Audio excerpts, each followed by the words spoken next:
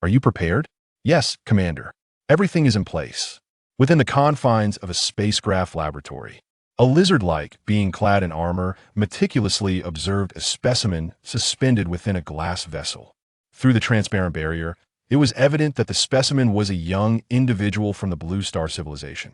Immersed in a peculiar solution, his skin had turned pallid, yet his robust physique exhibited formidable musculature, and traces of resoluteness remained etched upon his countenance.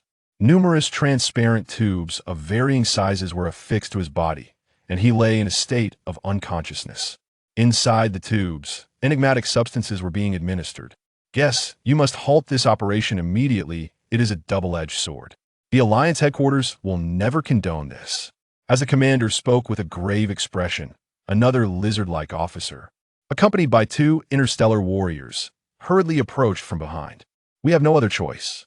The Tianyu civilization is assaulting our star system, and our home planet is on the verge of exposure. Even if your concerns are justified, I will not allow the Tianyu civilization to prevail. Guess, the lizard being declared with palpable ire. He promptly commanded the nearby lizard soldiers to restrain the newcomers. Then, turning to the lizard soldiers, he bellowed, "Prepare for deployment." At Guess's command, the tubes adhered to the vessel began to detach, and with a sharp sound, the container bearing the young man descended slowly. Several lizard beings frantically tapped at the transparent control panel before them. It displayed a humanoid figure alongside status data. The specimen's condition is stable, and data is normal. The specimen has been successfully loaded and is undergoing final checks. The lizard soldiers continuously reported the status. No, Guess you cannot proceed with this. We cannot use the warriors of the Blue Star civilization as test subjects. Should this succeed, it will lead to catastrophic consequences. As the specimen was readied for deployment, the lizard attempting to intervene grew increasingly agitated. The wrath of the Blue Star people will engulf the entire cosmos. Yet Guess, his demeanor cold and unyielding, paid no heed. His gaze was fixed on the screen, consumed by a hatred that eclipsed his reason. Deploy.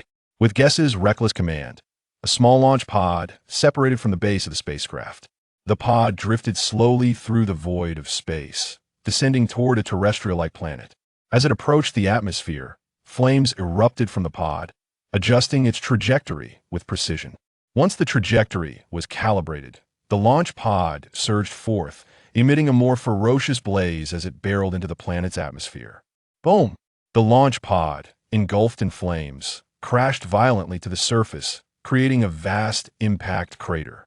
Beep! Beep! Abnormal vital signs detected in the specimen. The lizard beings were taken aback. What is happening? Guess's expression shifted to one of urgency. The specimen's vital signs are rapidly deteriorating. 75, 43, 16. Beep. Everyone's expression was grave as they gazed at the crimson cross displayed on the screen, silence enveloping the room. The experiment had failed. The subject was deceased. Gus, with a frigid demeanor, slammed his fist onto the spaceship's control panel. Damn it! Despite his unwillingness to accept it, the failure of the experiment had become an undeniable reality. There was nothing left to do but depart. Time passed, though its measure was uncertain. Beep. Life signs of the designated host have been detected as absent. Reloading activation process is underway. Loading 100 beep. Loading complete. The designated host has been reactivated. Qingjin's consciousness gradually stirred, as if he had heard a voice echoing in his mind, reminiscent of a dream, yet not quite certain. He slowly opened his eyes and was startled to find himself inside a space capsule. After a moment to gather his memories, he recalled enlisting to combat an alien invasion. To his astonishment, he had barely reached the front lines before being struck by a laser, plunging him into darkness. Am I still alive? Qingjin's expression turned bewildered. Without further hesitation, he gritted his teeth and exerted himself to push open the capsule door, crawling out. Upon emerging, he discovered himself in a vast crater, and as he looked up at the cerulean sky, confusion washed over him. It was evident that he had been dropped from space. What on earth was happening? He shook his head vigorously, struggling to recall any pertinent memories. He began to climb out of the crater. Once he emerged, a sprawling forest came into view. It was clear that this was not Blue Star. Blue Star had long ascended to a level 1 civilization, having exhausted nearly all its available resources. Such an environment could not possibly exist there. Moreover, he had no recollection of the flora surrounding him. Where exactly is this? Qin Jun's mind was consumed by questions. This place resembled an ancient version of Blue Star. Could it be that he had traversed a wormhole? Had he arrived in another universe? Beep. The life signs of the designated host have stabilized and awakened. The Zerg system is commencing binding. Just as he was engulfed in confusion, an emotionless mechanical female voice resonated in his mind. The Zerg system?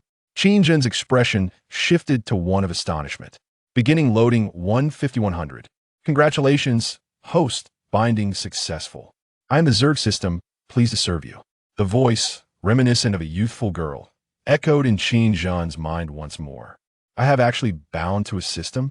His expression brightened with excitement. As an avid reader of novels, he understood the implications of this development. A cheat had been granted. Amidst his exhilaration, he fell into contemplation. The Zerg system? What in the world was that? It sounded merely like a system for insects, seemingly not very formidable. System, what is your function? With that, Qin Jun inquired with a sense of curiosity. Very well, host. Please use your thoughts to open the system interface, and I will explain further. Upon hearing this, Qin Jun attempted to access the system interface with his mind. Indeed, with a mere thought, a transparent panel materialized before him. The panel displayed his information. Name: Qin Jun, original race, human strength, 5 points mental power, 1 point status, good. Dominion level, level 1 insect body energy, 0 points psionic level 1 swarm scale level 0. How can my strength be only 5 points? Am I not a mere weakling in battle? Upon discerning his own information, he couldn't help but exclaim in astonishment. This is assessed based on the host's current combat capability. If you truly believe that, it merely confirms your inherent weakness. Very well.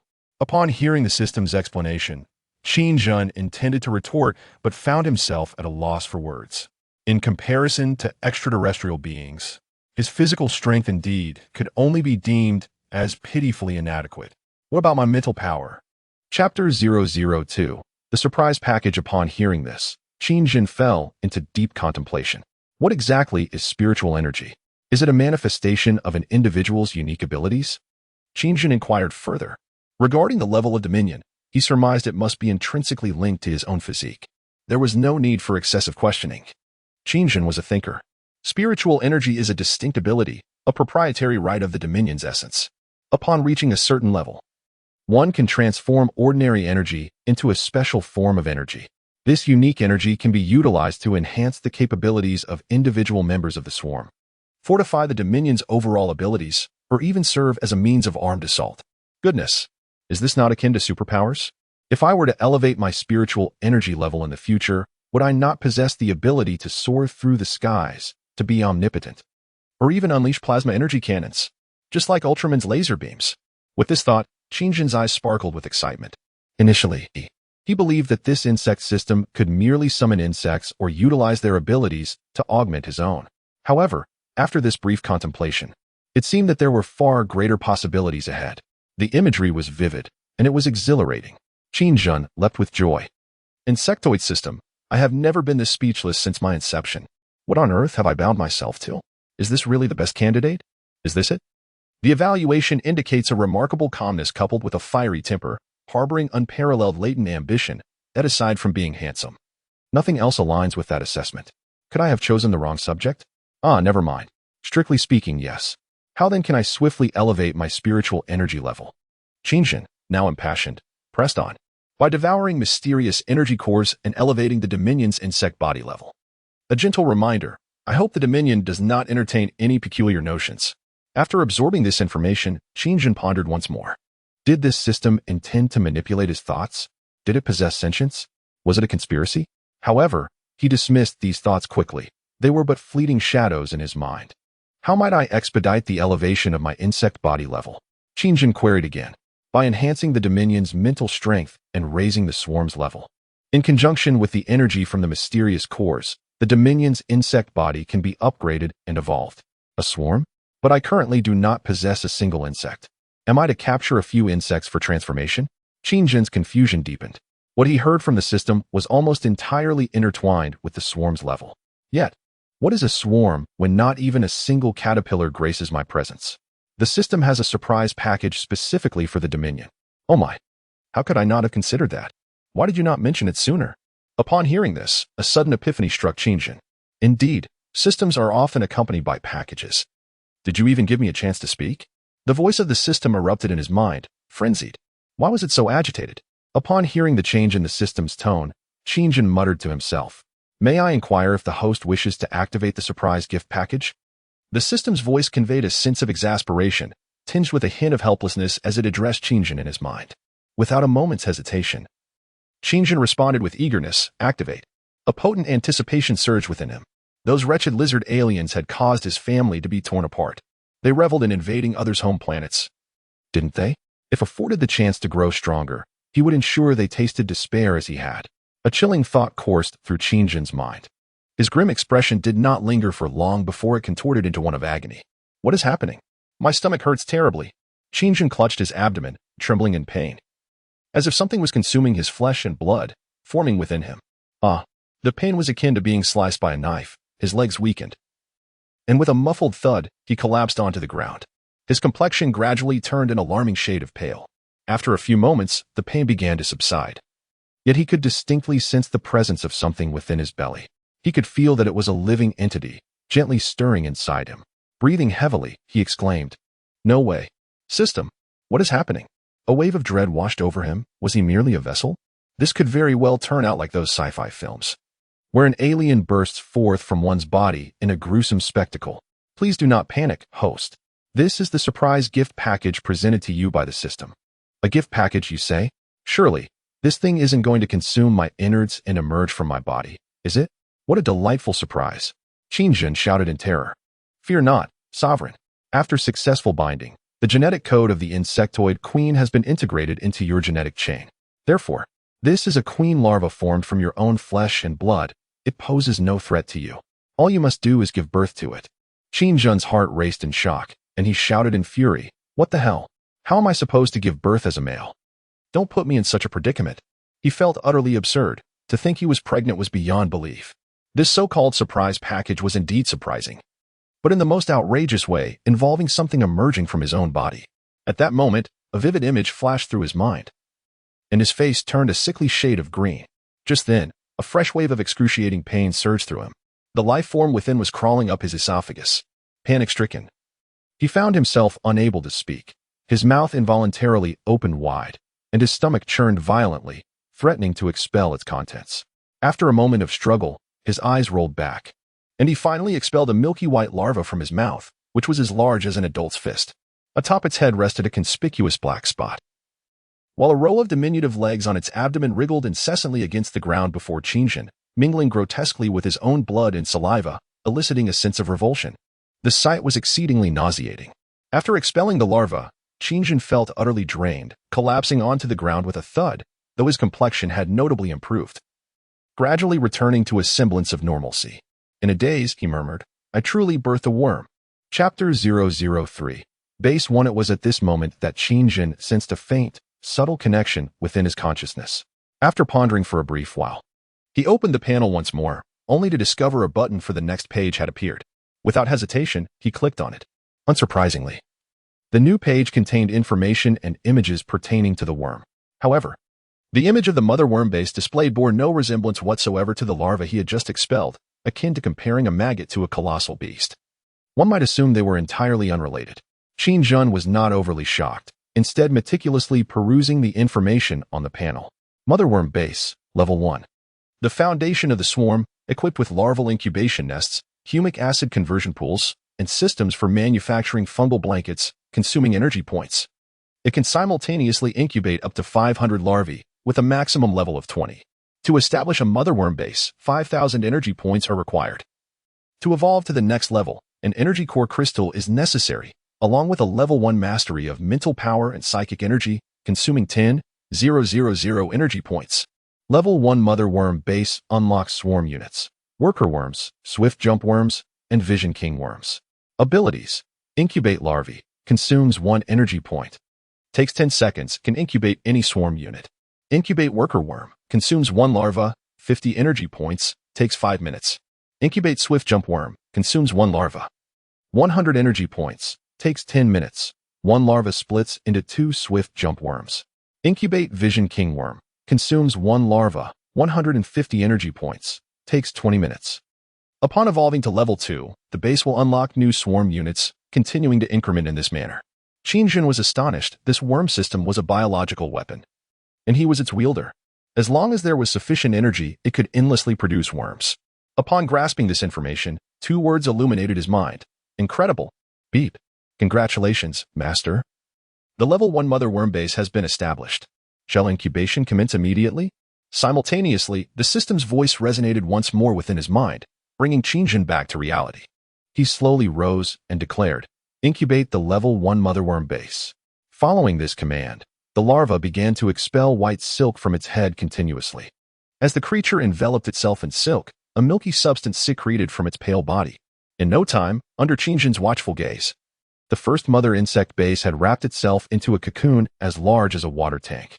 The cocoon resembled a vibrant heart, pulsating rhythmically as if imbued with life. While its size gradually expanded, this spectacle filled Qingjun with wonder, for it was merely a fist-sized larva moments ago. The cocoon continued to swell until it reached a height of 3 meters and a length of 2 meters, resembling a fleshy egg. With a resounding crack, a tentacle suddenly burst forth from the cocoon. Following the emergence of the first tentacle, numerous others soon shattered the cocoon into fragments. A colossal insect, reminiscent of a small mountain of flesh with a gaping maw, emerged. Upon breaking free from its confines, the immense creature wielded countless tentacles of varying sizes and lengths, unleashing a series of ear-piercing shrieks that echoed into the sky, heralding its arrival as a portent of cataclysmic proportions. After a thunderous roar, the largest of its tentacles shattered the ground, penetrating deep beneath the surface. Moments later, a torrent of green acidic liquid began to seep from the ground where the tentacle had entered, scorching the earth and producing wisps of white smoke as it formed a pit filled with the noxious fluid. Qingjun recognized this as the transformation pool of base 1. The higher the base's level, the more transformation pools it could sustain. The purpose of the transformation pool was to convert all resources capable of being transformed into energy points and to generate the biomass required for producing fungal blankets. Once the transformation pool was complete, the mother insect base proceeded to cover the surrounding area with these fungal blankets. This green liquid served as the sustenance for the insect race, and with the enhancement of the fungal blankets, the swarm would become swifter, more formidable, and possess improved regenerative capabilities. However, at present, Qingjun had 0 energy points, meaning that despite possessing the first mother insect base, he could not hatch any insects in the near future. This predicament weighed heavily on his mind, as the inability to hatch worker insects implied that he would have to rely solely on himself to gather resources and accumulate energy. With this thought in mind, Qingjun sprang into action, uprooting all the flora in the vicinity and tossing them into the transformation pool.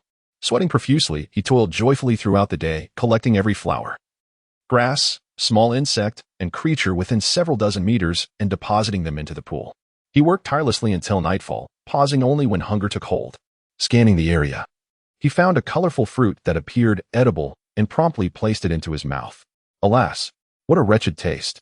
Qingjun bit into it, his face contorting with distaste, as if he had donned a mask of agony. Yet, despite its unpalatable flavor, he did not spit it out. Instead, he continued to swallow several more. Finding these fruits to satiate his hunger was already a considerable achievement. He had no time for trivialities. Unbeknownst to him, these fruits were highly toxic, which was precisely why they adorned the trees in abundance, untouched by any creatures. However, his physique had been altered by the insectoid system, now rendering him a level 1 insect body. He could no longer be measured by the standards of normal humanity. The toxicity posed no threat to his current form. In fact, his very genes had memorized this toxicity. After a laborious effort to fill his belly, Qingjun checked his energy points. A day of hard work had yielded only 105 points of energy. Nevertheless, this was sufficient to incite his excitement, and he promptly ordered the expenditure of 5 energy points to hatch 5 larvae. Subsequently, he utilized 100 energy points to produce 2 worker insects. Upon transmitting commands through sheer will, the base responded immediately, and the 5 larvae swiftly completed their hatching. Utilizing 2 of the larvae, he successfully birthed 2 worker insects. The two larvae crawled from the massive maw of the mother insect base onto the fungal carpet, rapidly transforming into cocoons. Time passed quickly, and the two worker insects successfully emerged from their chrysalises. Absent any external interference, the hatching success rate of all insects was undoubtedly 100%, a testament to the resilience of the insect race. The worker insects were flat in shape, measuring 50 centimeters in length and 20 centimeters in width, with pincers resembling those of a small crayfish. Their anatomical structure closely resembled that of most insects, covered by a layer of brown exoskeleton, with 4 rows of 8 appendages beneath their abdomens. Their defensive capabilities and offensive strength were average, yet their mobility was notably swift. Their primary roles included resource collection for the swarm and battlefield cleanup, serving as the logistical units of the insect race. At last, the hatching was complete. Chapter 004. The Swarm Takes Form. With the acquisition of 2 worker insects, Qingjin swiftly issued directives for resource gathering. Upon receiving the command, the worker insects, previously resting beside the mother insect base, sprang to life, roaming about energetically as they gnawed at the sturdier trees and hunted animals the size of rabbits. The worker insects could only contend with herbivores smaller than themselves and lacking in combat prowess. In a forest that pressed heavily upon the air, countless large and ferocious predators surely lurked within. Should they encounter any formidable avian creatures, Qingjin had prepared to command their retreat. The efficiency of the 2 worker insects far surpassed that of Qingjin by several magnitudes. In less than 2 hours, his energy points had increased by another 100. However, after a brief observation, Qingjin sensed the presence of formidable beasts in the vicinity. Although he could not identify their species, he could nonetheless detect their essence. This newfound awareness struck him as an innate instinct possessed by insects, a sensation he had never experienced before. It was a curious feeling. As the night deepened, Qingjin found himself with a total of 6 worker insects. The nearby resources have been nearly depleted. The area surrounding the motherworm base, once adorned with verdant vegetation, now lies barren for several dozen meters. A vast expanse of bare soil has been laid bare, exposed to the elements, and even the ore-like stones have been thoroughly collected by the worker insects. Witnessing this scene, Qingjin couldn't help but feel a sense of awe. Indeed, the industriousness of the insect race is unparalleled in the biological realm when it comes to energy acquisition. However, the destructive capacity is substantial. What if there were more than just 6? At this moment, a sense of unease began to creep into Qingjin's mind.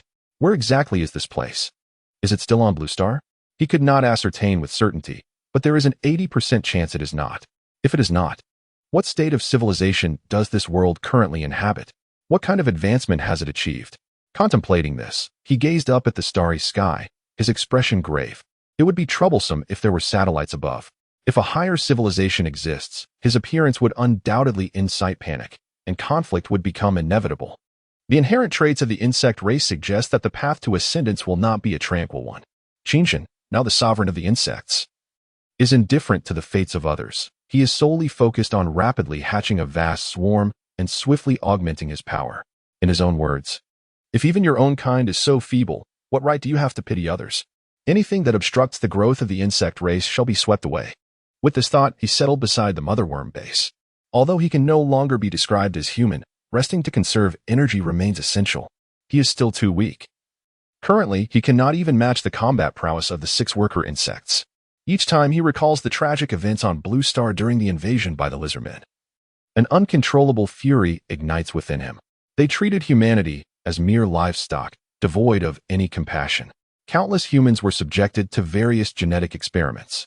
What infuriated Qingjin the most was their attempt to use humans as a food source. His parents and family had already fallen victim. If given the chance, he would surely exact vengeance upon them. Clenching his fists tightly, tears streamed down his face, though his expression grew colder. The dark forest law of the universe has brought calamity upon Blue Star, with them perched high above, proclaiming themselves as deities.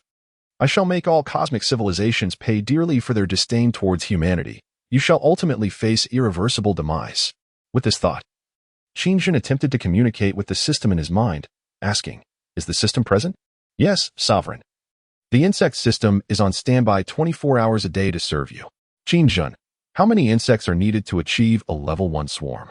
"A level 1 swarm requires 2 healthy motherworm bases, 50 million level 1 or higher rapid jump insect ground units, 45 million logistical worker insects, and 5 million Vision King insects. Upon hearing this, Qingjin was astonished, exclaiming, "Goodness, that is a total of over 100 million units. How long will it take to achieve this? The mere level 1 swarm is already measured in the billions. What might a level 10 swarm entail? What scale could it possibly reach?" Amidst the pressure, Qini felt a surge of excitement within. "Master, this is not an insurmountable challenge for you. The potential growth of the swarm will hinge entirely upon your guidance." Upon hearing this, Qingjin fell into a moment of contemplation. "System, may I pose a question to you? The insectoid system is at your service 24/7. Well, what would the master like to inquire about?" Qingjin's expression darkened. "If the swarm continues to grow, might I have the chance to venture into the cosmos? I seek to leave this place and explore the vastness of the universe." In response, "Master, a level 8 swarm can engage in interplanetary warfare, while a level 12 swarm can traverse the cosmos. What? Is it truly that formidable?" Upon hearing this, Qingjin leaped in excitement. Indeed, once the swarm reaches level 8, it will unlock cosmic-grade units. These matters are not insurmountable. With this revelation, a fierce glint sparkled in Qingjin's eyes as a smirk crept upon his face. A level 8 swarm? Huh? Humph. Sound effect of a dramatic transition. The following day, Qingjin awoke at the break of dawn. He hastily swallowed several fruits with great difficulty. After a brief moment of respite, he opened the system panel and was pleasantly surprised to find he had amassed 2,000 energy points. With excitement, Qingjin commanded the base to immediately hatch 100 larvae. However, he lamented the loss of 2 worker insects during the night's battle, which left him feeling quite distressed. Clearly, there must be a swift and ferocious predator lurking nearby. Otherwise, given the worker insect's speed, it would be challenging for any ordinary creature to pursue them. The predator was flat, resembling a trilobite, with a pair of sharp mandibles. Its body encased in a layer of exoskeleton. Only a creature of considerable prowess could possibly vanquish the worker insects. This also sparked concern in Qingjin's mind. Should such a creature target the base, it would spell considerable trouble. Without further hesitation, Qingjin promptly ordered the expenditure of 300 energy points to hatch 2 Vision King insects. He then commanded the use of 1,000 energy points to hatch 20 nimble jumping insects, with the remaining 600 points dedicated to hatching 12 worker insects. Under Qingjin's directives, 24 larvae, each the size of a fist, emerged from the base, subsequently encasing themselves within the surrounding fungus mat. The cocoons of the nimble jumping insects grew larger, as each larva would split into 2 during its transformation. After a significant passage of time, the 12 worker insects simultaneously broke free from their cocoons and, upon Qingjin's command, immediately joined the ranks of resource gatherers. The once desolate area began to buzz with activity. Occasionally, the cocoons of the 10 nimble jumping insects on the fungus mat would crack open one after another. At last, Qingjin's first batch of combat units, the nimble jumping insects, made their grand appearance. Chapter 005, Nimble Jumping Insect. Nimble Jumping Insect, also known as the little dog, a level 1 nimble jumping insect, resembles the size of an average domestic dog. As its name suggests, it possesses 4 robust limbs unique to insects, brimming with explosive energy, along with 2 sharp foreclaws. Moving with the agility reminiscent of a dog in full sprint. Its eyes perpetually glint with ferocity, and its body is sheathed in a relatively thin exoskeleton.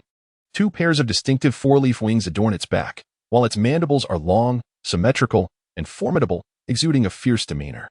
This creature serves as the ground forces of the swarm and stands as one of the most vital soldier types of the insect race, exhibiting swift and nimble movements, coupled with a powerful biting force. Due to the exceptionally high reproductive rate of the agile jumpers, it has undoubtedly become the primary unit for the swarm's mass deployment, with a maximum level of 15. Upon emerging from its chrysalis, the agile jumper, akin to worker insects, immediately devours the remnants of its cocoon with fervor. Subsequently, it trembles in place, gradually unfurling its small wings, which it flutters incessantly. 20 agile jumpers simultaneously stir their tiny wings, producing a resonant, buzzing sound. However, they do not take flight. The wings merely facilitate swifter leaps and bounds. Qingjin, brimming with excitement, then directed his gaze toward the nearest agile jumper and issued his command. Almost instantaneously upon the thought's inception, the agile jumper bounded toward Qingjin with exuberance. Have you ever experienced the delight of a dog rushing towards you? At that moment, Qingjin truly understood the essence of that feeling, both exhilarating and unexpected. Upon reaching Qingjin, the agile jumper lowered its head in a gesture of submission. All newly emerged insects instinctively recognize their sovereign, an awareness embedded deeply within their genetic memory. They share a profound mental connection with Qingjin, allowing them to receive his commands in the briefest of moments. Strictly speaking, they are all cells generated by Qingjin himself. He bent down gently, affectionately patting the head of the agile jumper, his eyes reflecting a paternal warmth. The agile jumper seemed to sense Qingjin's gaze, trembling as it bowed its head, emitting a series of chirps. Simultaneously, two Vision King insects completed their emergence. After consuming the surrounding remnants of their cocoons, the Vision Kings gradually ascended into the air. The Vision King, regarded as the eyes of the swarm, resembles a jellyfish, cloaked in an exoskeleton, yet adorned with rows of densely packed eyes, rendering it an extraordinarily high-definition camera. The multitude of eyes would evoke shivers in those afflicted with trypophobia, causing hairs to stand on end. Primarily, its role is to provide the swarm with formidable visual capabilities, while its abdomen is lined with numerous tentacles for defense. Vision Kings of level 2 and above can independently spawn small insect-like entities, akin to mosquitoes, for protection. They can connect directly with Qingjin's consciousness. Once Qingjin focuses his thoughts upon them, they can instantaneously relay all visuals back to him, as though he were seeing through his own eyes. The status of the Vision King insect is particularly significant. It conveys all visual information within a few kilometers to the ruler. However, its movements are sluggish, as it merely drifts languidly in the air, typically remaining above the base. It is capable of observing all enemy movements in real time and relaying this information to the ruler, thereby directing the strategies of the swarm's assault. The biological information warfare should not be underestimated. As the Vision King insect slowly ascended to the heights above, Qingjin immediately focused his consciousness on it. Every blade of grass, every tree, every insect, and even the tiny ants concealed in crevices within several kilometers could be discerned with clarity. He witnessed fierce solitary beasts pouncing upon their prey, along with packs of creatures resembling wolves, ruthlessly hunting their quarry. Notably, the size and appearance of these animals bore little resemblance to the ferocious beasts of Blue Star.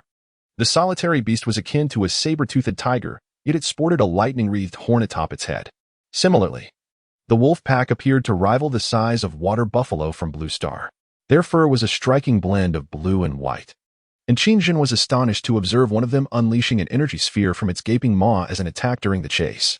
This scene sent a shiver down his spine. What a shocking revelation. He quickly shifted his focus back to the vicinity of the base, where a massive python, as thick as a barrel, was slowly slithering towards him. This is definitely not Blue Star. What kind of world have I stumbled into? Qingjin exclaimed in astonishment. The sight was overwhelming. He was surrounded by ferocious beasts, with danger lurking at every corner. Reflecting on his circumstances, he realized how fortunate he had been to have only lost 2 worker insects. Had he encountered these creatures sooner, he would likely have been left with nothing but remnants. Retrieving his awareness, he felt a pang of dread, relieved that he now possessed 20 agile jumping insects. A glance at himself revealed his complete nakedness, devoid of even a leaf to cover his body. System, could you possibly provide me with some clothing? Even a pair of shorts would suffice, he lamented inwardly. Master, you are a level 1 insect body and already possess the unique exoskeletal armor of the insect ruler. Exoskeletal armor? Qingjin was puzzled and began to search around, even delving into the depths of the mother insect's base. Where is it? Where did you put this exoskeletal armor you mentioned? Must I generate it myself or evolve it using larval energy points? Master, you merely need to will the activation of your ruler's exoskeletal armor. It is inherently a part of you. Upon hearing this, Qingjin was quite displeased. Why didn't you inform me sooner?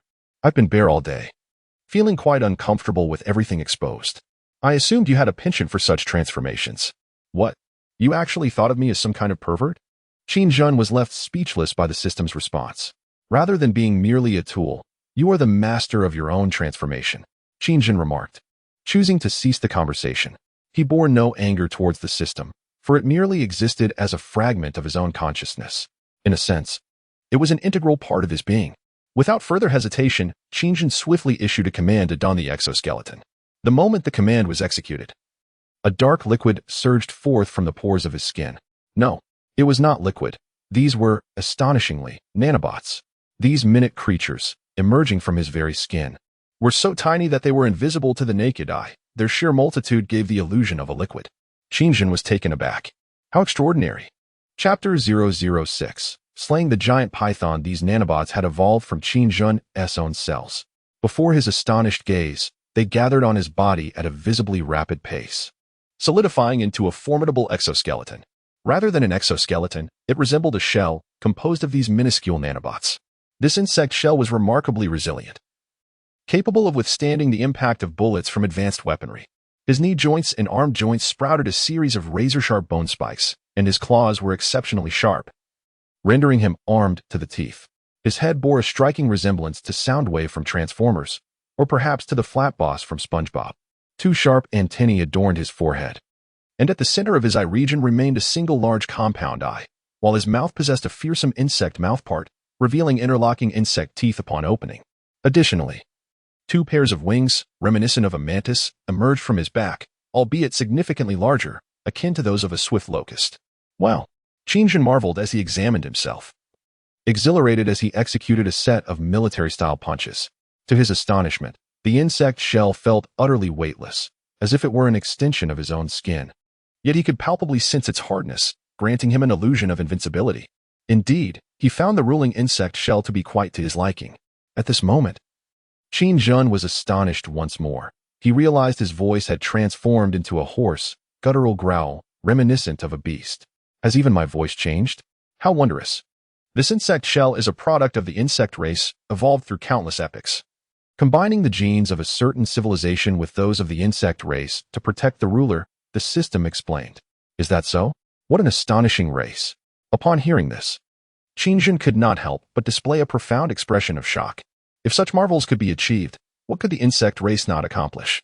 His heart brimmed with admiration for this miraculous race, convinced more than ever of the system's assertion that insect swarms could traverse the cosmos to wage war. Simultaneously, his heart brimmed with anticipation that would all await him. After a moment of shock, Qin Jun regained his composure significantly. His immediate task was to thwart the colossal python that was advancing towards him, which he suspected to be the culprit behind the demise of two worker insects the previous night. He was eager to witness the prowess of the swift-leaping insects. Nevertheless, he retained faith in their capabilities, for they were the primary ground troops of the insect race. Qin Jun surmised that the current insect troops must have undergone rigorous selection for superior genetics, evolving step by step to manifest the swift-leaping insects of today. Through the perspective of the king insect, he discerned that the giant python had stealthily approached a worker insect that was gnawing on a tree, lying in wait for the opportune moment. Its target was the python. Qin Jun mentally commanded 20 swift-leaping insects to take action. They sprang into motion, having received the visual information granted by the king insect. With clarity regarding the python's current position and the surrounding terrain, they surged towards the python with vigor.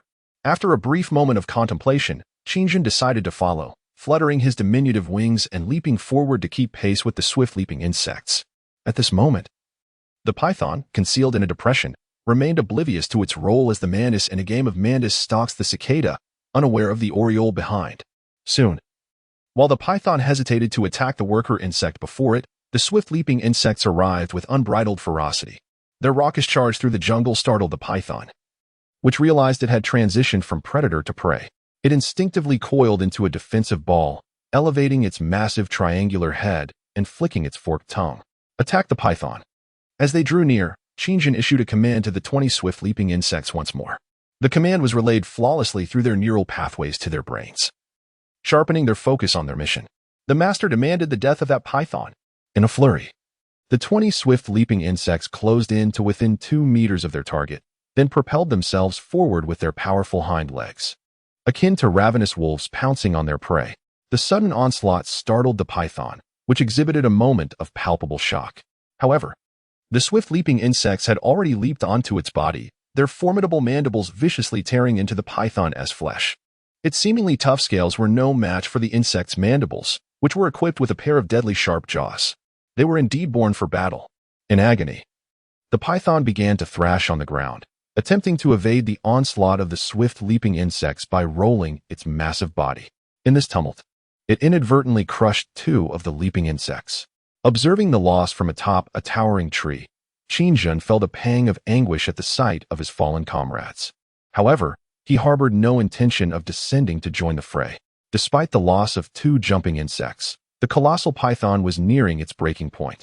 The agile jumping insects, having learned from their previous encounter, became increasingly frenzied, seemingly aware that the python's vulnerable spot lay at its neck.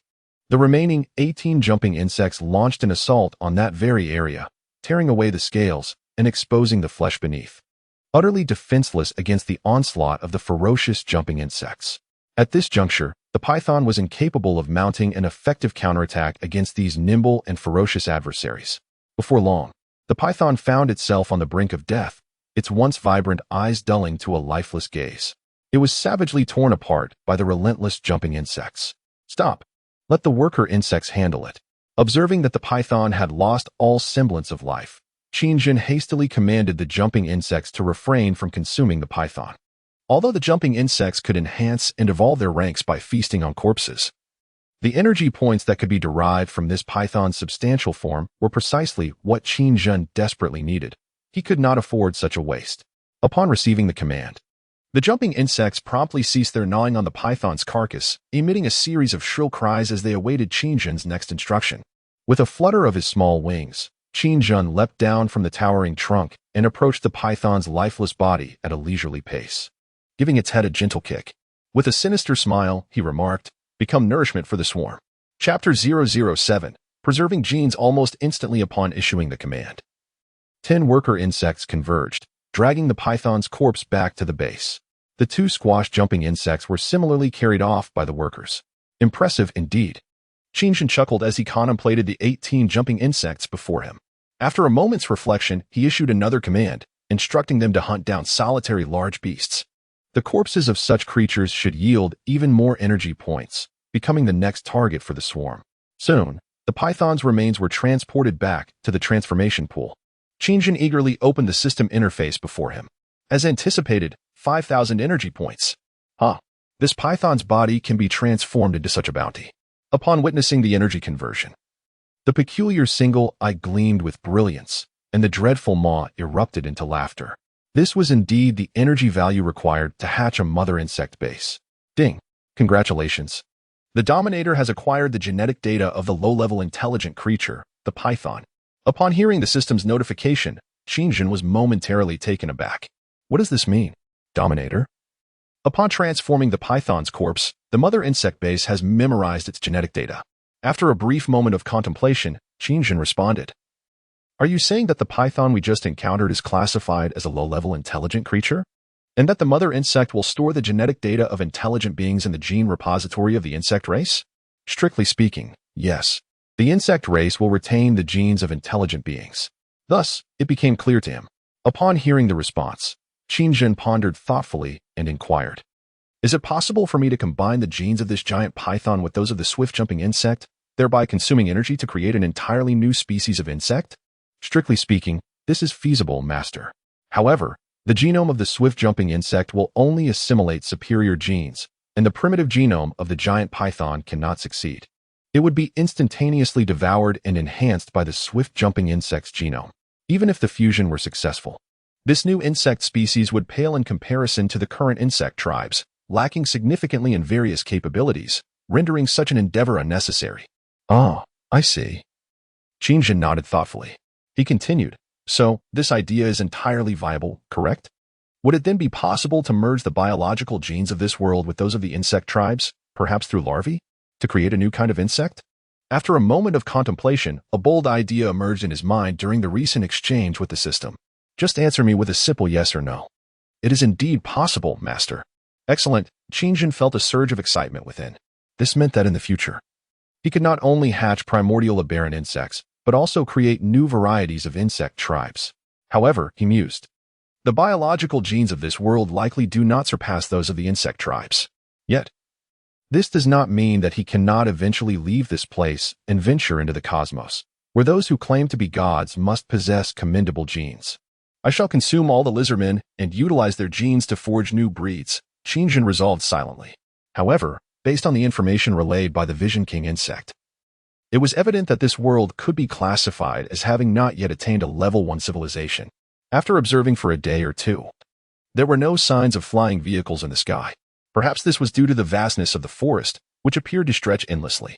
In any case, this provided Qingjin with an exceptional opportunity for development. Given the current circumstances, if he were to consume the entirety of this forest, the scale of his insect swarm would undoubtedly reach a level of satisfaction. The energy points he possessed were already sufficient to hatch a second mother insect base. However, Qin Jun did not intend to use this energy for that purpose. Currently, the numbers of swift-jumping insects and worker insects were too few, necessitating an expansion of the swarm first. Thus, he hatched 50 more swift-jumping insects and 40 worker insects.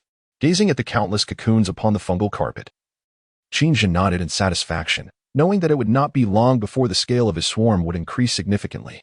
Meanwhile, an unexpected piece of information startled Qin Jun.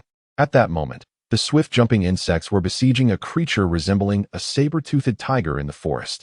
Yet this saber-toothed tiger possessed intelligence far beyond Qin Jun's expectations. It could unleash magical lightning attacks through the horn atop its head. The swift-jumping insects suffered heavy casualties. Upon receiving this information, Qin Jun immediately rushed into the jungle, hastening towards the direction of the battle. Where did these damned insects come from? I have never seen anything like this before. The saber-toothed tiger, capable of human speech, astonished Qin Jun even more than its extraordinary ability. However, the words spoken by the saber-toothed tiger eluded his comprehension. Under the relentless assault of 18 voracious jumping insects, he had already sustained injuries, incurring the loss of 3 of the insects in the process. Upon arrival, Qin Jun refrained from immediately joining the fray, opting instead to observe from a distance. The jumping insects pressed forward, exhibiting no fear towards the saber-toothed tiger. The tiger, on the other hand, though it initially dispatched 2 insects with a thunderous strike, soon realized that these creatures were undeterred by the threat of death. It was compelled to evade and retreat, relying on its robust physique, agility, and familiarity with the terrain to escape the ferocious insects. Yet, it miscalculated. The speed of the jumping insects surpassed its own, and their boundless energy showed no signs of waning even after several skirmishes. They remained as swift and savage as ever, leaving the saber-toothed tiger in a state of utter dismay, exclaiming in frustration. It turned and leaped into the jungle, desperately fleeing for its life. The jumping insects emitted a chorus of shrill cries, hastening in pursuit. Qin Jun followed closely behind, and soon, the 15 jumping insects cornered the articulate saber-toothed tiger against a sheer cliff. Cursed fate. There was no escape. The tiger's expression transformed to one of sheer terror as it turned around, crouching low and baring its fangs, bracing for a final stand. At that moment, Qin Jun commanded the jumping insects to cease their attack, encircling the saber-toothed tiger instead. He then emerged from the foliage, leaping before the voracious insects. His appearance evidently startled the saber-toothed tiger even further. Its eyes widened in disbelief as it fixated on the humanoid insect before it. The peculiar single eye, the razor-sharp bone spurs on its limbs, and the menacing claws were all sources of profound shock for the tiger. Qin Jun opened his terrifying insect mandibles and remarked, "How fascinating. It appears to be a cat with awakened intelligence. This world has indeed surprised me greatly." Chapter 008, The Mysterious Core Crystal. Upon hearing Qin Jun speak, the saber-toothed tiger displayed little surprise. This vast forest, known as the Spirit Demon Forest, was not unfamiliar with sentient beings. Rather, it was the nature of his voice and the language he employed that caused the saber-toothed tiger to break into a cold sweat. Observing the tiger's stunned expression, Qin Jun felt somewhat at a loss. The language barrier was evident. With that in mind, there was no room for further conversation. Direct action was necessary. With the command given, the 15 voracious jumping insects surged forth to attack the saber-toothed tiger. Startled, the tiger emitted a thunderous roar, launching a fierce counterattack. While its bravery was commendable, had it faced a different creature, it might have fared better against such a massive saber-toothed tiger, especially one endowed with magical abilities. Unfortunately, it found itself confronted by the fearless ground forces of the insect race. The two sides immediately engaged in a fierce struggle, with the saber-toothed tiger intermittently unleashing electrical attacks from its horn. Qin Jun, feeling a surge of excitement, seized the opportunity to leap onto the back of the saber-toothed tiger when it was momentarily distracted. With remarkable precision, he landed squarely atop the beast. Raising his tightly clenched fist, he unleashed a flurry of powerful blows to the creature's forehead. Encased in insect armor, Qin Jun's strikes reverberated through the saber-toothed tiger's skull, causing its head to buzz and stars to dance before its eyes. Seizing the moment, a swift-jumping insect lunged towards the tiger's throat, severing its trachea with a deadly bite. The saber-toothed tiger succumbed to this fatal blow, collapsing to the ground, its eyes rolling back as its limbs convulsed uncontrollably. Observing the creature's lifeless body, Qingjin hesitated for a moment before approaching to examine the singular horn atop its head. Could there be something within that horn capable of unleashing electric attacks? It was indeed a marvel. After a thorough inspection yielded no remarkable findings. He pondered while cradling his chin in thought. Suddenly, inspiration struck. He crouched down, extending his sharp claws to tear open the fur over the tiger's heart. After a lengthy search within, he found nothing. Was it perhaps concealed within the head? Momentarily perplexed, he pried open the tiger's skull. To his astonishment, nestled within its brain was a thumb-sized white gemstone, radiating a faint glow. Filled with elation, Qingjin extracted the gem and held it up before him. He could sense that this luminous stone contained a mysterious power. Just then, the system's voice echoed in his mind, announcing, "Ding. Congratulations, Dominator, for acquiring a low-level mysterious core crystal." Qingjin felt a mix of incredulity and frustration. The system seemed rather pointless, as he had discovered this treasure himself. Nevertheless, the mysterious core crystal must indeed refer to this remarkable find. It was a valuable asset, promising numerous benefits. Without further hesitation, he placed the crystal in his mouth for safekeeping. Issuing commands to the worker insects, Qingjin resumed his contemplation. The previous giant python had lacked such a crystal, indicating that only transformed organisms possessed these low-level cores. In fact, only those endowed with special abilities likely harbored them. This thought led him to recall the wolf pack, particularly the wolf capable of unleashing magical attacks from its mouth. It too must possess a core crystal. Laughing heartily, he mused that this planet was truly his novice village, and he was determined to embark on a grand adventure. Clenching his fists, his excitement intensified. Before long, all 50 swift-jumping insects and 40 worker insects had hatched in the base. Qingjin designated 20 swift-jumping insects to guard the perimeter of the base, while dispatching the remainder to hunt large beasts. The worker insects followed closely behind, transporting the carcasses back to the transformation pool. In an instant, the vicinity of the entire base transformed into a veritable slaughterhouse. Regrettably, the wolf pack had vanished from the sight of the kingworm, lost to the wilderness. Following the saber-toothed tiger, no other creatures with extraordinary abilities had been discovered in the vicinity. Nevertheless, despite this, a small-scale swarm had already formed. In just a day, Qingjin had amassed 500 worker insects, 500 swift jumpers, and 5 kingworms. The wasteland surrounding the base was gradually expanding. The energy surged to an impressive 10,000 points, which meant that Qingjin now had the capability to evolve base 1 to level 2. However, after careful contemplation, he decided to prioritize hatching another queenworm base. Just as he was about to issue the command, a sudden thought struck him, and he asked the system with a hint of alarm, "I don't have to give birth to the queenworm myself, do I? That pain is something I shall never forget, akin to the agony of childbirth." Though he had never actually given birth. "Indeed, master. You need only command the use of 5 larvae, consuming energy points, to hatch the second queenworm base," the system replied. With this clear affirmation, Qingjin's expression relaxed. Splendid, he would promptly hatch the second queenworm base. "Very well, master. Consuming 5 larvae, 5,000 energy points, and requiring 10 hours, I shall hatch a queenworm base." The system confirmed. Upon the issuance of Qingjin's command, the 5 larvae crawled from base 1 to the nearby fungal carpet, beginning to spin silk amongst themselves, gradually forming a colossal chrysalis. The chrysalis, much like the previous queenworm, began to swell and expand. Why does this require 5 larvae and take such an extended period? Last time, I only used 1, and it was completed immediately. Qingjin pondered, perplexed by the requirement for 5 larvae and the lengthy duration. Because the first was formed from your own flesh and blood, strictly speaking, it was the energy left within you and the system bound to you, master. If you believe the cost of consuming 5 larvae is excessive, you may also choose to give birth yourself, the system elucidated. Upon hearing this, Qingjin quickly waved his hands. No, I was merely curious. The pain is unbearable. 5 larvae only cost 5 energy points, and I can already utilize the first queenworm for production. He had no desire to subject his own body to such an ordeal again. It was no longer necessary. As night fell, under the watchful gaze of the kingworm, the swift jumpers expanded their hunting range, ruthlessly exterminating all living beings in the demon spirit forest. From diminutive creatures resembling ants to large carnivorous beasts akin to water buffaloes, none could escape the swarm's onslaught. Meanwhile, the worker insects busily collected the carcasses of the creatures slain by the swift jumpers, working in perfect harmony. As night deepened, Qingjun found himself devoid of sleep, lost in thought atop a massive boulder not far from the base. Suddenly, a message reverberated in his mind.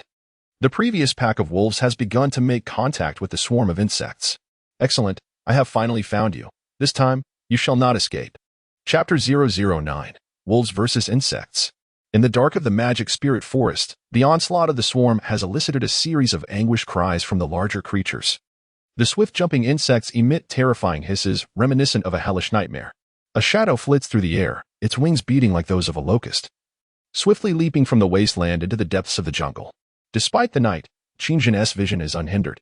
The unique large eye on the insect shell is not merely decorative. It transforms into a night vision lens amidst the darkness, allowing him to discern everything clearly. As if it were day, Qingjun bounds through the jungle towards the site of the battle. These wolves are formidable, large in size and numbering an astounding 50. They are capable of engaging 100 swift-jumping insects in a fierce struggle, showing no signs of retreat. Upon his arrival, Qingjun observes carefully. It is evident that this is their den, explaining their determination to fight to the death. From his concealed position, he notices that the wolves are guarding a group of wolf pups, poised to confront the swarm in a final stand. Dao, take the pups and leave. We shall hold off these damned insects. A larger male wolf commands a female wolf behind him. Hearing their exchange, Qingjun focuses on this male wolf, the one capable of unleashing magical attacks from its mouth. It is clear he is the king of this pack. By extracting the genetic data from the saber-toothed tiger, Qingjun has also acquired the ability to comprehend the language of this planet, alongside some astonishing revelations. However, the female wolf named Dao appears deeply concerned. For these insects are too terrifying. Their numbers have escalated from 5 to over 100, and they continue to multiply.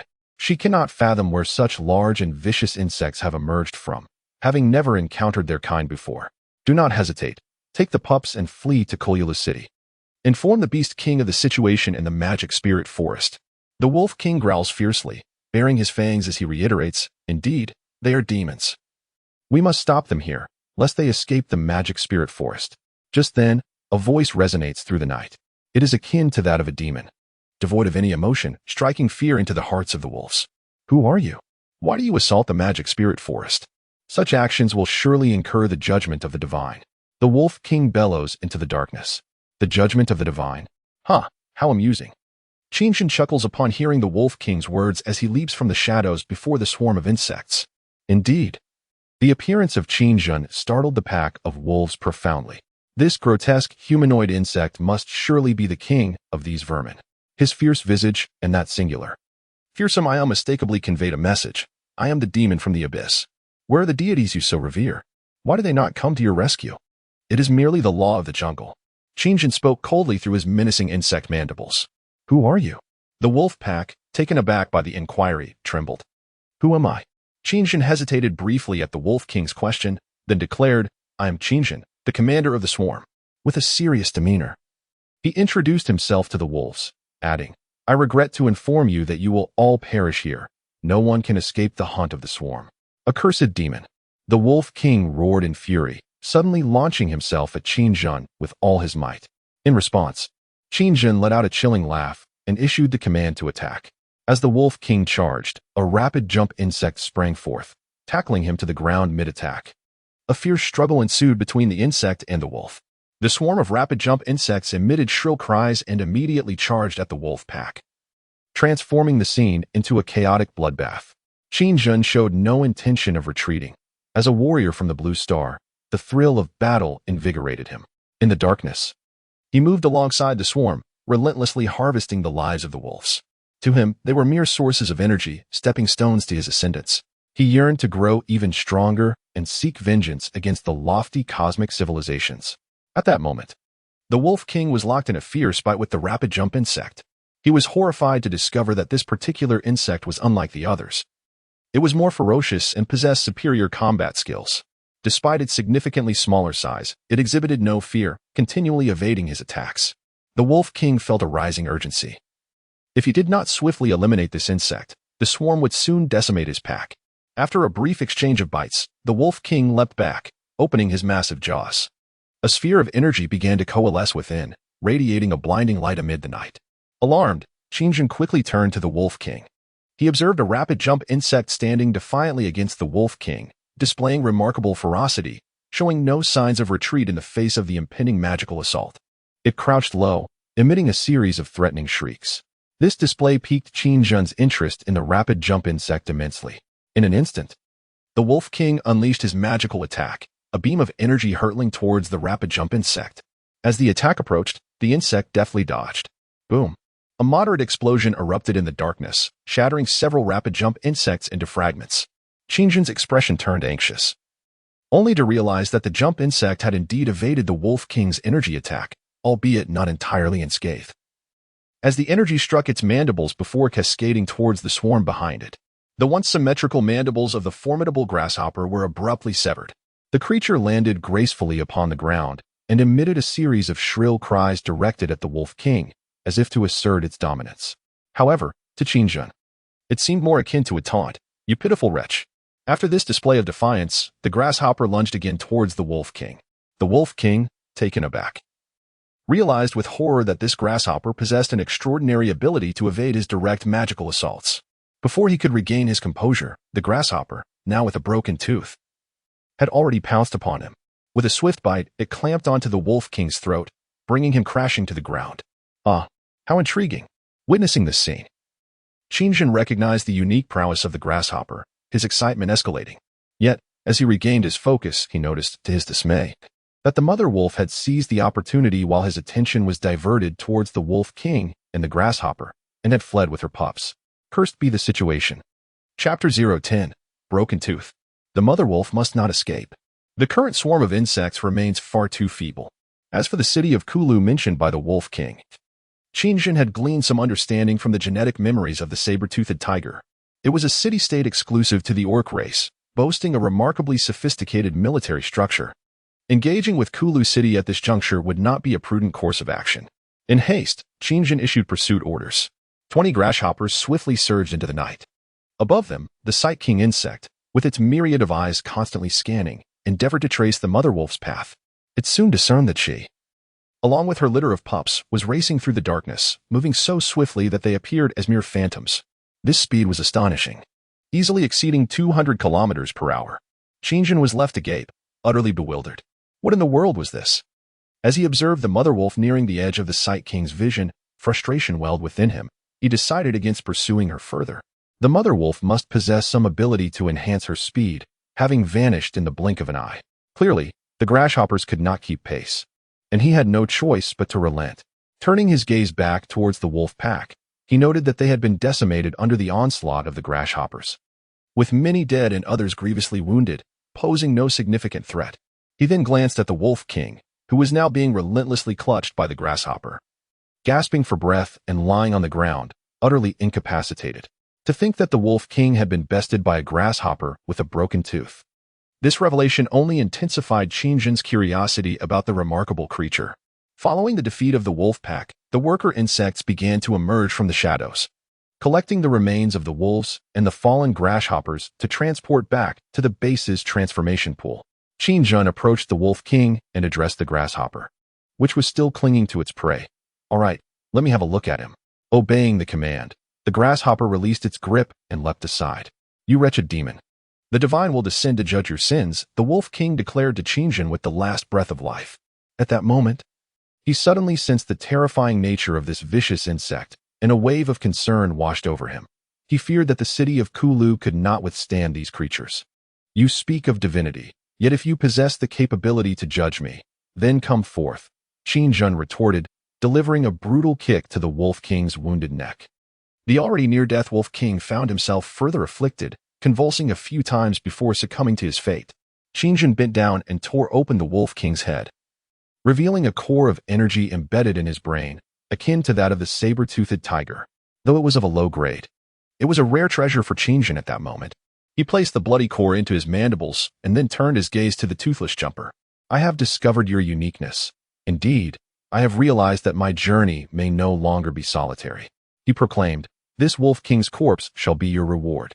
Become my right-hand companion." The jumper listened intently, and a spark of excitement flickered in its fierce eyes. It bowed its head and emitted a series of sharp cries. "Huh, how amusing. I never anticipated that the jumper I summoned that day would be you. Very well, proceed and devour this wolf king. Qingjin felt no surprise. As the ruler of the insect tribe, he understood the jumper's intentions. It was known that no swarm could evolve its own consciousness without Qingjin's authorization, let alone a level 1 rapid jumper. With his permission granted, the jumper bounded around him like an eager pup before rushing toward the wolf king's corpse, tearing into it with fervor. In mere moments, under Qingjin's watchful gaze, the jumper had consumed the wolf king's remains entirely. It trembled in place, flapping its tiny wings, and its carapace gradually revealed a dim red glow, its body expanding slightly. It had leveled up so swiftly, it seemed the energy from the wolf king's body was substantial. Witnessing the jumper's immediate evolution after devouring the wolf king, Qingjin was taken aback. Once the jumper completed its transformation, it immediately hopped back to Qingjin, nuzzling against his leg as if in gratitude. Huh, how intriguing, Qingjin remarked, bending down to gently pat its head. Since you possess consciousness, you ought to have a name. He pondered deeply, contemplating what to call it. Naming proved to be a challenge for Qingjin, who had always struggled with it back on Blue Star. Names like Little Yellow or Fortune Dog flitted through his mind, leaving him quite perplexed. Glancing at the eager grasshopper-like creature before him, Qingjin was struck by the realization that it seemed aware of his intent to bestow a name upon it. He soon noticed that the creature's broken mandible had not regrown during its evolution, a rather conspicuous detail. He wondered if it would ever regenerate. Suddenly, an idea illuminated his mind like a flash of brilliance, and he exclaimed with excitement, "Since one of your mandibles is broken, I shall call you Broken Fong." The grasshopper-like creature appeared to understand its new name, joyfully bouncing and rolling on the ground as if it were a beloved pet. Ding! Congratulations, Master. You have acquired the first hero unit of the swarm, Broken Fong. At that moment, a system notification resonated in his mind. A hero unit? Qingjin felt a surge of curiosity.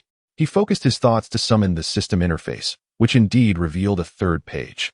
On this page was the information pertaining to the grasshopper-like creature, Broken Fong. Name, Broken Fong.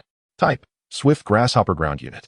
Mental Power, 1 point. Level, 2 Strength, 20 points. Agility, 20 points. Broken Fong possesses independent consciousness, exhibiting unwavering loyalty to the Swarm Master.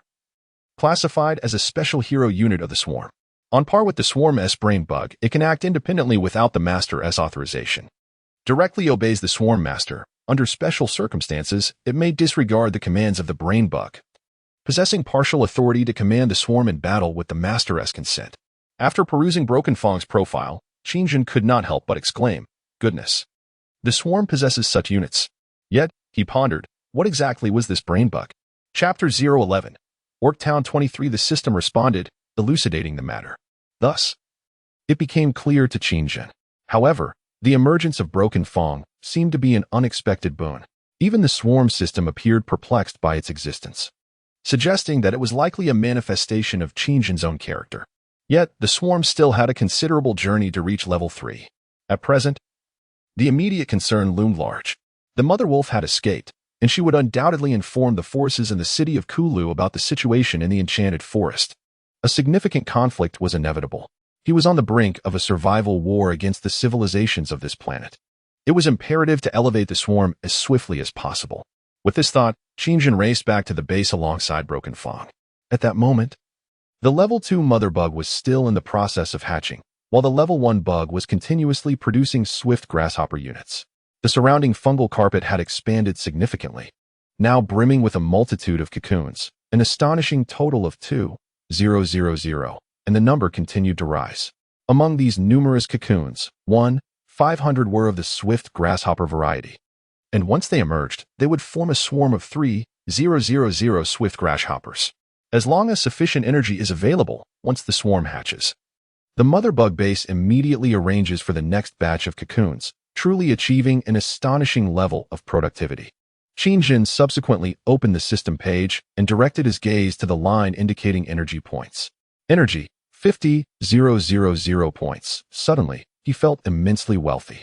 With the rapid expansion of the swift-jumping swarm, the collection of energy through the hunting of large creatures escalated at an astonishing pace. Qingjin hesitated no longer and commanded, "Immediately hatch mother bug bases number 3, 4, and 5. Understood, Master." Consuming 15,000 energy points. Time, 10 hours, hatching 3 mother bug bases. Upon issuing the order, 15 larvae emerged, dividing into 3 groups, each finding their place on the surrounding fungal carpet to begin their transformation into cocoons. Countless worker insects busily scurried about. And within a few days, this vast forest would cease to exist, with the level 1 swarm imminent. However, the current species of the swarm was too singular, relying solely on the ground forces of the swift-jumping swarm for combat. Having previously deciphered some information about this planet, Qingjin was acutely aware that without ranged units, it would be nearly impossible to contend against the orc legions of Kula City, relying solely on the swift-jumping swarm. The level 1 swift-jumping insects had relatively weak defenses, and even a sharp blade could inflict fatal damage. Moreover, Kula City was equipped with magical forces. Upgrading thousands of swift-jumping insects within a short time was neither feasible nor cost-effective. The only viable strategy was to upgrade the level 1 mother bug base to unlock new swarm units. Qingjin ejected a low-level energy core crystal from his mandibles and tossed it into the gaping maw of the level 1 mother bug. Understood, Master. Consuming 1 low-level energy core crystal, energy, 10,000 points, time, 20 hours, evolving level 1 mother bug base. Following Qingjin's command, the level 1 mother bug base emitted a series of spine-tingling shrieks. Hundreds of worker insects rapidly converged on it and began to excavate beneath its body. The workers were highly efficient, and within minutes, they had completely hollowed out the ground beneath the level 1 mother bug base, burying the structure, which stood over 3 meters tall, entirely underground. How amusing that evolution requires burying itself in the earth, Qingjin exclaimed in astonishment, although he was not overly surprised. The sight of such a peculiar method of evolution was undeniably novel. Meanwhile, the escaped mother wolf, Dao Er, sprinted frantically, finally reaching the outskirts of the demon spirit forest before dawn. Ahead lay a narrow canyon exit. This great forest was encircled by an even larger mountain range, resembling a pocket in its terrain, with this canyon serving as the sole passageway. The mother wolf carried 2 wolf cubs in her mouth, having lost the others along her escape. Were it not for her remarkable speed, she might not have managed to flee herself. She paused to observe behind her, finding no sign of the pursuing insects. Finally, she could exhale in relief. After all, on this planet, if one were to speak of individual speed, she would be second to none. No one would dare claim the first position. After a brief respite, she surged out of the canyon, leaving the enchanted forest behind. By dawn, she arrived at a small town, an orc settlement that lay closest to the mystical woods. However, there was no military presence in the town. Only a small contingent of peacekeeping patrols comprising a few hundred soldiers. The she-wolf made her way straight to the town's administrative office, where the mayor was located. Her hurried entrance drew the attention of numerous orcs, many of whom recognized her. "Isn't that Da'er from the wolf pack of the enchanted forest?"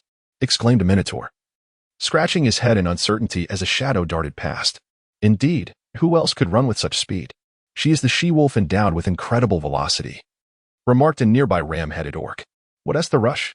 Has something happened? Who knows? Perhaps the wolf pack has clashed with that fellow Barun again.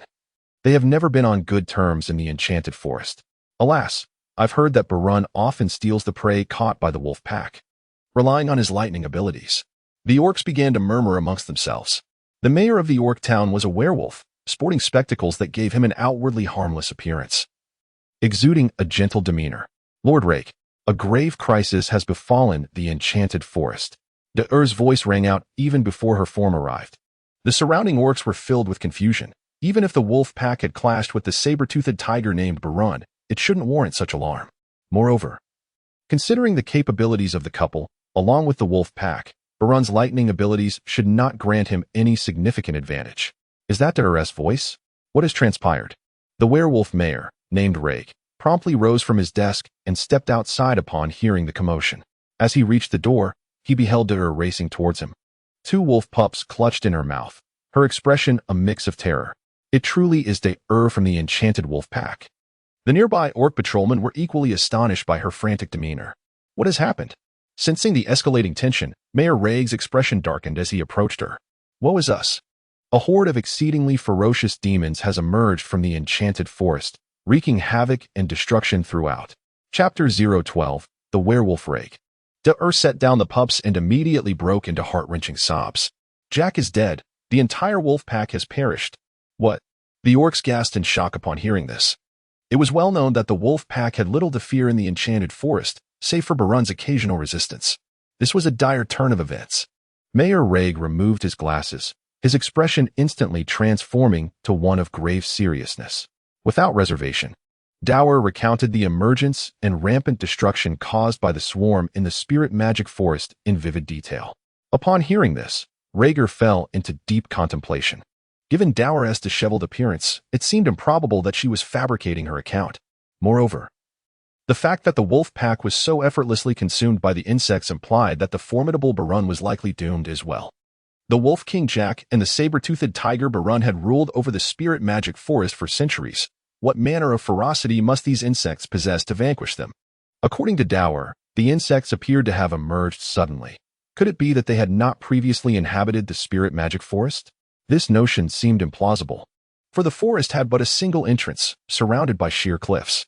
Despite its vast expanse, what could possibly account for the sudden emergence of such a fierce species at this juncture?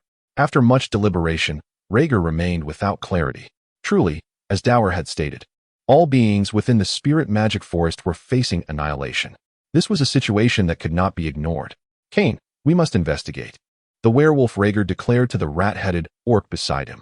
Very well, Mayor Rhaegar, I shall make arrangements at once, the rat-man replied, promptly setting off to summon the orc patrols.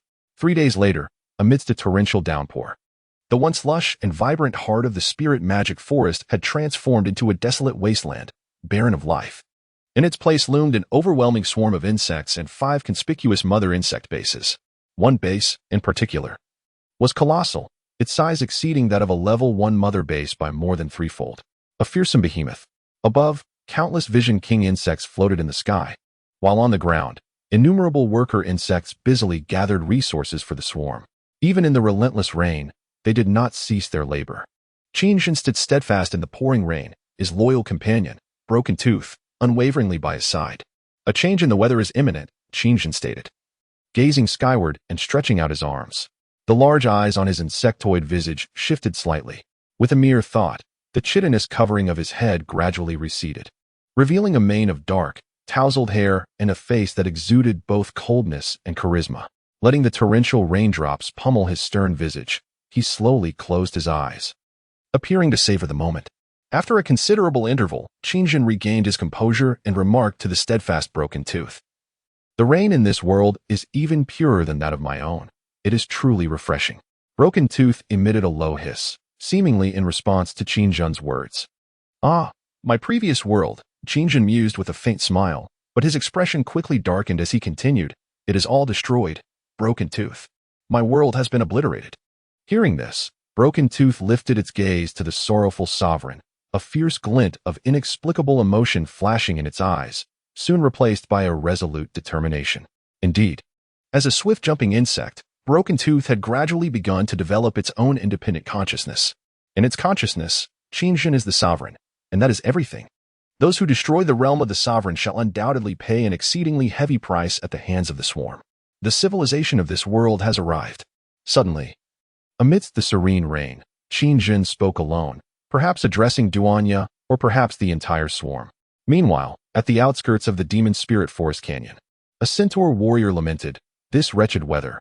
We are truly unfortunate." Another centaur warrior replied, "Enough of that, my friend. Thankfully, Demon Spirit is nearly upon us." Reed's patrol squad comprised 100 centaur warriors, organized into groups of 4, each pulling a cart. Inside the carts were various beastmen soldiers, serving as the armed patrol for the small town. Given the town's relatively remote terrain, missions were infrequent. Unlike the orc patrols along the borders with the elves or the kata, who faced skirmishes almost daily, their duties typically involved resolving minor disputes among the townspeople and addressing injustices. Dor led the way with great caution, having encountered the swarm before. She did not share the nonchalance of the orc patrol. "Dor, are those insects truly that terrifying?" As they approached the canyon, a centaur warrior, noticing Dor's suspicious glances, inquired curiously. "Indeed, I dare say I have never seen such creatures. They're utterly fearsome," Dor replied gravely. "With this heavy rain, those insects should be hiding, right? After all, they are insects. They fear the rain," the centaur warrior added. "I cannot say for certain." Dor's expression grew even more somber at this remark. If those insects were indeed hiding, then their expedition could end in futility. Yet, for reasons unknown, she deeply hoped that they were indeed concealed. Let us hope so. Dor murmured, her nerves becoming increasingly taut. In the relentless downpour, the Orc patrol, under Dor's guidance, had just entered the outskirts of the demon spirit forest. At that moment, a pair of exceedingly ferocious eyes appeared and then faded away within a massive crevice of stone. Stop! Reed's voice suddenly rang out from within the cart. The centaur acting as the driver immediately halted. What is it, Mayor Reed? The beastmen in the cart looked on with puzzled expressions, but they understood that Reed, as an exceptional wolf soldier, must have sensed something amiss. Reed's demeanor was grave. He had caught a whiff of an intensely pungent smell of blood wafting through the entire demon spirit forest. Despite the incessant downpour, the scent was unmistakable. This place had transformed into a vast slaughterhouse, and the gruesome deed was unfolding even in the rain. Chadon, I know the rain is heavy, but I need you to fly up and confirm something. I have an unsettling feeling. Reg's expression was grave as he addressed a massive eagle within the carriage. Indeed, Mayor, but in such heavy rain, I cannot fly far or for long, replied the eagle, named Chadon. Reg insisted, no. I only need you to soar above us and cast a glance at the enchanted forest.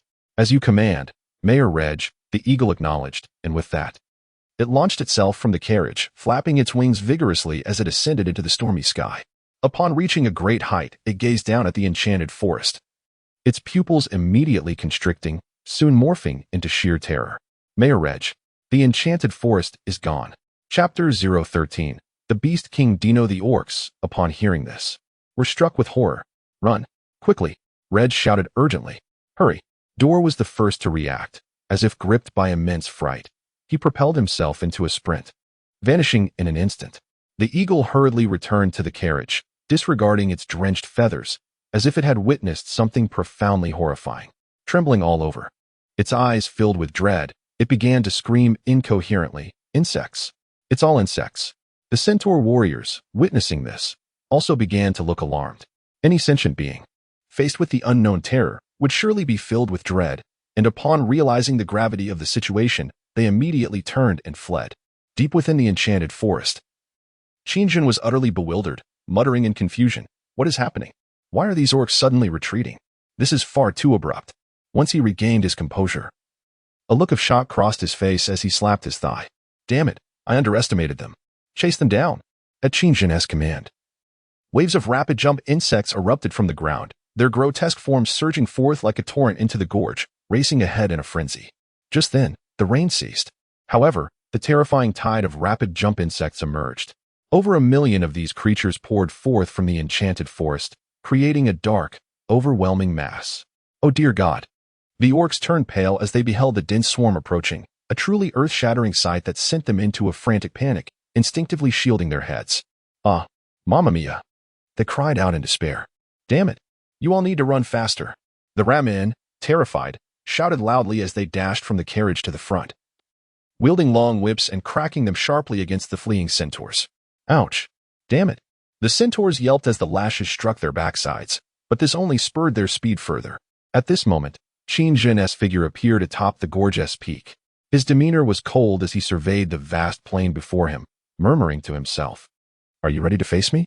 Meanwhile, the swarm of insects surged forth from the enchanted forest and began to disperse across the plain. Faced with the sudden onslaught of the swift locust swarm, it is evident that all creatures in this world were caught completely unawares.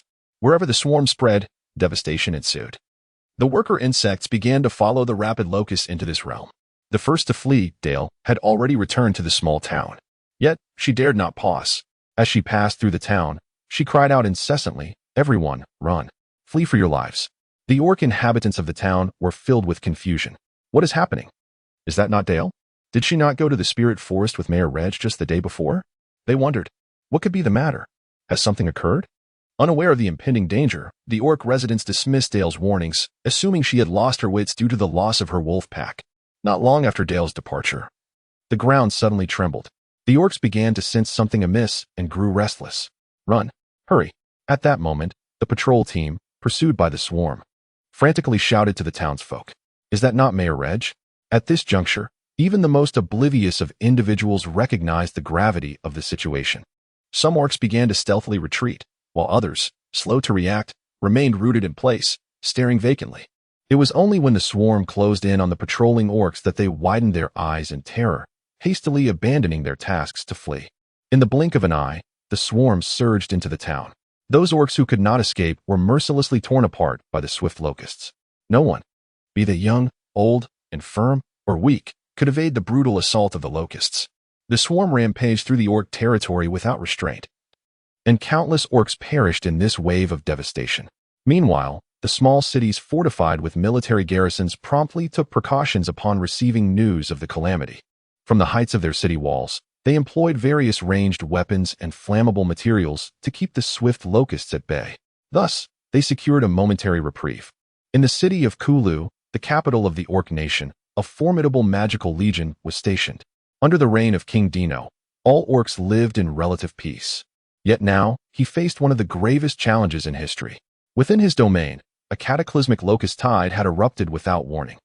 This incursion inflicted tremendous psychological and material losses upon the orc race, leaving them in shock. King Dino, a tall and imposing lion-headed orc, sat with an air of authority upon his throne. These insects are unlike any we have ever encountered. They are ferocious beyond belief, remarked a general of the horse-headed orcs from a nearby city. He stated that he had already lost half of his troops in the struggle against the swarm. It is said to have originated from the spirit forest, which means that the forest no longer exists, interjected another general, a rat man. According to Dale, who survived from the spirit forest, the leader of the swarm is a humanoid insect named Chinjun, who claims to be the commander of the locusts, stated a wolfman general.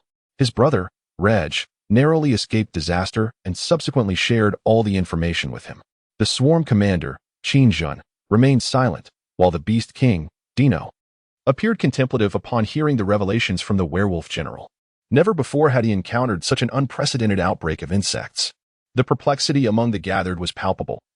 If they were merely akin to locusts, it would be more understandable, but these creatures were the size of small dogs.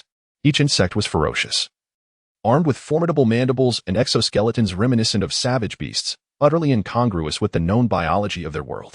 In response to the Beast King's inquiry, several orc generals wore grim expressions and remained mute, reflecting their shared confusion. However, the pressing concern was how to swiftly eliminate these insects. Otherwise, they would be vulnerable to an opportunistic assault from the elves and the Carta at this critical juncture. Dino pondered for a moment before expressing, their sheer numbers are daunting. Exceedingly aggressive, swift, and unafraid of death, they are indeed formidable adversaries. The werewolf general interjected, fortunately, they charge mindlessly. If we maintain our defenses atop the walls, we can repel the swarm. Dino and the orc generals nodded in agreement, recognizing that as long as they could hold the line, they would have the opportunity to counterattack and eradicate these vile creatures. Just then, a panicked orc soldier rushed in with alarming news. Beast King. Terrible news. Ral City has been breached by the insects. Chapter 014. Stinging Serpent and Burrowing Demon. Ral City has fallen. Upon hearing this, the Beast King sprang from his throne. Indeed, another terrifying breed of insect has emerged, instantly breaking through the city gates. The orc soldier reported hastily. In the orc stronghold of Ral City, once the gates were compromised, the swarm poured into the city en masse. This new wave of insects was led by a novel species, the stinging serpent. The stinging serpent is a ranged unit unlocked from a level 2 mother bug base. The species unlocked by the level 2 mother bug base includes stinging serpent, tunnel worm, and poison blaster. To hatch a stinging serpent, it requires 1 larva, 200 energy points, and a hatching time of 30 minutes. The stinging serpent serves as a crucial component of the swarm's ground forces, towering at 3 meters and measuring 5 meters in length. Its physique resembles that of a cobra rearing its upper body, yet it is encased in a chitinous exoskeleton. Equipped with 2 razor-sharp forelimbs and numerous segmented appendages along its abdomen, it possesses remarkable agility, rivaling that of the swift jump insect. Compared to other units in the swarm, the stinging serpent is exceptionally vicious. Abilities. The stinging serpent can project a powerful acid from its mandibles, capable of effortlessly piercing through steel 2 centimeters thick. With an effective range of 200 meters and a maximum level of 10, it is one of the most vital units in the swarm's ground forces, excelling in both ranged attacks and possessing formidable close combat capabilities. Under the ferocious onslaught of the serpent scorpions, the city of Lar was engulfed in an unending wail of despair and cries of agony. Outside the city, Chinjun observed the chaos with a cold gaze. At that moment, an inexplicable surge of formidable power surged within him, granting him a newfound clarity towards all things. Beside him stood 3 strikingly prominent conical pillars, each towering 2 meters, razor-sharp, resembling the mandibles of an insect. Upon closer inspection, one could discern a gaping maw at their center. The burrowing demon. It existed at the same level as the exoskeletal insect armor adorning Qingjun, a colossal creature he had engineered within himself using a low-grade core crystal and the genes of a tunneling worm. Indeed, he had birthed another. Initially, he had been reluctant. However, after the swarm erupted from the demon spirit forest, Qingjun was confronted with a significant dilemma. He lacked a mount. How could a swarm sovereign be without one? Not only did he require a mount, but it also needed to be impressive and exude prestige. Thus, the burrowing demon was born. Due to the singular eye on the face of the insect armor, it bore a resemblance to the image of a shockwave, inspiring the design of his mount. The burrowing demon measured 30 meters in length and 2 meters in diameter, while others had mounts that soared through the skies or raced across the ground. His traversed the underground. Until the swarm's rank reached level 7, he could only utilize the burrowing demon as a mount. Yet, this creature was far more than a mere mount. It possessed the capabilities inherent to the tunneling worm.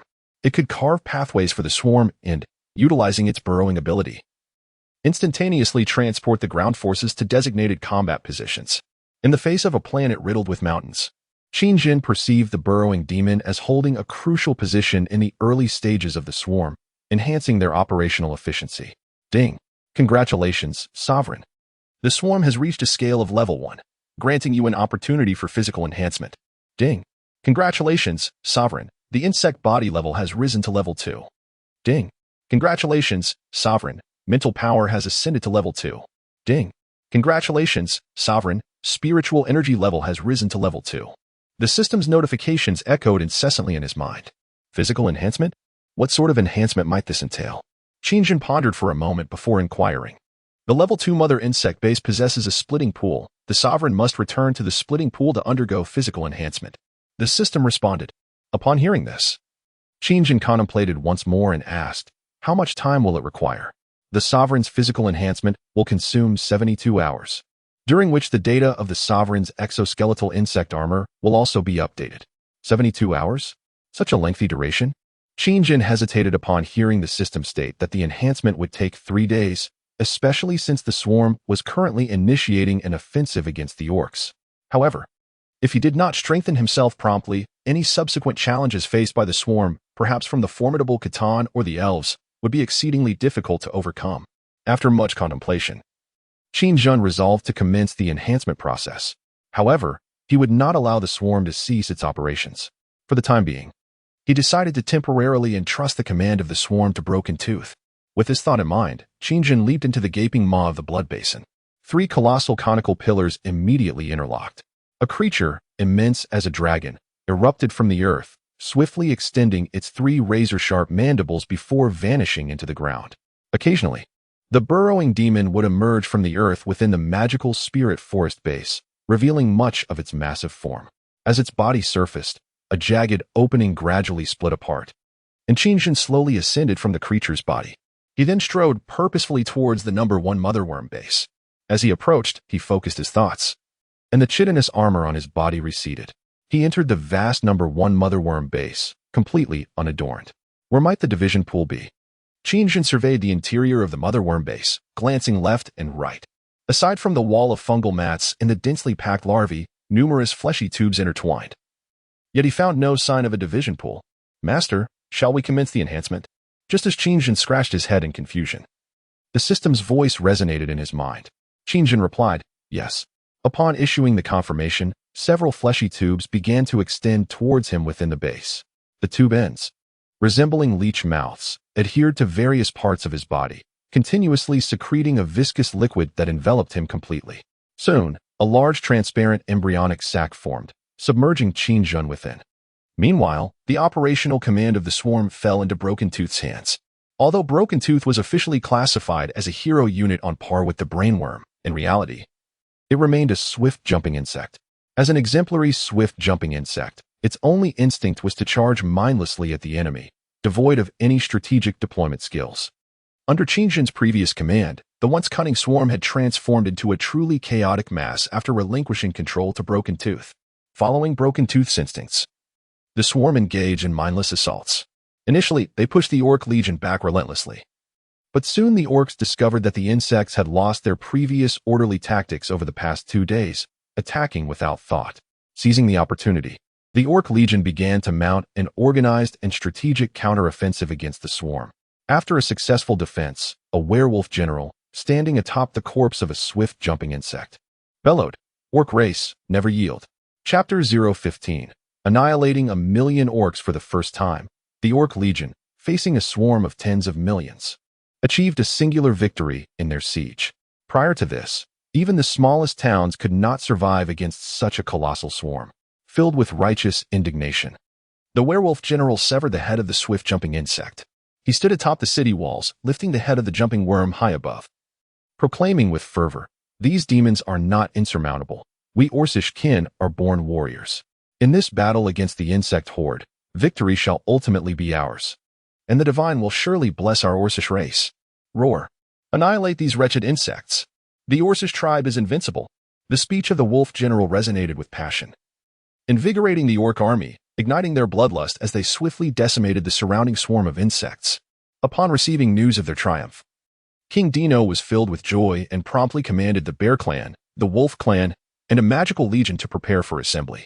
"We shall decisively eradicate the nest of these insects and march towards the spirit forest." The towering bear general inspired the million-strong orc army at the forefront. Following 2 consecutive minor victories, the formidable Orc Legion advanced towards the Spirit Forest. Meanwhile, deactivating Level 1 exoskeletal insect carapace data. Deactivating. 50, 75, 100, deactivation successful. Loading Level 2 exoskeletal insect carapace data. Loading complete. Loading plasma energy cannon data. 15, 99, 100.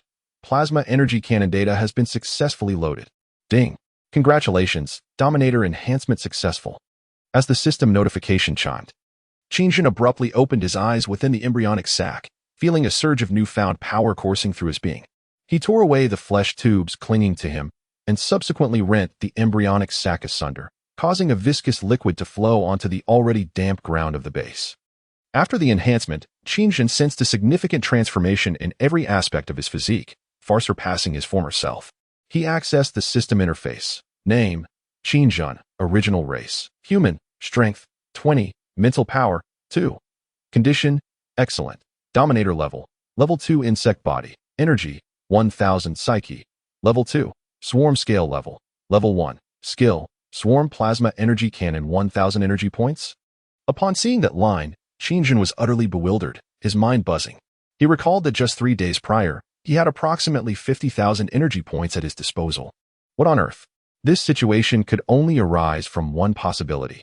Qingjin's consciousness had been ensnared in a 3-day slumber, causing both the mother insect's base and the worker insects to fall into a state of dormancy. The broken tooth was not a brain insect. Its consciousness could not orchestrate the operations of the entire swarm. Even at its peak, it could only command the existing ground forces of the swarm to follow its will. Yet, it still commanded billions of units of insects. The civilization level of this world was merely 0.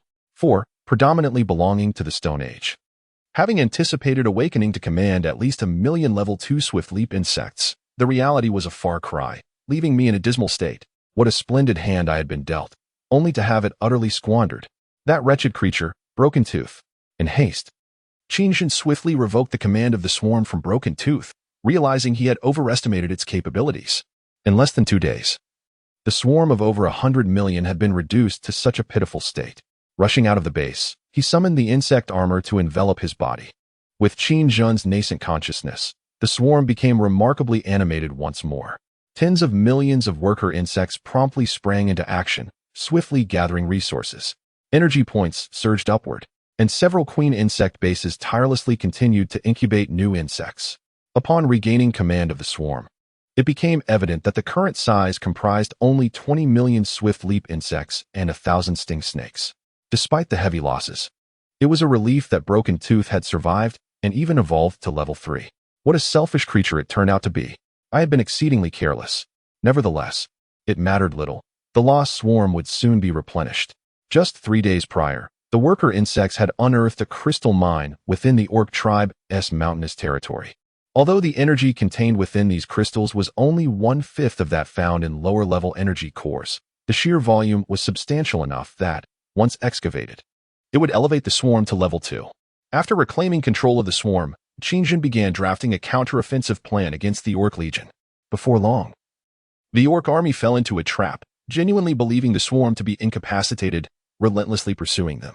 They followed all the way to the outskirts of the Spirit Forest, recklessly charging into the canyon. As the Orc Legion entered the canyon, legions of sting snakes surged forth from both sides of the mountaintop. From the depths of the Spirit Forest, millions of toxin explosion insects came rolling forth from the ground. The toxin explosion insect, one of the swarm's ground forces, is round and ball-like, comparable in size to a basketball. Its body is filled with a corrosive green liquid capable of penetrating the ground and 2 centimeters of iron armor. Incubating a toxin explosion insect requires 1 larva, consumes 200 energy points, and takes 20 minutes. Its ability lies in being a self-destructive weapon, its body brimming with potent acid. Devoid of limbs, it moves akin to a yo-yo, relying on its spherical form to roll rapidly across the ground. It is the swiftest of the swarm's ground units, albeit a one-time use asset. Once engaged in battle, it will swiftly roll into the enemy formation, executing indiscriminate explosions. Currently, there is no room for enhancement. It may seem somewhat ineffective, yet it can occasionally prove instrumental. Under Qingjin's orders, the burrowing demons had already surfaced from below to the periphery of the Spirit Forest, awaiting the Orc army to step into the encirclement. Before long, the impulsive Orc Legion had entirely flooded into the canyon. Over 100,000 venomous serpents unleashed a torrent of lethal acid, resembling a rain of arrows that inflicted catastrophic casualties upon the Orc Legion. The toxic explosion beetles surged forth, breaching the ranks of the Orc warriors and detonating upon impact. Countless Orcs were dissolved instantly, their lifeless forms left disfigured. The echoes of their anguished cries reverberated throughout the entire Demon Spirit Mountains.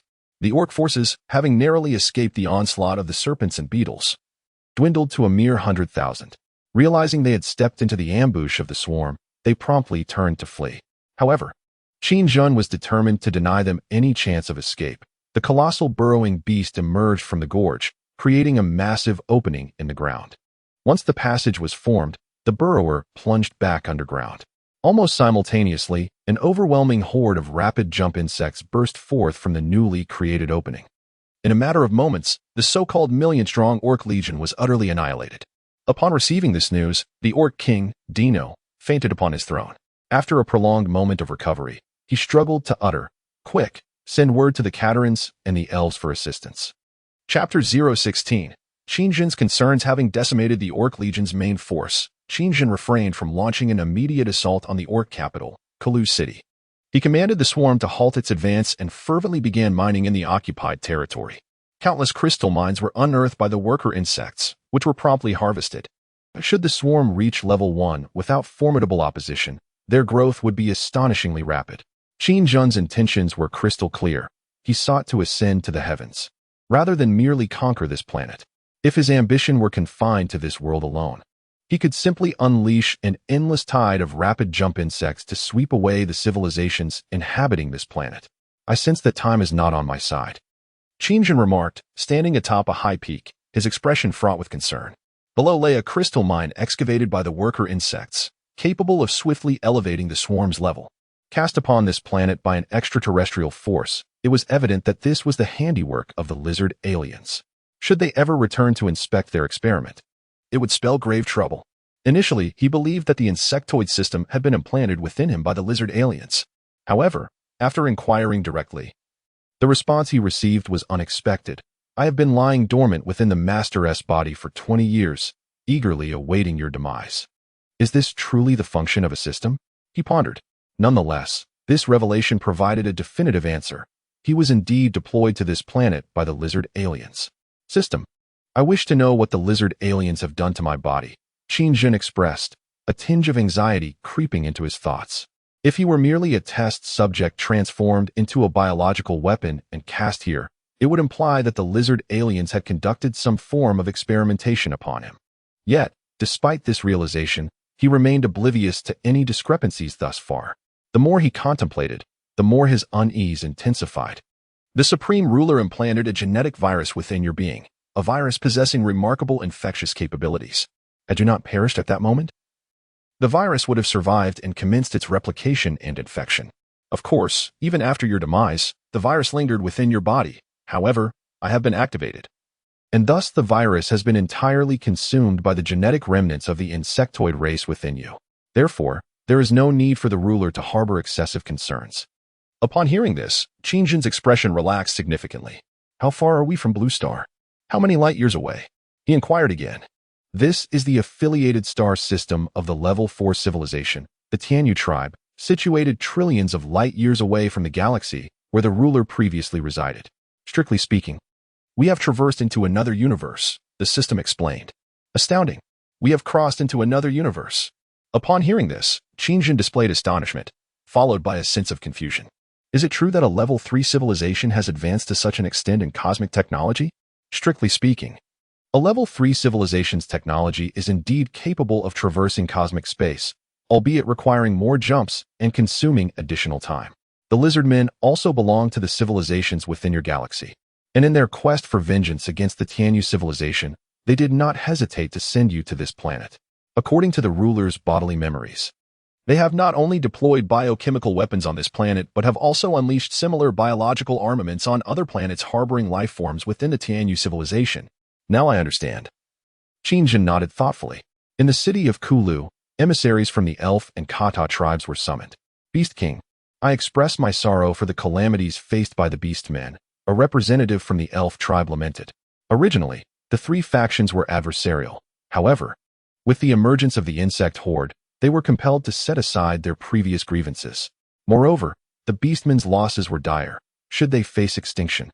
The next target of the insect horde would undoubtedly be them, without question. Enough, Lena. I am aware of your thoughts. Yet you must understand the terrifying events that will unfold should the insect horde invade your territory. I need not elaborate. Dino harbored doubts about the sincerity of the elf woman's intentions. Indeed, that is why we have come. The insect horde shall not prevail. You underestimate these creatures. They are demons. I have prayed to the Lord God, and he shall descend to judge the transgressions of that insect, interjected Guy C. from the Kata tribe. The Kata people, resembling the inhabitants of Blue Star, possessed bronze skin, and regardless of gender, their stature typically exceeded 2 meters. They had golden hair and azure eyes. The elf tribe, on the other hand, featured fair skin, pointed ears, and a more diminutive stature. They enjoyed extended lifespans, with their appearance stabilizing by the age of 20, rarely exhibiting signs of aging, and possessed formidable magical abilities. You have contacted the Lord God? Is it truly necessary? Although these insects appear troublesome, they remain mere insects. If we eliminate the queen, all the others shall perish. Upon hearing that the Karta had contacted the supreme deity, Lena expressed her disdain. No. According to the information I have received, this swarm of insects proliferates endlessly and exhibits a remarkable variety. They are commanded by a creature known as Qingjin, and it is quite possible that the queen insect resides within the magic spirit mountains, Dino interjected. The three parties engaged in discussions and analyses, ultimately concluding that both the elves and the Karta would dispatch legions to assist the orcs in resisting the insect horde. At that moment, within a nameless star domain, a space fleet base was stationed with a cosmic fleet affiliated with the celestial feather civilization. The outbreak of biochemical viruses in sectors 18, 26, and 05 was a conspiracy orchestrated by the Sarl, and Queen Kyra of the 12 Wings commanded an urgent investigation into other life-bearing planets to prevent further losses. A dignified middle-aged man addressed all the fleet commanders within the cosmic base, issuing a clear directive. Understood, Marshal. The commanders saluted respectfully towards the man on the large screen. One by one, the interstellar warships began to mobilize. We have received orders from above. The Sarl civilization has deployed a biochemical virus on planets within our star system, and we have already identified 3 planets affected by this outbreak. To ascertain the situation, we will investigate each star sector, and if we discover any infected planets, our mission will be to execute biological cleansing on them. Do you all understand? A captain aboard a destroyer was briefing his crew on the mission's priorities. Understood, Commander. The crew members responded promptly, returning to their posts to prepare for departure. The warp engines were in the process of being activated. Chapter 017. Unaware of their own misfortune, time passed, and after more than a month, the insect swarm refrained from launching further attacks on the orcs, instead focusing all their efforts on mining crystal resources. During this period, the worker insects unexpectedly discovered a gas deposit. Qin initially believed this gas deposit would be of no use to the swarm, only to be astonished to find that it could also be converted into energy. Delighted, Qin realized the potential for advancement. However, at the same time, a most infuriating situation arose. He had intended to swiftly gather resources from both the crystal and gas deposits to elevate the swarm's capabilities and subsequently depart from the planet, sparing the civilization that inhabited it. Yet, at this very moment, the orcs, elves, and Carta regarded the swarm as a formidable threat. They had formed an alliance against the insects and launched a brutal offensive against the worker insects employed at the mining sites. Their analysis revealed that while these worker insects were numerous, they lacked formidable offensive capabilities. Thus, it became evident that these worker insects served as the logistical support for the swarm, gathering resources for them. Hence, in warfare, what ultimately matters is the competition for resources. And the worker insect swarm naturally became their primary target, in an effort to undermine Qin's logistical forces and diminish the swarm's numbers. They resolved to at least delay the reproductive rate of the insects. To this end, they divided into 3 legions, one tasked with containing the swarm, while the other 2 focused on exterminating the worker insects within the crystal mines. This military strategy proved effective, successfully dismantling several level 1 mother bug bases situated at the mines. Initially, Qin paid little heed to this, merely dispatching Duanya with a handful of insects to serve as a deterrent. He did not anticipate that the elven race possessed a formidable magical apparatus, akin to a siege cannon, capable of annihilating tens of thousands of worker insects in a single shot, inflicting considerable losses on Qin's swarm. The orcs, elves, and Catarans began to swell with confidence, believing that the extermination of the swarm was within their grasp. However, this provocation thoroughly enraged Qin. You have pushed the insects too far. I had intended to spare you, but now you shall face your doom. Enveloped within the swarm, Qin's eyes burned with fury as he bared his insect mandibles and flapped the wings of the insects behind him, trembling with rage. With a sweeping gesture, he commanded an immediate assault within the swarm. Under the influence of the burrowing demons, the swarm launched a frenzied attack on all legions within the orc territory. Whether stationed at the foot of a mountain or at its peak, the burrowing demons, guided by the information relayed by the Vision King bug, unfailingly directed the swarm to the battlefield. In the face of Qin's wrath, the coalition forces began to retreat in disarray. The allied legions engaged in countless large-scale confrontations with the swarm. Although the casualties within the swarm numbered in the millions, this was of little consequence to Qin at present. The coalition was relentlessly driven back to the city of Kuller. The ground was littered with corpses, predominantly those of insects, yet these remains could be repurposed by the worker insects. Where there was death, there was also rebirth, bolstered by the crystal mines. Mother bug bases continuously hatched venomous snakes and rapid jumpers. The city of Kuller, fortified by an elaborate magical barrier, managed to withstand the swarm's relentless assault for a time. The Catarans and other elven legions began to converge from all directions towards Kuller. Countless magical devices and ranged weapons bombarded the swarm, which, at the cost of 100,000 insects per minute, launched a ferocious offensive against the city. The bodies of the fallen piled high beneath Kuller's walls. Yet the insects remained undaunted. Following Qin's directives, their objective was clear as they surged forward. This scene instilled a profound fear within the coalition. They had gravely underestimated the swarm's hatching rate, and the proliferation of mother bug bases increased. In a bold move to prevent the city of Kuller from catching its breath, Qin audaciously established over 100 mother bug bases outside its walls. Nevertheless, with the support of the elven and Cataran forces, Kuller managed to staunchly repel wave after wave of colossal insect tides, despite the relentless cycle of the swarm's resurgence. This left Qin deeply astonished. The elf clan and the Carta people possess such formidable magical technology, a revelation beyond his expectations, their technological level nearly rivaling that of a level 1 civilization. Ding! Congratulations, Sovereign. The swarm level has risen to level 2. Ding! Congratulations, Sovereign. Mental strength has reached level 5.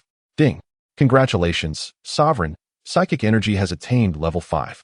Accompanied by the notifications echoing in his mind, it indicated that the scale of the swarm had surged to a staggering billion.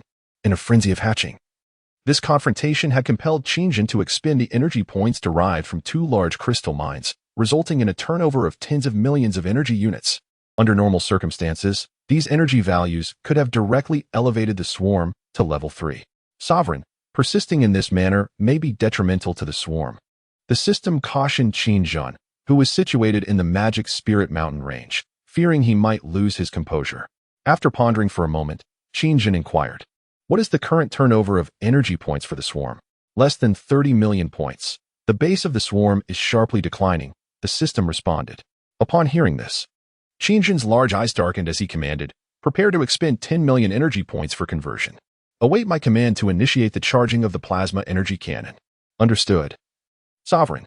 With a mere thought, Qin summoned the burrowing demon, which erupted from the ground before him, revealing its massive, toothy maw. Qin, with a grim expression, stepped into the creature's body. Once he was fully engulfed by the gaping mouth, the burrowing demon emitted a piercing shriek and plunged into the earth. Simultaneously, in Kulu City, the Alliance, having repelled a wave of the swarm, suddenly noticed that the insect horde had ceased its assault. This provided them a moment of respite and a glimmer of hope. The swarm had halted. Roar. Haha, the swarm has finally stopped. The legions within the city erupted in jubilant cheers, just as Kulu City celebrated the arrival of victory. The colossal burrowing demon unexpectedly burst forth from the ground outside the city. This sudden spectacle left the three factions of the Extermination Alliance dumbfounded. All eyes fixated on the enormous creature. Amidst their collective gaze, Qin's figure gradually rose from within the burrowing demon. "That is, the humanoid insect must be the commander of the swarm," Qin, Dino remarked gravely.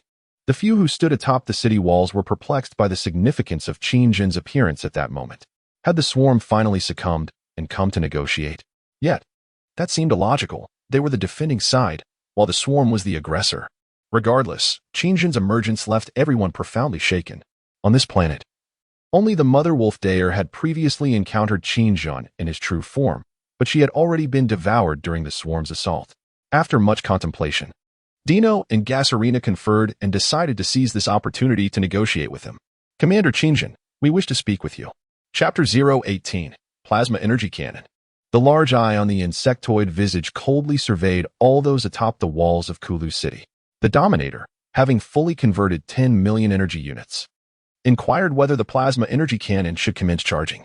"Prepare to charge," Qin proclaimed, slightly raising his arms, and unleashed a terrifying roar from his insect-like maw towards all those atop the city walls. The wings behind him flapped incessantly. "I am the commander of the swarm." Qin. The swarm recognizes no negotiations. With a furious shout, a dark liquid surged forth from the chitin on his right arm, gathering and solidifying at a visibly rapid pace into a small cannon. This cannon, forged from nanobots, appeared modest in size, perfectly proportional to his arm. The plasma energy cannon is currently charging. As the system's prompt echoed in his mind, Qin directed the energy concentrating cannon at the magical defense array of Kulu City. "This is the price of enraging me. Be engulfed in the swarm, Kulu City," he bellowed once more, observing Qin aiming the energy concentrating cannon their way. A wave of panic surged through Dino and his companions, prompting them to turn and flee in a frenzy. Plasma energy fully charged. "Shall we launch?" Launch. With a resounding boom, a blinding sphere of energy erupted from the cannon's mouth, hurtling towards Kulu City. The force of the impact sent the surrounding sand flying in all directions. In the next instant, the ground trembled violently, flames shot skyward, and a massive cloud of dust ascended, forming a considerable mushroom cloud. Those nearby were vaporized by the heat wave, and the shockwave collapsed sections of the towering city walls. The blast claimed the lives of several thousand, if not tens of thousands. The magical defense array was obliterated in a single strike. Seeing the defense array shattered, Duanya leapt from beside Qin, emitting a piercing screech directed at the defenders of Kulu City. With a powerful leap, it dashed forth. The colossal swarm immediately surged towards Kulu City. With the magical defense array dismantled, the city possessed no means to thwart the swarm's onslaught. After the cannon's discharge, the small cannon on Qin's arm disintegrated and vanished. He felt as though his entire right arm had been nearly shattered. The recoil was indeed substantial. Within mere hours, the orc capital, Kulu City, fell in an instant. Hundreds of thousands of orcs were consumed by the swarm. The might of the plasma energy cannon was indisputable. This shot had harnessed the energy derived from 10 million units transformed from the swarm. The upgraded Dominator exoskeleton was equipped with the plasma energy cannon, a modification conceived by Qin himself. Initially, the second-level Dominator exoskeleton was outfitted with a large blade. Qingjin was immediately dissatisfied. In this age of interstellar warfare, why wield a mere blade? The system explained that, as a biological civilization, the insect race primarily relied on close combat, hence the Dominator's weapon was a blade. However, this blade was equally formidable, purportedly capable of severing a Level 7 civilization spacecraft with a single stroke. Despite this, Qingjin chose not to wield it. Instead, he ordered the system to delete the blade's data and devise a firearm as a weapon. The times have changed. The swarm has overtaken the city of Kulu, and Dino has met his demise at the hands of the vicious Fong. Regrettably, Lena and Gath escaped. Of course, Qingjin remains oblivious to their existence. Nor does he need to be aware. The swarm's level has ascended to 2, and both psychic and mental energies have consequently doubled. Astonishingly, this level 2 swarm comprises a staggering 1 billion units, a figure that once seemed astronomical to me.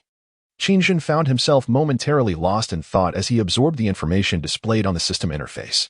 Indeed, Master, but once the swarm reaches level 4, the increase in quantity becomes secondary to the enhancement in quality, the system explained candidly. Oh, I see. With a nod of understanding at the system's elucidation, Qingjin contemplated the ramifications. News of the orc tribe's annihilation by the swarm swiftly permeated every corner of the planet. The elves and the Catons began to tremble in trepidation, particularly Lena and Gath. They had witnessed firsthand the devastating power of Qingjin's artillery. Had they not fled swiftly, they too might have been reduced to mere ashes beneath its might. In a state of disarray, they returned to their respective territories, relaying all they had observed to their king. Consequently, the high-ranking officials of both the Elven and Caton factions convened urgent meetings. The swarm was an adversary beyond their capacity to withstand. Even if the Catons prayed fervently to their deity, it would take a significant amount of time for any divine intervention to materialize. The pressing question loomed, could the Catons endure the swarm's onslaught in the interim? After extensive deliberation, the Catons arrived at a definitive conclusion. No. Even if they could momentarily stave off the swarm, they lacked the strength to withstand the might of the artillery that resided upon Qingjin's right arm. Indeed, it was a fearsome one-eyed demon, a magical apparatus manifesting before the eyes of all, shattering Kulu's protective magical array with a single shot, instantly demolishing its formidable walls. In that fleeting moment, countless lives were extinguished, leaving no trace behind, not even a hair. During the meeting, Lena animatedly gestured, her demeanor still reflecting the shock she had endured. Qingjin's voice resonated like that of a demon from the abyss, hollow, murky, and piercing. It instilled dread in the hearts of all present. And Lena could hardly fathom the origins of such a creature, nor why such a terrifying being existed, marked only by its chillingly large eye. Even now, the echo of Qingjin's proclamation, "I am the swarm commander," Qingjin, reverberated in her mind. Upon concluding Lena's account, a profound silence enveloped the assembly of elves. Both male and female, they pondered, questioning the veracity of her tale. Could it truly be so exaggerated?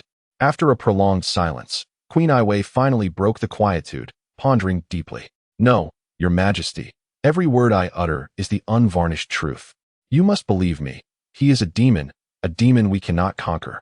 Lena, perceiving the skepticism in their expressions, hastily reiterated her plea. "How can this be possible?" A male elven elder retorted, expressing his incredulity towards Lena's account. "Though the swarm is indeed terrifying, capable of annihilating the orcs in such a brief span of time, it is worth noting that the elves have been unable to achieve a complete victory over the orc legions for a millennium. The abilities that Kalina speaks of seem to belong solely to the realm of myth, as if only deities from fairy tales could possess such powers. For instance, the ability to conjure weapons? This is utterly absurd, Kalina. You are a commander. After all, it is not disgraceful to falter against a formidable foe. However, fabricating such illogical excuses to rationalize one's failures is a source of shame," one of the elven female commanders remarked. Upon hearing the disbelief of the others, Kalina was instantly engulfed in fury, rising abruptly to declare, "You should have been the one to assist the orcs. If it had been you, you would have likely soiled your trousers from sheer terror." Chapter 19. The Cockroach Swarm. Kalina continued, her expression laced with dread. "The orcs have perished. Now it is our turn." After quietly absorbing her words, a heavy silence enveloped the room. She was not mistaken. The swarm would indeed consume the entire world. Queen Ivy of the elves fell into deep contemplation, and after a considerable pause, she murmured, "Qingjin, what a peculiar name. Is he the leader of the swarm?" Given the immense scale of this swarm, it is evident that he does not belong to this world.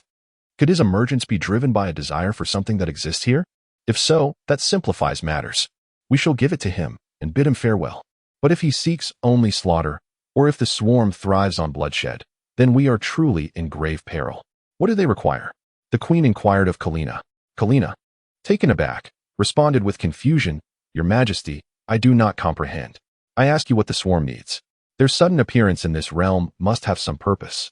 There must be something here that they seek, Queen Ivy insisted. Upon hearing the Queen's inquiry, Kalina suddenly froze, as if recalling something. Indeed. They are harvesting a type of crystal ore. The orcs should not have been annihilated at that time. We devised a plan to launch a ferocious assault on the swarm while they were collecting the crystal ore. This provoked the swarm, leading to the catastrophic cannonade on Kulu City commanded by Qingjin. It is clear that what they truly desire is that crystal ore. Kalina reflected deeply and then responded with uncertainty. A certain type of crystal ore? Upon hearing this, Ivy fell into a brief contemplation. Perhaps we need not engage them in battle. I believe I must meet with the commander of the swarm, she stated. The assembly was taken aback at Ivy's decision, exclaiming, Your Majesty, that is a demon. If anything were to happen to you, it would spell trouble. Indeed. Allow me to go. I too feel unease. He previously stated that the swarm does not entertain negotiations. Kalina interjected, growing anxious. Your presence alone would lack sincerity. It is imperative that I personally intervene. Queen Ivy asserted gravely. After the swarm seized the orc territories, Qingjin commenced a fervent collection of all available resources. Soon, within just a few days, the swarm's level ascended to level 3. Ding. Congratulations, Master. The swarm's level has reached level 3, unlocking the ability to hatch brainworms. Ding. Congratulations, Master. Your mental power has risen to 10 points. Ding. Congratulations, Master. Your psionic level has increased to 10 points. Ding. Congratulations, Master. The body level of the swarm has ascended to level 3, unlocking the swarm's genetic database. Haha, I have finally leveled up again. Qingjin was filled with joy as he had long anticipated this moment. Upon hearing the system's notifications, he began to dance with excitement. Reaching level 3 for the swarm signified a transformation from quantity to quality. The motherworm base had also completed its upgrade.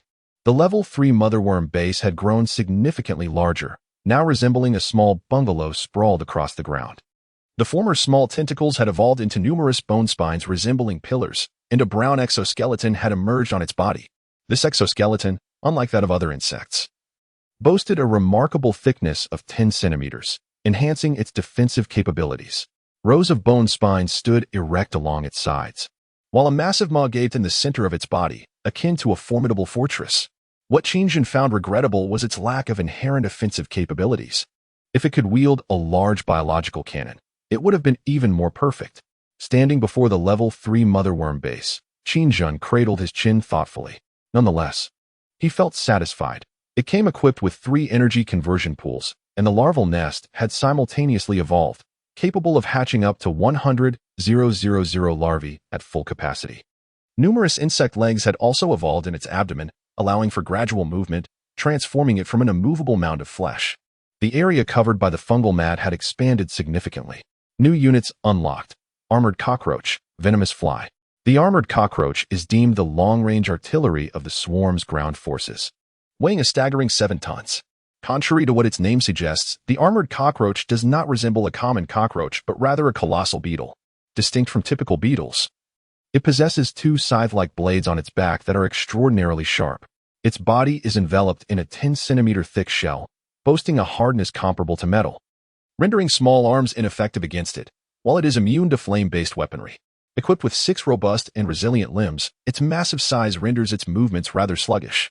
The armored cockroach possesses a remarkably powerful regeneration system. It can burrow into the ground to heal its wounds, even from near-fatal injuries, returning to full strength once submerged underground. Its body contains numerous salivary glands, which secrete a specific enzyme that enhances its already corrosive saliva, making it even deadlier.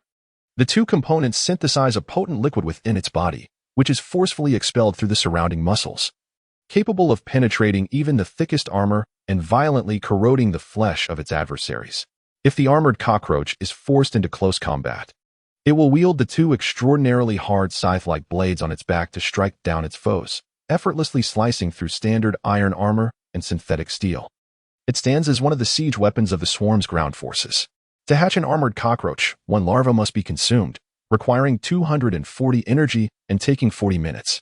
Possessing such a creature means that not only the civilizations of this planet but even level 2 civilizations would find themselves at a significant disadvantage when encountering the armored cockroach on the ground. Upon reading the description, Qingjun immediately ordered the hatching of armored cockroaches, though he opted for a limited quantity. At this stage, the military strength of the planet's civilizations was insufficient for Qingjun to mass-produce armored cockroaches. As for the venomous wasp, it appears to be an evolved version of the toxic explosion bug, resembling a toxic explosion bug with limbs and a head. The venomous wasp serves a similar purpose, charging into enemy formations to detonate the highly acidic chemicals within its body. Unlike the toxic explosion bug, which explodes indiscriminately, the venomous wasp targets a specific enemy before detonating, capable of locking onto its target for a precise explosion. To hatch a venomous wasp, one larva is required, along with 100 energy and a time commitment of 10 minutes. After reviewing the description of the venomous wasp, Qingjun showed little excitement. In comparison to the armored cockroach, his demeanor was markedly calmer. It seemed rather insignificant. Qingjun muttered, deciding not to hatch the venomous wasp for the time being. At that moment, the vision of the swarm commander shifted to display an information screen. Outside Kulu City, several elves were waving and calling to the swarm.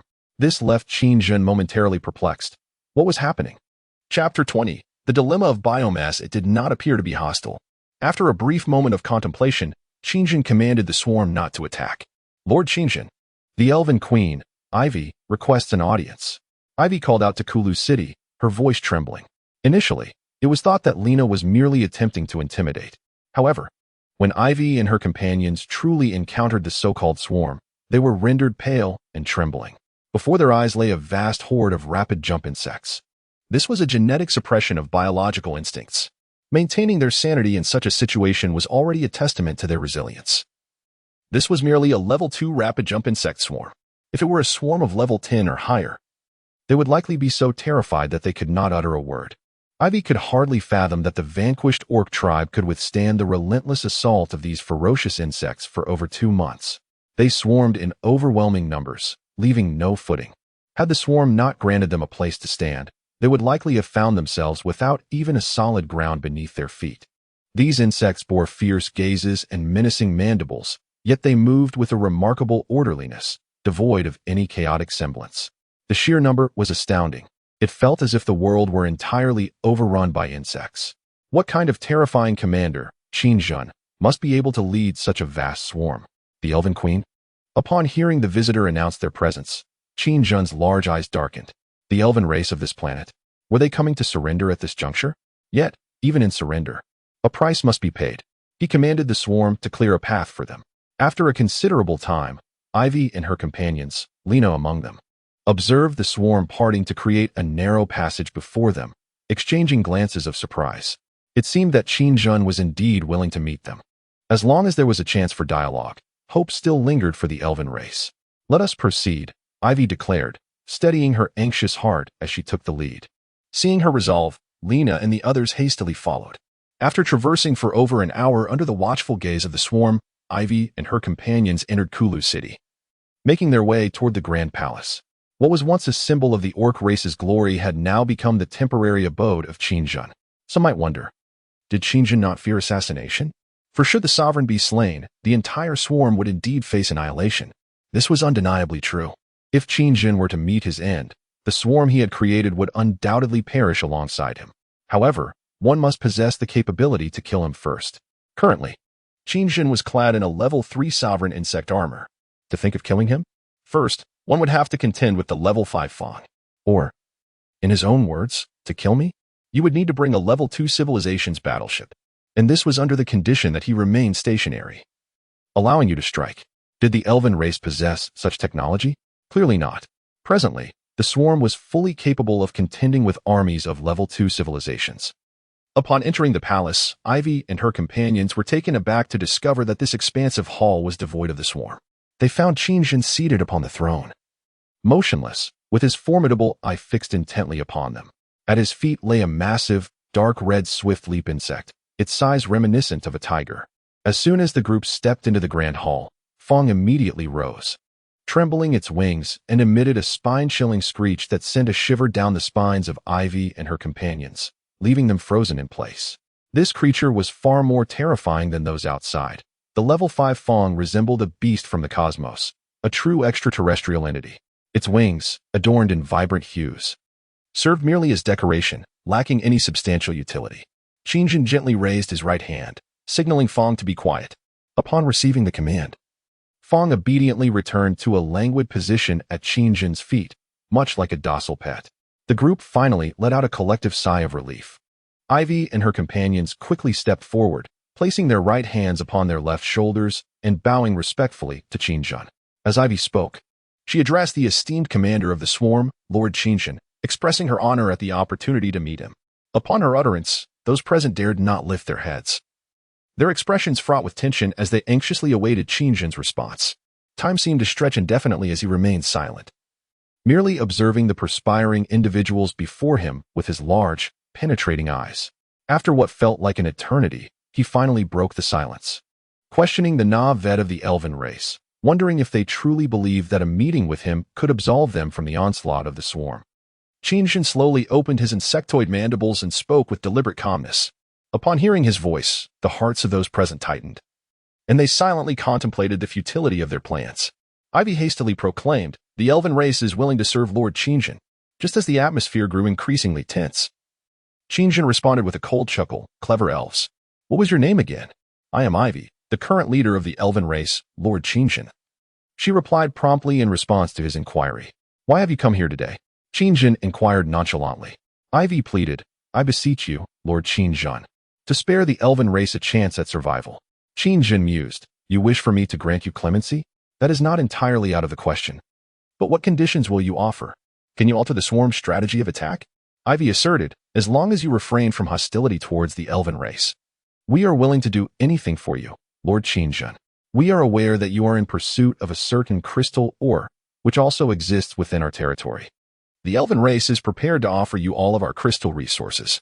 Upon hearing this, Qingjin's expression remained largely unchanged. This planet was abundant in mountainous regions, and many resources had yet to be exploited. To Qingjin, the wealth available was considerable. However, while the crystal ore was undoubtedly significant, the necessity of biomass was equally pressing. Without a substantial supply of biomass, challenges would undoubtedly arise. Initially, Qingjin believed that incessantly mining would rapidly elevate the swarm's level. This assumption proved accurate to an extent, yet with the swarm reaching level 3, the ability to hatch brain bugs had been unlocked, a development that should have been beneficial. However, he soon discovered that hatching a brain bug required an immense amount of energy points, along with a vast quantity of biomass, which caused him to hesitate. If he were to attack the elven race, the biomass dilemma could be resolved. Moreover, even if the elves chose not to surrender, with the current scale of the swarm and the new units available, they would be utterly unable to resist. Nonetheless, if the elven race chose not to fight back, it could save considerable time. It seemed that the biomass issue would have to be set aside for now. After weighing his options internally, he declared, "Very well. I will require you to surrender all of your magical technology." Chapter 21. The new shell cockroach. Qingjin held a keen interest in the elven magic cannons, which had previously been employed to obliterate several mother bug bases. Though these were merely level 1 bases, a single strike had proven capable of annihilating them, demonstrating their formidable power. It is estimated that it rivals the formidable artillery on the blue planet. In light of this, he conceived a bold idea. Upon hearing Qingjin's request, Ivy hesitated momentarily and then said, "The elven race shall comply with your request, Lord Qingjin. I also require all the forests within your territory." After careful consideration, Qingjin added, "All the forests." The faces of those present changed dramatically at this juncture. It is well known that the Muling Forest is the largest forest within the Orc territory and one of the grandest in the world. It has now been devastated by the swarm, transforming into an endless expanse of desolation where not even a single tinder sprout has emerged. If Qingjin demands all the forests, the outcome is predictable. They too shall meet the same fate as the Muling Forest. The elven race's territory is predominantly forested. It is their home, and without these woods, they would lose their very essence. What significance would their existence hold? What is the matter? Is it impossible? Qingjin observed the distressed expressions of the group and remarked, "Then there is nothing to discuss." "Wait, Lord Qingjin, Could we retain the Ganger Forest, as it is our homeland? Ivy implored, her countenance grim. Upon hearing this, Qin fell silent. After a lengthy contemplation, he replied, "Very well, I will allow that. Aside from this, I will claim everything else. This is not a negotiation, but rather a notification. If you believe the elven race can withstand the swarm, you may refuse my request. Thank you immensely, Lord Qin." Upon receiving his consent, the expressions of the group visibly relaxed. After the elves departed, Qin anticipated that the Kata people would come to seek him out. However, contrary to his expectations, the Kata did not surrender. Instead, they launched an assault against the swarm. What kind of audacious maneuver is this? Qin was perplexed, knowing they stood no chance. Why would they throw themselves into the fray? It was later revealed that the Kata had unveiled their so-called deities, a technology they had been gifted years ago for their transformation. This technological power had been fully integrated into all Kata legions within a mere month. Initially, some among them had contemplated surrendering to the swarm, hoping for a glimmer of survival. However, the Kata governance was divided into several factions, and soon, voices arose opposing capitulation, leading to an outbreak of civil war within the Kata territory. Gazar, who steadfastly opposed the idea of confronting the swarm, was accused of spreading heretical notions, undermining their dignity, and fostering the swarm's ambitions. He was publicly executed in a brutal manner, with the Kata celebrating over his corpse, viewing him as a symbol of cowardice. Ultimately, the ferocity of the Kata prevailed in the civil conflict. In a bustling square within the Kata territory, a towering Kata general addressed the crowd with fervor, proclaiming, "The Kata shall never bow to demons, even in death. The elven race has betrayed their original purpose. From this moment forth, they shall eternally dwell in cowardice, reduced to despicable weakness. The Kata people have prayed to the supreme deity, who shall descend to judge these demons and cast them into the abyss." As a result, the swarm launched a ferocious attack on the territory of the Kata. In response, Qin declared, "I shall never shun battle, for it is my sacred mission." The hordes of swift-jumping insects and venomous serpents surged into the Kata lands, having ascended to level 2 amidst the carnage. Upon reflecting on the technology of the Kata, Qin was indeed astonished. They had harnessed energy crystals to forge a plethora of ranged weaponry, capable of unleashing magical energy. Strictly speaking, it constituted an energy assault that could be unleashed in rapid succession. The relentless war plunged the Kata into an unparalleled frenzy, catalyzing a technological explosion that progressed at an astonishing rate. In their bid to combat the swarm, they created unprecedented technological marvels. Although their technology remained in its infancy, it inflicted considerable damage upon the swarm in its early stages. Consequently, Qin could no longer underestimate these indigenous adversaries. He immediately commenced the hatching of armored cockroach insects and launched them into the fray. Simultaneously, he initiated the incubation of countless mother insect bases within the forests of the elven territory, as he required vast biomass to produce the swarm's first brain insect. Initially, the Kata's early victories against the swarm led many among the elves to cast deep doubts upon Queen Ivy's decisions. A rebellion erupted within the elven ranks, with some conspiring to assassinate Queen Ivy, seeking to seize power and ally with the Kata to defend their homeland against the swarm. During this tumultuous period, Ivy repeatedly assured Qin that the elves would never turn against the swarm. "You harbor concerns, and yes, I can sense them, for you are a wise leader. And you perceive in me the most unwelcome aspect of your reality. Indeed, you are correct. Thus, those who follow your kin shall find a glimmer of hope. Soon, the swarm will reveal to all that the Kata's efforts are but futile struggles against fate." To this, Qin responded, and as he spoke, the ground trembled violently. A burrowing demon erupted from beneath his feet, engulfing him whole before vanishing back into the earth. Witnessing this astonishing spectacle, Ivy realized that this fearsome commander of the swarm was preparing to take matters into his own hands. Before long, the Kata's first line of defense was breached by thousands of armored cockroach insects. This new breed struck a devastating blow to the Kata, both physically and psychologically. No longer did they merely expel corrosive saliva. Now, they could unleash a magical assault akin to that of their foes. Indeed, the unlocking of the swarm's genetic database granted Qin the authority to enhance the swarm's troops. Utilizing the principles of the elven magical cannons, he infused energy crystals into the incubating armored cockroach insects. These energy crystals were embedded within the insects' bodies, augmenting their muscular structure with immense energy. This enabled the effortless transformation of this energy crystal within the body into a formidable assault. This attack, of course, was infused with the potent acid characteristic of the armored cockroach, and when combined, it unleashed not only widespread explosive damage but also an immediate conflagration upon being fired. Strictly speaking, what the modified armored cockroach launched was an immensely powerful incendiary projectile. The skies over the territory of the Caterians were suddenly ablaze, filled with cries of despair. The rapid jumpers and stinging serpents, under the cover of the armored cockroaches, breached one city after another. Countless Caterians fell victim to the voracious swarm. This scene prompted Queen Ivy of the Elven race and her loyal followers to privately rejoice. Ivy, having lived for millennia, felt that when she first laid eyes on Qin Zhan, it was akin to gazing upon a deity from ancient times.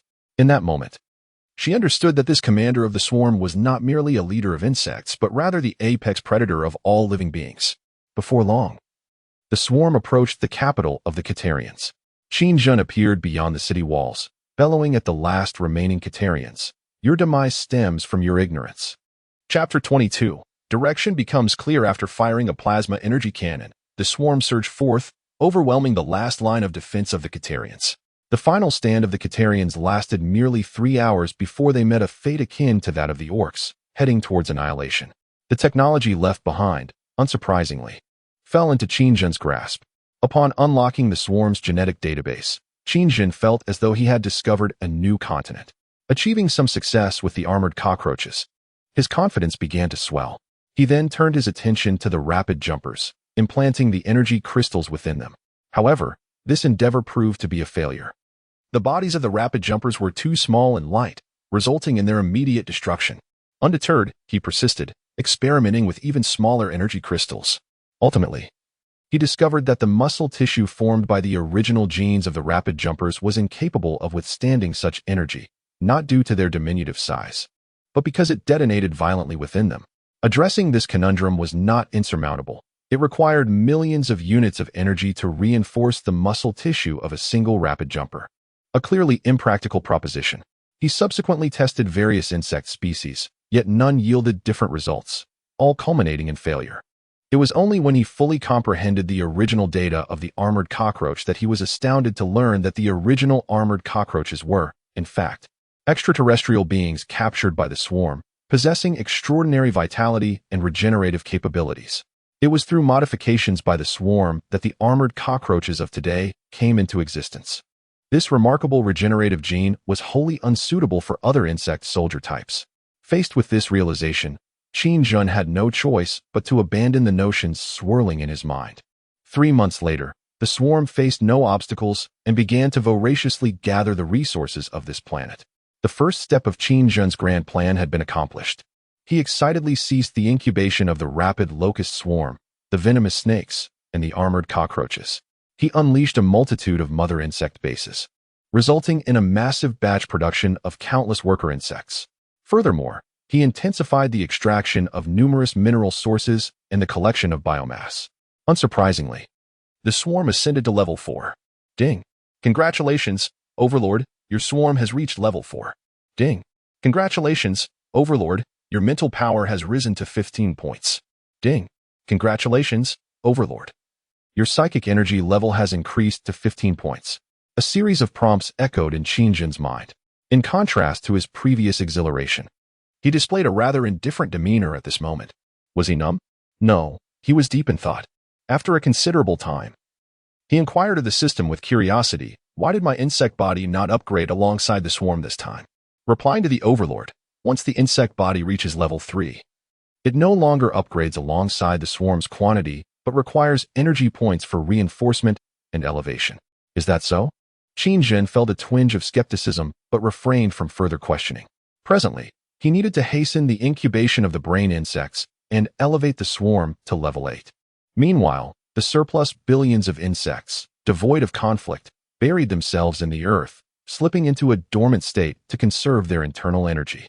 They awaited the Overlord's summons in the next directive. Most of these insects were merely at level 1, though the sheer number of level 1 insects was staggering. They wielded a formidable advantage against civilizations of level 1 or below.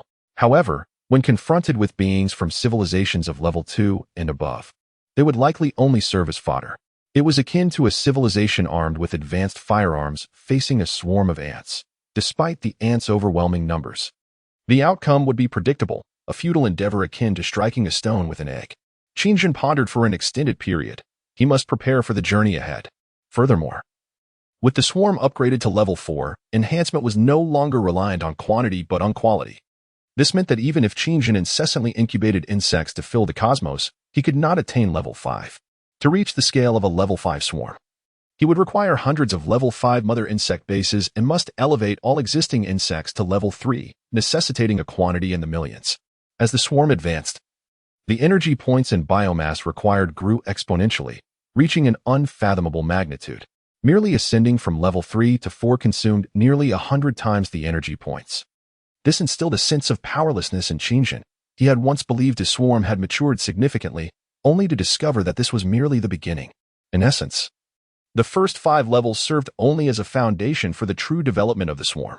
Beyond level 5 lay the genuine path of growth, akin to a person who, upon reaching the first 5 levels, has merely been born, learning to walk, read, and eat, before gradually maturing and entering society. It may require the complete exploitation of all resources on this planet to barely reach level 8. Consequently, he issued a brutally merciless command to the swarm, instructing them to engage in mutual slaughter and consumption.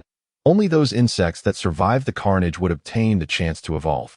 Upon receiving the order, the dormant swarm erupted from the earth, perceiving their kin as adversaries. Billions of agile jumping insects and spiked serpents commenced indiscriminate attacks. Witnessing this, Broken Fong sharpened its fangs, eager to join the fray, but was promptly restrained by Qingjun. What nonsense! Broken Fong had already ascended to level 5. And although advancing to level 6 would require an enormous amount of energy, potentially several hundred million energy points, Qingjun was determined to prevent Broken Fong from participating. Faced with this level 1 swarm, a level 5 Broken Fong could easily charge in and wreak havoc. Its shell was extraordinary, and its biting power unparalleled. Even a colossal iron beast would be torn to shreds by it. Its hardened exoskeleton was robust enough to withstand the shock of a nuclear explosion, provided it was not at the epicenter. Thus, this level 1 swarm posed no threat to it. Hearing Qingjun's refusal, Broken Fong grew discontented, leaping around in front of him, clamoring for approval. Since you are so eager for battle, how about I become your opponent? Qingjun remarked to the temperamental Broken Fong. Upon hearing this, Broken Fong immediately wilted. Fighting Qingjun, it was not merely a matter of betrayal, but rather an impossible endeavor. Within the genetic makeup of all insects, Qingjun represented everything, even in a suicidal act, that could not raise a hand against him. Moreover, Qingjun's form had transformed significantly, equipped with innate genetic suppression. While Broken Fong's shell was indeed formidable, it would be akin to paper against Qingjun's insecticidal blades. He could effortlessly cleave through Broken Fong's exoskeleton. Battling Broken Fong was akin to a father chastising his 3-year-old son. Broken Fong truly stood no chance. It would be tantamount to seeking death. Seeing Broken Fong dejected, Qingjun laughed heartily. Haha, then behave yourself. Chapter 23, Level 4 Base and New Insect Species at Present. The swarm scale was at level 4. Without hesitation, Qingjun expended a vast amount of energy points to evolve 10 mother insect bases directly to level 4. Although he aimed to conserve energy points to elevate the swarm's overall level, upgrading the mother insect bases was equally crucial, as it would unlock new insect species and clarify his future strategies. However, the energy points consumed in merely upgrading these 10 mother insect bases to level 4 accounted for more than half of his current reserves, nearly causing him to vomit blood. Another pang of regret struck him, though it was fortunate that this planet was abundant in resources and devoid of any hindrances. Otherwise, the swarm would not have achieved this milestone today. The level 4 mother insect bases did not exhibit significant changes but unlocked new insect species, thunder beasts, flying serpent insects, and queen insects. The thunder beast is one of the most crucial units within the ground forces of the swarm, renowned as the most formidable terrestrial creature of the Zerg. This alien behemoth instills terror in the hearts of its adversaries. Towering at an impressive height of 20 meters, it resembles a colossal mammoth in its sheer size.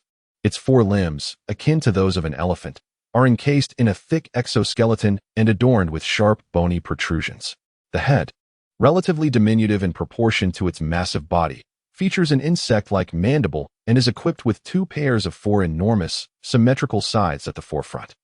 A massive shield-like armor crowns its head, reminiscent of the protective crest found on a triceratops, but possessing even greater fortitude. With this formidable armor, the Thunderbeast wields the destructive power akin to that of a battering ram. The surface of its sides, though appearing to be made of a hard bone, is actually composed of an extraterrestrial material, exhibiting a hardness that surpasses all known measures. As its primary weapon, these scythes can pierce through the vast majority of substances, rendering steel as fragile as paper. With a single stomp, it can obliterate a heavy armored tank. The hardness of the Thunderbeast's exoskeleton rivals that of diamonds, allowing it to withstand assaults from heavy artillery. Conventional weaponry, such as tanks from Blue Star, poses no threat to it. Impacts upon its body are merely inconsequential.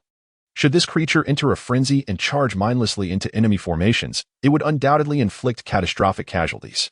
Its maximum level is 5. To hatch a Thunderbeast requires the sacrifice of a larva, an expenditure of 100,000 energy points, and a time investment of 5 hours. After perusing the Thunderbeast's description, Qingjun could not help but display an expression of astonishment.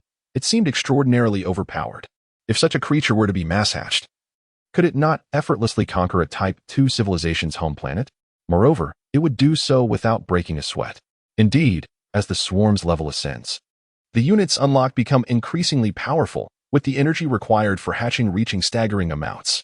From a mere few hundred points, it has leapt to a daunting requirement of 100,000 points. This is truly a daunting undertaking. The existence of such a colossal insect had previously been unimaginable to Qingjun. In any case, as long as sufficient energy is available, this poses no challenge for him. Currently, the swarm is not in conflict, so Qingjun has no intention of hatching more. Out of mere curiosity, he has ordered the hatching of one flying serpent bug. The flying serpent bug is part of the swarm's aerial forces, a unit that is currently in high demand for Qingjun. Until now, all previously unlocked units were terrestrial, and finally, after reaching level 4, he has managed to unlock an aerial unit. However, the outcome left Qingjun somewhat disheartened. He had anticipated that the flying serpent bug would serve as an aerial firepower unit, only to discover that this was not the case. The creature is similarly colossal, resembling a helicopter, with a head strikingly similar to that of a serpent. Surprisingly, it lacks an insect-like mandible and possesses a mouth akin to that of a snake. Notably, it boasts an abundance of eyes, featuring 4 pairs for a total of 8. On both sides of its body, there exist 3 pairs of 6 wings, which serve as the primary means of flight, generating the necessary airflow to soar through the skies. A row of flag-like wings extends along its back, reaching towards its tail, which intriguingly resembles a meteor hammer. Describing the flying serpent as bizarre and eccentric would not be an exaggeration. Its primary function is to provide a battlefield advantage for the swarm, harboring within its abdomen a type of microbial slime. It can approach enemy ground units, such as artillery positions and tank formations, from the air, then unleash a poisonous mist from its massive maw. This toxic haze is exceedingly lethal, possessing corrosive properties that can render foes incapacitated in an instant. In midair, it can strike adversaries with its elongated tongue, akin to that of a chameleon or frog, delivering a swift blow. Those struck while airborne will be enveloped in its poisonous mist, swiftly losing their ability to fly and plummeting to the ground. It can also draw them closer before releasing the toxin. In essence, a mere spray suffices. Hatching a flying serpent larva requires 1 larva, an expenditure of 100,000 energy points, and takes 5 hours. Although the capabilities of the flying serpent were beyond Qingjun's initial expectations, the swarm could finally boast aerial units, no longer restricted to solely ground troops. After careful contemplation, Qingjun commanded the hatching of one. Now, let us speak of the queen worm, which truly excites Qingjun. Unlocking the queen worm represents the most beneficial discovery thus far, as it is the most essential unit for the swarm at present. Although not a combat unit, it is of paramount importance to the swarm, equating to half a motherworm base. Like the previous 2 insects, the queen worm is similarly colossal, yet not as large as the thunder beast. Overall, it appears to be half the size of the thunder beast, resembling a super-evolved version of the worker worm but adorned with a long tail. It also bears resemblance to a giant, round spider, possessing 6 limbs and a pair of scythe-like appendages akin to those of a cockroach on its back.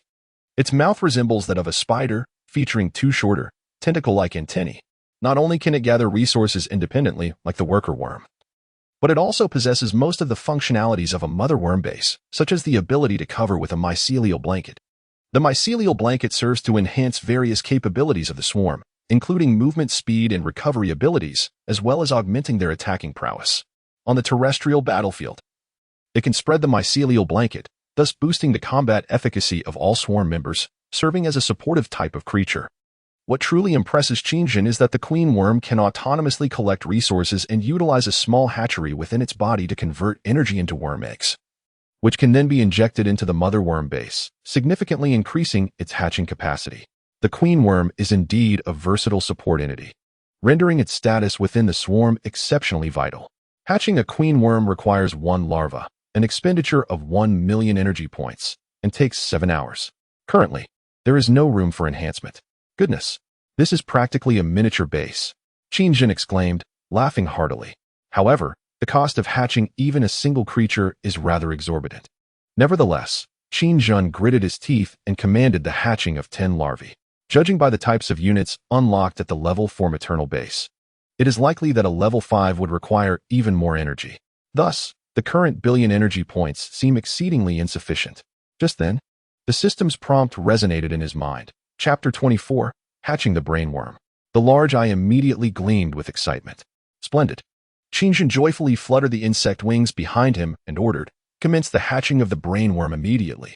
Understood, Master. Consuming 100 million energy points, 1 larva, and 10,000 units of biomass. The brainworm larval form has been selected, and the master gene is being integrated. Loading 45, loading 78, ding. Master gene implantation complete. Accompanied by the system's announcement, a larva swiftly crawled into the division pool within the first maternal base. The level 3 maternal base is already equipped with a complete division pool. Maternal body selected as the first maternal worm. The brainworm prototype is modeled after the Master's original race. Do you confirm? Prototype? Upon hearing this, Qingjin's large eyes darkened momentarily, and he pondered. What does that mean? Does it refer to the appearance of the brainworm? Indeed, Master. The forms of all brainworms in the swarm are predominantly created based on the sensory perceptions adapted to your original form. Since your original race is human, the brainworm's form will be birthed in a human-like shape. Is that so? I had assumed it would resemble some kind of insect. By the way, what do you mean by adapted to me? Don't you find that amusing? As the sovereign of the swarm, you suggest there is something I cannot adapt to? As Qingjin spoke, he picked up a broken fong lying nearby, startling the creature into stillness, its expression bewildered. Look at this thing. Let me be clear. I find this broken fong quite adorable. What could possibly be more fearsome than its appearance? After listening to the system's explanation, Qingjin felt somewhat displeased. To think it would be shaped according to his own perception. What need is there for sensory adaptation in combat? Each unit of the swarm possesses bizarre forms. They could easily be mistaken for extraterrestrial monsters. Qingjin believed that as the brainworm of the swarm, it should command the insect legion in battle. Thus, its form ought to be more ferocious. If it were truly to reflect upon himself, he had already adorned himself with the sovereign insect armor, rendering his form even more insect-like. If the brainworm were to take the form of a cute girl or a strong man, Qingjin would find it unappealing. It must have a fearsome appearance. The more terrifying, the better. Ideally, it should be the kind that would instill fear in enemies at first sight, leaving them trembling and unable to move. This would meet the requirements of the swarm and align with Qingjin's own aspirations. System, what is with this person's thought process?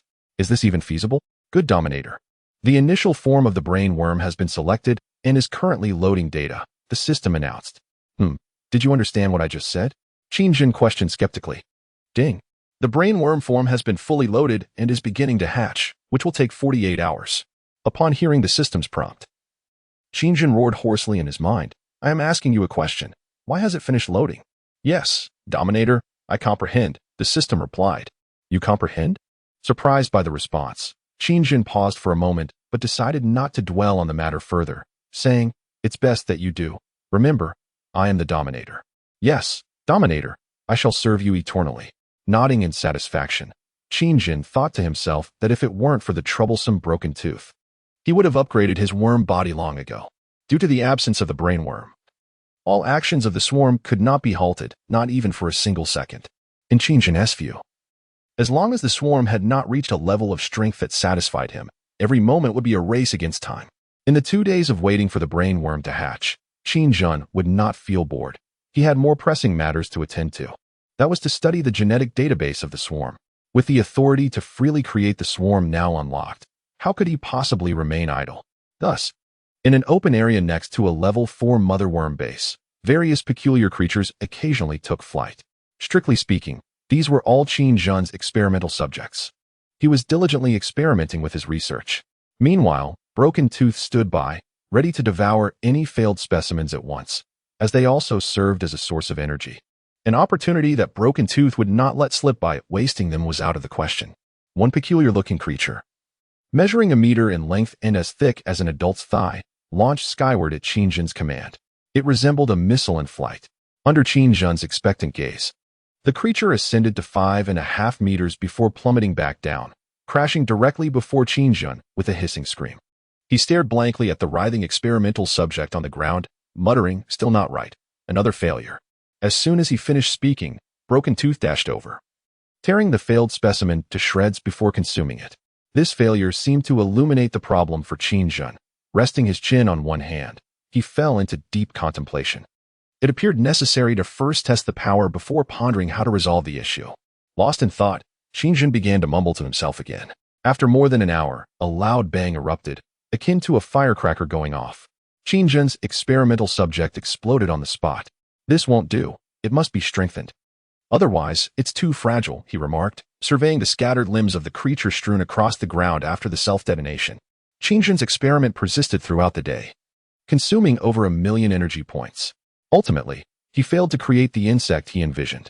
After yet another setback, he tossed the lifeless specimen into the air in frustration and smashed it down before Duanya, who eagerly devoured it, relishing every bite and even licking its mandibles afterward. By the end of the day, he had failed over 100 times, and his temper flared. However, after calming himself for a while in silence, he summoned the ground-digging demon, which promptly burst forth from the earth, opening its massive jaws in anticipation of Qin Zhen's descent. Such efficiency was akin to an extension of his own body, always at his beck and call. After soothing his dismal spirits, he leaped into the cavernous mouth of the ground-digging demon. 2 days later, Qin Zhen and Duanya sat on a stone not far from the number 1 mother insect base. Lost in thought, they were, in fact, waiting. By the clock, it was nearly time. Ding. "Congratulations, Master, the No. 1 brain insect has completed its hatching and is undergoing final genetic testing." Both Qin Zhen and Duanya jolted with excitement, leaping from the stone, their insect wings fluttering as they dashed toward the number 1 mother insect base. Their expressions were filled with anticipation, fixated on the gaping maw, awaiting the emergence of the brain insect. This would be the first insect in the swarm, apart from the master, to possess high-level intelligence and the ability to independently command the swarm, granting Qin Zhen a new companion who could converse, unlike Duanya, who could only produce hissing sounds. The final genetic testing of the number 1 brain insect has been completed without discrepancies. Activating brain insect consciousness now. Activation in progress. Ding. Brain insect consciousness activation successful. Congratulations, Master. You have acquired the brain insect number 1 for your swarm. With the system's announcement, the large eyes on Qin Zhen's insect shell sparkled with heightened excitement. The hatching was finally complete, allowing him to begin evolving the insect body and upgrading the insect shell. Meanwhile, amidst the eager gazes of the 3 eyes, a series of sounds resembling the detachment of tracheae emanated from the number 1 mother insect base. Zzz. Then, a thick white mist billowed forth. Gurgle, gurgle, gurgle. From within the dense fog came a cacophony of sounds that sent shivers down one's spine, akin to a roar from a void creature, reminiscent of a Rex's cry. Hearing such a terrifying noise, Qin Zhen was overwhelmed with joy, exclaiming repeatedly, "Good. Wonderful. Devour. Evolve. Annihilate everything. Swarm. Attack." A voice, hollow and murky, resonated from the white mist, sounding eerily feminine. Is it a female? Stunned by the brain insect's speech, Qin Zhen paused. Yet, recalling the brain insect's role within the swarm, he considered that it might indeed possess functions akin to the mother insect base, much like the queen insect. Upon contemplating this, Qin Zhen chose not to dwell overly on it, directing his gaze once more into the mist. Before his figure materialized, a voice emerged, indicating that the brain bug was about to emerge from the mother bug's base. Moments later, a silhouette gradually emerged from the fog. Qin Zhen's large, expressive eyes shifted from excitement to confusion, and then to sheer astonishment. Goodness! Before Qin Zhen and Duanya's watchful eyes, a figure stepped forth from the mother bug's base. She possessed long, flowing white hair that cascaded down to her waist, stood at a mere height of approximately 150 centimeters, and had a cherubic complexion that was remarkably soft and pale. Her petite frame bore an expression simultaneously delicate and chilling. Her eyes, resembling those of a voracious predatory insect, glowed with a fierce and ruthless intensity. Most strikingly, she was completely unclothed. I am the number one brain bug, having met the sovereign. Upon laying eyes on Qingjun, the first brain bug, endowed with profound genetic knowledge, could unmistakably ascertain Qingjun's identity. Qingjun remained stunned for an extended period before suddenly exclaiming in his mind, "System, I demand you to reveal yourself." "Present, Sovereign. The Insectoid System 24 is at your service. You dared defy my will. Do you believe I could separate you from my consciousness?" Qingjun shouted in fury, not merely speaking empty words. Once his mental and spiritual energy reached a certain level, detaching the system from his consciousness would not pose a challenge. "Please calm down, Sovereign. I do not comprehend your meaning. The Insectoid System will adhere strictly to all of your commands. Then explain to me this situation. Why has the brain bug taken on the form of a little girl?"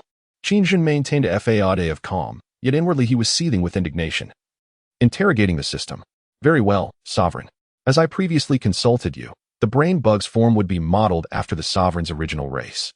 At that time, you did not specify or upload the required brain bug form, so the system defaulted to the first option." The system explained with reasoned clarity. Upon hearing this, Qingjun reflected for a long moment, realizing that this indeed seemed to be the case. He had inadvertently neglected to provide the system with clear instructions. However, Qingjun retorted, "Did you not claim to understand? Is this the outcome of your understanding?" "Indeed, Sovereign. According to the system's assessment, the male members of your original race generally prefer the current form of the number one brain bug. I assess your reasoning. I care not for your preferences. This is an interstellar battlefield, not a game of make-believe. What I require is a commander, one that is ruthlessly fierce, devoid of humanity, a commander of the insect swarm. Not this delicate little girl." Qingjun raged internally at the system. "Understood, Sovereign. Since you are dissatisfied, I will commence the process of returning the number one brain bug to the mother bug's base for disassembly, and then recreate her according to your specifications," the system affirmed. Upon hearing disassembly, Qingjun was momentarily taken aback, turning his gaze once more to the number one brain bug. She remained kneeling before him, seemingly bound to this position without his directive. The severed tooth was momentarily taken aback, clearly caught off guard by the presence of its kin. "Yes, Sovereign. The current type 1 brain worm can be disassembled and subsequently reconstructed into a brand new brain worm. However, this process will require energy expended during disassembly, as well as time for reconstruction," the system elucidated. Upon hearing this, Qingjun fell into a contemplative silence, deep in thought. Should I disassemble the type 1 brain worm and recreate it? The system, noting Qingjun's lack of response, gently prompted him again. After a span of 2 to 3 minutes, Qingjun finally sighed in resignation and said, "Forget it. I suppose I shall treat it as raising a daughter."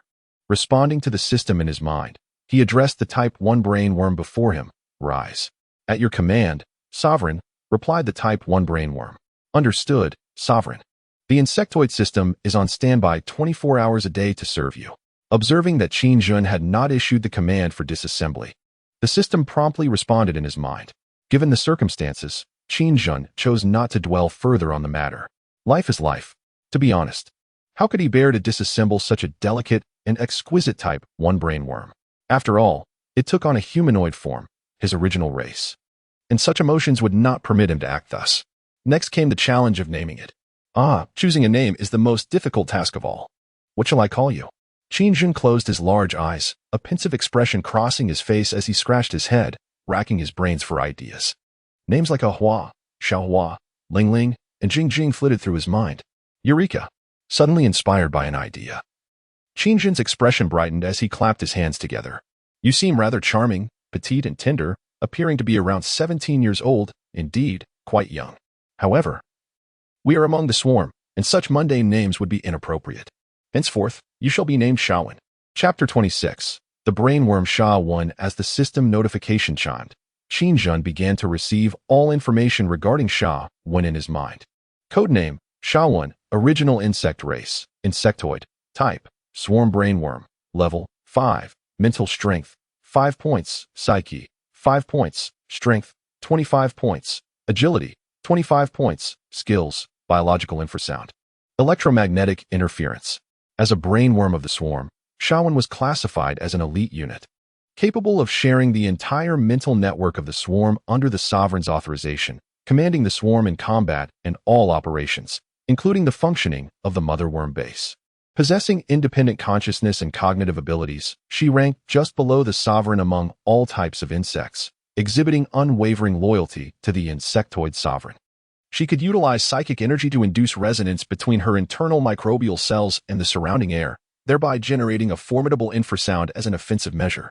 This infrasound could render all living beings within its range instantly unconscious, potentially rupturing internal organs and leading to death. Simultaneously, it can monitor all surrounding movements. And when its psychic energy level reaches a certain threshold, it can even detect signals from several light years away in space. The higher the psychic energy level, the greater the power and the broader the range.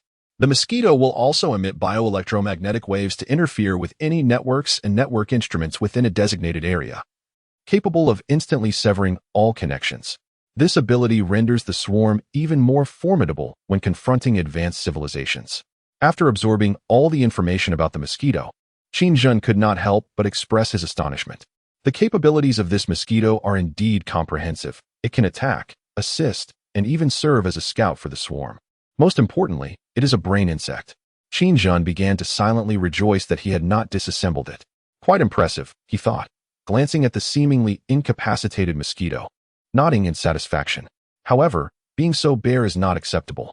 Qin pondered, and then a sudden inspiration struck him.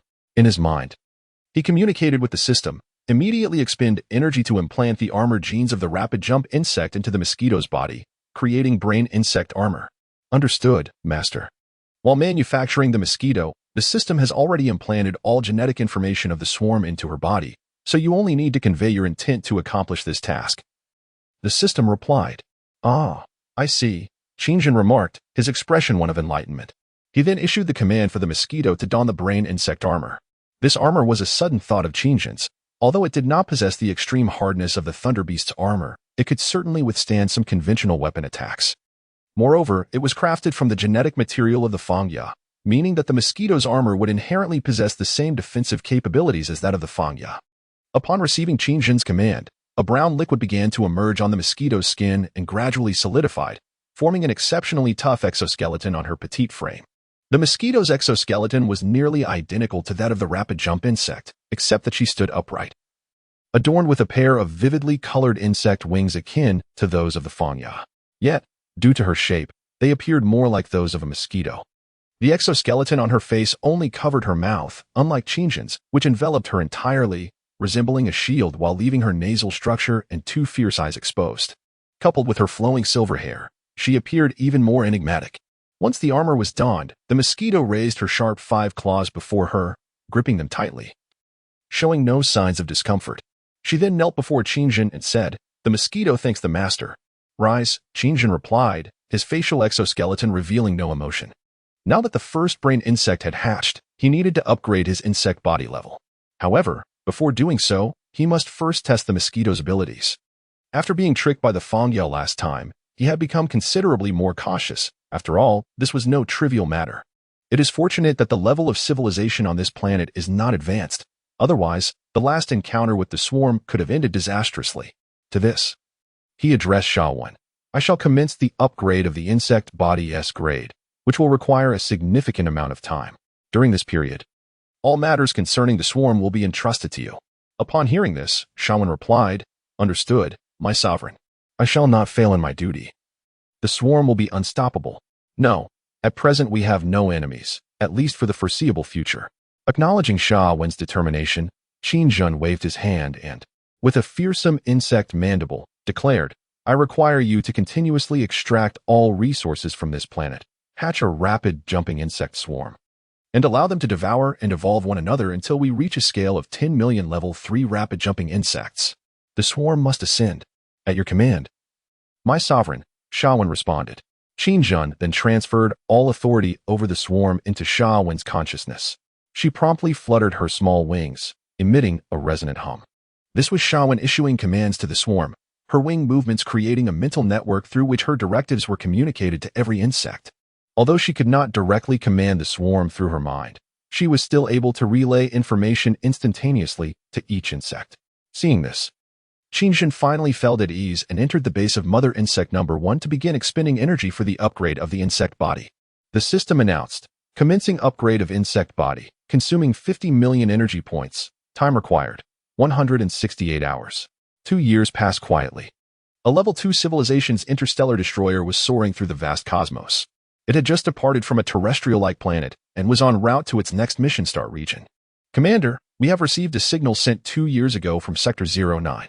Cried a soldier operating the radar system. All personnel aboard the destroyer bore blue skin, resembling the form of the blue-skinned beings. They belong to a Level 2 civilization within the Tianyu star system, known as the Xingli clan. Primarily focused on high-tech development as a subordinate race of the Tianyu civilization. At that moment, they were executing a mission directive issued by the Tianyu civilization. The destroyer spans 16 kilometers in length, equipped with main cannons capable of obliterating a planet with a single shot, as well as magnetic field shields, hundreds of point defense laser cannons, and an interstellar marine corps of 50,000 personnel. 09? Upon hearing the report, a middle-aged commander fell into a brief contemplation. After a few seconds, he said, "Immediately confirm the coordinates of Sector 09. We must proceed there. Perhaps that civilization has also succumbed to a biological virus." "Yes, Commander." "The coordinates for Sector 09 have been confirmed. The trajectory has been reset. 2 jumps are required, and we shall arrive in 36 hours, reported the soldier. "Execute the jumps immediately," commanded the middle-aged commander. "Understood, Commander." The warp engine has been halted and is now loading to initiate the jump engine. The Star Destroyer represents the pinnacle of the technological achievements of the stellar civilization, equipped with a comprehensive ecological system and a nuclear fusion power source. Additionally, it harnesses stellar energy as a supplementary power supply. This capability allows it to roam the cosmos for extended periods, undertaking a myriad of exceedingly complex missions. Despite being the zenith of a Type 2 civilization's technology, it remains unable to depart from the Tianyu star system. Its firepower is formidable, relying solely on 6 powerful main cannons, enabling it to confront the combined military might of any civilization below Type 2 with ease, capable of obliterating adversaries effortlessly. The vessel is manned by a crew of 100,000 personnel, including 50,000 combatants, while the remaining 50,000 encompasses operational and maintenance staff, inclusive of officers. The landing forces of 50,000 are primarily tasked with planetary assaults on life-bearing worlds, adhering strictly to the cosmic regulations set forth by the Tianyu civilization. Their mission is to locate and safeguard planets harboring life forms, which constitutes one of their core objectives.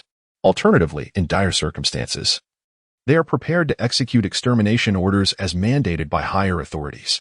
Upon completing a spatial jump, the Star Destroyer materializes in the outer space of Sector 09. Due to the uncertainty surrounding whether this life-bearing planet has been subjected to biochemical weaponry from the Sal civilization of the galaxy, it must remain in orbit for further observation. "Commander, immediately extract all civilizational data from Sector 09. "Yes, Commander." Extraction complete.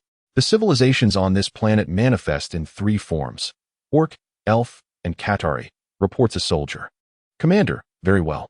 Release the faster-than-light unmanned reconnaissance craft into the atmosphere for a comprehensive survey." "Understood, Commander." Upon receiving the command, 3 aircraft are launched from the underside of the vessel, swiftly darting toward the Azure planet. Within mere minutes, the unmanned reconnaissance craft, traveling at superluminal speeds, begins to orbit the planet's atmosphere. In the command room of the main tower, several interstellar soldiers diligently operate transparent panels displaying images and data relayed from the reconnaissance craft. "What is happening?" "This is peculiar," one stellar soldier remarks, perplexed after receiving the reconnaissance data. "What is it?" the commander inquires, his expression grave. "Soldier, Commander. According to the information relayed from the reconnaissance craft, Sector 09 has not been infected. However, Commander." "However, what? Have you discovered something?" "Yes, Commander. 2 civilizations on this planet have vanished, and the ecological system has been severely compromised. We have identified a strange organism that appears to be some form of insect. If I am not mistaken, it is likely these insects are responsible for the devastation of this planet's ecosystem," the soldier responds uncertainly. Upon hearing this, the commander's expression darkens. "Insects? Is this a newly evolved civilization from Sector 09, or a new biological entity? I am uncertain, Commander. Here is its image. And I have reviewed all available records, yet I found no data regarding this organism, the soldier states, gesturing toward a blurry image on the screen, though somewhat obscured. It is not difficult to discern that this is a worker insect. Everyone gazed thoughtfully at the image of the insect, which exceeded their comprehension. Ordinarily, a detailed record exists of all discovered planets within this galaxy and their biological information. However, this peculiar insect appearing on 09 left even the well-informed commander of the Star Alliance perplexed. It is highly probable that this insect is not indigenous to 09, nor even to our Tanyu galaxy. After much contemplation, the commander, with a grave expression, remarked ominously. Upon hearing this, everyone could not help but display expressions of terror. Commander, if that is indeed the case, this signifies an invasion. The commander replied sternly, this may be the machination of the Sarlans, a novel ploy. We must investigate thoroughly. Immediately reduce the altitude of the reconnaissance drone to 500 meters above the surface. As you command, sir. Following the order, the soldiers began to maneuver the unmanned reconnaissance drone, plunging into the atmosphere and gradually descending. Suddenly, an urgent alarm blared. The superluminal reconnaissance drone lost contact in an instant. All personnel in the command tower were taken aback. The drone has lost connection with us. It's due to some form of interference. The unmanned drone has fallen, exclaimed the soldier operating the drone. What? The commander could hardly believe his ears. How is this possible? The civilization on 09 could not possibly achieve such a feat. Everyone understood that the superluminal unmanned reconnaissance drone, as one of the advanced technological products of the Star Alliance, had never faltered even in extremely harsh planetary environments. The civilization on 09 was classified as a level 05 planet. It could not even detect the drone, let alone interfere or shoot it down. Yet, the undeniable reality before them confirmed that these events had transpired. After a long moment of contemplation, the commander declared, "Damn it, something must have occurred on this planet. Otherwise, how could the other two civilizations have suddenly vanished? And what of these insects? There is certainly more to this. Notify Des. Immediately arrange an interstellar team to land on 09. I need to ascertain the truth of this matter." The commander shouted anxiously. "As you command, sir." In the drop bay of the starship, a reconnaissance team composed of 100 interstellar warriors from the Star Alliance stood ready. Clad in exoskeleton armor and armed, they formed ranks, awaiting the next command. Soon, their commanding officer approached. He was a scruffy middle-aged man, a cigar wafting thin plumes of smoke from his mouth. "Good comrades. You are all my steadfast brothers. Our mission this time is to land on that damn 09, for our foolish captain left 3 superluminal reconnaissance drones, each worth over 100 billion star coins, stranded there. He believes there are unspeakable secrets on 09. Yes, comrades, this is our mission. Do you all understand?" The commander with the bushy beard bellowed at the soldiers before him. 100 interstellar warriors responded in unison, "Received, Commander." The commander nodded in satisfaction and proclaimed, "Long live the 12-winged angel queen. The Star Alliance shall coexist with glory. Let us depart." Chapter 28, Just Insects? Under the command of the bushy-bearded officer, 100 armored interstellar warriors of the Star Alliance boarded the transport vessels. These specialized transport ships could carry 50 soldiers and a land-armored tank. But given the assessment of the planet's defenses, it was deemed unnecessary for the Star Alliance to deploy heavy ground assault weapons. Instead, they were equipped with a few flamethrowers, pulse weapons, and machine guns utilizing armor-piercing rounds. Additionally, several heavy mechs were included, each fitted with a lightweight cannon. 3 transport vessels detached from the hull, like bees departing their hive, and flew toward the planet below.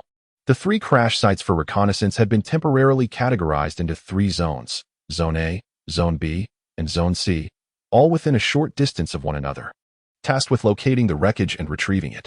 The commander reiterated the primary objective to his squad aboard the transport ship. He further noted, "We must remain vigilant regarding the civilizations on this planet. Currently, there are only 2, the elves and a peculiar breed of insects. The mission site is far from the elven territory, so they pose no threat to us. Thus, our potential adversaries are likely these insects." Upon mentioning the insects, the commander pointed to images of the creatures displayed on a transparent screen. "Insects? Huh. Damn it, comrades, did you hear that? We have stooped to battling insects." One soldier could not help but laugh aloud. To him, they were interstellar warriors. What fearsome extraterrestrial beings had they not encountered? They had faced numerous foes, But this was the first time they were set to engage in battle with insects, which appeared utterly defenseless. How utterly mundane. Will the poor insects be in for a rough time? A female soldier quipped playfully. All right, comrades, bring back the wreckage, and I'll treat you all. The bushy-bearded commander felt a wave of relief regarding this mission. In their eyes, even if the insects possessed some offensive capabilities, they were still just insects. Even in great numbers, they had flamethrowers at their disposal. Soon, the transport vessels entered the atmosphere, dividing into 3 directions as they began a gradual descent toward the surface. Commander, the enemy consists of 100 individuals equipped with level 2 technological advancements, lacking nuclear-grade weaponry, merely armed with some interstellar rifles. The mosquito-like creature, hovering in the distance with its insect wings, observed the movements of the Star Alliance. Remarkably, after 2 years, the creature had grown significantly, now standing at a height of 162 centimeters. This was indeed a source of considerable frustration for Qin, as the implantation of his own genes within her body had endowed her with distinctly human traits. He feared that Shawan would eventually develop the most perilous of human emotions, quietly seated within the grand palace of Kulu City. Upon receiving the transmitted information from Shawan, his large eyes revealed no trace of emotion. Indeed, several months prior, Shawan had already detected the presence of that starship, along with its final coordinates of transition, 100 interstellar gunmen. After a moment of contemplation, Qin Jun mused to himself, subsequently issuing a command to Shawan. Release a swarm of level 1 swift jump insects. Do not exterminate them all, but leave a few to lure the rest down. Understood, my sovereign. Shawan responded, taking to the air with a flutter of her wings. 3 transport ships began their descent, guided by the coordinates provided by the mothership, aiming for a location not far from the crash site of the reconnaissance craft. We have located it. Externally, the core appears undamaged, and no unidentified organisms have been detected in the vicinity. We are about to land, reported the soldier piloting the transport ship to the bearded commander's squad. All right, comrades. This will be the easiest interstellar journey in history. Prepare yourselves. We are commencing our descent, the bearded commander replied with a grin. Acknowledged, Commander. The team responded in unison. The atmosphere remained as relaxed as ever. With a powerful burst of flames erupting from the underside of the transport ship, the landing gear deployed, smoothly guiding the vessel toward a flat expanse. With a resounding thud, the craft, carrying 35 starborn warriors, landed safely. The hatch slowly opened. Move out, swift and decisive. The bearded commander bellowed with customary seriousness. The 35 soldiers quickly surged out of the cabin. Oh, my 12-winged angel queen. This planet is devoid of even a single plant. What do those insects feed on? The team members lamented as they gazed upon the seemingly endless desert. Little did they know that a year prior, this had been a vibrant forest. I couldn't care less about what they eat. I'm only concerned with what I shall dine on tonight, one female soldier quipped. All right, comrades, let us commence our actions. The bearded commander urged, leading the 35 interstellar warriors toward the nearby reconnaissance craft. Just then, the communication device crackled with contact from another squad. Commander Des, can you hear me? Yes, I can hear you. What is the matter, comrades? The bearded commander replied. We are approaching the crash site, but something feels amiss. It appears that a few insects are watching us from nearby, came the voice over the device. Haha. Are you suggesting that you are being stalked by insects? That is the civilization of this planet. Are you not planning to approach them and become their deity? Haha. Indeed. What an excellent opportunity to become the god of the insects. Haha. Upon hearing this, the bearded squad could not help but burst into hearty laughter. Oh my heavens. I assure you, these creatures are nothing like the ones depicted in the images. They exude an unmistakable air of hostility. The voice from the communication device spoke with grave seriousness. All right, Norton, if they dare approach you, fire at will, commanded the bearded officer after a moment of contemplation. Yes, Commander, I shall open fire, came the reply from the communication device. Once the connection was severed, a sense of impending peril enveloped the bearded officer, his expression shifting to one of concern, a primal instinct stirring within him. Indeed, just as the reconnaissance aircraft drew near, a level 1 rapid jumper suddenly erupted from the ground beside it, charging fiercely towards the squad. This unexpected assault startled everyone. Rat-a-tat-tat. A barrage of gunfire erupted in response. The bearded officer unleashed a hail of bullets from his firearm, targeting the oncoming rapid jumper. Countless armor-piercing rounds pierced through it. Within mere moments, the creature lay riddled with holes. Before anyone could comprehend the situation, The communication device crackled back to life. Commander, we are under attack by unidentified organisms. Requesting backup. Requesting backup. Ah, bugs. Rat-a-tat-tat-tat. The voice on the other end was filled with terror from the Starry Clan warriors. Their desperate cries, the gunfire, and the howls of some wild beasts sent shivers down the spines of the bearded officer's squad.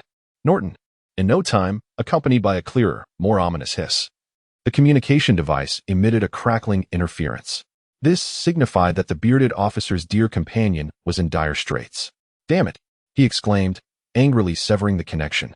Redirecting his gaze towards the lifeless rapid jumper nearby. With a serious tone, he declared, "Well, my friends, it seems our foolish captain was indeed correct. This planet has been overrun by these insects. We must report our findings back." With that, he activated his wireless headset, preparing to contact the mothership in outer space. In the command center of the battleship, the bearded officer established a video link. "I need to relay crucial intelligence to the captain. We have been invaded." "Yes, by some horrific insects." The captain, upon hearing this, hurried over. "What has transpired, Des?" The bearded officer, a cigar still smoldering between his teeth, replied, "Your concerns were justified. Captain, we are facing an exceptionally aggressive species of insect. They are vicious, and the other two squads have come under attack. We have lost contact with them. It seems this planet's surface is teeming with these dreadful creatures. I must evacuate with the remaining personnel immediately." After delivering this urgent message, the bearded officer aimed a small camera at the recently slain rapid jumper and remarked, "Look at this beast. It is ferocious beyond measure, forcing me to expend dozens of armor-piercing rounds. It emerged suddenly from the ground. It is utterly terrifying." Everyone aboard the flagship beheld the images transmitted by the bearded commander. And upon witnessing the appearance of the rapid jump bug, expressions of sheer terror ensued. This was a creature unlike any they had encountered before. A beetle the size of a dog, its exoskeleton appearing to possess formidable defensive capabilities. Even more chilling was its astonishing mandibles and claws, seemingly crafted for the sole purpose of slaughter. The captain, regaining his composure from the shock of the rapid jump bug, declared, "Yes, Des, you must retreat at once." At that moment, the video connection suddenly froze, morphing into a mosaic, and the signal was abruptly severed. "What is happening, Des? Damn it. Reconnect immediately." The captain's command was interrupted as the video feed was disrupted by an electromagnetic interference. The bearded commander, equally bewildered, pondered the situation. However, he quickly steadied himself and addressed his flustered team. "I believe we must leave this place at once. Let us hope that the 12-winged Queen Kyra grants us safe passage from this cursed location." No sooner had the bearded commander finished speaking than the ground beneath them began to tremble violently. The entire team was thrown into a state of panic, their bodies swaying uncontrollably. "What is happening? Quickly, back to the transport ship. We must depart post-haste," the bearded commander shouted.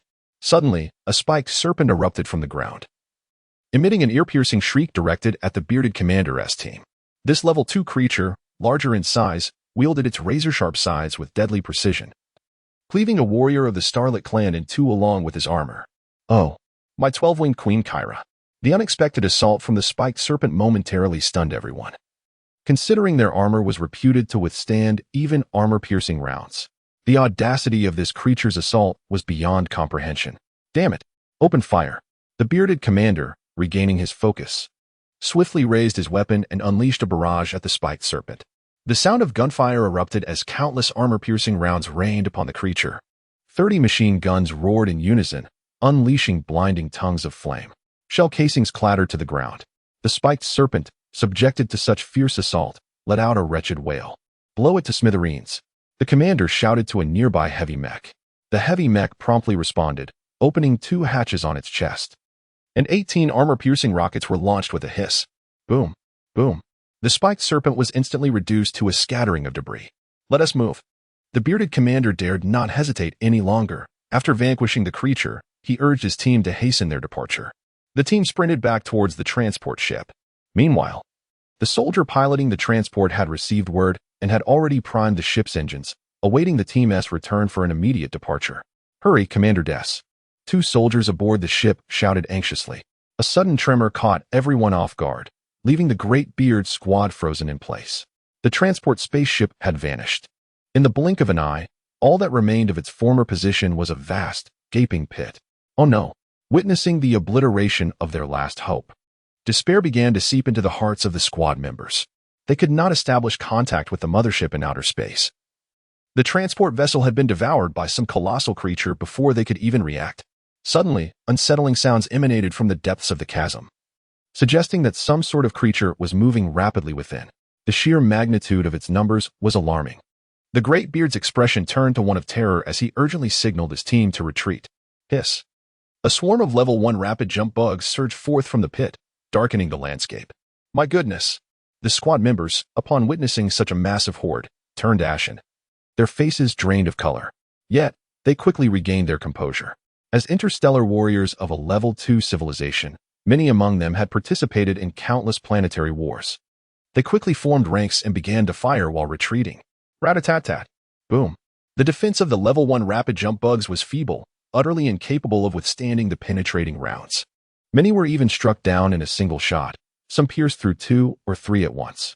The relentless onslaught of level 1 rapid jump bugs fell before the coordinated firepower of a few stalwart brothers and 2 heavy mechs. Nevertheless, the swarm emerging from the pit seemed inexhaustible, instilling a profound sense of despair within everyone. Despite being a mere 30-strong squad, they valiantly continued to repel the incessant tide of rapid jump bugs. They retreated to a higher ground, leveraging their advantageous position to launch a more effective counteroffensive against the advancing horde. Enough. Chinshin, situated within Kulu City, let out a cold chuckle. The swarm ceased its assault on the Great Beard squad. If this continued, the squad's ammunition would run dry, and at present, Chinshin could not permit their demise. As the bugs finally halted, a collective sigh of relief escaped the high ground's defenders, each one collapsing to the ground in exhaustion. The Great Beard gazed at the mountain of rapid jump bug carcasses before him, his expression one of bewilderment. Des, can you hear me? Respond quickly. Chapter 30. The cause behind it all. Suddenly, the communicator crackled to life, and the captain's voice resonated through. Hearing this voice, everyone felt a surge of hope. Wonderful. There's still a chance. Yes, Captain, we require assistance. This planet is infested with bugs, cursed bugs. The Great Beard exclaimed, his urgency palpable. Des, remain in your position.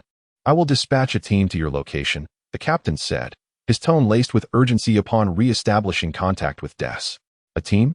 Des's expression darkened with anger as he exclaimed, your actions will not only fail to save us, but will also lead that squad to their demise. I shall request the utmost support. Upon hearing this, the captain paused momentarily before responding, very well, my brother.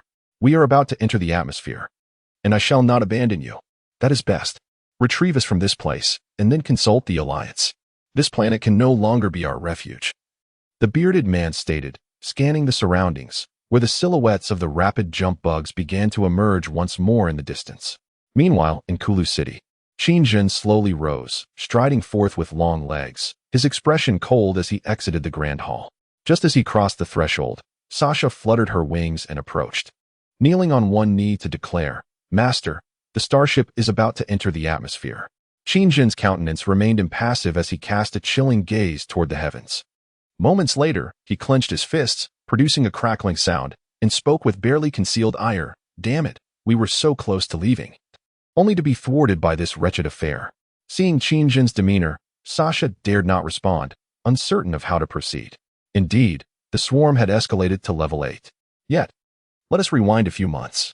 In his pursuit of creating a new breed of level 8 mother bug, Chinshin had depleted all available resources on this planet and exhausted every ounce of energy. He dismantled all mother bug bases and millions of swarm units, leaving only the sole level 8 mother bug base, number 1, in preparation for their imminent journey into the cosmos. In that moment, Chinshin was overwhelmed with emotion, tears streaming down his face as he joyfully proclaimed, I have finally awaited this day. So elated was he that he nearly collapsed to his knees. Even Sasha was taken aback by the display of emotion from the seemingly ruthless yet aloof master. Unbeknownst to her, Chinshin's original race was human, and the only one who had witnessed his true visage was, strictly speaking, Broken Tooth. At that time, Broken Tooth was among the first batch of rapid jump bugs, encountering the master before he donned the sovereign bug armor and during the subsequent surge of the swarm from the demon forest. For the following 2 years, Chinshin had not revealed his true self to anyone. Thus, it was entirely understandable that Sasha did not comprehend his emotions back then. Chinshin, being overly cautious, expended significant energy to order Sasha to employ her skills to scan for all signals in the surrounding space, to avert being incapacitated upon entering the cosmos. The outcome was predictable. Sasha detected the location and intentions of the starship, which was already en route. Upon receiving Sasha's report, Qin Jun was so infuriated that he collapsed into his throne, struggling to catch his breath for some time. It felt as though misfortune had struck him directly. Had the starship utilized its standard warp engine, it would have taken several months to arrive. In that case, by the time it reached this location, Qin Jun would have long departed. He would care not for the fate of others. Yet this cursed starship, without warning, initiated a jump. After estimating with the Zerg system the duration required for this battleship to reach its destination post-jump, Qin Jin found the answer so infuriating that he nearly vomited blood on the spot, feeling like a bug being bullied in a flatland. He pondered for 3 days and nights. This planet, once a thriving ecological haven, had been ravaged by his actions, now resembling a desolate wasteland. Most crucially, the latest Zerg creature must not be discovered by them. Otherwise, they might annihilate this planet from outer space, rendering all efforts futile and sealing his own fate. Should evasion prove impossible, confrontation would be the only recourse. But what kind of confrontation? The energy reserves were insufficient to enable the new Zerg units to manifest effective combat capabilities in space. Thus, space warfare was evidently unfeasible. However, engaging on the ground would present a starkly different scenario. Even with merely a level 2 civilization's technology, he was no longer the same individual. As the saying goes, a dead camel is larger than a horse, even with just one level 8 mother bug base and a few million energy points. If he could lure them to the surface, he would find a way to eliminate this obstacle entirely. To entice them, Qin Jin deliberately deployed some worker bugs on the ground, recalling how he had once shown mercy to the elven race. With this factor in play, they would surely descend to investigate. He then commanded the mosquito to intermittently disrupt their signals. Thus unfolded the previous events. Once they entered the atmosphere, he would incapacitate all network systems of that starship, Qin Jin stated coldly. Though the mosquito could not directly interfere with the starship in space once it neared the ground, it could employ its abilities to cripple all systems of the starship. This would make combat significantly easier. At your command, Master, the mosquito replied. By the following morning, the massive silhouette of the battleship finally appeared high above. However, it would still require 2 hours to approach the surface. During this time, the starship released countless fighter jets in a desperate attempt to rescue the stranded Big Beard squad, only to encounter swarms of level 3 flying serpent bugs in the sky, leaving them as helpless as a clay Buddha crossing a river. Qin Jin also ordered the level 1 rapid jump bug swarm to continuously harass the Big Beard squad, ensuring they would not be lethally assaulted. Rather, at the appropriate moment, he commanded the swarm to retreat, granting them a brief respite while simultaneously inciting their anxiety. Concurrently, he instructed the mosquito to cease interference with the Big Beard squad's signals, allowing them to maintain contact with the starship. At this juncture, just as the Big Beard squad was on the verge of collapse, the bug swarm retreated once more. Originally a team of over 30, after enduring a day and night of sporadic bug assaults, only 2 women and 5 men remained, totaling 7 survivors. Des, hold on. We are almost there. The captain's voice intermittently crackled through the communication device. The surviving members of the Big Beard squad looked up towards the sky, their spirits lifted. Wonderful. We are on the brink of salvation. As the silhouette of the mothership penetrates the atmosphere, everyone, except for the bearded man, is overwhelmed with joy, erupting in cheers. The bearded man, however, wears a grave expression, lost in contemplation. Why have the insects ceased their assault? Moreover, he senses that these creatures seem to have deliberately spared their lives. Whenever they are on the verge of succumbing, the swarm retreats instantly. After pondering for a long time, he suddenly awakens, hastily contacting the descending mothership. Captain, hurry. Do not concern yourselves with us. We have been deceived.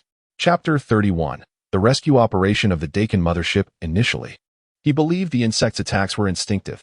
Gradually, he was horrified to realize that the swarm's aggression was deliberate and exceedingly fierce. If their intent were to eliminate them, they would have been consumed in mere hours. Clearly, the swarm was utilizing them as bait. With such precise coordination, it was evident that a leader was orchestrating the insects. They had encountered swarms led by a maternal figure before, but never had they witnessed such a colossal and vicious assembly. Thus, It was not difficult to deduce that these insects too must have a maternal entity lurking somewhere on this planet. Deus meticulously retraced his thoughts, connecting the sudden crash of the infallible reconnaissance drone with the relentless pressure the insects had exerted, driving them to this defensible yet precarious position. Suddenly, he jolted awake. Their target is the Dakin mothership. Captain, Deus shouted frantically to the mothership. What? Upon hearing Deus' shocking revelation, the countenance of every crew member aboard the Dakin shifted from blue to pale. However, by then, it was too late. The Dakin, shielded by numerous fighter jets, had already breached the atmosphere and was descending steadily.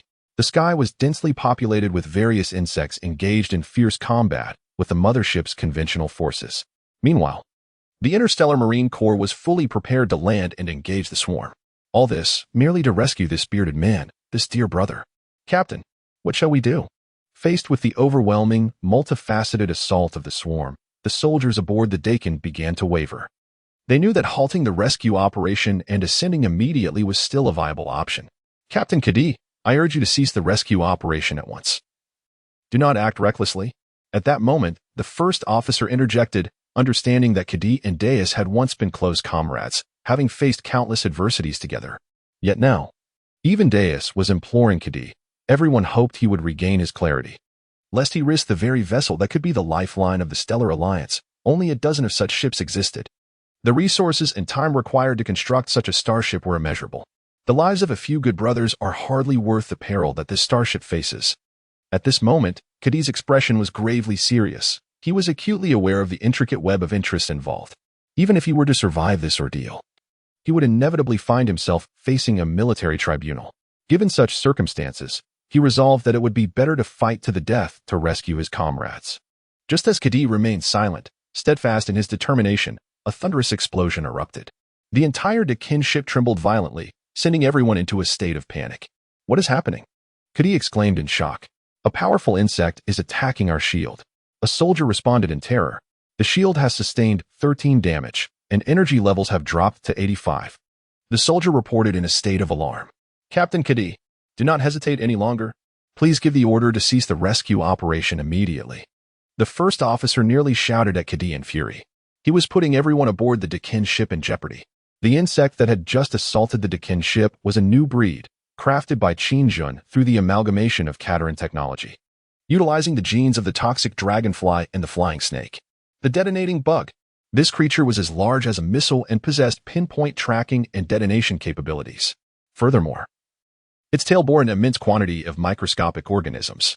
These myriad microorganisms would simultaneously self-destruct, generating a powerful gust that propelled the detonating bug skyward in an instant. Upon striking enemy units, it would detonate its internal energy crystals, unleashing a ferocious explosion when combined with a highly corrosive liquid that the bug carried. The strike speed approached an astonishing 18 Mach. Regrettably, the cost of producing a single detonating bug was exorbitant, and such creatures were designed for one-time use only. Nevertheless, in the current theater of war, they were evidently proving to be remarkably effective. Under the relentless assault of countless detonating bugs, numerous aircraft surrounding the Dakin ship were shot down. In the high skies, explosions erupted in rapid succession, with debris cascading to the ground like raindrops. Although the close-in laser defense systems aboard the Dakin ship could intercept some of the attacks, the sheer number was overwhelming. Nearly 10,000 detonating bugs launched simultaneous suicide attacks. The few hundred laser defense cannons on the Dakin ship could not possibly intercept them all at once. Damn it! Concentrate all firepower to breach the insect swarm's defenses and activate the main cannon system at once. The moment we receive the signal from Des, obliterate this planet. Kadi commanded coldly. Witnessing Kadi's refusal to heed their warnings, everyone stood in stunned silence. Execute my orders. Otherwise, you shall not receive a single star coin. And I shall see to it that you all face a military tribunal. Kadi bellowed at them. Hearing this, all were taken aback and hastened to comply with Kadi's directives. After all, they were being paid to serve the Alliance, and should they be summoned to a military tribunal for disobeying a superior's orders, they could face a sentence of up to 300 years in prison, with the Alliance never employing them again. Disable their network system. Seeing that colossal star destroyer descending lower and lower, its silhouette nearly overshadowing half the sky, Qinjun immediately issued the command. Upon receiving the order, Shawan took flight. her wings beating vigorously as millions of level 4 stinger serpents erupted from the ground, encircling her tightly, intercepting everything that dared to approach.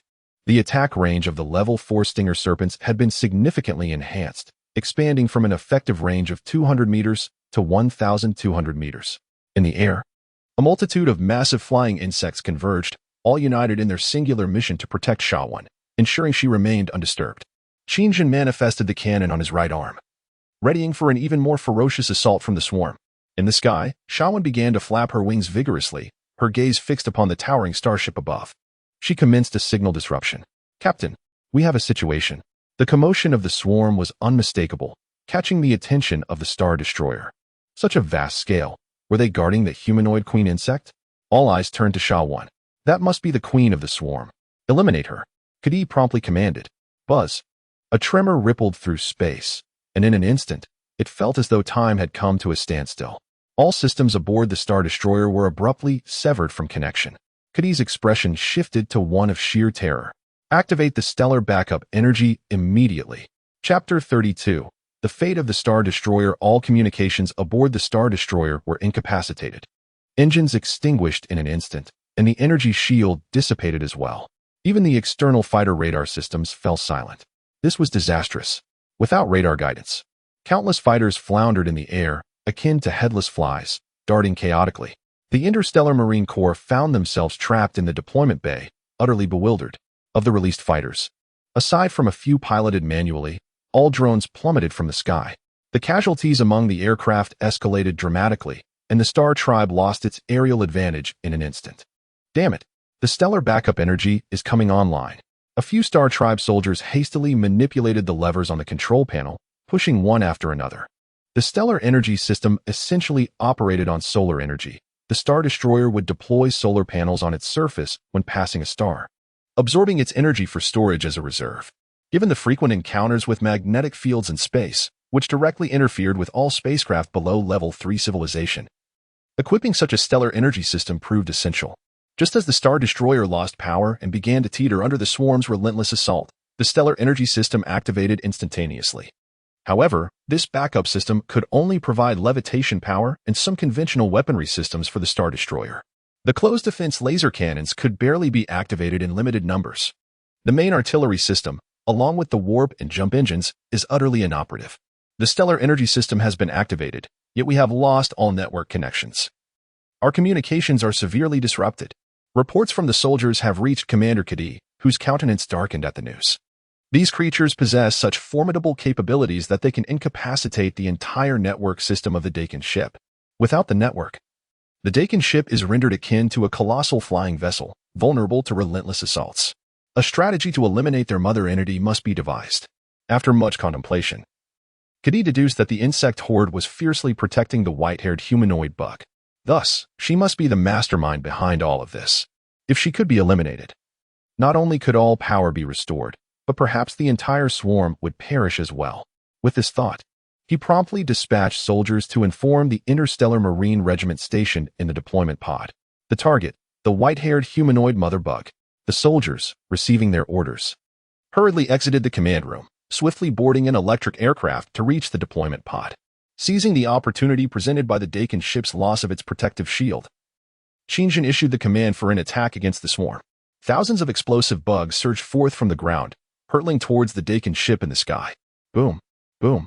The Dakin ship, under heavy fire, erupted in a series of explosions, its protective armor beginning to disintegrate, flames bursting forth, causing the vessel to sway uncontrollably. Meanwhile, the lower deck opened, and numerous specialized transport ships, carrying tens of thousands of interstellar marines, began their rapid descent to the surface. These specialized transports were equipped with conventional artillery, manned for precision strikes. As they descended, they incessantly unleashed armor-piercing shells upon the insect horde below, striving to create a safe zone for landing. Soon, under Qingjin's command, a swarm of armored cockroaches emerged on the ground. Hurry, hurry. The Interstellar Marine Regiment had successfully landed despite the loss of several transport ships to the swarm during descent. Heavy tanks followed the Star Warriors, bursting forth from the transport vessels. Several heavy mech squads were dispatched to rescue Des and others, while the remaining forces concentrated their firepower to assault the mosquito-like creatures. The ground-based firepower of a Level 2 civilization was not to be underestimated. Explosions echoed across the battlefield as countless swift-jumping bugs fell in droves. The swarm being repelled time and again. The interstellar marines advanced step by step toward the mosquitoes. Just as they neared their target, the armored cockroaches timely joined the fray, blocking the marines outside the safety perimeter of the mosquitoes. Hundreds of Level 1 thunder beasts had hatched and began to charge towards the interstellar marines from a distance, causing the ground to tremble as if a minor earthquake had occurred. The emergence of these colossal creatures left the Star Warriors in shock. These celestial beasts disregarded the penetrating rounds of machine guns. A volley merely sparked against their shells. They could not breach the armor of the thunder beasts. My heavens! What manner of creature is this? Use the flamethrowers. The commander of the Marine Corps tirelessly directed the panicked battalion. Suddenly, flames erupted, striking the oncoming thunder beasts. Caught off guard, several of the beasts leading the charge were blinded in an instant. Seizing the opportunity, heavy tanks roared to life, launching a simultaneous barrage of fire. Shells rained down, relentlessly bombarding the advancing thunder beasts. Many were struck by dozens of shells, falling lifelessly to the ground. However, numerous beasts had already breached the ranks of the Xingli tribe's tanks. Their immense size crushed a tank with a single stomp, while their colossal size relentlessly assaulted the ground troops of the Xingli tribe. The casualties inflicted upon the Interstellar Marine Corps were devastating. Unlike the swarm that could continuously reclaim corpses for resources, each loss was permanent. The swarm could hatch hundreds from a single resource, creating an overwhelmingly one-sided battle. Qin appeared not far from the battlefield, his single cold eye fixated on the Dakin ship. At that moment, having ascended to level 40 in psychic energy, he no longer needed to draw energy points from the swarm. He could unleash attacks using the small cannon mounted on his right arm. He transformed his cellular structure into nanobots, creating projectiles composed of thousands of these nanobots, each formidable in its own right. Although lacking the power of the swarm's plasma energy cannons, they still possessed considerable combat efficacy. Thus, each attack launched by Qin was a nanobot projectile forged from his own cells. With the swarm body upgraded to level 8, the nanobot projectiles became increasingly resilient, capable of effortlessly destroying a heavy tank with a single strike. The Interstellar Marine Corps held their ground for approximately 40 hours before ultimately succumbing to annihilation. Meanwhile, the bearded squad, having lost their utility, was swiftly overwhelmed by the swarm alongside the heavy mech squad sent to rescue them. In this dire situation, the Dakin ship could no longer withstand the onslaught and began its slow descent. The massive vessel crashed violently to the ground with a resounding boom that reverberated for some time. The burrowing demon immediately emerged from the earth, its hardened mandibles piercing through the ship's surface armor, initiating the final disassembly of the ill-fated starship. After the battle, the landscape lay in ruins. Qin stood expressionless on a rise, coldly surveying the devastation. The corpses of both the swarm and the Xingli tribe lay sprawled together in disarray. Smoke billowed across the battlefield. Worker insects began to appear, clearing the site. Several agile jumping worm squads scoured the heap of bodies, seeking any surviving members of the Xingli tribe, before mercilessly tearing them apart. This battle had raged for nearly 3 days, representing merely the firepower of a level 2 civilization starship. Yet, it was an unavoidable circumstance. Qin had nearly exhausted his resources to create such insects. Otherwise, the conflict would not have dragged on for so long. Siobhan flew toward Qin from midair, bowing respectfully. Master. Indeed, we have triumphed, Siobhan, Qin replied coolly, casting a glance at her. He continued, next, I will awaken Leviathan and depart from here to traverse the cosmos. Chapter 33. Leviathan. This battle marked the first time Qin truly comprehended the formidable might of extraterrestrial civilizations. The enemies of Blue Star, the lizard people, were exponentially more powerful than the Star Clan of this planet. Previously, while on Blue Star, he had not encountered the lizard people's space fleet, which was a formidable force in its own right. One could only wonder how Blue Star managed to withstand their onslaught for so long. Had this warship arrived a year earlier, the swarm would have stood no chance against it. Merely this singular vessel was daunting. Had a fleet appeared, the outcome could have easily swayed in favor of either side. This realization intensified Qin's urgency to depart from this planet. The resources here had been thoroughly harvested by the swarm, leaving no value in lingering. Remaining on this planet would mean stagnation for him, a fate he refused to accept. His ambition was to devour the vastness of the cosmos and ultimately return to the Milky Way for vengeance. Following the defeat of the Dekin warship, Qinjun, adhering to his customary practice, preserved the genetic material of the Star Clan and assimilated all the technology aboard the Dekin. 2 days later, the surface of Zone 09 was devoid of any insects, revealing a vast expanse of barren yellow earth, as the swarm had seemingly vanished without a trace. Were it not for the continued existence of the Elven territory, Zone 09 would have truly become a desolate wasteland. To restore it to its former glory, this monumental task now rested squarely on the shoulders of the elves. In a boundless desert, the ground suddenly began to tremble.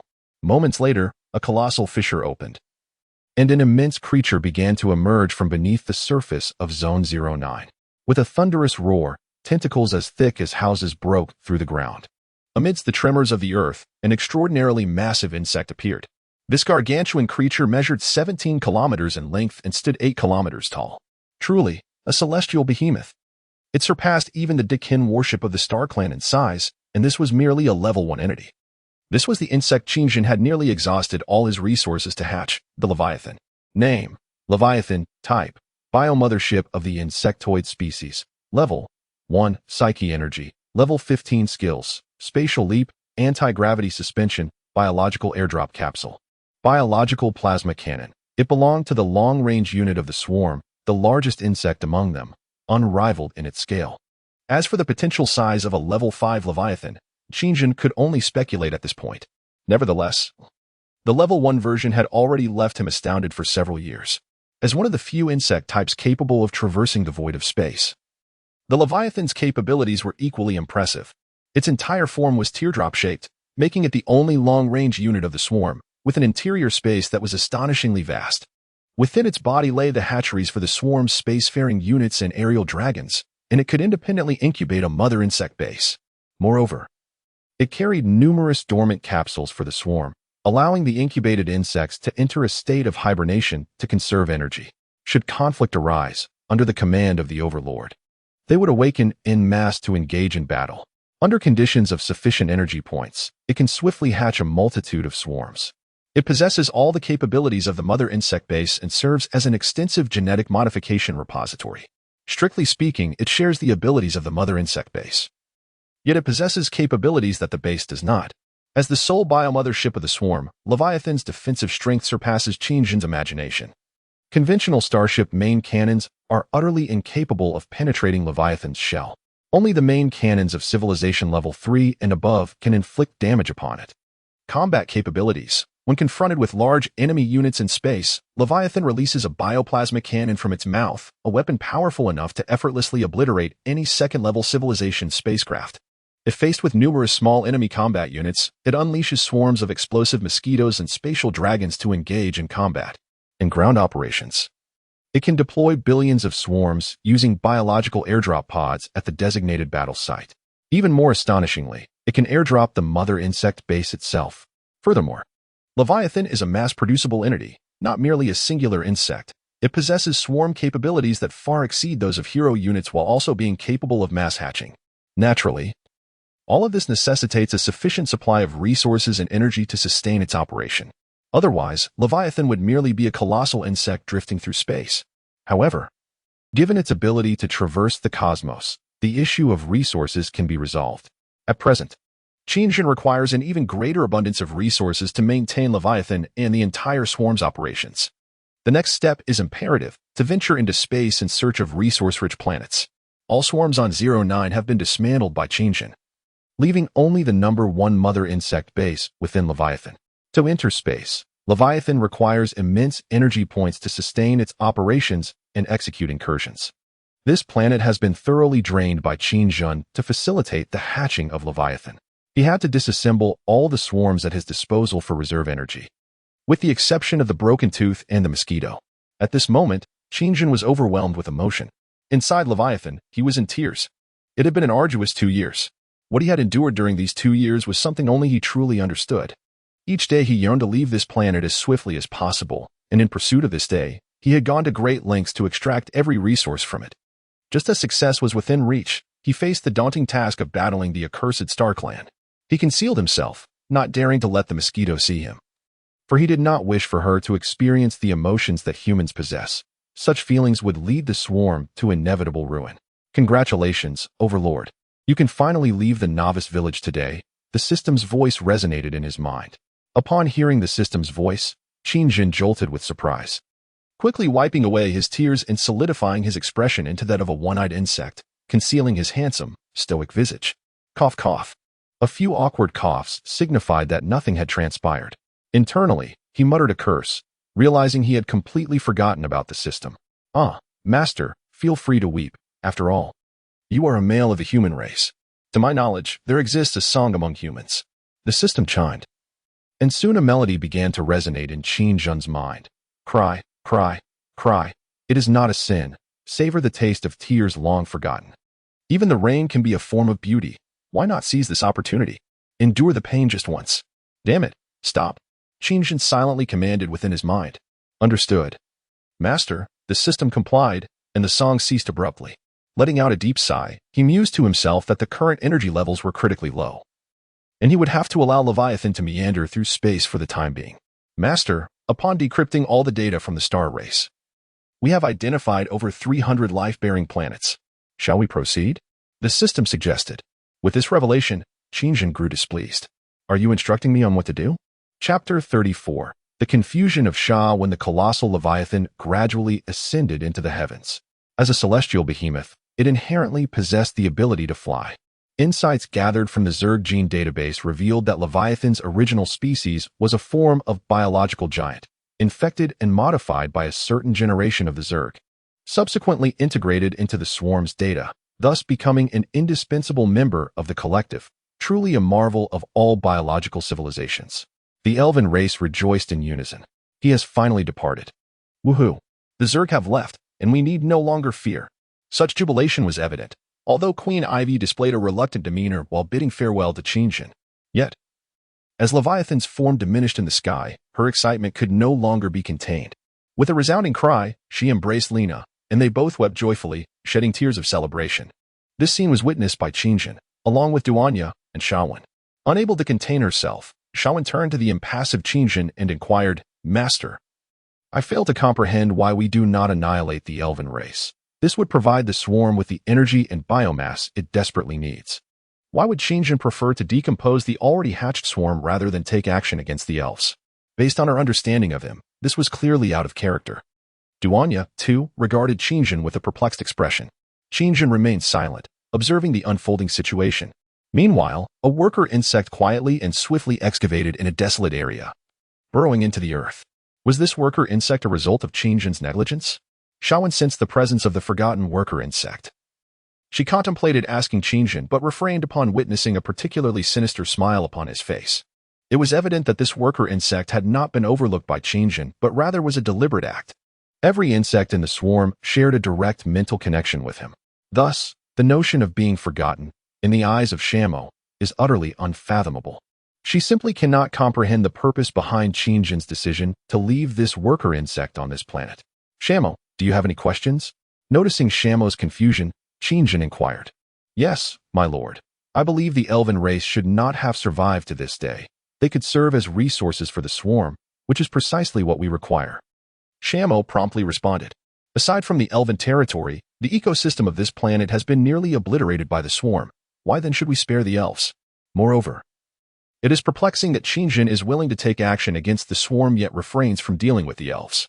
Could it be that he has a secret liaison with Queen Ivy of the Elves? Upon hearing Shamo's doubts, Qin merely smiled and replied, Indeed, Shamo, you are not mistaken, but I believe that at times, one must refrain from taking absolute measures. It is prudent to leave oneself an avenue of retreat when necessary. At this, Shamo remained perplexed. Could it be that the Lord has indeed formed a clandestine union with Queen Ivy of the Elves? To be honest, this question had long been germinating in Shamo's mind, and now, as she contemplated it, she felt compelled to seek clarity, especially as the foremost brain insect of the swarm and the designated daughter of Qin. Although Qin's appearance is grotesque and fearsome, it is still essential to ascertain the truth. After much contemplation, she resolved to speak. My lord, there is a question I am uncertain whether I should ask. Qin, maintaining his customary indifference, responded, Ask. Have you united with the elves, specifically with the Elven Queen? Upon hearing Shamo's audacious implication, Qin nearly coughed up blood in shock. Instantly, he bared his insect-like mandibles in fury and retorted, "That is impossible. You must immediately suppress such thoughts in your mind. We are the swarm. Our mission does not permit us to entertain such emotions, absolutely not, and I certainly cannot. Thus, your peculiar notions are erroneous." Shamo, chastised by Qingjin's vehement outburst, bowed her head like a child caught in wrongdoing, too intimidated to speak further.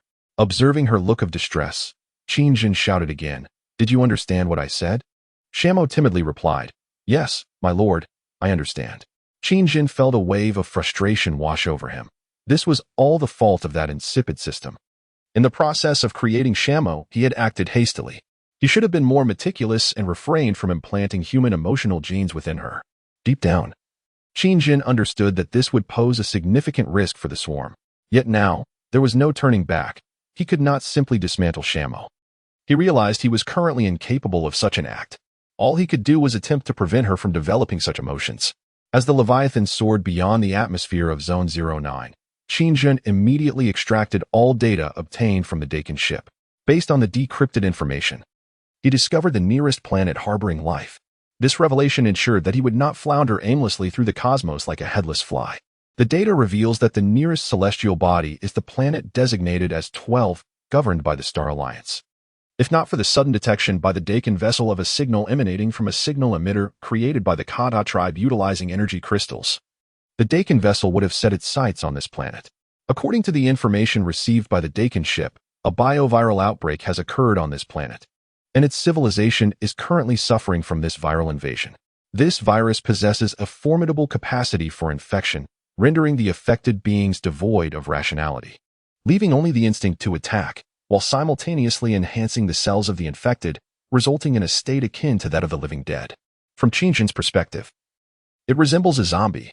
However, it diverges from the typical zombie, as the infecting entity can evolve by consuming other organisms, thereby acquiring greater abilities and strength, while also exerting control over the actions of all infected hosts.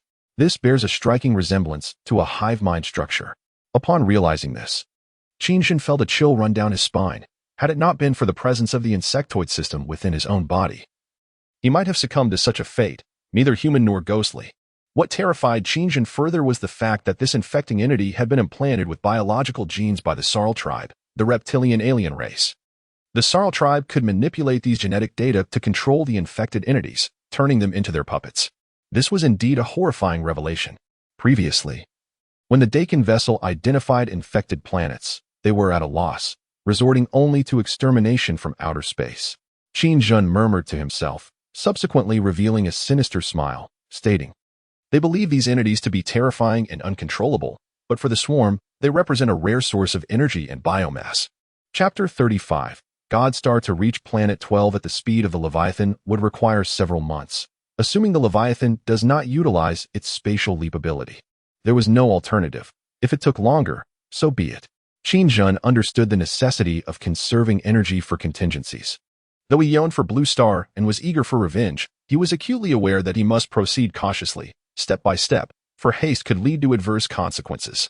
He comprehended the adage that to bring about the downfall of an enemy, one must first drive them to madness. 2 months later, within the Star Alliance system. Coordinates: Planet 12, God Star.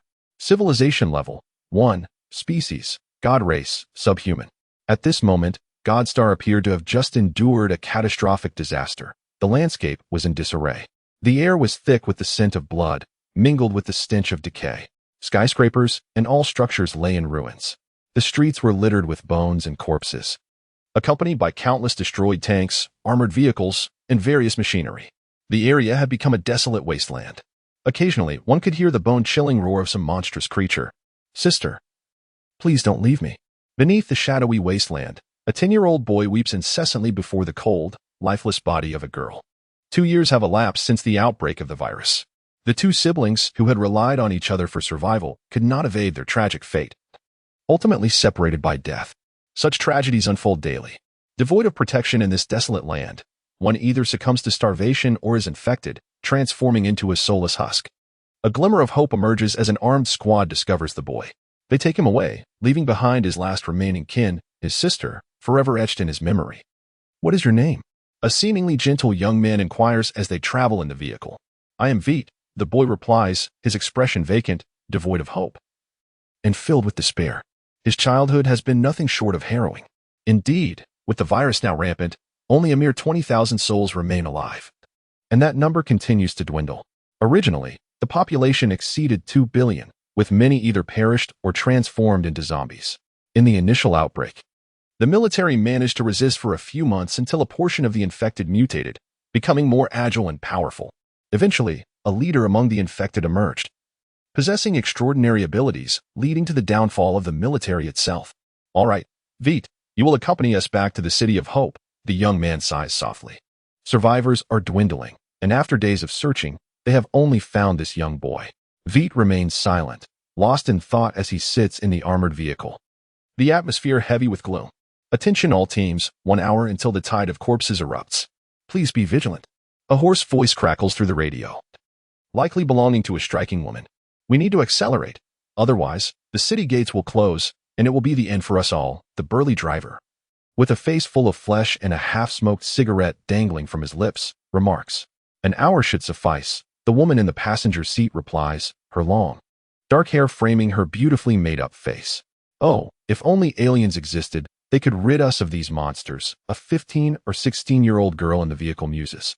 Don't indulge in such fanciful thoughts, Ling Do. There are no aliens. Even if there were, they would likely flee upon seeing our planet in such disarray. The burly driver responds, noting the girl's whimsical imagination.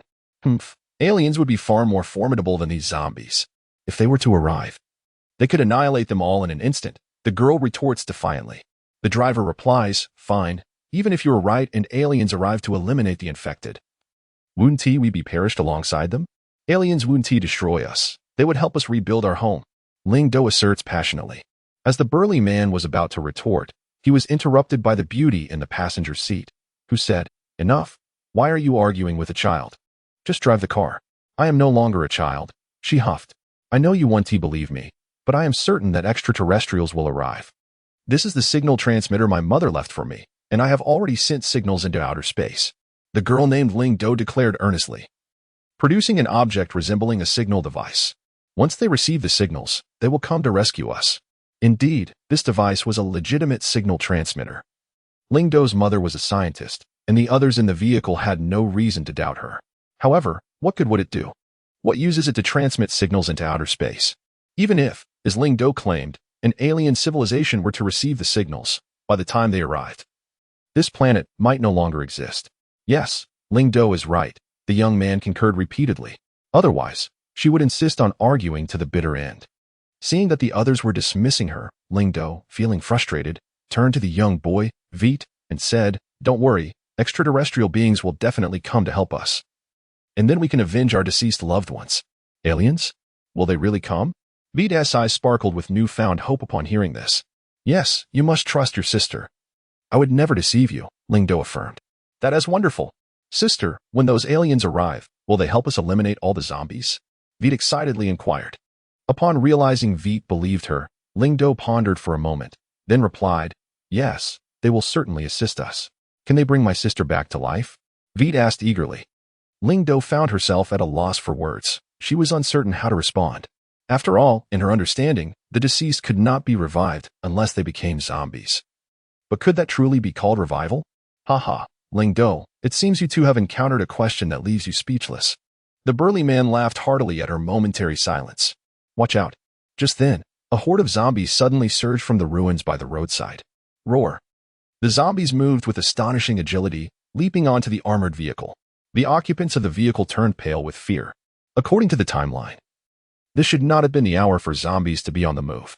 Without hesitation, the young man gripped his submachine gun tightly, gritting his teeth as he leaned out and began firing at the zombies clinging to the vehicle. Tat-tat-tat. The deafening gunfire sounded like an alarm, instantly attracting a larger wave of the undead. Witnessing this, the beauty in the passenger seat's eyes widened in horror. Damn it, we're doomed. Chapter 36, Biological Airdrop Pod Humph. Today, the god of war will finally claim the planet god, a creature resembling a demon, adorned with twin horns upon its forehead and possessing wings upon its back, soared through the skies with great flaps of its expansive wings, akin to a bat. With a mouthful of sharp fangs, it spoke languidly, casting a glance at its formidable claws. Ah, What a splendid sensation this is. This is the power of divinity. I am a god. Attack the City of Hope. At the command of the demon infection entity, a massive tide of corpses surged towards the City of Hope. This city serves as the final bastion for the goat people. Though their firepower is formidable, they are utterly powerless against such an overwhelming horde of corpses. Even a secondary civilization's military can do naught but unleash destruction. Moreover, many of the creatures within this tide are mutated beings, endowed with consciousness and great strength, rendering conventional weaponry ineffective for immediate extermination. Aha! This planet shall be ruled by me. The demon infection entity gazed upon the City of Hope, deeming the feeble goad tribe to be engaged in a futile struggle. Suddenly, a tremendous roar echoed through the sky. In an instant, the very earth trembled. What is happening? The demon infection entity was momentarily stunned. The sound reverberated through the air as if a wall had been smashed down with immense force. Raising its gaze, it beheld a colossal shadow descending slowly. At that moment, both the horde of corpses and the fortunate surviving goad inhabitants halted their conflict, gazing up at the enormous shadow in bewilderment. What is that? The armed squad and the nearby zombies were left immobilized by the sudden eruption of sound from above. Aliens! The aliens have arrived. Ling Do's expression ignited with excitement. Indeed, it must be so. The Zerg mothership, Leviathan. Its sheer size is enough to dominate all beings in the universe. Master, the civilization on this planet is quite peculiar. They appear to be nothing but corpses. Is this a civilization of the dead? Shawan inquired, puzzled. A civilization of corpses? Qingjin chuckled softly and replied, Yes, Shawan. This is not a civilization of the dead. These are all living biological entities and energy. Upon hearing this, Shawan seemed to have an epiphany. And after a brief moment, she responded, I understand now, Master. Crack, crack, quick, let me down. As he gazed at the dense throng of zombies below, the eyes of the broken-toothed creature gleamed with a green light, akin to a gluttonous dog spotting a delectable treat, drooling in anticipation. The massive form continued to descend, and an overwhelming sense of crisis surged within the demon infection entity's core, an instinct inherent to all living beings. How is this possible? I am a god. The demon infection entity tilted its head and unleashed a thunderous roar towards the Leviathan, which had just breached the atmosphere. Upon hearing this sound, the two beings and the dog were visibly taken aback. What is that? A god? Shawan, with a look of disbelief, remarked, Master, please allow me to challenge him to a duel. A god? It was better not to mention it. However, upon hearing someone proclaim themselves as a god, Shawan felt an immediate irritation. Perhaps due to the genetic memories of the Zerg, in her understanding, a god should be those with forked appendages, not this creature. A duel? Upon hearing this, Qingjin's large eyes flashed with an inexplicable expression, and he declared, Sha Mosquito, the times have changed. Only the most foolish would choose to engage in a duel. Release the swarm. Without further ado, Qingjin commanded an offensive. Countless biological drop pods began to surge rapidly from within the Leviathan's colossal form, pouring forth through its pores. With a resounding thud, the first drop pod shot from the immense body of the Leviathan, striking the surface like a cannonball. Each pod contained thousands of rapid-jumping insects and 200 stinging serpents. Although the biological drop pods appeared quite massive indeed, larger than the special transport vessels of the Xingli tribe, they seemed to leap from the Leviathan like a flea jumping from an elephant. The descending drop pod resembled a gargantuan octopus, in Qingjin's estimation. Deploying merely the swarm of rapid-jumping insects and the assembly of stinging serpents sufficed against such a formidable planet. All eyes on the ground were fixated on the enormous biological drop pod hurtling down from the sky. With a deafening crash, debris flew in all directions as the drop pod struck the ground, creating a vast and deep crater. The horde of zombies stood in stunned silence, fixated on the ominous pit that exuded an aura of extreme danger. Indeed, the horde was gripped by a primal fear, a tremor elicited by the virus coursing through their veins. A far more potent gene was approaching, one that threatened to consume and annihilate them. Suddenly, an unsettling hiss erupted from the depths of the crater, sending chills down the spine. In an instant, the swarm surged forth from the abyss, ferociously launching themselves at the horde of zombies, akin to famished wolves descending upon a flock of sheep, resulting in a scene of chaos and carnage. Thud, thud, thud. Countless biological drop pods raced from the Leviathan's body, hurtling towards the ground in a torrential downpour, numbering in the millions. The demon-infected creature narrowed its eyes and hastily flapped its enormous wings, desperate to flee. Shaw Mosquito and Broken Tooth emerged alongside the swarm from the Leviathan, swiftly descending towards the earth in a synchronized assault. Devour. Evolve. Annihilate all.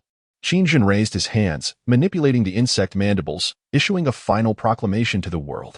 Under his command, the swarm descended, plunging this already desolate planet into further despair. The virus within the horde began to seize control, driving them into a frenzied flight. Faced with such a merciless entity, they stood utterly powerless to resist.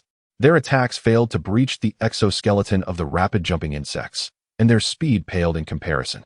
The rapid-jumping insects surged towards the horde with lightning speed, their sharp appendages and mandibles capable of reducing zombies to mere fragments with a single strike. The anguished cries of the zombies echoed throughout the entire God Star, as countless mutants were instantaneously slain. Deploy the Mother Insect Base. Qingjun commanded once more.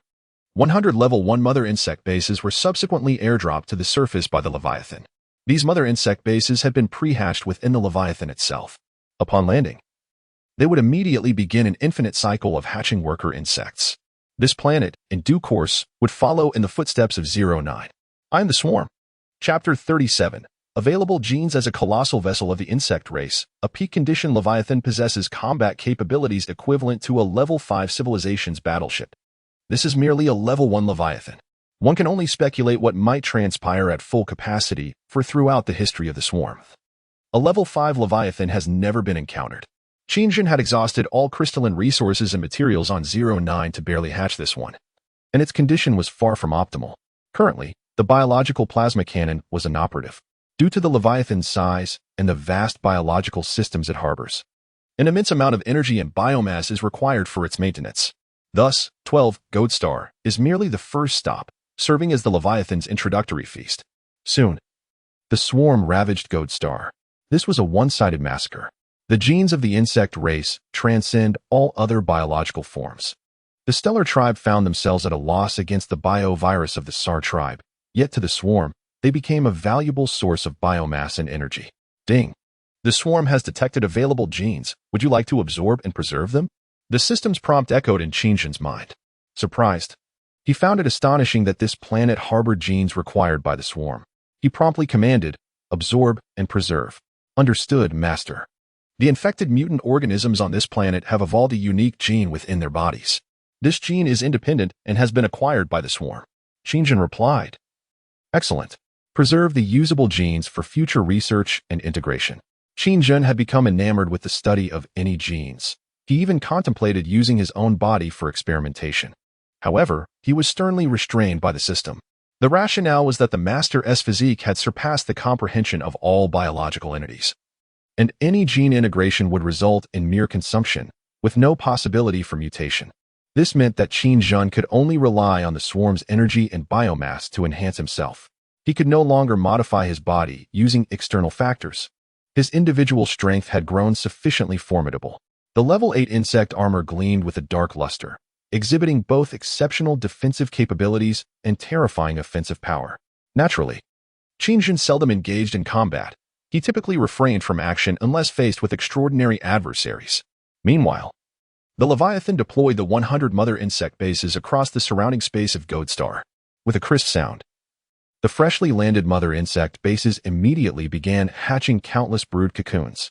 They then covered the vicinity with a fungal carpet, as swarms of larvae surged onto the carpet, transforming into cocoons.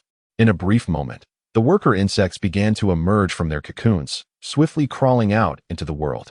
Under the unending cycle, this planet was nearly overtaken by the swarm within a mere 5 hours. The hatching speed of the insects was alarmingly rapid. Qingjun commanded the upgrading of all level 1 mother insect bases. Once a sufficient amount of energy was collected, he commenced the enhancement of the mother insect bases. The upgraded facilities would significantly augment both the capacity and quantity of hatching, thereby accelerating the swarm's operations. The Godians trembled in fear, huddled within the City of Hope. Initially, they believed salvation had arrived, only to confront an adversary far more terrifying. Countless machine guns unleashed their fiery tongues from the city walls. However, due to the swarm's extensive targets, only a small contingent of the rapid-jumping insects attacked the City of Hope. With a vast horde of zombies as their primary target, the swarm did not launch a full-scale assault on the city. Instead, They prioritized attacking the zombie horde and the mutated beings among them. This instinctual behavior of the swarm dictated that, in the absence of explicit commands from a master, they would instinctively target the perceived weak. Damn it. These insects are what you call aliens. They are far more horrifying than the infected. On the city walls, strong men wielded firearms, occasionally firing at the rapid-jumping insects attempting to scale the walls. They silently thanked Leviathan for not unleashing the swarm upon the City of Hope. Otherwise, the consequences would be unimaginable. Oh, I realize my mistake. These alien insects are terrifying. Ling Do curled up on the city walls, covering his head, too frightened to glance again at the swarm. It was brutal. The infected beings before them resembled mere watermelons, utterly incapable of retaliating. The very beings that instilled fear in the Godians, the infected mutants, were equally defenseless before the swarm. Moreover, the insects boasted astonishing shell defenses, rendering ordinary bullets ineffective. Truly, the end had come for Godian Star. Not even the infected could escape their fate. Strictly speaking, no living creature was safe. With a thunderous boom, Shawan descended from the heavens and landed atop the city walls. As soon as she touched down, she unleashed subsonic waves upon the surrounding Godians. In an instant, many collapsed, their eyes glazing over, while those closer suffered grievous injuries, blood gushing from their orifices, dying on the spot. Shawan flapped her insect wings and slowly ascended into the air above the City of Hope, casting a cold gaze upon the panicked Godians, rendered incapable of further attack. Their eyes reflected nothing but profound terror as they beheld her. This humanoid insect was akin to a deity in their eyes. Master, I have detected 430 members of the primitive race on this planet. Shall I execute their annihilation? Shawan inquired through her consciousness. Upon receiving her report, Qin Jun, aboard Leviathan, pondered for a moment before responding. Their fate lies in your hands, Shawan. Destruction and mercy are but a thought apart. Upon uttering these words, he addressed the system. Extract the linguistic data of this civilization and implant the language within the consciousness of the mosquito. Understood, Sovereign. I am currently embedding the language data of the Goad tribe into the consciousness of brain worm number 1. Ding. Implantation complete. In the span of a mere second, the system accomplished the task. Qin Jin nodded in satisfaction and shifted his focus to the mosquito. He was eager to observe whether the mosquito would exhibit any compassion when faced with a race that bore a striking resemblance to itself. Suddenly, the mosquito's mind received the linguistic data of the Goad tribe, causing it to display a momentary look of surprise before preparing to assemble its swarm. At that moment, a girl burst forth from the crowd, kneeling before the mosquito in midair with a thud. Please, save us. We do not wish to die. The emergence of the girl, Ling Do, momentarily stunned the mosquito. Its fierce eyes fixated intently on Ling Do below. Qin Jun observed the scene with an icy gaze, eager to see what choice the mosquito would make in response to this situation. After much contemplation, the mosquito inquired, "What is your name?" This question left Qin Jun momentarily off balance, nearly causing him to tumble from the Leviathan. He shouted in exasperation, "You should be exhibiting ferocity instead." Chapter 38. The terrifying Fong. Meanwhile, the Fong, which had launched from the Leviathan alongside the mosquito, charged into the horde of zombies and commenced a rampage. A level 8 Fong has the capability to single-handedly obliterate a level 3 civilization starship. This is no exaggeration, provided it can breach the interior of the vessel. The Fong's minions and exoskeleton have evolved to a terrifying degree, rendering them immune to all conventional weaponry of level 3 civilizations and below, excluding laser beams and nuclear arms. The potency of the latter two varies across different levels of civilization, making precise evaluation challenging. It boasts unparalleled speed and reflexes, allowing it to effortlessly evade any attack. Its armor, surpassing any known metal hardness, is equally fearsome, signifying that it possesses both offensive and defensive capabilities. In the biological realm of the Tianyu galaxy, it knows no rival. Its ferocious nature transforms it into an unrelenting killing machine upon entering the battlefield. Unlike other swarm species, the diminutive Fong delivers explosive damage akin to that of an assassin. Its sharp claws and mandibles can effortlessly tear through the decks of level 3 starships. It resembles a frenzied pup, its brutal demeanor instilling terror. It rends the surrounding zombies to shreds, then surveys its surroundings, failing to locate its desired target. It momentarily closes its fierce eyes and hovers in place, flapping its small wings. It is establishing a mental connection with the swarm. Indeed, the Fong possesses the abilities characteristic of a swarm brainworm. It possesses the ability to connect with each creature of the swarm at will, transmitting commands to them and even briefly switching perspectives. The aerial overseer of the swarm received the mental link from the creature known as Broken Fong in an instant. Soon, the fleeing silhouette of the demonic infection returned to Broken Fong's neural pathways. Got you. Upon confirming the target and its location, it abruptly opened its fierce eyes, launching itself forward with a swift motion, darting out like a bolt of lightning. Damn it! What on earth are these creatures? The demonic infection continued its relentless flight. Faced with these insects, an overwhelming sense of dread washed over it. Although it struggled to comprehend the situation, it was clear that distancing itself from them was the prudent choice. Yet, Broken Fong's figure rapidly closed the gap. You can't escape. As it sprinted, it let out a roar directed at the fleeing demonic infection hovering in midair. Upon hearing this roar, the demonic infection felt a shiver run down its spine. A dangerous signal flared in its mind. It was being pursued. Broken Fong moved with remarkable speed, and after several minutes of relentless chase, it seized an opportunity. With a powerful thrust of its hind legs, it launched itself towards the airborne demonic infection. Using the small wings on its back for assistance, it swiftly ensnared the infection. With a muffled thud, the two collided upon landing, a creature and an insect locked in a fierce struggle. The demonic infection was several times larger than Broken Fong, yet it found itself pinned to the ground under relentless attacks and bites from the smaller creature. Despite its ability to fire laser beams from its mouth, the demonic infection was no match for Broken Fong.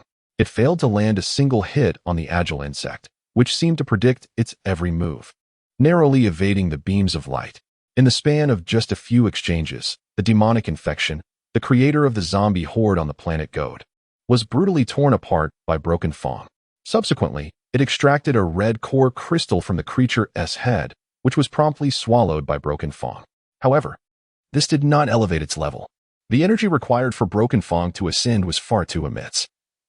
It would need all the resources of this planet to have any hope of reaching level 9. Meanwhile, Qingjin harbored more pressing thoughts. Having dispatched the demonic infection, Broken Fong turned its attention to the mutated beings. At that moment, Sha Mosquito was still engaged in interactions with the God tribe, much to Qingjin's growing frustration, unabashedly deeming it a disgrace to the swarm. Internally, Sha Mosquito began to struggle. Even she could not understand why she felt a sense of compassion towards Ling Do. Master, it seems you are quite troubled by the first brain insect, the system's voice chimed in. At this point, Qingjin, within Leviathan, could bear no more, withdrawing his consciousness. He slumped within the creature, his expression one of utter resignation as he cradled his forehead. Upon hearing the system's voice, he felt an eruption of anger rise within him. How dare you say that? If you are dissatisfied with the emotional capacity of Brainworm number 1, I suggest the master send her to the splitting pool for a remutation, the system stated once more. Remutation? Upon hearing the system's words, Qingjin felt a surge of energy. Indeed, master. During the incubation of Brainworm number 1, the splitting pool's capabilities were not fully developed. But now Leviathan's splitting pool has become significantly more powerful, capable of reconstructing her entirely. Understanding this, Qingjin rose, his countenance once again shrouded in gloom. After pondering for a moment, as if struck by a thought, he inquired of the system, if she undergoes remutation, will it affect her abilities? Strictly speaking, it will have a profound impact, as the genes of the brainworms select skills suited to their physical forms during creation. Just like Brainworm number 1, she possesses a petite physique yet excels in her abilities. The genes within her will evolve in tandem with her body, adapting to suitable capabilities. In other words, if Brainworm number 1 successfully undergoes remutation, she may emerge in an entirely new form, with skills that may even diverge entirely from her previous ones, the system elucidated. As the system's explanation settled in, Qingjin fell into contemplation. Sha Wen's abilities were undoubtedly unique, and he was quite pleased with her. However, her personality posed a potential weakness for the swarm. Nonetheless, Sha Wen was more beneficial than detrimental. After a moment of reflection, Qingjin decided to let it be.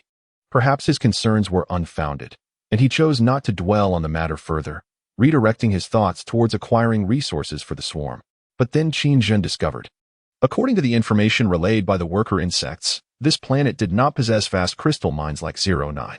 There were resources, albeit pitifully scarce. What on earth? Are you saying the resources on this planet have been nearly exhausted by the previous Godians? This revelation left Qingjin feeling quite disheartened. Little did he know, He was fortunate in this regard.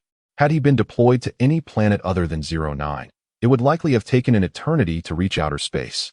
And even a level 67 swarm would not have achieved it. Despite the unsatisfactory situation, the swarm still managed to gather a significant amount of energy and biomass. They were not entirely empty-handed.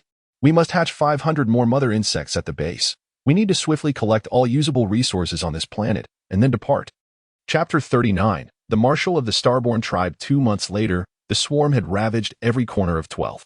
This wretched planet had not spared even a single microorganism from its fate. Qingjun was truly relentless. Compared to 09, the demise of 12 was far more tragic. It had indeed become a dead star. Initially, Qingjun had intended to absorb the planet's core, but after several attempts, he found it feasible yet burdened with exorbitant costs and time. Clearly, this was an impractical endeavor at present. Heaven knows when the fleet of the Xingli clan will make its appearance. It could be at any moment, even in the next second. For this star domain falls under their jurisdiction, akin to how the blue planet resides within its solar system. Furthermore, the downing of the Dakin ship certainly would not go unnoticed by the Xingli clan. Qingjun understood very well that each step taken at this juncture must be meticulously planned. He must rapidly gather a vast array of resources during this period. To escape this star domain, an all-out war with the Xingli clan is unavoidable. Truth be told, Qingjun harbored considerable uncertainty when faced with the full might of the Xingli clan, unless he were to be granted resources akin to those of Planet 09. His confidence remained tenuous. At this moment, Shawan sat amidst the ruins, her expression tinged with melancholy as she supported her chin with one hand. This site, once a bastion of hope, now lay in devastation. Yes, she had made a decision, the complete annihilation of the Gouda clan. Yet, she found herself perplexed. Why would such frail beings, fully aware of their impending demise, throw themselves into the fray without hesitation? She had resolved to spare Lingdo, but the rest of the Gouda people were swiftly consumed by her swarming insects. In the end, Lingdo, rather than expressing gratitude, turned against her. Shawan was engulfed in confusion, a dilemma that had plagued her for over 2 months. Hatred drove her recklessly. Indeed, Shawan, you should not have acted so. Such a course of action was undeniably cruel. Qingjun, appearing by her side seemingly out of nowhere, stirred the insect mandibles on his face and spoke in a leisurely manner. Master, upon hearing his voice, Shawan hastily returned to the present, her countenance reflecting bewilderment as she inquired, Master, what exactly is hatred? How can it embolden the weak to act without fear? Qingjun let out a cold laugh and replied, Indeed, hatred can render beings more formidable. In pursuit of vengeance, they may even lose their sanity. Yet, simultaneously, hatred transforms into a powerful force. Upon hearing this, Shawan appeared to grasp the concept, pondering for a moment before articulating, I understand now. To other beings, the swarm is terrifying because it knows no fear, while they cower before us, for we are the swarm. Master, does the swarm harbor hatred? Has it transformed this hatred into strength? Qingjun, momentarily at a loss for words, had intended merely to play a role. Now, before he could formulate a response, Shawan struck a chord, asking, Master, are you that hatred? Me? Qingjun replied, taken aback, before pausing to say, perhaps. To be frank, he himself had yet to fully comprehend this matter. He undoubtedly harbored hatred, but he had moved beyond mere revenge. Strictly speaking, vengeance was merely the first task on his agenda. In the face of the powerful and unknown civilizations in the universe, having taken this step, how could he willingly choose to remain a weakling? Meanwhile, on the home planet of the Xingli clan, Luzenstar, a tall officer of the Star Alliance briskly traversed the bustling Interstellar Command Center, a document clutched in his hand. Upon reaching the door of an office, he quickly adjusted his appearance and gently rapped on the door. Come in. A voice resounding with authority echoed from within, prompting the officer to push the door open. He approached a middle-aged man seated at a desk, immediately saluting in the manner befitting the Star Alliance military, and announced, Marshal, we have located the Dakin vessel. At this revelation, the middle-aged man's expression shifted to one of alarm as he raised his gaze to meet the officer's. The officer's stern demeanor left little doubt that the fate of the Dakin vessel was dire. While I have long hoped for good news, your countenance betrays a grim reality, the middle-aged man remarked with a hint of ire. Indeed, Marshal, this is unfortunate news. Our fleet discovered its wreckage in Sector 09.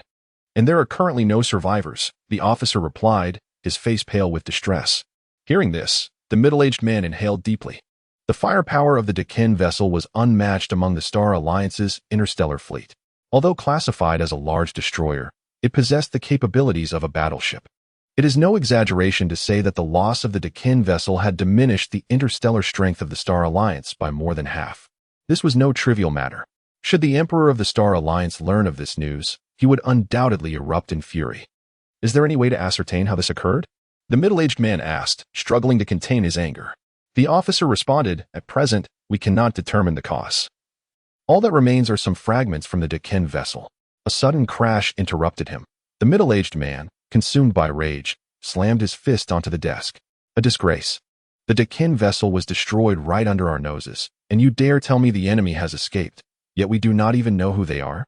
The officer, at a loss for words, lowered his head, unable to respond.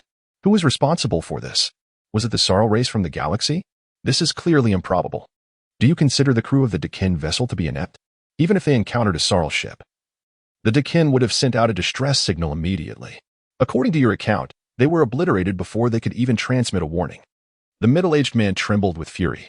As he had pointed out, even when faced with a superior ship, the Dakin's radar would certainly detect the presence of the adversary. Issuing a warning upon encountering a more formidable foe is a fundamental protocol of interstellar fleets, particularly for a crew of elite veterans led by Commander Kadi. Furthermore, the Dakin was a celebrated hero vessel of the Star Alliance, having valiantly defended the Tianyu system against incursions from other civilizations, earning commendations from the revered Queen Kyra of the 12 Wings. It possessed the capability to engage even with ships of a Level 3 civilization. After the furious outburst of the middle-aged man known as Marshall, a member of the Xingli tribe, he gradually regained his composure. Such a situation could only imply one possibility. They must have encountered an extraordinarily cunning adversary, one that had eluded the calculations of the Dakin fleet. Indeed, it was imperative to dispatch all fleets immediately. This enemy was undoubtedly concealed within our star domain and could not have fled far. In Chapter 40, it is declared that no secret can remain hidden forever. The news of the Dakin fleet's destruction swiftly spread throughout the Xingli tribe. The emperor of the Xingli tribe, incensed by this revelation, promptly ordered Kanafa to identify the enemy and ensure they paid a heavy price. The emperor granted only 2 years for this task. Under the immense pressure exerted by the entire Xingli tribe, the interstellar Marshal Kanafa was compelled to convene a press conference for interstellar civilizations. On the colossal screen, Kanafa, with a heavy heart and righteous indignation, proclaimed, "The enemy's position has been laid bare before the cannons of our fleet. The destruction of the Dakin fleet is not merely an affront to the Xingli tribe, it is also an insult to the sacred Queen Kyra of the 12 Wings. I have beseeched our allies for assistance. There will be no escape for them, and they shall pay dearly for their transgressions." This broadcast was disseminated infinitely across the home planets of civilizations within the Tianyu galaxy and ignited a tumultuous uproar, with countless civilizations engaging in fervent discussions. The heavy battleship, once blessed by Queen Kyra, had been obliterated. The Xingli tribe had lost its former glory. Some speculated that the Sao tribe was responsible, for in their recollection, the Sao tribe of the galaxy had never engaged in honorable actions. To alleviate the pressure on the border planets of the galaxy, the Tel tribe had begun to turn a blind eye to the misdeeds of their allies. The bioweapon crisis that unfolded within the Xingli star domain served as the most compelling evidence of this. Civilizations throughout the Tianyu galaxy began to condemn the Sao tribe and directed their wrath towards all civilizations within the galaxy. Meanwhile, the true instigator of this turmoil roamed freely on the 12th planet of the Xingli star domain. As the last worker insect crawled back into the massive tentacle of Leviathan, Qingjin prepared to depart from this worthless planet. The energy harvested by the swarm exceeded 1 trillion units, a result that left Qingjin somewhat dissatisfied, as it barely sufficed to sustain Leviathan and the current operations of the swarm. Leviathan ascended slowly into outer space. Dinya lounged at Qingjin's feet, incessantly licking her claws, seemingly unfulfilled. Shamo, on the other hand, appeared to have resolved her inner doubts, or perhaps not, as she maintained a perpetually aloof expression. Additionally, the insect shell covering her mouth made it even more challenging to discern her current emotions. Extract the data for the next target. This time, we shall establish a jump point for spatial traversal. Qingjin instructed the system. The nearest resource planet to us is 03, belonging to the Stellar clan. This celestial body is merely a satellite, yet it is abundant in crystal mineral resources. Additionally, a fleet from the Stellar clan and a substantial ground force are stationed there. The system replied. Crystal minerals? Upon hearing this, Qin Jun was suddenly invigorated, a glimmer of insatiable greed flashing in his singular eye.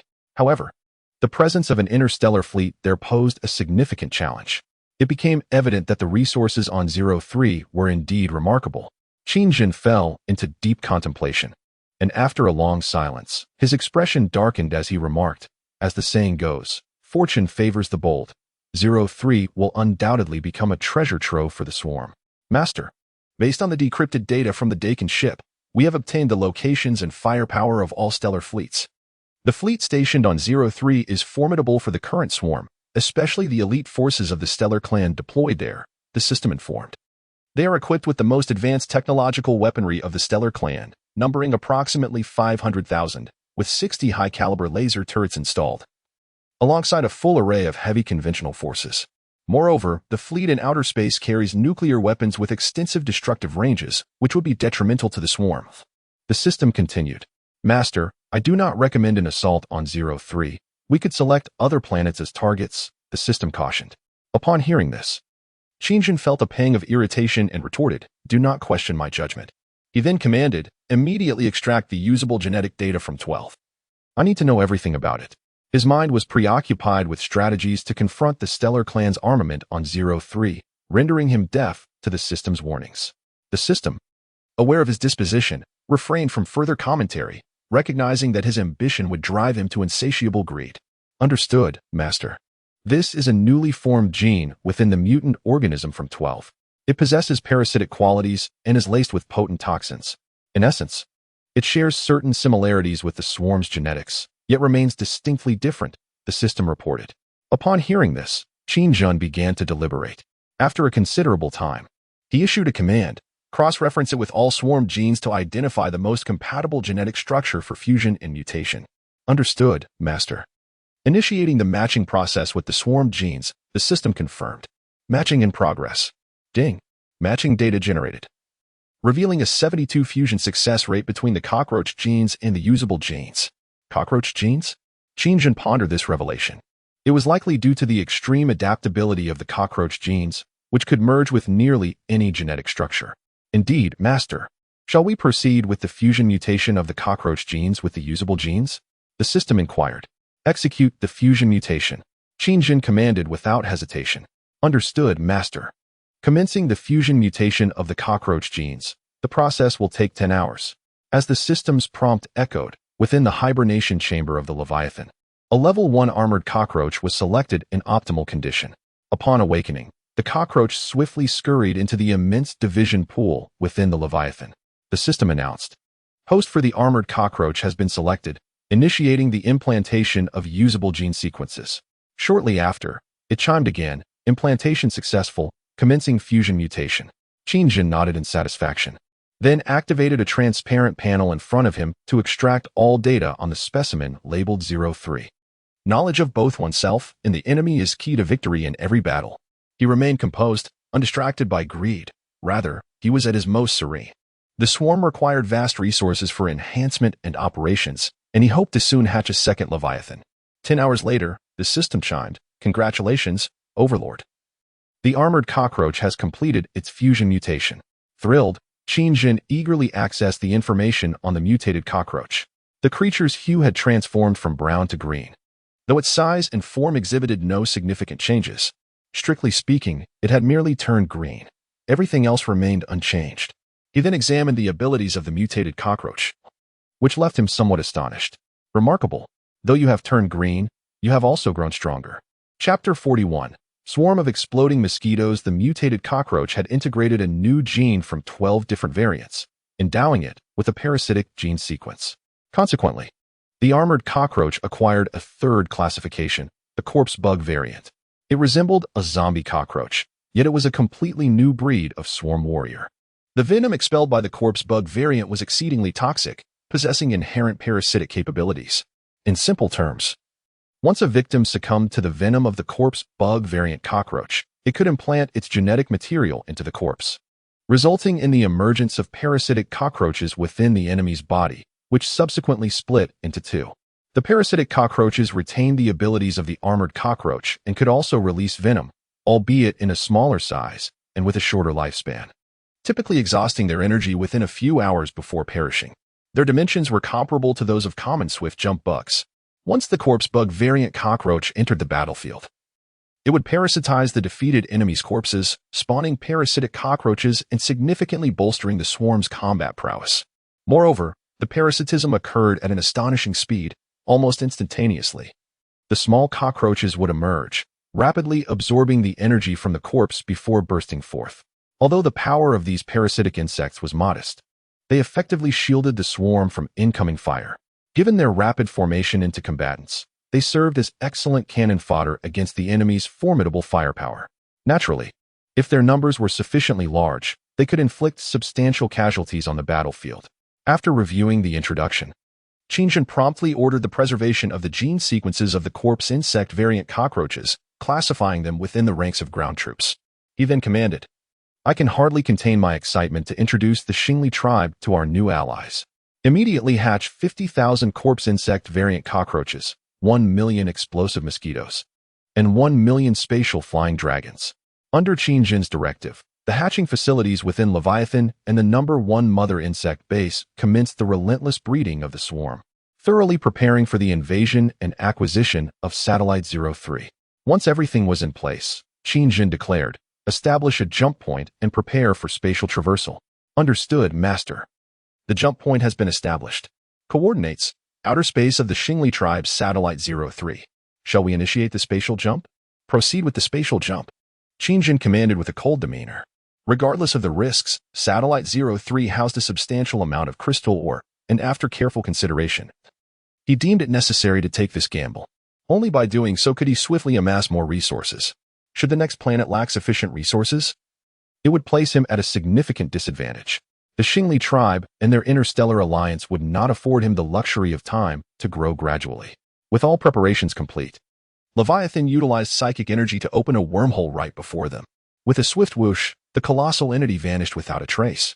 Meanwhile, in outer space of Satellite 03, an officer declared, "Commander, we have detected an unidentified organism approaching." A fleet composed of 4 starships floated in the outer space of Satellite 03. The flagship's radar system detected a formidable energy source, which was currently engaged in a spatial jump toward their position. To their astonishment, the radar indicated that this energy belonged to a gigantic organism. Unidentified organism. Are you certain it is a life form and not a starship from a civilization? The commander of the Xingli tribe, perplexed by the soldier's report, could hardly fathom the notion of a living being capable of spatial traversal. What kind of cosmic jest was this? Yes, Commander. The system confirms it is indeed a life form, set to appear in 10 seconds. The soldier operating the radar displayed palpable anxiety. Having served for hundreds of years and operated the radar system for just as long, he had encountered countless peculiar starships. Yet this was the first time he had detected a living entity capable of spatial jumping, and its size was astonishingly larger than their own flagship. All firepower systems activated. The Xingli tribe commander, recalling the fall of the Deken flagship, instinctively sensed danger. Whatever appeared, it was certainly not an ally. Under the command of the Xingli tribe's officer, all 4 starships powered up their weaponry, aligning their cannons toward the imminent point of emergence. 5, 4, 3, 2, 1.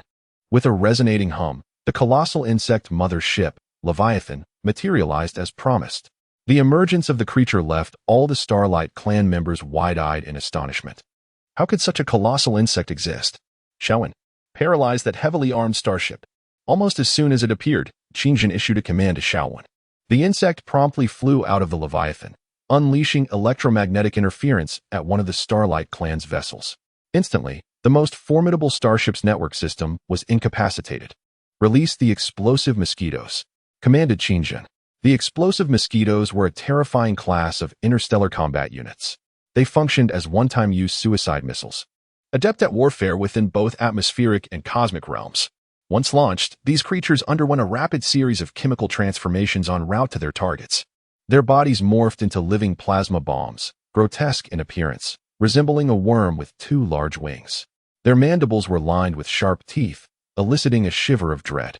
Furthermore, their genetic makeup included elements from the rapid jump bug, allowing for the simultaneous division and evolution of 2 entities when hatching the explosive mosquitoes. Hatching an explosive mosquito required the consumption of one larva, expending 500,000 energy points and taking 4 hours to complete. Upon receiving Qingjin's orders, the Leviathan began to unleash a dense swarm of explosive mosquitoes. The terrifying horde surged from space towards the Starlight Clan's fleet, akin to a mass of fluttering moths, causing every member of the fleet to turn pale with fear. "We have lost contact with the Zeroer," a soldier reported urgently. "Damn it. Open fire." The Starlight Clan commander issued the attack order without hesitation, finally regaining their composure. The 3 unaffected starships activated their weapon systems in an instant. Whoosh, whoosh. Countless laser beams rained down upon the swarm of explosive mosquitoes, igniting a series of explosions in the frigid void of space. Boom, boom. Numerous explosive mosquitoes evaded the firepower net of the Starlight fleet and struck fiercely against their energy shields. "Alert, Commander! The shield is about to fail," a soldier cried out in horror. Simultaneously, the starship that had been interfered with by Shaowen fell victim to the terrifying Broken Tooth invasion. Once the Broken Tooth breached the interior of the starship, it unleashed a chaotic rampage, obliterating countless systems in its wake. The anguished cries of Starlight soldiers mingled with the sounds of gunfire emanating from the beleaguered vessel. Qingjin's piercing gaze remained coldly fixed on the battlefield as he issued another command: "Fire the bioplasma cannon." Chapter 42. Annihilation of the Starlight Fleet. At Qingjin's command, the massive maw of the Leviathan opened wide, a brilliant amalgamation of blue and white light coalescing rapidly within. In mere seconds, it formed a beam traveling at light speed, striking the flagship of the Starlight Clan with devastating force. The crew aboard the flagship barely had time to react before they were obliterated in the vacuum of space. Having dealt with the flagship, the Leviathan lashed out with its enormous tentacles, striking fiercely at an adjacent starship. The fierce battle in the void of space raged on. The laser beams intertwined, with barges striking towards the Leviathan, unleashing a swarm of creatures. Qingjin was not idle. In a fervent effort to swiftly dispatch the fleet, he disregarded the system's vehement objections and expended energy to unleash dozens of plasma energy cannon shots targeting the swarm. However, this exertion left him utterly spent. His arm nearly rendered useless from the shock. Weak and powerless, he slumped back into the Leviathan, his expression resembling that of someone suffering from profound exhaustion. "Master, pull yourself together," the system exclaimed, alarmed by Qingjin's despondency. Should he lose consciousness now, it would indeed be a monumental farce. Even a brief lapse could spell doom for the swarm. The situation was utterly exasperating. In truth, Qingjin's true strength lay within his own physical form. Though he remained oblivious to this fact, mistakenly believing that the artillery was the ultimate truth. The system's urgings prompted Qingjin to regain his nearly lost awareness. He slowly extended his trembling right arm, weakly stating, "I'm fine, just help me up.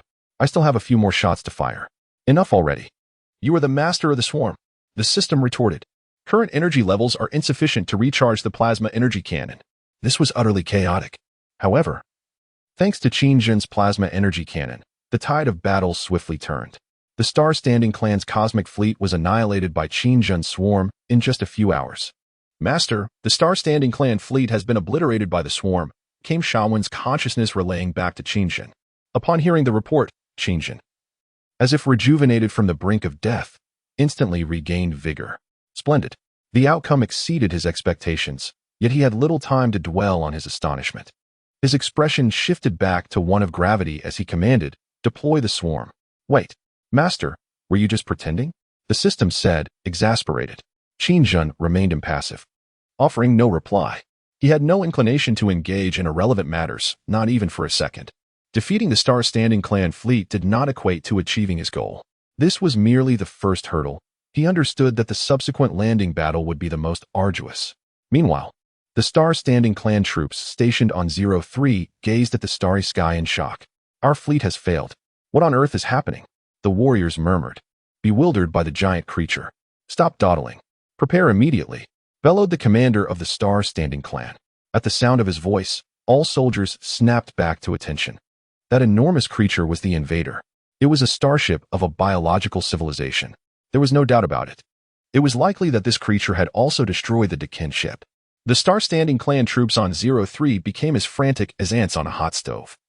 Scurrying about in a state of urgency, they dispatched reports of the situation while organizing their anti-air defenses. "Headquarters, We are under attack. Yes, 03 is being assaulted. The second fleet has been annihilated. The enemy is a colossal insect. The commander of the Star Alliance, his tone fraught with urgency, reported to the headquarters via video. What on earth is happening? You say the enemy is a colossal insect? In the interstellar headquarters of the Star Alliance mother planet, Kanafa bellowed in shock upon receiving this information. Indeed, Marshal, they have obliterated our fleet. They are now in the outer space of Sector 03, the commander replied, then turned his gaze skyward, suddenly stricken with fear. It is beginning to descend, requesting immediate assistance. As the video feed shifted to the starry expanse, the entire headquarters was engulfed in astonishment. By the heavens, what manner of creature is this, and how can it be so immense? Expedite the retrieval of information regarding this being. Kanafa's expression darkened, shifting from pale to green with anxiety. This enormous insect was undoubtedly the starship of a biological civilization. But how had it appeared within the Star Alliance's territory? Such a colossal surge of energy could not have eluded the surveillance of the Tianyu clan's borders. Unless it was a level 5 biological civilization from another universe. Only this could elucidate the situation, allowing it to evade all detection by the Tianyu clan. It seemed the instantaneous annihilation of the Dakin ship was likely perpetrated by this gigantic biological mothership. Yet, another question arose. If it truly was a level 5 biological civilization, what was its purpose for coming here? Before Kanafa could ponder further, the commander on the video suddenly cried out, they are about to launch an attack. Hearing this exclamation, Kanafa's heart raced, and he quickly focused on the video link. Above in the cosmos, the Leviathan began to release a multitude of biological drop pods. This scene rendered the faces of everyone in the command center grim, leaving them speechless. Such astonishing biological capabilities could almost certainly belong to a level 5 biological civilization's mothership. However, this was not the time to dwell on such matters. Immediately establish contact with the nearby fleets and direct them to provide support for Sector 03. Kanafa commanded urgently. Marshal, our fleets have all been dispatched. There are none near Sector 03. Even the nearest 5th fleet would take at least half a year to arrive. A soldier reported, his face pale with distress. What? Upon hearing this news, Kanafa nearly succumbed to a heart attack, exclaiming, which damned fool sent all the fleets away? The room fell silent, everyone too afraid to speak. As he observed the silence and bowed heads, realization dawned on Kanafa. It was he who had dispatched all the fleets. He had received the Emperor's orders upon learning that the Tianyu clan had discovered the Cao clan's conspiracy. They were employing biochemical weapons to assault the life-bearing planets within the Star Alliance's domain, followed by directives to search for suspicious spacecraft in the vicinity.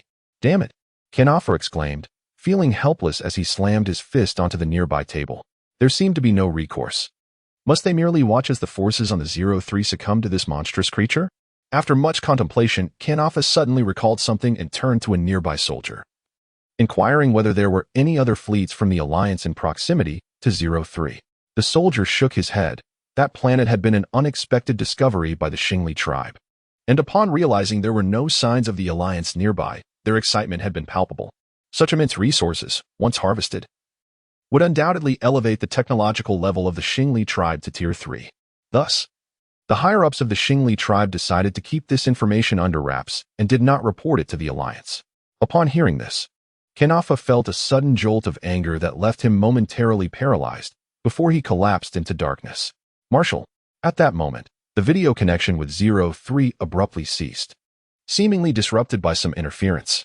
Meanwhile, Qingjun stood atop the Leviathan, occasionally striking the insect wings behind him, proclaiming, "This is merely the beginning."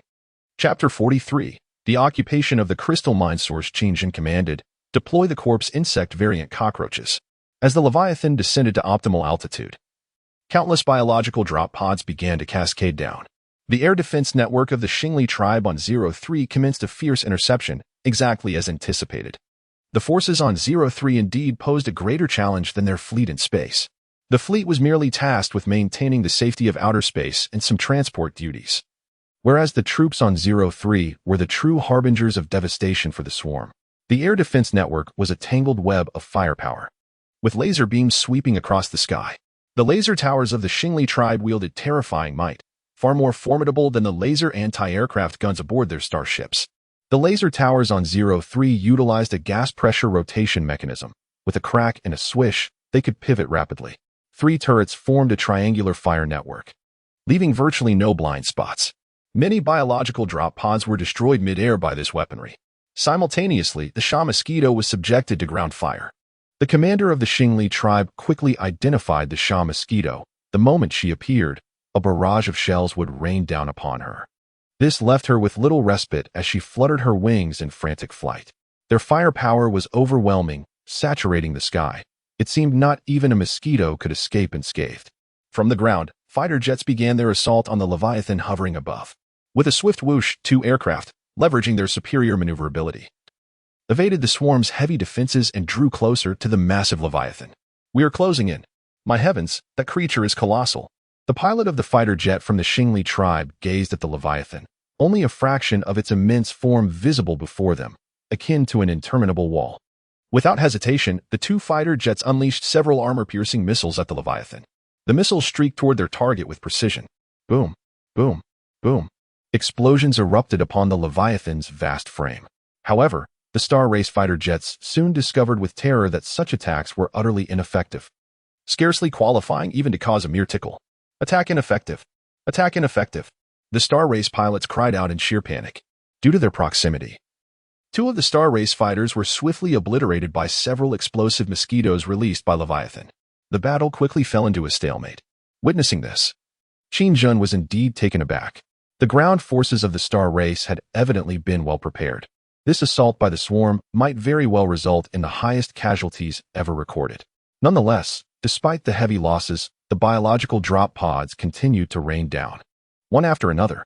Soon, with a resounding boom, a biological drop pod successfully landed on the surface of Site 03. However, it was immediately met with a ferocious counterattack from the already prepared ground forces of the Star Race, which unleashed a torrent of fire upon the newly arrived swarm. The soldiers clad in powered exoskeletons ruthlessly fired armor-piercing rounds at the swarm. Waves of the newly landed swarm were swiftly brought down. "Master, the swarm is incurring substantial casualties." The system prompted. The losses were indeed staggering, and given the recent skirmish with the Star Race fleet, it would be disingenuous to claim there was no impact. As for Leviathan, it currently lacked the energy to fire the biological plasma cannon. Moreover, Qingjin had not deployed the spatial dragon in the landing operation. Although data analysis revealed that the Star Race would be unable to provide reinforcements in the short term, his excessive caution compelled him to remain vigilant. It was only after acquiring this information that he resolved to assault this heavily armed satellite. Otherwise, it would have been a foolish endeavor. Qingjin's appearance was almost sudden, providing no opportunity for the Star Race fleet to react. He possessed a thorough understanding of the fleet's firepower, while the Star Race was left bewildered, utterly unprepared. Caught off guard by his assault, the Ziluo, destroyed by the mosquitoes and the broken Fong, was equipped with firepower sufficient to put Leviathan in dire straits. Its nuclear arsenal alone posed a significant threat to the swarm. In this landing operation, Qingjun placed all his hopes on the new unit. Such high casualties during a landing operation were not surprising and fell within his expectations. However, witnessing such a fierce scene firsthand inevitably left him astonished. Yet, the operational mode of the swarm was inherently aggressive, employing a straightforward tactic of overwhelming force. Securing the crystal mines was of utmost priority. Soon, under the protection of the broken Fong, the first batch of corpse beetle variants successfully landed, shielded by flying snakes, swift jumpers, and a cluster of thorn serpents. The corpse beetle variants, green cockroaches, began to enter the battlefield, comprising hundreds of green cockroaches, supported by other swarm units. They launched a fierce assault against the Star Race forces. Struck by their highly venomous saliva, the Star Race soldiers let out blood-curdling screams. Countless parasitic cockroaches erupted from the lifeless corpse in an instant. Witnessing a shift in the tide, Qingjun promptly commanded, "Let the small cockroaches assault the laser turrets near the crystal mine." Responding to the order, the green cockroaches began their offensive against the laser turrets surrounding the crystal mine. Sheltered by the parasitic cockroaches, securing the crystal mine would grant the swarm a means to deal with the Xingli tribe's forces. "They are approaching the crystal mine," exclaimed a soldier from Command Center 03 amidst the chaos. Upon hearing this, the commander of the Xingli tribe rushed over in a flurry. As he beheld the dense swarm surging towards the crystal mine on the screen, a look of terror washed over his face. This was their true objective. "Commander, order all aircraft to bombard the insects attempting to approach the crystal mine." After the command was issued, dozens of fighter jets swooped towards the encroaching swarm. unleashing a barrage of incendiary bombs and a multitude of missiles upon them. Boom, boom. A series of tremendous explosions reverberated. Qingjin commanded, "Sha Mosquito, restrict their aircraft. We must secure the first crystal mine." "As you wish, master," responded Sha Mosquito, who then flew towards the objective under the cover of Broken Tooth. With Sha Mosquito's interference, the Xingli tribe's aircraft were rendered ineffective, while the ground's parasitic cockroaches multiplied rapidly. They formed a fearless squadron of cockroaches, and under the protection of the stinging serpent, flying snake, and green cockroaches, they successfully destroyed 3 laser turrets. The swarm had secured the first crystal mine, allowing Qingjin to finally relax slightly. Excellent. Deploy the mother insect base. Following Qingjin's command, 3 pre-hatched level 1 mother insect bases were successfully delivered. The moment they touched down, they began to envelop the surroundings with a fungal blanket. Countless worker insects emerged and hurriedly commenced the collection of crystal ore. The energy was finally replenished. Qingjin ordered, "Sha Mosquito, stabilize the situation and prevent them from disturbing the crystal mine base." Chapter 44. The decision of Kanafa as the war machine was set in motion. The several armories deployed by the Xingli tribe on 03 exploded into action, producing heavy armored tanks and countless artillery and fighter jets at an astonishing tenfold efficiency. Among these was a type of aircraft capable of firing lasers. System assessments indicated that the technological level of this aircraft approached that of a level 3 civilization. Qingjin was astonished. Clearly, he had underestimated the military strength of the Xingli tribe on this satellite. Moreover, the information he possessed was flawed. The data from the Dakin ship was far from comprehensive and bore significant discrepancies. This was largely due to the Xingli tribe's higher-ups, who sought to better conceal the resource-rich Planet 03, providing scant information even to the Dakin ship. The situation was more complex than it seemed. The mere existence of several clandestine armory bases of the Xingli tribe, along with a logistics force of over 100,000 workers, was information that even the Dakin ship was unaware of. It is no wonder that Kanafa, upon learning that reinforcements for Unit 03 could not arrive in a short span of time, was overwhelmed with frustration. This situation directly pertains to the future technology and destiny of the entire Starrise clan.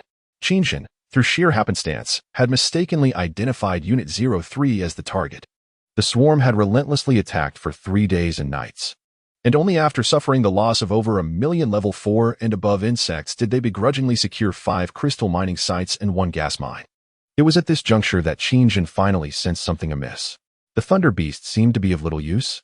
Was this truly technology of a second-tier civilization? Furthermore, the logistics were astonishingly formidable. They were not a swarm and were isolated without support. Qingjin mused, this is impossible. How could the Starrise forces possess such a robust logistical capability? Is this satellite, then, a heavy military-industrial base of the Starrise clan? Fortunately, the swarm had preemptively occupied several resource points. Had they been forced to hatch the swarm directly, they would have likely been annihilated long ago. On several occasions, the swarm would capture a crystal mine, only to be met with immediate counterattacks from the Starrise forces. Both sides vied for dominance for an entire day and night, resulting in significant casualties on both fronts. Although the swarm's hatching speed was rapid, the mortality rate during such skirmishes far exceeded their reproduction rate. Qingjin began to analyze the situation calmly. Firstly, there were tanks and laser aircraft on the battlefield that he had never encountered before. The power of these tanks was far greater than those carried by the formidable battleship at that time. They could even obliterate a Thunder Beast. Most troubling for Qingjin was that the Sha Mosquito could not interfere with the newly emerged Starrise laser aircraft. It was not difficult to deduce that the technology employed by these aircraft no longer operated through network information and complex systems, but rather seemed to be powered by energy crystals serving as both propulsion and offensive systems. Indeed, it was crystal energy. If this were the case, it would spell great trouble. Qingjin had no choice but to personally descend to the surface of Unit 03. In such circumstances, it was imperative to deploy the burrowing demon and tunnel worms. Currently, the battlefield favored the swarm, but at a significant cost to Qingjin. If this continued, the situation would become increasingly dire. Even if a counterattack was improbable, prolonging the conflict would allow for the arrival of Starrise reinforcements, likely already en route. At that point, they would truly be doomed, plunging into an interminable war. After yet another direct confrontation with a cluster of Starrise tanks, resulting in a defeat for the swarm, Qingjin decided to order a temporary halt to the offensive. He intended to upgrade the rapid jumpworm swarm. the flying serpent worms, and deploy space dragons to encircle the Star Rise forces.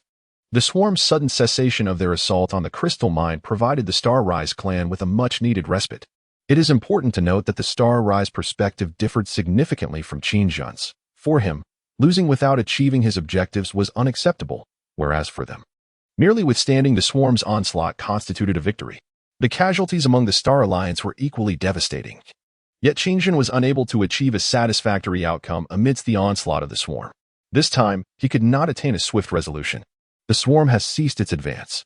Inside the command center of the Star Alliance, a collective sigh of relief was released. For the past few days, the tension had been unbearable, as they had never encountered such a terrifying adversary.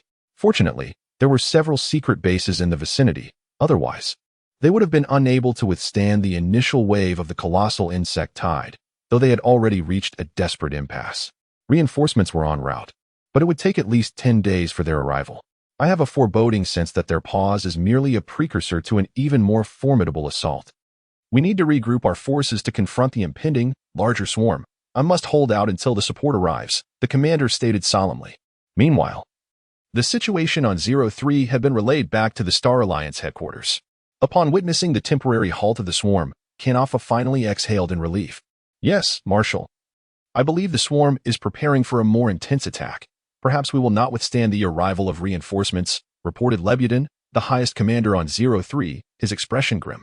Hearing this, Kanafa rested his chin on his hands, lost in contemplation. He found himself at a crossroads. Requesting the Alliance to dispatch a more powerful fleet would only require a few spatial jumps and 2 days to reach them. However, if he sought assistance from the Alliance, all that the Star Alliance had accomplished on 03 would be exposed, inciting the wrath of the 12-winged Angel Queen. The Star Alliance's standing within the Alliance would become precarious, possibly leading to sanctions. After analyzing the situation over the past few days, it was evident that the swarm was targeting the crystal mines. This indicated that they had set their sights on 03's resources. The notion that a biological civilization could utilize crystals as a viable resource astonished Kanafa for quite some time. Nonetheless, his understanding of biological civilizations was limited, as very few could reach level 2 within the Tianyu star system. Those that did so usually relied on vassals for years and received assistance from Tianyu civilization to achieve that status. After much contemplation, he arrived at a decision. Yes, Lebyadin. I believe we should attempt to communicate with them, Kanafa stated. What? Marshal, I do not comprehend. They possess little intelligence and only know how to attack. Their intentions are exceedingly clear, as they opened fire on our fleet in an instant. There was no indication of a desire for negotiation. It is apparent that they may have meticulously planned this beforehand. Do you not see, Lebyadin, how they discerned the coordinates of 03? Kanafa replied with a stern expression. Upon hearing this, the commander's demeanor shifted to one of alarm. Indeed, the coordinates of 03 are so concealed that only a few of our fleets in the Dakin ship precisely. They have deciphered all the data regarding the Dakin ship. They know us intimately, while we remain utterly unaware of who they are. The ability to swiftly decipher the data of the great Qin ship and reach us with such rapidity. Do you not believe such an adversary warrants dialogue? Chapter 45, The Secrets of the Starry Clan. Kanafa spoke with remarkable composure. Although this matter required the Emperor's consent, he possessed the authority to act decisively before reporting. Such a significant event could not escape the Emperor's notice, and indeed, the Emperor's sentiments aligned with Kanafa's. Planet 03 represented a pivotal opportunity for the Starry Clan to reclaim their former glory. Its success was crucial to their resurgence. However, Marshal, I fear they may be unwilling to negotiate with us. The insects have regarded us as foes, harboring intense animosity towards us, and they are exceedingly fierce. Lebyadin pondered for a long moment. He even began to suspect that some high-ranking fool from the Starry Clan had inadvertently stirred the insect's nest. What could prompt such a sudden and aggressive response? What enmity could be so profound? Moreover, they chose to strike at the most significant location for the Starry Clan, directly grasping at their lifeblood.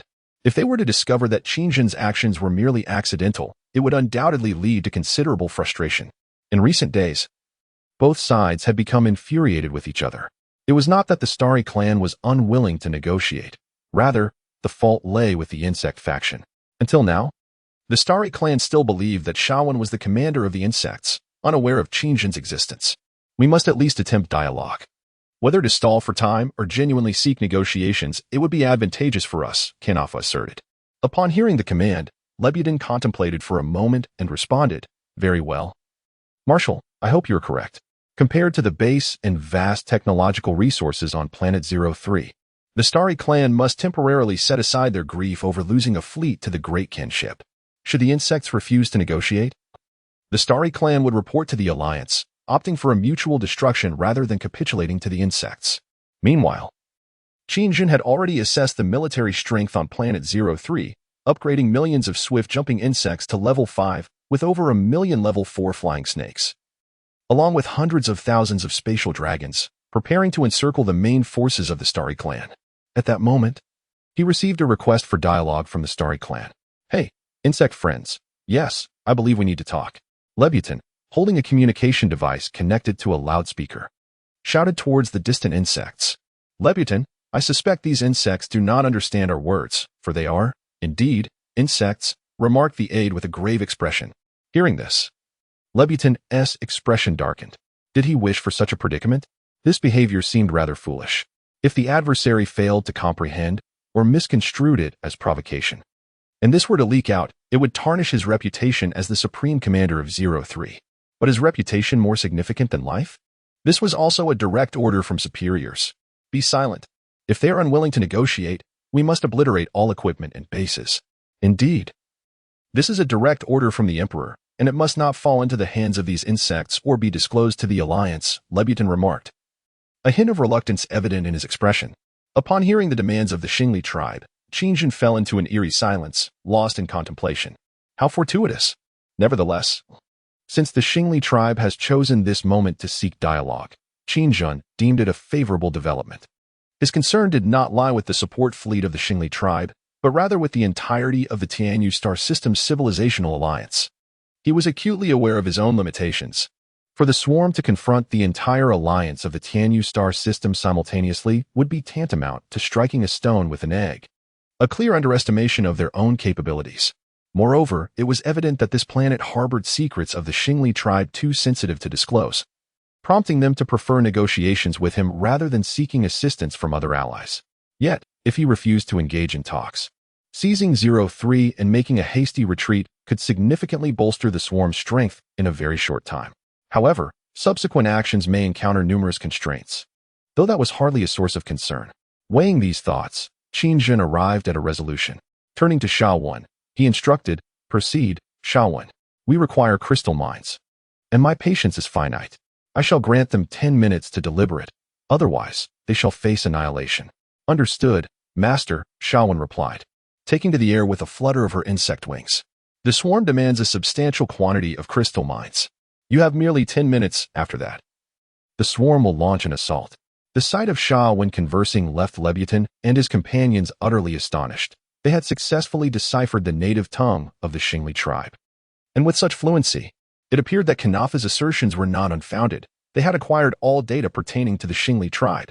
This revelation was profoundly unsettling, as these insects were even aware of the existence of 03, the tribe's most guarded secret. Shaowen coldly announced, 9 minutes remaining. As she began her countdown, Lebutin's expression shifted to one of alarm. "Wait, I need to report to headquarters." 8 minutes and 23 seconds, Shaowen replied. "Blast it. Connect me to the Marshal immediately," Lebutin commanded, realizing the gravity of the situation as he ordered his aide to establish a connection with headquarters post-haste. The aide, understanding the severity of the matter which could potentially impact the future of the Xingli tribe, wasted no time and hurriedly initiated a video link to Kanafa. 7 minutes and 49 seconds, Shaowen continued her countdown. With the connection to Kanafa still unestablished, the others grew increasingly anxious, their faces shifting from pale to green with distress, akin to someone desperately needing to relieve themselves. "Oh heavens, for heaven's sake, hurry up and connect," Lebutin exclaimed, frustration boiling over. At this moment, Kanafa had just connected to the video. Upon hearing the insults, fury surged within him. "Lebutin, whom do you dare to call a bastard?" "Thank heaven, yes, Marshal, the swarm is now in communication with us. They require a substantial amount of crystal ore and have granted us merely 10 minutes. What shall we do?" Seeing the connection finally established, Lebutin spoke in a frantic tone. 3 minutes and 43 seconds, Shamo reported. Kanafa paused slightly upon hearing this, then replied, "What? They require a considerable amount of crystal ore? I need to contemplate this. Damn it, we have no time to ponder. The swarm is about to attack. We are about to fall into their hands." Lebutin, red-faced and frantic, disregarded Kanafa's superior rank and shouted vehemently at the screen. "Fine, we agree to their demands. But you show disrespect to your superior. I will settle this with you later," Kanafa said darkly before abruptly ending the connection. Initially startled, Lebutin soon cast aside his distractions. 13 seconds. He yelled urgently at Shamo. "We agree to the swarm's demands." Chapter 46. The former rulers of the galaxy, the Sovereign has agreed. Shamo reported. Humph. Upon hearing the report, Qingjun let out a series of cold laughs. How astonishing. Could it be that the Xingli tribe was once the overlord of the Tianyu galaxy? Everything on this satellite represents their sole hope for resurgence. Confused, Shamo inquired, "How does the Sovereign know this?" In response to Shamo's bewilderment, Qingjun leisurely stepped forward. His large eyes fixated on an energy fighter jet that had been shot down by the swarm not far away. He had also been perplexed by this. How could a civilization classified as second-tier possess such technology? By merging with the swarm's genetic data, he understood that this was clearly illogical. Thus, he consulted the system. The system provided the following insights. After assessing the swarm's memories, this fighter jet's technological energy level has reached the integration of fourth-tier civilization technology. In other words, it is a pseudo-fourth-tier civilization product. Although imperfect, it is only a pseudo-fourth-tier creation. A civilization must attain a fourth-tier technological level to harness such advanced technology. Simply put, no civilization that has not encountered the core technologies of a fourth-tier civilization can create such artifacts. Furthermore, according to the data deciphered from the Dakin ship, the current leaders of the Tianyu galaxy would never be foolish enough to allow other civilizations access to the core technological essence of their civilization. In addition, they strictly restricted the technological advancements of subordinate civilizations, particularly the Xingli tribe. Among the many civilizations in the Tianyu galaxy, the Xingli tribe was the only second-tier civilization directly intervened with by the Tianyu people, who had instilled their revered spirit into the Xingli tribe for over 4,000 years, encompassing billions of people. After contemplating this information, Qingjun synthesized a series of events and thus concluded, the Xingli tribe was once the sovereign of the Tianyu galaxy. Even if it is not imminent, it cannot be long before it arrives. Perhaps there has been a lengthy period during which a civilization could directly threaten the status of Tianyu. Even Qingjun himself did not anticipate that he would inadvertently invade the core technology of the Xingli tribe. The Xingli tribe, in turn, was utterly astonished that the swarm could decipher the data of the Dakin ship. How is this possible? Could it be that the swarm truly represents a fifth-level biological civilization? Tianyu galaxy? Humph. Qingjun chuckled, his laughter trembling with delight. With a thought, the earth-drilling demon burst forth from the ground, engulfing Qingjun and burrowing back underground. Meanwhile, on Lebutin's side, the crowd anxiously awaited the answer from Shawan. They were uncertain whether they had already surpassed the time limit. Suddenly, the ground shook violently, and the expressions of Lebutin and the members of the Xingli tribe turned to one of terror. Damn it! Could the swarm be initiating an attack? The tremors intensified, rendering Lebutin and his companions unable to maintain their footing, forcing them to brace themselves against nearby structures, their faces marked by profound fear. Some soldiers of the Xingli tribe were so frightened that their faces turned pale. Indeed, this sensation, akin to a minor earthquake, emanated from a colossal insect. They had witnessed it before. The appearance of that insect signified an impending attack from the swarm. With a thunderous boom, the earth-drilling demon erupted from the surface, revealing its fearsome maw and unleashing a deafening, ear-splitting roar that petrified everyone present. However, contrary to their expectations, the swarm did not surge forth. Instead, a towering, 2-meter-tall, one-eyed creature emerged, its glossy black exoskeleton glinting ominously. The armaments adorning this humanoid insect were terrifying, with sharp bone spurs at its joints and insect wings that occasionally fluttered ominously. More astonishingly, it appeared to have some form of cannon affixed to its right arm. Having battled the swarm for days and nights, this was the first time Lebutin had witnessed a weapon mounted on the body of an insect. The insect's mandibles were equally fearsome, its large eye fixated on them, seemingly capable of seeing through all their defenses. Oh, let me take a look. Yes, the former dominator has indeed fallen to such a state. How pitiful it is. Oh no, it should be the insects that feel the pity. Qingjun remarked with a tone rife with mockery, his grotesque insect mandibles wide open. he descended leisurely from the earth-drilling demon's body. The sound, akin to rending the fabric of space, sent cold sweat coursing down the spines of Lebutin and his companions. Qingjin's presence imparted an overwhelming sense of pressure upon them. It was astonishing. Indeed, the universe is full of wonders. The form and power of this creature were evidently many times superior to that of the Xingli tribe, and his aura was over 100 times more terrifying than that of the humanoid mother insect. To be in opposition to him was truly dire. "Greetings, Your Excellency." Lebutin managed to force a smile under these circumstances. "You are not in a position to negotiate with me. Have your Supreme Commander, Kanafa, connect with me," Qingjin replied, his tone laced with displeasure. Upon hearing that Qingjin was aware of Marshal Kanafa, Lebutin found himself increasingly convinced by the words of Kanafa. "My good sir, I shall promptly send you the video link." Faced with the insect before him, Lebutin struggled to maintain his composure. After a series of frantic operations on his computer, a large transparent screen materialized before him. Momentarily, Kanafa appeared on the screen, his expression tinged with anger, ready to unleash a tirade, only to be met with the sight of a one-eyed insect. Instantly, his face paled in fear. Had the swarm already conquered 03? This creature must be the supreme commander of the swarm. The first glance at Qingjin sent shivers down Kanafa's spine, despite the video connection. "Greetings, Kanafa, Supreme Commander of the Starry Race's Interstellar Fleet. I should address you as Marshal Kanafa," Qingjin remarked, his tone laced with disdain. Upon realizing that this insect recognized him, Kanafa was initially taken aback, but he soon steadied himself, adopting a serious demeanor. "I am unaware of how the Starry Race has offended you, and why you seek to attack our planet." Are you jesting with me?" Qingjin replied with a sinister smile. "Listen closely. We have become lost in space, but the swarm requires sustenance, and I am in need of vast crystals as energy sources. Food." Kanafa's expression shifted once more, and he began to grasp the situation, his earlier suspicions solidifying. "We, the Starry Race, are willing to provide your swarm with crystal mines, in hopes that you will cease your assault on 03, Kanafa stated. "Of course. Everything on 03 represents your hope for resurgence. We, the insect race, do not take advantage of others' misfortunes, we merely require resources. As long as you provide the necessary resources, the swarm will not only halt all hostilities against the Starry Race, but may also assist you in restoring the former glory of your empire. Indeed, everything," Qingjin continued. Upon hearing this, Kanafa was filled with elation. "Yes, sir, we of the Starry Race shall certainly comply with your demands." Qingjin added, "However, the swarm prefers to remain concealed. You should understand what is required." "Indeed, we comprehend, but we are still unaware of your esteemed name." "Knowing your name would be a great honor for me," Kanafa said with a smile. Listening to Qingjin, Kanafa suspected that the insect race must be facing significant troubles that brought them here. More importantly, the fact that this insect race possessed knowledge of the Starry Race's past indicated that they were aware of everything concerning the Tianyu star system. This indirectly suggested that the insect race was older than the Tianyu star system itself, further solidifying Kanafa's belief that they were a level 5 biological civilization.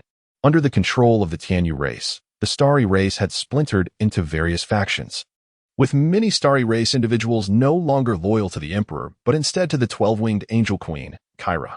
This development led Kanafa and the Emperor's followers to privately regard it as a disgrace. They established a high council, and Kanafa, along with the leaders of the loyal Stellar clan, understood that it was merely a mechanism to restrain the Emperor and the Stellar clan. Should a level 5 civilization lend their assistance, the resplendence of the Stellar clan would soon be restored. "I am Commander Qingjin of the Swarm." He introduced himself with an impassive demeanor. If a subtle relationship could be forged with the Stellar clan, it would greatly benefit him. However, he would maintain a formidable facade, for he believed that displaying weakness would lead to significant shifts in dynamics. Furthermore, the Swarm was never one to yield, a notion deeply embedded in Qingjin's very essence.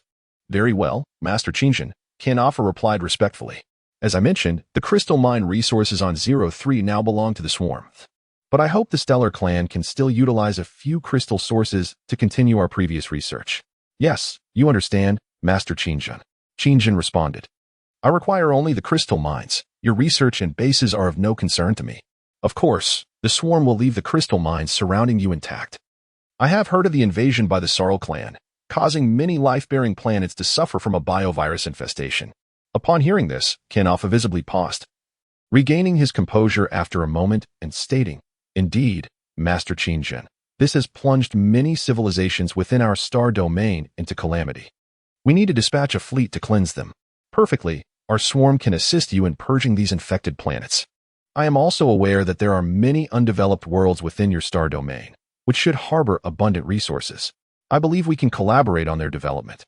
Upon hearing Qingjin's proposal, Kanafa fell into contemplation. Allowing the swarm to cleanse those planets would indeed alleviate many burdens, although it might attract the attention of the Tianyu civilization. As long as he managed the situation delicately, it should not pose a significant problem. The resource-rich planets Qingjin mentioned were indeed numerous, yet their harsh environments and the presence of formidable primitive life forms posed considerable obstacles. Only with the technological prowess of the Tianyu civilization could those resources be extracted. However, such endeavors would demand substantial manpower, resources, and time, rendering the undertaking potentially futile. Could the swarm find a solution? I understand your concerns, Kanafa. If you find this predicament burdensome, I do not mind opposing the entire Tianyu star system. I merely wish to avoid war, as it benefits no one, and the swarm is, in fact, a peace-loving race. Qingjin perceived Kanafa's apprehension and, while suppressing his conscience, spoke gravely. Master, you are quite the performer. Upon hearing Qingjin's words, even his own system was unable to hold its tongue. Silence, you troublemaker. Qingjin admonished within his mind. Very well, Master Qingjin. I hope our collaboration is fruitful, Kanafa replied after a moment of deep thought. If they could indeed develop those planets fully, the resurgence of the stellar clan to its former glory would no longer be a mere dream. Indeed, Kanafa, we each have our own needs. Shawan is my most loyal subordinate. She shall remain here. After speaking, Qingjin expelled a small insect from his mouth. This creature was no larger than 2 fingers, its shell a glossy black, resembling a delicate beetle. The beetle crawled from Qingjin's claw to the feet of Lebutin and the others, eliciting both curiosity and confusion from them. It will be the only insect that can directly connect to me. Simply speak to it, and you will find me. Hand it over to Kanafa. Qingjin declared before retreating into the gaping maw of the earth-digging beast, vanishing into the ground. Upon returning to the swarm, Qingjin did not command the insects to retreat. Instead, he issued orders to Shawan. Immediately ascertain whether their fleet is still en route. If it is, the swarm shall attack at once. As you command, Master, Shawan replied, taking flight back into the Leviathan, where she would extract energy from the swarm to use in subsonic detection of the Star Rise fleet's location. After concluding his conversation with Qingjin, Kanafa promptly issued commands to the command center. Contact all fleets immediately. There is no need to support Fleet 03. Simply dispatch 2 supply ships. Understood, Marshal. Following the orders, the Star Rise soldiers complied without delay. They swiftly communicated with the Emperor of the Star Rise, relaying the entire situation accurately. Upon hearing this news, the Emperor of the Star Rise was overjoyed. What did the loss of a fleet and a large Kantian vessel matter compared to the prospect of covertly collaborating with a level 5 civilization? If the insect race truly aided in developing those planets, they could construct 10 or even 20 fleets. However, they were faced with a dilemma: how to explain the matter of the Kantian vessel to the Tianyu tribe. The destruction of Fleet 03 was known only to the Star Rise Interstellar headquarters, making concealment relatively easy. The situation regarding the Kantian vessel, however, was far more complex to explain, especially since the information had already been disclosed. After extensive discussion, the Emperor and Kanafa resolved to stage a grand performance, one with ulterior motives. Their gaze turned towards the Xanu tribe, which bordered the Star Rise territory. The Xanu tribe had always been at odds with the Star Rise, engaging in continuous minor skirmishes and frequently levying unreasonable demands during alliance meetings. Had it not been for the checks imposed by the Tianyu tribe, the Star Rise would likely have launched a war to annex the Xanu tribe long ago. Although the Tianyu publicly acted as mediators, whispers of their clandestine support for the Xanu tribe occasionally reached the Emperor's ears, clearly aimed at diminishing the Emperor's influence over the Star Rise. Now, with the collaboration of the insect race, the Emperor believed this presented a splendid opportunity for resurgence. As for Qingjin, it was evident that he had not only acquired crystal mines but also avoided numerous conflicts.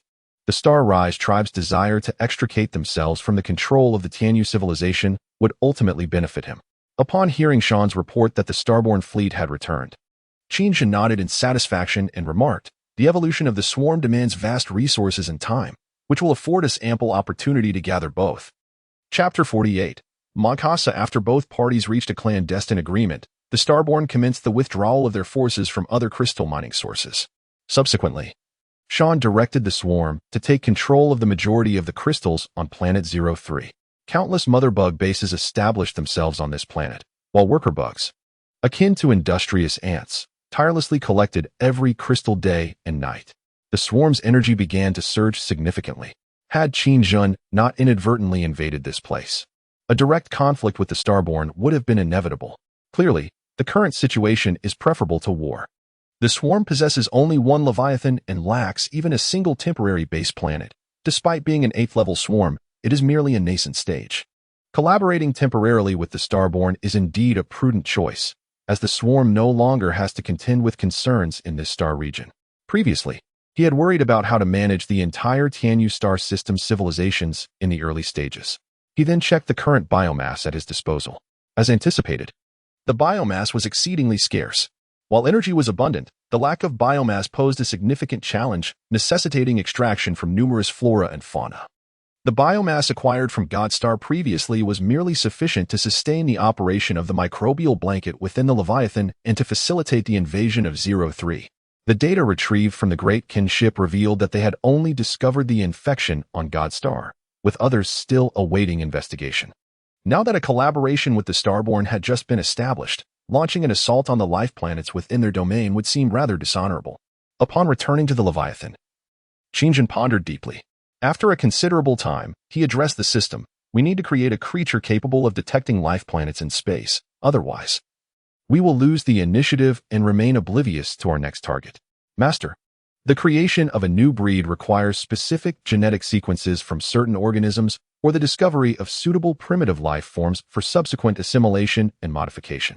Currently, we possess only some animals from the magic spirit forest, the orcs, the elves, the kata, as well as the genes of the Godians and Starborn. These genetic types lack the capabilities required by the Master and are relatively rudimentary, unable to be compared to the swarm's genetics, the system reported honestly. Indeed. Qingjun acknowledged with a nod. He then cradled his chin in thought. After a prolonged silence, he proposed, could we perhaps combine the genetic material of the spatial dragon with that of Sean to create an entirely new bug? This would not only enable movement in the cosmos, but also grant us Sean's subsonic abilities, fulfilling our reconnaissance objectives in space. Master, that notion is unfeasible. Sean's abilities cannot be replicated. They stem from her unique brainworm physiology and are not derived from her genetic sequence. Strictly speaking, her genetic composition is a fusion of human and rapid jump bug genes. Even if the genes of the Leviathan were fused with those of other swarm species to create a new breed, such a creation would still lack the psychic energy and the bioelectric plasma cannon inherent to the Leviathan. In simpler terms, the existing species of the swarm have undergone continuous evolution and hybridization. Unless they encounter a new gene sequence suitable for adaptation, they cannot evolve into new species independently. A prime example of this is the cadaver insect, which has mutated into a cockroach. Although the spatial dragon possesses the ability to move through the cosmos, as a combat unit of the swarm, it lacks reconnaissance capabilities. This implies that the spatial dragon must still rely on the commands of the Overlord or the brain insect to identify enemies before launching an attack. To augment the swarm with new species, it is imperative to infect new organisms and subsequently modify them. Upon hearing the system's explanation, Qin Jun experienced a moment of clarity. Suddenly, he recalled something and exclaimed, but wait, didn't I create the detonation insect? In response to Qin Jun's skepticism, the system retorted with a tone of disdain, Overlord. To be honest, I did not wish to undermine you, but since you brought it up, I must inform you that your detonation insect cannot be classified as part of the swarm, as the swarm is incapable of preserving its genetic sequence. Strictly speaking, it is an unfinished product or even a failure. In other words, the detonation insect merely serves as a weapon for the swarm and cannot further fuse or mutate with other genes. Without the energy crystal, your detonation insect is rendered useless. What? You are speaking nonsense. I expended a tremendous amount of energy and biological material to create it, and now you dare to call it a failure? Qin Jun was both shocked and filled with indignation. Indeed, Overlord, if you do not believe me, you may check the system page yourself. Upon hearing this, Qin Jun felt a twinge of disbelief. How could it possibly be a failure? He quickly summoned the system interface and opened the database of swarm data. only to discover that the genetic sequence of the detonation insect could not be preserved. This meant that the results of his painstaking research over the past 6 months could not be classified as a new species of the swarm. Upon reflection, he realized that without the energy crystal, the detonation insect would indeed lose its original function. A wave of disappointment washed over Qin Zhen, diminishing his sense of accomplishment.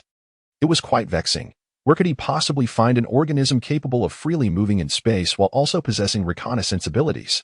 According to the data obtained from the Starly tribe, there exists a creature in a particular star system that can traverse space freely, though its other capabilities remain unknown at this time. Oh, is there any relevant information about this creature?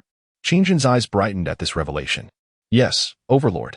According to the data from the Starly tribe, this organism is quite gentle, feeding on green plants, and, like the primordial species of the spatial dragon, can migrate from one planet to another in search of sustenance. After hearing the system's explanation, Qin Zhen fell into a moment of deep contemplation. As the conversation unfolded, the inquiry arose. Are there coordinates for that star domain?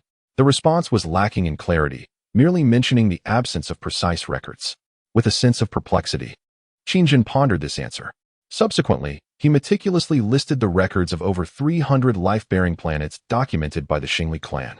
Among these, one particular planet caught his attention, a celestial body named Moncasa. The records indicated that Moncasa's atmosphere harbored a peculiar magnetic field or energy barrier, rendering any advanced weaponry utterly ineffective upon arrival. Aircraft, artillery, nuclear weapons, and laser cannons all fell silent in its vicinity. The planet teemed with a variety of ferocious creatures, thriving in a remarkably harsh environment. This untenable situation led the Tianyu Star Alliance to abandon any attempts at controlling Moncasa, ultimately neglecting the planet altogether. Intrigued by this information, Qin Zhen felt a surge of curiosity toward Moncasa, particularly since its coordinates lay within the jurisdiction of the Xingli clan. He mused, how fascinating. Might this planet possess what I seek? Chapter 49. The Gift of Nuclear Crystals. Qin Zhen commenced preparations for his journey to Moncasa, yet before embarking, he knew he needed to clarify and arrange every detail meticulously. We require additional minerals and biomass, he reflected, observing the industrious swarm of worker insects on the 03, tirelessly gathering crystals and shuttling between the mother base and crystal mines. As more mother bases began to be constructed and hatched, Qin Zhen felt an insatiable need for more. The energy points necessary for upgrading the swarm were staggering. The leap from level 8 to level 9 alone presented a formidable challenge. To elevate a level 4 insect to level 5 demanded energy points sufficient to hatch an entire level 1 swarm. Not to mention the requirements for his own insect body level, an immense undertaking. Additionally, the Shamos's form also necessitated enhancement. Upon upgrading, she would ascend to the queen level of the swarm, significantly amplifying her capabilities. Unlike the broken Fong and the swarm, which could evolve through the consumption of enemies, she could not. Qin Zhen realized that even if she were to consume the remains of foes to fortify herself, she would be unable to do so, for he observed that Shamos had matured into a young lady, increasingly resembling the human form. This was far from an ideal situation. The swarm required upgrades, new breeds, as well as a second brain insect and a leviathan. Throughout this period, Qin Zhen diligently researched all aspects of Moncasa within the confines of the leviathan. Should the opportunity arise, he envisioned transforming Moncasa into a temporary base for the swarm, necessitating a comprehensive plan. Over a month elapsed, during which the swarm amassed nearly 20 trillion energy points. Qin Zhen expended 10 trillion to elevate 10 million swift jump insects and 10 million thorn snakes to level 5 with decisive resolve. This swarm of insects is meticulously prepared for an invasion of the planet Moncasa. Through recent studies, it has become evident that Moncasa's environment is not conducive to the use of conventional weaponry, nor is it suitable for magical combat units. Consequently, ground forces have emerged as the primary means of engagement. Upgrading the swift jumpers and spiked serpents undoubtedly presents a cost-effective strategy. The level 5 swift jumpers possess formidable shell defenses and clawed appendages capable of tearing through any metal, exhibiting agility and strength in their movements. Similarly, the level 5 spiked serpents have experienced significant enhancements in defense, ranged attacks, and overall power. Despite these preparations, he remains uneasy about leaving Shawen alone in this place. Trust is a luxury he cannot afford, particularly with the star-standing tribe, with whom there has been prior conflict. Although mutual interests are at stake, Qin Zhen finds it difficult to feel at ease. Thus, He resolves to observe for a while during the upgrade of the insect swarm and simultaneously seek opportunities to inquire with the star-standing tribe about all matters concerning Makasa. Gaining additional intelligence will undoubtedly confer greater advantages for his impending invasion. On a day when Qingjun found himself idle, he whimsically shifted his consciousness to Shawan to ascertain her current activities. Shawan appeared remarkably composed and reliable, diligently executing tasks in accordance with Qingjun's directives. Upon noticing a mother insect base that had accumulated sufficient energy, she proceeded to upgrade it, resulting in the hatching of more Vision King insects and worker insects. However, she has only elevated one base to level 4 thus far and has begun the incubation of a queen insect. With the queen in place, the coverage area of the fungal blanket has significantly expanded. Everything is proceeding in an orderly fashion, seemingly on a positive trajectory, provided no unforeseen events arise. A swarm army is set to emerge from the satellite. Qingjun intends to hatch another Leviathan, which he plans to designate to Shawan as her command ship. Just as he felt convinced that Shawan had matured into an exemplary commander of the swarm, several officers from the Star-Standing tribe approached, bearing a delicate box. "Lady Shawan, this is a token of goodwill from our Star-Standing tribe to you and Lord Qingjun," Lebutin said, extending the box toward the indifferent Shawan. This seemed to Qingjun by surprise. From within the Leviathan, he observed coldly. However, he did not perceive this as a cunning ploy. Given the current circumstances, the Star-Standing tribe had no incentive to act maliciously. Should they dare to do so, their own demise would be imminent. Shawan replied with indifference. "The swarm does not accept gifts. We shall seize everything we desire ourselves." Lebutin smiled and said, "Today, our emperor has declared this day as a commemorative occasion for the collaboration between our tribe and the insect race. Thus it is imperative that Lady Shawan accepts this." Hearing this, Shawan hesitated momentarily before responding, "I cannot be certain whether this box conceals some form of weaponry. I advise you against such actions, as it would provoke the sovereign, leading the Star-Standing tribe towards annihilation." Lebutin, with a look of trepidation, exclaimed, "My lord Shamo, you misunderstand. This is not a weapon of aggression, but rather a token personally selected by the emperor." Upon uttering these words, Lebutin promptly opened the box to preclude any further misconceptions. As the lid was lifted, a dazzling crimson light burst forth. Shamo's eyes narrowed, and her expression transformed into one of palpable excitement. To her astonishment, it was an intermediate energy core crystal. Through her recent investigations, she had learned that such crystals could only be produced in two ways. One method involved certain organisms whose cells had undergone transformation, leading to a chance of generating these crystals within their bodies. The higher the level, the greater the energy. This was akin to the orc on 09, the wolf king of the mystic forest, and that saber-toothed tiger. The second method entailed extracting them from crystal mines using advanced technology. However, the energy contained within intermediate core crystals derived from mine sources was evidently inferior to that formed through biological means. Nevertheless, it remained an indispensable energy source. Shamo's momentary excitement faded, replaced by her usual icy demeanor as she stated, "I shall consult the sovereign to determine whether we may accept your gift." Before Shamo could relay her inquiry, Qingjun's voice echoed in her mind. "Accept it. Shamo, that intermediate energy core crystal will be immensely beneficial for your evolution. If you wish to grow stronger, this crystal is absolutely essential." Upon hearing Qingjun's words, Shamo promptly responded with her thoughts. "Very well, sovereign." Turning to Lebutin, she expressed, "We are immensely grateful for the emperor's generous gift. This will further strengthen our collaborative relationship, and our sovereign is most pleased." With that, she accepted the box containing the intermediate energy core crystal. Observing this, Lebutin felt a surge of joy and remarked, "The emperor hopes to receive the assistance of the insect race, and I shall convey our gratitude on his behalf." Shamo then inquired, "What do you know about the planet Makasa within your star domain?"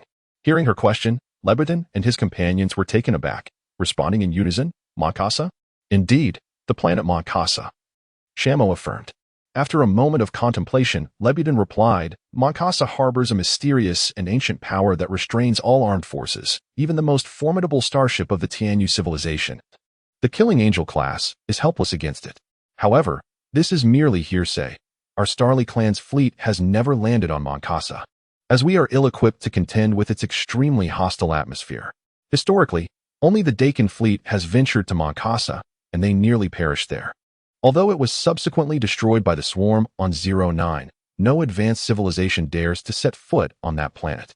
The Tianyu clan once, out of pride, dispatched an Angel fleet, with the flagship rumored to be a Killing Angel class. That represents the pinnacle of Tianyu civilization's technology and serves as their most formidable deterrent. The so-called Angel of Death, capable of annihilating an entire star system, found itself in a dire predicament upon encountering a certain planet. As it approached the atmosphere, all systems malfunctioned, the weaponry fell silent, and even the energy crystals could not release their power. The high-ranking officials of the Tianyu clan, infuriated by the embarrassment, proceeded to execute a planetary extermination in outer space. However, as their assault breached the atmosphere, it was effortlessly absorbed. Despite the significant costs incurred, the Tianyu clan ultimately succeeded in landing on the planet Moncasa, only to be met by ferocious primal beasts. It was said that the indigenous life forms had established a complex societal structure, and Moncasa appeared to be divided into 5 distinct domains. The primal creatures of Moncasa were categorized into 5 factions, each ruled by a sovereign of its own territory, an ancient and enigmatic force. Upon hearing such tales, Qingjin fell into contemplation. If even energy could not be harnessed, did that imply that psychic powers were equally inaccessible? Nonetheless, upon confirming this information, Qingjin was filled with exhilaration, his desire to possess that planet intensifying. After a prolonged silence, a sinister smile crept across his face as he declared, "Indeed, the Moncasa swarm must be acquired, but preparations are essential beforehand." He pondered, uncertain whether the maternal base on Moncasa would be affected. This posed a significant dilemma. However, given the existence of many fearsome primal beings on the planet, it was reasonable to assume they would remain unaffected. After all, the maternal base was itself a biological organism, as was the swarm. If the indigenous life could thrive on the surface of Moncasa, then the swarm surely could as well.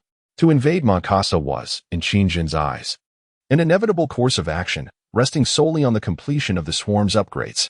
Just as he was preparing for the invasion, Kanafa unexpectedly initiated contact. At the headquarters of the Interstellar fleet on the home planet of the Xingli clan, Kanafa addressed a black beetle, which had been retrieved by a supply ship, saying, "Lord Qingjin, can you hear me?" Despite the incredulity of this communication method, Kanafa was eager to converse with the seemingly dormant beetle resting on the table. However, after speaking, the beetle remained utterly still, devoid of any signs of life. Could this little beetle be dead? Kanafa mused, perplexed by the lack of response. Had it perished during transport, or was it unable to acclimate to the oxygen of Rusen? After a moment, just as he reached to place the beetle back into a small box, it suddenly stirred. The beetle, previously curled up, began to extend its limbs and slowly opened its carapace, fluttering its tiny wings within. "Yes, Kanafa, what brings you to contact me at this moment?" The beetle astonishingly emitted Qingjin's voice, as if, at that moment, the beetle was indeed his very self. Witnessing this extraordinary scene, Kanafa could not help but feel an overwhelming shock within. Truly, the vastness of the universe is filled with wonders. It was a folly to have previously doubted the technology of the Zerg. "Indeed, Lord Qingjin, I find myself in need of the Zerg's assistance," Kanafa stated. Upon hearing this, Qingjin paused momentarily before replying. "What is it that you wish for me to assist you with?" Kanafa's expression darkened as he replied, "We have encountered friction with the Xanu tribe at the border of our star domain, and we seek to find a pretext." "A pretext?" Qingjin pondered this for a moment. Then, with a cunning smile, he remarked, "Ah, Kanafa, are you suggesting that you require my help in instigating a conflict with the Xanu tribe?" "Yes, Lord Qingjin, though it may sound unscrupulous. I feel compelled to proceed in this manner," Kanafa continued. Qingjin scoffed. "Scruples? What do you consider scruples, Kanafa? Such notions will not aid your race in flourishing. Would you claim that the actions of the Xanu tribe are virtuous?" At Qingjin's words, Kanafa was momentarily taken aback, but soon felt as though a burden had been lifted. "You are correct, Lord Qingjin. They are equally despicable, which is why we seek your assistance." "Of course, Kanafa. So, what precisely do you require from me?" Qingjin inquired knowingly. Kanafa responded, "I wonder if you could devise a means for the Xanu tribe to initiate an attack on our borders? This would provide us with a justification to retaliate." Upon hearing this, Qingjin fell into contemplation. Could he incite the Xanu tribe to strike against the Xingli tribe? He certainly possessed the means and confidence to do so. Yet he was curious about the underlying motive of the Xingli tribe. Were they so eager to launch an assault? Given the current circumstances, such a course of action seemed rather unwise. "Certainly, I can provoke the Xenu tribe to attack you, but I wish to understand your true intentions," Qingjin stated. Lord Qingjin, you are aware that we lost a fleet alongside the Dakin ship due to our own folly, which has angered you. Therefore, the Emperor and I have discussed the need for a convincing rationale. This is also to ensure that you remain undetected. Kanafa spoke candidly regarding this matter. Upon hearing this, Qingjin wore an impassive expression as he fell into a brief contemplation before responding, I see. However, I sense that your motives extend beyond this, Kanafa. I require to witness your sincerity. At Qingjin's words, Kanafa was startled, realizing that nothing could escape the scrutiny of this Zerg commander. Indeed, Lord Qingjin, I intend for the Xanu tribe to pay the price for their usurpation of 2 resource planets belonging to the Xingli tribe. I demand their restitution, Kanafa asserted. Qingjin replied, very well. Provide me with the coordinates of your intended operation and prepare everything accordingly. He then shifted to a more sinister tone. Yes. I shall incite the Xanu fleet to launch an assault against you. This will be a perfectly orchestrated scheme to deflect blame. Chapter 51. The Infected. Thank you so much, Lord Qingjin. I will provide you with the coordinates of the star domain. However, how can I deliver them to you in person? Can this beetle receive and transmit the information? Kanafa inquired, puzzled. Could this tiny beetle truly receive and relay messages? If that were the case, it would indeed be astonishing. This beetle would serve as the communication device for their star tribe. Yes, Kanafa, it cannot transmit information. It is me. You can write the coordinates on paper. For I am right before you, am I not? I can see it, Qingjin replied. Upon hearing this, Kanafa's face turned pale with disbelief. He stared at the beetle for a long time, unable to calm the turmoil within. The tiny beetle was, in fact, Qingjin himself? Yet, the entity he connected with during their video call was not this beetle, who was the true form. Moreover, if this were true, did it mean that the commander of the swarm had been directly brought back to Lucenstar? Kanafa, still in disbelief, remarked, Lord Qingjin, please do not jest. Are you suggesting that this beetle is your true form? Indeed, Kanafa. Do you find it problematic? Qingjin's tone was solemn. It was truly hard to fathom. No. I am merely taken aback. I never expected you, Lord Qingjin, to personally arrive at Lucenstar. It is an immense honor for us, Kanafa replied, his tone somewhat awkward. Enough, Kanafa. I know what you were thinking. If you wish to test it, go ahead. But it would require wagering the fate of the entire star tribe, Qingjin stated. Upon hearing this, Kanafa was startled once more, then awkwardly chuckled, saying, Lord Qingjin, you are overthinking. I am truly only surprised. That is best. Now, quickly provide me with the coordinates. I do not have time to chat with you, Qingjin said impatiently. Oh yes, of course. Realizing Qingjin's impatience, Kanafa hastily regained his composure, took out a piece of paper, and wrote down the coordinates of the star domain.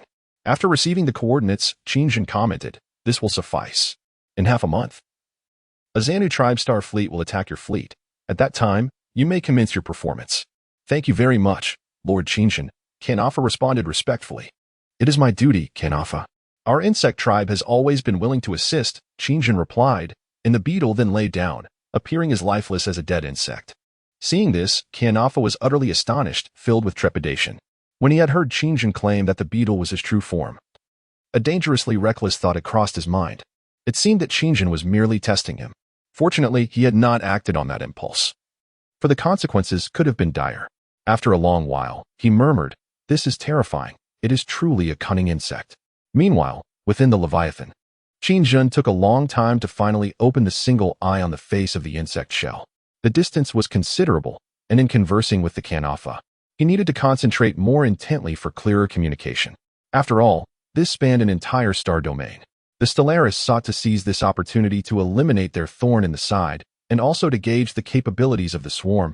How astute of them, Qingjin murmured. Nevertheless, having pledged allegiance to the Stellaris, Qingjin had to address this matter before executing the invasion of the planet Moncasa. At present, relying on the Stellaris would indeed save him a significant amount of trouble. With this thought in mind, Qingjin began to devise a plan in his mind. He was not one to engage in idle talk. Whether the Stellaris were temporary allies or future adversaries, having made a commitment, he would assuredly fulfill it. This was advantageous for him and beneficial for the swarm. Otherwise, even if the Stellaris were besieged at their doorstep, it would be of no concern to him. There was even the possibility of capitalizing on their misfortune to gain some benefit. After all, they would be divided amongst others regardless, wouldn't they? Of course. The Stellaris had not yet reached such a dire situation. Without further contemplation, he accessed the swarm's data database. Currently, most of the swarm's units had been unlocked. Qingjin now had a plethora of options and combinations to confront various enemies and scenarios. This one will suffice. His gaze lingered on a page featuring a particular insect, and he remarked slyly, "The Xanu? How intriguing. The show is about to begin." He commanded, "Hatch 10,000 infiltrators." Once the order was given, the primary mother insect base within the Leviathan commenced the hatching of the infiltrators. Infiltrators. This unit was unlocked from a level 6 mother insect base. These creatures were massive, akin to the queen, their dark crimson bodies encased in a seemingly heavy shell. Their overall appearance resembled a grotesque amalgamation of various insect limbs, rendering them the most unsightly of all swarm species.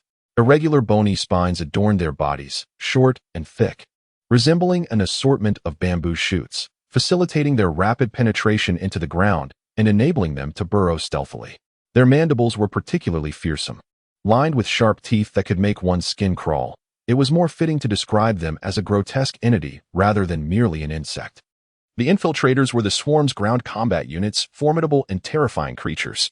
They could lie in wait underground, then unleash a virulent contagion upon their targets, inflicting immense disease damage upon their foes. While infecting, they could also induce mutations in the enemy's genes, subsequently devouring the mutated foes and later regurgitating them onto the battlefield to fight for the swarm. Furthermore, within the infiltrator's body resided a particularly fearsome parasite. Once it invaded the enemy's neural tissue, it could control their thoughts within a short span. Moreover, it was not limited to infecting organic life. Even machines could fall victim to its parasitic influence. This was the most terrifying aspect of the infiltrator. However, at present, there is no room for advancement. To hatch an infector, one larva is consumed, requiring 1 million energy points and a duration of 15 hours. This time, Qingjin intends to employ the infectors to control the forces of the Xanu tribe, subsequently launching an offensive against the Xingli tribe and thereby achieving the objective of instigating conflict. Infectors can even infect the forces of a 4th-level civilization. Thus, facing the 2nd-level Xanu tribe should be relatively effortless. While incubating the infectors, Qingjin also extracted some information regarding the Xanu tribe provided by Kinafa. After a brief review, he turned towards the splitting pool. He thought, before that, I must hastily develop the 2nd form of the insect body, as this will be crucial for the invasion of Monkesa. Chapter 52. The invasion of the Xanu tribe in the border territory of the Xingli tribe on Parker Planet. This celestial body was originally under the jurisdiction of the Xingli tribe. However, after years of overt and covert strife, coupled with countless despicable tricks, it has become a possession of the Xanu civilization. This event has always been a source of shame for the Xingli tribe. In the atmosphere surrounding this planet, both sides had once assembled 2 cosmic fleets, poised for a deadly confrontation. At that time, it was the talk of the cosmos, with both sides exchanging fierce words, vowing to obliterate each other's home planets at all costs. Even in the worst-case scenario, they aimed to diminish the technological prowess of the opposing civilization by 1 level. Yet, at a critical moment, due to the intervention of the Tianyu civilization, that interstellar war ultimately came to naught. Otherwise, the Xingli tribe would have surely sought to drive the semi-technological Xanu tribe back to the Stone Age.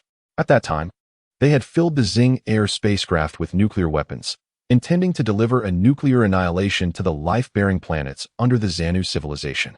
Although the technological advancement of the Xingli tribe had been curtailed by 2 levels due to Tianyu civilization, they would still have had no difficulty subduing the recently ascended 2nd-level Xanu tribe.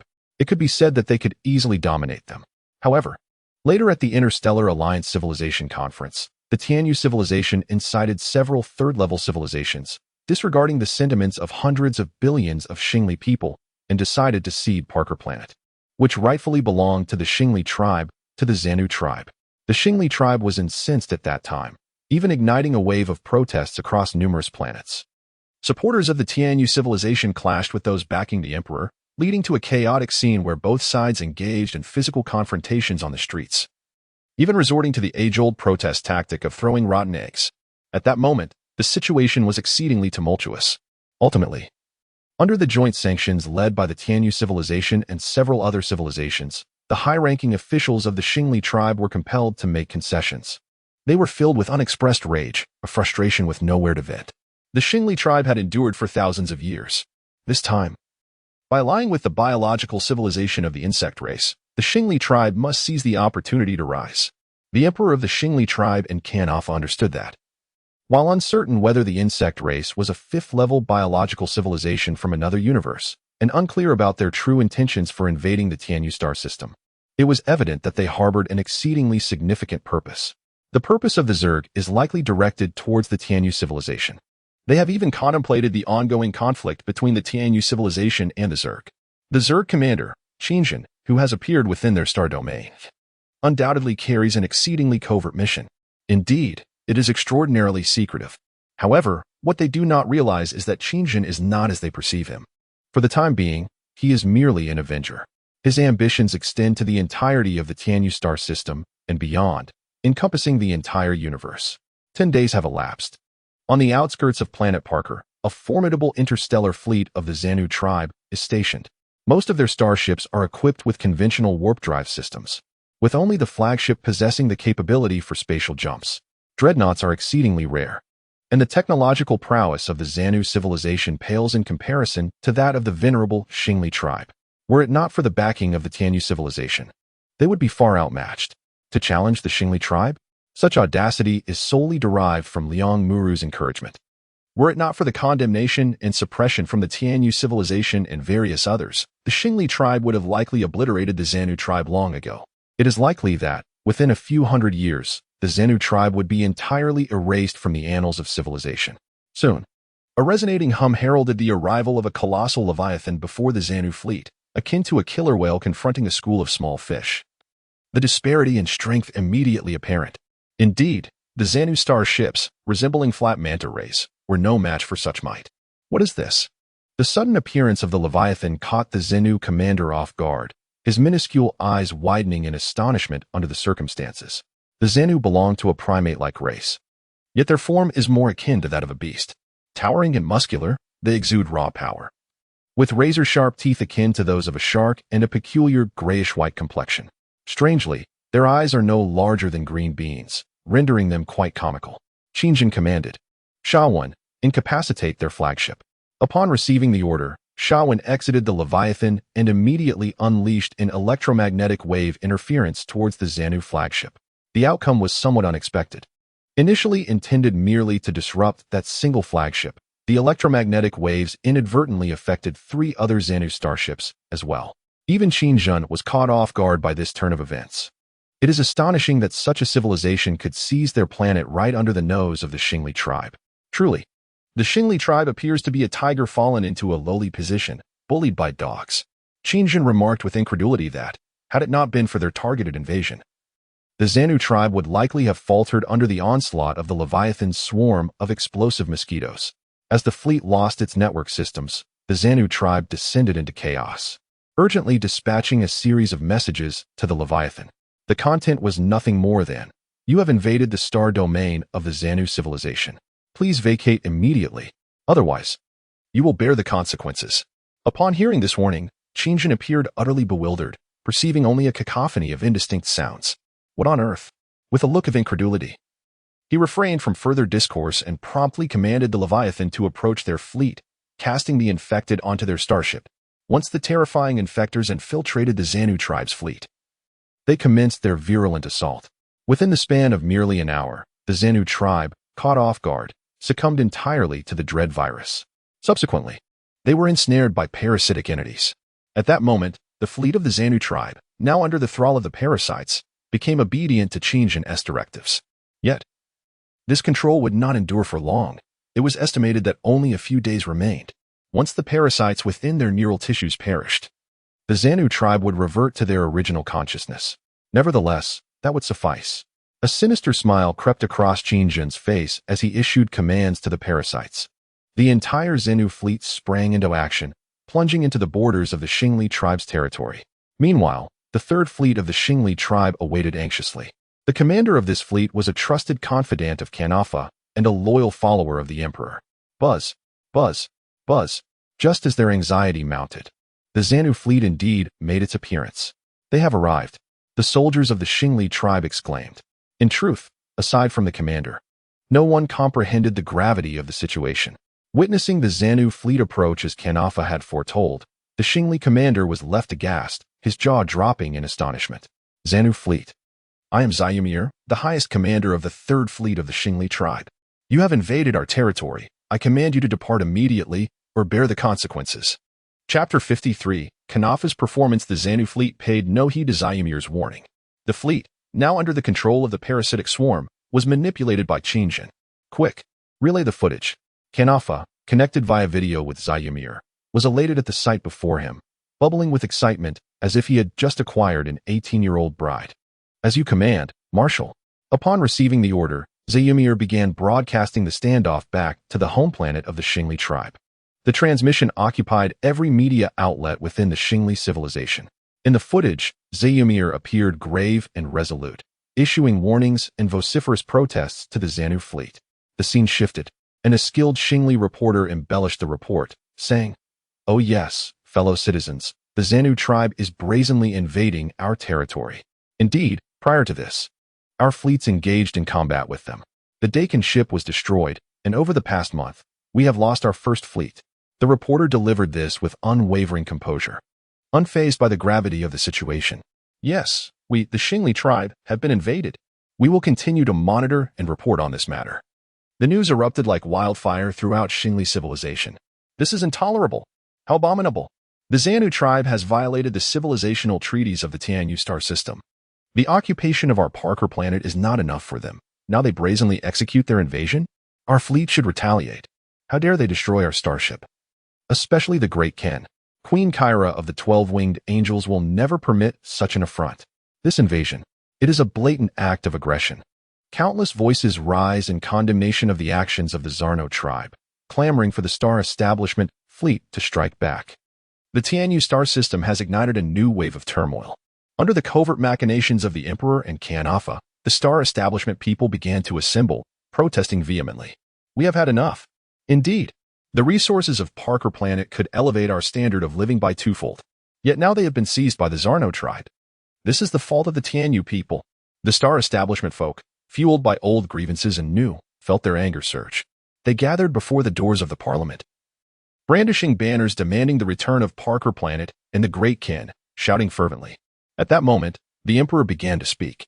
On the grand screen, the Emperor of the Star Establishment declared with great authority, "Fellow compatriots, yes, we are suffering a dire invasion. The Great Ken and the 1st Fleet were ambushed. This is an exceedingly despicable act, and countless compatriots have fallen beneath the cold starry sky. I shall engage in serious negotiations with the leaders of the Zarno tribe and submit our protest to the alliance." The Emperor's words incited further fury among the Star Establishment people towards the Zarno tribe, and dissatisfaction with the favoritism shown to Tianyu civilization intensified. Those who once revered Queen Kyra of the 12 Wings began to rally behind the Emperor. A sudden turn of allegiance. Shortly after the Emperor's proclamation, Kanafa, the supreme leader of the Star Establishment Interstellar Fleet, convened a press conference for interstellar civilizations. He feigned outrage, stating, at that moment, the Great Ken was on a mission. Indeed, it was a scheme of the Sal tribe, but it did not fall to their hands.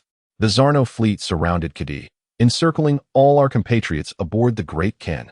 No doubt, Kadi believed the Zarno tribe to be allies, and indeed, at least until now, they were. Thus, they seized the opportunity to open fire. The unfortunate commander of Kadi, I shall refer to him as the highest honor of the Star Establishment. He pretended to wipe a tear from the corner of his eye, donning an expression of profound sorrow. How despicable!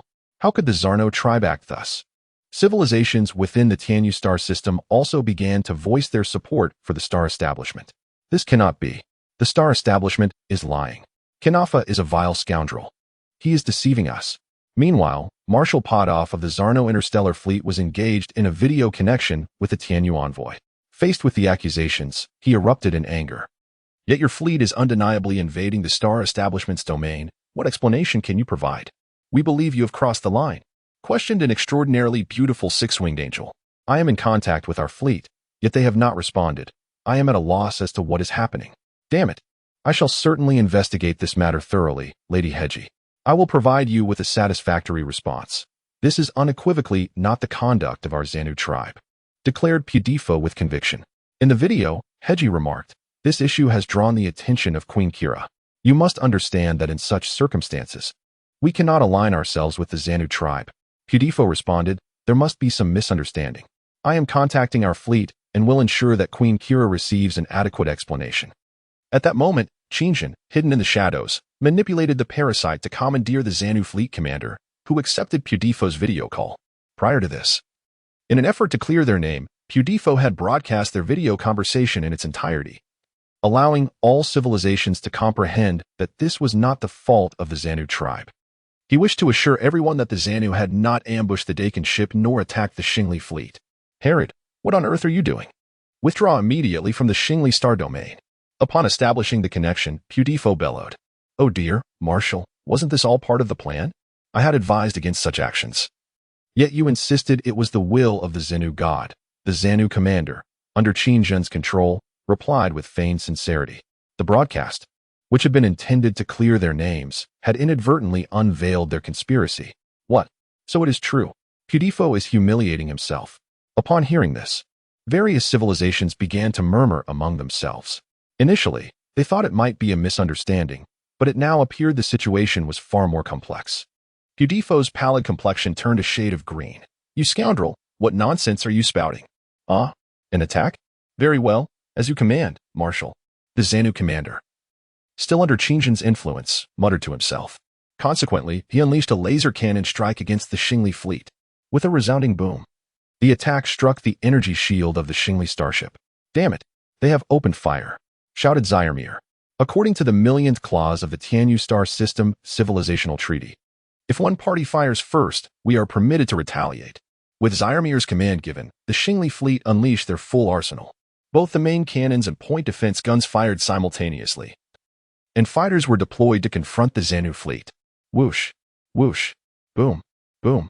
Before long, the Xanu fleet, controlled by Qingjin, was mercilessly annihilated by the Xingli forces. Pudifo's face darkened like a pop bottom as he slammed his fist onto the table in fury. Observing from a distance in the star domain, Qingjin remained eerily calm. "Let us depart.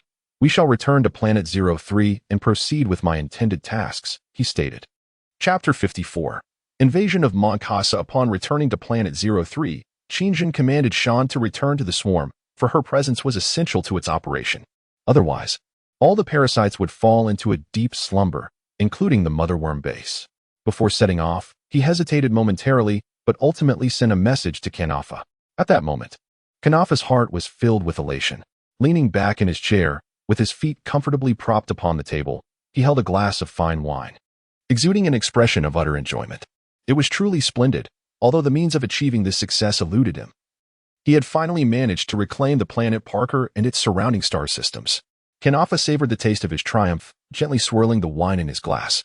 Not only had he annihilated a fleet of the Xanu tribe, but he had also compelled them to relinquish their hold on the planet Parker.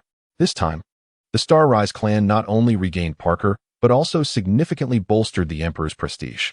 Many members of the Starrise clan, in light of this event, began to foster unity, coming to the clear realization that Emperor Feihai of the Starrise clan was their supreme spiritual leader.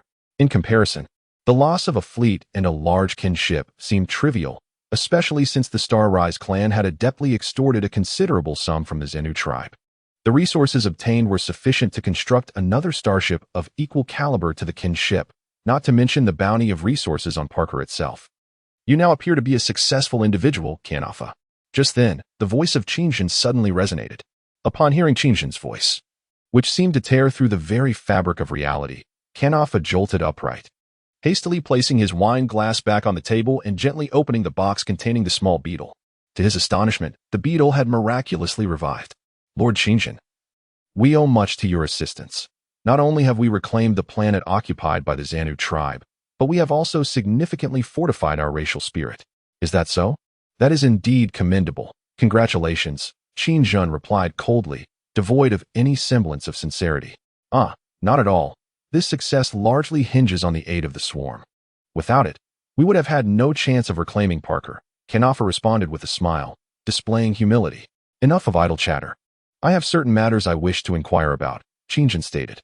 Taken aback, Kanafa momentarily faltered, somewhat bewildered. "What does Lord Qingjin wish to know?" "Whatever the Starrise clan can accomplish, we shall not falter." "If that is the case, then it is splendid. I wish to inquire about the planet Moncasa," Qingjin said leisurely. "Moncasa? Upon hearing Qin Zhen's interest in this planet, Kanafa's face betrayed a fleeting expression of surprise. Indeed, the planet Moncasa possesses resources essential to the swarm. It must be acquired, Qin Zhen asserted with unwavering conviction. Kanafa appeared visibly troubled by this. What is the matter? Are you unwilling to surrender that planet to me? Noting Kanafa's countenance, Qin Zhen's displeasure began to surface. Even if Kanafa resisted, Qin Zhen would still invade Moncasa, regardless of the potential for an all-out war with the entire Tianyu star system. He sensed, in the depths of his intuition, that the planet harbored numerous resources needed by the swarm, be it genetic sequences or serving as a temporary base for the swarm. These two factors alone were enough to compel Qin Zhen to pursue the matter at any cost. No, Lord Qin Zhen, you misunderstand. I am merely concerned for your well-being. The planet Moncasa is quite treacherous, and I do not advise venturing there. Kanafa waved his hands insistently to express his innocence. Then continued, perhaps Lord Qin Zhen should select another resource-rich planet. Within the star domain of the Xingli clan, there are indeed several undeveloped planets, albeit with rather harsh environments. However, you must believe me, those are far superior to the planet Moncasa. Why? Qin Zhen inquired, feigning ignorance. It seems that the atmosphere of that planet harbors an ancient and mysterious force, rendering all energy ineffective there. Indeed, even the Tianyu clan suffered greatly on Moncasa, Kanafa explained. Now I understand, Qin Zhen replied. But this is only applicable to you. Very well, I shall refrain from further discussion. During this time, should you require anything, please contact my subordinate, Shaman. With that, Qin Zhen severed the connection. Kanafa appeared to share the same understanding of Moncasa. Thus, any further conversation was rendered futile. Understood. Lord Qin Zhen, he respectfully addressed the beetle before him. Meanwhile, within the Leviathan, Qin Zhen slowly opened his singular eye, which gleamed with an intensely ferocious light. It is time to embark. Everything is ready, he commanded the system. Establish a jump point and extract the coordinates of the planet Moncasa. Understood, Sovereign. The jump point has been designed, and the coordinates of Moncasa have been implanted into Leviathan's neural structure. This spatial leap will require 2 jumps. Shall we proceed? Commence the spatial jump immediately, Qin Zhen ordered. With his command, a wormhole was opened by Leviathan using psychic energy, and its massive form vanished into the void. The cosmos fell silent, with both Leviathan and the wormhole disappearing without a trace. After successfully executing 2 designed jumps, Leviathan emerged amidst a kaleidoscopic expanse of stars. By the heavens! Qin Zhen exclaimed, momentarily taken aback by the vibrant celestial panorama. Even his typically icy demeanor softened. In this celestial realm, an enormous planet loomed, nearly the size of Jupiter in the solar system, accompanied by numerous small satellites that tirelessly orbited it. From the perspective of outer space, its atmosphere crackled with thunder and lightning, radiating an ancient power. Gazing at the planet Moncasa for an extended moment, Qin Zhen remarked, I can sense it. This planet exudes an immensely powerful life force. Now an 8th-level insectoid, his perceptions had sharpened significantly. He slightly closed his large eyes and focused on feeling everything on Moncasa. After a brief moment, he proclaimed, 5 life forms of unparalleled ferocity. Crack, devour, evolve. The fierce creature, Dant, bared its teeth menacingly. It too had sensed the abundant high-quality biomass present on that planet. Indeed, it seems they were already aware of our impending arrival. How astonishing! Qin Zhen remarked with a cold smirk. He had detected 5 pairs of eyes watching him intently beneath the atmosphere of Moncasa. Had they foreseen his approach? How intriguing! With a fierce expression, he commanded Leviathan, begin to descend, entering its atmosphere. Chapter 55, The Three-Headed Dragon Leader. Upon the issuance of Qin Zhen's directive, Leviathan surged toward the planet Moncasa, braving the tumultuous atmosphere. It had arrived. Indeed, the prophecy from 3 millennia ago was set to be fulfilled today. One of the 5 tribal leaders of Moncasa, the three-headed dragon Velan, had ruled the southernmost region of Moncasa for thousands of years. This colossal lizard dragon, measuring 8 meters in length and 3 meters in height when standing upright, was remarkable for possessing 3 heads, each with a distinct consciousness. Aside from that, its body was identical to that of a Western dragon. Each head bore an expression of extreme arrogance, clearly at odds with one another. Velan sported 2 enormous wings, formidable and sharp claws, and a mouth full of fangs. Its entire body was covered in jet-black scales that appeared exceedingly tough, shimmering with a phosphorescent glow under the sun's rays. In ordinary circumstances, its presence would render all creatures unable to gaze upon it directly, as the light reflected from its scales was blinding, making it no exaggeration to say one could be dazzled on the spot. Strictly speaking, Velan was a striking dragon. At least before he ascended to leadership, his mere appearance captivated many female creatures on Mon Casa, earning him the favor of numerous she-dragons. Other leaders deemed this ability rather inconsequential. Nonetheless, he had spawned many offspring, albeit with peculiar traits. Some bore little resemblance to Velan and lacked his bloodline entirely. Yet he cared not. What mattered to him was that these descendants could fend off the incursions of rival tribal leaders. It is worth noting that he was not the most powerful among them on Mon Casa. The other 4 leaders were equally fearsome, possessing unparalleled strength that matched Velan's own. However, he alone had the ability to fly, giving him a slight edge. 3,000 years ago, the High Priest Bujanman of Mon Casa received a profoundly shocking revelation while listening to the voice of the Lord of all things. The Lord foretold that on this very day, Mon Casa would be invaded by a formidable demon, unprecedented in its might, beyond the imagination of the Lord of all things. This entity would instigate war and annihilate everything in its path. The struggle would prove immensely arduous for all living beings on Mon Casa, with a dismal probability of only 5 for victory. This was tantamount to insurmountable odds. Nevertheless, the 5 tribal leaders heeded the priest's prophecy, for he had never erred before. Each leader harbored their own ambitions, seeking greater power within Mon Casa to prepare for the formidable adversary that awaited. Meanwhile, Leviathan was about to breach the atmosphere. As the 5 leaders gazed skyward from their respective territories, the weather today is more radiant than ever before, appearing remarkably tranquil, seemingly no different from the norm. However, this tranquility is ephemeral. The environment of Mon Casa is exceptionally harsh. Even under the current bright sun, one could find themselves plunged into a frigid winter in the blink of an eye. A phenomenon known as the ice storm could descend upon them. Or perhaps a tempest of unimaginable ferocity would sweep through, obliterating all in its path. Even the once serene ground beneath could suddenly erupt with molten lava. The capricious nature of the climate has endowed all beings on Mon Casa with extraordinary vitality, enabling them to adapt to any severe weather conditions. At this moment, the 5 leaders have already sensed the arrival of Leviathan. What weighs heavily upon them is not Leviathan itself, but rather a certain life form it carries. Its aura is more formidable than any adversary they have ever encountered, at least 100-fold. It is the harbinger of destruction. To all beings in the southern regions of Mon Casa, I am Welan, the southern leader. Heed my call. The prophecy is about to be fulfilled, today. The demon shall descend upon Mon Casa. This is our home, our everything. Welan, with a calm demeanor, flapped his grand wings and proclaimed loudly into the air. Upon hearing Welan's summons, all creatures from the southern realm of Mon Casa gathered towards his territory. The other 4 leaders followed suit, calling forth the beings from their domains, bracing themselves to confront the most formidable foe in Mon Casa's history. As Leviathan entered the atmosphere of Mon Casa, it was met by an overwhelmingly powerful storm cloud. Countless lightning bolts struck fiercely against Leviathan's colossal form, attempting to bring it down within the atmosphere. Thunder, crack. Yet, Leviathan's shell is incredibly resilient. It can withstand the most terrifying gamma-ray bursts in the universe, as well as the lethal radiation emitted by stellar explosions. The mere thunderstorm posed no threat to Leviathan. Outside, amidst the flashes and roars, Qingjin, situated within Leviathan, felt a surge of trepidation. Furthermore, after entering the atmosphere, he distinctly sensed that he had lost contact with the swarm on 03.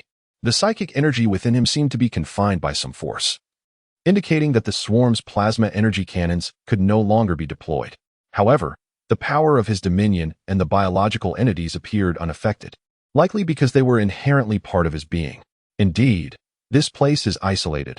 All psychic energies are rendered inoperative, Qingjin mused, slightly astonished. With a resounding boom, Leviathan successfully pierced through the storm clouds of the atmosphere, descending into the skies above Mon Casa. Qingjin could clearly see the beings on Mon Casa fleeing in all directions, gathering together. He was perplexed. They are aware of our presence and know we would arrive today. How is this possible? Dominion. I am detecting that this planet is being manipulated by an immensely powerful force. The climate here will shift unpredictably, posing significant obstacles for you and the swarm. At that moment, the voice of the system resonated suddenly. Upon hearing the system's prompt, Qingjin pondered for a moment, his expression cold as he remarked, "So that is the case. Is there any way to enable the swarm to adapt to this environment? Otherwise, they will be unable to fight effectively. The native organisms on the planet Moncasa have evolved to withstand these conditions. We can collect their biomaterials, extract their genetic sequences, and utilize them to enhance the swarm. Allowing it to adapt to the harsh environment of Moncasa was the response he received. Hearing this, Qingjin nodded. However, the sky above Moncasa was remarkably beautiful, perhaps even suitable for any carbon-based life form to thrive. Was the rumored inclement weather merely a myth? Although he felt a twinge of doubt, he dismissed it and commanded, "Deploy the swarm. Moncasa. I am Commander Qingjin of the insect race, and everything on Moncasa shall fall into my grasp." Chapter 56. The primitive beast legion. Qingjin's roar echoed across the expanse of Moncasa, instilling fear in all living beings on the planet. They were left in a state of unease, hearing only a primal roar and unable to comprehend his words, perceiving it merely as a display of the demon's might.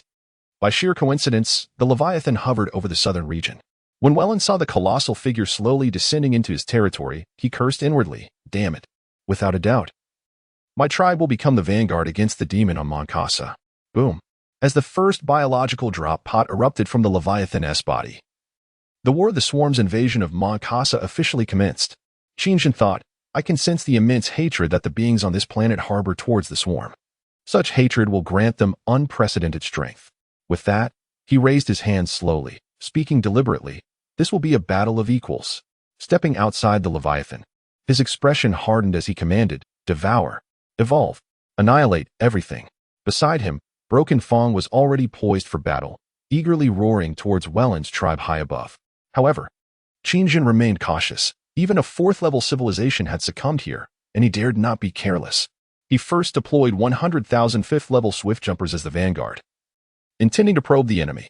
With a thunderous crash, the first biological drop pod successfully landed, carrying 2,000 swift jumpers. Swish. As soon as the swift jumpers touched down, they surged forth from their pod and launched a ferocious charge against Welland's forces. More biological drop pods continued to be dispatched to the southern region of Moncasa. "The demon's minions have arrived. Defend our homeland," Welland bellowed, urging his people to expel these demons from Moncasa. "Roar, roar, drive away the demons. Defend our home." Various life forms, inspired by Welland's fervor, became emboldened. In the face of the densely packed swarm of swift jumpers charging towards them, they cast aside their fears, igniting their spirits with passionate shouts. "Kill!" With a command from Velan, hundreds of thousands of primal beasts let out a thunderous roar, subsequently charging towards the swarm of insects. Velan's primal beast battalion comprises a bipedal species akin to subdragons, possessing a primitive level of intelligence equivalent to that of a small child from the human race. In essence, they resemble lizards adorned with two dragon-like horns. However, their nature is exceedingly ferocious, rendering them exceptionally suited for combat and hunting. These creatures are the offspring of Velan's hedonistic endeavors, having undergone thousands of years of evolution to gradually develop their own genetic sequences, distinct from Velan's lineage. They represent the third generation of Velan's descendants. The reproductive rate of the primal beasts is astonishing. They are oviparous, capable of laying up to 40 eggs at a time, which can hatch within a mere 45 to 60 days. Under Velan's protection, their survival rate reaches an impressive 90, maturing from juvenile to adult in just half a year.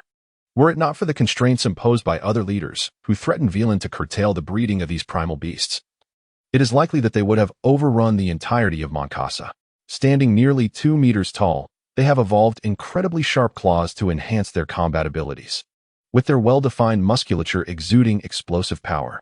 Their agility and immense strength allow them to effortlessly tear through any material in the cosmos. Their exoskeletons even more resilient than that of the thunderous beasts.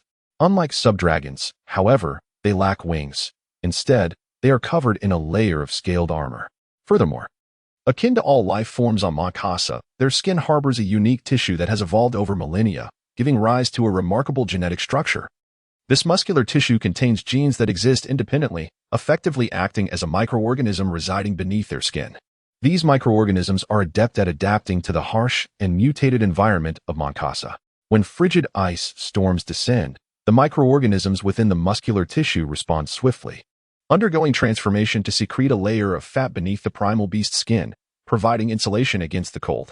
Additionally, they generate a thick coat of fur that envelopes the entire body, even covering the scaled armor on their backs. This adaptation allows the primal beasts to function normally in icy conditions. Conversely, in the event of a volcanic eruption, these microorganisms can absorb thermal energy and store it for later use. With a roar, Veland's primal beast army engaged the swift jump insects on the ground. A fierce battle ensued instantaneously, with the air filled with savage howls and splattered flesh. In an instant, countless swift jump insects were torn to shreds by the primal beasts. The claws of the primal beasts were capable of effortlessly piercing the exoskeletons of the swift jump insects, a scenario anticipated by Qingjin. However, the swarm exhibited no fear. Once they received Qingjin's command, they charged forward relentlessly until their objective was achieved. Beep. The swarm has absorbed and obtained all genetic sequences and biomasses of the primal beast of Manhwa. This genetic material can be utilized to enhance the swarm's resistance to cold. Beep. Through the acquired genes, we have deciphered the racial and linguistic data of Manhwa. As the vanguard forces of both sides engaged in an intense battle, a prompt echoed in Qingjin's mind. Resist the cold? He paused momentarily, surveying the surrounding sky before scoffing, though I admire your capabilities in detecting all. This environment is splendid and exceedingly comfortable. Where's the cold? After a brief moment of contemplation, he continued, evolving by merging unnecessary traits is a futile endeavor. It is overly complex and not advisable. Let us abandon that notion. Understood, Master, the system responded, refraining from further commentary. Ultimately, the Master is the supreme will of the swarm. Even the insectoid system must heed Qingjin's commands. Whatever he decrees, the swarm shall execute, even to the point of self-destruction without hesitation. Qingjin observed the battle below, finding the situation aligned with his expectations. The creatures on Manhwa were indeed extraordinary, capable of challenging the level 5 swift leapers in a balanced confrontation. It was no wonder that the so-called Tianyu clan had met with a disastrous defeat here, having to retreat in utter disgrace. The vanguard's battle escalated to a fever pitch.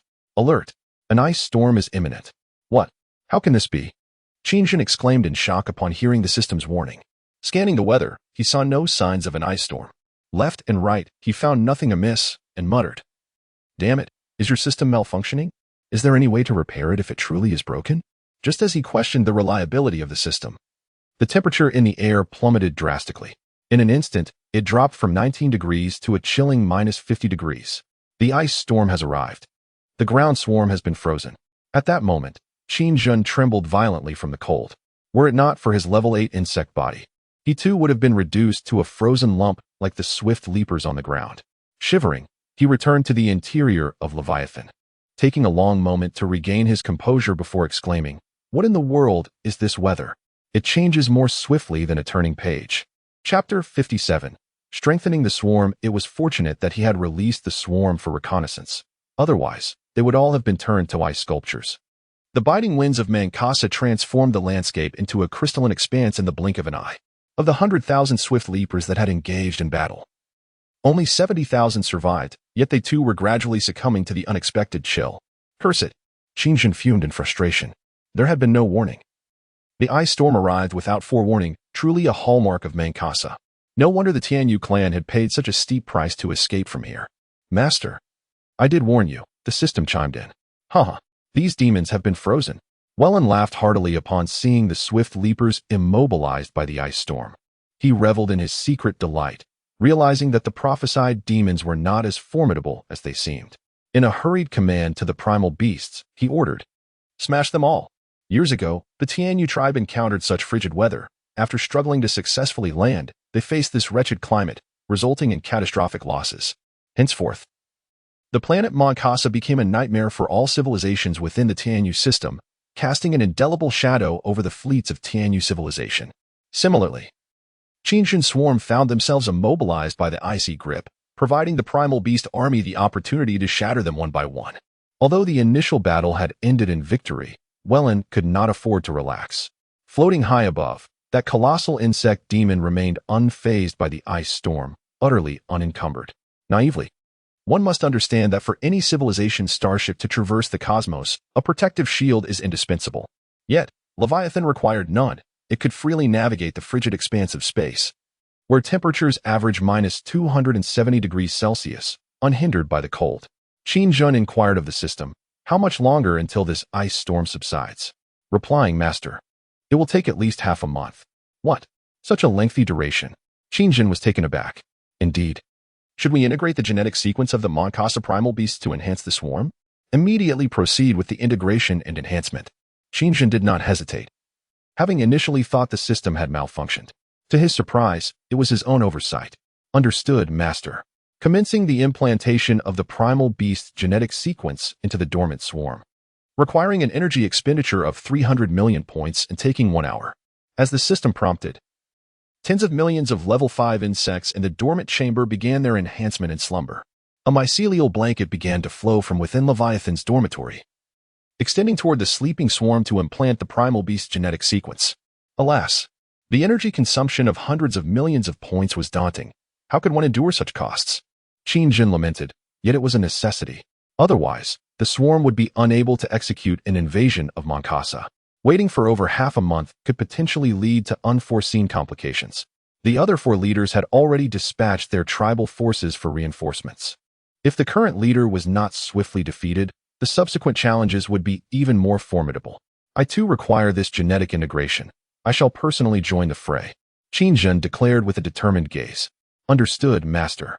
Once the swarm integrates this genetic sequence, you will concurrently acquire the corresponding antibodies, as you are inherently the source of the swarm. The system responded. Upon hearing this, Qingjin nodded in realization.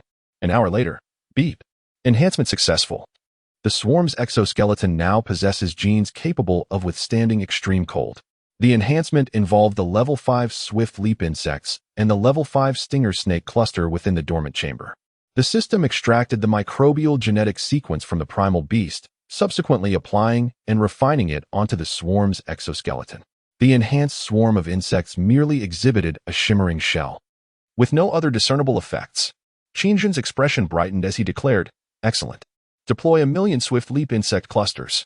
Upon issuing the command, 1,000,000 dormant swift leap insects instantly awakened, their fierce eyes gleaming, and surged forth from their hibernation pods toward the biological airdrop chamber.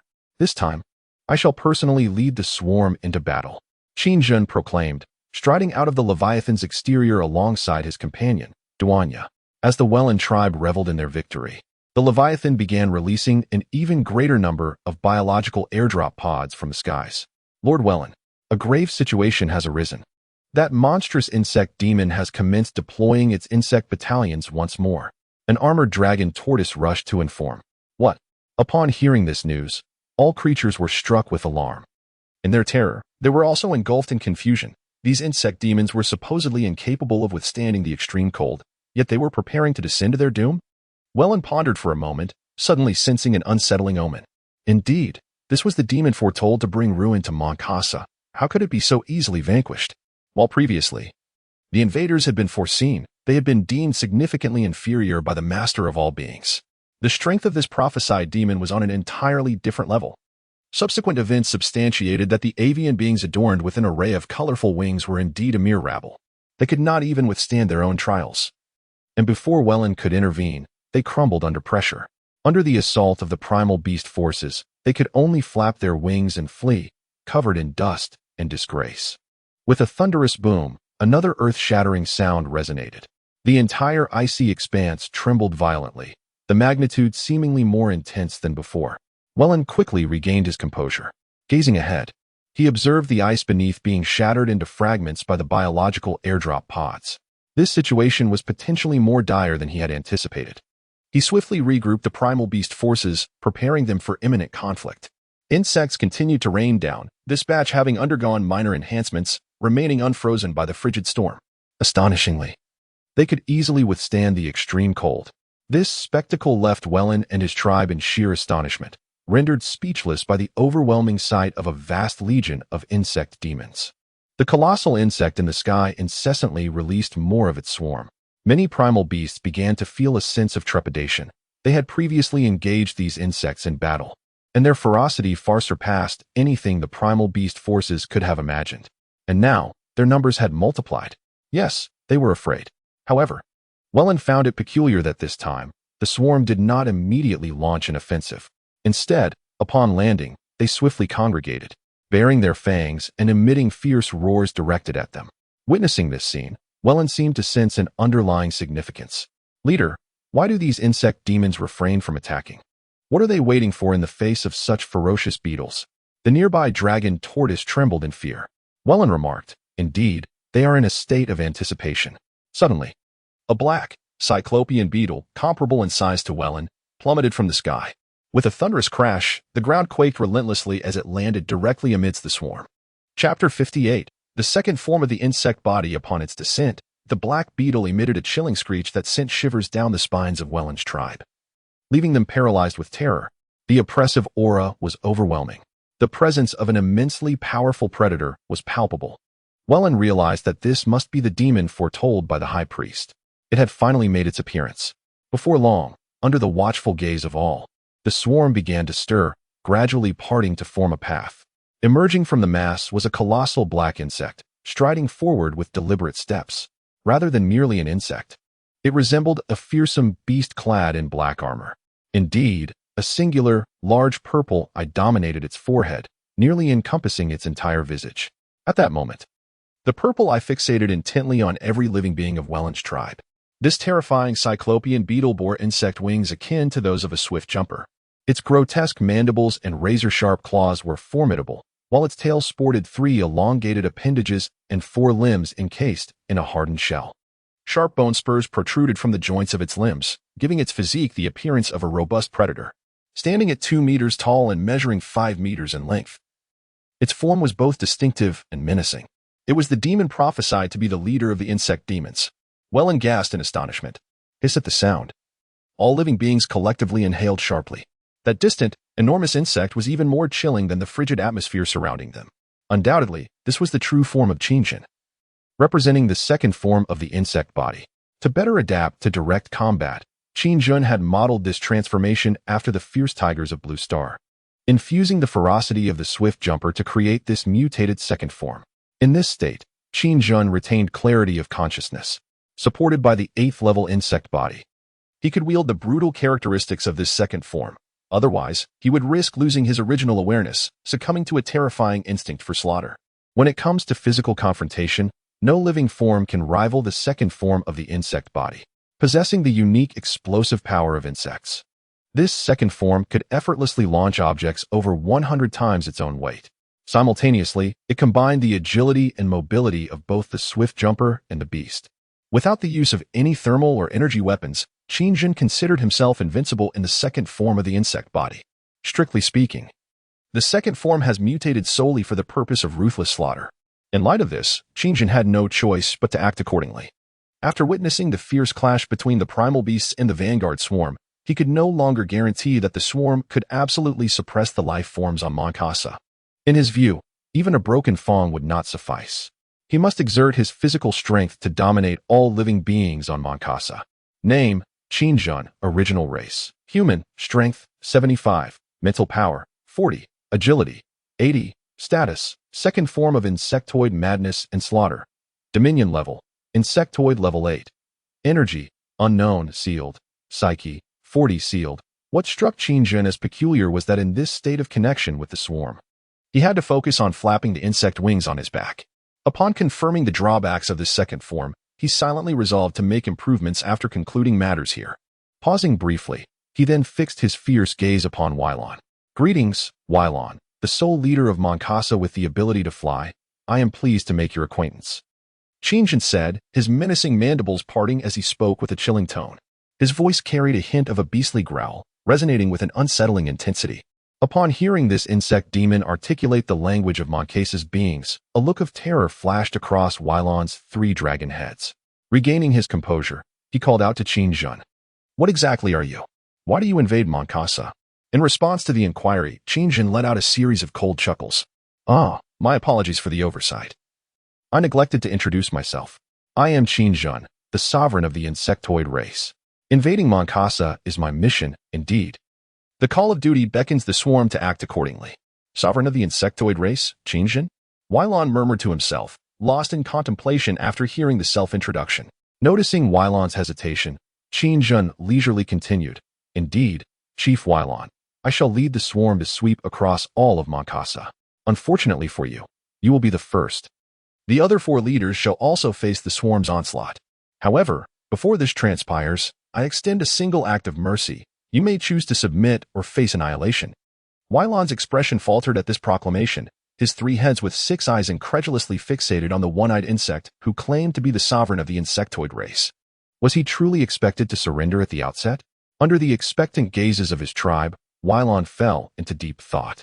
Choosing to surrender would equate to betraying the mother of all beings, a decision not to be taken lightly. The mother of all beings is synonymous with the creator of all life on Moncasa. No matter the circumstances, Wylon could never betray his own mother. Furthermore, the other tribes were already en route to provide support. Although the swarm was vast, it was not insurmountable. Perhaps the prophecy would come to pass, and Moncasa would indeed be destroyed by this insectoid sovereign. Yet he could not bear the burden of becoming a sinner. Since his birth, a profound reverence for the sovereign of all things has been indelibly etched into his consciousness. Moreover, the fact that this insectoid overlord would contemplate the surrender of his own tribe was something that Welland could never have anticipated. This alone was sufficient to illustrate that he lacked the confidence when confronting either himself or all the tribes on Moncasa. Consequently, the notion of allegiance had become an impossibility. What audacity, Insect Overlord. You are indeed formidable, yet you claim that the annihilation of Moncasa is your mission?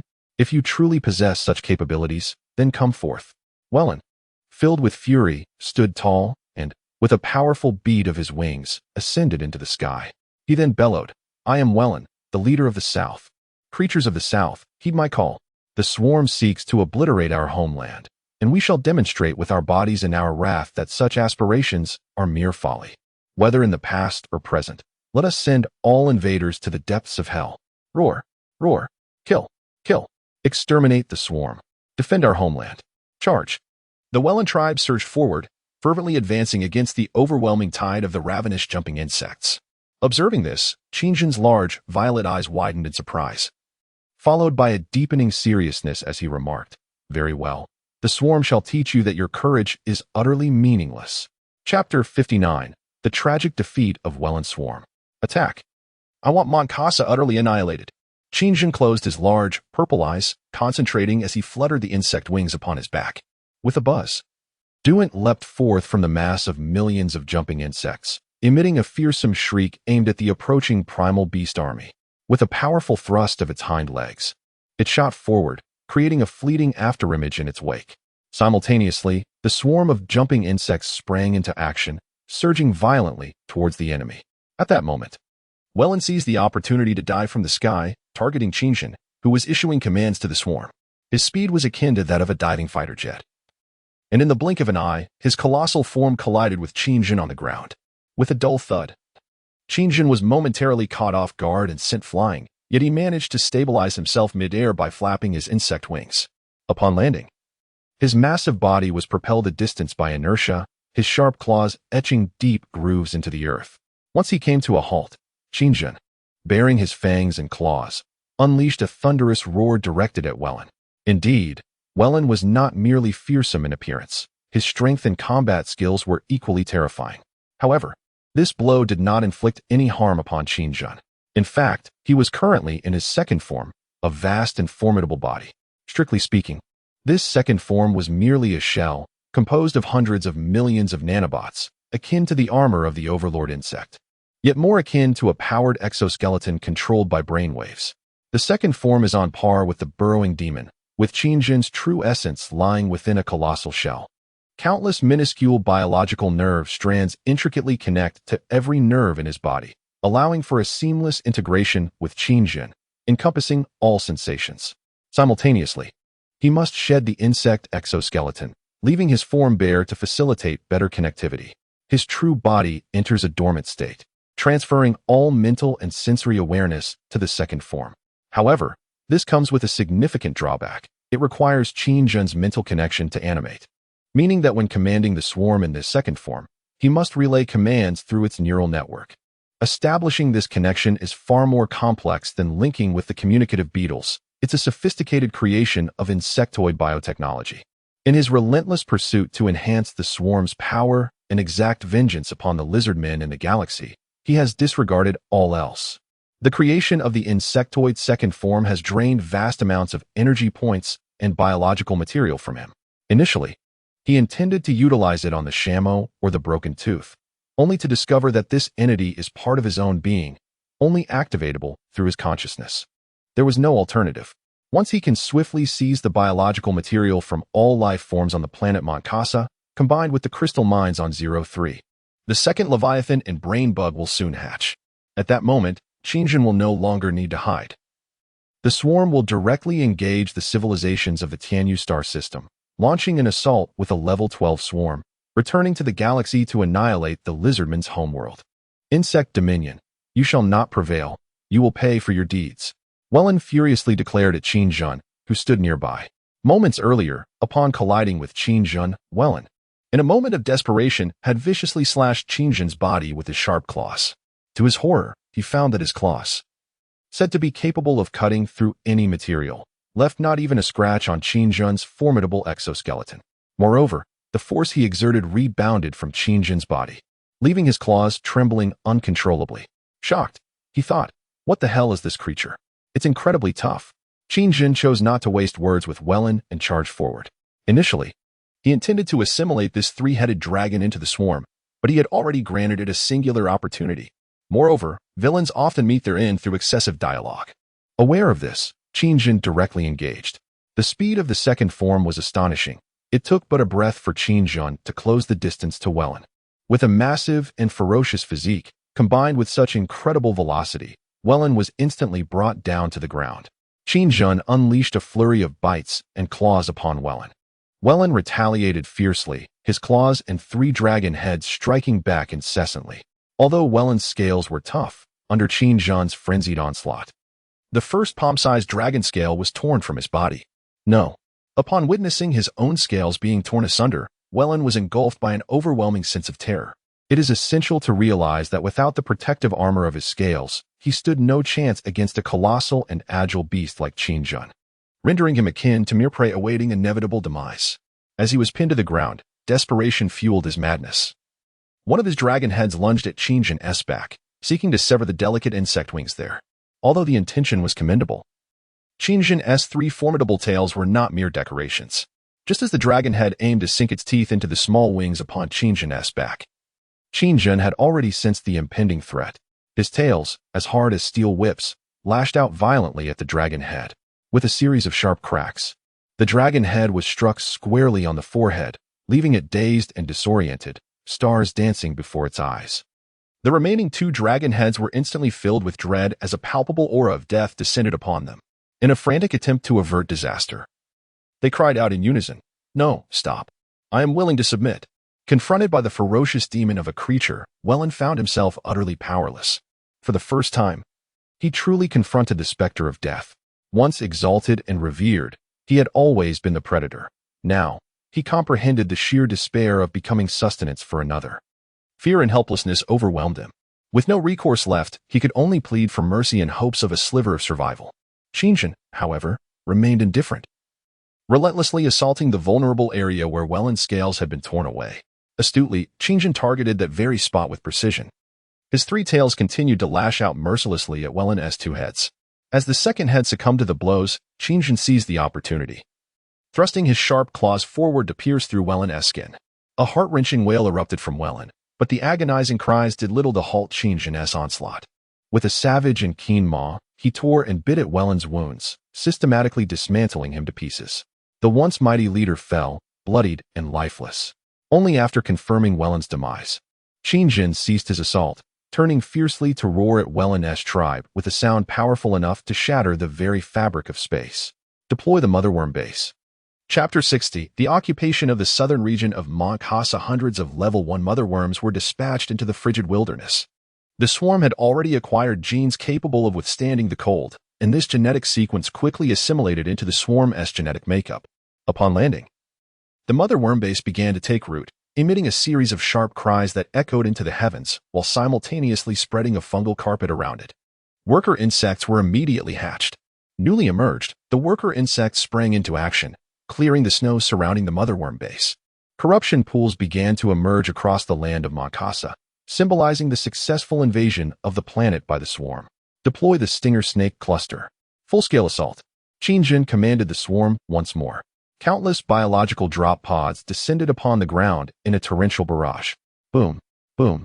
The corpse of Welland, now utterly ravaged by Qin Jin's relentless assault, lay in a state of disrepair. Yet, it was still a rare source of biomass, the more powerful the life form, the greater the quantity and quality of the biomass it yielded. Soon, it was dragged back to the base's decomposition pool by the hatchling worker insects. Qin Jin, with his chilling violet eyes, coldly observed Welland's body being slowly decomposed in the pool, disdainfully remarking, "One of the 5 tribal leaders of Mont Casa is nothing remarkable. With the swarm conquering Mont Casa, the prospect of reaching level 9 is within grasp. The end of the Sal tribe is nigh." Following Welland's defeat, all beings in the southern region began to flee in terror from the onslaught of swarming jump bugs and stinging serpents. Within mere hours, the southern part of Mont Casa descended into chaos. However, Qin Jin soon discovered something astonishing. Even the stinging serpents were unable to unleash long-range attacks here. This was utterly preposterous. The other 4 tribes on Mont Casa remained unaware of Welland's defeat, their reinforcements still en route. The vastness of this planet was overwhelming. With land and sea each occupying half of its expanse, the breadth of its terrain was unimaginable, nurturing countless life forms. For Qin Jin, this was a paradise for the swarm. The insects began to sweep through every corner of southern Mont Casa. Wherever the level 5 swarm ventured, destruction followed, sparing none, from the tiniest microorganisms to massive creatures weighing several tons.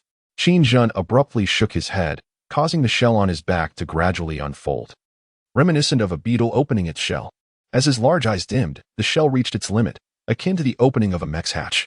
His bare form emerged into the light once more, revealing itself within the second form of his shell. Countless delicate neural strands began to detach from his skin, resembling tiny iron worms. Moments later, his eyelashes fluttered slightly, and his eyes slowly opened. The once vibrant expression had faded to an endless coldness. After a brief pause, he sat up, cracking his neck with a crisp sound, and then rose from the second form of his shell. Simultaneously, the immense second form began to dissolve into a dense swarm of nanobots, their numbers staggering, drifting through the air like a cloud of darkness. Qin Jin surveyed his surroundings. All he could see were his own insects, having successfully claimed this flat terrain. Despite standing bare in the frigid air, he felt no chill, for his body was the source of the swarm, and the fusion of new genetic sequences would commence with him. Taking a deep breath, he slowly raised his arms, savoring the air of Mont Casa. With that long-lost yet magnetic voice, he pondered, what secrets does this planet conceal that it can imprison all forms of energy, rendering even spiritual energy unusable? Master, I detect that your true form is becoming exposed. For safety's sake, please don the exoskeletal insect armor promptly. Just as Qin Jin was lost in thought, the system's voice suddenly interrupted his reverie with a grave reminder. Upon hearing this, Qin Jin initially wore an expression of exasperation, which soon morphed into mild ire as he retorted, I dislike your commanding tone when addressing me. Who, pray tell, is the true master here? Understood, master. For your safety, it is advisable to wear the exoskeletal insect armor, the system replied in a gentle manner. Qin Jin responded, am I not permitted to allow my body to breathe a little? Besides, I can sense that there is nothing nearby that poses a threat to my safety. If I were to be eliminated amidst the swarm, then I would no longer be the master. Very well, since the master prefers it this way, the system conceded. Whatever you say. Qin Jin resolved to ignore the system and delved back into contemplation. Previously, he had sensed a powerful life force emanating from this planet while in outer space. Indeed, that energy still lingered. The presence he sensed was not one of the 5 tribes. He had already eliminated one of the tribe leaders from Mont Casa and could sense the existence of the other 4. Moreover, their energies were distinctly different. The energy of the tribe leaders paled in comparison to that formidable force. Thus, he suspected that a far more powerful life form lay hidden on this planet. However, this remained a suspicion, and he was not entirely certain yet. Moments later, with a thought, the floating swarm of nanobots coalesced into a black mist that surged toward Qin Jin, enveloping him completely. Gradually, they formed the exoskeletal insect armor. Once adorned in the armor, Qin Jin spoke in a hoarse, hollow voice, if you believe that hiding will grant you safety, you are gravely mistaken. The swarm will leave you with nowhere to conceal yourself. With the exoskeletal insect armor donned, Qin Jin's voice and aura underwent a profound transformation, rendering him almost unrecognizable from his true form. Over a month later, The news of the Southern leader Wyland's defeat and demise finally spread across the entirety of Moncasa. The remaining 4 leaders were gripped by fear, hastily preparing for the impending invasion of the swarm. They dispatched troops to engage in fierce combat with the insects. Although there were some minor victories, the overall situation remained grim. Qin Zhen was busy gathering all resources from the south. Thus, he refrained from ordering an immediate assault by the swarm. Such a dispersal would not be a prudent strategy. There was another reason for his restraint. Other than the level 5 insects, the lesser swarms were incapable of overcoming the life forms on Moncasa. Unable even to breach their heights, only the level 5 and above insects could accomplish this with ease. Currently, there were only several million of them, and enhancing a single one demanded an exorbitant amount of energy points. Therefore, he planned to proceed step by step, especially since the climate here resembled that of a woman experiencing her monthly cycle. His temper was explosive, changing in an instant. Just moments ago, it had been raining, and now thunder echoed, as if the very ground were preparing for a volcanic eruption. As Qin Zhen painstakingly fused the high-temperature-resistant genes into the insect swarm's exoskeleton, a blizzard began anew. Enraged, Qin Zhen looked skyward and cursed vehemently. Chapter 61. Hatching Brainworm number 240 days later, the southern region of Moncasa had succumbed entirely. The swarm ravaged all flora and fauna in its path. Despite the rapid changes in weather, the swarm continuously evolved exoskeletons capable of adapting to Moncasa's complex environment. At this point, Qin Zhen faced the capricious weather with unyielding calm. Qin Zhen declared, "The biomass is sufficient to hatch another brainworm. I require more brainworms at once." Understood. Sovereign. Consuming 100 million energy points and 10,000 biomass points. The process will take 48 hours. Shall we commence hatching? The system prompted. Qin Zhen did not hesitate. Responding, commence hatching immediately. Following his command, within the colossal 8th level base of the first motherworm, a larva in optimal condition was selected and swiftly crawled into the splitting pool. The brainworm larva has been selected. The original mother is the first motherworm base. Initiating implantation of the sovereign gene. Loading. Ding. The sovereign gene has been successfully loaded.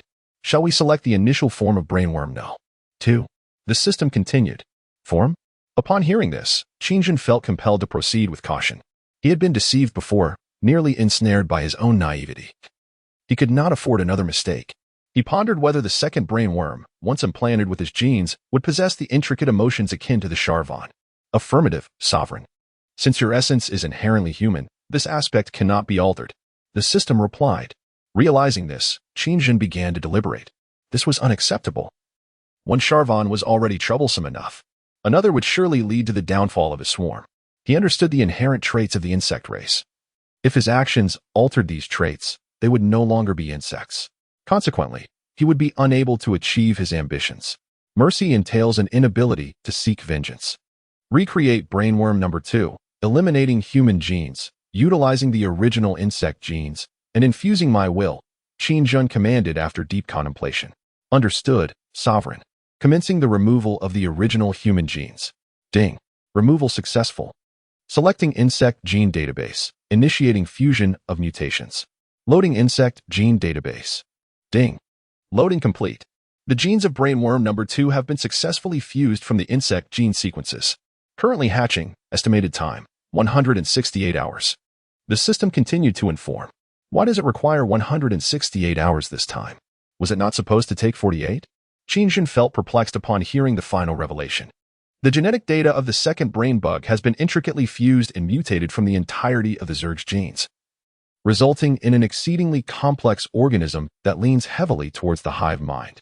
Furthermore, the physical form of the second brain bug is likely to be exceedingly frail, possibly even weaker than that of the Char mosquito.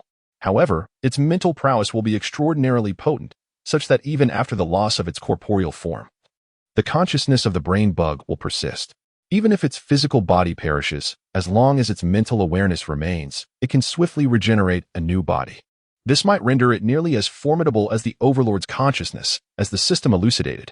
Upon hearing this explanation, Qin Zhen nodded thoughtfully. In essence, the second brain bug is likely to manifest as a purely mental entity, diverging from the physical strength that characterizes the other Zerg units. This makes sense, as the primary function of the brain bug is to command the swarm.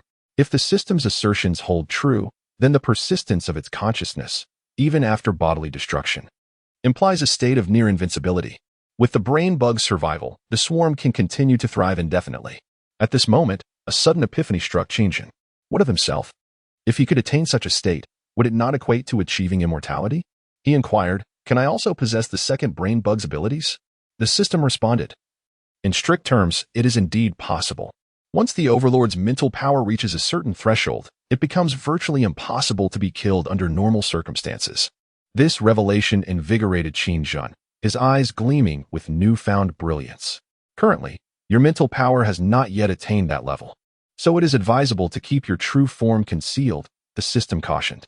Understanding this, Qingjun's face broke into a rather ominous smile, as if everything had transformed in that moment. Before long, a colossal chrysalis began to form within the splitting pool of the first mother bug. This chrysalis was immense, and during the time leading up to the emergence of the brain bug, it would require sustenance in the form of energy and biological matter.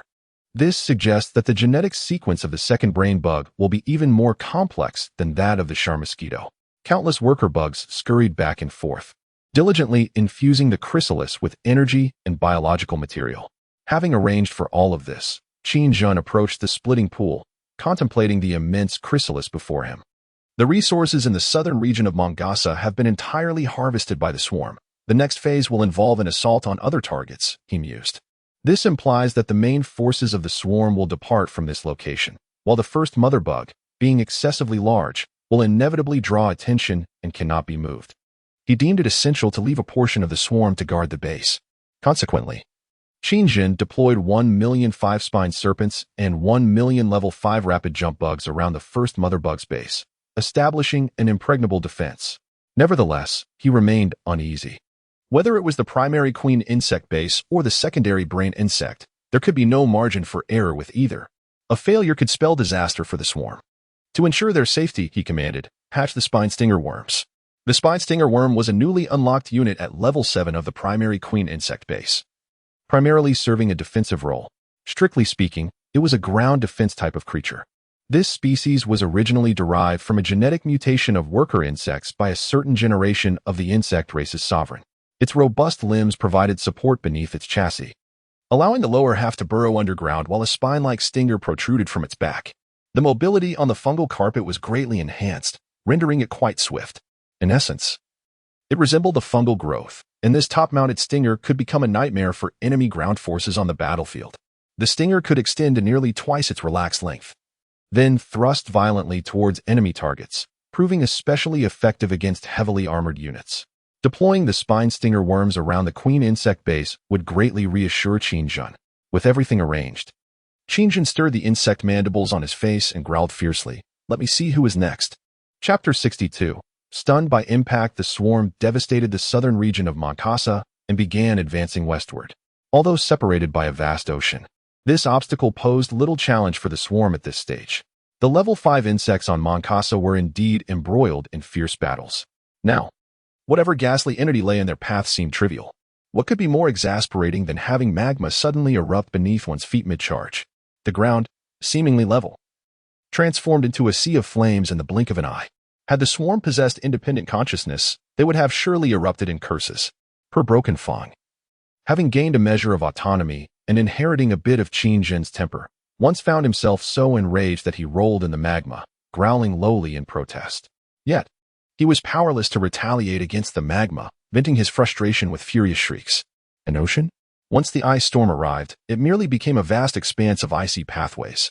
Moreover, with Leviathan at hand, Qingjun could effortlessly dispatch the swarm to any corner of Mangasa. The skies were already teeming with royal insects, and over half of Moncase's expanse lay within Qingjun's dominion. All living beings within his sight would be doomed. This is one of the terrifying aspects of the swarm. When facing an oncoming assault, unless one possesses overwhelming strength, annihilation is imminent. In the western region of Mangasa, the rapid leap insects launched a ferocious offensive. Perhaps Qingjun had grown weary of Moncase's wretched weather. This assault bore the fury of a sovereign, more intense than the previous strikes in the south.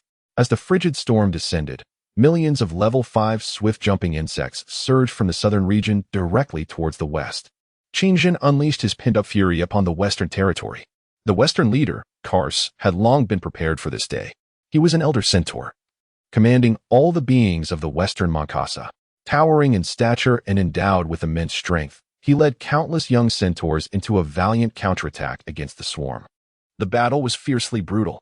In stark contrast to the tribes of southern Welland, Kars's centaur forces stood resolute against the onslaught of the insects.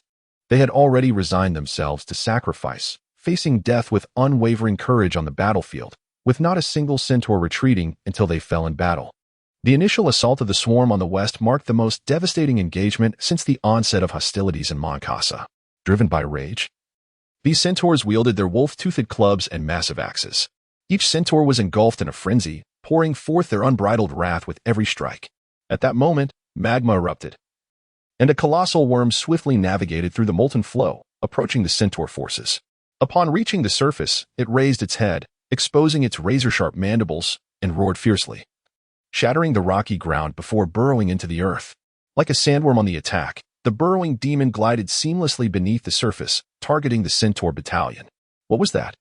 The sheer size of the burrowing demon drew the attention of all the centaurs as it abruptly emerged from the ground, expelling a massive creature from its gaping maw. This was none other than Qin in his second form. The moment he appeared, he let out a ferocious roar and plunged into the centaur ranks, wreaking havoc. The burrowing demon swept through the battlefield, both underground and above, ravaging the centaur forces. Though they displayed remarkable bravery, the centaurs stood little chance against such biological weapons and met their fate as prey. The wails of the centaurs echoed throughout western Mankasa. Just as Qin carved his way through the centaur ranks, leading the swarm with relentless ferocity, a thunderous roar reverberated through the air. Startled, Qin turned towards the source of the sound, but in an instant, a deafening thud struck him, sending him hurtling through the air. The heavy blow landed squarely on his head. For the first time since becoming the sovereign of the swarm, Qin was under attack. His nerves tingled. His vision blurred into doubles, and a persistent buzzing filled his mind. Alarmed, he thought, "This is bad." His vision, once a mere double, began to fade into obscurity, and his consciousness started to slip away. Panic surged within him. He sensed imminent doom, cursing inwardly, "It can't end like this. No way. Why until I sensed it? Why? No, system. System. Respond quickly." In that moment, it felt as though he had sunk to the depths of the ocean. Unable to hear anything, even the system remained unresponsive. As consciousness began to descend into an abyss, a sense of boundlessness enveloped the surroundings. In the midst of this, the creature known as the brain bug, designated as number 2, was struck by an inexplicable force, causing its chrysalis to tremble violently in excruciating agony. The swarm emitted a collective wail of despair. "Xiaozhen, today I will accompany your father to the city for some errands. Later, please go to the station to retrieve Qin. We shall dine together upon our return, and you can head back to the barracks tomorrow. Do not forget, brother. This is my boyfriend. We plan to wed this year. Hello, Xiao Ying's brother. It is a pleasure to meet you. I hear you are serving in the military." Suddenly, an urgent news bulletin interrupted. "A foreign spacecraft has unexpectedly descended upon the city, launching an attack against us. Level 1 combat readiness." Boom. Boom. Ah, help me. Mother. Mother. Woe is me. The haunting memories replayed relentlessly in Qin's mind. Could this truly be the end? No. How could this be happening? Just as despair threatened to consume him, an intensely radiant golden light pierced through the darkness. Amidst the shimmering brilliance appeared a woman. Her aura both eerily familiar and strikingly foreign. "I am Saranaga Kerrigan. Your mission is not yet complete. The swarm requires your presence." With that declaration, a powerful vibration resonated, fracturing the very fabric of space. In an instant, Qin regained consciousness, landing firmly on the ground as he steadied himself. Bewildered, he pondered, what just transpired? Shaking his head, he surveyed his surroundings. The swarm continued to battle, and it seemed that his lapse in awareness had lasted but a fleeting moment. Though it felt like an eternity, Saranaga Kerrigan, he recalled the name from the depths of his mind, only to be jolted back to reality by a surge of rage. How could an 8th-level creature be so easily stunned? He was determined to discover the source of this affront. His gaze fell upon a massive minotaur wielding 2 colossal axes, its nostrils flaring with each labored breath. Glaring intently at him, initially taken aback by the imposing figure, Qin soon smirked darkly. "West Leader Kars, those impressive horns atop your head are quite the sight." Chapter 63, Brain Bug Zakara. Witnessing the one-eyed demon mock him unscathed after such an attack, Kars was overtaken by a wave of terror, muttering in disbelief. How is this possible? Even the forces of nature cannot harm it. Just as he was grappling with shock, a crack suddenly formed in the horns adorning his head, breaking off. Kars. At that moment, a myriad of creatures surged onto the battlefield, alongside the emergence of three other tribal leaders: Central Leader Kassa, Butin, Northern Leader White Bear, Lachine, and Eastern Leader Giant Ape, Bamidon. Kars, are you alright? Is that the demon leader foretold in the prophecy? The speaker is Butin, the leader of the Central Tribes, whose appearance is quite peculiar, resembling a fusion of beast and spirit. His head bears a striking resemblance to that of a goblin, albeit tall and slender. Towering over the Minotaur Kars by a head, standing approximately 3 to 4 meters in height, wielding an elongated scythe. At first glance, one might mistake him for a harbinger of death. Upon noticing Kars' broken horn, a flicker of fear crossed his countenance. Indeed, Butin, we must exercise caution.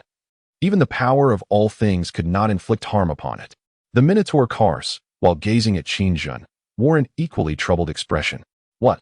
Upon hearing Kars convey this information, several leaders were instantly struck with astonishment. This is impossible.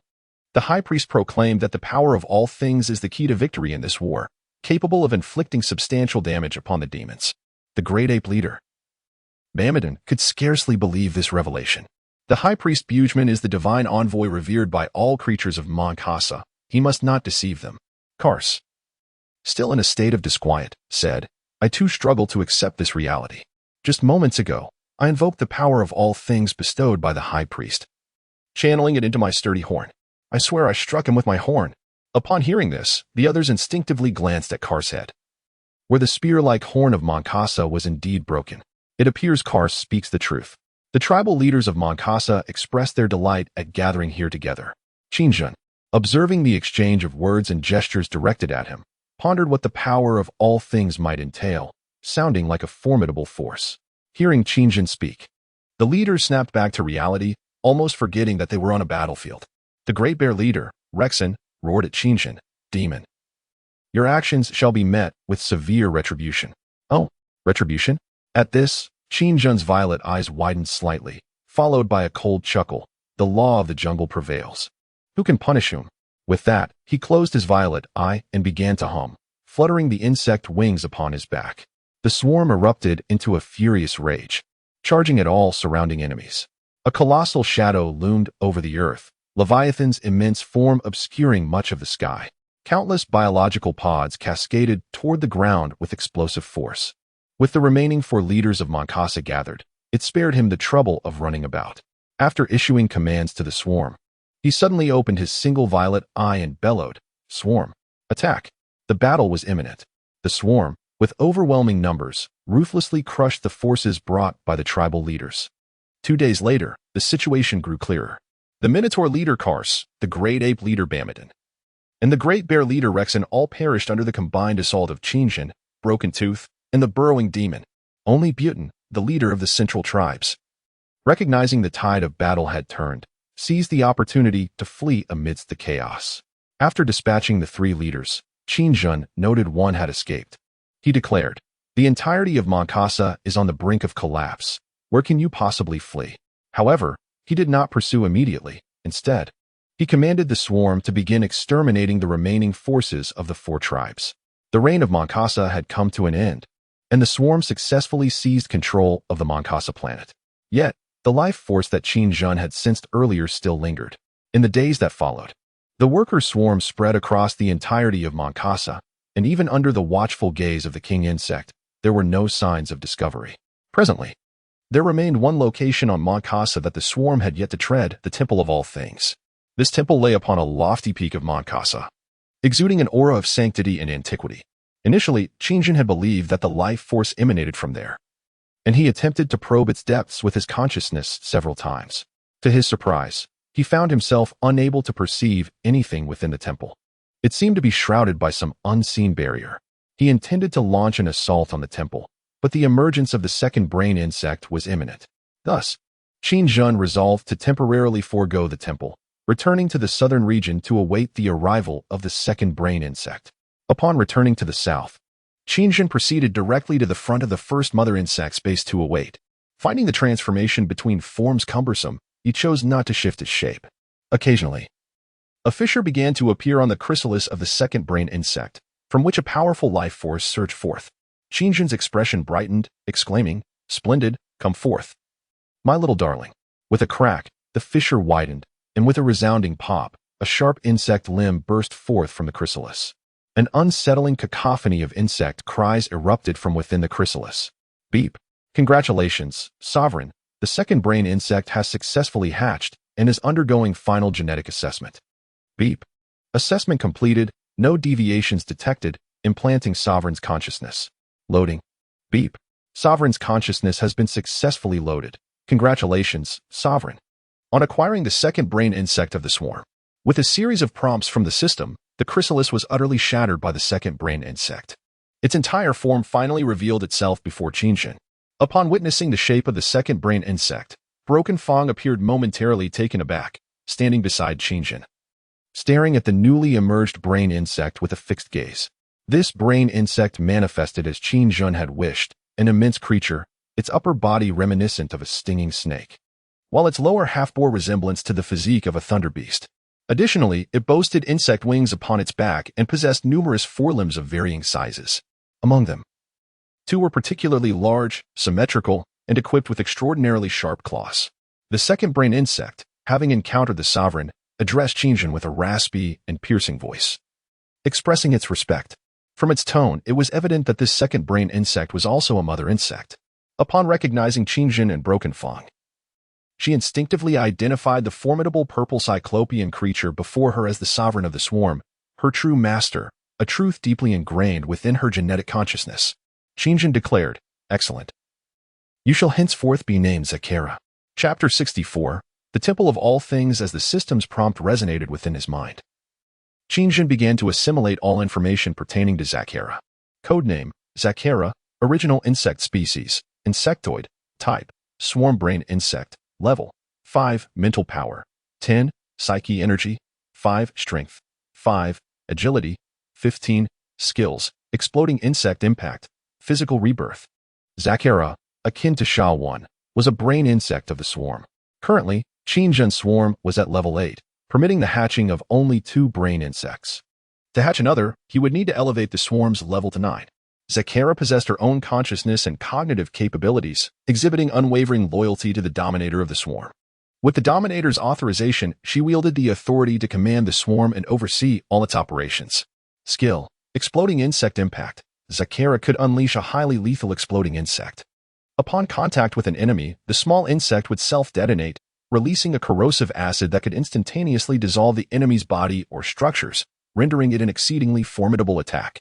Skill, physical rebirth. With formidable mental power, Zakera could not be vanquished through conventional means once her psychic energy reached a certain threshold. In essence, even if her physical form were destroyed, she would not be completely eradicated. Her mental consciousness would persist, subsequently issuing commands to the mother insect base to select a larva and recreate an identical physical form. The process of fabricating a new body would require merely 2 hours. Zakera expressed her gratitude to the dominator. With utmost respect, she replied. Qingjun said, "Zakera, this is the planet Moncasa, and you shall lead the swarm here. Go forth and make your mark." Upon receiving all of Zakera's information, he was pleased to discover her skills were equally formidable. Her ability to regenerate physically meant that as long as she remained alive, the swarm could perpetuate itself, a prospect that greatly satisfied Qingjun. At last, he had an insect that appeared capable of achieving significant feats for the swarm. Although Shawan was commendable, her genetic makeup bore traces of human lineage, a fact that left Qingjun somewhat discontented. "At your command, Dominator." Upon receiving her orders, Zakera swiftly emerged from the base, ready to lead the swarm in eliminating all living beings that remained on Moncasa. Now, Qingjun could allocate time to explore the Temple of All Things. However, a hint of trepidation lingered in his heart. Ever since the last encounter with that Minotaur, which had nearly left him unconscious, he remained haunted by the memory. Had he succumbed to unconsciousness then, the aftermath could have been unimaginably dire. The swarm on 03 might have only been marginally affected. But the brain insect Shawan and the yet-to-be-born Zakera faced perilous fates. They could either lose control of their mental consciousness and form independent swarms, or perish on the spot. What truly could have transpired remained uncertain, yet it was clear that the outlook was far from optimistic. At that moment, he distinctly heard several leaders mentioning the power of all things, as if that very force had caused his head to buzz. It had even induced hallucinations. After deciphering all the information regarding the planet Moncasa, he learned that the Temple of All Things was an ancient site, existing long before the emergence of the 5 great tribes. The high priest Bujamin resided within that temple. According to the information he had uncovered, Bujamin was originally the first leader of the Central Kasa tribe, later chosen by the Lord of All Things to become the high priest of Moncasa, the Lord's representative. Qin Jun was uncertain whether the aura he sensed emanated from Bujamin. Driven by curiosity, he resolved to assault the Temple of All Things. The existence of something that could inflict harm upon him without his awareness had to be eradicated. Soon, a swarm of level 5 insects surged toward the Temple of All Things. High Priest, it's bad. The demons are attacking. Butin, who had fled amidst the chaos, exclaimed in terror as he saw the swarm advancing halfway up the mountainside, addressing Bujamin, who was cloaked in black. Silence, Butin. No commotion within the temple. All of this was fated to occur, Bujamin advised calmly, his expression unperturbed. Yet, Butin, wishing to voice his thoughts, ultimately remained silent. High Priest, we must flee or it will truly be too late, Butin urged, perceiving the swarm drawing ever closer. Butin, we have nowhere to hide, Bujamin replied, maintaining his composure despite the impending danger. He then turned toward a brilliant crystal orb within the temple and began to pray, Lord of all things, I am your most loyal servant Bujamin. Please heed my voice, for he approaches. In response to Bujamin's prayer, the orb emitted an even brighter light and produced a hollow, peculiar sound. Gulaguna Kago. Butin, astonished, gazed at the orb, having never seen it before. It was said to be used by the high priest to hear the voice of the Lord of all things. After listening intently to the strange sounds emanating from the orb, Bujamin's previously tranquil demeanor shifted to one of terror. Trembling, he knelt before the orb. What did the Lord of all things say, High Priest? Butin inquired, bewildered. Do all you can to escape, Butin. Moncasa is destined for destruction, Bujamin replied sorrowfully. Upon hearing this, Butin inhaled sharply, feeling a chill. Damn it. After waiting for so long, I thought the high priest would have a way to save himself. After all this murmuring, it turns out death is inevitable. Regaining his composure, Butin resolved coldly, if that is the case, I shall take those demons down with me. With that, he grasped his scythe and charged out of the Temple of All Things. Upon bursting forth from the temple, an expansive and seemingly endless swarm of voracious jumping insects surged into view. Despite prior preparations, the sheer magnitude of this scene caused Butin to gasp in astonishment. As the overwhelming horde charged toward him, Butin, alone and resolute, darkened in countenance, lifted his scythe with unwavering determination and advanced toward the swarm. Qinjin, not far off, witnessed this valiant display. Although in his second form, a peculiar glint flickered in the depths of his large purple eye, reminiscent of his past. Indeed, this scene evokes memories of my former self. Were you in my place, perhaps you would act similarly. With that, he gathered his strength, leaped a few times, and plunged into the Temple of All Things. Chapter 65, The Mysterious Crystal Ball. Upon entering the temple, Qinjin beheld a figure clad in a black cloak, a khazar, and a crystal ball emanating a soft white glow. This revelation left him astounded, for he had sensed the presence of a colossal life force emanating from this orb, which was roughly the size of a human head. Moreover, he detected a tremendous energy fluctuation surrounding the crystal. This was truly absurd. Could it be that this very orb was the source of all the turmoil plaguing Moncasa?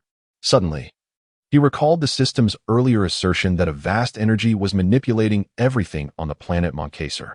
It seemed that this was indeed the case. Otherwise, he could not fathom what else on this planet could warrant suspicion. The swarm had scoured every corner, and apart from this temple, there were no other findings. Moments later, the jumping insects mercilessly tore Butin to shreds before swarming into the temple en masse.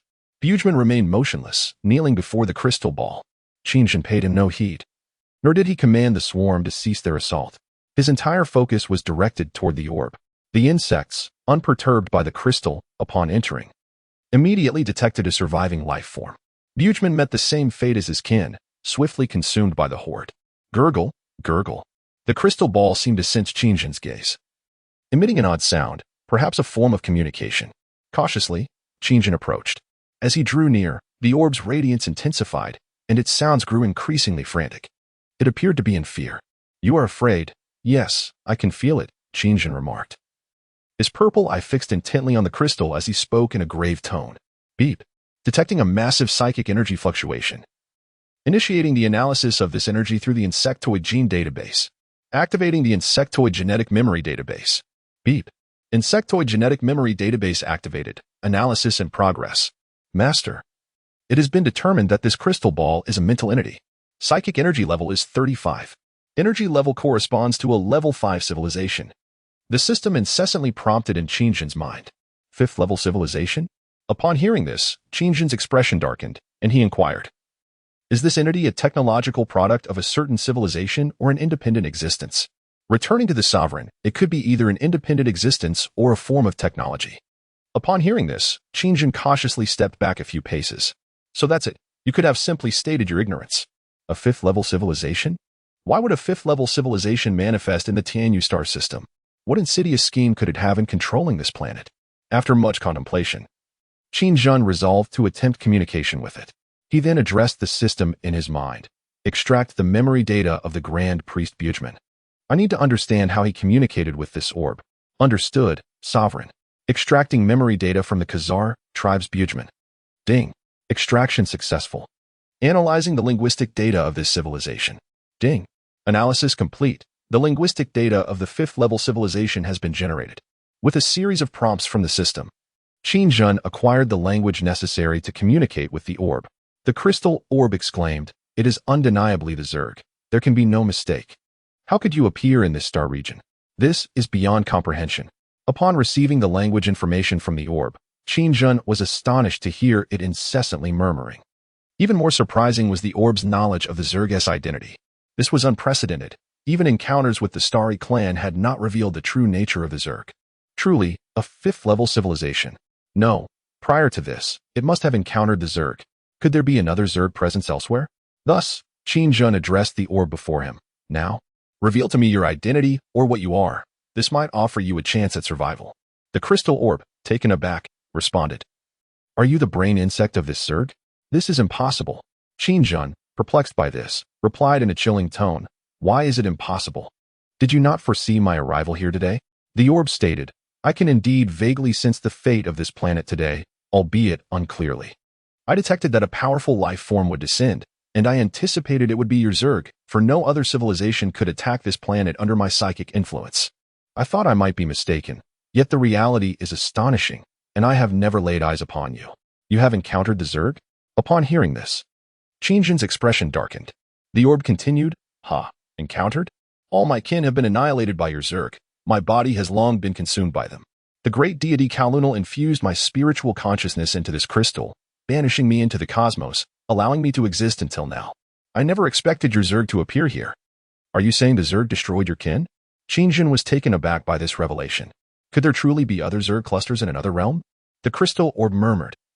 How ironic. Such a vast void energy cannot extinguish your existence. Truly, the insectoids are terrifying. Upon hearing this, Qingjin sensed that the orb seemed to possess knowledge of the insectoids' past, perhaps even being an adversary of theirs. However, at that moment, he was not inclined to delve into such matters. His sole desire was to return swiftly to the galaxy. Yet, the void energy mentioned by the orb piqued his interest, as it appeared to be a force capable of inflicting harm upon him. Logically speaking, entities of Kar's caliber should be incapable of causing substantial damage to his second form. After careful consideration, he resolved to infect the crystal orb. With this determination, Qingjin shed his second form and presented himself before the orb in his insectoid appearance. For direct contact with his true self was essential for the infection process. Upon witnessing Qingjin's transformation, the orb was filled with dread and exclaimed, Are you the new sovereign of the swarm? No, this is impossible. In its understanding, such extraordinary abilities could only belong to a sovereign. Anything is possible. Qingjin replied darkly, advancing towards the orb and placing his right claw upon its surface. With a surge of intent, a swarm of nanobots began to pour forth from his right arm. The orb gasped in shock. You wish to infect me? I shall not allow it. Even though you are the new sovereign, you cannot infect me in such a short time. Following this, it scoffed, the newly appointed sovereign of the swarm? Can you achieve what countless predecessors could not? Suddenly, the orb emitted a resonant hum, unleashing a tremendous surge of energy that sent the surrounding swarm flying. Even Qingjin staggered backward from the unexpected force. The shockwave swept across the entire Makasa planet, yet it inflicted no tangible harm. Moments later, tranquility was restored. Everything on Mon Casa seemed to transform at that instant. The energy barrier in the atmosphere vanished instantaneously. In that moment, Qingjin distinctly felt his energy returning to him. After this singular explosion, the orb dimmed, its once mighty presence dissipating into nothingness. It transformed into an exceedingly ordinary glass sphere. Qingjin could not help but feel anger rise within him. Damn it, it could self-destruct. Who exactly was it? Chapter 66, Little Dog, Puppy. In truth, he was more concerned with the energy capable of inflicting harm upon him. It was akin to a razor-sharp dagger perpetually poised at his throat, a significant threat. Qingjin would not permit anything that posed a danger to his existence to remain. Void energy? He pondered for a moment before stepping out of the temple. From the summit, he gazed out, and his eyes were met with a sea of insectoids. Faced with such a monumental sight, Qingjin felt a modicum of solace. Striding to the edge of the cliff, he gazed impassively at the vast expanse of dark, swarming insects below, raising her right arm before her eyes. She clenched her fist tightly and coldly declared, "I remember everything. When I return, none shall escape." The brain bug, Zakera, did not disappoint Qingjin. Her ability to command the swarm was remarkably exceptional, as if it were an innate talent. Qingjin felt a profound sense of satisfaction, nodding in approval. However, the broken tooth held a significant prejudice against Zakera. This stemmed from an incident when Zakera, while directing the swarm, was horrified to discover that a certain jump bug was defying her commands. Unbeknownst to her, curiosity surged within. Could there be a bug in the swarm that she could not command? Zakera believed herself to be the brain bug, second only to the overmind. How dare such a trivial jump bug challenge her authority? Was she to lose face? Enduring a slight was one thing, but this was intolerable. She proclaimed that the broken tooth was an aberration within the swarm and must be eradicated. Thus, a physical confrontation ensued between the two bugs amidst the swarm. Ultimately, Zakera suffered the loss of a small wing and a limb at the jaws of the broken tooth. Had the broken tooth not been so formidable, it is likely that Zakera would have faced dire consequences. Fortunately, Qingjin intervened in time. Otherwise, Zakera would have been torn apart by the broken tooth. Given her current state, she was no match for the battle-hardened broken tooth. The latter was the first swift jump bug of Qingjin's swarm. Having loyally followed him since the demon spirit forest in 09, participating in every battle of the swarm, evolving through the consumption of foes, it had witnessed countless skirmishes, both grand and minuscule. Since that fateful encounter, every time Zakera laid eyes on the broken tooth, she would mockingly exclaim, "Oh yes, a mere swift jump bug. Come here. Little puppy, you are but a little puppy, am I right? Only little puppies bite indiscriminately." The broken tooth's retort was a simple, dismissive caca. Thus, the two bugs remained at odds with one another. Meanwhile, everything in this realm had stabilized. As Qingjin prepared to depart, he entrusted the swarm to Zakera, confident in her ability to lead it to greater strength. The 12th level of the swarm remained a distant goal, requiring much effort. Mon Casa had succumbed to the swarm's dominion. With Zakera now commanding a new legion, countless mother bug bases were hatched, and she ruthlessly annihilated all terrestrial life. Now, her ambition turned towards the oceans. Under her command, a faction of the swarm evolved gills capable of breathing underwater. Indeed, Zakera's swarm plunged into the sea. After observing Mon Casa for several months without encountering any anomalies, Qingjin noted that the unknown psychic entity's self-detonation had restored normalcy. For him, this was not a favorable development. He wished for Mon Casa to remain in its previous state, for only then could the swarm receive the utmost protection. This was the very purpose behind his desire to infect the crystalline orb. Alas, his efforts had not borne fruit. The purpose of this journey seems to have been achieved, yet it also feels as though it remains incomplete. In any case, it can be considered a worthwhile endeavor. The Leviathan gradually ascended beyond the atmosphere of Mon Casa. Qingjin stated, "We return to 03. Upon the issuance of the command, the immense Leviathan instantly vanished into the outer space of Mon Casa. Simultaneously, Shawan awaited the emergence of the second Leviathan from the swarm, a task assigned to her by Qingjin before his departure. Due to the relationship with the Starlit tribe, the swarm had been diligently gathering crystal ore, resulting in a relatively stable environment devoid of conflict. A resonating hum signaled a distortion in space, and suddenly, a colossal wormhole appeared in the outer space of 03. In the next moment, with another reverberating sound, the Leviathan materialized from the wormhole. Sensing Qingjin's approach, Shawan slowly lifted her head, observing as the Leviathan gracefully descended. Moments later, Qin Jun leapt from the Leviathan, landing with a thunderous crash. In truth, he need not have done so. He could have utilized the insect wings upon his back to flutter gently to the ground. However, he deemed such an act to be rather undignified and slow. Thus, he preferred to either descend from the sky or emerge suddenly from the earth, believing that such a grandiose entrance would reflect his status as a sovereign. The system, however, surmised that such behavior was likely mere ostentation. Upon witnessing Qin Jun's return, Xiaowen, with her insect wings fluttering, approached him. What transpired, Xiaowen? You appear to bear significant news, Qin Jun inquired. Indeed, sovereign. Recently, I suffered an inexplicable injury, leaving me perplexed. I wish to understand what occurred, Xiaowen replied. Inexplicably injured? Qin Jun expressed disbelief, suddenly recalling something. When did this happen? Xiaowen responded, a few months ago, but there have been no further incidents since. Contemplating this, Qin Jun's expression shifted to one of realization. Yes, Xiaowen, I nearly perished. With that, he strode purposefully towards the swarm's base. Upon hearing Qin Jun's words, Xiaowen was taken aback, yet she found her answer. The sovereign had indeed been harmed. Who could the enemy be?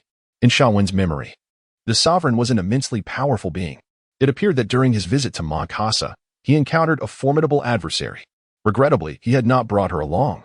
Shortly thereafter, Duanya fluttered down with its tiny wings, circling gently before landing on the ground. In stark contrast to Qin Jun's flamboyance, Duanya presented a rather subdued and comical demeanor. Once on the ground, Duanya first scratched at the discomfort on its neck with its hind legs and then, like a playful puppy, shook its body before leisurely ambling towards the direction in which Qin Jun had gone. Xiaowen watched this scene in astonishment. Long time no see. Xiaowen, Duanya chirped. The broken fong passed by the stationary Xiaowen, yet it did not halt, merely offering a symbolic greeting. As the broken fong gradually receded into the distance, Xiaowen suddenly regained her senses and hurriedly turned to pursue, calling out, Wait, broken fong. Upon hearing Xiaowen's cry, broken fong paused, its limbs frozen in place, and turned its head in bewilderment. Xiaowen approached and implored. Tell me about the Mon-Caser planet. Perhaps sensing Xiaowen's keen curiosity, broken fong strained to recall and then, with a somewhat exasperated expression, replied, Caca. Indeed, Xiaowen. There exists a rather foolish insect there. To put it plainly, she is exceptionally foolish. With that, it disregarded Xiaowen and continued on its path toward Qin Jun. Chapter 67. Taking action upon returning to the insect swarm of 03, Qin Jun promptly devised a combat strategy targeting the Tianyu star system. Indeed, the entire Tianyu star system. However, he was unable to gather additional pertinent information. For instance, the details he most desired pertained to the Tianyu civilization, yet regrettably, even the Xingli tribe lacked knowledge of the coordinates of the Tianyu tribe's home planet. Information about them was scarce. This was expected. It seemed that not only the Xingli tribe but possibly all other civilizations within the Tianyu star system were oblivious to the coordinates of the Tianyu civilization's homeworld. A highly advanced civilization would not readily disclose the coordinates of its home planet to others. But where could one possibly find a member of the Tianyu tribe? This posed a significant dilemma. From Qin Jun's understanding, their communication with subordinate civilizations typically employed a method that was heavily secured, making it challenging for him to decipher. Following the incident where he had tricked the Xanu tribe, the Xingli tribe had ceased any further actions and focused solely on advancing their own technology, opting for a steady and methodical development. Time held little importance for them. Yet for Qin Jun, every moment was of utmost significance. Chaos was necessary. He felt that the entire Tianyu star system was excessively tranquil under the control of the Tianyu tribe. In such an environment, it would be arduous to discover an opportunity for breakthrough. To acquire more information, chaos must be instigated. This would not only indirectly weaken their power but also provide the insect swarm with a chance to benefit. In the ensuing period, Qin Jun remained in a state of anticipation. To create chaos, he needed to find an opportune moment. Otherwise, a failed attempt could lead to an embarrassing outcome. Yet he waited for an entire year. Moreover, throughout that year, the Xingli tribe had thoroughly cleansed all infected planets without notifying him. This left Qin Jun exceedingly dissatisfied.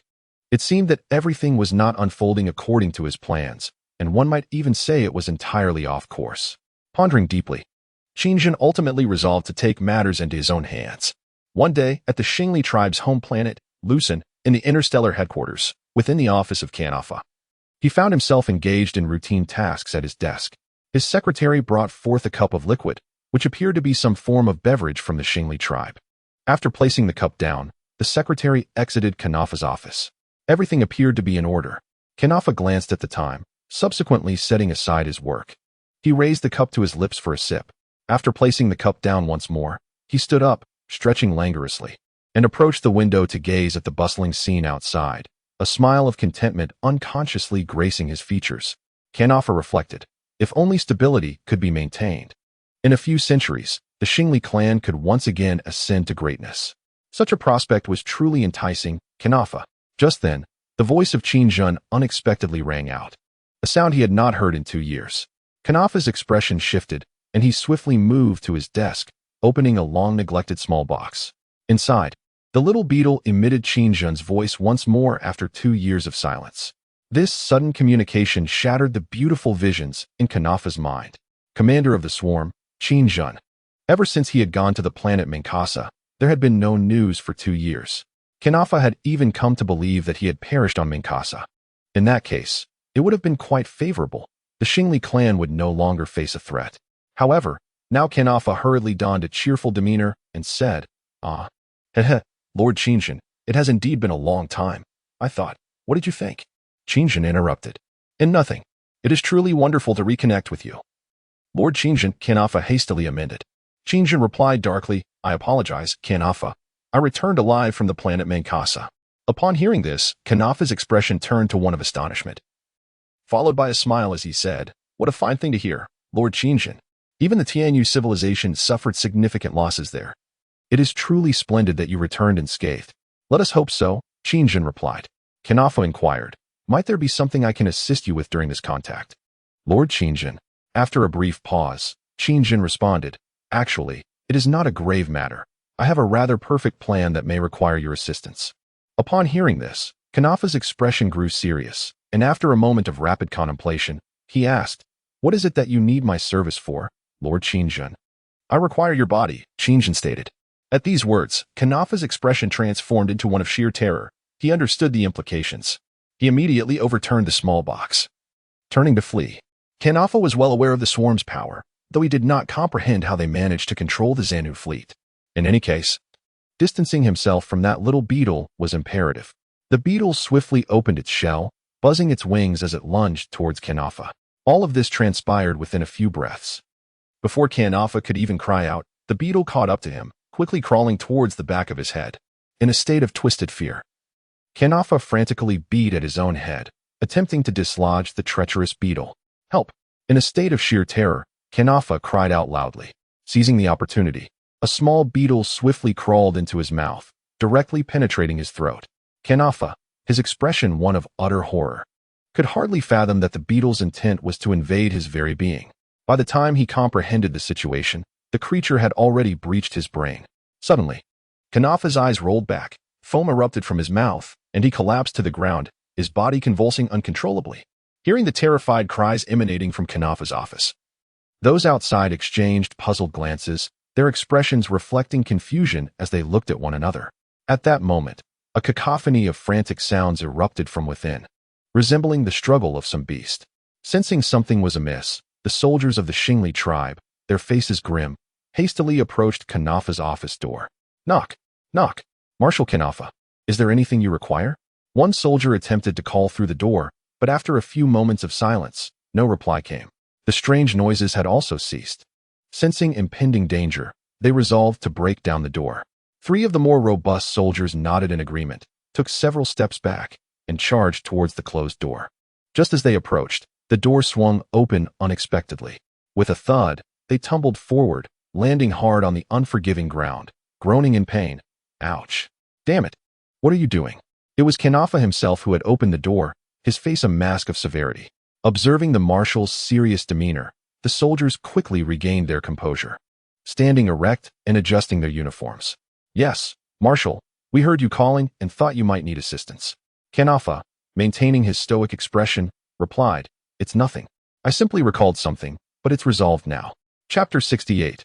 Water in the brain. One officer remarked, that is indeed wonderful news, Marshal. Seeing Kanafa appear as he usually did, the officers thought little of it and returned to their posts. Once the door was closed, a sinister smile crept across Kanafa's face. Meanwhile, at a maternal base of the swarm, Qingjin slowly opened his singular eye, his expression chillingly cold. A more arduous war is imminent. The swarm requires additional resource planets, and we cannot afford to wait. Beside him, Shawan reported, Master, the Leviathan number 2 is nearing completion of its hatching. Excellent. Qingjin replied. Deploy the infectors. We shall infiltrate the Xingli forces on Planet 03. At your command, Master, Shawan affirmed, and with the given directive. She set about preparing. She was aware that the Master was becoming increasingly impatient. Ever since returning from Menkasa, Qingjin had been murmuring about something akin to void spirit energy. The mysterious crystal from Menkasa, that self-destructing mental entity, had indeed instilled a profound sense of crisis within Qingjin. He sensed, in a deep and instinctual way, that he faced a formidable adversary, one who could potentially emerge at any moment. This situation instills in him a profound sense of unease. He must swiftly enhance the strength of the swarm. Currently, he has learned that the Tianyu civilization is invading the galaxy, and from the information gathered through Kanafa, he understands that their adversaries are equally formidable. After much contemplation, he realizes he must quickly devour the Xingli clan and neighboring civilizations to bolster the swarm's power before confronting the Tianyu alliance. Once everything is prepared, Qingjin returns to within Leviathan, subsequently closing the great eye to focus intently on controlling Kanafa. Originally, Qingjin hoped to extract information regarding the Tianyu clan from Kanafa, ideally acquiring the coordinates of their home planet or, at the very least, the location of a Tianyu fleet. Knowledge of both oneself and one's enemies is crucial to ensure victory in all battles. To suppress future adversaries with absolute strength, every piece of information about the enemy is of utmost importance. This would provide him with a strategic advantage, preventing him from falling into a passive position. However, the intelligence he procures from Kanafa yields little regarding the Tianyu civilization. Most of the information pertains to civilizations intersecting with the Xingli clan, with scant details about the Tianyu civilization. He only learns that there exists a six-winged angel named Helling who is responsible for interactions with the Xingli clan. Even the Great Kinship, which was said to have received blessings directly from the 12-winged Kira, conveyed a message relayed by this angel named Helling. Such mystery leaves Qingjin feeling quite perplexed. If he could locate the home planet of the Tianyu civilization, it would significantly benefit the swarm's forthcoming endeavors. After much contemplation, the Kanafa under Qingjin's control sends a communication to Commander Shumir of the 3rd Fleet. As the video connection is established, Shumir, curious about any new directives from Kanafa, speaks first. Marshal Kanafa, he begins. Your fleet is required to launch an offensive against the Xanu tribe, responds the controlled Kanafa, his demeanor exceedingly grave. What? Did I hear you correctly, Marshal?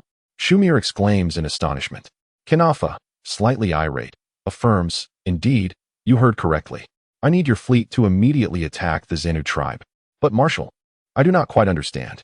You previously stated that we should avoid conflict as much as possible over these past centuries, as it would be detrimental to us. Given that we have just reclaimed Planet Parker, weren't we supposed to stabilize and develop for some time? Why the sudden change of heart? Shumir expresses his confusion regarding Kanafa's abrupt orders. Furthermore, launching an attack on the Xanu tribe at this juncture does not seem like a prudent decision. The technology at Base 03 has yet to reach full maturity. Is this not an invitation to openly confront the Tianyu clan? You need only obey my commands. I have devised a superior plan, Kanafa insists. Shumir remains unconvinced and attempts to counsel Kanafa, saying, But, no buts, Shumir. Comply with the orders immediately, or I will have you court-martialed. Kanafa interjects, his expression reflecting mild anger. Upon hearing this, Xiaomi Air was taken aback, his heart racing with indignation. He cursed inwardly, exclaiming that this was a betrayal more rapid than the turning of a page. Just recently, he had praised his own command abilities, boasting that he was nearly on par with Kadi, and had even promised to construct a flagship for his fleet that would rival the Great Ken. He had also mentioned handing over several colonial planets for his management. Yet, here he was, not long after, facing the prospect of being sent to a military tribunal?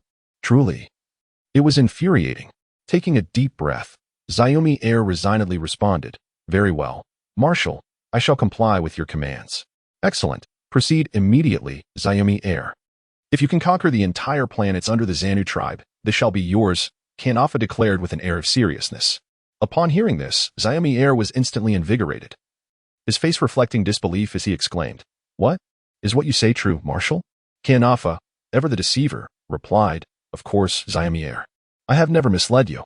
All I say is genuine. The Star-Standing tribe is on the verge of reclaiming its former glory, and the Tianyu tribe's reign over us is soon to come to an end." With that, he abruptly ended the connection. Fearing that further elaboration might arouse Xiaomier's suspicions, Qingjin hastily severed the link. At that moment, Xiaomier was left in a daze, having been thoroughly convinced.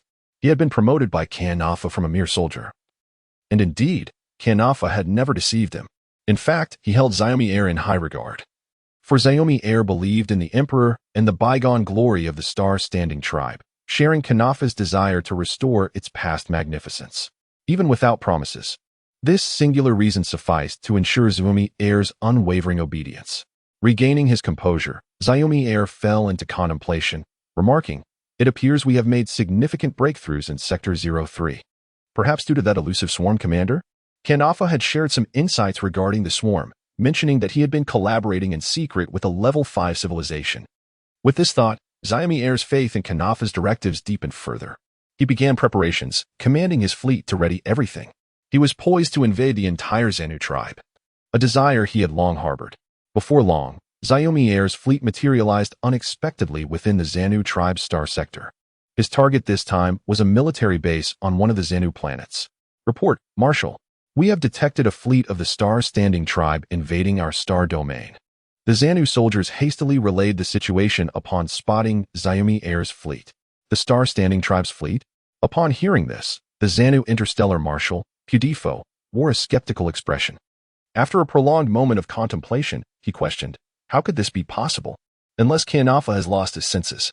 "I do not know, Marshal," a soldier replied. "You certainly do not," Pudifo retorted. "That cunning old fox, Kianafa, never undertakes ventures without assurance. Based on his previous actions, he would not genuinely initiate an invasion against us. This must be yet another of his schemes." "Yes, I know Kianafa well. He is a blue fox of the Star-Standing tribe who has truly become shrewd." Buddha's analysis of the recent actions of the Star Alliance was astute and incisive. He suspected that last time, Kianafa had resorted to underhanded tactics, bribing Herod. He blamed his own negligence for the oversight. Indeed, he mused, Kianafa could not deceive him again. This was undoubtedly a ploy of Kianafa's. There was no need to concern themselves with him, yet it was prudent to issue a formal expulsion warning to the invading fleet.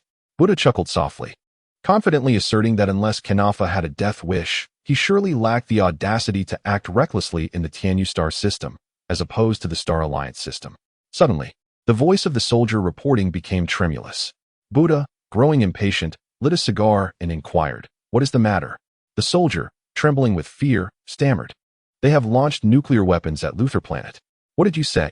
Upon hearing this alarming news, Buddha's previously calm demeanor was instantly replaced by panic. He jolted upright from his chair, dropping his cigar to the floor. "The Star Alliance fleet is executing a nuclear fusion strike on our military base at Luther." The soldier shouted in terror. How can this be possible? After confirming he had not misheard, he hurriedly attempted to contact the military base on Luther Planet. But after a prolonged silence, there was still no response. Undoubtedly, the soldier's report reflected a grim reality. A military base on any planet would never lose communication with its own forces, nor would it allow such a calamity to occur. Unless, damn it, has Kianafa lost his mind? Assemble our fleet immediately. We cannot let them escape. At all costs. Buddha's face shifted from pale to green with rage. He had never anticipated that the Star Alliance would dare to brazenly invade the Xenu tribe, igniting a new conflict. Did they truly fear no reprisal from the Tianyu civilization? At that moment, the Xenu fleet was navigating through the cosmos. "Commander, someone is calling the fleet," a soldier reported. "Who is it?" the commander inquired. "It's headquarters." As the soldier reported, his expression turned grave, and after receiving the information, he shouted in alarm, "Luther Planet is under nuclear fusion attack." Upon hearing this, the commander of the Xenu fleet's expression darkened, and he immediately ordered, "Change the fleet's course at once. We must provide support." This time, Xiaomier was well prepared, having taken all necessary precautions. If a battle was to ensue, it was essential to catch the Xenu tribe off guard. 2 days later, the Xenu support fleet arrived in the outer space domain of Luther Planet, where an intense confrontation between the two fleets erupted. Xiaomier's fleet, well-equipped and formidable, was bolstered by the reinforcements sent by Qingjin, who had dispatched several starships to aid in the command. This brought his fleet to a total of 23 vessels, including 3 battleships, 5 battleships, 5 large cruisers, 7 destroyers, 2 nuclear battleships, and Xiamir's flagship. Such an overwhelming display of firepower. Even the formidable Xiaomir could not help but be astonished for quite some time. It seems that Kanafa is indeed intent on eradicating the Xanu tribe from the Tianyu star system. Faced with Xiaomir's massive fleet, the 6 starships sent to support the Xanu tribe were caught off guard and were swiftly obliterated within mere days, although Xiaomir also suffered the loss of 2 starships. The remaining cosmic fleet was still capable of inflicting catastrophic devastation upon the Xanu star domain. At this moment, Budifo's mind was buzzing. He had miscalculated once again. No. To be precise, this was entirely unforeseen. It was truly a case of being caught unprepared. However, due to the urgency of the situation, he immediately sent a communication to the envoy of the Tianyu tribe. Upon hearing the news, the 6-winged angel Heji was equally incredulous. She promptly promised to engage in negotiations with the Xingli tribe, demanding an immediate cessation of all military operations. With Kanafa's explicit orders in hand, Xiaomir had no reservations left. After dispatching the Xanu tribe's support fleet, Xiaomir's expression turned grave as he commanded, "Order the Carson to execute planet annihilation immediately." Understood. Commander. The Carson received the command and began preparations for its main cannon. The main cannon system was loading. Main cannon fully charged. The soldiers aboard the Carson were busily operating their stations. The commander declared, "Initiate charging of the main cannon." "Yes, Commander." Upon receiving the order, the soldiers of the Xingli tribe operated with impeccable precision, clearly indicating their rigorous training. "Main cannon fully charged," reported the soldiers. Without hesitation, the commander issued the order, "Launch the attack." Boom. The enormous main cannon of the Carson unleashed a colossal beam of laser energy directed at the planet Luther below. To achieve planetary annihilation, this beam would need to maintain uninterrupted bombardment for hours on end, penetrating the planet's crust and ultimately detonating its core to achieve total destruction. During this time, other starships were tasked with safeguarding the Carson. After several hours, the planet Luther within the Xanu star domain was successfully obliterated by the Xingli tribe's Carson. The planet erupted in a cataclysmic explosion in space. The brilliance of the explosion radiated across the cosmos, its residual force reverberating in all directions. The fleet of the Xingli tribe, equipped with formidable energy shields, narrowly escaped the repercussions. However, due to their proximity, 3 starships still sustained damage to their protective systems, having annihilated the Xanu military base on Luther. Xiaomir subsequently directed the fleet to initiate a jump to their next target. This incident sent shockwaves through the entire Tianyu star system, inciting widespread condemnation of the Xingli tribe's aggressive actions. Several Level 3 civilizations even demanded the immediate cessation of all military operations within the Xanu star domain and called for Kanafa to be brought before a military tribunal. This was a serious matter. The Xingli tribe was openly defying the established cosmic laws set forth by the Tianyu tribe. This was no mere act of invasion. It was also a blatant affront to the sovereign authority of Tianyu civilization. Kanafa was subsequently summoned by Emperor Feihatan in the imperial palace of the Starry Ascendancy. Emperor Feihatan sat solemnly upon his throne, casting a dark gaze upon Kanafa below. "I fail to comprehend, Kanafa, why you have taken such actions without my consent. I demand that you immediately command Xiamir to cease all operations."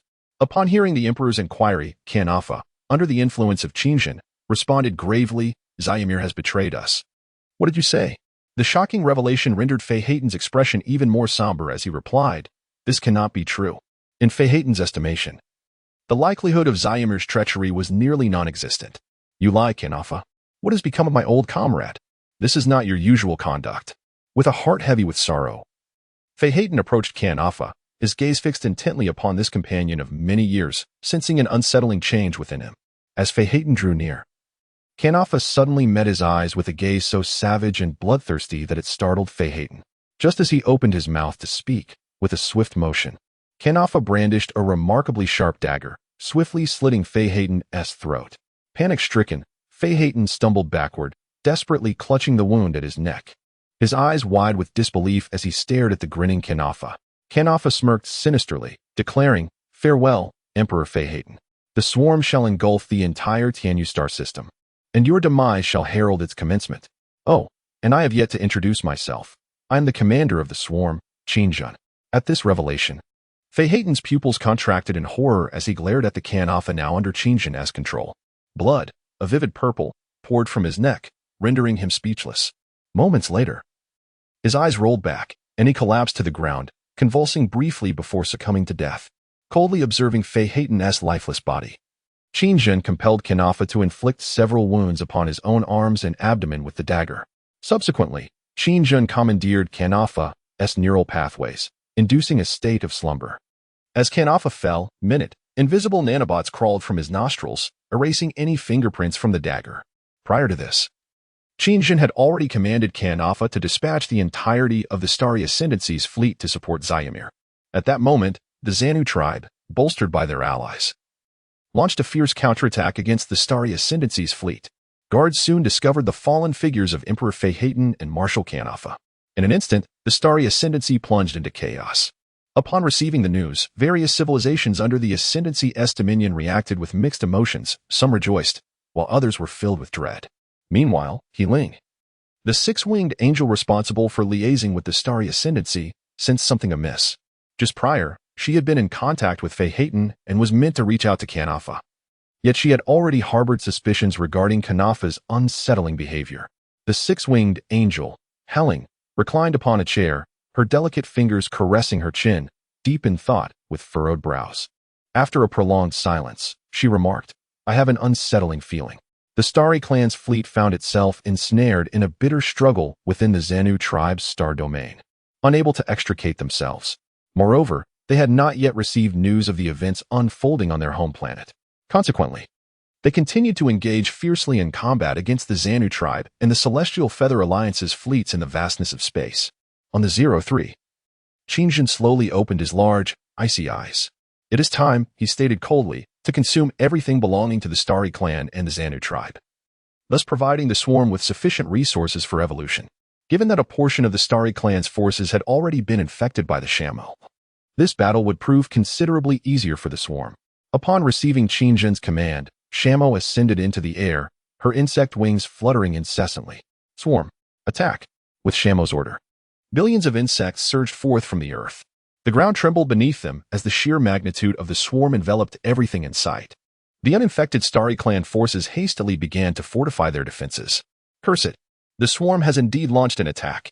Lebutin gritted his teeth, panic setting in as he directed his troops to intercept. They established layered defensive lines atop the base's high ground, where countless laser turrets and heavy tanks occupied advantageous positions, unleashing a fierce counterattack against the encroaching swarm. The barrage of fire was overwhelming, causing rows of insects to fall, preventing even Shamo from advancing a step closer, relegating her to command from behind the swarm. Observing the intensity of the battle, Qingjin remained expressionless, remarking, "They have always been wary of us. Thus the swarm's actions are imperative." Shamo replied, "Indeed, Master. We have just infected a Starry Clan commander who received a secret directive from the Starry Emperor. If you cannot return from planet Moncasa within 2 years, they will commence the eradication of the swarm on 03. Upon hearing Shamo's information, Qingjin's demeanor remained unchanged. Having seized control of Kanaffa, he possessed all the necessary intelligence, which was one of the reasons he sought to eliminate Phaedon. "Release the mutated flying serpents," he commanded. The explosive mutated flying serpent was the first true success of his solo mutation. He had fused the genetic sequences of the explosive mosquito and the stinging serpent with that of the flying serpent, expending a considerable amount of biomass and energy points to create this entirely new breed of soldier.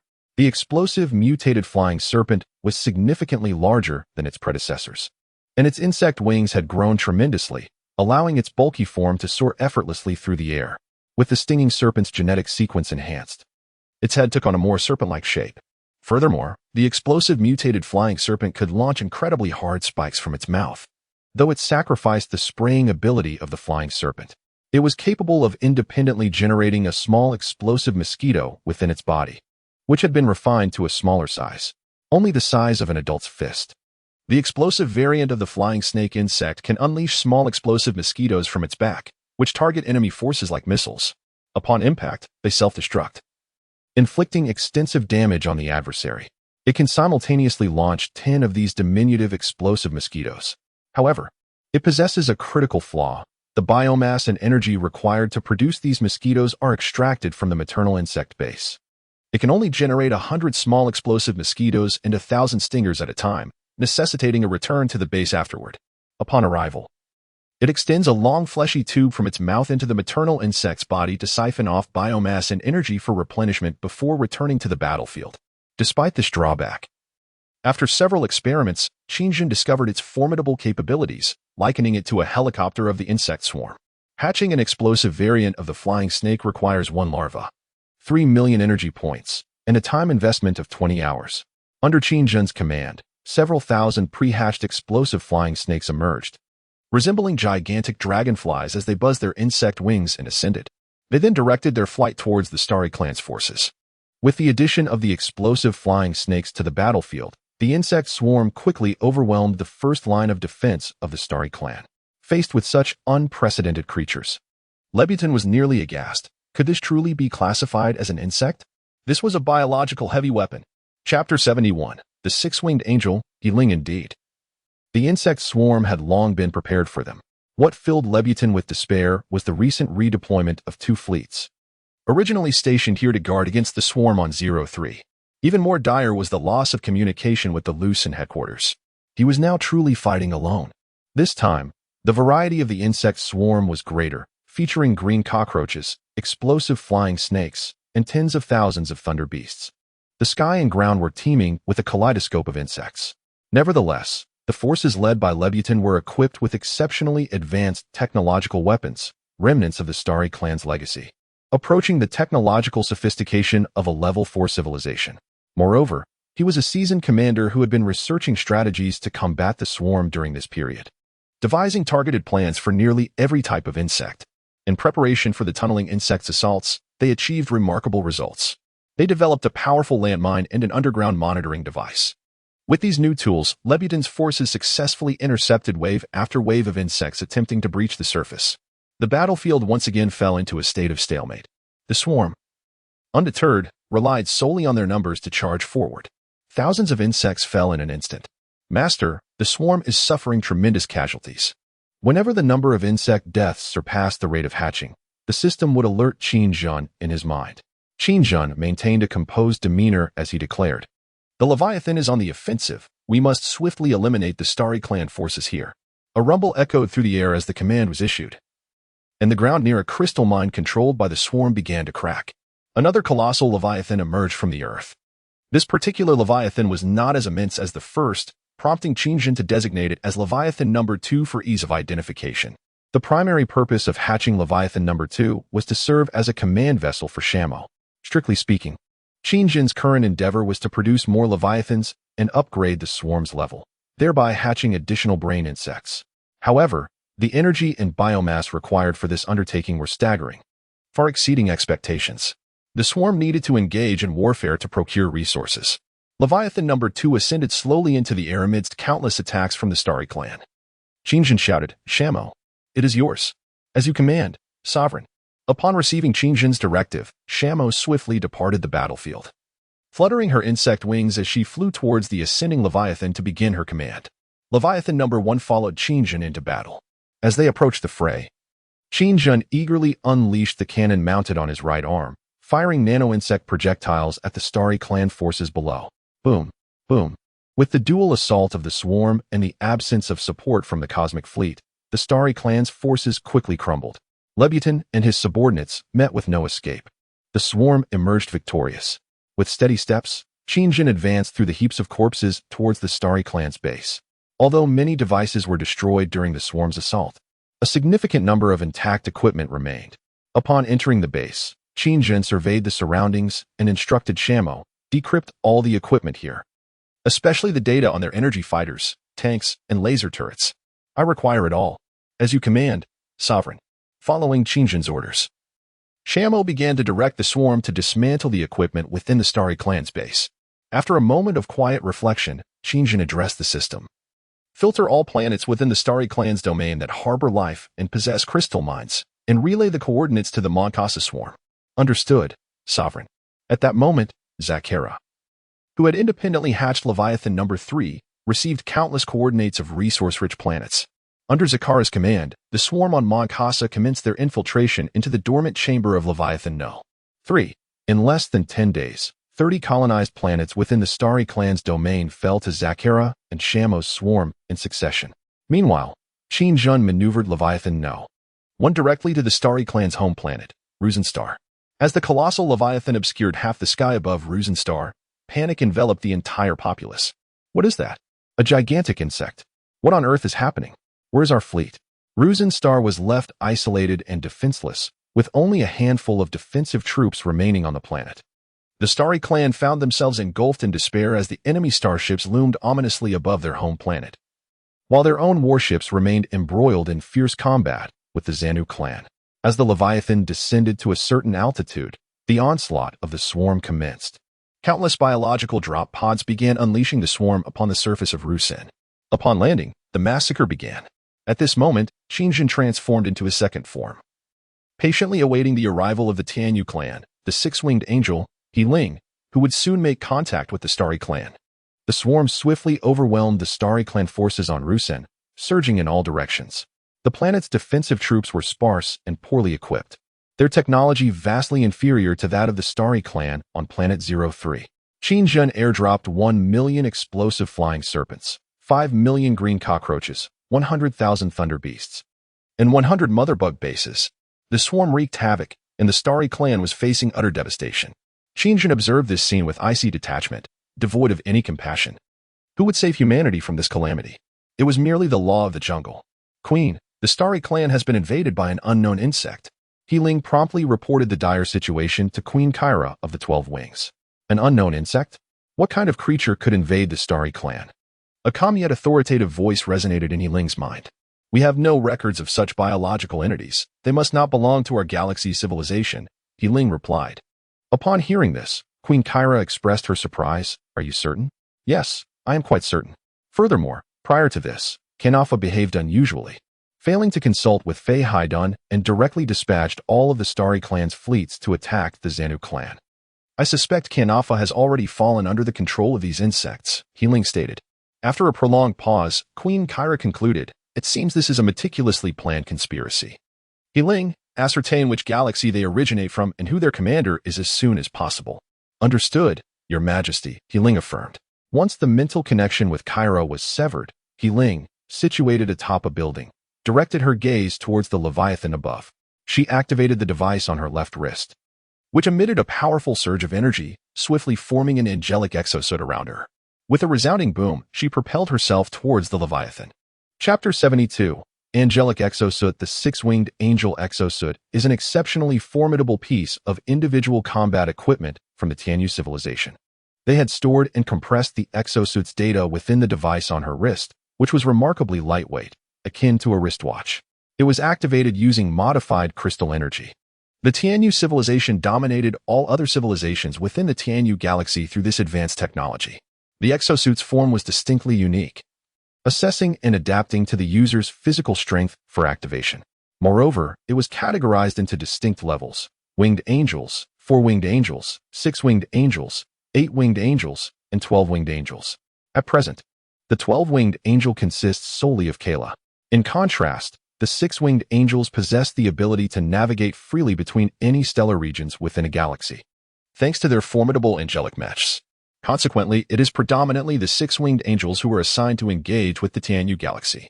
Strictly speaking, the civilization of Tianyu can effectively suppress all civilizations below level 2 with merely one six-winged angel mech. This mech is equipped with a myriad of systems, including radar monitoring, which can detect energy fluctuations in the presence of formidable life forms that pose a threat.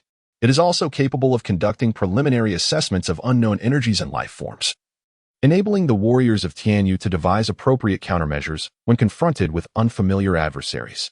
The weaponry system is outfitted with 2 energy laser shoulder cannons and a plasma blade for combat.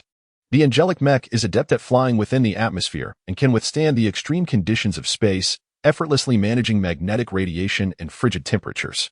Its propulsion system is powered by the thrust generated from the jet nozzles located on the 6 wings at its rear.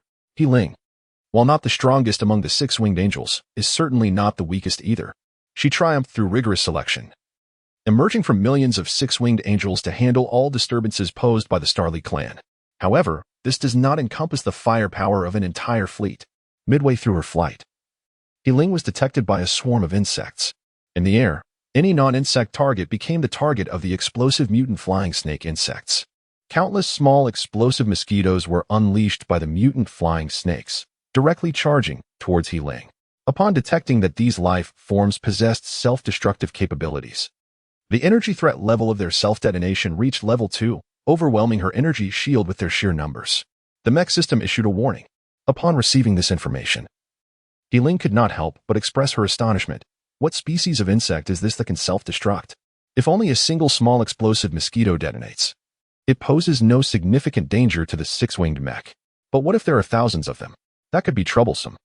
Ling was compelled to halt and activated the 2 laser cannons mounted on her mech shoulders. In an instant, 2 beams of laser swept across the surroundings. Boom, boom. They eliminated the small explosive mosquitoes released by the mutant flying snakes. Subsequently, Ling engaged the plasma blades on her mech's arms, countering the airborne mutant flying snakes. This plasma blade, rated at a high level, could effortlessly slice through the carapaces of level 5 insects. Countless mutant flying snakes succumbed beneath the onslaught of Ling's mech's blades. Qingjin finally noticed Ling's presence. He abruptly turned his head while on the Leviathan, revealing his menacing insect mandibles that sent shivers down the spine. Buzz! The insect wings on his back flapped rapidly, summoning more mutant flying snakes towards Ling's direction. Witnessing this, Ling felt a surge of panic. She hurriedly fought back while seeking an opportunity to approach the Leviathan. Damn it! There are too many insects. I cannot get close to that giant bug at all. As Ling observed an increasing swarm of explosive flying serpents relentlessly pursuing her, a sense of urgency began to envelop her. I must devise a strategy to draw closer, for only then will I have the opportunity to annihilate it. The angelic mech darted through the horde, each maneuver annihilating thousands of the creatures. After unleashing a laser cannon that decimated a portion of the flying serpents, Ling finally seized her chance. In an instant, she accelerated towards the Leviathan. Beep, beep, beep. Warning, warning. Detecting psychic energy fluctuations exceeding level 10. Warning, warning. Detecting life form threats above level 10. Just as Ling was nearing the Leviathan, the mech system emitted a frantic alarm. What? Level 10 psychic fluctuations and a level 10 threat. Ling was momentarily struck with terror, fully aware of the implications. The commander of these insects was likely formidable. The threat level of the 12-winged Kyra was only 7, which was already exceedingly fearsome. In the Tianyu star system, no life-form threats exceeding level 6 had ever been recorded. What civilization could this be? As she deftly evaded the approaching swarm, Ling contemplated her next move.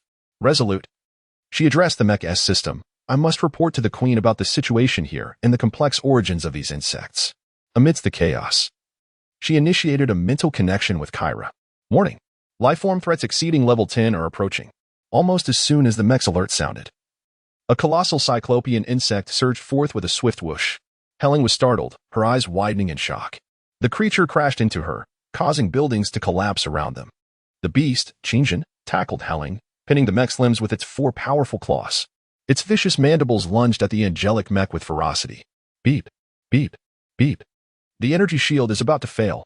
In a panic, Ling activated the laser shoulder cannon, aiming to blind the monstrous eye of Qingjin. However, the creature anticipated her move, lashing its 3 formidable tails against the mech's shoulder cannon, misaligning the weapon. Boom. Ling's assault was thwarted by the tails, causing the laser beam to veer wildly off course, resulting in a series of violent explosions around them. Beep, beep. Unable to analyze the life form's complete data, self-destruction is advised. Initiating self-destruct sequence in 10 seconds. Ling was horrified. What manner of creature could compel the angelic mech to unhesitatingly activate its self-destruct protocol? This was a contingency programmed by the engineers of the Tianyu civilization when designing the angelic mech.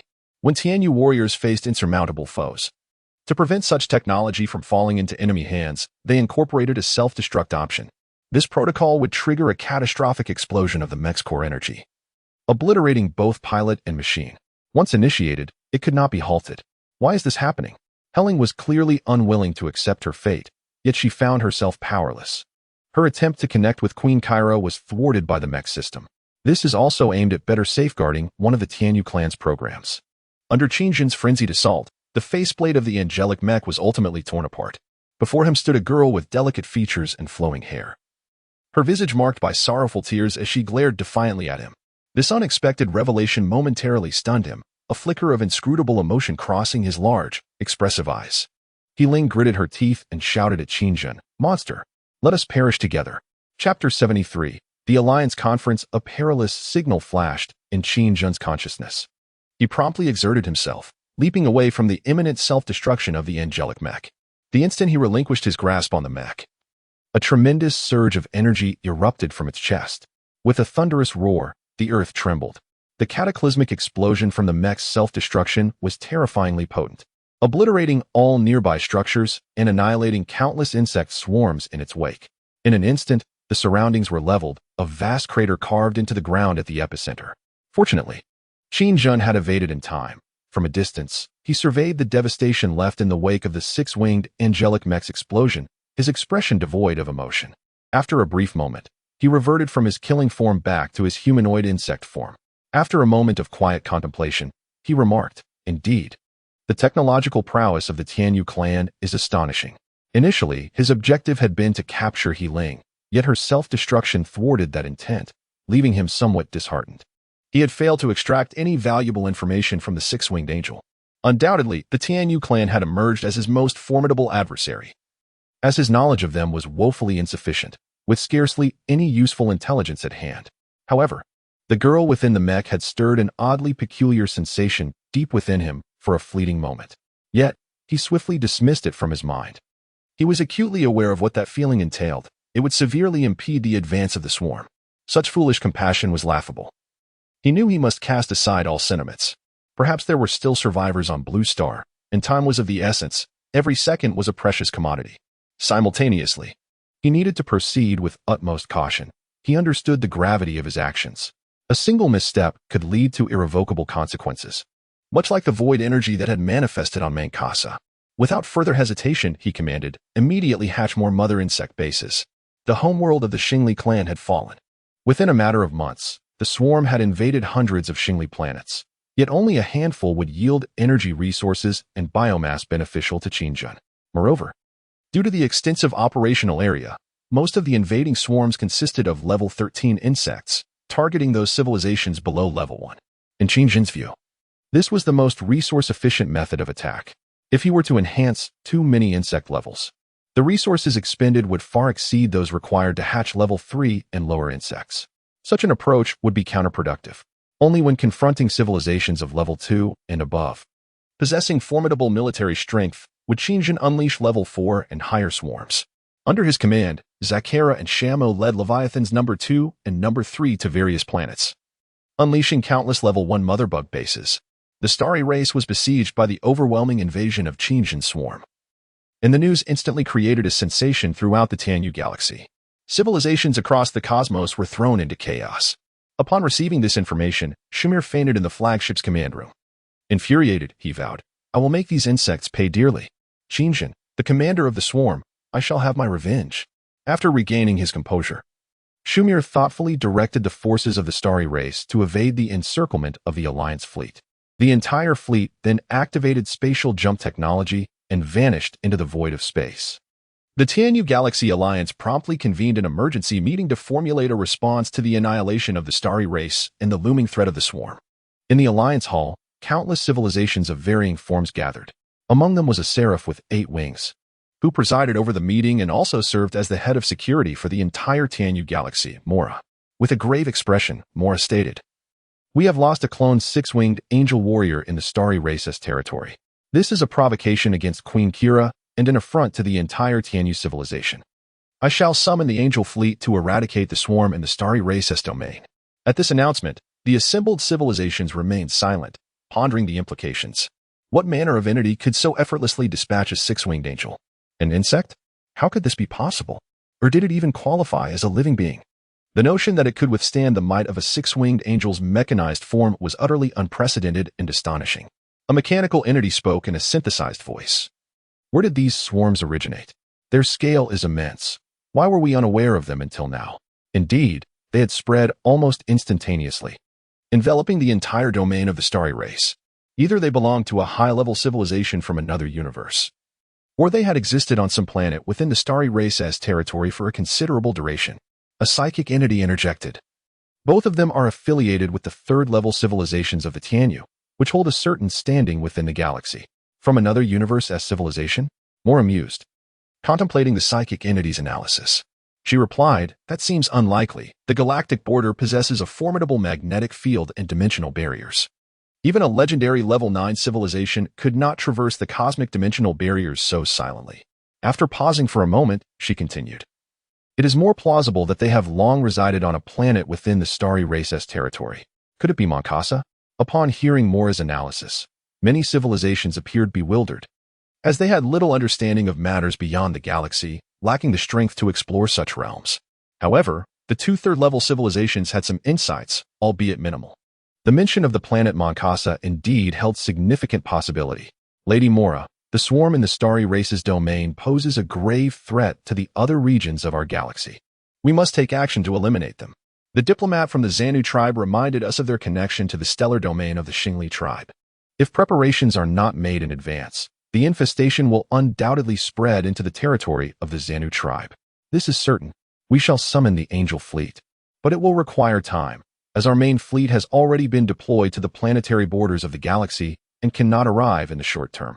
Thus, I hope you can withstand the encroachment of the swarm until the Angel Fleet arrives. If you can eliminate it, that would be even better, Mora solemnly stated.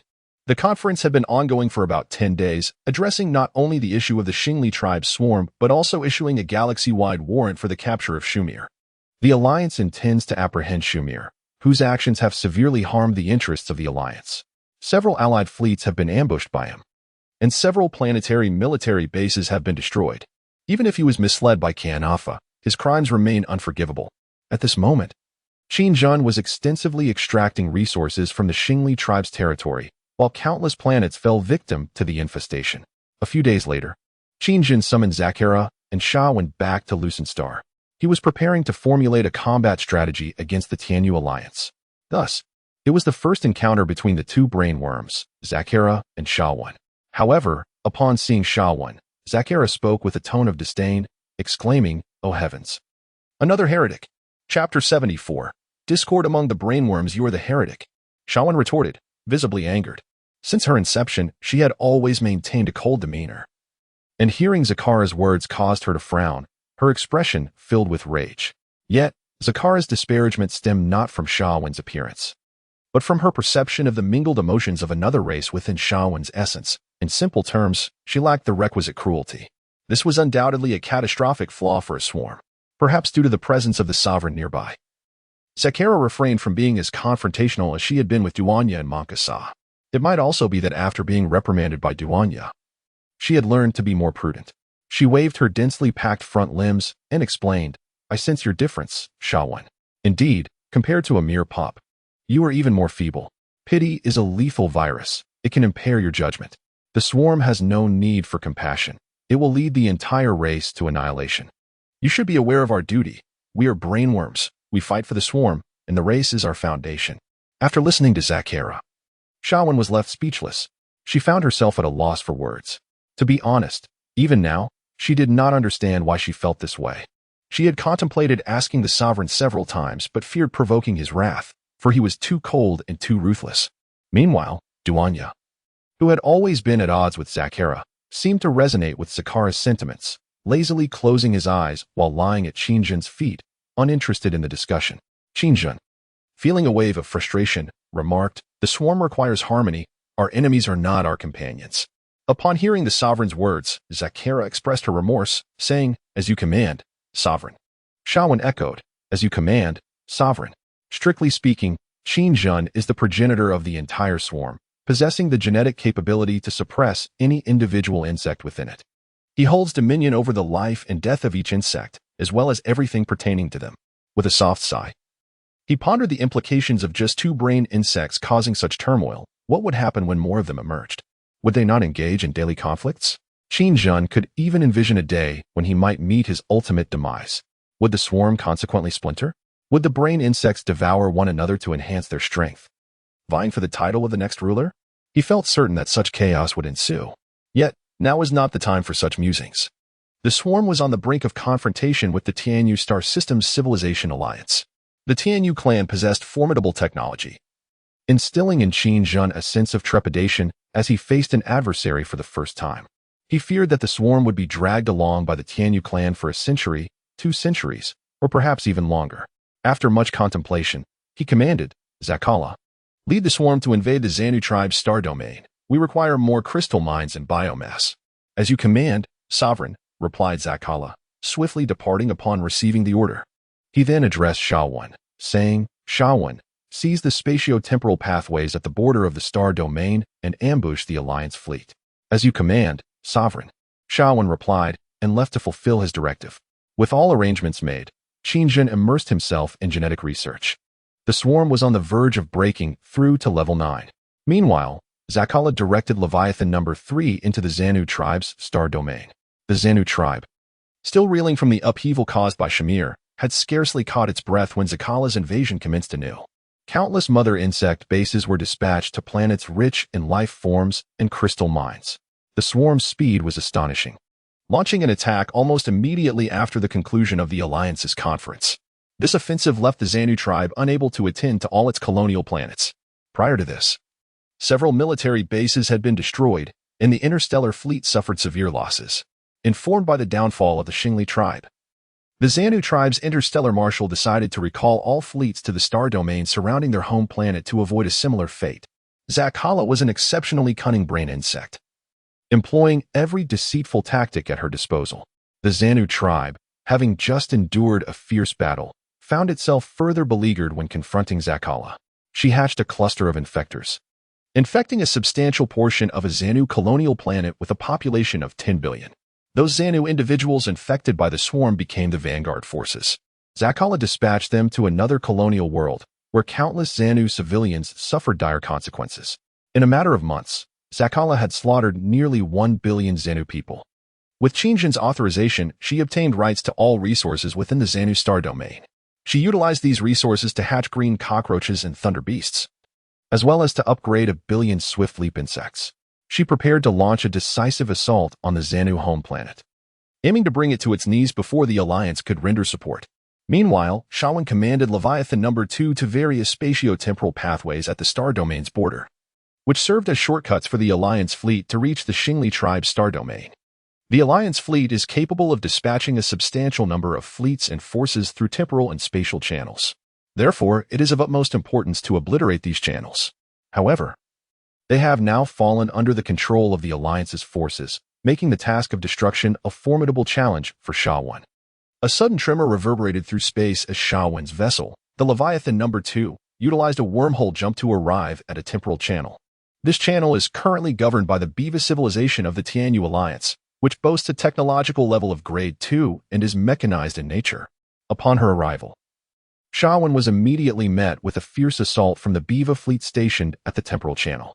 This fleet comprised 4 starships of the Biva, whose firepower, while inferior to that of the Xinguang fleet, nonetheless proved formidable. Countless laser cannons unleashed a barrage of attacks, but Shawan was undeterred, swiftly deploying infrasound waves that incapacitated 2 of the Biva starships. Subsequently, the Leviathan number 2 unleashed a biological plasma cannon, directly annihilating one of the Biva's most powerful battleship cruisers. Following this, a swarm of spatial dragons was released, swarming towards the beleaguered Biva vessels. Within a mere day, the first temporal channel was successfully secured. The swarm's lightning-fast assault yielded significant victories in the early stages. News of this triumph swiftly reached Rushin Star. Yet, Qingjun remained rather unenthused, stating, although the swarm currently holds the advantage, this is merely the beginning. We require more formidable troops to confront the ensuing battles. Observing Qingjun deep in thought, the system sensed his contemplations. Master, do you have new ideas? It inquired. A disquieting smile spread across Qingjun's face as he replied. Indeed. Did Shawan not decipher the technology of the Xinguang? Perhaps we could leverage their technology to create an entirely new breed of insect. He then commanded, immediately incubate the giant venomous scorpion. I need to conduct an experiment. If successful, the swarm will become unstoppable in the Tianyu system. Chapter 75. The mutant giant venomous scorpion. The giant venomous scorpion is a species of the swarm unlocked upon the motherworm base reaching level 8. True to its name, it is an enormous scorpion, exceedingly venomous. Its exoskeleton is as thick and hard as that of a thunder beast, and it possesses remarkable agility, surpassing even the swift jump insects. The muscular tissue beneath its shell boasts a superior regenerative capability compared to that of the armored cockroach. As a heavy infantry unit of the swarm, Qin felt a twinge of regret that its offensive capabilities were not particularly strong. Typically, a giant venomous scorpion utilizes glands within its body to produce a venomous spray from its mouth. While effective against Grade 2 civilizations, it may fall short of achieving the desired results against Grade 3 forces or the technology of the Tianyu. Currently, although the swarm's numbers are vast, facing widespread area of effect weaponry would still lead to significant casualties. Just like the six-winged angel mech, a single six-winged angel could inflict tremendous losses upon the swarm. What would happen if an entire battalion were deployed, or the angel fleet of the Tianyu? Qin Jingguang felt a twinge of unease at the thought. Therefore, alongside the incubation of the fourth and fifth Leviathans, it was essential to possess a creature of formidable might to contend with the forces of the Tianyu alliance. Upon receiving the command, a gigantic venomous scorpion, akin to a heavy tank, emerged from its chrysalis. Upon its arrival into the world, it raised its head and unleashed a series of piercing shrieks into the sky, a behavior characteristic of newly hatched units within the swarm. Even Qin himself was uncertain of the reason behind this phenomenon, likening it to the cries of a newborn human. However, such musings bore little significance. Once the giant scorpion finished its shrill call, it stood silently, awaiting Qin's orders. Qin approached the freshly hatched giant scorpion, scrutinizing it with his uniquely large eyes. He pondered, if I were to implant the crystal core technology within its body, it would lose its original attack capabilities. Placing it in the head would also seem ineffective. Lost in contemplation, Qin suddenly experienced a flash of inspiration, exclaiming, "Of course, I can enhance its tail." Excitedly, he relayed to the system, evolved the mutated giant scorpion, implanting the Starling crystal core technology into its tail, transforming it into a weapon capable of emitting laser attacks. Understood. Master, please specify the target for the mutation. The giant scorpion, the system responded, following Qin's command. The newly hatched giant scorpion swiftly crawled back into the division pool of the first mother bug. Before Qin's very eyes, it transformed into an egg. Strangely, this egg was unlike any he had previously encountered. It was far larger and resembled a substantial embryonic sac. Given that the only available units within the swarm were the armored cockroaches and the giant scorpions, whose muscle tissues were particularly unique, the prospects for this mutation were promising. Furthermore, the recovery ability and the shell's hardness and thickness of the giant scorpion surpassed those of the armored cockroaches. However, the energy points and biomass required for the simultaneous incubation of the giant scorpion and the mutation would be considerably greater. Nevertheless, in the face of the technologically advanced Tianyu alliance, Qin found it imperative to acquire a creature capable of countering their technology. The expenditure of energy and biomass could be replenished through gathering, as long as he could create units that met his satisfaction. Consequently, the issue of resources was not overly concerning. Having recently conquered a majority of the Starling clan's planets, Qin felt somewhat euphoric. He had instantaneously amassed tens of trillions of energy points and hundreds of millions of biomass, a fortune he had never experienced before. If not for the impending confrontation with the Tianyu alliance, these resources would have sufficed to elevate the swarm's level significantly. Moreover, advancing the swarm to the next level proved to be an arduous task. From the swarm's memory database, he learned that the current units at his disposal were the culmination of the efforts of previous swarm rulers, enabling his smooth ascent to this stage. Thus, he has long harbored the ambition to create a new breed of soldiers for the swarm. Initially, he intended to enhance the hardness of the swarm's exoskeleton. However, he soon realized that the power of the laser cannon was overwhelmingly formidable, rendering the idea of fortifying the swarm's armor to withstand it unwise. Moreover, this endeavor would require an exorbitant amount of resources, undoubtedly a futile pursuit. Commencing extraction of Starborn Clan Crystal Core Technology information. Ding. Extraction successful. Initiating modification of Crystal Core data for the giant scorpion, followed by a respeciation. Ding. Implantation successful. Mutation process initiated, requiring 48 hours. Qin nodded in satisfaction. Indeed, splendid. I hope our new breed can deliver a devastating blow to the Tianyu alliance. Meanwhile, following the fall of the six-winged angel He Ling on the Starborn clan's home planet, Raozen, the Tianyu clan could not simply swallow this bitter pill. Even summoning the angel fleet would take considerable time to arrive. However, the six-winged angels in surrounding star domains had already received directives from Kula, instructing Mo to mobilize them all towards Rausen. Ling failed to transmit any vital information before her demise, which undoubtedly indicated she had encountered an exceptionally powerful foe, one capable of posing a significant threat in a remarkably short span of time. This adversary had likely endangered the core technologies of the Tianyu clan or all critical information. Undoubtedly, her mech had initiated its self-destruct sequence. The Tianyu clan was equally keen to ascertain the full extent of the swarm's activities. Presently, their main forces were concentrated on the borders of the Milky Way. Should the swarm pose a monumental threat to the Tianyu star system's civilization alliance, it would be an alarming predicament, akin to a fire in their own backyard. The Tianyu clan might find themselves contending with the Tur clan of the Milky Way while simultaneously addressing the swarm within their own star system. This would create a precarious situation of being besieged on two fronts. Consequently, Mo commanded the six-winged angel He-ji to immediately proceed to Rausen for reconnaissance. Even though the Zanu clan was currently under siege by the swarm, it was crucial to note that they had lost a six-winged angel, albeit a clone, which was prohibitively expensive to produce. Furthermore, this incident concerned the reputation of the Tianyu clan within the alliance. There were several factions that resented the Tianyu clan while simultaneously fearing their formidable prowess, with the Starborn clan being one such entity. Otherwise, Zaire Mier would not have so readily been swayed by the manipulations of the controlled Kana Fa. Upon receiving the command, the six-winged angel He-ji swiftly arrived outside the atmosphere of Rausen. Prior to this, Mo had briefed her on the events surrounding Ling. Her mission was to uncover the intricacies of the swarm. Kula believed that the swarm's commander was undoubtedly located on Rausen. To avoid alarming the insects, He-ji deactivated all systems upon entering Rausen's atmosphere, leaving only the weapon systems active for precaution. At that moment, Qin Jun was engrossed in further research on his insectoid mechs, musing to himself, if only my nano-insect shells could split upon launch, retaining their potency, much like cluster munitions. Chapter 76. The Grand Parade of Insects. After careful consideration, He-ji chose to land in an area with the least presence of insect swarms. However, she was quickly detected by the insects. At that moment, Qin Jun had just exited the number 1 mother insect base with a broken fong in hand. As he stepped out, he received a transmission from the king insect. Suddenly halting in his tracks, his expression shifted slightly in surprise.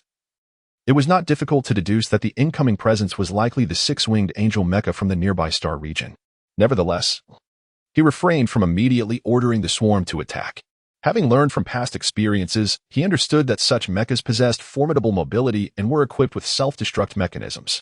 A disagreement could lead to self-detonation, which left him somewhat perturbed. Why do advanced civilizations always indulge in such self-destructive technologies? The unknown psychic entity from Mont Casa was no exception.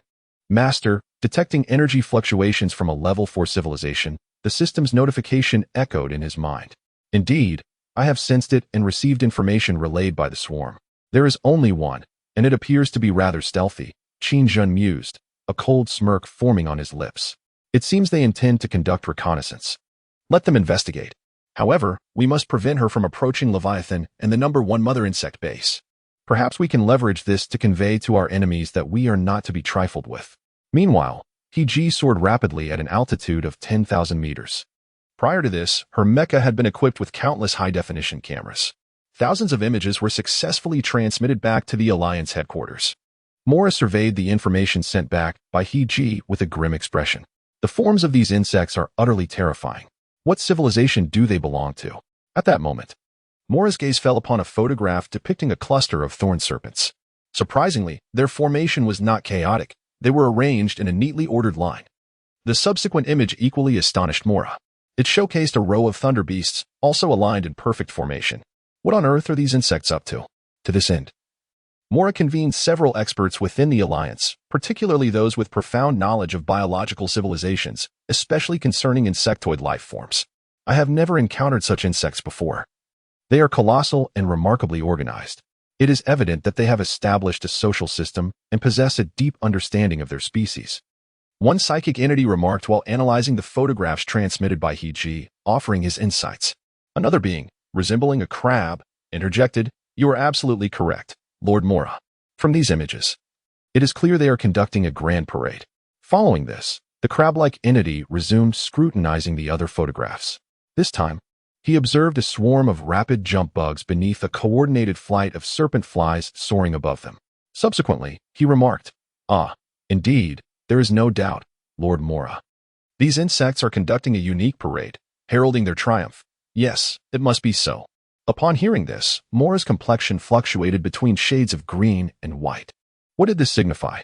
It indicated that these invading insects from the Tianyu star system belonged to a civilization with a fully fledged military. Moreover, their numbers were staggering. This revelation validated Kira's concerns, as they found themselves besieged by both internal and external threats. He then inquired, "Are there any images of their commander? Even that of a vice commander or an executive?" Heiji relayed a plethora of images, showcasing a diverse array of insect species. Included among them was a photograph of the Leviathan, a colossal mothership of the swarm, captured from a distance. Undoubtedly, this was the most astonishing image. The size of this insect surpassed all starships of the Tianyu Civilization Alliance. Mora speculated that they must be utilizing this gigantic creature to invade the Rusin star. Yet, amidst all this, there was no sight of the swarm's commander.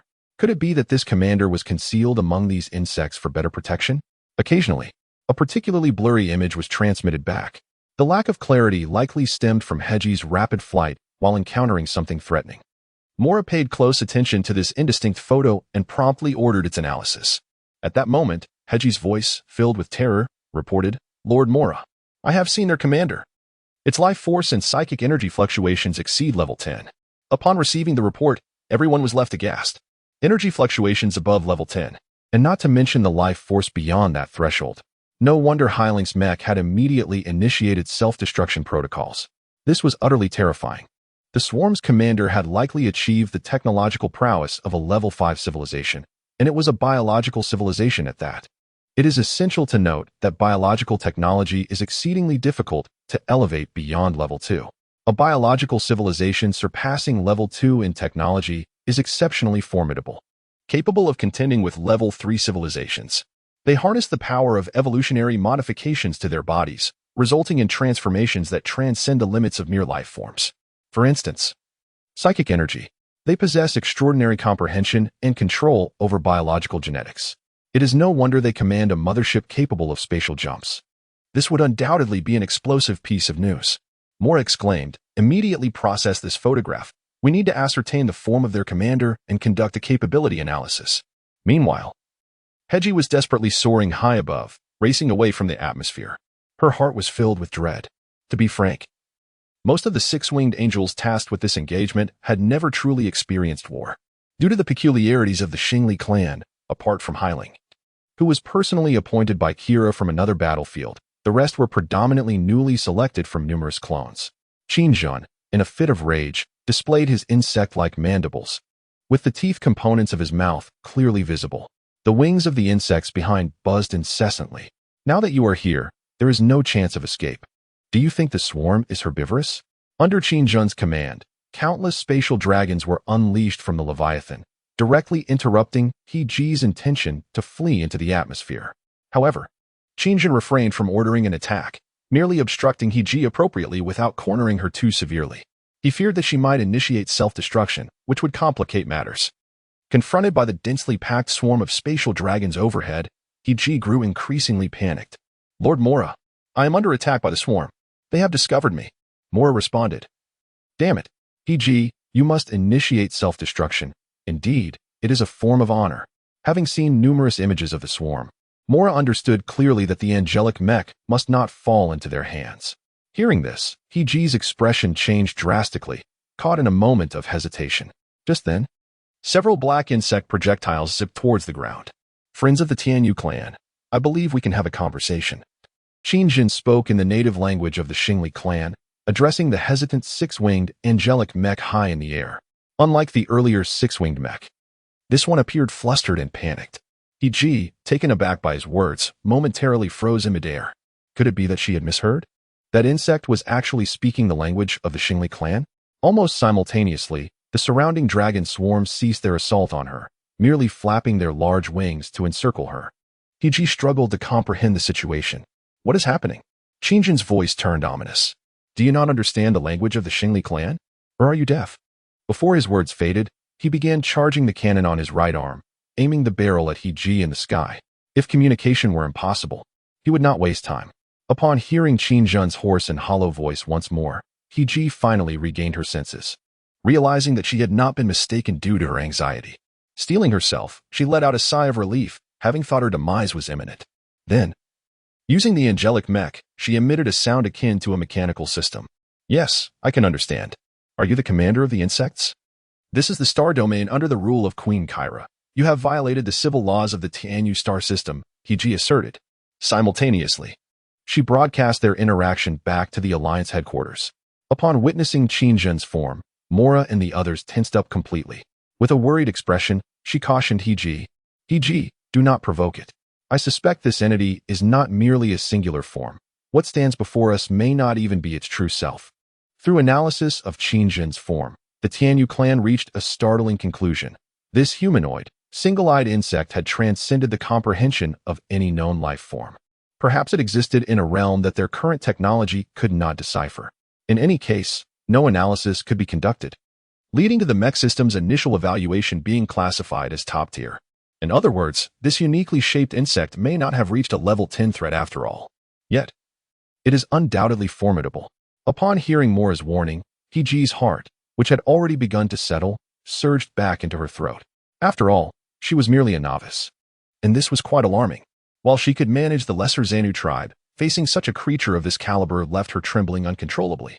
Although Mora's voice echoed within the mech, it was nonetheless detected by Qin-jun's exceptionally keen hearing. With his cannon still aimed at He-ji, he spoke impassively. Listen closely. Have the woman connected to you come forth to speak. Otherwise, I shall open fire. At this statement, the expressions of everyone present, including Mora, shifted dramatically. This individual possessed an astonishing level of mental prowess. In light of this, Mora urged He-ji, activate the video connection. Perhaps it bears us no genuine hostility. Otherwise, you would have already perished. He-ji, upon hearing this, hurriedly activated the facial interface of her mech, revealing a delicately crafted visage that had turned pale with fear. Her blue eyes were filled with trepidation. In a fluster, she hastily accessed the system on her arm. Upon seeing He-ji's face, Qin-jun's expression momentarily shifted in surprise, only to revert to indifference almost instantly. He mused inwardly. Good heavens, how could that explosion not have ended her life? But that cannot be. The life form had indeed perished at that time. This six-winged angel resembles the self-destructing six-winged angel Healing. Could they be identical twin sisters? But the resemblance is striking. It is well known that Qin-jun's perception of life forms is exceptionally precise. He inquired, "What is your name?" He-ji, who had been operating her controls, was startled by the question and quickly ceased her actions, replying, "I am the six-winged angel He-ji." Upon hearing the response, Qin-jun contemplated for a moment before uncertainly stating, "A clone?" He-ji, clearly bewildered, asked, "Huh? What clone?" Observing the confusion on her face, Qin-jun chose to remain silent, fixating his cold gaze upon her with his piercing eyes. In the next moment, with a whoosh, the device on He-ji's arm projected a clear image of a woman, remarkably lifelike. "Greetings, my lord. I am Mora, the governor of the Tianyu star system. You have intruded upon our star domain," the projected Mora stated assertively to the figure of Qin-jun before her. Upon seeing the projected image of Mora, Qin-jun thought to himself, "Goodness, it appears that all members of the Tianyu tribe share the same appearance. Could it be that they are all women?" He even speculated that the entire Tianyu tribe might actually be a singular entity, continuously replicated through some advanced technology, producing an abundance of clones. However, the sophistication of this technology was remarkable. Had it not been for Qin-jun, one would hardly discern that they were clones. He found himself curious about how other civilizations could identify the Tianyu civilization, given their uniform appearance. Redirecting his thoughts, he withdrew the cannon and, with a frigid demeanor, demanded, "Governor, what proof do you have that this is your star domain? This realm belongs to the Celestial Feather clan under the reign of Queen Kira. You have transgressed the civilizational laws of the Celestial Feather Galaxy. I implore you not to incite unnecessary conflict," Mora stated with a measured tone. Upon hearing this, Qin-jun shrugged and retorted, "Then I shall assert that this domain also belongs to me, for I stand here, while you dare not even set foot on this very planet." Mora found herself at a loss for words, compelled to reiterate her previous warning. Yet internally, she mused on the irony of his audacity. Noticing Mora's unwavering stance, Qin-jun's demeanor shifted to one of irritation. I must remind you that our insectoid race has always cherished peace. However, should you provoke me, the consequences will be profoundly severe. His words were delivered with an unwavering composure, leaving Mora and her companions utterly incredulous. Cherishing peace? The very being who had obliterated an entire star system boldly proclaimed his affinity for tranquility. Such a claim would scarcely convince even a fool. It was well understood that even the starry race had ulterior motives. Qingjin was aware of this contradiction, yet he persisted in his rhetoric, leaving it to his interlocutor to discern the underlying implications. After a moment's hesitation, Mora replied, "Very well, esteemed one. Since you are willing to engage in dialogue, we of the Celestial Feather Galaxy are not unreasonable. At the very least, we shall not utter remarks that baffle the mind. Therefore, I request that you disclose your origins and intentions." Mora perceived that, although these insects were formidable, they must be wary of something. She could not fathom that such a savage entity would content itself with mere development. These creatures were clearly born for slaughter, including the humanoid one-eyed insect before her, whose very form was an arsenal of lethal weaponry. Mora even suspected that its singular large eye might unleash energy beams. Upon hearing her words, Qingjin sneered. "I hail from the second galactic system, the Caprol Star Sector, the planet Char, the inheritor of the will of Zerg Queen Kerrigan, the newly appointed leader of the swarm. I am commander of the swarm, Qingjin." Chapter 78. The Wrath of Ward. In the second universe, you are of the second universe's civilization. Upon hearing Qingjin's declaration, the usually composed Mora broke into a cold sweat. While she herself was taken aback, the others displayed a look of bewilderment. The second universe? The second galactic system? If the galactic system is the enemy, then these insects are undoubtedly formidable adversaries. Are they allies of the terrestrial clan from the galactic system? This realization implied that the forces of the enemy had infiltrated the Celestial Feather Galaxy, which was indeed alarming. Lady Mora, these beings represent the civilization of the galactic system. They are our foes, the psychic entity beside her exclaimed in a fluster. What a perplexing situation. Who exactly is invading whom? Or has the Celestial Feather Galaxy already fallen victim to a counter-invasion by the galactic system? In any case, the outlook was far from favorable. Mora's expression grew grave as he took a moment to respond. "No, to be precise, we belong to the fourth universe. In truth, I have only heard whispers of other universes, yet if this entity indeed originates from the second galaxy, its emergence cannot be trivial. This is not merely an invasion of a star system, but rather an incursion of the cosmos." The few present found themselves utterly bewildered by Mora's words, their expressions a mix of confusion and disbelief. Seeing their puzzled faces, Mora sighed. "Very well. Discussing this with you will yield no understanding." Qingjin remained silently attentive, awaiting Mora's next reaction.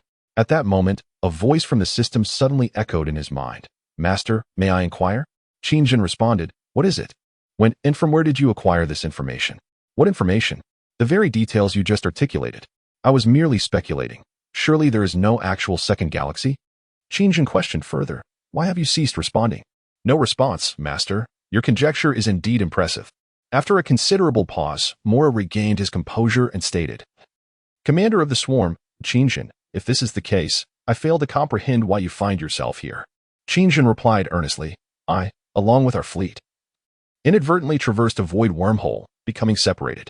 I am unable to reach our master." Mora regarded him with skepticism. "Your master?"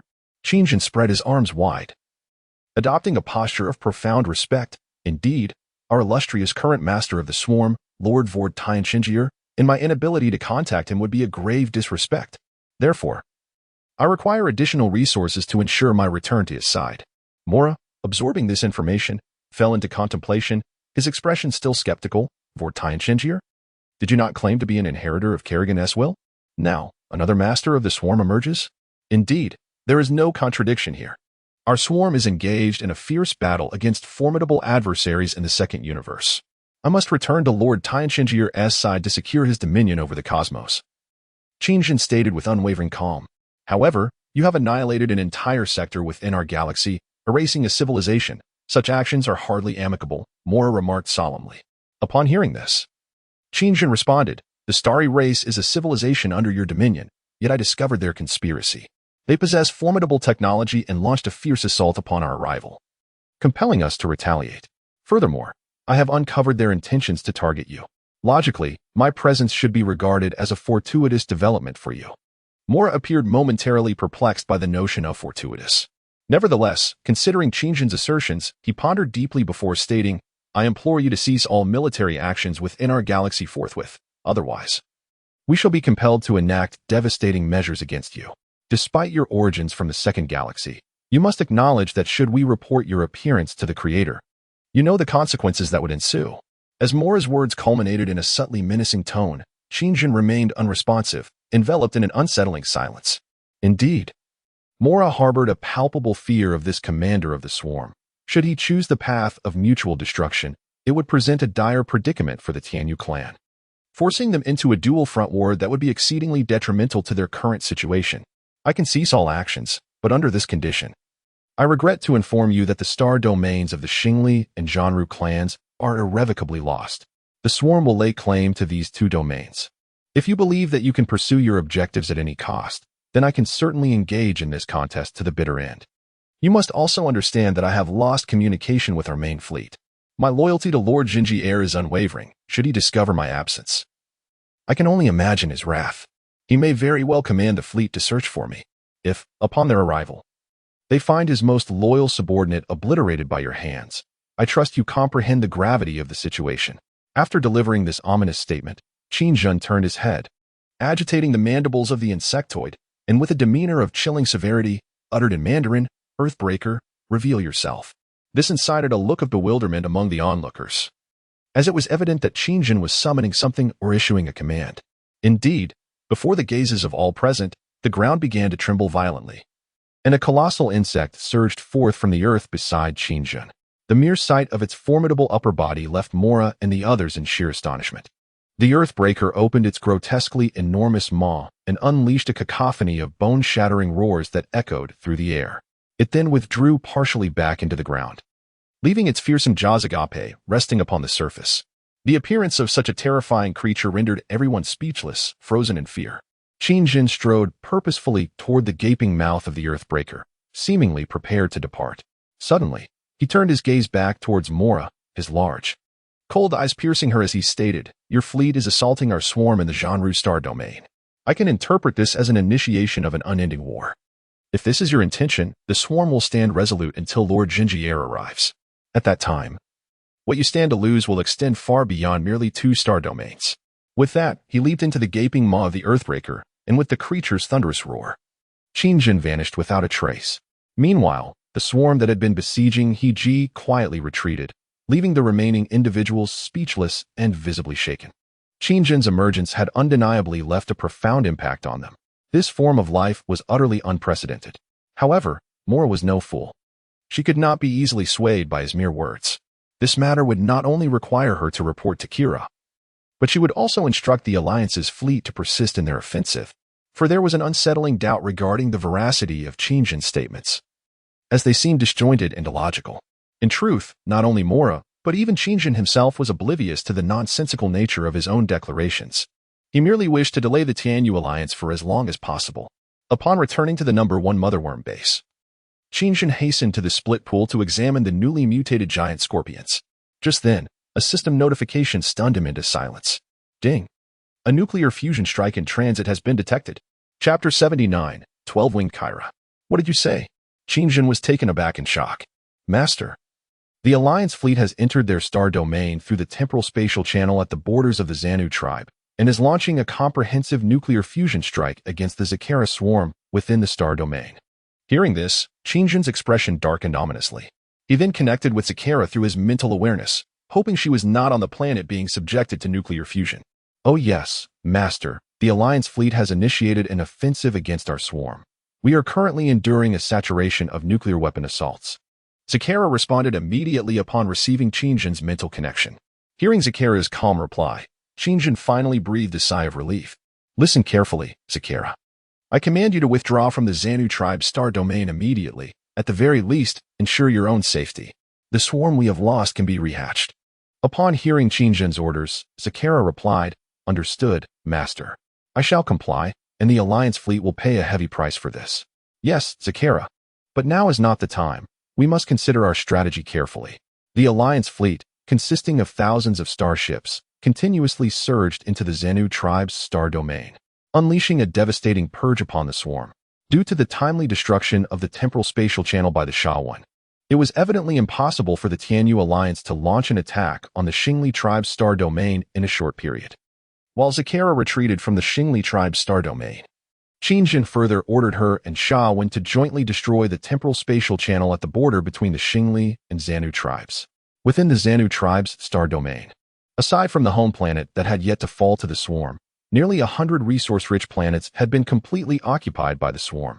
Had the Alliance arrived even a moment later, the Xanu tribe would likely have been entirely overrun by Zakera. On the home planet of the Xanu tribe, Marshal Budfo welcomed the commanders of the Alliance fleet with tears in his eyes. Addressing the Alliance commanders, he lamented, "We nearly could not hold out any longer.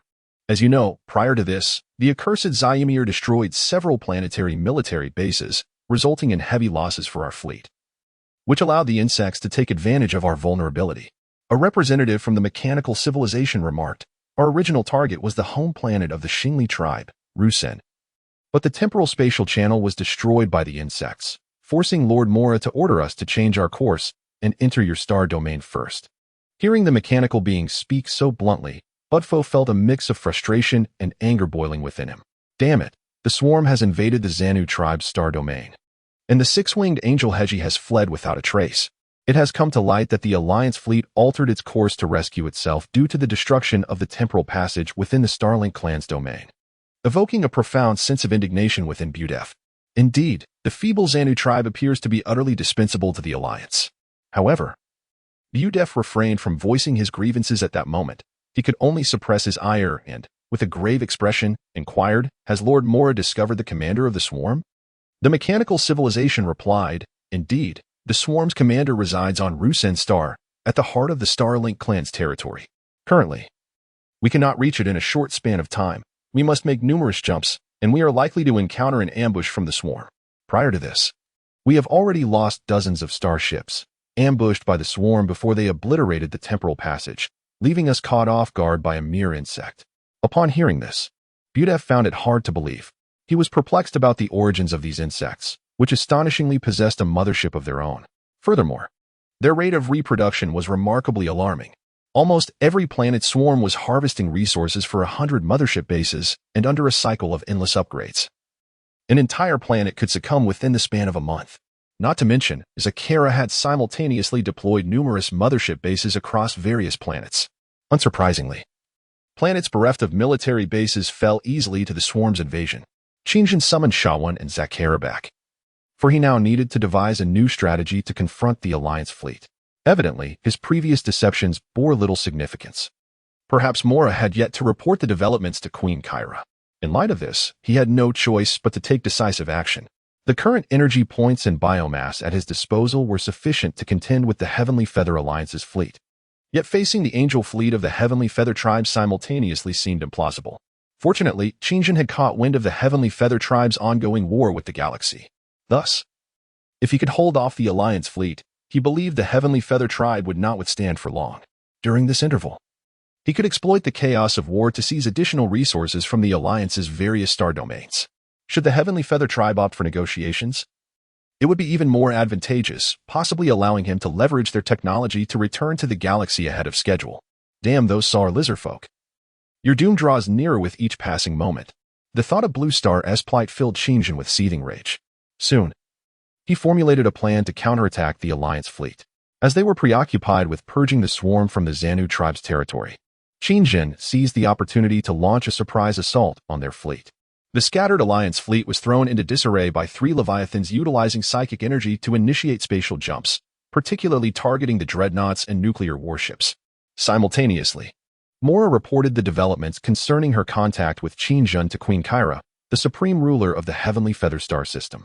Surprisingly, the seemingly sacred and untouchable Queen Kyra appeared as a young girl, seemingly no older than 17. However, her true age remains a mystery, and her voice is not the youthful tone one might expect. Instead, it resonates with the poised timbre of a mature woman. Mora kneels before Kira on the video connection, her tone imbued with utmost reverence. "Yes, my queen, this comprises the entirety of my discourse with him. He claims to hail from the second galaxy." Upon hearing this, Kira's expression remains impassive, her demeanor consistently austere. After a brief pause, she inquires, Do you believe he is lying, Mora? Mora responds, Indeed, my queen. We cannot ascertain the veracity of matters pertaining to the second galaxy's dimension. As I previously mentioned, I am uncertain whether the Koplistar zone he referenced genuinely exists, along with their sovereign, Ward Tianjin Jierli. At this, Kira's youthful visage betrays a flicker of intrigue as she murmurs to herself, Ward Tianjin Jierli? Mora affirms, yes. That is what he stated, yet I harbor significant doubts regarding the authenticity of his claims. Kira then poses another question. Do you consider him easy to handle? You must understand that our plan to conquer the Milky Way is underway, and at this crucial juncture, we cannot afford any missteps. Otherwise, it will be our annihilation. Upon hearing this, Mora seems to grasp the gravity of the situation, pausing momentarily before responding, Understood, my queen. I know what must be done. Chapter 80. The Zarima Empire. Kira's intentions are unmistakable. Since Mora questions everything asserted by the swarm commander, Qinjin, action must be taken to ascertain the truth. Consequently, the Angel Fleet will not be redeployed to the Tianyu star system, at least until the swarm no longer poses a genuine threat to the Tianyu race. Thus, the war between the Tianyu Alliance civilization and the swarm erupts. The Zarima Empire is a third-level civilization characterized by a semi-mechanical, semi-biological existence. The Zarima utilize technological incubators for reproduction, emerging as formless life forms. However, their brains are extracted immediately upon birth. During their formative years, the brains are uniformly placed in vessels filled with nourishing substances. Throughout this process, the Zarima input vast amounts of data into the still-developing brains, achieving a flawless transfer of knowledge. The substances within these vessels are exceedingly costly, crafted from the muscle tissue of living beings, promoting healthy brain development. Upon reaching a certain age, the brains are subsequently installed within mechanized bodies. The advanced technology enables the Zarima to possess mechanical forms while retaining their self-awareness. Thus, even in this state, they lead lives akin to ordinary humans. They rely on a hormone known as brain black iron to extend their brain's longevity. This hormone is remarkably expensive to produce and necessitates substantial quantities of living brain tissue. Similarly, the more advanced the development of the living brain, the higher the quality of the resultant brain black iron. The vast cerebral tissue utilized in the production of black iron originates predominantly from other civilizations. Additionally, the brains of Zalma criminals are extracted as a punitive measure to combat the crime rate within the Zalma Empire. However, it is often challenging to acquire living tissue from other civilizations through conventional means. Consequently, under the duress of coercion or for the sake of profit, these civilizations may offer planets inhabited by sentient beings as a form of exchange. These are then delivered to the Zalma Empire, where they are employed in the manufacturing of copious amounts of black iron hormones. The Zalma people venerate the master mechanic, Kamika, who bestowed upon them the technology that enables the continuation of life. They have consistently proclaimed themselves as transcending mere life forms, asserting their existence as a superior civilization of spiritual consciousness. In truth, they remain tethered to the constraints of biological life, as the brain itself constitutes a living entity. The Zalma have long regarded the corporeal form as feeble and unworthy of preservation, advocating instead for the indomitable strength of mechanical bodies, which far surpass the frailty of biological flesh. Maintenance is considerably less burdensome, and even if a body suffers catastrophic damage, as long as the brain survives, a new, identical form can be created. Moreover, the mechanical skeletal structures of the Zalma retain most of the vital sensory systems found in biological bodies, albeit with certain superfluous systems, such as the gastrointestinal tract, excised. They no longer require sustenance to sustain their existence. Surprisingly, a highly intricate reproductive system has been engineered within them, utilizing a remarkably durable silicone to create an environment conducive to the gestation of life forms. These artificially crafted bodily components have been enhanced, directly interfacing with the brain via industrial neural lines, achieving a state remarkably akin to that of living beings. In simpler terms, the Zalma possess distinct male and female identities and are capable of engaging in romantic relationships. They can also employ advanced neural systems to alleviate their long-standing feelings of loneliness and emptiness. As a significant member of the Celestial Feather Alliance, the Zalma Empire has clandestinely eradicated countless civilizations below level 05 in the pursuit of black iron production. This prompted an explosive reaction from Kyra, whose formidable angelic fleet confronted Kamika directly, instilling in him a profound fear of impending insanity. Kyra admonished Kamika to cease all actions that interfere with the evolution of life forms and mandated that future Zalma must not have their brains extracted at birth, but instead must exist in a natural life form. Consequently, the Zalma harbor immense resentment towards the celestial feather civilization, a sentiment that surpasses even the racial animosity directed at the Starfall race. This animosity is particularly alarming given the Starfall's ascendance, which was poised to supplant the celestial feather status. Should the Zalma Empire betray their allegiance at this juncture, it could precipitate dire consequences. Kyra became acutely aware of the gravity of the situation and was compelled to ease sanctions against the Zurma Empire. The Empire was apprehensive of the Angel Fleet, a technological force capable of annihilating the entire Zurma civilization. Although they harbored resentment in private, they dared not confront the Tianyu civilization openly. Meanwhile, the Swarm's massive invasion was an opportunity for Mora to leverage Qingjin's hand to decisively weaken the Zurma Empire's strength, akin to their previous dealings with the Xingli civilization, aiming to diminish the Zurma Empire's cultural standing. Unbeknownst to both parties, they soon encountered one another within the Xanu tribe's star domain, specifically on the planet Kindanya, a world rich in minerals. A fierce battle ensued between the Swarm and the Zurma Empire forces. Initially, the Swarm suffered heavy losses against the Zurma troops. After several skirmishes, Qin Jun discerned that the Swarm's heavy firepower was severely lacking.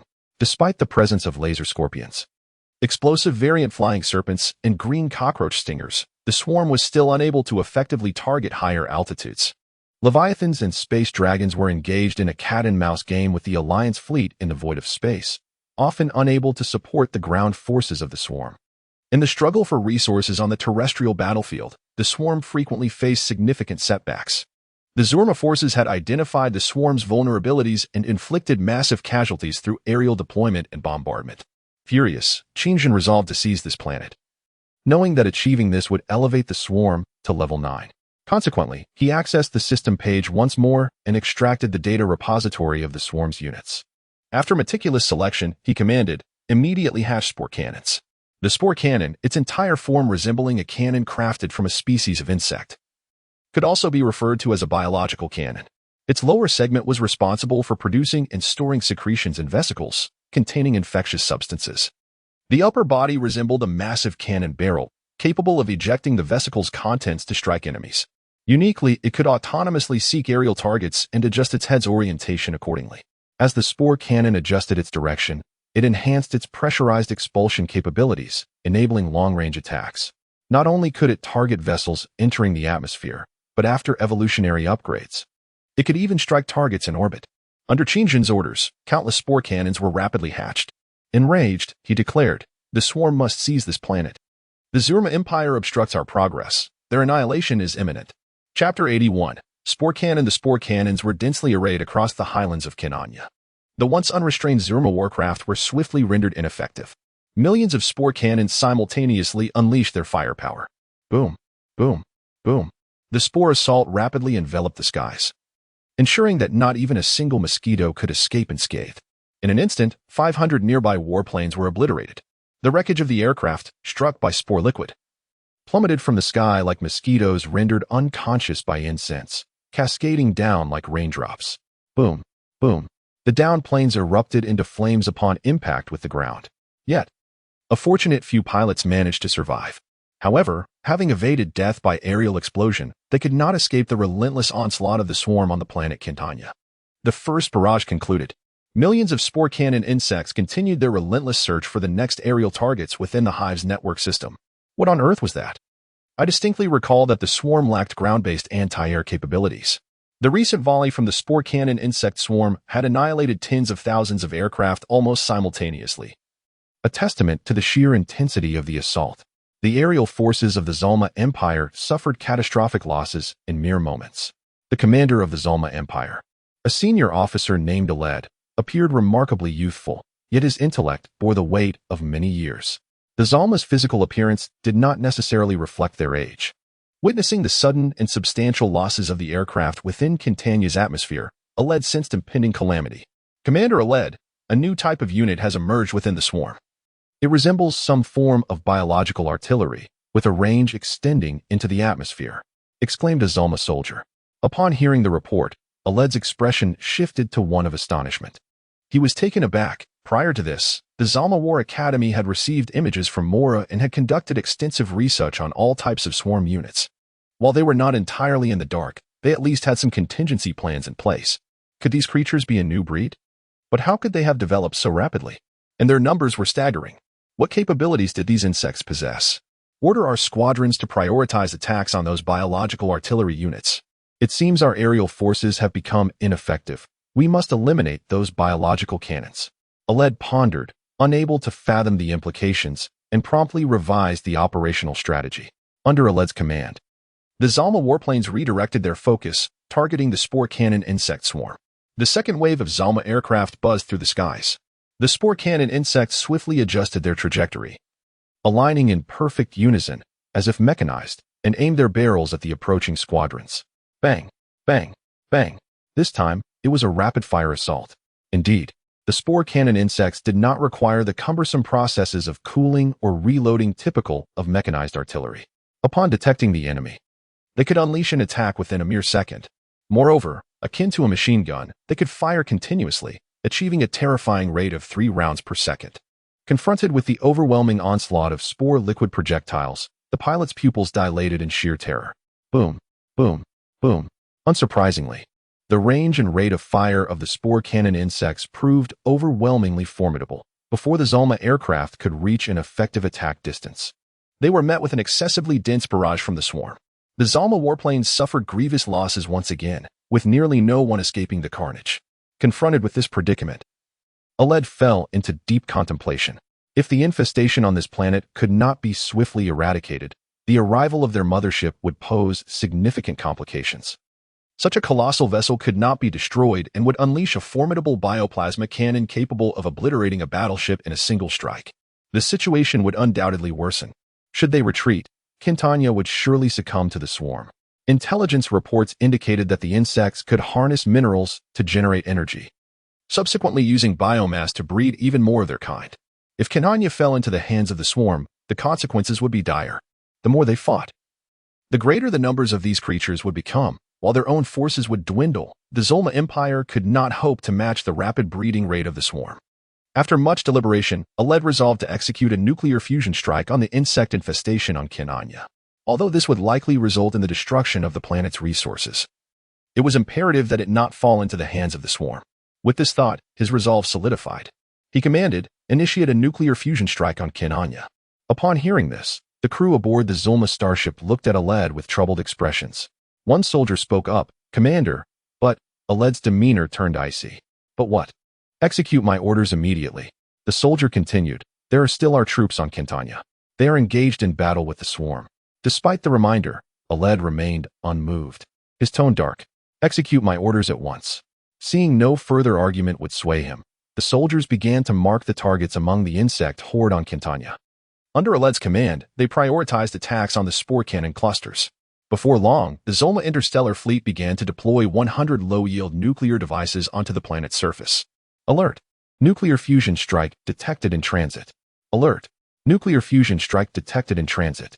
In Qinzhen's mind, the system's alerts rang incessantly, a continuous stream of notifications numbering in the hundreds.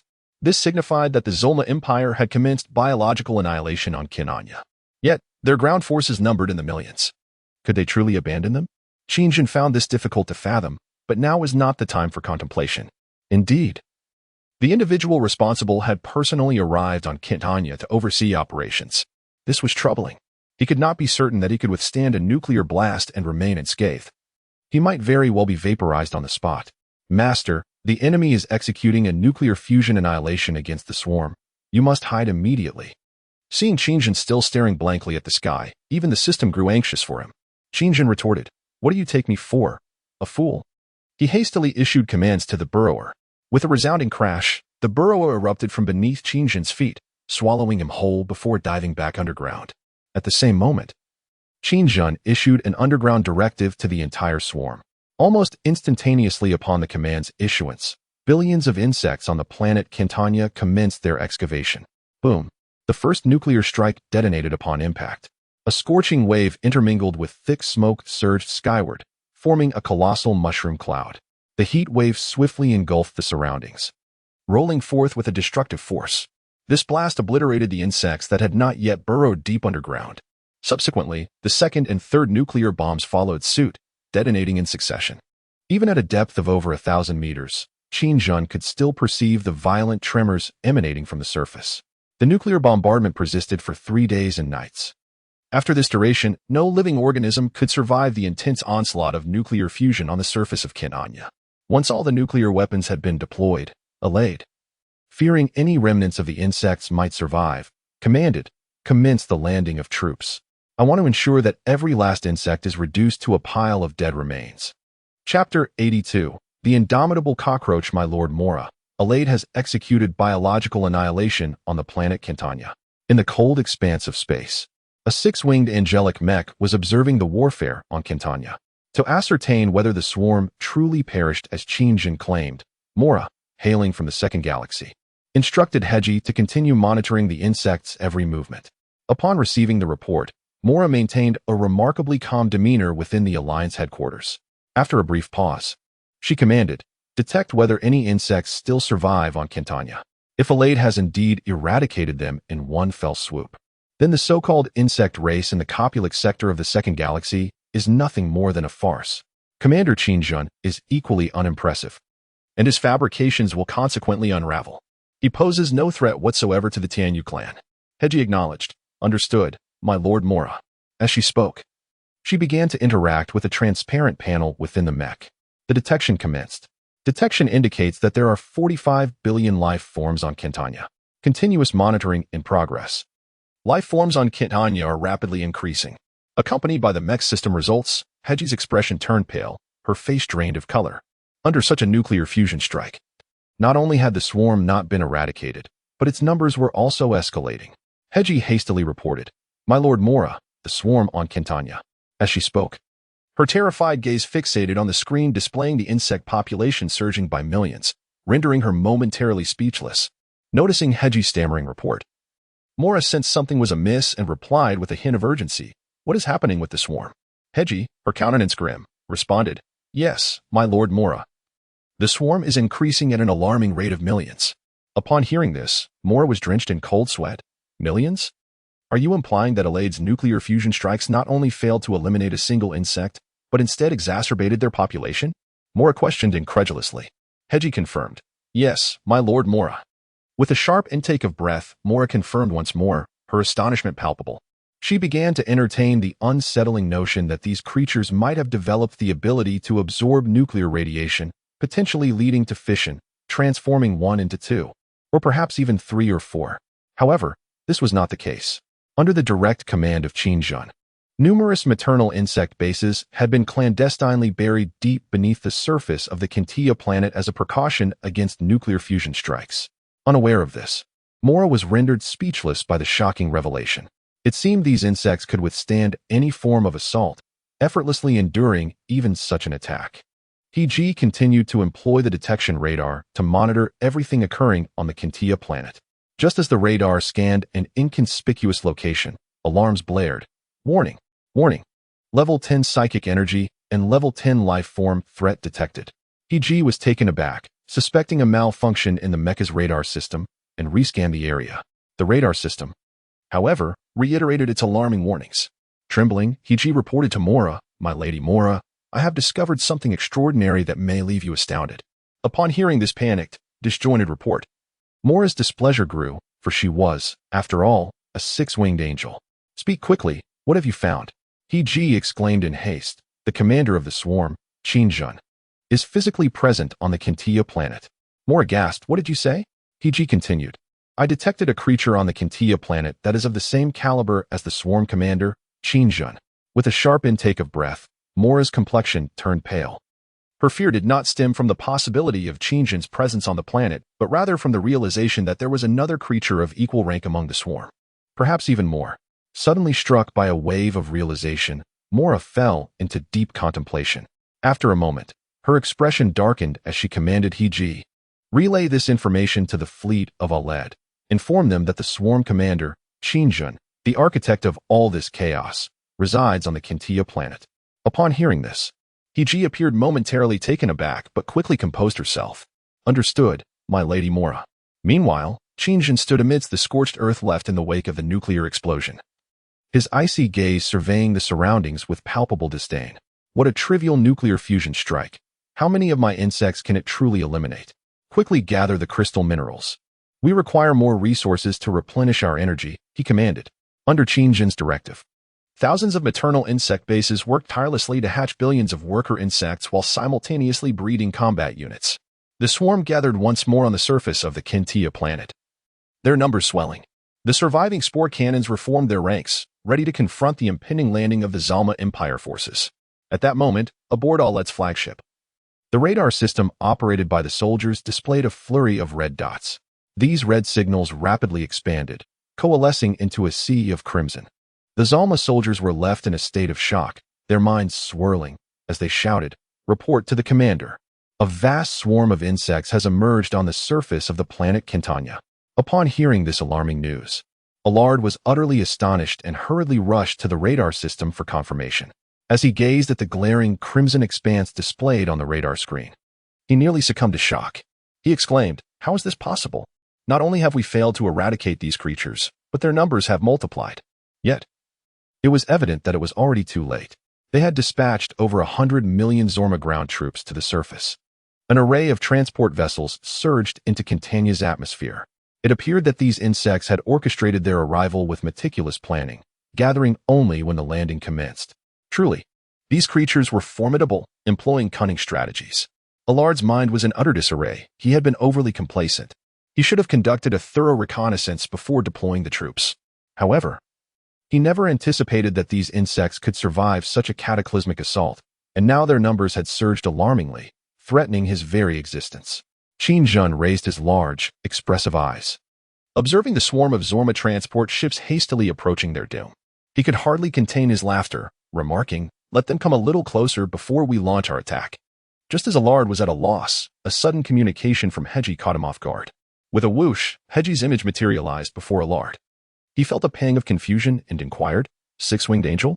Heji replied, "Allard, we have crucial intelligence to share regarding the insect swarm on Quintana." Upon hearing this, Allard's expression darkened as he said, "Yes, six-winged angel, we have discovered that these insects cannot be exterminated. Their numbers have only increased." Heji countered, "No, that is not what I meant to convey." Allard, puzzled, asked, "Then are you suggesting?" "We have located the swarm commander, Qingjin. He is on the planet Quintana." Chapter 83. Who leaked the information? "Are you certain, six-winged angel?" Upon receiving this information, Allard exhibited palpable excitement. Heji maintained her composure, stating, "Indeed, Allard, are you questioning our capabilities?" No, Allard stammered, feeling embarrassed as he waved his hands dismissively. However, his expression soon turned grave as he continued. "According to the intelligence provided by Lord Mora last time, was he not on Rausen? I mean, how could he suddenly appear on Quintana? This is quite unexpected." Heji responded, "You are not alone in your astonishment, Allard. Lord Mora is equally surprised. However, she believes this presents the perfect opportunity to annihilate the swarm. I have merely come to inform you. The course of action is yours to determine." With that, Heji severed the connection, her image flickering out of existence. After disconnecting from Heji, Allard wasted no time. He promptly commanded his deputy commander, "We shall not let this opportunity slip away. By eliminating the swarm, we can secure the safety of the planetary borders and seize the last two colonial planets in the Xanu region. Indeed, we require their intellect." The vice commander, upon hearing this, nodded in agreement but inquired, "What shall we do then? Even nuclear fusion strikes cannot eliminate him. I believe relying on our landing forces against the swarm is utterly futile. Their numbers are overwhelming. Furthermore, they come in various forms, including massive scorpions that can emit lasers. The exoskeletons of these giant scorpions are exceedingly robust, making them resistant to conventional attacks. Moreover, the mere thought of those parasitic creatures sends shivers down the spine. They can split off two small larvae from our brains, which is truly terrifying." Listening to the vice commander's concerns, Allard fell into a contemplative silence. After a moment, as if having reached a conclusion, he declared, "We must hold them off and immediately call for our star destroyers. If this is indeed the case, we cannot allow them to escape. Let us not forget that the annihilation of the Starfall clan likely occurred in a similar manner." Under Allard's command, the Zulama fleet swiftly summoned their star destroyers. However, the fastest among them would not arrive for at least a month. Simultaneously, Vigilance was required against the swarming mother ship, Leviathan, lurking within the Xanu star domain. Following Qin orders, the three Leviathans were commanded by Zakhara and Shan, specifically targeting the star destroyers and nuclear battleships. Allard was confident in his landing forces. If the intelligence from the Tianyu clan was accurate, as long as they could hold off the swarm here, they would annihilate this planet once the star destroyers arrived. Even if Qin were to sprout wings, he could not escape. The Zulama landing forces faced a tumultuous landing amidst the relentless onslaught of spores. The Zulama mech soldiers, robust in stature and controlled by neural connections, functioned as formidable war machines. Each soldier was equipped with armor-piercing machine guns, shoulder-mounted laser cannons, electromagnetic rifles, protective shields, and cold fusion nuclear reactors.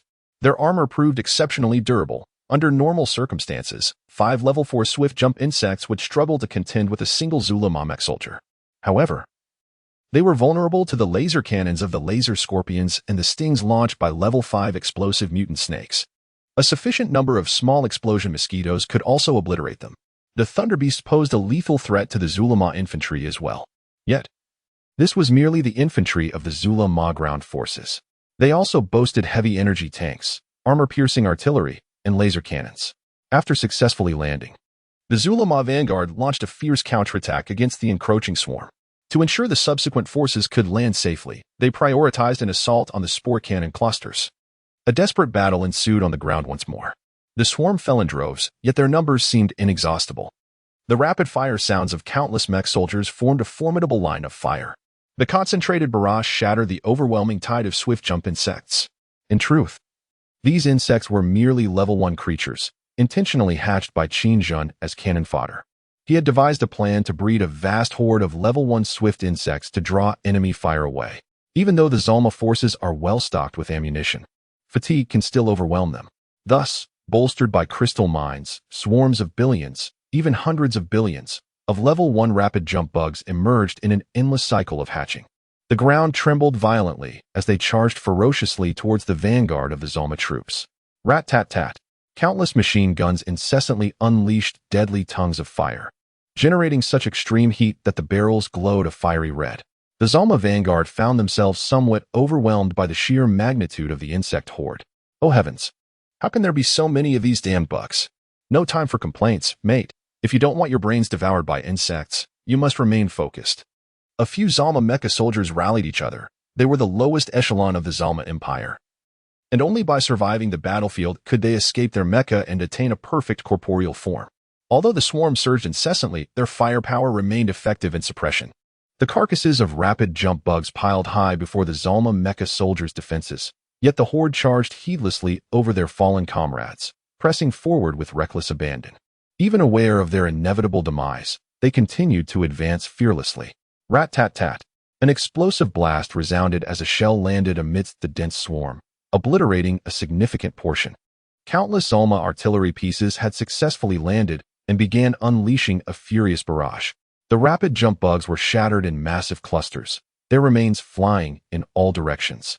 Why are these creatures so unafraid of death? Witnessing the madness of the swarm sent waves of terror through the Zulma soldiers. Were they under some form of control? Like mindless beasts, they charged ahead blindly. Just as their spirits wavered, the 3 variants of the armored cockroach entered the fray. These armored cockroaches concealed themselves within the torrent of rapid jump bugs. Energy bug, corpse bug, and flame bug variants all had evolved to level 5, with each attack inflicting lethal damage upon the Zulma forces.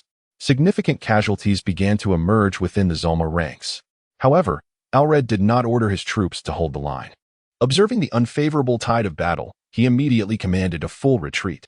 Even though the swarm was temporarily repelled, no orders for a relentless pursuit were given. Initially, Qin believed the Zulma forces were fatigued and promptly commanded a vigorous offensive from the swarm. The outcome, however, greatly exceeded his expectations, resulting in heavy losses for the swarm. The Zulma forces had established a formidable defensive line, remaining steadfast in their defense. This left Qin somewhat perplexed, leading him to refrain from issuing commands for a large-scale offensive, opting instead for sporadic harassment.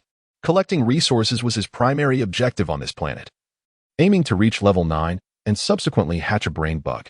Nevertheless, upon witnessing the Zulma forces initiating large-scale mining operations of the crystal mines, The swarm launched an exceedingly fierce counterattack against the worker bugs. After several exchanges, Qingjin finally sensed something amiss. The Zalma's actions seemed to be a deliberate stall for time. Qingjin, puzzled, scratched his head and wondered, what are they waiting for? Waiting for death? As he pondered, a sudden flash of insight struck him, and his expression turned astonished. Could it be that they were already aware of their presence on this planet? Despite this thought, Qingjin remained perplexed, his large eyes narrowing as he questioned, who could have leaked this information? After much contemplation, he could think of no one. Aside from the clones of the Tianyu clan, who possessed such capability, each insect's genetic code had been encrypted through the efforts of previous rulers. Qingjin doubted that these civilizations could decipher it. The brain insects might be a possibility, as they existed as individuals. However, both the Sha mosquito and the Zakhara were of a lineage that passed down their genes. Would I betray myself? How absurd. Qingjin exclaimed, damn it. I should have eliminated that clone back then. Upon reflection, it appeared that the Tianyu clan did not wish to confront him directly. Were they disdainful or merely testing his strengths and weaknesses? Regardless, it was evident that his earlier ruse had borne fruit. Perhaps, as Qingjin had surmised. They were too preoccupied on the other side of the galaxy to intervene. With this realization, a sinister smile crept across Qingjin's face as he thought. As long as the Tianyu clan does not participate, I can develop without concern. However, he could not afford to be careless. His position had already been exposed to the Zalma Empire, whose technology was not to be underestimated. It was even superior to that of the previous Starly clan. It was possible they were merely stalling, waiting for the annihilation ships. In that moment, Qingjin cursed vehemently, damn it. Insects. Attack. Initially, he had thought they were waiting for death, but it turned out he was the one on the brink of demise. Time was of the essence. He needed to accelerate his actions, lest he be caught in a protracted nightmare. He ordered Zakhara to the Zalma Star domain to commence a full-scale invasion. While the Sha mosquito was tasked with locating all annihilation ships among the Zenu clan to destroy them at the opportune moment. He also summoned his flagship, Leviathan 1. Under Qingjin's command, the insect swarm became increasingly ferocious. This time, he planned to annihilate the forces of the Zalma Empire without reservation. Bang, bang, bang. From the defensive lines of the Zalma troops, countless tunneling insects erupted from the ground. Level 5 swarms surged forth with the formidable Level 5 stingers. Their shells were incredibly tough. These upgraded stingers no longer spewed acid, but instead wielded hard, sharp spikes capable of piercing through any mech of the Zalma forces. Oh, for heaven's sake, the swarm has become even more terrifying. Quick, quick. The swarm suddenly launched a large-scale offensive, catching the Zalma troops unprepared.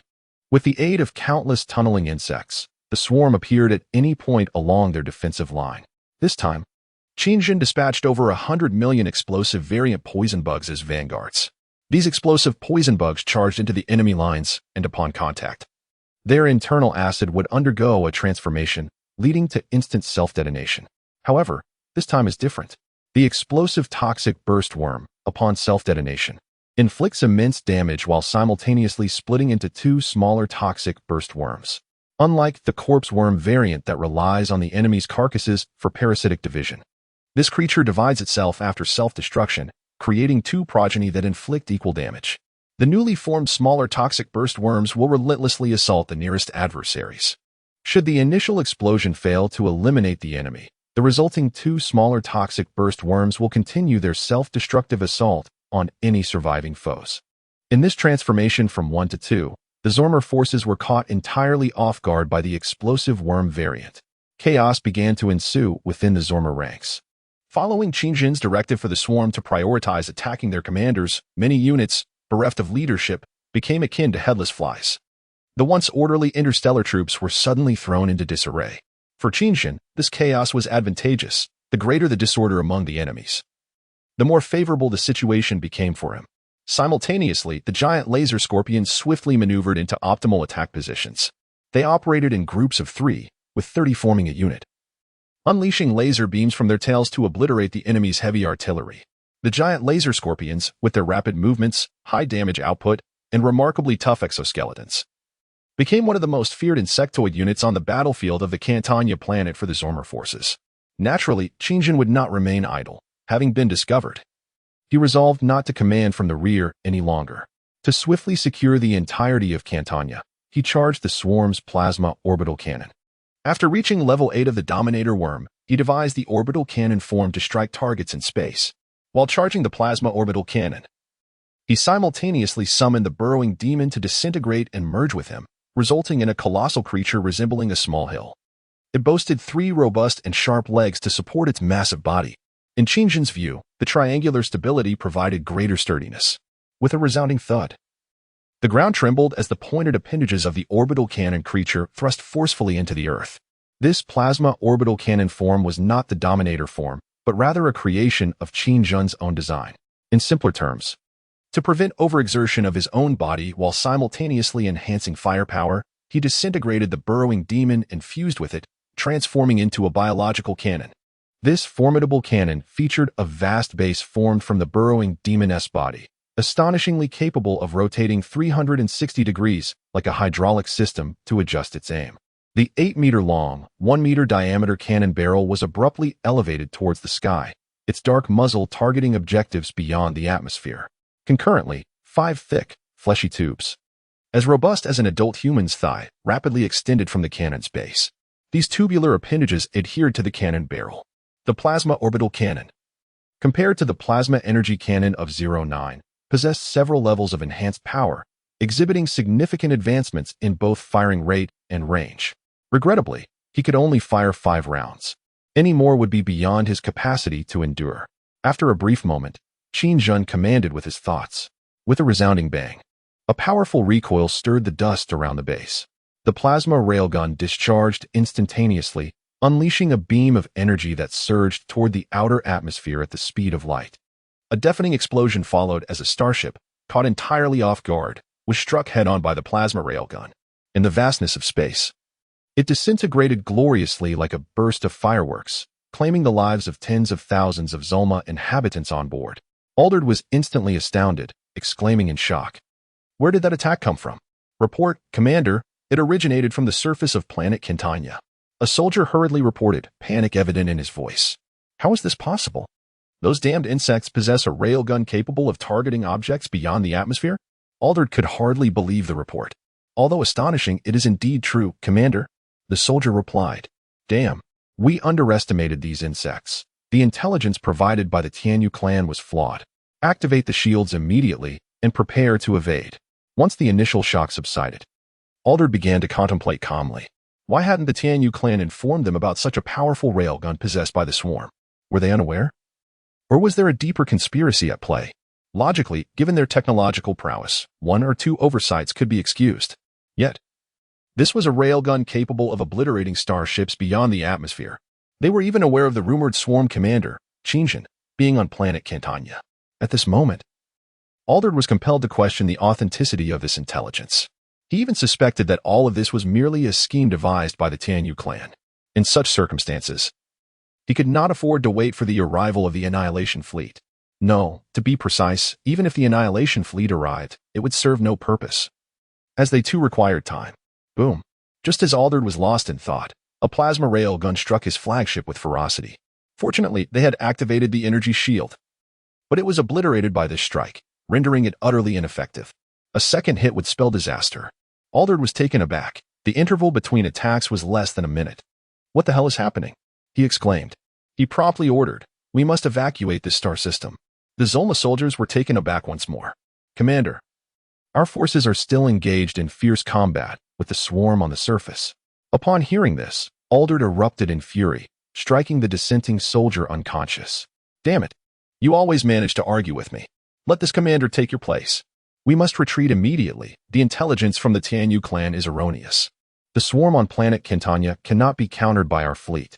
Indeed, this is a conspiracy, a plot against our Zulma empire." Under Alderd's insistence, dozens of large transport starships and several destroyers of the Zulma empire began to establish return coordinates. They subsequently activated their warp engines. Whoosh! They vanished without a trace. As Qingjin gazed upon the Zerma fleet beyond the atmosphere, a sense of bewilderment washed over him. "I've only fired 2 shots, and they have already fled?" he mused. But regardless of their retreat, he was compelled to unleash 5 more attacks. Their withdrawal was undoubtedly beneficial for the swarm. Once the Zerma forces on the planet Quintania were eradicated, that celestial body would fall into the grasp of the swarm. Lost in thought, Qin suddenly jolted back to reality, nearly forgetting an unwelcome visitor. He swiftly redirected his cannon towards the six-winged angel mech floating in space. Enclosed within the orbital cannon form, Qin did not disengage from his insect armor. Rather, 5 slender appendages connected to his heart siphoned energy for transformation. Thus, he was able to flutter the insect wings behind him and utilize his mental prowess to send a telepathic message to the six-winged angel. The Tianyu tribe has betrayed my whereabouts. I interpret this as a provocation against the swarm. Relay this to your queen. Prepare for the impending war. You now have 3 seconds to depart. Should you remain here, I shall obliterate you with a single shot. Unsurprisingly, Qin's telepathic message echoed hoarsely within Heji's mech system. Upon receiving this ominous warning, Heji turned pale and hastily activated her jump system to escape the vicinity of Quintana. With Heji gone, Qin disengaged from the orbital cannon form. In a flurry of motion, the earth-digging demon reverted to its original colossal worm shape, opening its gaping maw to burrow into the ground. Master, why not eliminate that Tianyu tribe member directly? It would be advantageous for the swarm. The system suddenly chimed in his mind. Irritated, Qin retorted, I do not require your guidance. I am well aware of what needs to be done. Now is not the time to sever ties with the Tianyu tribe. Provoking an unnecessary enemy could be detrimental to the swarm. After making his point, Qin shifted his gaze to the battlefield below and issued another attack command. Swarm, advance. Conquer the planet Quintana, and we shall grow even more powerful. Understood, Master. Though your disposition is rather unappealing, the system replied. Taken aback by the system's remark, Qin paused momentarily before responding solemnly. Personality is an incurable affliction, yet I cherish myself. Thus, I see no reason to seek the approval of others. I am acutely aware of my actions, but it seems you have forgotten your role. Understood, Master. Let us hope so. With that, Qin ceased further conversation, his expression darkening as he unleashed the nanite cannon mounted on his right arm. With a flick of his mind, the earth-digging demon erupted from the ground, rejoining Qin above and burrowing back underground to confront the enemy forces. The Zerma Imperial troops faced defeat on Quintana, shocking the Tianyu alliance. The swarm was indeed formidable, and the situation appeared increasingly dire. However, some attributed the calamity to the command blunder of Aled, who had underestimated the swarm's might. In any case, a myriad of discussions ensued. Heji returned to the alliance headquarters and promptly delivered a detailed report to Mora. Upon hearing the news, Mora cradled her chin in contemplation, lost in thought. After a considerable pause, she finally spoke. Indeed, we have underestimated Qin's prowess and the strength of the swarm. He had warned me, and yet I remained foolishly oblivious. Heji interjected, Lady Mora, the swarm still possesses many formidable units of which we are unaware. Perhaps his words hold truth. Suddenly, Mora recalled something. He mentioned we should prepare for war? Heji confirmed. Yes, Lady Mora, that was the message he conveyed. After speaking, Heji activated the device on her wrist, replaying the consciousness message sent by Qin. Hearing his emotionless, beastly growl sent a chill down Mora's spine. It was a warning, suggesting he was already well informed about the current situation of the Tianyu clan. Engaging the swarm in battle now could prove exceedingly troublesome. All gathered information indicated that Commander Qin was not an adversary to be trifled with. 2 days later, Mora resolved to meet with Qin. She instructed Heji to relay this message on the planet Quintana. Upon receiving Mora's invitation, Qin maintained a remarkably calm demeanor, as if he had anticipated this development. Yes, the swarm will comply. Our diplomat, Sarah Kerrigan, will attend.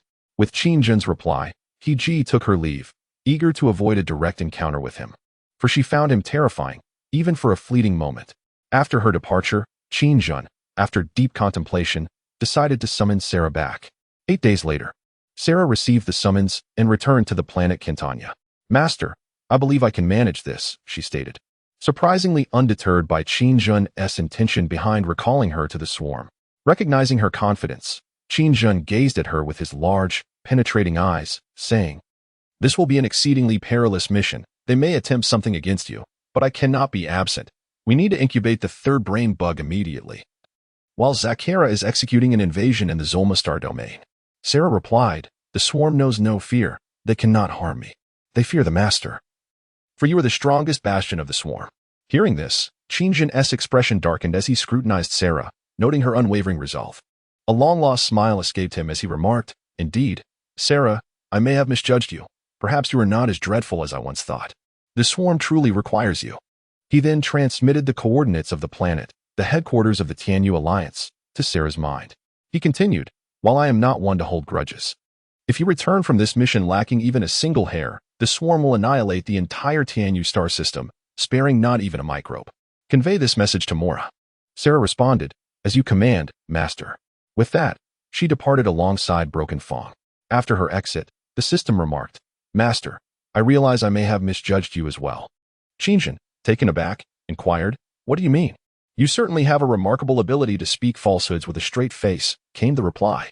Chapter 86, The New Commander. Fahoman. Superficial. Upon hearing the system's unexpected assertion, Qingjin scoffed. What do you know? Isn't it typical for villains to behave this way? Villain? The system, seemingly perplexed, inquired, Master, are you referring to yourself as the so-called villain? Taken aback by the system's confusion, Qingjin paused for a moment, then replied, No, not just me, but us. Without indulging in further idle chatter, Qingjin was acutely aware that remnants of the Zurma Empire's forces were still struggling to survive on the planet Kindanya. Although the swarm had seized control of a significant portion of Kindanya, remnants of the Zurma forces continued to fight desperately. He needed to eliminate them entirely without delay. Admiral Alder's fleet returned in disarray to a clandestine space station, a highly secretive outpost of the Zurma Empire. However, upon his arrival, before he could even complete his operational report, an uninvited starship appeared. This vessel represented the High Council of the Zurma Empire, sent specifically to apprehend Alder, a Zurma adjudicator. Accompanied by several aides and numerous mechanized soldiers, stormed into Alder's command center. Announcing his identity, he faced no opposition. No one dared to obstruct him. It would be folly to challenge the Zurma Council, an entity authorized directly by the Tianyu civilization, wielding supreme authority within the Zurma Empire. They possessed the power to investigate and arrest any high-ranking officials of the Empire, including Alder himself. What do you want? Alder demanded, his expression tinged with anger at the intruder's brazen disregard for his guards. Greetings, Commander. I am Adjudicator Alikos. You are suspected of murdering Imperial Marine forces. We request that you submit to our investigation immediately, the adjudicator stated coldly, revealing the purpose of his visit to the visibly irate Alder. Upon hearing this, Alder's rage intensified. This is slander. I am the commander of the Empire. How could I possibly murder my own subordinates? Adjudicator, I implore you to ascertain the facts first. Indeed, Commander Alder. We possess evidence. I believe you should listen to this, Alikos replied, as he accepted a recording device handed to him by one of his companions. Alder's expression darkened as he observed Alikos' sinister smile while the adjudicator pressed the play button on the recording device. Commander, we still have troops engaged in fierce combat with the swarm. The voice of a Zurma Empire soldier echoed urgently, followed by a heavy thud. Then, Alder's furious shout resonated through the recording. Damn it. You always manage to challenge me. Let this commander handle it. The recording abruptly ended, leaving Alder with a grim countenance. Acutely aware that someone had orchestrated this scheme behind his back. Noticing Alder's silence, Alikos smirked. What now, Commander Alder? Do you have anything to say? After a pause.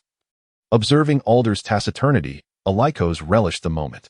Arrakis then transformed his expression into one of grim severity, sharply questioning, before you issued the evacuation order, there were still tens of millions of valiant warriors of the Empire on the planet Kentanya. Because of your decision, they have all perished in the maw of the swarm. Lord Kamak and the esteemed governor of the Tianyu star system, Mora, have treated you generously. Why would you act thus? Hearing the accusation, Aled hastily defended himself. No, it is not as you say. This is a conspiracy. If I had not ordered the retreat, we would have lost not only those soldiers, but our entire fleet. A conspiracy? Aled, save your words for the court, Arrakis coldly replied, signaling to the several mechanized soldiers behind him. Obeying the command, the soldiers advanced and forced Aled to his knees, stripping him of his command insignia. Aled was struck with horror, pleading with Arrakis, Arbitrator, you must believe me. It is a conspiracy against our empire. Arrakis remained unmoved, issuing a frigid command, extract his brain. He will face trial before the council.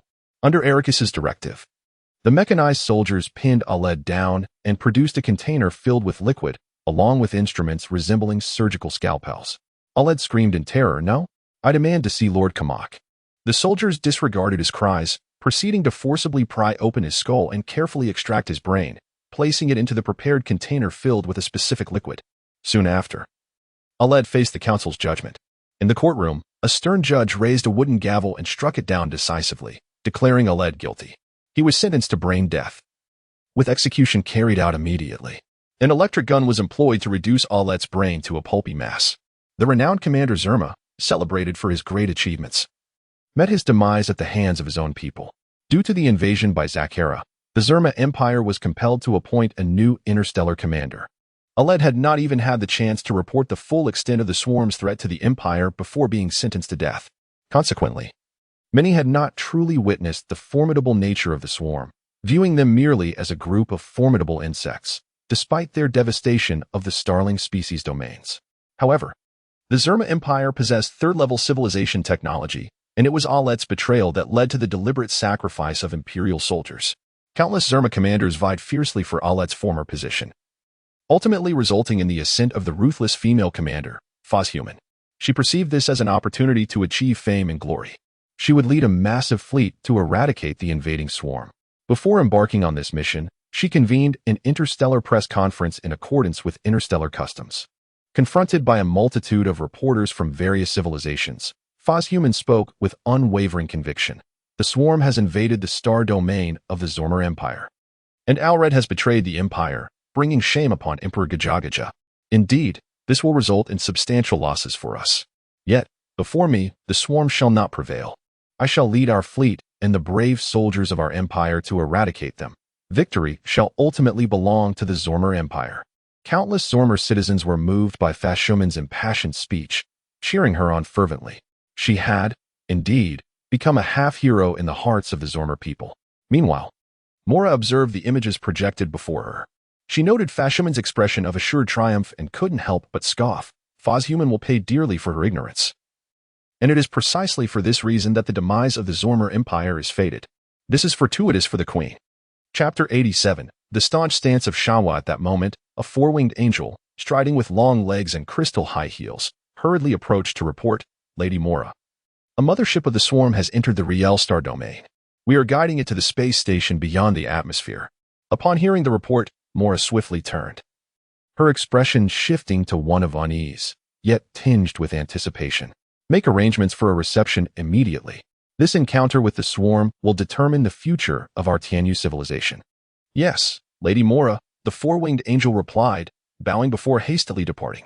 For this meeting with the swarm, Mora had kept the news under wraps, even excluding other members of the alliance. After all, the swarm was currently at odds with numerous civilizations within the Tianyu star system. This was evidently an act of betrayal.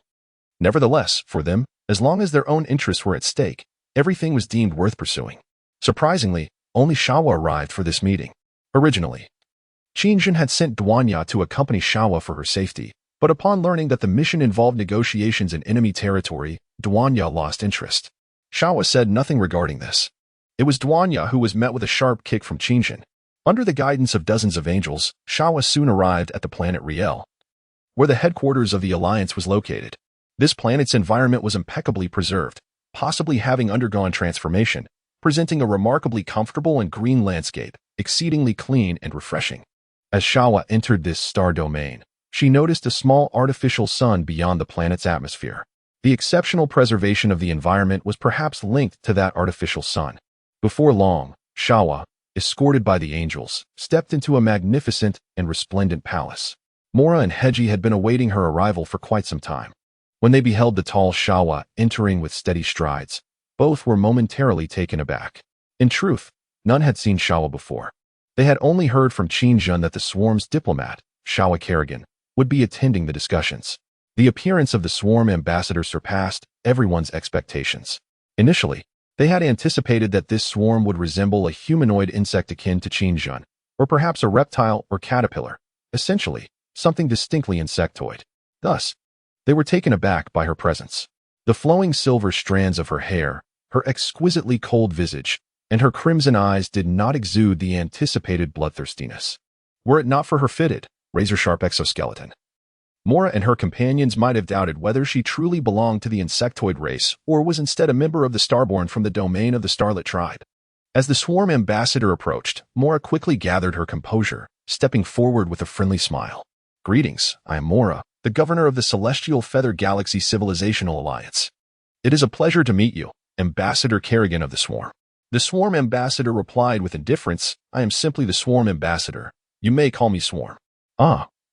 Very well, Lady Swarm. Please, have a seat, Mora said, managing an awkward smile and gesturing invitingly toward a chair. Swarm seemed entirely at ease with the formalities, displaying no signs of discomfort. Since her inception, she had always been with the Swarm, and as a brainbug of the Swarm, one would expect her to be somewhat unaccustomed to such etiquette. Yet, she appeared remarkably natural, as though she had ample experience in such matters. This was likely due to the human genes implanted in her during her creation, a feature that, had it been applied to Zakar, would have resulted in outright heresy and obliteration. Without a hint of hesitation, Swarm seated herself on a sofa, crossing her long legs in a manner reminiscent of royalty.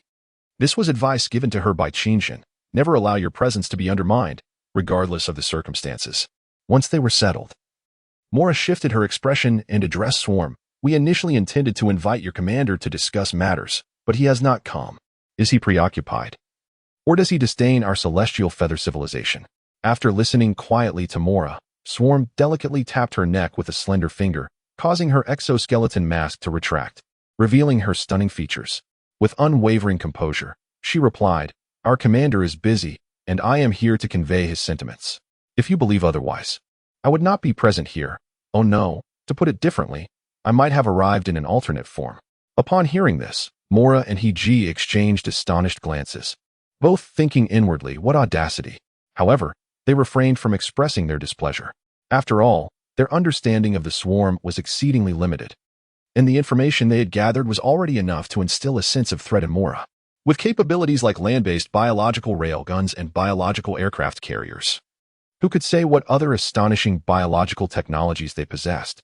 Mora smiled and remarked, Truly, you embody the essence of the Swarm.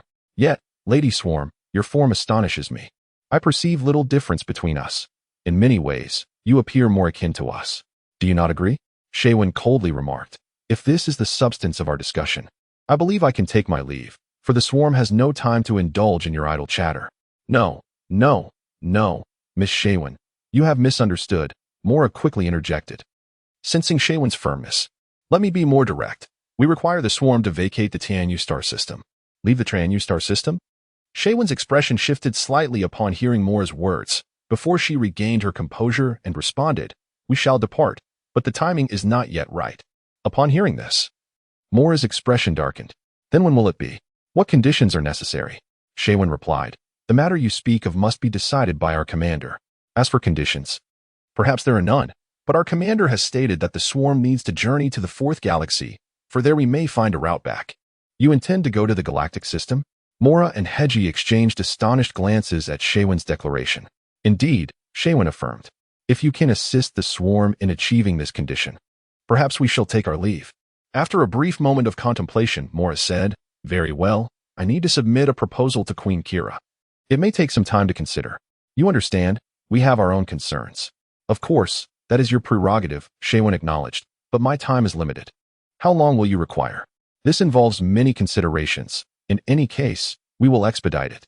Before that, might I request Miss Shaywin to temporarily reside here? Yes.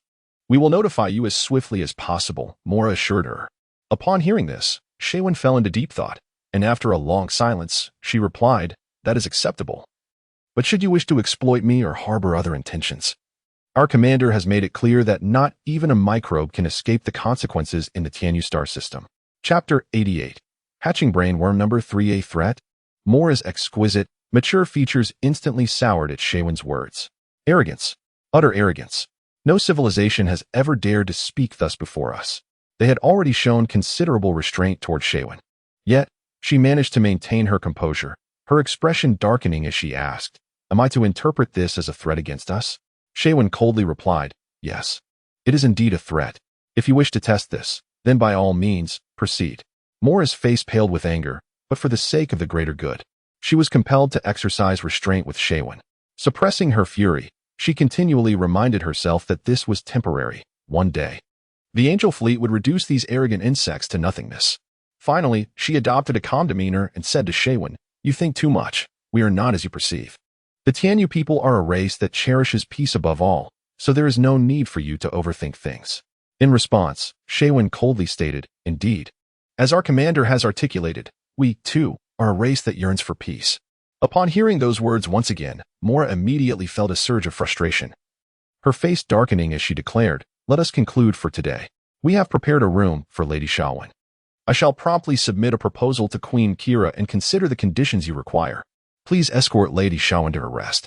Observing Mora's barely contained fury, Shaywin mused to herself how arduous this must be for her. Indeed, the words of the Dominator rang true. The swarm represented the pinnacle of biological existence.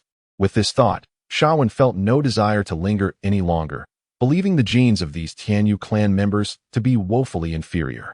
They lacked the courage to express their thoughts, in stark contrast to her own forthrightness. Rising from her seat with grace, she flicked her head slightly, causing her chitinous mask to envelop her mouth at a visible speed.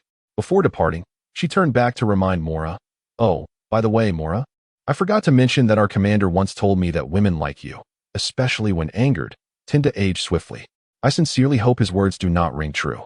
With that, she elegantly exited the palace, leaving several angels in stunned silence.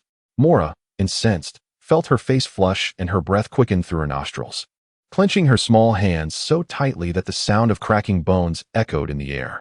After Shaywin had left for a moment, she could no longer contain herself, erupting in impotent rage. Damn it!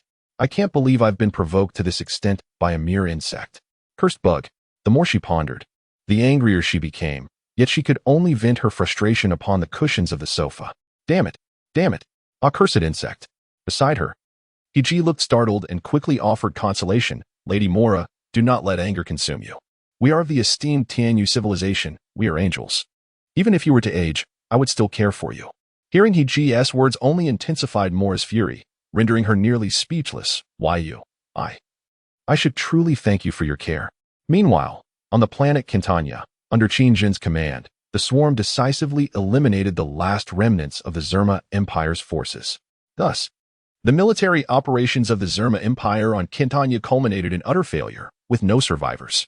At that moment, a notification chimed. Ding. Congratulations, Dominator. The swarm has reached level 9.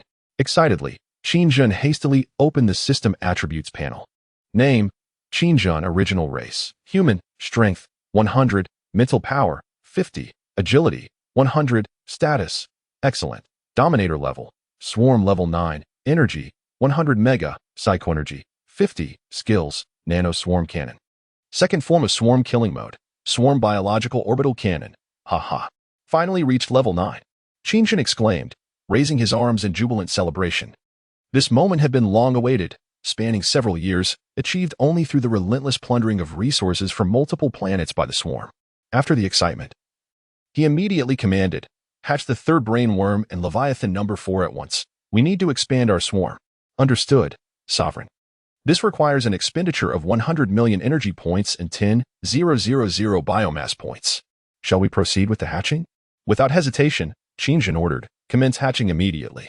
Following a series of operations, a colossal egg formed in the splitting pool of the number 1 mother worm base. This enormous egg bore a striking resemblance to those of the Zakara species. Standing before this massive egg, Qinjin felt an overwhelming sense of joy. Very well. At that moment, he transformed into Wang Yuxing, a triumphant smile playing on his lips as he nodded approvingly. The sovereign is rarely this happy. Let me play a song to celebrate, the system chimed in. Indeed, since emerging from the demon spirit forest, Qinjin had not felt such joy until today. Surprised by the system's remark, he questioned, play a song? Why is the system engaging in activities that are beyond its usual scope, particularly as the swarm's level increased? The system had become increasingly frequent and more human-like in its interactions. Yes, Sovereign. In this moment, what song would you like to hear? The system inquired again. However, aside from the broken tooth, there was no one else around, making this an opportunity to relax. Qinjin fell into contemplation. After a moment of thought, he retracted his insectoid armor, revealing his stern visage. After a prolonged silence, he declared, let us have a Minnan song, Jin Baoyin, and it must be a specific version. Jin Baoyin? A Minnan song? A specific version? Your taste is truly unique, Sovereign. I would have thought you would prefer something more ostentatious, the system remarked. Qinjin's demeanor shifted to displeasure. Enough of your prattling. Will you play it or not? Who is the sovereign here, you or I? The system fell silent. All right, Sovereign. Please enjoy the Min Nan song, Jinbaoyin version. As the system's voice faded, the prelude of the song resonated in Qin Jun's mind. The invigorating melody, a long-lost tune, prompted him to slightly raise his arms, moving in rhythm with the music. Others' lives, framed in gold and silver. My life is not worth much. If others speak, it's golden words and jade phrases. If I were to speak, I would be met with disdain. How unfortunate that I encountered misfortune. I am a fortunate one. I consider them my brothers. The wild birds outside sing for me. In this world, one is not in control of oneself, as the song concluded. Qin Jun remained with his eyes closed, a smile gracing his face as he gazed skyward, seemingly reluctant to let go of the moment. After a brief pause, he slowly opened his eyes, his expression abruptly transforming into one of chilling indifference, instilling a sense of dread. With a mere thought, the insectoid armor cloaked his face once more. All right, it is now time to commence the next phase of our plan. Chapter 89, The Great Turmoil in the Milky Way under Qin Jun's command. The insect swarm on the planet Cantania became increasingly ferocious. Zakara invaded the Zoma star domain and achieved initial success. This time, Zakara had a different strategy. She no longer prioritized attacking planets inhabited by life forms, but rather focused on those rich in crystalline veins and gaseous resources. Shawan was enjoying the privileges of an angelic status. Governor Mora had suffered a complete diplomatic failure, leaving her infuriated and bruised. After a prolonged moment of simmering anger, she finally managed to quell a fraction of her rage. She reported the content of her conversation with Shawan to Kyra. Upon hearing Mora mention that the swarm intended to venture into the galactic system, Kyra was taken aback. Plunging into deep contemplation, Mora reiterated, they claimed that only by reaching the galactic system might they discover a route back. No, we must prevent them. Kyra's expression shifted slightly as a thought struck her, prompting her to add, with the assistance of the Tel race. The galactic system has already birthed its second level 4 civilization. If the swarm ventures there, I fear unforeseen consequences may arise. The shocking revelation caused Mora's complexion to pale drastically. The emergence of a second level 4 civilization. Had they ascended from level 3 directly to level 4 without conflict? How was this achieved? Moreover, 2 tigers cannot coexist on a single mountain. A galaxy cannot simultaneously harbor 2 dominators. One would either engage in direct conflict or depart to seek its own domain. The prospect of 2 level 4 civilizations collaborating in the galactic system was undeniably a severe blow to the invading Tianyu civilization. Kyra, with a troubled visage, remarked, Indeed, Mora, our fleet has suffered heavy losses. The Sao race, with the Tel's assistance, has successfully broken through the technological bottleneck and ascended to level 4 civilization technology. This poses an exceedingly grave threat to us, as we are now faced with the combined might of 2 level 4 civilizations. Furthermore, should we fail, it is highly likely that these 2 civilizations will assimilate our technology, potentially birthing a level 5 civilization. Upon hearing Kyra's words, Mora grasped the gravity of the situation. Should the swarm proceed to the galactic system, conflicts could ensue. However, this hinged upon the intentions of the swarm's commander, Qin Jun. If the aim was merely invasion, it might alleviate some pressure on Tianyu when confronting 2 level 4 civilizations. Yet, Qin Jun had stated that they were only seeking a route back to the second galaxy. The Galactic System Alliance would certainly not welcome another enemy at this critical juncture. Moreover, biological technology was exceedingly difficult to decipher, rendering it virtually inaccessible compared to Tianyu's technology.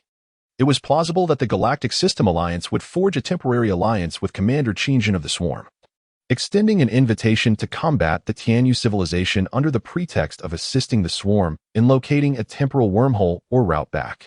Thus, the Swarm might very well pivot to join the ranks against the Tianyu civilization, exacerbating the dire situation for them. Engaging the Swarm in battle? It was utterly inconceivable that the Sao race could elevate their technological level to level 4 in such a short span of time. Despite its instability, it exerted immense pressure on the Tianyu clan. The protracted war, which had lingered for centuries, was on the verge of a monumental shift. The impending failure of the Tianyu civilization's invasion would lead to irretrievable consequences. Contemplating these matters, Mora inhaled sharply. After a moment of reflection, Kayla addressed Mora. At present, we must refrain from engaging the Swarm in battle. We should seek to delay them, and if possible, entice them to join our ranks. Inform their commander, Qin Jun, that should he assist us in securing victory in this galactic war, We would unconditionally aid the swarm in locating a temporal wormhole back to the second galaxy.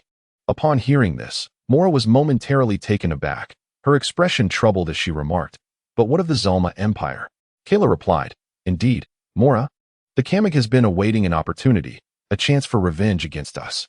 I have never placed my trust in Kamig's words, not even a single punctuation mark. I even suspect he has been secretly plotting something detrimental to us. This is precisely why I instructed you to find a way to undermine their technology. I understand, my queen, but I harbor doubts about the swarm as well. I constantly feel that their commander, Qingjin, utters nothing but lies. Moreover, from my observations of their diplomats, it appears they have little regard for anyone's assistance or invitations." Mora's countenance darkened as she recalled the scornful demeanor of Shamo, her fists clenched tightly in frustration. As a governor of a galactic alliance, she had never endured such indignities. Noticing Mora's distress, Kayla spoke in a calm tone, "Mora, we must prioritize the larger picture. The swarm's audacity surely stems from some confidence. We are in dire need of a formidable ally. This may well be our only option." With that, Kayla severed the connection, leaving Mora standing in a state of bewilderment. Meanwhile, the newly appointed interstellar commander of the Zalma Empire, Fashman, was leading a vast fleet toward planets infected by the swarm. She urgently sought a victory to solidify her position. The swarm, sensing the intentions of this newly appointed commander, began to use several already infected planets as bait, gradually luring Fashman's fleet into her ambush. Prior to this, Sakara had submitted her plan to Qingjin, who, after careful consideration, decided to recall the Leviathan No. 2 from the planet Riel. Based on the information relayed from Shamo, Qingjin believed that the Tianyu clan would not dare to act against her in the immediate future. Thus, the Leviathan No. 2 directly utilized psychic energy to forcibly open a wormhole at the space station above Riel's atmosphere. Before the astonished gaze of countless angels, it vanished from sight. This spectacle incited panic among the angels, who hurried to report the occurrence to Mora. What astonished them was not merely the Leviathan's ability to traverse space, but its blatant disregard for the restrictions imposed by the Tianyu clan's base, departing at any moment and from any place. This would be a formidable capability for spatial translocation. Upon learning this news, Mora was also drenched in cold sweat. If the swarm were to confront the Tianyu tribe, it was likely that the Rayur planet would be the first to face an onslaught.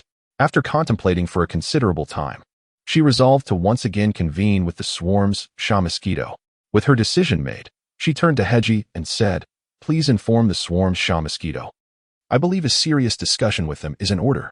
Chapter 90. The nesting insect Lord Qingjin awaited the emergence of the third brain insect while simultaneously launching an assault on the coalition fleet within the Zanish tribe's star domain. At this critical juncture, the appearance of the third brain insect undoubtedly became a pivotal factor in whether the swarm could seize the entire Tianyu star system in one fell swoop. He left the broken tooth and a portion of the swarm to guard the Quintana planet, while he himself commanded the first Leviathan to directly initiate a wormhole, descending upon the skies above the Zana's homeworld. Upon its sudden arrival, the Leviathan was immediately met with an intense barrage of fire. Under this fierce assault, the Leviathan resembled a disturbed hornet's nest. From its colossal form erupted a swarm of spatial dragon clusters, relentlessly pursued by a horde of explosive mosquitoes. In the high altitudes, countless coalition fighters struggled to contend with such a massive formation of flying dragons. Terrifying explosions erupted in the sky, creating an awe-inspiring spectacle. Qingjin emerged from within the Leviathan's body at a leisurely pace. As he manifested, he displayed the grotesquely menacing insect mandibles on his exoskeletal face, emitting a chilling shriek directed at the coalition forces below. He then commanded, "Deploy the swarm." Boom. Boom. The instant Qingjin issued his command, millions of biological drop pods surged towards the surface of the Zana's homeworld. Nevertheless, even under the cover of the spatial dragon clusters and explosive mosquitoes, the coalition forces managed to inflict substantial casualties upon the descending swarm.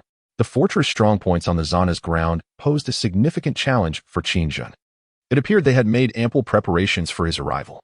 Faced with such formidable fortifications, he was compelled to unleash another powerful aerial unit of the swarm, the nesting insect lord.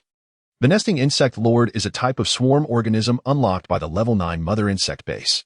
It is a colossal flying creature and one of the swarm's primary aerial forces.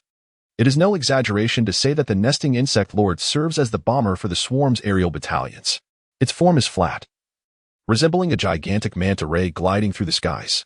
Adorning its back are 2 rows of swollen biological sacs, from which it can expel an organic entity akin to living projectiles.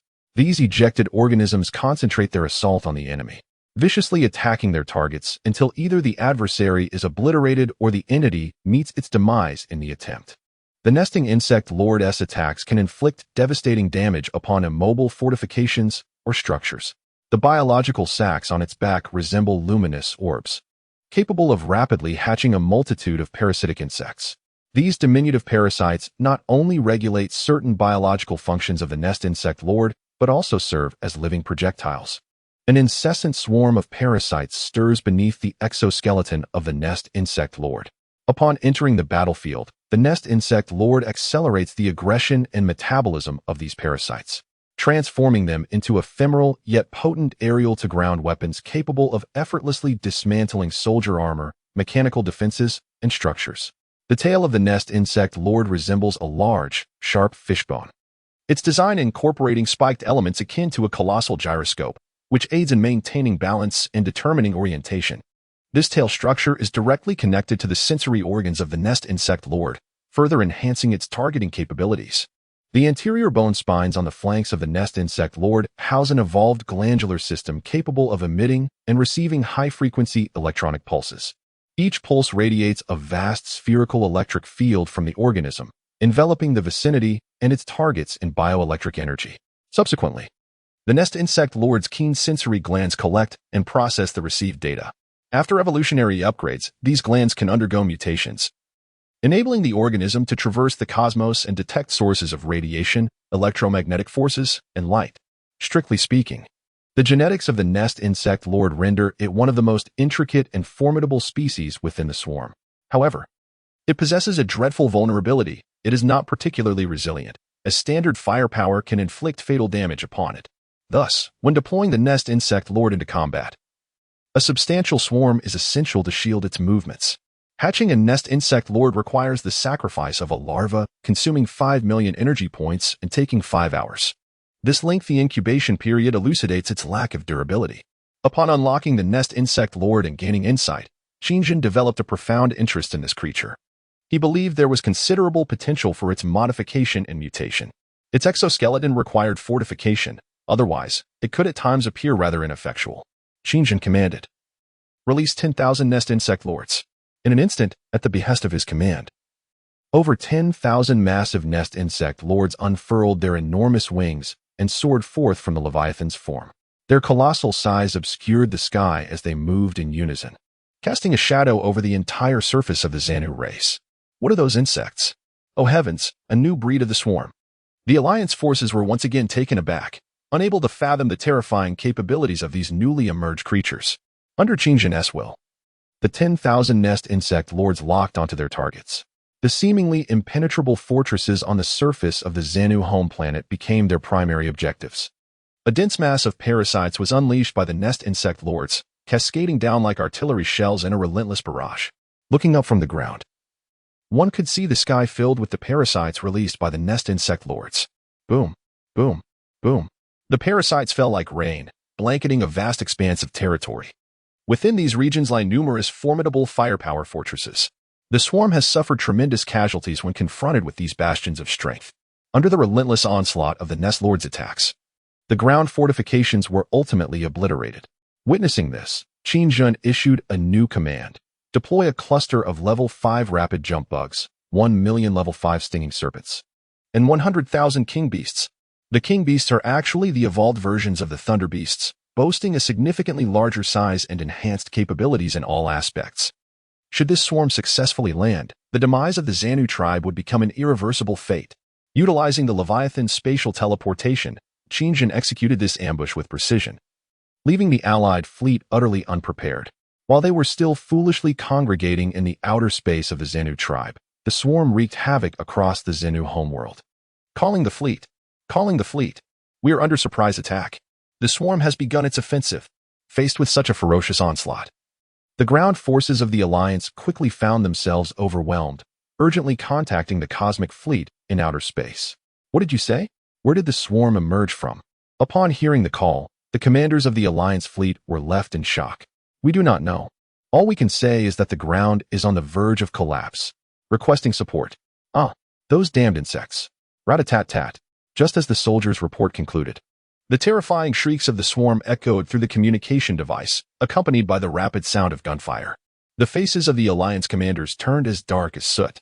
Enraged, they exclaimed, "Damn it! We have been foolishly lying in wait for them here." Chapter 91. The assault on the Xenu homeworld. The Alliance's 100 starships immediately turned around, commencing their defense of the Xenu homeworld. As they approached the outer space of the Xenu homeworld, a brilliant beam of energy shot skyward from the planet. The powerful plasma energy beam pierced through 8 Level 2 civilian starships aligned side by side. Boom, boom, boom. The 8 starships erupted in a series of explosions in the frigid void of space. The Level 9 Bug's plasma energy railgun had not only enhanced its power, range, and accuracy, but also increased the number of shots from 5 to 7. However, after firing 7 shots, it would require an extensive period of rest before the railgun could be utilized again. Damn it, it's a ground-based energy railgun. What the hell kind of monstrous insect possesses such advanced technology? Take evasive action. The Alliance fleet was immediately struck with horror, cursing under their breath. The swarm was becoming increasingly difficult to handle and more terrifying. The intelligence they had received was utterly inconsistent with reality. The protective shields of the Level 2 civilian starships were utterly insufficient against such a powerful attack. Xinjiang, on the other hand, had become formidable. The previous cannons could at most take down an aircraft, but now the plasma railgun could obliterate a starship in the vastness of space. It was nothing short of a miracle in the biological realm, astonishing even the insectoid system itself. At this moment, his physical prowess had become increasingly formidable. Should he channel all his energy into enhancing the swarm's capabilities, the swarm would undoubtedly grow more powerful. However, he solely revered the might of artillery. The insectoid system harbored grave suspicions that Xinjiang was afflicted with a debilitating fear of insufficient firepower, akin to an incurable ailment. Even more astonishing to the system was the fact that this individual was experimenting with energy fusion, aiming to elevate the power of the railgun to an unprecedented level. Aspiring to reach the threshold of an antimatter annihilation cannon. Ideally, he wished to obliterate a star with a single shot, plunging several life-bearing planets into darkness and subsequent extinction. Such a terrifying notion indeed instilled fear, primarily because he perceived that the technological advancements of subsequent civilizations were escalating, rendering warfare increasingly arduous. Should the swarm fail to evolve, he feared he might never escape the Tianyu star system. His thoughts were particularly directed towards the home planet of the Tianyu race and the Angel Fleet, specifically the vessel known as the Angel of Death. Although it was currently challenging to destroy the protective shields of a third-tier civilization starship with a single strike, the task was considerably simpler against second-tier vessels. The majority of the Xenu race's territory had already succumbed to the swarm's conquest. Xinjiang, fused with the burrowing demon, commanded a colossal swarm railgun, surrounded on all sides by a formidable barrier of insects. At this moment, even a microorganism would find it impossible to approach him. Furthermore, the periphery was teeming with dense clusters of spore cannons, giving the scene a somewhat deranged appearance. With a thunderous boom, the plasma energy rail gun trembled the ground around it, sending clouds of dust swirling. Xinjiang unleashed a second assault, which shot forth with alarming speed, despite the Alliance fleet's efforts to evade. The interval between attacks was perilously brief. 3 starships had yet to adjust their course before being annihilated by the second railgun strike. The commander of the Alliance fleet was taken aback. The interval between attacks was less than a minute. Such overwhelming power, coupled with such a short cooldown period, did this railgun require no recharging? We must mobilize landing troops. The commander resolved to rely on the landing forces to disembark and destroy the swarm's formidable weaponry. The energy railgun posed an immense threat to their fleet in outer space. Soon, countless transport ships of the Alliance began to descend to the surface under the cover of fighter jets and starship firepower. As the transports breached the atmosphere, they were met with a barrage from the spore cannons. Xinjiang had undoubtedly prepared for this. Everything was under his control. Numerous spatial dragons surged forth from the atmosphere, engaging the Alliance fleet in outer space and initiating a barrage of interference. The emergence of the spatial dragons prompted the activation of the laser point defense systems aboard the Alliance starships. However, this diversion left them unable to protect the landing transports. Moreover, swarms of explosive mosquitoes began to materialize in outer space, resulting in the concentrated destruction of several massive transport ships. The transports carrying the Alliance landing forces also faced dire consequences simultaneously. The Vessel 85 had scarcely touched down before being obliterated by the swarm's spore cannons. The battle for the homeworld of the Xanu race will determine the sovereignty of the Xanu star region. The Alliance has already lost the star region of the star establishment. And if it were to lose the Xanu star region as well, the entirety of the Celestial Feather Star System Civilization Alliance would surely face dire consequences. The fierce conflict has persisted for over a month, during which the Alliance has deployed fleets for support, though their outcomes have been dismal. Ultimately, witnessing the heavy casualties, the Celestial Feather Star System Alliance was compelled to relinquish the Xanu homeworld. At this moment, Qin Jun was utterly exhausted. The swarm had also paid a significant price. In terms of casualties, they had lost no less than hundreds of trillions of various insect units during this war. On the Xanu homeworld, the swarm is currently scouring for remnants of the Alliance forces to eliminate. Although Qin Jun's demeanor appeared unchanged, he was, in truth, far more weakened than before. Over the past month, he had unleashed over 30 plasma energy railgun strikes. This form of attack, which depleted his own vitality, had equally dreadful aftereffects. In his pursuit to seize the entire Xanu star region and subsequently confront the Zalma Empire, he had no choice but to resort to such measures. At this moment, Qin Jun stood atop a massive ruin, his cold, large eyes surveying everything around him. The swarm moved in an orderly fashion nearby. He understood that, despite the challenges ahead and the potential for prolonged struggle, he would never abandon his quest for vengeance in the Milky Way. Each victory reminded him of past grievances. He also recognized that the only blame lay with the Blue Star for its inherent weakness. Thus, he vowed to become the strongest, the most fearsome force. Everything he had lost, he swore to reclaim at an exorbitant cost to his enemies, even if it meant annihilating the entire universe in the process. He would not concern himself with any notion of a swarm mission or the guidance of Sarah, the Queen of the Zerg. The Blue Star was doomed. No one would escape unscathed, and no one would survive unscathed. Reflecting on this, Qin Jun clenched his fists tightly and raised his gaze to the cosmos, coldly declaring that not a single one would be allowed to live. At that moment, Shawan suddenly established a mental connection with Qin Jun. "Greetings, Sovereign. May I inquire if you are available?" she asked. Qin Jun was taken aback and then darkened his expression, responding, "Yes, I am present. But what is the meaning of this gentle yet polite tone of yours?" Perhaps sensing his anger, Shawan hesitated for a long moment before replying, "Sovereign, the governor of the Celestial Feather Race wishes to connect with you." Hearing the increasing softness in her voice, Qin Jun exploded in fury, exclaiming, "What the hell? What have those women done to you?" Chapter 92. Do you think I'm foolish? Shawan dared not utter a word. Qin Jun suppressed his rage and commanded, "Have that MO something, or whatever the governor's name is, come speak with me." In the palace on Rule Star, Shawan, MO La, Hiji, and several four-winged beings were seated on the sofa. At this moment, Shawan had even changed her attire. Indeed, she was donned in a lovely white dress. She now indeed bears a striking resemblance to the human race. During this time, Mora has employed the nurturing methods of an older sister towards Shamo. Initially, Shamo was resistant. Yet due to the human genes coursing through her veins, she ultimately found herself joyfully frolicking with the angels. This filled Mora with a sense of self-satisfaction, suggesting that the swarm is not as devoid of sentiment as they had presumed. There exists an emotional facet within them. Consequently, this significantly enhances the likelihood of persuading the swarm commander, Qin Jun. At this moment, a four-winged angel approached Mora, her expression grave. It seemed she had something of great importance to report, but her hesitations and furtive glances at Shamo led Mora to deduce that it pertained to the insect race.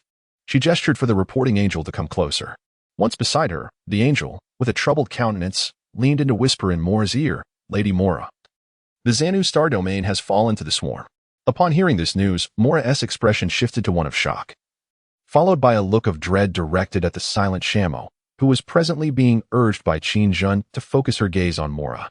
After a moment, Shamo lifted her head and stated, "Our chief commander has consented to converse with you." As her words echoed, beams of white light emanated from Shamo's eyes, projecting Qin Jun's figure into the air before them. Upon his arrival, Qin Jun's formidable gaze fixated on Mora, his tone laced with fury as he articulated, "What have you done to our diplomat, the one you refer to as Mora?"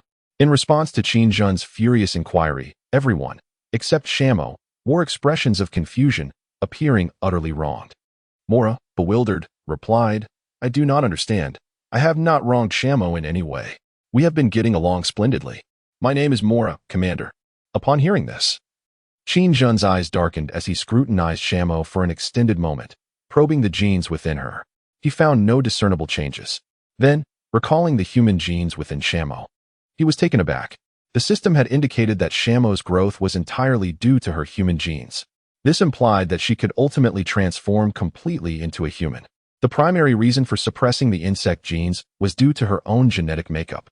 Realizing this, Qin Jun, exasperated, rubbed his forehead and let out a deep sigh. Observing Qin Jun's expression of resignation, Mora and the others exchanged puzzled glances, failing to comprehend the situation. Qin Jun, in a chilling tone, addressed Mora, "Speak, Governor. What is it you wish to discuss with me?" Responding to Qin Jun's inquiry, Mora regained her composure and stated, "Yes, Commander. Our Tianyu clan wishes to form an alliance with the insect race."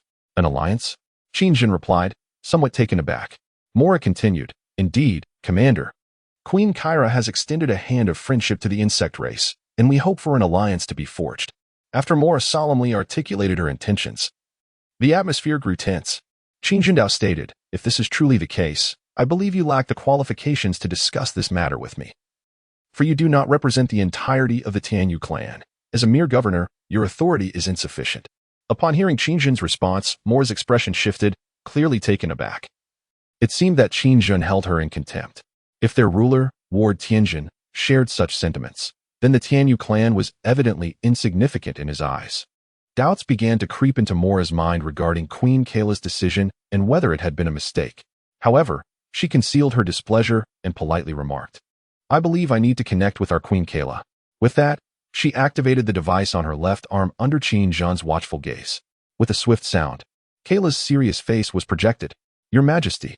Upon Kayla's appearance, several angels, including Mora, immediately knelt before her. Although this was merely a projection of Kayla, her usual solemn demeanor faltered momentarily when she saw the projected image of Qin Jun. After a brief pause, she regained her composure and asked, "I trust Mora has already discussed matters with you. What are your thoughts?"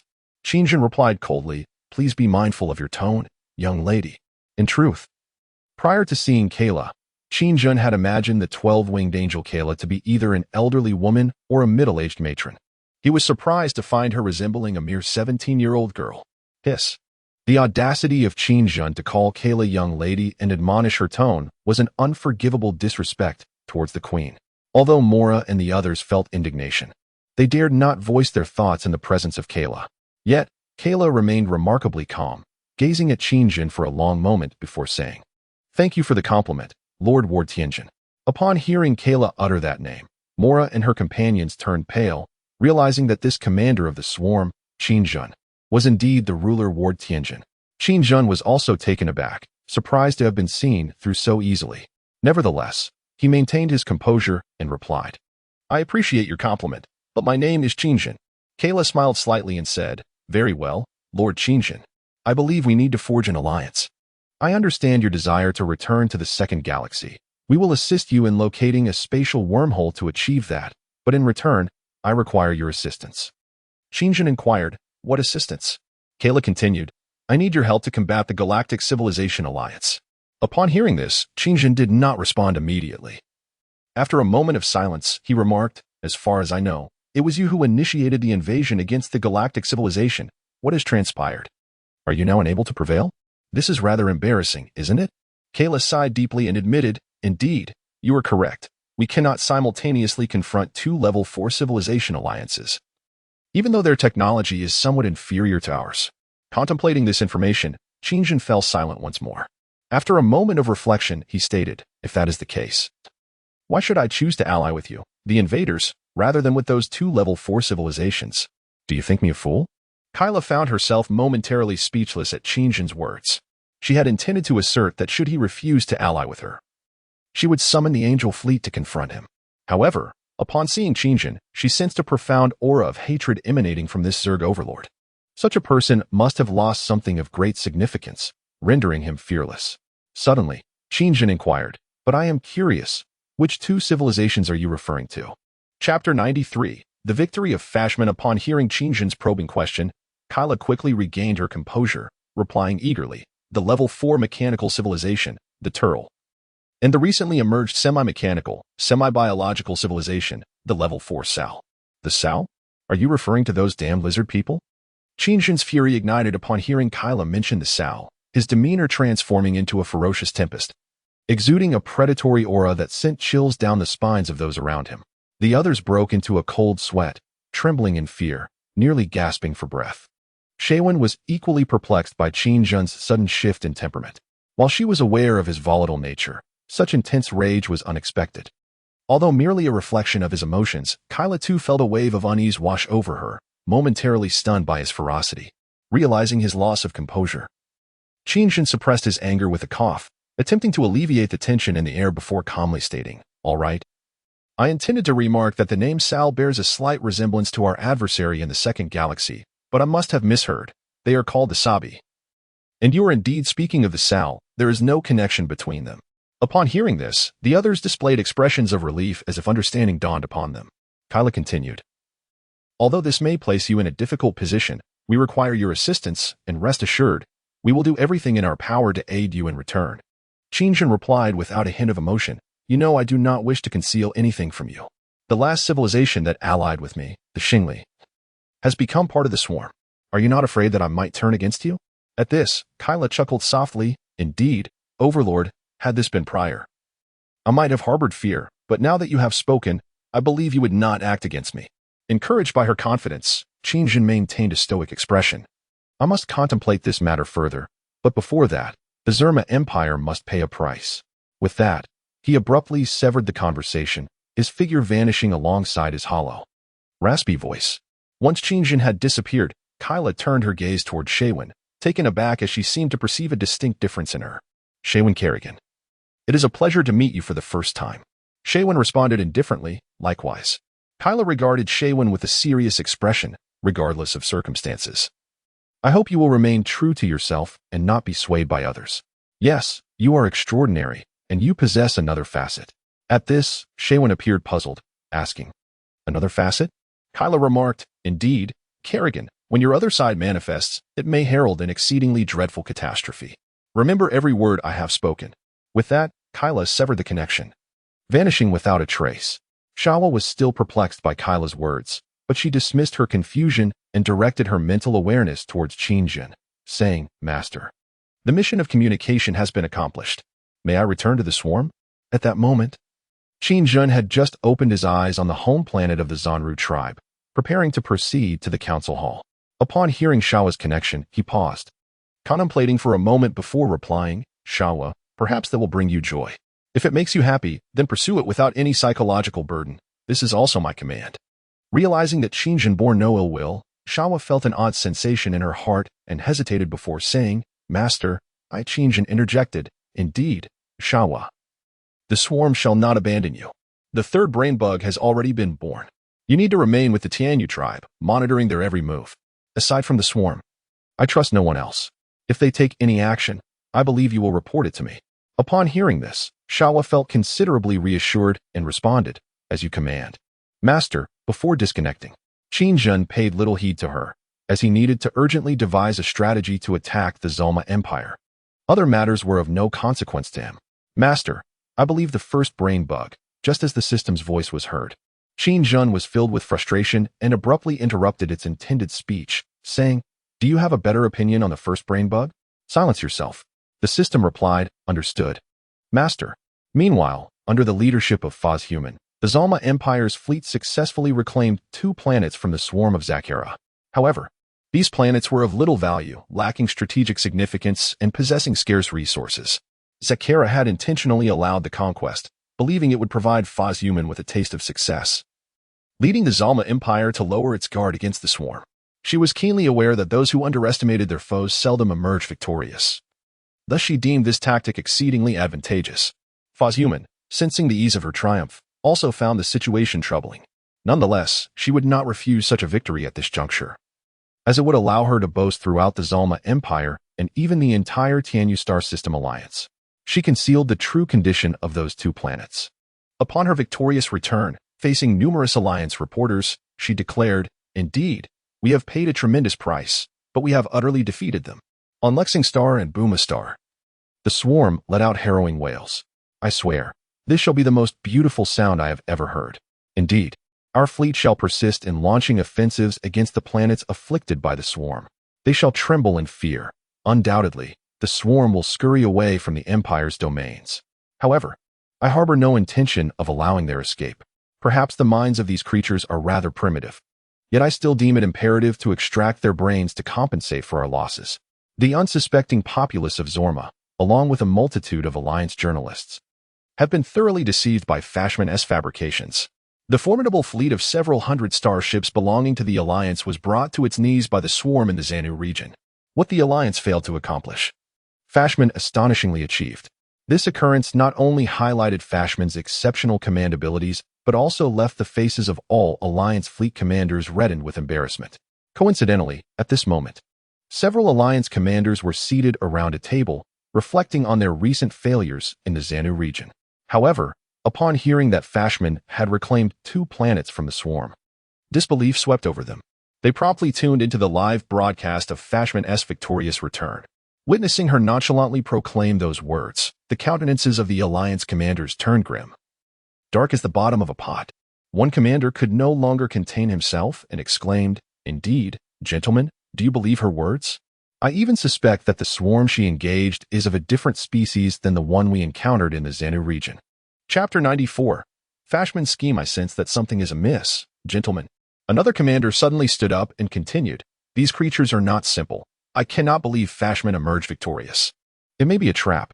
Why are the swarms in the Xanu region so formidable, possessing the power to resist our entire alliance? I now begin to suspect that Aled's death was a conspiracy." Upon hearing the unkempt commander's remarks, the remaining commanders fell into deep contemplation. "I concur with your perspective, my friend. Perhaps there lies an unspeakable secret within. Yet before that, we require a victory, or the Alliance fleet shall be left in disgrace," one commander thoughtfully articulated. After thorough analysis, they finalized a battle plan. The Alliance fleet would rally once more, given that the Xanu region had already succumbed to the swarm, and they were well aware that the swarm commander, Qinjun, resided on one of the Xenu planets, perhaps even on the Xanu homeworld. Yet the swarm invading the Zorma Empire appeared less formidable.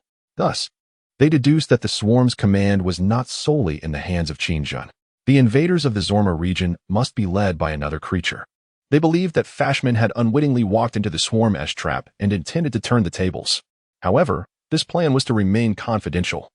The Alliance refrained from informing Kamika and Fashman. The Emperor of Zorma received the victorious Fashman. "Your Majesty, the swarm is not easily dealt with. They are laying a trap for me," Fashman stated gravely, unexpectedly addressing Kamika. The supreme ruler of the Zalma Empire, in a strict sense, is reduced to merely a brain. His mind is suspended in a vessel filled with a liquid, connected to countless tubes and neural lines. Ah, indeed, Fazhuman, Ald has been assassinated by the Council, and the Tianyu tribe is deploying the power of the swarm against us. Consequently, I deduce that their situation in the galaxy remains uncertain, which may present us with a significant opportunity. The vessel emits the voice of Gamaga through a playback device, the tone sounding somewhat aged, more reminiscent of Victor's voice. Fazhuman darkly states, "Yes, Emperor, we have lost Ald. Arcos is a disgrace to the Empire. He has become a lackey of the Tianyu tribe, and I shall ensure he pays for it." Gamaga responds, "We must establish contact with the commander of the swarm." Mora mentioned a creature named Qinjun. "Perhaps we can locate him and inform him of the Tianyu tribe's conspiracy." Upon hearing this, Fashman's expression darkens. She replies, "Emperor, it is possible they have already been secretly communicating with the swarm. In their quest for dominance, they would not hesitate to employ the swarm against us." The Xingli tribe is a prime example. Gamaga falls silent at Fashman's words, and after a moment, he inquires, "Do you have any plans?" Fashman's countenance becomes grave. "Yes, Emperor. Chaos may work in our favor. The enemies of the swarm are not solely us. The Alliance fleet will not swallow their pride. Having just suffered a defeat in the Xanu tribe's star domain, we can leverage their efforts to hinder the swarm's invasion, seizing resources in the process. It is time, Emperor." After contemplating Fashman's strategy, Gamaga remains silent. He understands that Fazhuman is a ruthless character. A woman in her position must possess extraordinary qualities. After a lengthy pause, Gamaga declares, "Then let it be done, Fazhuman. Make every effort to contact the swarm commander, Qinjun, His emergence has irrevocably altered the dynamics of the Tianyu star system. But exercise utmost caution. We have already lost Ald, and we cannot allow the Tianyu tribe to perceive your plans. In response, Fozhuman bows before Gamaga's brain, saying, "Yes, Emperor. I shall." Fozhuman then departed from Gamaga's laboratory and summoned all commanders of the fleet. She proclaimed, "All right, commanders of the Empire, we have received the Emperor's affirmation. We must stop at nothing to eradicate the swarm." Upon concluding her orders, she instructed several starships to form a fleet and proceed to reclaim planets infected by the swarm. The Alliance quietly assembled a vast fleet, entering the Zulma Empire's territory without notifying them. However, their movements were swiftly acquired by Fozhuman. Soon, Fozhuman feigned ignorance and led one fleet directly into the encirclement of Zakera. The battlefield this time was a planet rich in vast crystalline mineral resources, Jelinison. Zakera aimed to deliver a decisive blow to Fozhuman's fleet on this planet.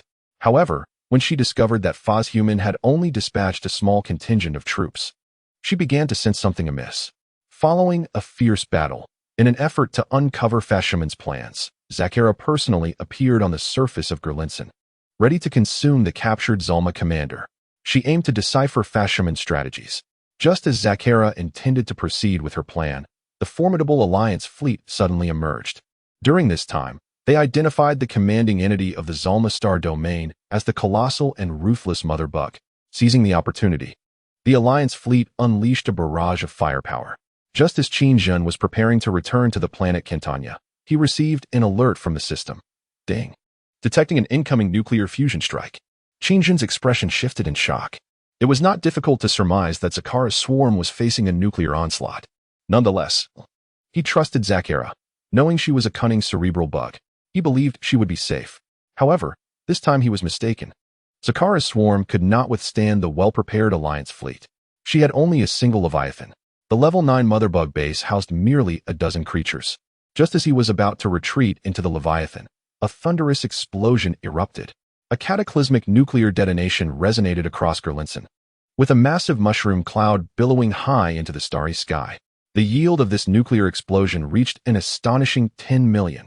An inexplicable wave of damage suddenly assailed Qingjun's being. He coughed up a mouthful of blood, his insectoid visage receding, his pallor betraying his alarm. Had Zakera perished? Panic surged within him. He hastily reached out with his mental awareness to contact Zakera. After a moment, she responded. Qingjun let out a sigh of relief. Though her voice was frail, Zakera lamented, "Master, I miscalculated. My body has been destroyed, and the swarm on Gerlinson has suffered devastating losses." Qingjun replied darkly, "Zakera, as long as you survive, nothing else matters. In the meantime, I need you to hide well. I shall come swiftly." Chapter 95, I Cockerel Fortunately. Zakera possessed the unique ability of cerebral bugs, physical rebirth. Otherwise, the consequences would have been dire. Zakera responded, "As you command, Master." The swarm on Gerlinson endured relentless bombardment from the Alliance fleet. All their wrath was unleashed upon the planet. Following the intense shelling, the Alliance's Interstellar Marine Corps began their landing operations. This time, the Alliance achieved a significant victory against the swarm for the first time, a triumph that felt akin to vengeance. They employed various methods to capture an array of bugs for research purposes, particularly the explosive flying serpents, the giant laser scorpions, and the spore cannon bugs. These particular types of swarm units inflicted terrifying casualties upon the Alliance forces. Regrettably, upon thorough investigation, they discovered that these creatures were merely bugs after all. Their exoskeletons varied. Some were exceptionally hard, impervious even to lasers for a brief period. The laser cannon mounted at the tail of the laser scorpion bears a striking resemblance to a certain technology of the stellar race. Furthermore, the genetic makeup of these creatures appears to be encrypted, rendering any attempts to glean insights from their DNA utterly futile. Research has yielded no progress. Even the most mindless of the swarm, the rapid jumpers, remain an enigma to the Alliance. However, there is a silver lining. This has deepened the Alliance's terror towards the swarm. It has become painfully evident that the swarm operates on an entirely different echelon. The conclusion drawn is nothing short of alarming. Strictly speaking, only the swarm commanders can be regarded as the true embodiment of the insect race. The swarm itself is merely a byproduct of some biological technology. To put it simply, the Alliance is facing merely 2 or 3 of these insectoid entities. What if there are more? How terrifying would the swarm's numbers be? Are there perhaps soldier types the Alliance has yet to encounter? They're engulfed in confusion. This war may either stretch into eternity or culminate in the complete annihilation of the entire Tianyu star system by the swarm. Contemplating this, the Alliance promptly relayed their intelligence to Mora. The Supreme Commander of the Alliance fleet, Ikakarol, stated, "Honorable Governor, I believe it is imperative that I convey some information we have obtained regarding the swarm. They are truly fearsome, and if not promptly halted, the entire star system will fall to them." Mora responded, "Indeed, Carol, I concur with your assessment. I have summoned the Angel fleet. They are en route back." Upon hearing this, Carol furrowed his brow and pondered for a moment before replying. "I must express my concern regarding the sluggishness of your actions. It breeds suspicion. I hold no disrespect towards the Queen. Rather, I mean to say that the Tianyu star system comprises her subjects, and if this continues, we may not have the luxury of waiting for the Angel fleet." After hearing Carol's remarks, Mora replied, "I fail to comprehend. Carol, do you suspect that we are turning a blind eye to the actions of the swarm?" In response to Mora's inquiry, Carol shed his customary deference and declared, "The swarm rampages through the Xanu race domain, and the six-winged angel Heji has been reassigned. Your actions compel us to question your intentions. During this period, you have also failed to adhere to your initial promises, disregarding the fall of six-winged angel Helling. This is uncharacteristic of you, and I must say, if this is indeed the case, the Alliance will withdraw from your conflict." Upon hearing this, Mora's expression darkened as she replied, "Carol, you are astute. However, I must assert that I will do all in my power to prevent the swarm's further expansion within the Tianyu star system. Withdraw, Carol. You need not incur unnecessary casualties in the forthcoming conflict." Hearing Mora's words, Carol seemed to grasp something, reflecting for a long while before reluctantly stating, "Very well, Governor. I hope the swarm can be contained within the Zerma Empire's domain, but I fear you may be unable to stop it, for we have detected the ambitions of that creature." After uttering this, Carol severed the connection. He had lost faith in the Tianyu race. From this conversation, it became apparent to Carol that they were struggling for their own survival. This heralded a catastrophic disaster for the star system. Simultaneously, enraged, Qin Jun abandoned the notion of returning to the planet Quintana and instead summoned the newly hatched Leviathan number 4 to his side, this time accompanied by 3 Leviathans. He traversed several spatial jumps and ultimately arrived at the planet Jirenlison. However, by the time he reached his destination, the Alliance fleet had long since made their escape. Qin Jun strode confidently across the surface of Jirenlison. Meanwhile, Zakera had successfully crafted an identical body anew. Fortunately, Qin Jun had previously advised her to ensure that at least one worker or queen base remained deeply buried underground at all times. As a precaution, Zakera emerged to greet him, stating, "I underestimated Fashuman's capabilities. That Zurma woman possesses a wisdom that exceeded my expectations, and I fell into her ambush." Even now, Zakera continued to believe that Fashuman's fleet was behind the entire ordeal, a sentiment that Qin Jun shared. He reassured her, saying, "It's all right, Zakera. This is not your fault. Our adversaries are formidable, and this incident serves as a warning for us." Seeing that Qin Jun did not blame her for her failure, Zakera replied, "As you command, Sovereign." The losses they endured were indeed substantial. The swarm had suffered the demise of over hundreds of billions of insects and lost thousands of queen bases, including several painstakingly upgraded level 9 queens that had required vast resources. Fortunately, both Zakera and her mothership, Leviathan number 3, had managed to escape unscathed. Qin Jun had a profound understanding of the Zerma Empire's military might. Had he not been personally present on Quintana, the outcome could have been disastrous.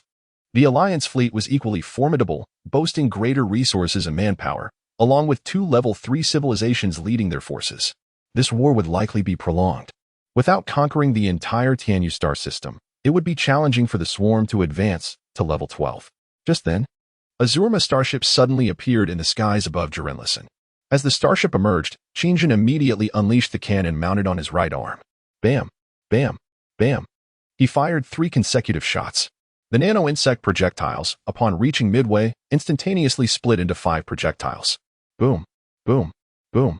The nano-insect shell struck the starship's protective shield, causing a violent explosion. However, it failed to budge the vessel in the slightest. Qin Jun's eyes narrowed. And just as he prepared to issue an attack order to the Leviathans, a woman's voice resonated.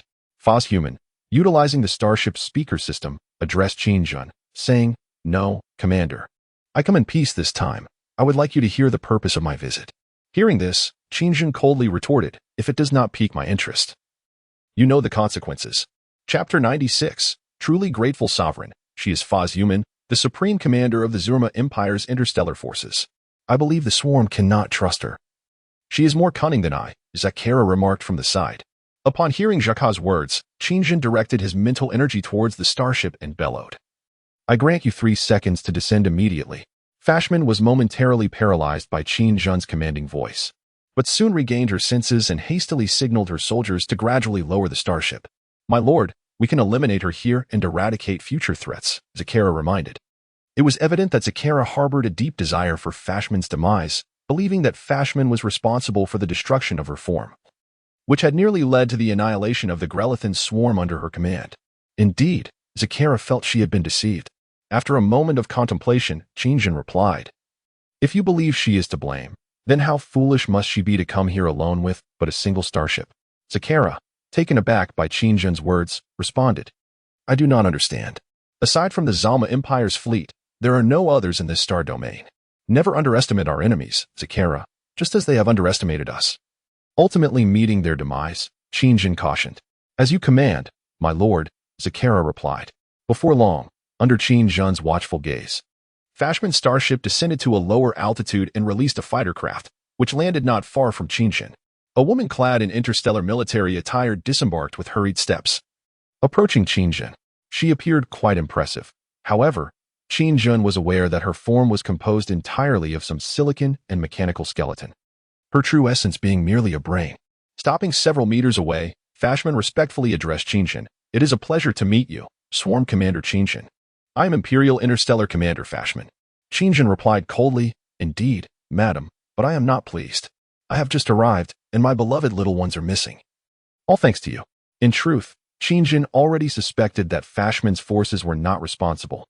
Had they been, she would not have appeared at this moment. Upon hearing his words, Fashman hastily remarked, "I must clarify that it was not my subordinates. They have already been annihilated by your forces. But I know who is to blame." "Who?" Qingjun inquired. "The Alliance fleet, Icockerall," Fashman revealed. "Icockerall?" Qingjun pondered, recognizing the name. He was aware that during the conflict with the Alliance, the swarm had acquired the names of all their commanders. "Yes, Commander. They launched a surprise attack on Grelithans. And I believe this represents a significant loss for you," Fashman continued. Qingjun had not anticipated this.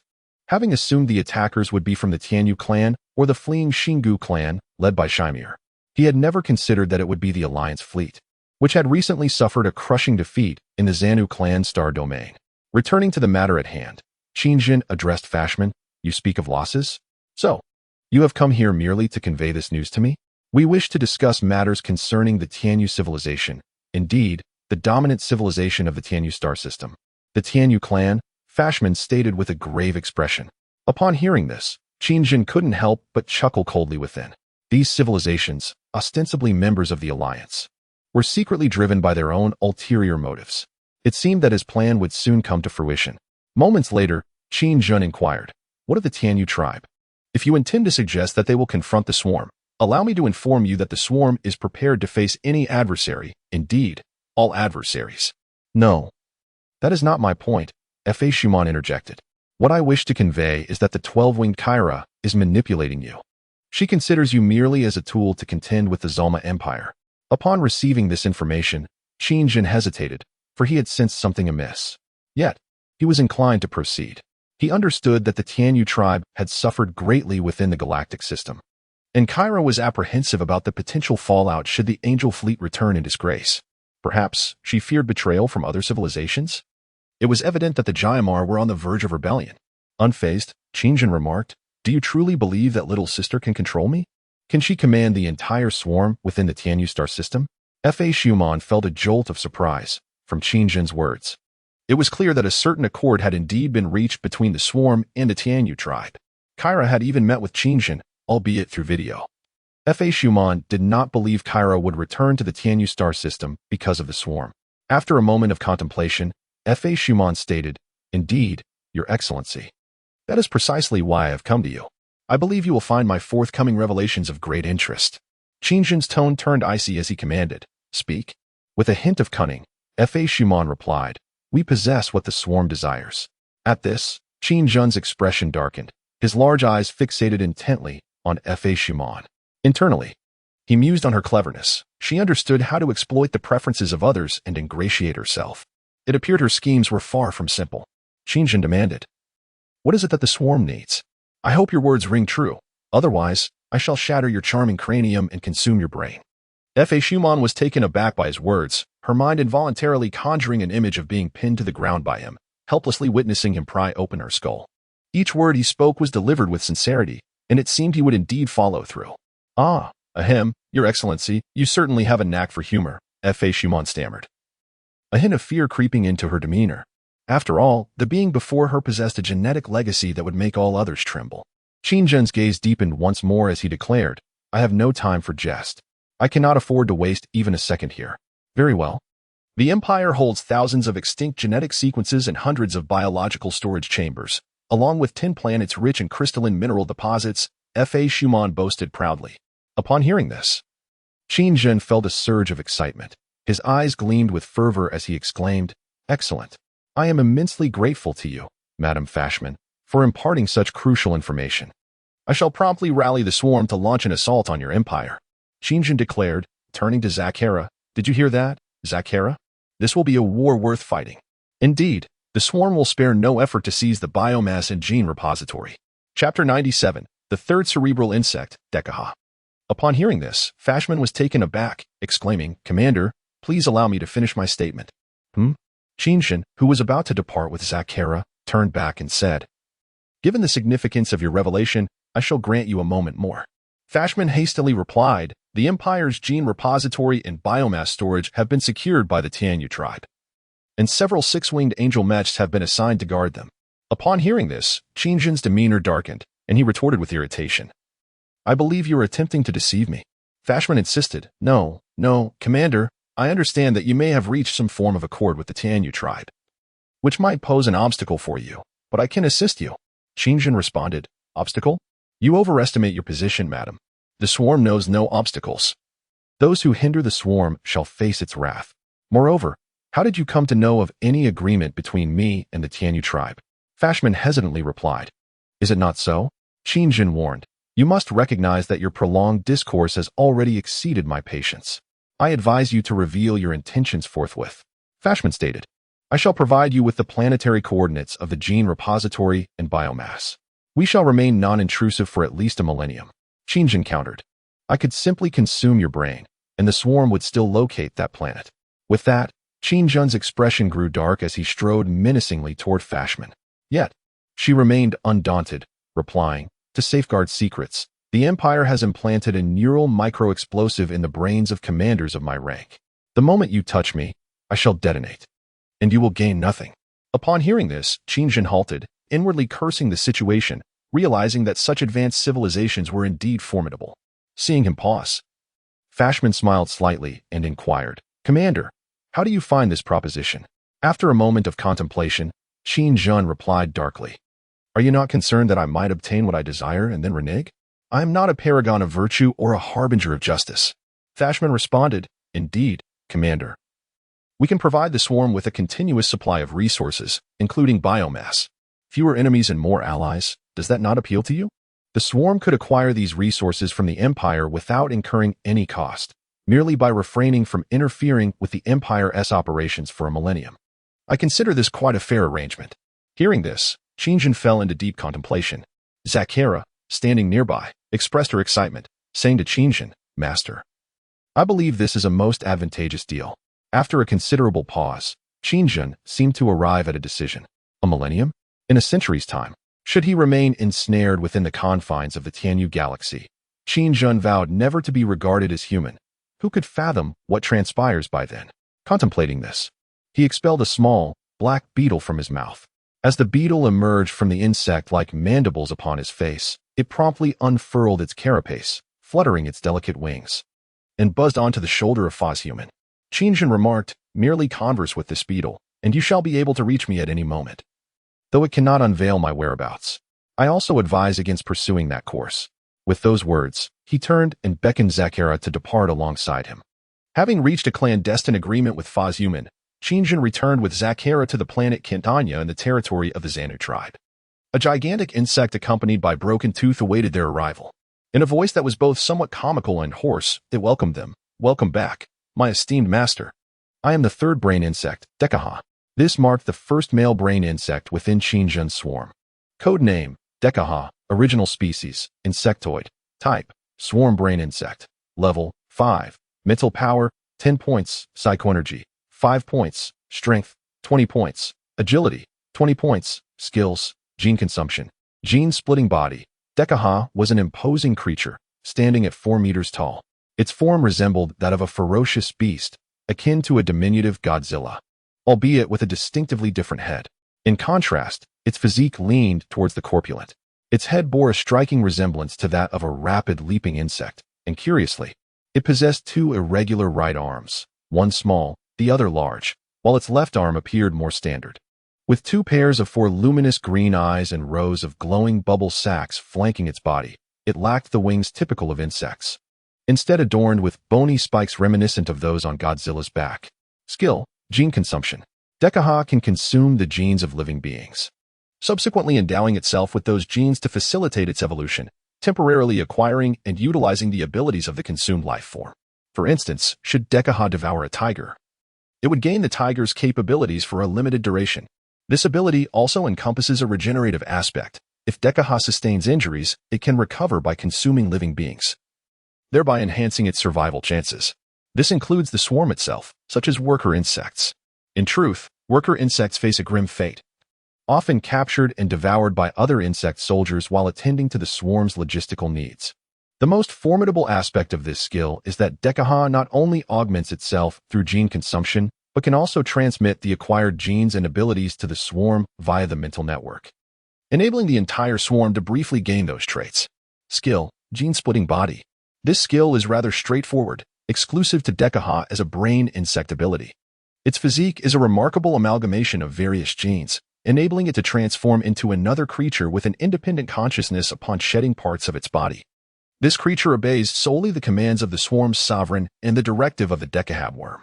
The split entities of Dekahab possess reconnaissance abilities, adept at precisely detecting any object or life form equipped with cloaking capabilities.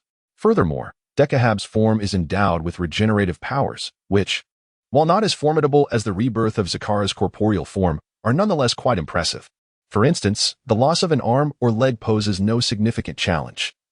Under optimal conditions, it can regrow almost instantaneously. Even in less favorable circumstances, it can achieve regeneration by consuming living beings. However, the third brain worm exhibits a certain naivete, harboring an affinity for the essence of life, which pertains to higher quality biological matter. Qingjun gazed at Dekahab before him, nodding in satisfaction. It appeared that Dekahab had formed a decent rapport with Broken Fong, seemingly unfazed by Broken Fong's peculiarities. Just then, Broken Fong abruptly spoke. "Click-click. Sovereign, you have finally returned. This fellow has devoured numerous worker worms and even engaged me in combat." Qingjun. Chapter 98. The situation stabilizes upon hearing this. Qingjun was rendered speechless. He lamented, "This is utterly futile. I had thought they could play together harmoniously." He then directed his gaze towards the bewildered Dekahab, demanding, "I wish to hear you explain this matter in your own words." Dekahab sheepishly replied, "Sovereign, I detected the essence of life on them, and I require more of it." Qingjun responded, "There will be opportunities for you to acquire ample life essence. But before that, should you dare to harm Broken Fong or any other swarm, I shall not intervene if it devours you." With that, Qingjun strode away. Upon hearing this, Dekahab appeared startled, its 4 adorable little eyes darting toward Broken Fong. Shivering slightly, it obediently responded, "As you command, Sovereign." Meanwhile, Zakara stirred its densely packed forelimbs and addressed Dekahab, "Welcome, my formidable companion. With your assistance and that of the Sovereign, our swarm shall become even more powerful." To this, Broken Fong replied with displeasure, "Click-click. And what about me?" "You foolish worm," Zakara retorted. "Oh indeed, do you find it noisy, Dekahab, because there is a little dog that bites indiscriminately within the swarm?" Broken Fong shot a glare upward. "Click-click. Foolish creature." With that, it resolved to disregard the 2 worms, leisurely pursuing the imposing figure of Qingjun as he departed. Zakara and Dekahab exchanged bewildered glances, their large eyes meeting in mutual astonishment. Dekahab remarked, "That jumping worm possesses unparalleled life essence, which I greatly desire. Yet I cannot defeat it." At that moment, Qingjin had left Broken Fong behind to guard the yet-to-be-born Dekahab in case of unforeseen circumstances, as he proceeded to assault the home planet of the Xanu tribe. Later, upon the emergence of Dekaha, he immediately noticed the broken tooth lingering by the division pool, staring blankly back at him. To his astonishment, Dekaha discovered that within Broken Tooth resided an unparalleled essence of life. Consequently, he extended a claw towards Broken Tooth, only to be met with a fierce assault. Severely injured by Broken Tooth's retaliation, Dekaha shifted his gaze towards the swarms of worker insects on the planet Kentanya.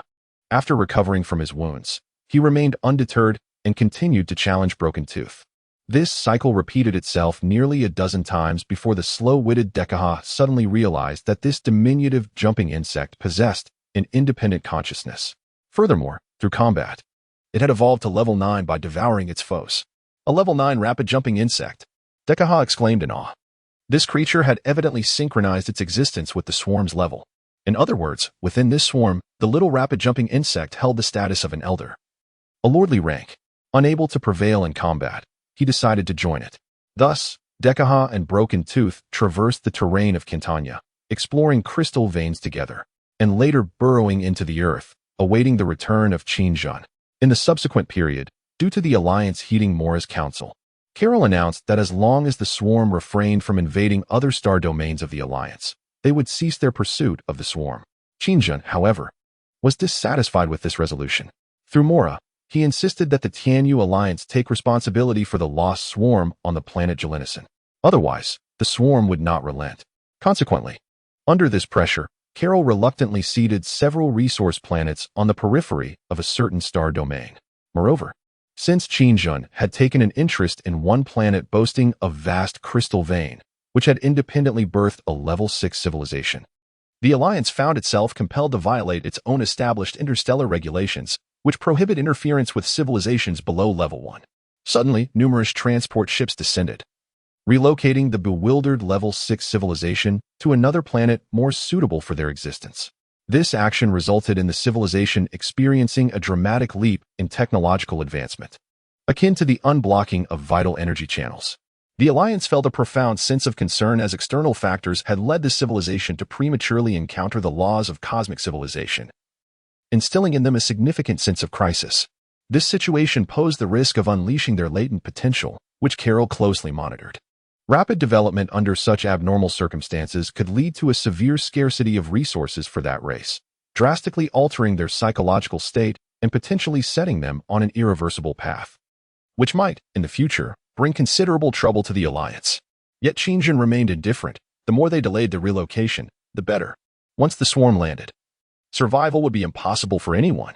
Therefore, Qingjun assigned Dekaha to take control of those resource planets, urging him to swiftly gather all available resources and biomass. Deka was immensely pleased. It had no desire to remain in the company of that jumping insect any longer. Prior to Qingjun's return, it had to feign companionship with Broken Fong. However, since Qingjun's arrival, it had completely disregarded Broken Fong. In contrast, Broken Fong was relieved. It had no ulterior motives like the others. In Broken Fong's eyes, there was only the Dominator, then the battle, the devouring of enemies, and the subsequent evolution. It was a pure and simple jumping insect, devoid of complexities. With the current matters resolved, Qingjun immersed himself in the fusion of energy and the genetic amalgamation of new soldier types. At some point, in his quest to strengthen the swarm, he always managed to conceive peculiar ideas. Now, he found himself hesitating over whether to evolve Zakera, for the existing resources afforded but a single opportunity. Should Zakera evolve, she would become significantly more formidable, ascending to the rank of a queen in the swarm. Both her physical form and various attributes would undergo tremendous enhancement. Qingjun addressed the system. If I evolve Zakera, will the remaining energy suffice to avert conflict? The system responded, indeed, Dominator. Evolving the brain insect to queen level requires vast resources and considerable time. Moreover, during the evolution process, substantial energy and biomass must be continuously utilized for nourishment. Upon hearing this, Qingjun, after thorough contemplation, ultimately decided to postpone the evolution of the brain insect. Concurrently, after obtaining Qingjun's consent, Farshman began to recklessly harvest planets with level 1 civilizations or below within her star domain. She needed to produce more soldiers for the Zulu Empire. This endeavor would also allow her to convert the remains of those civilizations into biomass, thus supplying the swarm while bolstering her own power and simultaneously stabilizing the most pressing threat posed by Qingjin. Countless life-bearing planets fell victim to the slaughter of the deities they once revered. It was a colossal machine capable of stunning life forms and extracting their brains. Farshman coldly observed this scene. She had long desired to do such a thing, yet unexpectedly, another swarm commander, Qingjin, had emerged. As Farshman was lost in her thoughts, a soldier reported, "Commander, we have detected an interstellar fleet in the outer space of a planet." Chapter 99, The Dilemma of the Tianyu Civilization. An interstellar fleet? Upon receiving this information, Farshman pondered deeply. Which faction does it belong to? Is it those Alliance fellows? A sense of alarm surged within her. Had her actions been detected by the Alliance? The soldier replied, "Report, Commander, it is not an Alliance fleet. Among them, one ship has been confirmed as the Carson-class destroyer of the Xingu people." Hearing this, Farshman was taken aback. The Carson-class destroyer. Are you certain? The soldier affirmed, "Yes, Commander. We can confirm it." With this confirmation, Farshman fell into contemplation. The Carson-class destroyer. The notorious Siamir, currently wanted by the Alliance, is indeed hiding within the Empire's star system. The Carson-class destroyer, infamous for annihilating countless planets, confirms this suspicion. However, Farshman never anticipated that the individual the Alliance has been relentlessly pursuing was concealed right under his nose. Had it not been for his own actions, he might have remained oblivious to their presence in this remote star sector. After a prolonged contemplation, Farshman inquired of his soldiers, "Have they detected you?" "No, Commander. We detected energy fluctuations and subsequently employed radar to assess the situation. We have not approached them, given their current starship technology. They remain unaware of our presence," replied the soldier. Upon hearing this, Farshman nodded thoughtfully and instructed, "Continue to monitor their every move. Do not disturb them, nor allow them to become aware of our presence. Report immediately if they exhibit any signs of activity."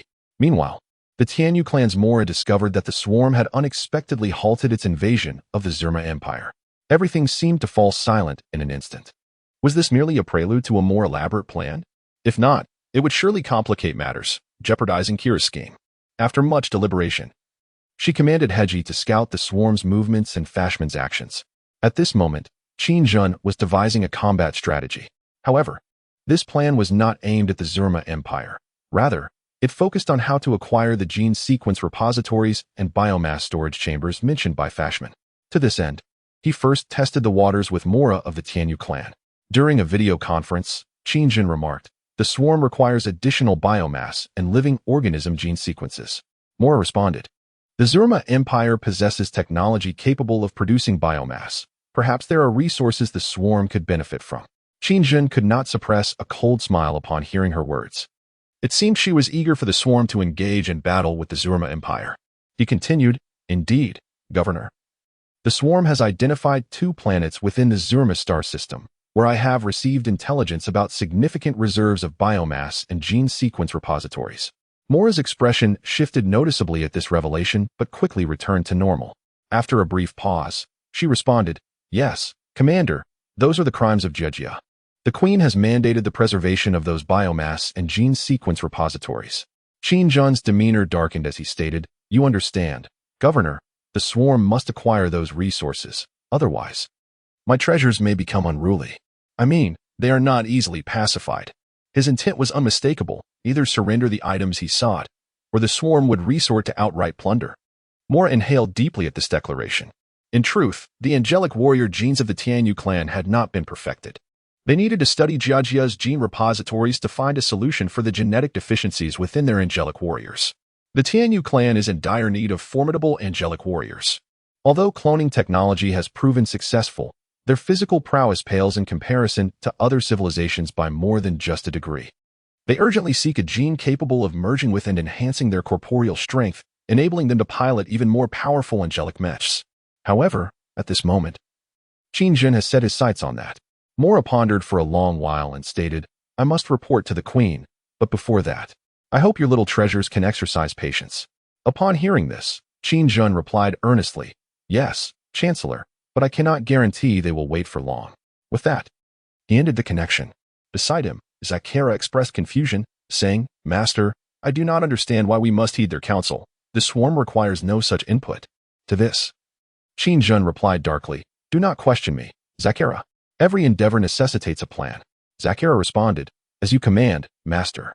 After severing the connection with Qin Jun, Mora anxiously contacted Kira, saying, "Queen, the swarm has discovered the planet at the border of the Zulma star system. Just now, Qin Jun informed me that he requires those genes and biomass."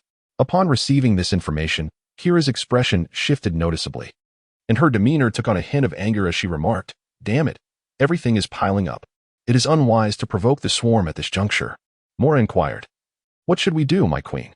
Hearing Mora's question, Kira fell into a moment of contemplation and replied, "Our research is progressing at a glacial pace. If he desires them, then let him have them, but not without cost. Every step we take must be advantageous to us. Otherwise, we will find ourselves in an even deeper predicament." Mora, deep in thought, then asked, "What do we require the swarm to do? They have ceased all invasive actions, which has already placed us at a disadvantage."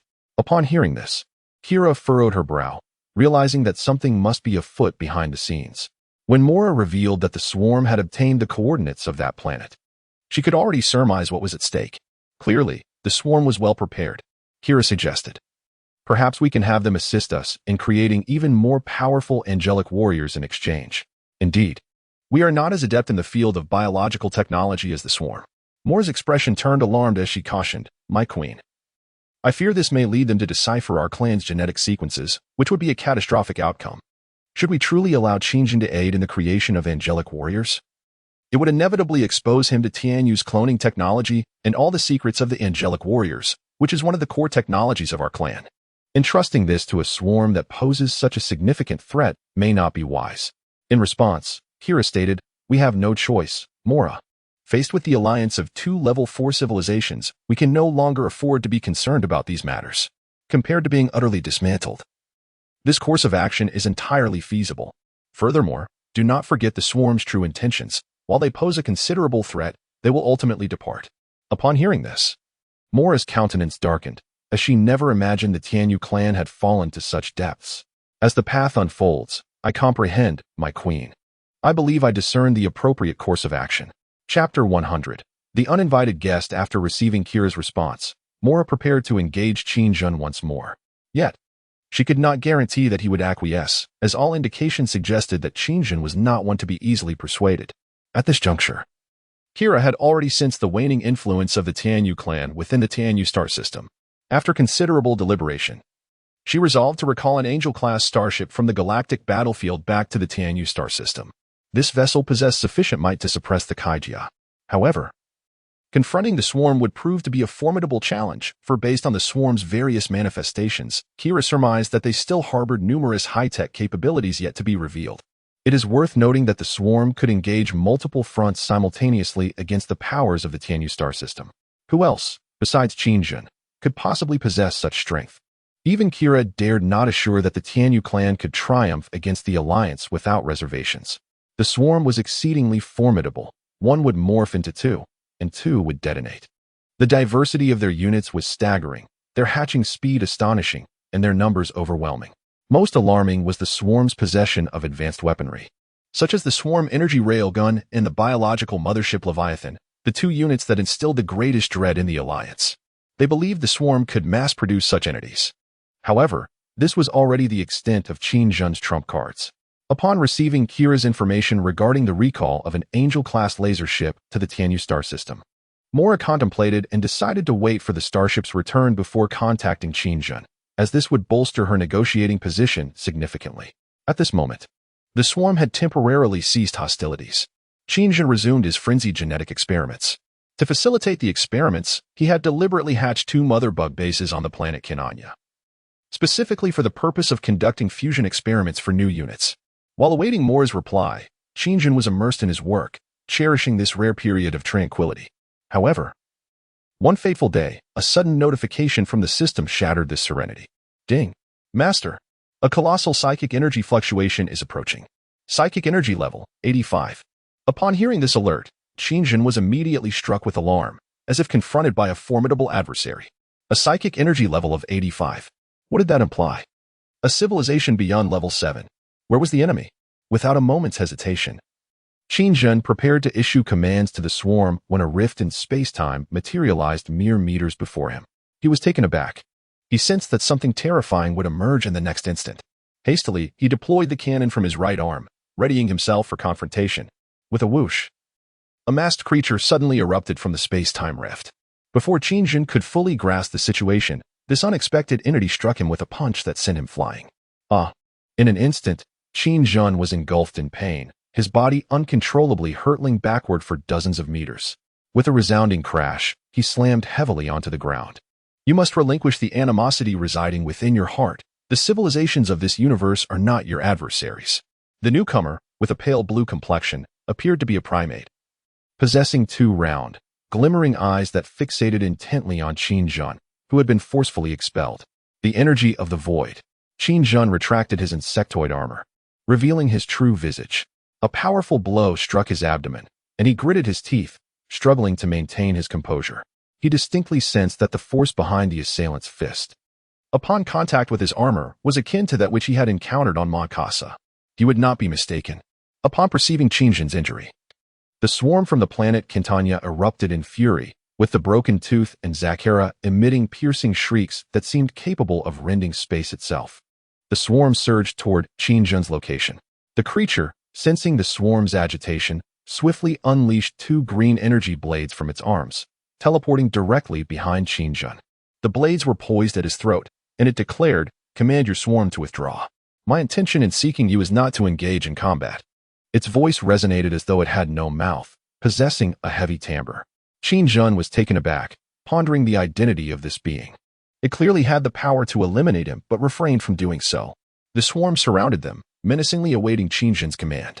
Zakera, in an anxious tone, implored, "Release our sovereign.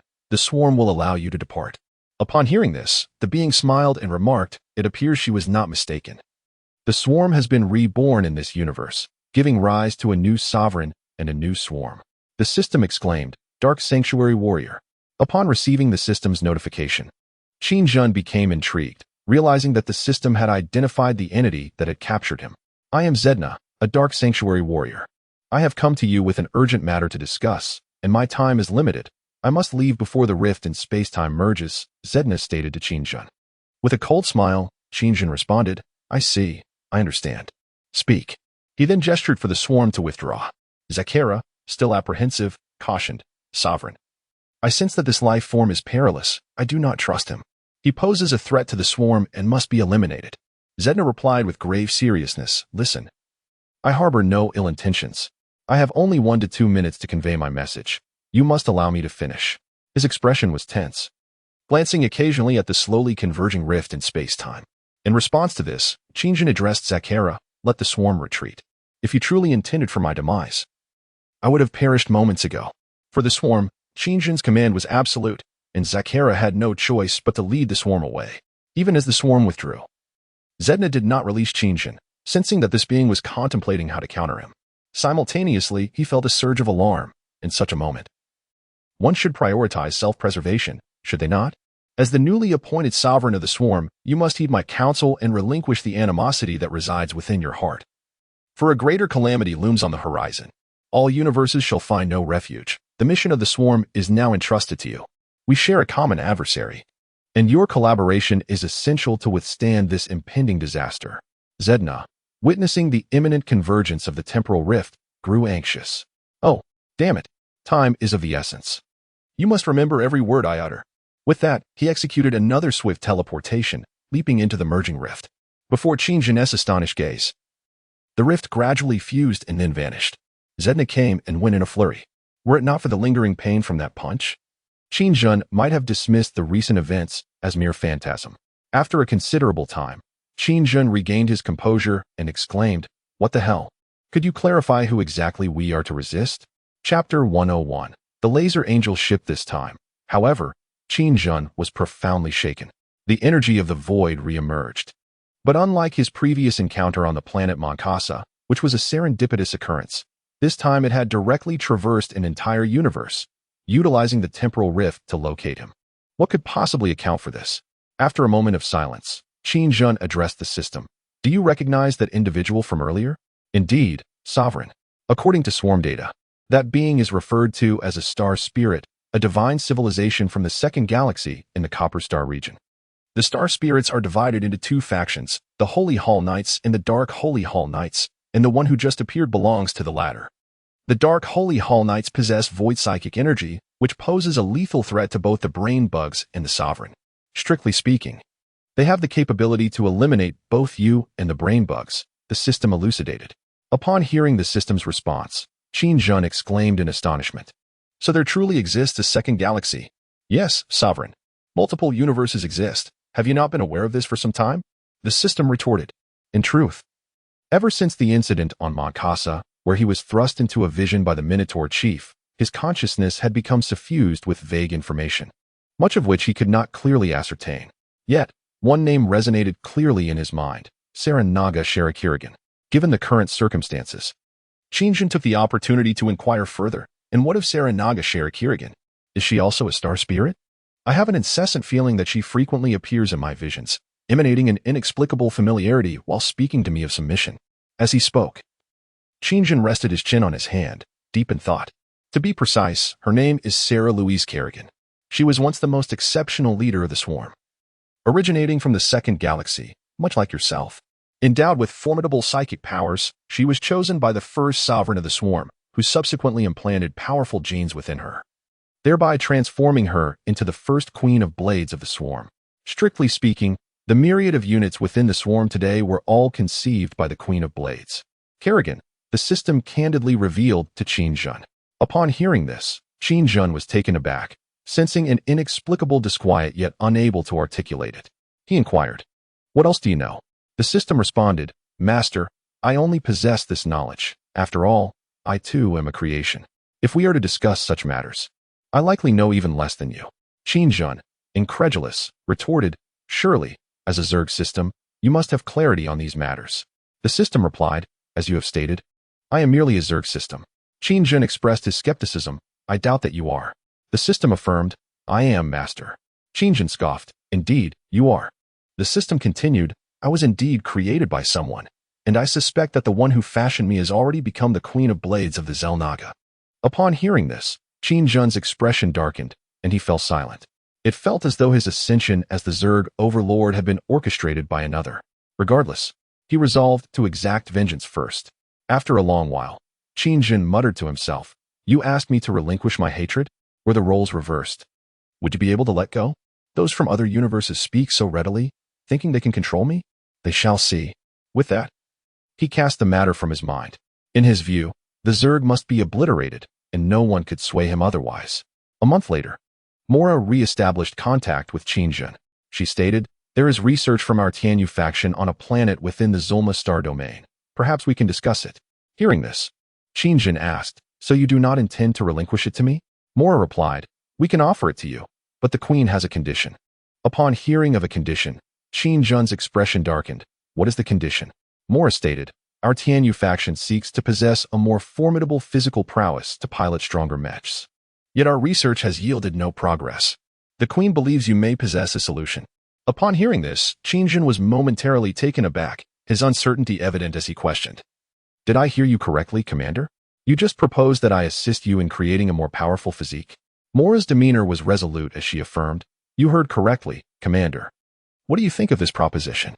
After receiving confirmation, Qin Jun sneered, "I must say, you certainly possess audacity, and perhaps you have miscalculated.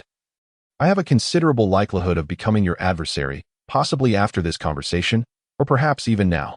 Upon hearing Qin Jun's words, Mora's expression grew serious. He was indeed correct. From the outset, Mora had been unable to fully trust Qin Jun. Moreover, she had recently observed that the Zerg Siobhan appeared to be employing some form of electromagnetic waves to scout Real Star, even seeking the locations of all angel mechs.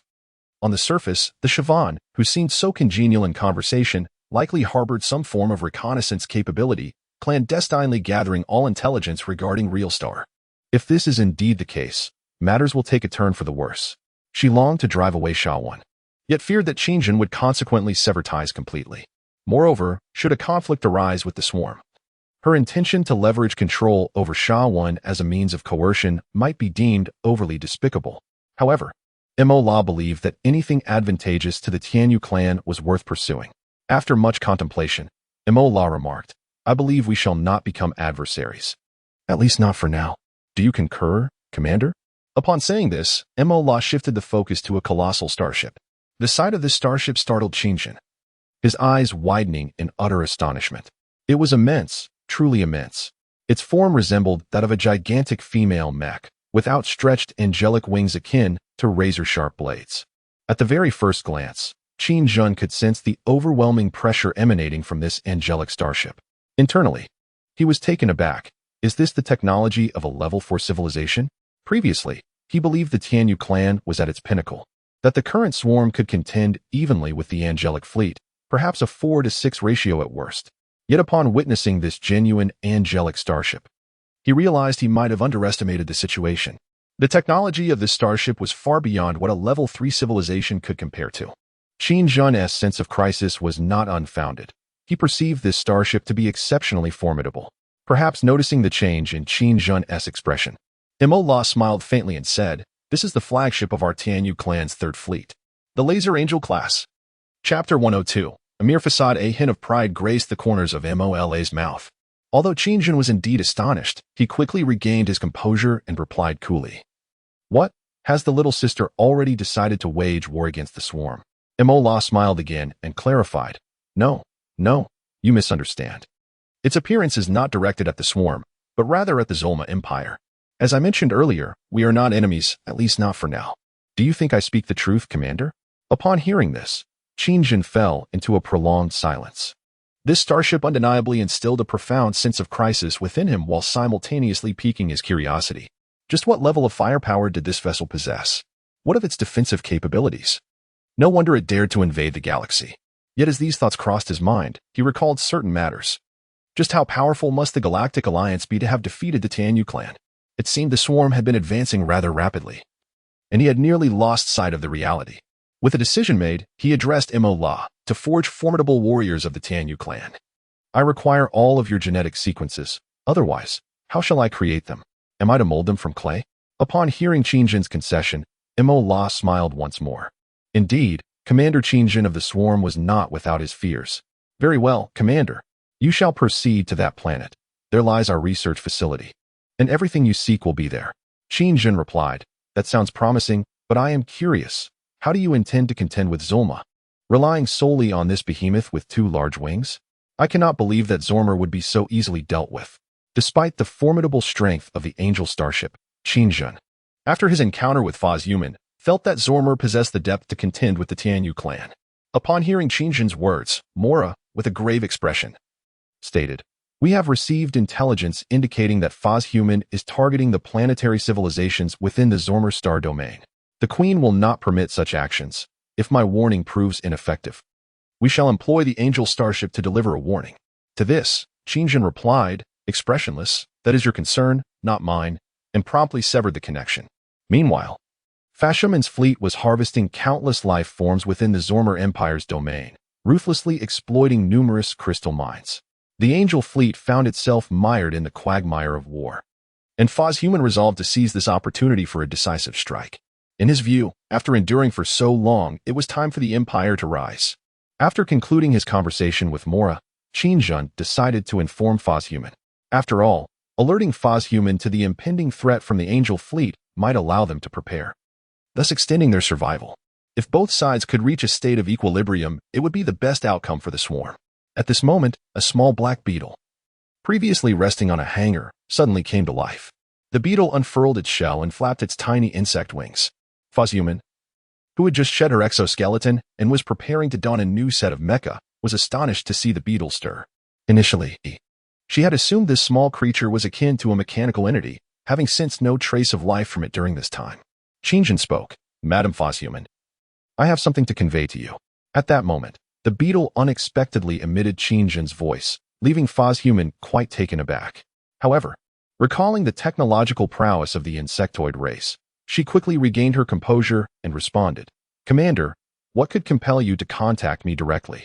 Qingjin inquired. If the Zormer Empire were to confront the Tianyu civilization now, how confident would you be in securing victory in this war? Foshuman, taken aback by his question, furrowed her brow and replied, Commander, I do not understand what you mean. Qingjun, not wishing to conceal the matter further, continued, I have received alarming news. The Tianyu clan has dispatched a starship, seemingly intending to confront you. Upon hearing this, Foshuman was visibly startled and promptly asked, What class of angel ship? Qingjun answered, It appears to be a laser angel class, a rather formidable vessel.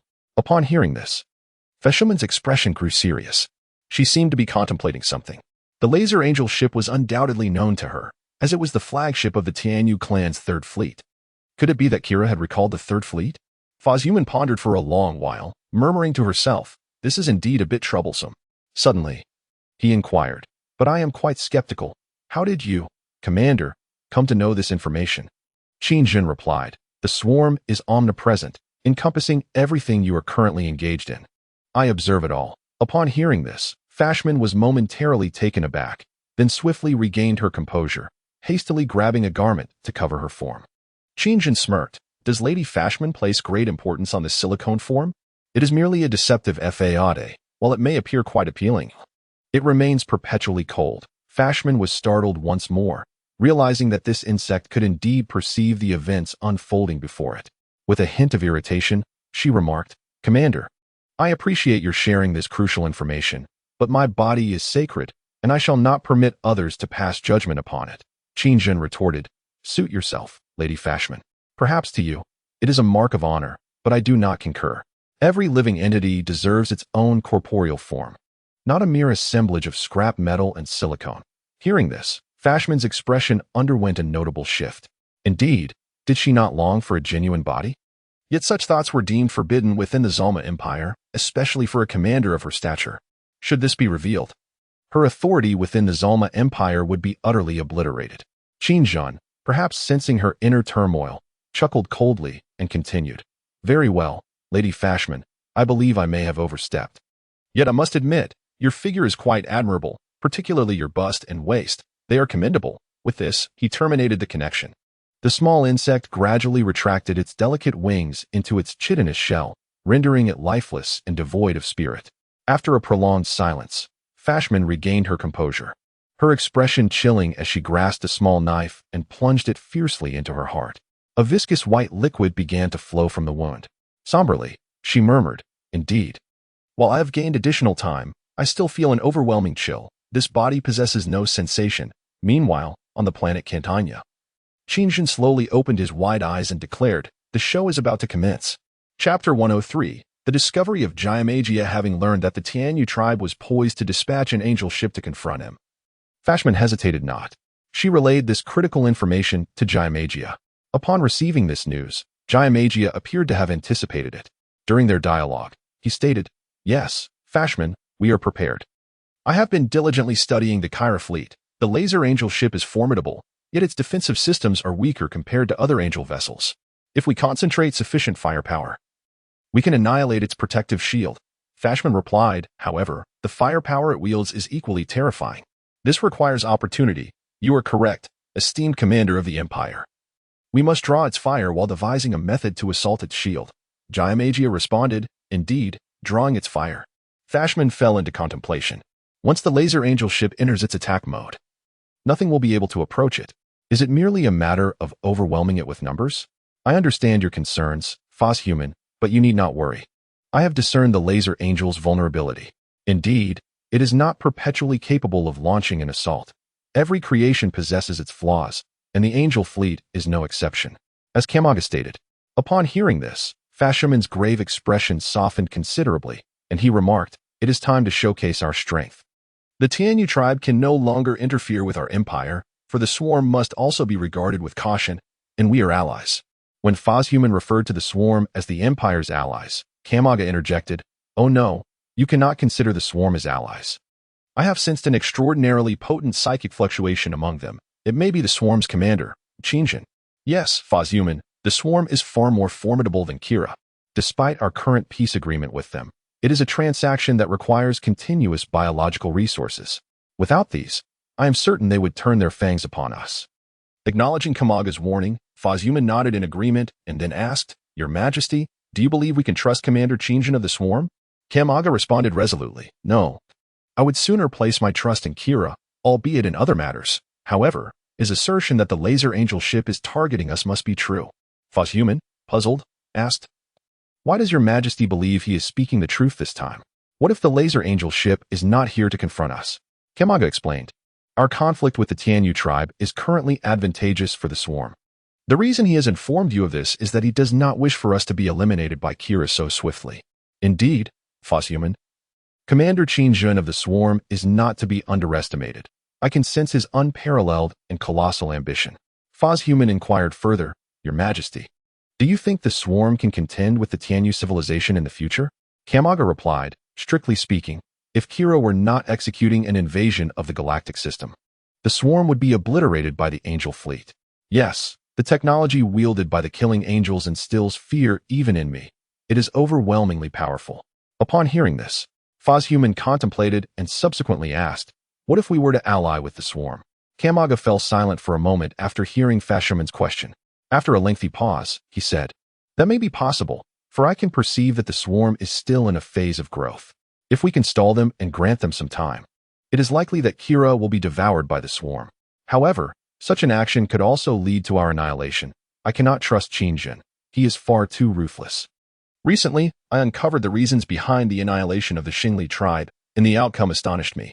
At this mention of the Xingli tribe, Human's expression revealed a hint of emotion.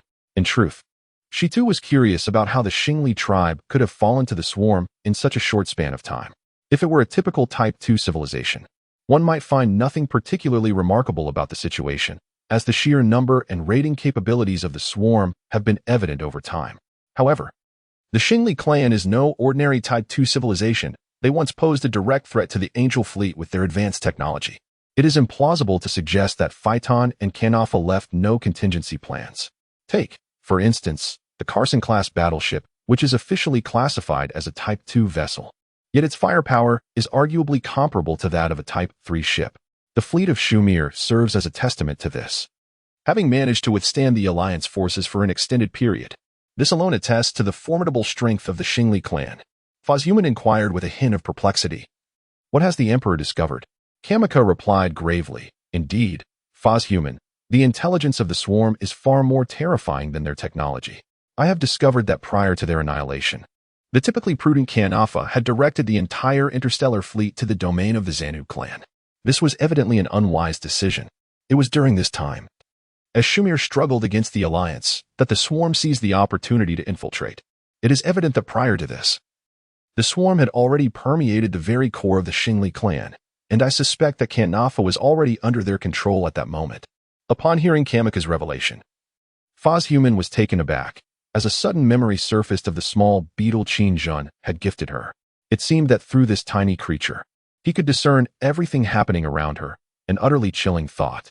Just as Human was grappling with her unease, Kamika continued, "I suspect the Swarm possesses a capability to manipulate the thoughts and actions of others, compelling those they control to obey their commands. Moreover, regarding the sudden invasion of the Xanu fleet into the Xingli domain, I fear that they too may have succumbed to the Swarm's influence, marking the beginning of a larger scheme." Human's mind buzzed with confusion. She had intended to inform Kamika about the beetle Chinjun had given her and its capabilities. Yet, upon hearing this, she hesitated. She feared that should Kamika learn of this, he might turn against her. Yes, Kamika was a suspicious individual, likely to believe that she too had fallen under the Swarm's control. Although she was not, the mere thought was enough to instill profound fear within her. Feigning calm, Human remarked, "This is indeed terrifying. The Swarm possesses such abilities, and we must not allow ourselves to be controlled by them." Kamika responded, "Indeed. Even after reaching a peace agreement with the Swarm, we must remain vigilant, for they may attempt to exert control when we least expect it." Upon hearing this, Human replied, "I understand, Emperor. I shall exercise greater caution." With that, she severed the connection, casting a fearful glance at the nearby beetle, saying, "You would not do such a thing, would you?" Chapter 104, The Tumult of Zerlma. To be honest, after hearing Kamika's warning, Human felt a sense of trepidation. She was unafraid of the Swarm consuming her brain. After all, that would trigger the self-destruct mechanism. A swift demise would bring an end to everything. However, if she were to be controlled, not only would her reputation be irreparably tarnished, but she would ultimately meet the same fate. Just as she found herself at a loss before the beetle, it suddenly emitted the voice of Qingjun. He spoke, "Indeed, Madam Fozhuman, are you afraid?" Jiamoja was not mistaken. I have taken control of Kanafa. The invasion of the Zanu tribe's fleet into the Xingli tribe's star domain was orchestrated by me. I redirected all of Xingli's interstellar fleets to Zyamir, granting him formidable power against the Alliance's fleet. Yes, while they clashed violently with the Zanu, the swarm seized the opportunity to obliterate the Xingli tribe's domain. Upon hearing the truth from Qingjun himself, Fashuman's pupils dilated, and a wave of profound terror washed over her. Her voice trembled as she asked, "What do you intend to do?" The dread within her intensified. It was evident that Qingjun regarded no one as an ally. The ambitions of this creature were insatiable. Fozhuman had once believed that providing the swarm with a continuous supply of biomass would pacify them. In hindsight, she realized how naive that assumption had been. Such an action would only hasten the demise of the Zorma Empire. They would only grow stronger, and the swarm would spare no one. Despair. A deep, consuming despair. Upon learning how the Xingli tribe had been manipulated and subsequently annihilated by Qingjun, Fozhuman felt a profound sense of hopelessness for the first time.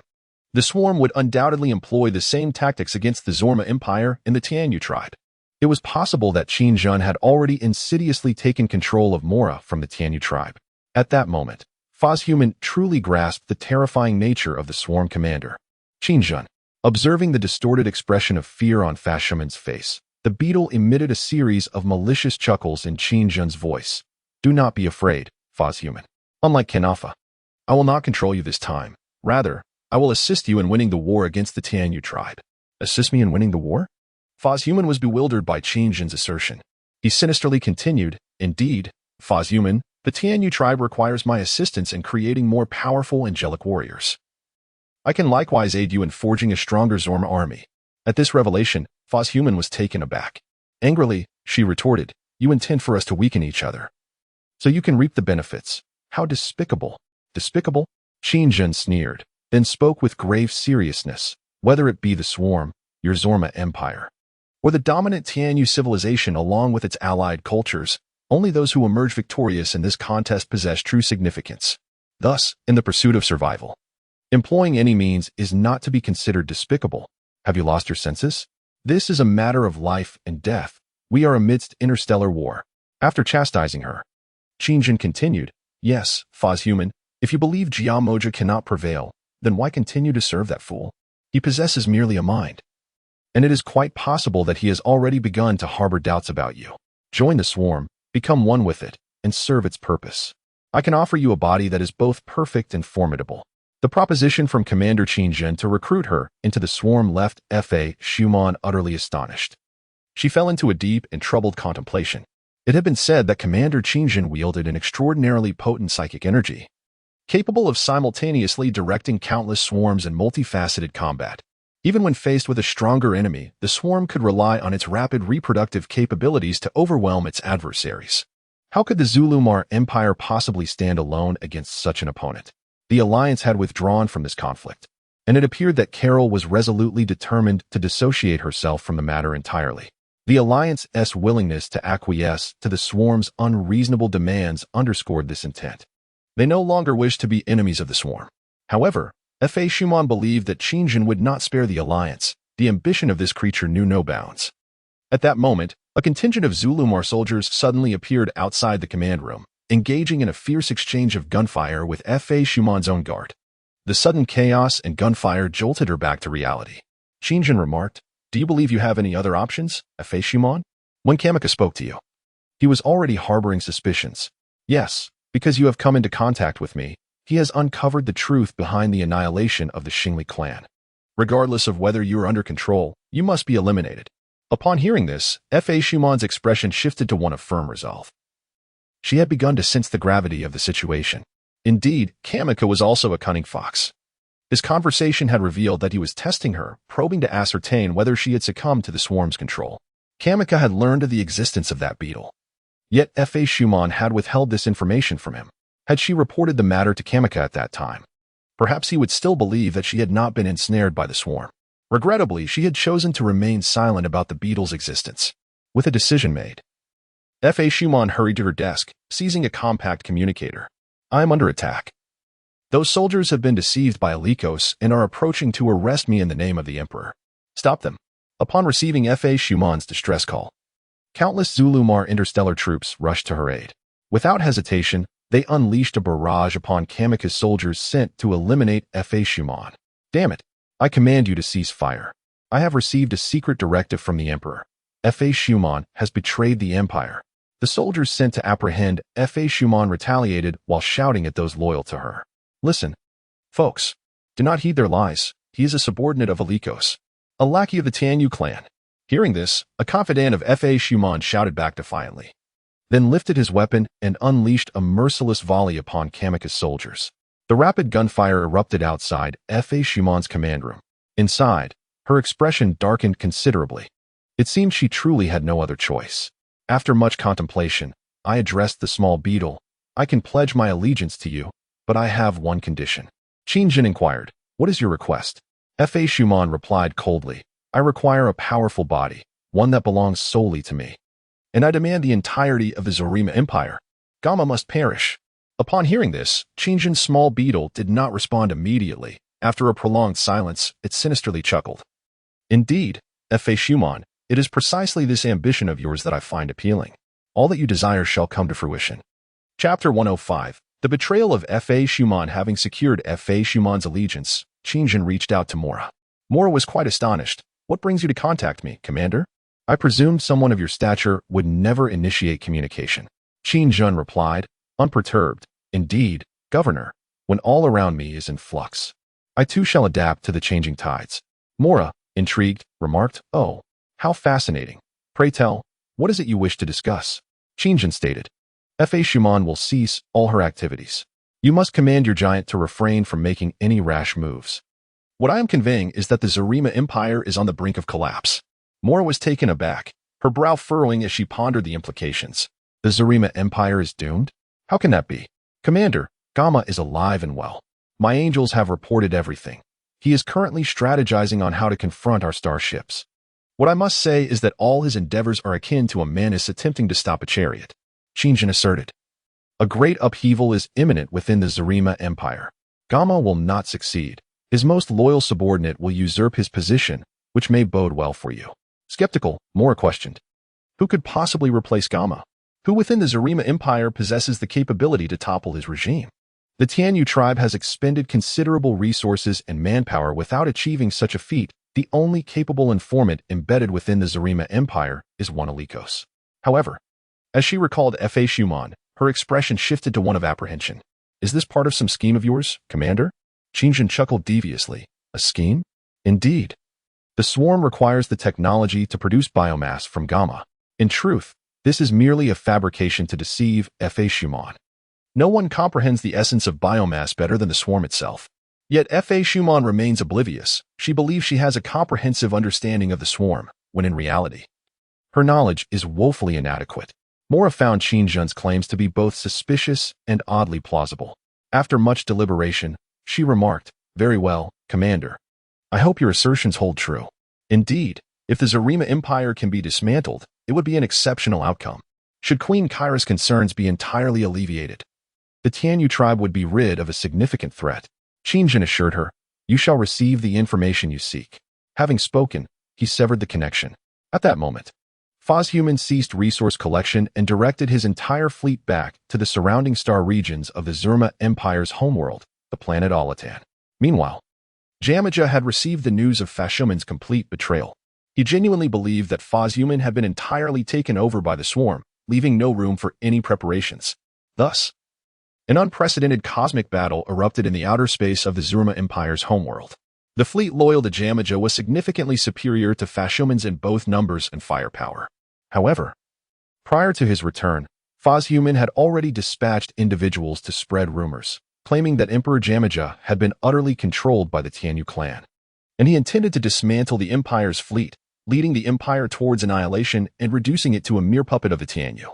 The queen of the Tianyu clan, the 12-winged angel, demanded the Empire to cease all research on the brain black iron. signifying that the Zerma people would only have a few decades of life left. Under the banner of Jamaja's control by the Tianyu, she garnered the support of numerous Zerma factions. Furthermore, this time, Fazhuman had the covert assistance of Qingjun. Within the command room of Fashuman's flagship, the beetle gifted by Qingjun split before her astonished gaze, transforming into two identical beetles. One emitted Qingjun's voice, stating, "You must deliver one of the beetles to Arakisi." Fazhuman, perplexed, queried Arakisi. "He is Mora's lackey. Do you intend to contact him, Commander?" Qingjun, slightly irked, replied, "If you wish to win this struggle, you must follow my instructions." With that, Fazhuman refrained from further inquiries, elegantly packaging the other beetle in a delicate box and instructing her subordinates to deliver it to Arakisi. Prior to this, Arakisi had already received communication from Mora, who urged him to assist Fazhuman as much as possible. She believed that although Fazhuman possessed some intellect, she was still too inexperienced to contend with a cunning old fox like Jamaja. Mora hoped that Fazhuman would not succeed, yet also wished for her not to fail too swiftly.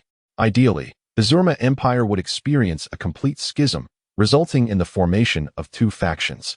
Regardless of whether Fazhuman ultimately heeded the Tianyu's commands, the division of the Zerma Empire would be a favorable outcome. Arakisi complied with Mora's directives, secretly creating numerous minor troubles for Jamaja. However, everything soon took a turn. In the headquarters of the council, a subordinate of Arakisi entered his office, holding a delicate box.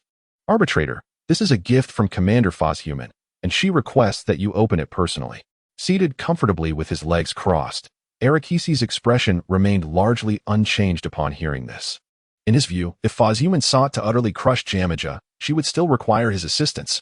Otherwise, she would face Jamaja's formidable fleet alone and would undoubtedly face defeat.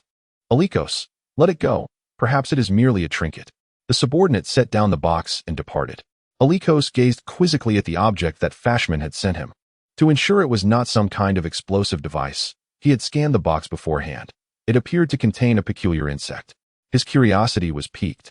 It could potentially be a small creature from another planet, but it might also be a ruse. Just then, Fashman contacted Alikos. In the video, Fashman addressed Alikos, saying, "Yes, Arbiter, that is a new species I discovered on the planet Korate. It is quite docile and unique. I believe you will find it appealing." Alikos smiled faintly and replied, "Very well, Commander. I am grateful for the gift of this new species. I believe I shall enjoy it. However, I hope for your success, as Kamaga is mobilizing additional fleets to confront you." Fashman, with a somber expression, responded, "I will utterly dismantle the Kamaga regime. However, I must say, I do not endorse all the actions of the Tianyu clan. Once this matter is resolved, we shall have a thorough discussion." With that, he severed the video connection. Alikos let out a sardonic chuckle, murmuring to himself, "Indeed, let us hope so." Chapter 106. The war commences. Alikos hesitated for a moment, but ultimately opened the small box sent by Fashman. The joy of unboxing, it seemed, was a sentiment only Alikos could fully appreciate. As he opened the box, he discovered a lifeless beetle within. Yes, he believed this beautifully adorned insect to be deceased. He lifted the beetle to his gaze, exclaiming, "What on earth is this?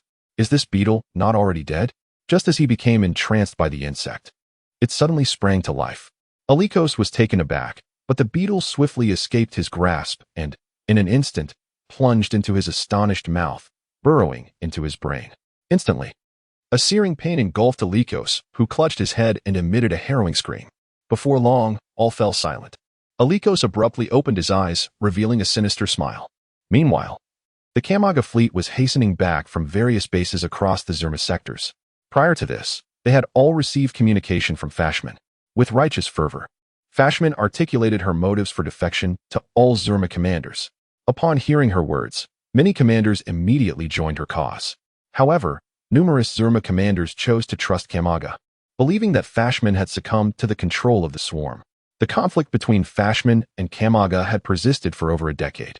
Throughout this period, the Tianyu clan had focused their attention solely on the disputes within Zerma, allowing the swarm to seize an ever-increasing number of resources. Countless swarms had undergone upgrades and evolution. Qingjun had been dismissively dealing with Mora. After obtaining the genetic sequences and biological materials, he did not immediately assist the Tianyu clan in creating formidable angelic warriors. Eventually, One day, with Chinjin's covert assistance, Fozhuman succeeded in defeating the last troops of Jamaga and successfully landed on the mother planet of Zulma, Ala-in. Fozhuman, along with his loyal subordinates, fought fiercely and breached Jamaga's laboratory. However, at that moment, Jamaga had already integrated his brain into a colossal mech, a machine unlike any Fozhuman had ever encountered. This mech was equipped with Jamaga's latest firepower system, featuring 2 high-energy laser cannons and 2 rapid-fire energy guns. Upon seeing Fozhuman approach, Jamaga remarked, "It has been a long time, Fozhuman. I initially thought your mind had been controlled by the insects, but it appears that is not the case. I never imagined that all of this was merely a conspiracy." Fozhuman retorted coldly, "I once pledged my loyalty to you, risking my life for you for countless centuries. I never anticipated that you would merely suspect me and send someone to eliminate me." Jamaga chuckled softly, responding, "Well then, since the misunderstanding has been cleared, lay down your weapons, Fozhuman. While there is still time, we have both fallen into Chinjin's trap. Indeed, this is the insect scheme, and we have both been deceived." Fozhuman declared, "A trap? No, this is my plan. The Zulma Empire will be reborn. Your reign has come to an end, Jamaga. From this moment forth, I shall be the one in control." With that, Fozhuman ordered his troops to open fire. However, Jamaga's mech was not to be underestimated, and intense combat erupted once more. Ultimately, after paying a steep price, Fozhuman finally managed to bring down Jamaga's mech. He strode towards the fallen machine. Jamaga said, "Do you think you have triumphed? No, they will not allow you to succeed. The Zulma Empire is destined for ruin." Fozhuman approached the mech, replying, "Yes. Even if what you say is true, I shall first put an end to you." Hearing Fozhuman's unwavering resolve, Jamaga sneered, "Is that so? Then let us perish together." With that, Jamaga activated the self-destruct sequence of the mech. The urgent alarm blared loudly. Fozhuman and his men turned pale and hastily fled. Boom. The nuclear system installed within the mech was detonated instantaneously, resulting in an unparalleled explosion that obliterated everything within a kilometer in an instant, forming a sizable mushroom cloud that surged into the sky. Fozhuman and his subordinates were too close to escape unscathed. Fortunately, Fozhuman reacted swiftly, diving into an underground chamber. However, his body was left in a horrific state, reduced to nothing but a disfigured head. Mora, who had been observing all of this, was stirred into action and immediately dispatched a squadron of 6-winged angelic mechs to address the turmoil within the Zulma Empire. She also contacted Alakosi. As it was stated, the treacherous Arcos proclaimed that Fashman had perished, and we must swiftly quell the disturbances in Zurma before the swarm makes its move. "Understood, my lord governor," Arcos replied, severing his connection with Mora. A sinister grin then emerged upon his countenance as he declared, "Humph, the Tianyu tribe, it is time to wage war." Subsequently, incited by Arcos, Zurma's fleet launched a vigorous assault on the 6-winged angel mechs that had ventured into the Zurma star domain. Arcos, filled with indignation, proclaimed, "Indeed, brethren, this is all a scheme orchestrated by the Tianyu tribe. They have plotted this entire charade and have ensnared the Emperor of Kamakaja. Our empire's finest commander, Fashman, uncovered their conspiracy, yet she has now sacrificed herself to thwart the machinations of Kamakaja and the Tianyu tribe. Our greatest adversary is not the swarm, but the 12-winged angel Kyra, who has never relinquished her intent to harm our empire's interests. It is well known that without the brain black iron, we shall lose our eternity." Arikos' incitement bore significant fruit, successfully igniting the Zurma people's animosity towards Kyra. The detestable Tianyu tribe, even if it costs us our lives, we shall not allow them to prevail.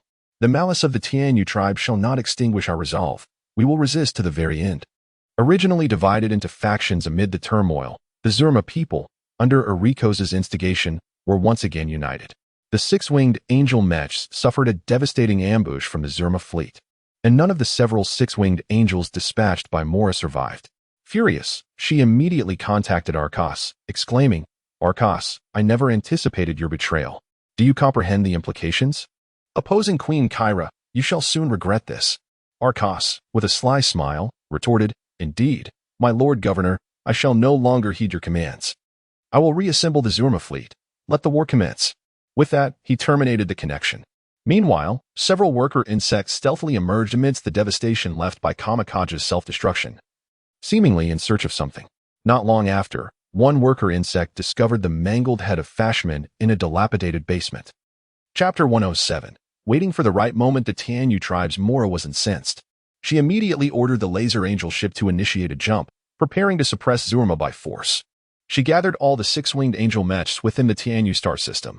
In comparison to the loss of several six-winged angels, Ariko's treachery evidently incensed her further. The Laser Angel ship, resembling a colossal angel, typically kept its eyes closed. It possessed three distinct modes, in a stationary form. It appeared as a massive angel mech suspended in space. When in flight, it transformed into a cruising battleship, and during full fire mode, it shifted into a laser assault form. Although it was not the most formidable starship of the Tianyu tribe, it was certainly among the elite. As the flagship of the Tianyu tribe's third fleet, it was equipped with nuclear weaponry as well as conventional laser cannons. The main artillery system is composed of two colossal energy core crystals. These crystals can be activated, unleashing immense energy that is subsequently converted into laser beams through technological compression. The energy level of the laser beams is formidable, capable of annihilating a planet within merely 10 hours, provided there are no interferences. It can even ignite a star. Additionally, it is equipped with 50,000 six-winged angel mechs, 1,000 unmanned energy tanks operated by the system, and 500 siege artillery pieces of substantial power. The power system incorporates an anti-gravity suspension system, a warp engine system, and a spatial leap system. What is most terrifying is the third attack mode of the Laser Angels. They can transform into a fearsome laser attack form. As a great war looms on the horizon, in the Alatan Star region of the Zalma homeworld, the Ericus, under the command of Qin Jun, has assembled over 100 battleships and 500 destroyers, alongside a myriad of other spacecraft. Countless energy fighters are poised, awaiting the arrival of the Laser Angel vessel. As soon as the Laser Angel ship leaps into the fray, it appears in its laser attack form, resembling an irregular square object. Whoosh, whoosh. Countless laser beams are instantaneously fired from the Laser Angel ship. Boom.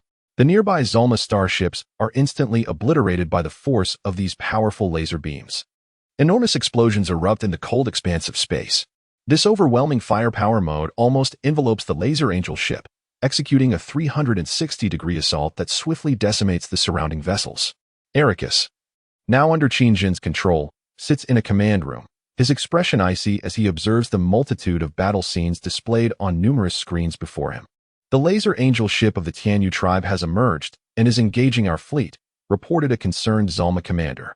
Maintaining a facade of calm, Ericus replied, "Commander, do not fear their firepower. We possess a numerical advantage. Withdraw from the effective attack range of the Laser Angel ship, activate the main guns, and engage its shield with long-range attacks." Understood, Commander. The intense space battle commenced. The Zalma fleet, leveraging its overwhelming numbers, launched a relentless assault on the Tianyu tribe's Laser Angel ship. Countless fighters surged from the launch bays of the starships, equipped with laser rapid-fire cannons, unleashing a barrage of concentrated laser attacks. The sheer number exceeded several 100,000. The commander of the Laser Angel ship was taken aback by the Zalma Empire's extensive preparations. Yet, he mused, no matter the quantity, they were akin to ants attacking an elephant, ineffectual. The Laser Angel ship ceased its offensive, transitioning to a defensive stance, and subsequently deployed the six-winged angel units. These mechs, armed with shoulder-mounted laser cannons, are equally formidable, capable of piercing through 2 to 3 Zalma fighters with a single shot, if not more. In the vastness of space, beams of laser light crisscrossed as the angelic mechs engaged in a fierce combat pursuit with the Zalma fighters. Yet, the angelic mechs held a significant advantage. They boasted formidable shields, making it exceedingly difficult for the Zalma fighters to successfully destroy them. On the planet Kendanya, Qin Jinha, with his large eyes closed, appeared remarkably tranquil. After a lengthy pause, he slowly opened his singular large eye, revealing a chilling gaze that exuded a palpable aura of lethality. With a cold demeanor, he turned and strode purposefully toward the number 1 Mother Worm base. Within the division chamber of the No. 1 Mother Worm base lay a colossal chrysalis. "Master, her form has been fully forged and shall awaken in 10 minutes, came the voice of the system. Qin replied, "I must retain her original consciousness. Otherwise, all of this would be rendered meaningless. Indeed, Master, her consciousness has been preserved, and upon awakening, she will retain her original awareness and memories," the system affirmed. "Should we implant genes that allow her to possess the hive mind of the swarm?" Qin inquired. "Yes, Master. The implantation is complete. Upon her emergence, she shall truly become a member of the swarm, though she will not possess the authority to command it, the system responded. In other words, while she will possess capabilities akin to a brain bug, perhaps even more potent, she will still lack command over the swarm, as her consciousness remains her own. Albeit capable of communicating with all members of the swarm, she will only heed your commands, Master, and will not follow the directives of other brain bugs unless she chooses to do so, the system elaborated, nodding in acknowledgement. Qingjin reflected on the time spent enhancing over 1,000 mother worm bases to level 9 and evolving his Leviathan to level 2, indicating that the swarm had reached the requirements to advance to level 10. A level 10 swarm would possess the capability to contend with a level 4 civilization. Yet, this was insufficient. During this time, Qingjin contemplated many matters, particularly the unsettling emergence of Zedna, which served as a dire warning. It seemed he had encountered the former leader of the swarm, a species capable of annihilating both itself and the brain bugs, and his ascendance to dominance appeared preordained. He harbored concerns that before he could exact his revenge, he might already face ruin. After much deliberation, he concluded that it was essential to establish a subsidiary force of the swarm. However, this endeavor required substantial biomass and crystal resources. War was the expedient means to acquire such necessities. Once prepared, Qingjin resolved to initiate a war against the Taiyu civilization. With a grim countenance, he declared, Kyra's dominion over the Taiyu system is nearing its end. The swarm shall become even more formidable. We must seize the planetary resources of the entire Taiyu system before their main forces return. Swarm. We must expedite our search for the homeworld of the Taiyu civilization. As the Zalma fleet clashed fiercely with the Taiyu's laser angels, Qingjin summoned the Dekaha swarm back to the Zalma Empire's star domain, instructing it to await orders at a temporal passage along the border. Dekaha remarked that the ambitions of the sovereign would empower the swarm, and aligning with the sovereign would yield greater essence of life. Chapter 108, The Birth of the New Insectoid Race, Riel Star. Mora was leading dozens of angels to apprehend the swarm's Shamo. She had already discerned that everything was orchestrated by the swarm, and both she and Gamma had fallen victim to Qingjin's deception. Fortunately, he had delayed his actions, refraining from demanding the genetic sequences of the Tianyu clan's clones to assist in creating angelic warriors. However, unbeknownst to her, the swarm had already deciphered the genetic makeup of the Tianyu clan's clones upon acquiring the biological material and genetic library. Yet it still left Qingjin with a sense of regret, having tirelessly pursued this for over a decade. Embedding Shamo in Riel Star for such an extended period without ever obtaining the coordinates of the Tianyu clan's home planet. With a stern expression, Mora activated the automatic door to Shamo's temporary quarters, only to find her conspicuously absent. Enraged, she declared, she won't get far. Immediately seal off the Riel Star region. Under Mora's directive, Riel Star braced for an impending threat, alarm bells ringing incessantly. This was the headquarters of the Tianyu Star System Alliance. Consequently, several Class II civilization starships were stationed at the outer space base. Their primary concern now was the sudden arrival of the swarm's mothership, Leviathan. In Mora's estimation, if Shamo intended to escape, she would surely summon the swarm's celestial mothership. Indeed, her assumptions were accurate. However, Shamo did not flee but rather burrowed beneath the surface of Riel Star. She reported to Qingjin, Sovereign, Mora of the Tianyu clan has detected the swarm scheme. Upon receiving Shamo's transmission while on Quintana, Qingjin felt little astonishment. If the Tianyu clan could not perceive this, their status as the dominators of the star system was indeed futile. He inquired, is there any news regarding their home planet? This was Qingjin's utmost concern. He needed to locate the Tianyu clan's home world to decisively undermine their civilization's confidence. He aimed to conquer Kayla's psyche, making her aware that the formidable adversaries she faced were not solely the Galactic Alliance, but also he, Qingjin. Moreover, since learning of the Tianyu clan's invasion of the galaxy, Qingjin had deemed the swarm's obliteration of the Tianyu clan inevitable. He believed that if the Tianyu clan had not invaded the galaxy, the Cao clan would not have resorted to assaulting Blue Star to enhance their might, resulting in the loss of all his friends and family, nor would he have become the sovereign of the swarm. If the Cao clan was akin to a knife that destroyed Blue Star, the Tianyu clan was indisputably the wielder of that knife. Shamo stated, there is no information available, and I have discovered that all Tianyu clan members on Riel Star are Mora's clones. These clones were manufactured in the armory on Riel Star. Hearing this, Qingjin refrained from further speculation. He subsequently dispatched Leviathan II to assist Shamo and ordered Zakara to proceed to Alatan to seek opportunities to destroy the Laser Angel ship. Having completed these arrangements, he then turned his attention to the insect cocoons in the splitting pool. Time had come. The insectoid created by Qin Zhan is on the verge of emergence.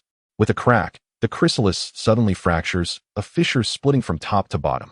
In a resounding crash, a fist covered in a hard shell forcefully breaks through the chrysalis.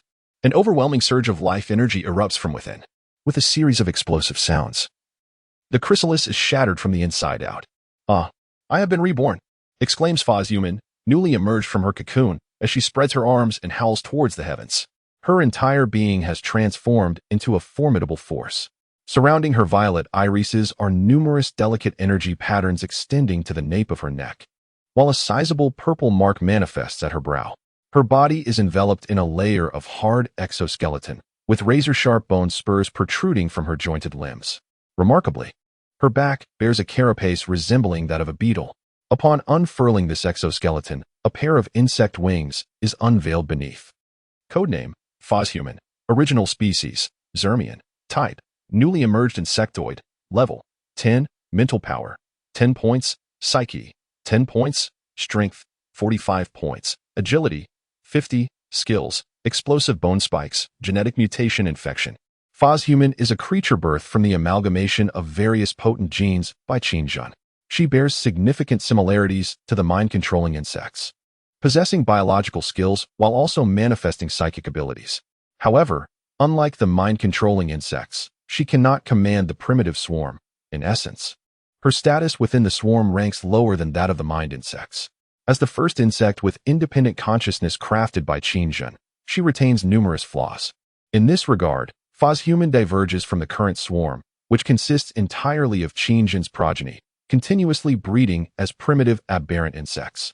In contrast, Phoshuman is a creation resulting from the synthesis of diverse genes, including Qin Zhan's own. However, Phoshuman need not fear the emergence of human genes akin to Shamosquito, a genuine hybrid of human and rapid-jumping insect genes.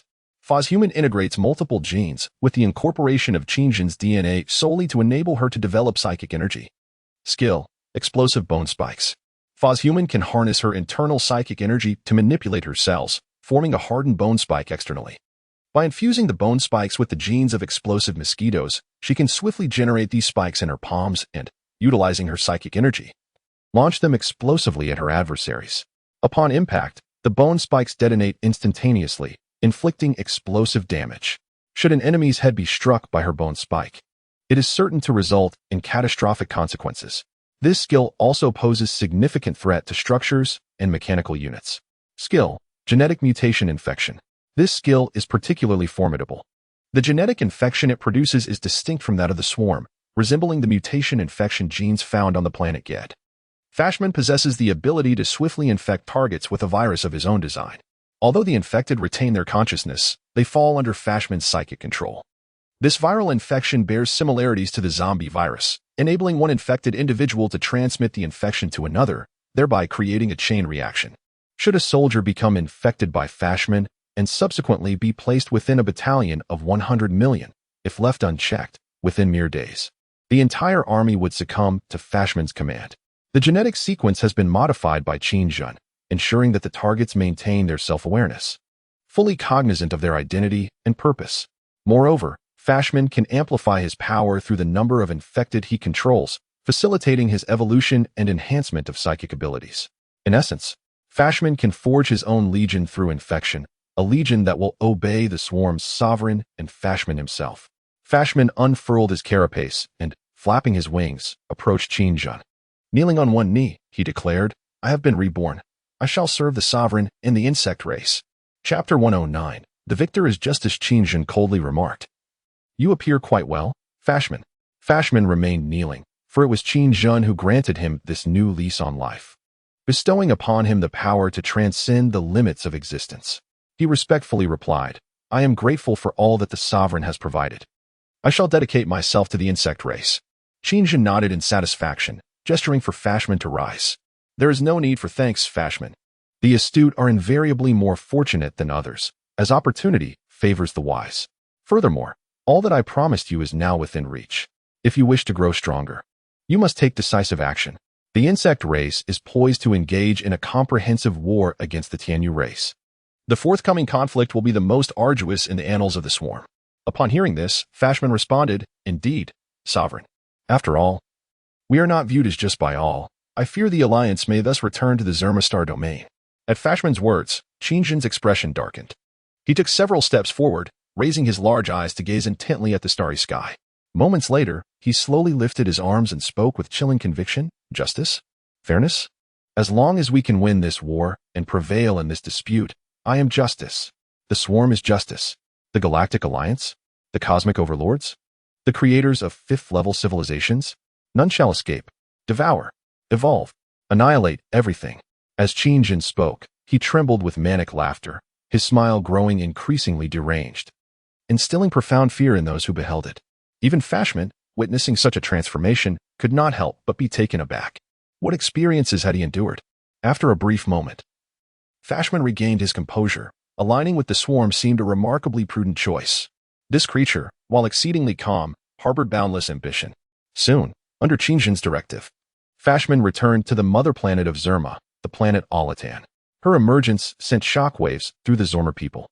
The Zormer fleet was embroiled in a fierce conflict with the Tianyu tribe in the depths of outer space, and the rumored Faz-human, who had supposedly perished alongside Damaka, appeared before them in an entirely new form. Faz-human offered little explanation, instead directly infecting those who had once been her most loyal subordinates. The Zormer soldiers afflicted by Faz-human experienced an immediate transformation in their minds.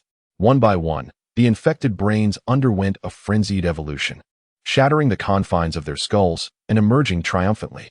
The exposed brains evolved at a visible pace, rapidly developing armored exoskeletons. Roar! The transformed Zormer soldiers emitted a cacophony of furious roars. Their new forms possessed tangible sensations, no longer mere cold silicone and steel, but something incomparable. "I can feel it. This is my own body. Long live Lord Qingjin, the ruler of the insectoid race. Long live Queen Faz-human of the new insectoid race." After their successful transformation, each infected being received a wealth of knowledge. Insectoid. They all understood that they had evolved into insectoids. These mutated beings, changed by Faz-human, now possessed the unique powers of insects. They could effortlessly lift objects several times their own weight, and a single leap could propel them over 10 meters. Furthermore, they retained all their previous knowledge. Those skilled in piloting continued to fly, and those adept in combat became even more formidable. In essence, they had become immensely powerful. Faz-human addressed her subordinates. "Today, the Zormer Empire shall be reborn. Under the protection of our ruler, we have attained unparalleled strength, along with our own living forms. This will never cease. Lord Qingjin, the ruler of the insectoid race, will grant us eternal life." Roar, roar, roar. Under Faz-human's command, her infected subordinates began indiscriminate infections on Alatan Star. In an instant, Faz-human's genetic contagion spread rapidly, with dozens to hundreds of new infected beings emerging every second. More than 3 months later, the battles in the outer space of Alatan raged on fiercely. The Zormer fleet faced catastrophic losses against the Tianyu tribe's Laser Angel ship. What began as a fierce confrontation had gradually devolved into a situation where the Laser Angel ship dominated the battlefield. Truly a dire predicament. Over the course of these 3 months of relentless combat, the Zormer fleet had lost hundreds of spacecraft. And this was merely against a single flagship of a Level 4 civilization. The commanders of Zormer began to contemplate retreat. They reached out to the Arcos under Qingjin's control, stating, "Arbitrator, I believe we must withdraw. If this continues, we will face total annihilation." Upon hearing this, Alikos confidently remarked, "Do not panic, Commander. Our reinforcements have already arrived. The fall of the Laser Angel ship shall transpire today." The Zuerma commander, perplexed by Alikos' unwarranted assurance, questioned him. As far as he was aware, all Zuerma starships had been dispatched, leaving no possibility for reinforcements. If it were the Alliance, that seemed even more implausible, as the Alliance was comprised solely of the Tianyu clan. Even if reinforcements were to arrive, they would undoubtedly be from the enemy. Who else could possibly come to their aid besides the Alliance? Thus, the Zuerma commander inquired, "I do not comprehend, Arbiter. We have no allies left, and reinforcements are an impossibility."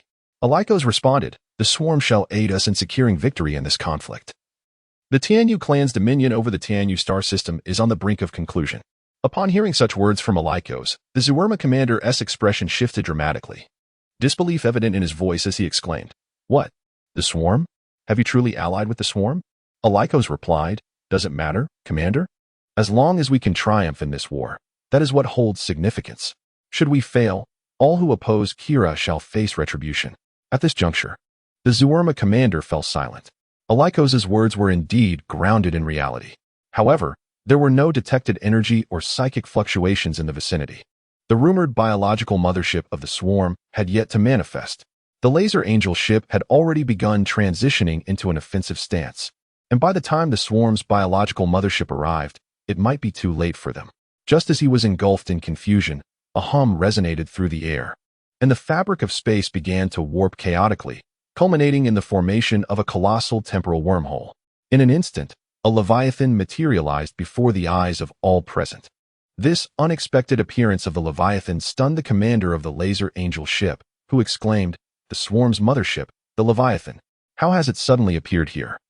Chapter 110, The Fall of the Laser Angel ship. The sudden emergence of the Leviathan behind them sent the six-winged angels at the control console into a state of panic. With expressions of dread, they reported, "Commander, we do not have time to switch to defensive mode. Damn it." The commander of the Laser Angel ship wore an expression of utter dismay, and it was not difficult to deduce that this was likely a cunning ploy orchestrated by the swarm, taking advantage of the Laser Angel's assault on the Zuerma fleet. The Leviathan opened its massive maw, gathering a surge of blue and white energy. Level 10 psychic fluctuations were detected. The interior of the Laser Angel ship descended into chaos. Change the attack target. Engage the swarm's mothership, the Leviathan. The Tianyu commander ordered in a state of alarm. Whoosh. The biological plasma cannon of the Leviathan was already aimed at the Laser Angel ship, and it unleashed a powerful blast. Boom. In the blink of an eye, the biological plasma cannon struck the Laser Angel ship, which had yet to evade the attack. As the Laser Angel ship was in an offensive mode, its defenses were significantly weakened. Qin Jin had come to understand its vulnerabilities. Without the defensive mode, the Laser Angel ship would be utterly incapable of withstanding a single assault from the Leviathan's biological plasma cannon. The sudden strike was overwhelming, shattering the external armor of the Laser Angel ship and obliterating half of its systems. Beep, beep, beep.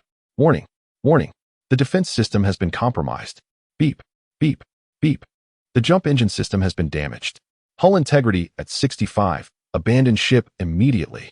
The alarm echoed frantically throughout the Laser Angel vessel. The six-winged angels addressed their commander. "My lord, we have lost a significant portion of our systems. The main cannon cannot be activated." Inside the Leviathan, Zakhara stirred among the dense, small appendages before him, proclaiming, "The downfall of the Tianyu clan commences today. Any who dare obstruct the Dominator shall face annihilation. Release the explosive mosquitoes." At Zakhara's command, billions of explosive mosquitoes surged forth from the Leviathan, swarming towards the Laser Angel ship. Witnessing this, the Zulma fleet turned pale with dread. The swarm's mothership suddenly appeared behind the Laser Angel ship, delivering a fatal blow in an instant. This was far too abrupt. A Zulma soldier inquired, "What should we do now, Commander?" At the question, the Zulma commander's expression darkened, lost in anguished contemplation. Just then, the Zulma fleet received a distress signal from their home planet. "Calling the fleet. Calling the fleet. We are under attack from Human. A monster. She is a monster. Ah, no. No." The cries for help were abruptly interrupted amidst a cacophony, accompanied by a terrifying hiss. The Zulma commander's eyes widened in shock. "What is happening? Did I just hear the name Human? How is that possible?" A Zulma soldier pressed. "What should we do now, Commander?" After a moment of reflection, the Zulma fleet commander exclaimed, "This is outrageous. I need to contact Arbiter Arcos." Meanwhile, the Laser Angel ship, having been struck by the Leviathan's biological plasma cannon, was soon besieged by a dense swarm of explosive mosquitoes. Realizing the gravity of the situation, the ship's commander, after deep contemplation, declared, "Abandon ship." Following the command, the remaining six-winged angels fled into the depths of space amidst the onslaught of the mosquito swarm, distancing themselves from the Laser Angel ship. Boom, boom, boom. The Laser Angel ship erupted under the relentless assault of the mosquito swarm and the surrounding space dragons. The Tianyu angels, having escaped to a far-off starry expanse, watched coldly as the Laser Angel ship was gradually dismantled by the swarm. The commander of the Tianyu clan gritted her teeth in fury. this is not over. With that, she had no choice but to hasten their departure with the remaining angels. Otherwise, they too would risk losing their lives. The laser angel ship was destroyed by the swarm. All factions within the Tianyu system, excluding the swarm, were thrown into turmoil. Upon receiving this news, Human on the Zolma home planet could not help but be moved. She lifted her austere visage and gazed at the starry sky, murmuring to herself, "My choice is not wrong. In the face of him, all shall be doomed." Kira was furious. With a resounding bang, she raised her petite fist and slammed it onto the table before her, gritting her teeth with fierce indignation. Commander Qingjin of the Swarm is utterly unscrupulous. This creature is despicable. In the wake of Kira's wrath, the commanders of the Tianyu clan bowed their heads in silence, too intimidated to utter a word. Anger aside, the fall of the Laser Angel fleet had become an undeniable reality. After a moment, Kira regained her composure and declared, "Redirect all completed starships to the Zalma star region. I shall obliterate the swarm." Upon hearing this, an 8-winged angel was taken aback and exclaimed, "Your Majesty, this is utterly unwise. Those fleets are meant to reinforce us, and the situation in the galactic system is dire. If we lack reinforcements, we know. I must make that vile creature pay the price." Kira interrupted the 8-winged angel's warning, her voice cold as ice. "We can retreat for now. The swarm evidently poses a tremendous threat to our rear. If they discover our homeworld, the consequences would be unimaginable." Upon receiving this information, Carol's entire being became paralyzed. They had all misjudged the swarm, and it was painfully clear to them that Kira could not halt the swarm's rapid expansion. The news of the Laser Angel fleet being destroyed in the Zalma Star region was shocking. Carol had no choice but to convene a meeting with all commanders of the Alliance's fleets. This incident marked a declaration that the Tianyu system was facing its most formidable enemy in history. The swarm could very well usurp the Tianyu clan and become the dominators of the Tianyu system.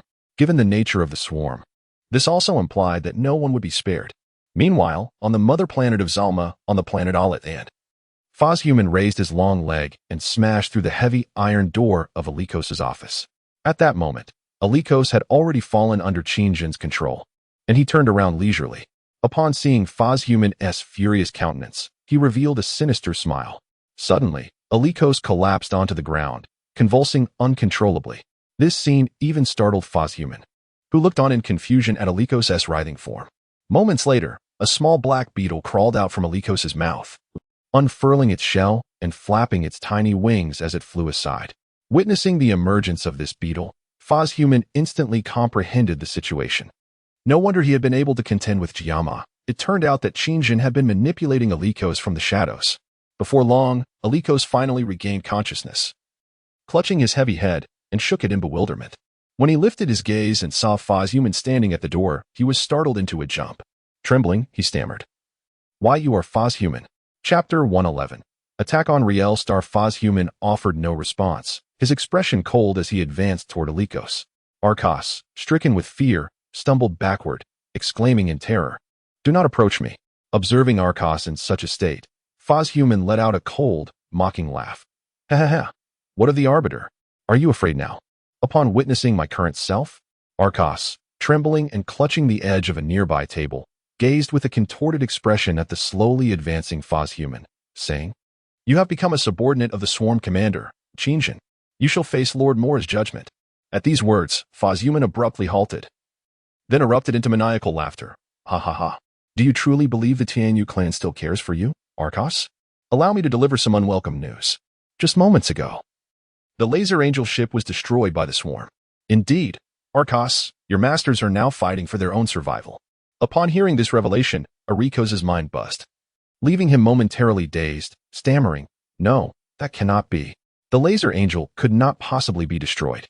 Human, unwilling to waste further words, recalled how Arcos had become a pawn of the Tianyu clan, orchestrating the demise of countless esteemed imperial commanders, including her former mentor, Aled. Aled had served the Empire for centuries, yet he met his end not at the hands of the swarm, but by those he once called allies. He perished in disgrace, his mind reduced to a mere pulp, burdened by infamy even in death, all thanks to Arcos. Contemplating this, Human coldly raised her clawed hand towards Arcos, declaring, "Though your death cannot amend the past, you shall ultimately pay for your misdeeds." With that, she unleashed a series of explosive bone spikes. Bang, bang, bang. The hardened spikes pierced through Eriko's skull. In his final moments, Arcos, his expression twisted and filled with bitterness, shouted at Fozhuman, "No, Fozhuman, I curse you to an untimely demise." Boom. As soon as Eriko's words fell, the spikes embedded in his brain detonated, a considerable explosion obliterating the entire command room. Having completed her grim task, Fozhuman's demeanor darkened as she unfurled the shell on her back, fluttering her insect wings and buzzing away. With the fall of the laser angel, Mora finally grasped the gravity of the situation. Due to Shamo's actions, the swarm had become aware of everything on Riel Star. The insects knew the locations of all our munitions factories. We must act swiftly. If I am not mistaken, Qingjin's next target will be Riel Planet. Mora stated with a stern expression, proceeding to initiate preparations. Under Keela's orders, hundreds of Tianyu Angel starships began their grand leap towards the Zulma Star Domain and the Xanu Clan Star region. Qingjin had become aware of all the actions of the Tianyu clan. On Cantania Planet, he summoned Zakhara and Dekaha, beginning to strategize for the impending war. Zakhara remarked, "Master, Fozhuman will lead her subordinates to guard against the alliance." Hearing this, Qingjin nodded. Fozhuman is an exceptionally astute individual, having swiftly infected all the commanders of the Zormer. The entirety of the Zormer Empire has fallen under her command. With the addition of her previous research, all the armament factories of the Zormer Empire and its numerous colonized planets have become her dominion. Unimpeded by any opposition, a new Zormer swarm empire has emerged. She is acutely aware that once the swarm engages in full-scale warfare against the Tianyu clan, the Tianyu Star Alliance will undoubtedly intervene. The menace posed by the swarm extends beyond merely threatening the Tianyu. Consequently, she has reconstituted a vast fleet. Those bases that were previously immobilized due to resource shortages have been revitalized under her direction and are now engaged in production. Fozhuman's power has surged dramatically. She leads billions of new swarm forces to resist the fleet of the Alliance's Carol. She believes this will enable Qingjin to confront the Tianyu clan without reservation. In her quest to eradicate the remaining foes of the swarm, Fozhuman decides to launch an offensive against the hidden Ruxmiel in the remote regions of Zormer. However, to her astonishment, when her fleet arrives at the planet where Ruxmiel is located, they discover that he has fled. Fozhuman is deeply concerned and reports this to Qingjin, stating, "I suspect Ruxmiel has discovered that we found him. The technology of the Star Clan should not be underestimated, and I fear he may pose a significant threat to the swarm in the future." Upon hearing this news, Qingjin too falls into contemplation. The fact that Ruxmiel could detect Fozhuman's fleet, which boasts third-level technology, indicates he has indeed played his cards close to his chest. However, the most pressing concern is not the potential revenge from Ruxmiel, but the ongoing war against the Tianyu clan. He addresses Fozhuman, saying, "Everyone has the right to seek vengeance. Your failure to locate him before his departure may be fate's design, yet as for avenging the swarm, I believe he is not yet a priority." With that, he gestures for Fozhuman to disregard the matter. Fozhuman replies, "As you command, Sovereign." Meanwhile, as Mora had predicted, Qingjin sets his first target on the planet Rule. After careful consideration, he instructs Zakhara and Dekaha, "We must annihilate the Tianyu clansmen's cloning facilities and their armament factories on Rule." In response, the two swarm leaders declare in unison, "As you command, Sovereign." Swiftly, before the Angel fleet can arrive, the swarm launches a full-scale assault. Under the relentless onslaught of 4 Leviathans, the space stations and bases surrounding the planet Rule are obliterated. Among them, Qingjin's flagship Leviathan has ascended to level 2. The level 2 Leviathan is significantly larger, towering over its level 1 counterpart. A flagship of second-level civilization dwarfs the once mighty Dakin ship. Yet, before the level 2 Leviathan, it resembles a mere toy. It has undergone substantial enhancements in terms of defensive capabilities, psionic levels, and the potency of its bioplasma cannons. The number of swarms that can be carried has grown significantly, and the genetic modification repository within them has also received an upgrade. The space quaked violently as Qingjin's level 2 Leviathan materialized in the skies above Riel Star. The Tianyu clan's forces, led by Mora, braced themselves for an impending confrontation. Qingjin emerged from the depths of the Leviathan, standing atop its colossal form, her icy gaze fixated upon the cluster of Tianyu mechas below. They surged forward in a dense formation, advancing towards the Leviathan. Qingjin commanded, "Release the level 2 spatial dragons." The upgraded spatial dragons, now larger and more fearsome in appearance, unfurled their bat-like wings and surged forth from the Leviathan, heading straight for the oncoming 6-winged angel mechas. The specter of war loomed ever closer. In the skies, the spatial dragon swarm engaged in fierce aerial combat with the angel mechas. Qingjin issued another command, Dekaha. It is your time to shine. Chapter 112, The Enhancement of Dekaha. Upon receiving Qingjin's directive, Dekaha promptly teleported the level 4 Leviathan to hover above Riel Star. Dekaha declared, these life forms possess potent life essence. I must harvest their vitality. With that, he commanded the release of biological drop pods from the level 4 Leviathan. This time, the swarm deployed was a cluster of green cockroaches, primarily aimed at targeting the laser turrets surrounding the Tianyu clan's bases and armories, while also assaulting the clone bodies to create more parasitic cockroaches for the battlefield. Countless biological drop pods shot downwards with great speed. The surface of Riel Star had already been meticulously prepared by Mora. The moment the swarm arrived, numerous energy tanks unleashed powerful laser beams, relentlessly bombarding the newly landed swarm units. The green cockroach cluster engaged in a fierce exchange of fire with the Tianyu ground forces, with countless energy tanks falling to their assault. However, the primary objective of these green cockroaches was not to deal with the tanks. Instead, they aimed to target the dormant clone bodies within the cloning facility. Yet, Dekaha's intentions were thwarted by layers of interception, preventing his swarm from reaching Mora's cloning base successfully. Realizing the cockroaches were after the clone bodies, Mora hastily commanded the six-winged angels to thwart the swarm's plans. This order, however, led to a significant transformation in Dekaha's swarm. When a six-winged angel mecha was struck by a green cockroach and its system had yet to initiate self-destruction, Dekaha managed to acquire the data from the angel mecha.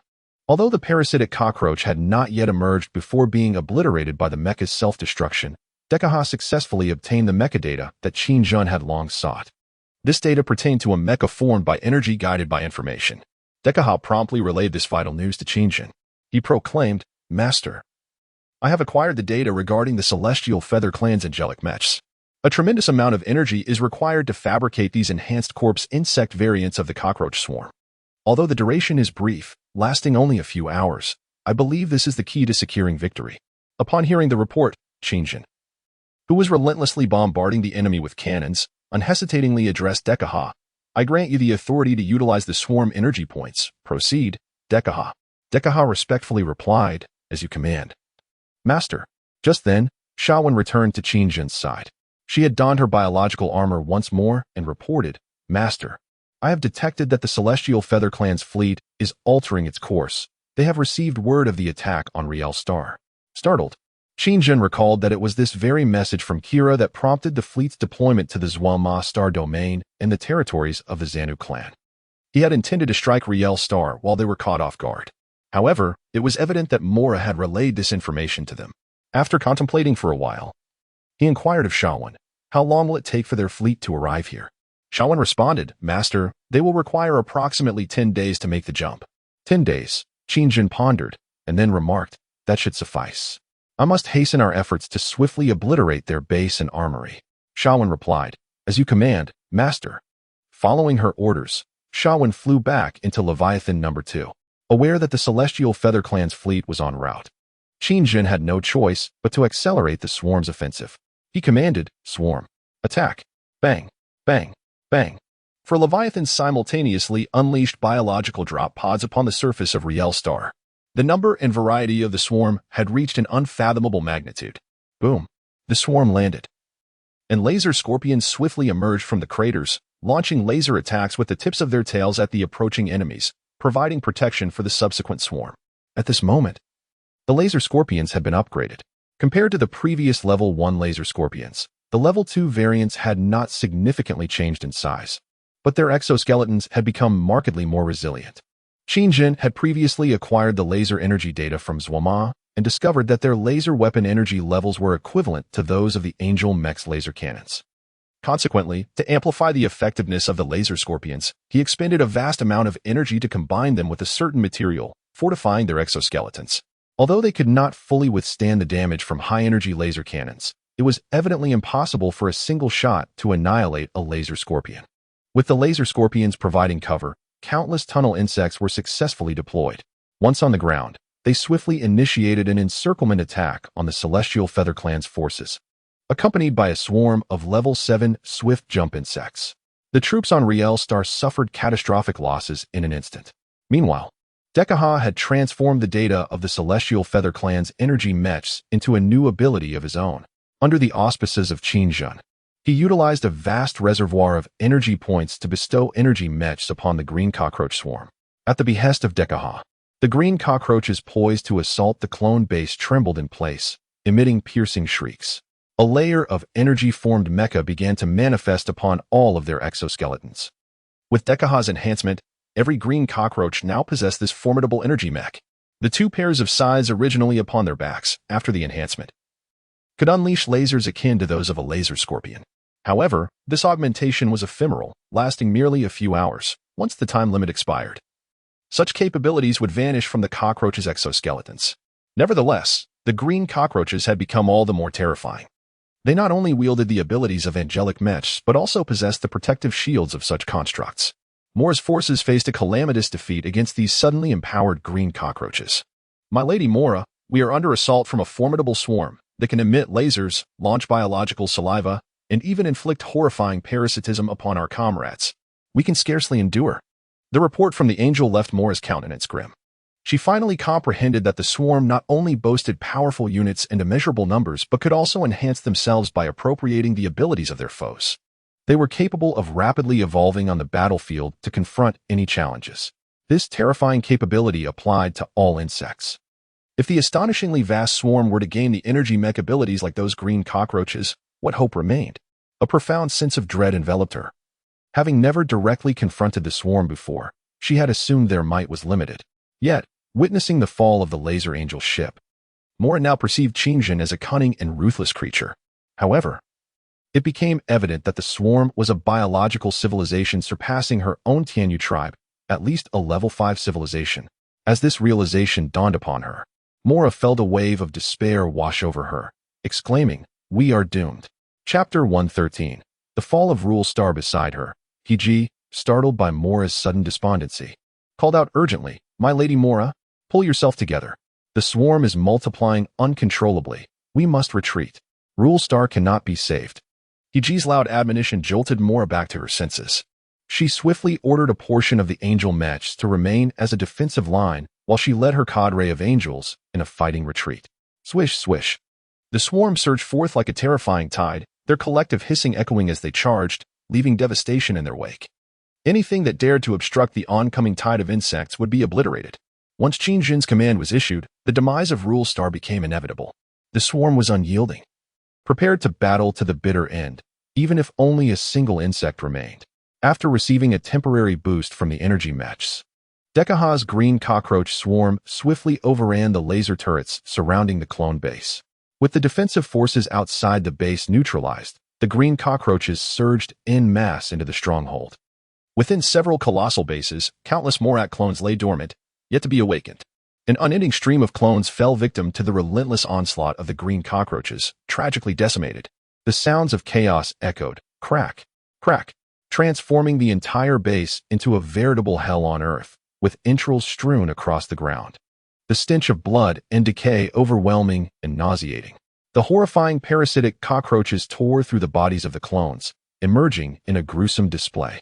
The cacophony and an ominous sense of impending doom roused the slumbering clones from their repose. Their eyes snapped open in terror, greeted by the horrific scene before them. Shock written across their faces. Some astute clones reacted swiftly, seizing nearby objects and hurling them at the malevolent green cockroaches just before they struck. Yet, such efforts were in vain. The cockroaches resembled heavy tanks in size, their exoskeletons nearly impenetrable. Furthermore, the green cockroaches were shielded by energy armor, rendering conventional weaponry ineffective against them. In no time at all, the Morak cloning facility fell entirely to the onslaught of the Dekahad green cockroaches. Only a handful of quick-witted six-winged angel mechs awoke in time, activating their pre-placed energy armor to narrowly escape disaster. Swarm after swarm of parasitic cockroaches surged forth from the cloning facility, akin to a torrent unleashed. The commotion was enough to shake the very ground. In the blink of an eye, the swarm spread rapidly.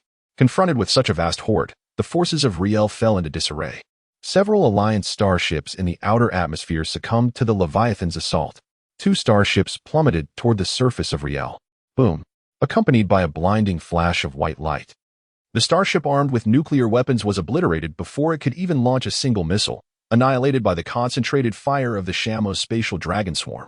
The colossal explosion radiated outward with devastating force. The billions of insects on the surface of Riel had no chance to evade the onslaught, succumbing to the searing heat wave generated by the massive mushroom cloud. This marked not only the fall of Riel, but also the defeat of Morak, emerging beyond the atmosphere. The 8-winged mech Morak and a cadre of 6-winged mechs hovered in the void, helplessly witnessing Riel succumb to the swarm. After a prolonged silence, Morak spoke. "We have gravely underestimated the cunning of the swarm's commander, Qingjin, and the true strength of the swarm. This will be an interminable war. The swarm is far more formidable than the Galactic Alliance." Hearing this, He-Ji inquired, "Lord Morak, what shall we do? The bases on Riel have all been overrun by the swarm, and our technology is now in the hands of Commander Qingjin." At He-Ji's reminder, Morak's countenance turned pale. Indeed, witnessing the swarm's capability to utilize energy mechs left Morak profoundly shaken. The Tianyu clan had invested millennia to successfully integrate such technology into their forces. However, the swarm astonishingly managed to breach defenses effortlessly and assimilate within an astonishingly brief period. This revelation is profoundly unsettling. Moments later, Mora clenched her teeth, the sound echoing ominously, and declared, "The swarm sovereign, Qingjin would Tankier." But this was merely the beginning. To this day, they still believe this to be the illustrious name of Qingjin, the progenitor of the swarm. The headquarters of the Tianyu Civilization Alliance has fallen to the swarm. Following the catastrophic fall of the Laser Angel fleet, this momentous news erupted once more. A profound silence enveloped everyone. The name of Qingjin would Tankier thus reverberated throughout the entire Tianyu star system with an undeniable might. He has become the stuff of legends among the various civilizations within the Tianyu star system. Have you heard? The swarm's sovereign, Qingjin, is actually a colossal insect. Rumored to occupy a significant portion of the starry expanse, his body teeming with dreadful creatures. No, he is not that immense. He is merely a type of insect capable of firing energy railguns, only as large as a single base. What you say is untrue. He is a swift insect. Approximately 2 meters tall and several meters long, possessing a singular, large eye. Indeed, a purple, singular eye. It is said that a mere glance from him could spell doom for you. My friend, in an instant, you would be infested with his spawn. Hiss. Upon hearing this, the crowd turned pale. Then someone remarked, yes, and those creatures would devour your innards, tearing through your abdomen, blood spilling forth. Goodness, is it truly that terrifying? Yes, indeed. The conversants nodded emphatically, and soon, their expressions changed to one of horror. How frightful. After her defeat, Mora, accompanied by several thousand surviving 6-winged angels, contacted the angel fleet. Mora proclaimed, "I am Mora, the 8-winged angel and governor of the Tianyu Star System Alliance. Long live Queen Kira." The angel fleet, en route to Riel Star, was intercepted by Mora. She stated, "Commander, I believe there is no need for our fleet to proceed. Riel Star has already succumbed, and any attempt to reclaim it would incur grave costs, rendering the endeavor futile." Upon hearing Mora's assertions, the fleet commander replied, "Queen Kira has commanded us to ensure the swarm pays a price. Riel has been overrun, yet you managed to escape. Mora, I must say, your negligence is significantly implicated in this matter, and Queen Kira is quite displeased." Hearing this, Mora retorted, "No, I have witnessed firsthand the terror of the swarm. I will explain everything to the Queen, but before that, it would be wise for you to heed my counsel. If you act recklessly, the fall of the Laser Angel fleet and Riel Star will not be the last." Observing Mora's anxious warning, the 8-winged angel wore a skeptical expression and replied somewhat disdainfully, "Are those insects truly more formidable than the stealth fleets of the Sar race?" Chapter 114. Commander Violin. The 8-winged angel Commander Mora contacted is named Violin, one of the most esteemed commanders of the expedition fleet favored by Kira. As the commander of the Vanguard fleet invading the galaxy, she had successfully conquered countless border planets, earning illustrious accolades for the Tianyu tribe. Although she belonged to the same echelon of 8-winged angels, Mora still felt somewhat inferior in the presence of Violin. Hearing Violin's dismissive attitude, Mora, with a hint of indignation, remarked, "Commander, you may question my capabilities, but you must never underestimate my counsel. Our knowledge regarding the swarm is exceedingly limited." Mora's reminder plunged Violin into contemplation. Despite her slight disdain for Mora, Violin, having endured numerous interstellar wars, was acutely aware of the peril of underestimating one's adversaries. Otherwise, her extensive years of warfare and the multiple expansions of the Tianyu tribe would have been in vain. Take, for instance, the current battlefield within the galaxy. The Angel fleet had underestimated the Sal tribe, perceiving them merely as newly ascended level 4 civilization lizards. They believed that these small lizards would remain insignificant, merely engaging in petty schemes from the shadows. Even after breaking through technological barriers, they thought that confronting the Tianyu tribe on the brink of creator-level technology would be akin to an ant challenging an elephant, foolhardy and delusional. However, the outcome was disastrous. They never anticipated that the Sal tribe had developed a cloaking technology. This technology was unprecedented for the Angel fleet, allowing them to conceal their entire fleet. This concealment transcended mere evasion of radar detection. It enabled complete integration with the surrounding environment, with the alliance of their comrades. The Sal tribe utilized this cloaking technology to catch the Tianyu tribe's Angel fleet entirely off guard. Countless Angel ships met with calamity, and billions of Angel troops fell victim to the Sal tribe's slaughter. Furthermore, they employed a magnetic field to control the self-destruction protocols of the Angel mechas. This rendered the mechas incapable of self-defense upon defeat, as the Sal lizard men injected a certain genetic virus into them. The once loyal Angel warriors to Queen Kira, after being infected by the Sal tribe, transformed into terrifying foes. It was a horrific war. The seemingly inconsequential Sal tribe abruptly turned the tide of the battlefield in the galaxy. The Tianyu fleet found itself in a relentless retreat. The Angel fleet, which had once been on the brink of invading the solar system, was decisively overturned by the Sal tribe. Moreover, they relentlessly pursued, forcing the Tianyu fleet back to the fringes of the galaxy.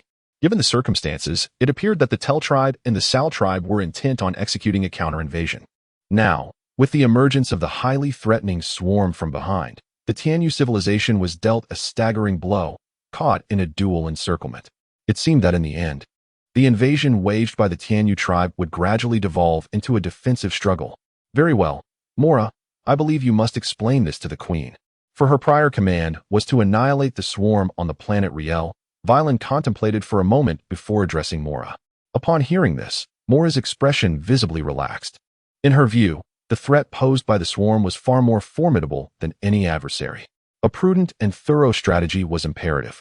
After a moment of contemplation, Mora darkly stated, "The star in the Riel star system must be dealt with at the opportune moment. That damned insect cannot be allowed to benefit." Simultaneously, upon securing the Riel planet, Qin Jun began devising strategies to confront the impending vengeance of the Angel fleet. However, Sean's report plunged him into further reflection. Sean announced, "Master, the Angel fleet has turned back." Upon hearing this news, Qin Jun's expression was clearly one of disbelief as he muttered to himself, "They've turned back? Kyra is letting me off so easily? Surely not." Although his understanding of Kyra was limited, the destruction of multiple bases and the obliteration of the headquarters of the Tianyu Star Alliance by the Swarm could not simply be dismissed as a matter of pride. It was a formal declaration of war by the Swarm against the Tianyu civilization. Could one endure such an affront? If it were him, he certainly would not. Pondering deeply, Qin Jun still found himself at a loss. Nevertheless, regardless of the circumstances, a retreat was a positive development. While it was true that the Swarm sought to strengthen itself through warfare, this was an invasion and plunder, distinctly different from a direct confrontation with a formidable adversary. Without indulging in further speculation, he commanded, "Deploy the motherworm bases. We must swiftly gather all resources from the Riel planet." Following Qin Jun's orders, countless motherworm bases were dispatched. In accordance with protocol, a fungal blanket was spread around, rapidly hatching worker insects and queens. Numerous king worms were also birthed, and the swarm's plundering mode was activated once more. Qin Jun, accompanied by several swarm brain worms and Duanya, strode purposefully toward the former palace of Mora. Upon reaching the entrance, Qin Jun abruptly halted, causing the insects behind him to look on in confusion, wondering if he had sensed an unseen enemy. They understood that their master's mind could not be gauged by ordinary standards. Dekaha, puzzled, inquired in his raspy, simple tone, "Master, have you made a discovery?" After a brief pause, Qin Jun responded, "Not at all. I merely feel that everything seems to be passing by rather swiftly." Passing swiftly. Upon hearing Qin Jun's words, the other insects exchanged bewildered glances, clearly perplexed. Qin Jun smiled, offering no further explanation. He then took the lead, striding into the opulent palace with his long legs. Encased in chitin, despite the swarm's assault, the palace remained largely intact. Upon reaching a sofa, he settled down comfortably, spreading his legs and resting his arms on his knees.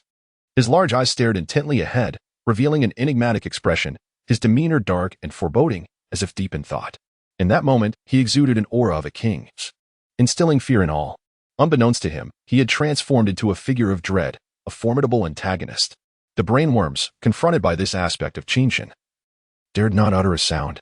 Indeed, this individual could effortlessly crush them with a mere flick. Yet, Duanti, exhibiting an air of fearlessness, slowly approached the feet of Qinshan before lazily lying down, gradually closing its fierce eyes to rest. After a brief moment, Zakhara spoke. Master, it is certain that the Tianyu civilization will seek revenge against us. I believe it is essential for us to prepare for what lies ahead. Qinshan replied, Indeed, Zakhara. I have been contemplating how to deal with those who dare to call themselves angels. Yes, those who abandon their comrades solely to expedite their own escape, shamelessly proclaiming themselves as angels. Chapter 115. Kira's plan. Zakhara continued. Master, it is not my inclination to worry excessively, but I fear that Fozhuman may not be able to confront the entire fleet of the Alliance alone. I have faced them. The Alliance forces possess formidable weaponry, and their soldiers are well-trained, capable of excellent coordination, and driven by their own beliefs. Yes, I mean to say that the Galactic Alliance may not genuinely revere Kira. Upon hearing this, Qinshan responded, What they possess is not faith, Zakhara, but a will to survive, to protect their own kin. Hence, they are compelled to act thus. Much like us, we engage in warfare to secure more resources, for it is the only means by which we can endure. Upon hearing Qinshan's words, Zakhara seemed to grasp certain truths. Qinshan continued, Fozhuman has acquired the power she has long desired, and her mindset will inevitably evolve. She is an astute individual, and perhaps in the future, she will emerge as a pivotal leader of the insect race. Hearing the exchange between Zakhara and Qinshan, Shawan was somewhat perplexed. Qinshan claims that Fozhuman will become a leader of the insect race? What does this mean? While Shawan had never encountered Dekaha, she was well aware of his hatching process and emergence. However, she was entirely uninformed regarding Fozhuman. Upon hearing Qinshan's assertion, Zakhara harbored no further suspicions, affirming, Yes, Master. Subsequently, after the insect swarm had undergone a period of adjustment, Qinshan commanded Dekaha, Zakhara, and Shawan to proceed to seize resource planets belonging to the Tianyu tribe and the Galactic Alliance. The swarm had reached level 10, drawing ever closer to Qinshan's envisioned goal of level 12. Returning to the galaxy was of paramount importance. At that moment, Kira was beset by a throbbing headache. The defeat on the battlefield of the galaxy, coupled with the upheaval caused by Qinshan in the rear, had led to the loss of the Laser Angel ship and numerous bases painstakingly established by the Tianyu tribe on Rear Planet. Ultimately, it was Qinshan's insatiable ambition that bore the brunt of the blame. He was indeed lying. The swarm did not serendipitously appear in the Tianyu galaxy, but rather invaded with a clear purpose. This led Kira to begin doubting Qinshan's claims that the swarm originated from the second galactic race. Mora contacted Kira once more. She spoke, Esteemed Queen, I have failed, and I am willing to accept punishment. However, before that, I believe I must report to you all that I have discovered regarding the swarm. Observing the grave expression on Mora's face in the video, Kira resolved to allow her to finish her account, responding in a frigid tone, State your findings, Mora. Mora replied, Yes, my queen, I have uncovered the true terror of the swarm. They are capable of deciphering our millennia of research in an alarmingly brief period and can directly assimilate this knowledge for the entire swarm's use. This poses an exceedingly dire threat, and the swarm has already acquired 4 biological motherships, whose main cannons can obliterate our starships, something even the primary vessels of a level 3 technological civilization cannot achieve. The Laser Angel vessel was annihilated by such formidable strikes. We have severely underestimated the strength of the swarm. Upon hearing this information, Kira's complexion darkened further. She urged, Continue, Mora. I sense you have more revelations regarding the swarm. Mora continued, Indeed, my queen. I suspect that the technology possessed by the swarm has reached a creator-level status, far beyond that of a mere galactic overlord. After digesting Mora's analysis, Kira's expression shifted abruptly. If what you say is true, then the swarm's intent is not to enter the galaxy, but rather to enact destruction. Mora, her visage grim, affirmed, Yes, my queen. Perhaps our previous creator civilization has already been utterly annihilated by Qinshan. and the swarm is now eradicating all remnants of the former creators, subsequently seeking to forge a new civilization system. Even if it is not he who has wrought destruction, it could be the forces behind him, implying that the swarm's ruler, Qin, might very well be a subordinate of the forces that obliterated the creators.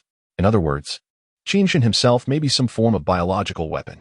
At this juncture, Mora's demeanor reflected profound despair as she added, "My queen, we may be encountering the moment of transition between creators." Upon hearing this, Kira collapsed onto her throne with a resounding thud, her entire being exuding an aura of desolation.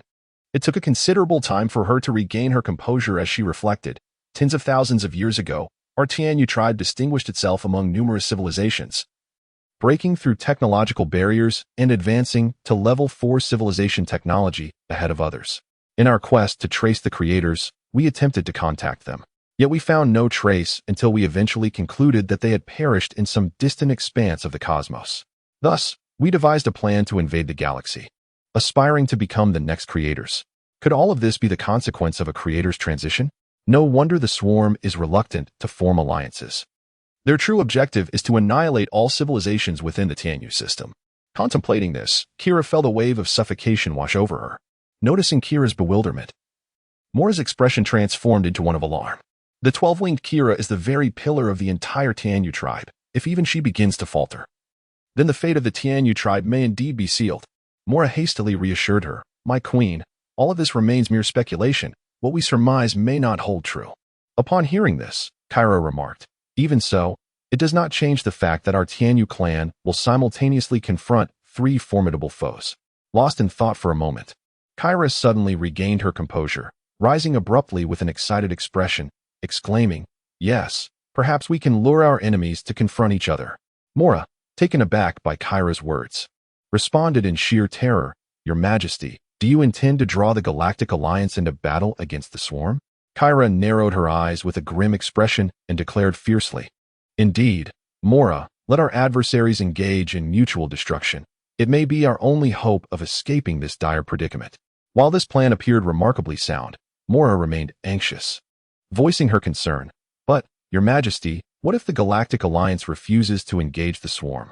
Confidently, Kira retorted, "Do you believe the Galactic Alliance would forfeit the opportunity to annex the Tianyu star system?" Mora hesitated, suggesting they probably wouldn't, but before she could finish, Kira interrupted. "If the Galactic Alliance fleet penetrates our Tianyu star system and encounters that ambitious creature, do you think they would sit down for a cordial discussion?" Mora, astonished, responded. "That," Kira slyly inquired, "or do you think Qinjin would be inclined to engage them in a civil dialogue?" Chapter 116. The commencement of the decapitation operation. As Kira spoke, a hint of cunning crossed her visage, and she added, "If the swarm confronts the Galactic Alliance, perhaps they will engage in a battle to the death." Despite Kira's plan, Mora remained visibly anxious, yet she dared not voice further objections, respectfully affirming, "Yes, Your Majesty." Meanwhile, the Alliance, in a bid to safeguard its interests, resolved to dispatch its fleet against the swarm once more. Carol had come to comprehend the terrifying nature of the swarm. They would not adhere to agreements. Power supersedes all. The Alliance fleet set forth with great momentum. Upon entering the Zurma star domain, they were ambushed by the new swarm fleet led by Fozhuman. These new Zurma soldiers had assumed their own insectoid forms. Under Feshuman's dominion, they had shed the constraints of the former Zurma Empire, gaining newfound freedom. Now, they all served as Fozhuman subordinates, as members of the new swarm. Loyal to the swarm sovereign, Qinjin, a new swarm commander, manipulating his insectoid mandibles, reported in a hoarse, guttural voice to Fozhuman, "Your Majesty, we have successfully intercepted Carol's vanguard fleet and are currently engaged in combat." Upon hearing the report, Fozhuman, reclining in his chair, smiled darkly and remarked, "Well done. If the Alliance wishes to thwart the sovereign's plans, they must first contend with us." The new swarm commander responded, "Yes, Your Majesty, long live the swarm sovereign." Lord Qinjun. The Alliance fleet and Fozhuman's fleet met in a narrow temporal corridor, both sides unleashing a relentless barrage upon one another. Various starships and unmanned combat drones were annihilated. The coalition fleet, immense in size, included over 300 starships in its vanguard alone. The forces of Fozhuman were equally formidable. Taking full advantage of their position, they commenced firing first, inflicting severe losses upon the coalition fleet in an instant. Upon receiving information about the skirmish, Fashman ordered other fleets to rush to provide support, determined to intercept Carroll's coalition interstellar fleet at the borders of the Zalma star domain. Prepared for war. Fashman's forces inflicted considerable distress upon the coalition in the early stages of the conflict, leaving even Carroll bewildered. Suddenly awakened to the grim reality, he realized that Fashman, with the assistance of the Zerg overlords, had secured dominion over the entire Zalma region, leading to the birth of a new Zalma empire, an exceedingly unfortunate development for them. Meanwhile, under the command of Kayla, the Tianyu clan's Violin ordered the Angel fleet to remain motionless, yet this did not imply they would overlook the Zerg. Kayla resolved to initiate a decapitation strike against the Zerg. She promptly shared her plan with all senior commanders of the Tianyu clan, though she kept this operation concealed from Mora. Indeed, Kayla feared that Mora had fallen under the control of the Zerg, with knowledge of all that Qingjun had accomplished. From the Star Clan to the Zalma Empire, Kayla began to tread cautiously. She preferred to believe that Mora had been ensnared by Qingjun, prompting her to take precautions. She conveyed to Violin that the Zerg's power originated solely from their overlord. If they could eliminate Qingjun, perhaps the Zerg would cease to be a threat. At present, engaging directly with the Zerg would deplete their strength, thus before those entities took the bait, they might attempt to decapitate the Zerg overlord. Upon hearing Kayla's strategy, Violin agreed, saying, "As you command, my queen, I shall arrange it. However, I require all pertinent information, which will enhance the success rate of our decapitation plan, such as everything concerning the Zerg and their overlord." Upon hearing Violin's request, Kayla remained silent for a considerable time. In truth, her understanding of the Zerg was not as profound as Mora's. Nevertheless, she had gathered some insights during this period. Reflecting on her knowledge, she noted that she only knew Qingjun possessed extraordinarily potent psychic abilities and strength surpassing any known life form. The rest remained to be uncovered. Yet, from these 2 points alone, it was evident that this was no simple task. She did not hope for success, but was determined to ascertain the true power of the Zerg overlord. Listening to her, Violin fell into contemplation and after a moment remarked, "We have recently deciphered the Sarl race's cloaking technology, a form of biotechnological prowess. Regrettably, while we can replicate this ability, we cannot reach the same level as the Sarl. We require time. Furthermore, we have yet to devise specific countermeasures, and it remains uncertain whether this technology could affect the Zerg." Upon hearing Violin's observations, Kayla plunged into thought. Based on her current understanding of the Zerg, they possessed no units capable of cloaking. Of course, it was possible that such units had yet to appear. Nevertheless, this technology could indeed be a promising option for the forthcoming decapitation operation. Upon reaching a decision, Kyra commanded Violin, the esteemed commander of the Tianyu civilization, to take charge of the assassination operation. Even if he could not eliminate the target, he must ensure that the adversary pays a significant price. Upon hearing Kyra's orders, Violin's expression turned solemn, and with unwavering resolve, he replied, "As you wish, Queen Kyra." Consequently, the Tianyu fleet began to slow its pace on the battlefield of the galaxy, discreetly withdrawing from the galactic frontier. Unsurprisingly, this maneuver was detected by the Galactic Alliance. The Turl, a fourth-level mechanical civilization, had long been a dominant force within the galaxy. However, due to the formidable invasion from the Tianyu star system, they found themselves compelled to ally with the cunning Sal to break through their technological bottleneck, thus elevating themselves to the fourth tier of civilization technology. The Turl required the Sal to sign an agreement. Once the Tianyu invaders were defeated, the Sal would exit the galaxy to seek their own star systems. The method of their search, whether through invasion or redevelopment, would be of no concern to the Turl. Recently, as the Tianyu expedition fleet faced continuous setbacks, the Sal, disregarding past favors, seized the opportunity to present an unreasonable demand. They insisted that the Turl join in a counter-invasion to thoroughly regress the civilization of the Tianyu star system back to the Stone Age and assist the Sal in occupying the entire Tianyu system.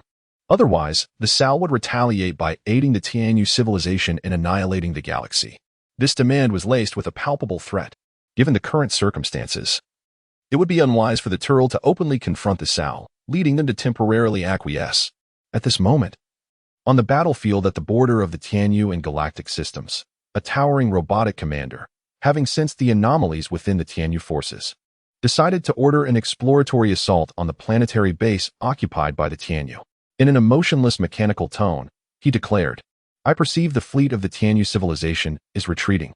I cannot ascertain if this is a ruse, but we must attempt to probe further. He then commanded another robot beside him, Warp. Lead your troops and launch an attack on their base. Chapter 117. Upgrading the killing form amidst the friction among various factions. The swarm appeared oddly at ease. Qingjin had initially anticipated that after conquering the Riel planet, he would inevitably face a grueling battle. However, the outcome unfolded unexpectedly. After dispatching all the brain worms to gather resources, they encountered little to no significant resistance from the civilization of the Tianyu star system. This lack of opposition raised suspicions in Qingjin's mind. What on earth is happening? Where is the action? He muttered to himself, feeling somewhat vexed while sitting alone beside a swarm base. The silence only heightened his unease. After a prolonged moment of contemplation, he resolved, well then, I might as well take this time to improve the second form of the swarm's body.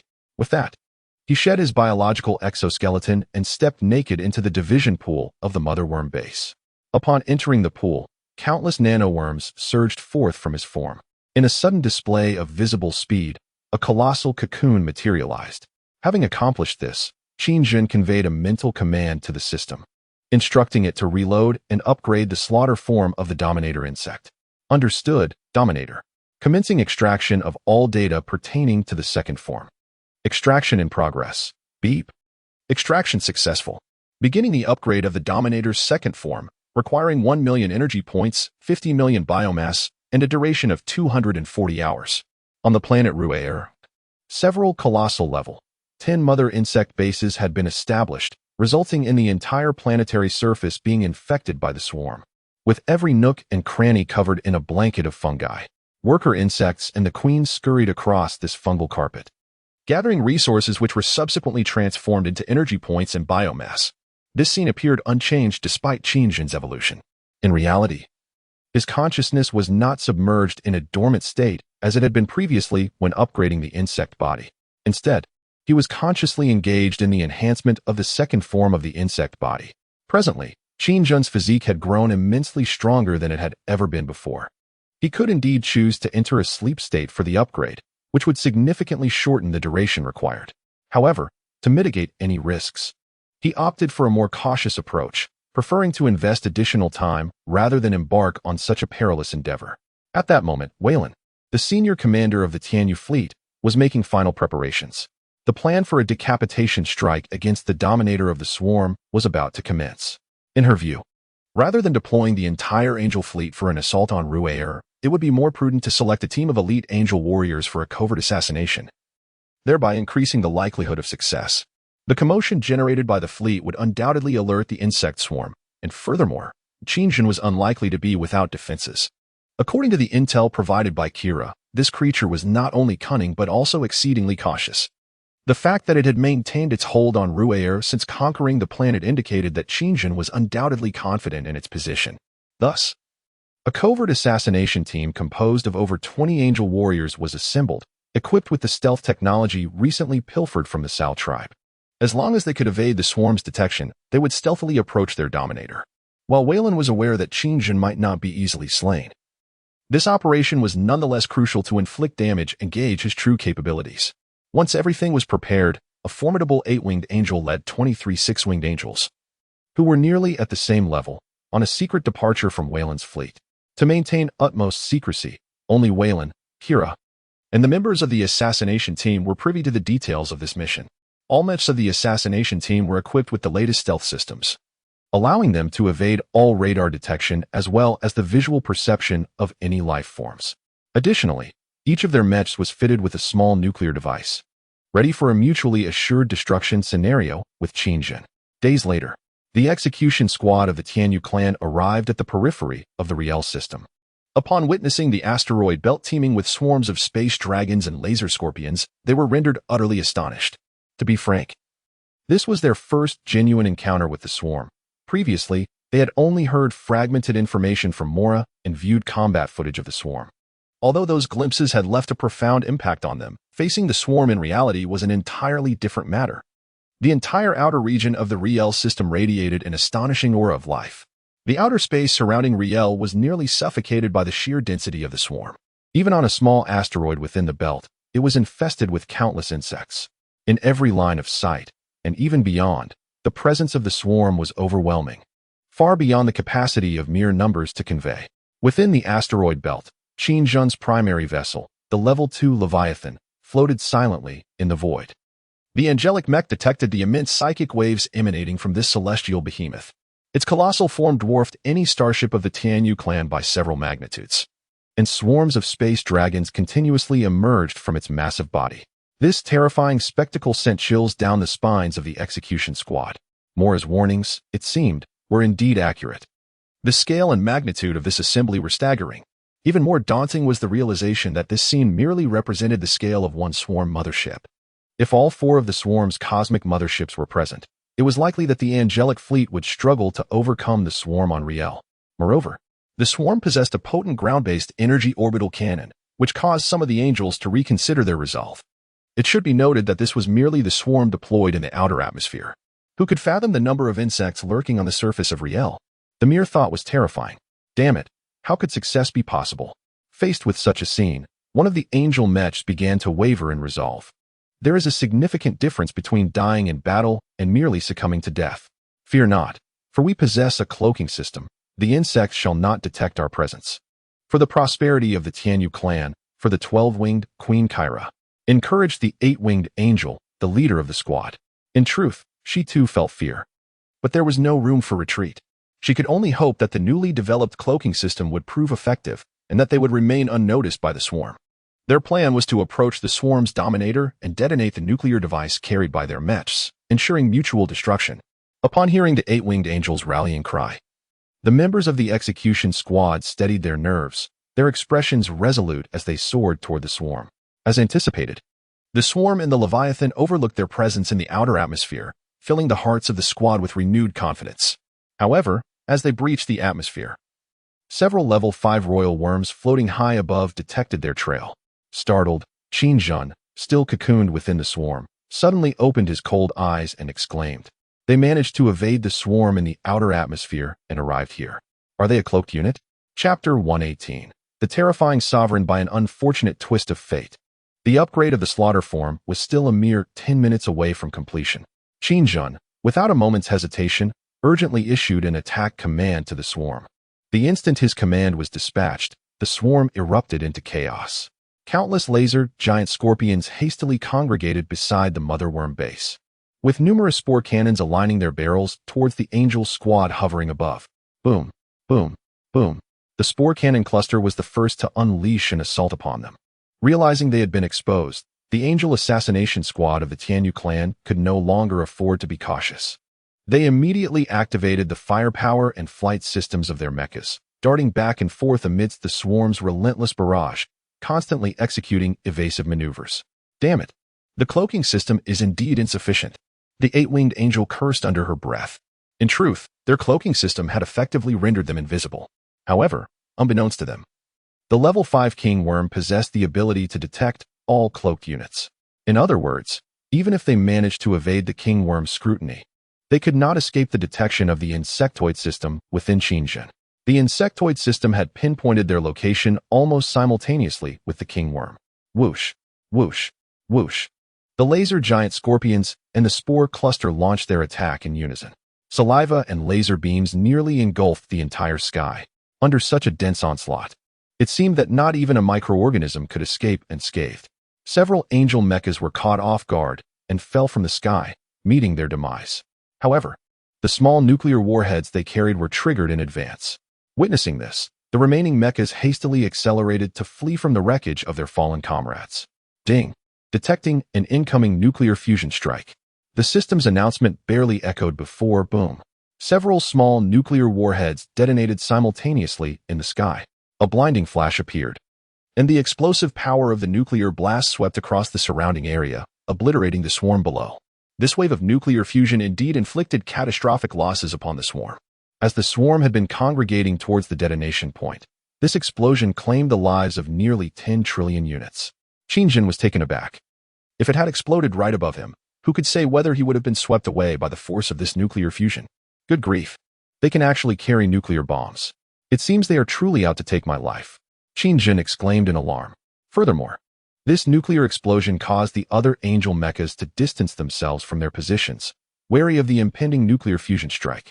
In a flurry of urgency, Qingjin summoned the Leviathan from beyond the atmosphere. Upon his mental command, the Leviathan immediately initiated a psychic leap to hover above Qingjin. Simultaneously, he called forth a swarm of dragons from the outer atmosphere.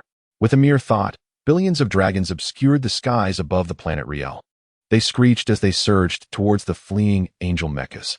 We shall divide our efforts. We must swiftly ascertain the location of the swarm's sovereign. In a state of panic, the eight-winged angel issued commands to the other angelic mechs. The swarm of insects was overwhelming, causing the detection systems to malfunction. They were unable to ascertain the location of the swarm's master. One mech, in a flurry of anxiety, exclaimed, "Damn it. I thought I was the only one experiencing this malfunction." Hearing this, the eight-winged angel was struck with dread. This suggested that they likely had not yet located Qingjin and would soon be devoured by the swarm. Although the recent nuclear explosion had annihilated many insects, it appeared to have had little impact on the swarm, which only continued to multiply. More astonishingly, these life forms were immune to nuclear radiation. How resilient these creatures were. Their sheer number and variety of abilities were already astounding. Was there any hope for survival? Previously, when they had heard Mora describe the horror of the swarm, they had assumed she was merely making excuses for her own failures. In hindsight, her ability to escape unscathed from the swarm was nothing short of miraculous. However, there was no time for further astonishment. Boom. Another angelic mech was ruthlessly destroyed by the concentrated assault of the swarm. This time, there was no chance to detonate the nuclear bomb. Following the first explosion, Qingjin had preemptively ordered the swarm to execute a suicidal attack, intending to shred them to pieces in an instant. At that moment, within the cocoon, the insect's killing form had reached its final stage. Countless nanobots surged from Qingjin's body, enveloping him completely. In mere moments, the killing form solidified once more. Ding! Congratulations. Master, the killing form has been successfully upgraded. As the system's prompt faded, Qingjin, now in his upgraded killing form, suddenly opened his menacing purple eyes. With a tremendous crash, he burst forth from the cocoon. The upgraded killing form showcased striking changes. Shimmering purple energy patterns adorned his sides, and the insect wings on his back had grown significantly larger. The three elongated tails at his rear also pulsed with violent purple energy. His consciousness was markedly clearer than before, allowing him to issue commands to the swarm without hindrance. With a mere thought, the swarm could instantly receive directives from Qingjin, eliminating the previous need for concentration and the fluttering of wings to command them. With a thunderous roar, Qingjin unleashed a sound that reverberated through the air. This fearsome cry caught the attention of the members of the Tianyu clan's assassination squad. I found it. The master of the swarm, Qingjin, one of the angelic mechs. Positioned closer to Qingjin, turned toward the source of that soul-stirring, beastly roar. There, a colossal one-eyed beast fixed its gaze upon him, its three tails moving without wind. Its unique purple eyes, peculiar life form, and the chilling aura it exuded left an indelible impression. Undoubtedly, it was the swarm's sovereign, Qingjin. Just as she transmitted a message to her companions, Qingjin abruptly opened his massive maw. A torrent of ferocious energy began to coalesce within his throat. With a swift motion, a laser beam surged forth from his gaping jaws, aimed directly at the angelic mech that had discovered him. The angel's eyes widened in alarm. With a resounding impact, Qingjin struck true. The laser cannon, fueled by the energy of the swarm, proved formidable, obliterating the dazed angelic mech along with its pilot in the blink of an eye. No. Witnessing this scene, the eight-winged angel seethed with fury. The swarm's sovereign Qingjin was capable of unleashing laser cannons. This mission was indeed akin to a death sentence. The destruction of the laser angel ship by the swarm should have been a foreboding sign. Mora had not lied. It was not an exaggeration to say she concealed the swarm's true might. After his decisive strike, Qingjin swiftly turned his head and commanded, "Earth Burrower, arise." Chapter 119. Queen Zekera. With a thunderous roar, the colossal Earth Burrower erupted from the ground, releasing a series of piercing howls into the sky. The eight-winged angel, having lost yet another companion, furiously unleashed a plasma blade. "Excellent, Tianyu clan, your countdown to doom begins now," Qingjin bellowed, channeling his fury as he leapt into the gaping maw of the Earth Burrower, disappearing into the earth without a trace. The mechs of the Tianyu clan were all equipped with nuclear warheads, and the overly cautious Qingjin had no choice but to temporarily evade confrontation. However, their fate would not change due to Qingjin's retreat. Under his command, the swarm grew increasingly frenzied and numerous. Within mere hours, Every angel mech sent to eliminate Qin found itself in dire straits, with no survivors. In a final act of desperation, the 8-winged angel detonated its nuclear warhead, taking a significant portion of the swarm with it. Once the nuclear explosion subsided, Qin emerged from beneath the surface, having reverted from his second form. His gaze swept over the devastation around him. What lay before him was a scene of utter ruin. The already ravaged planet Ruaer appeared even more desolate after the nuclear blast. The ground was pockmarked, and the intense heat of the explosion had obliterated countless structures. Amidst the scorched earth, flames raged fiercely, crackling ominously. The power of the nuclear blast was not to be underestimated. Fortunately, the swarm's exoskeleton offered some protection against nuclear radiation, mitigating losses. This incident incited Qin's wrath. He immediately issued a command to all the swarm. Swarm, target the Tianyu clan, full-scale assault. Simultaneously, 3 brainworms responded. At your command, Sovereign. Of course, Fozhuman also received Qin's furious directive, replying, at your command, Sovereign. Soon, the swarm launched a frenzied assault on all military installations of the Tianyu clan within the Tianyu star system. The decapitation operation had failed, but this was anticipated by Kyra. If Qin could be so easily eliminated, it would have been a different tale altogether. If the preceding events had not transpired, the swarm would not have proliferated so swiftly within the Tianyu star system. Kira remarked that the swarm had begun its retaliation, yet we must avoid direct confrontation, for it would only serve the interests of the Galactic Alliance. Our fleet has gradually withdrawn from the galactic battlefield, and the Tel race has become aware of our exodus, bolstering their confidence to invade the Tianyu star system. Let the Galactic Alliance engage the swarm. We shall observe the conflict from a distance. The Tianyu fleet, under my command, is to withdraw entirely from the Tianyu star system and the galactic battlefield. Under Kira's directive, the Tianyu fleet commenced a rapid retreat from all areas of conflict. Meanwhile, the initially oblivious Qin was incensed by the decapitation operation of the Tianyu race. He promptly commanded the swarm to unleash indiscriminate slaughter, leading to further devastation of numerous planets. Yet, as before, there was no substantial resistance encountered. During the ensuing period, not even a single fleet stood against them. The wrath of the swarm persisted for a solid 30 years, resulting in the annihilation of countless planets teeming with life. With no obstacles in their path, the swarm's strength surged exponentially, infecting innumerable resource-rich planets. During this time, Qin also birthed a colossal insect, the largest unit within the swarm, second only to the Leviathan. This creature resembled an enormous moth, with a wingspan reaching 100 meters, primarily designed to absorb the energy of stars. Immediately upon its hatching, Qin deployed this gigantic moth to the artificial star outside the realm of the Riel planet. Thousands of trillions of moths spent 2 decades consuming that star. Qin's intention behind this was to facilitate the energy fusion for the swarm's energy railgun. Seizing the opportunity, he decided to elevate Zakera to the status of the swarm queen. Following a series of enhancements, the system prompted, ding. Congratulations, Sovereign. The swarm's second brain insect Zakera has successfully evolved into the swarm queen Zakera. Accompanied by the system's notification, the enormous chrysalis within the division pool was shattered by Zakera. The newly evolved Zakera approached Qin, bowing gracefully to express her gratitude for the bestowed power. Under his leadership, the swarm would be unstoppable. The swarm queen, Zakera, underwent a remarkable transformation following her evolution. Her upper body was no longer the fearsome insectoid form. Instead, she embodied a strikingly alluring figure. The previously dense forelimbs had vanished, replaced by 2 elongated arms, complemented by an impressive bosom and a slender waist. Her lower body resembled that of a spider, though her abdomen was less pronounced and covered by a layer of exoskeleton. I have no desire to hear superfluous flattery, Qin stated, but first, you must don the biological insect armor. Observing Zakera's exposed upper body caused him a measure of discomfort. After all, her evolved form bore an uncanny resemblance to that of a human woman. Zakera naturally obeyed the commands of the Sovereign. Under the directive of Qin, Zakera donned the biological armor of the swarm's cerebral worm. However, this armor only covered her 2 claws and 2 points on her chest, indicating that while she wore it, she had not fully embraced it. Qin found this somewhat amusing, yet chose not to dwell on it. Over the past 50 years, the Tianyu clan had vanished without a trace. Although we had occupied a significant portion of the Tianyu star system, I still felt that this was part of some intricate scheme devised by Kayla. Nevertheless, such matters seemed trivial now. Turning away, Qingjun clenched his fists, directing his gaze towards the starry expanse. At this moment, he was overwhelmed with excitement.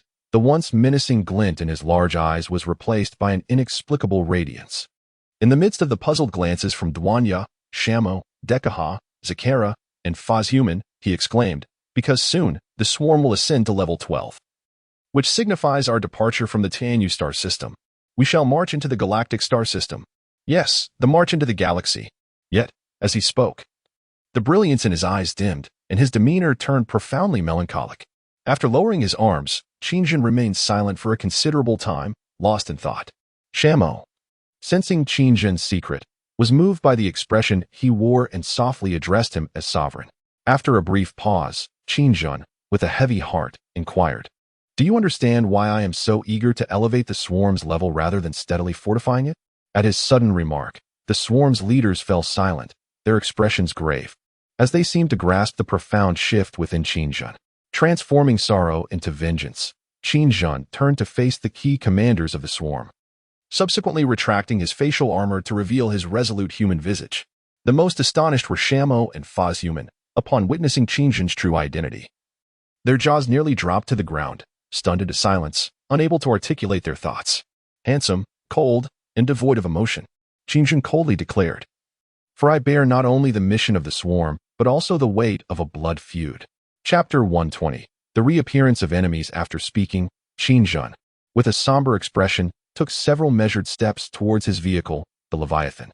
This colossal entity occupied a significant portion of the cosmos, and sensing Qingjun's current mood, it let out a mournful wail.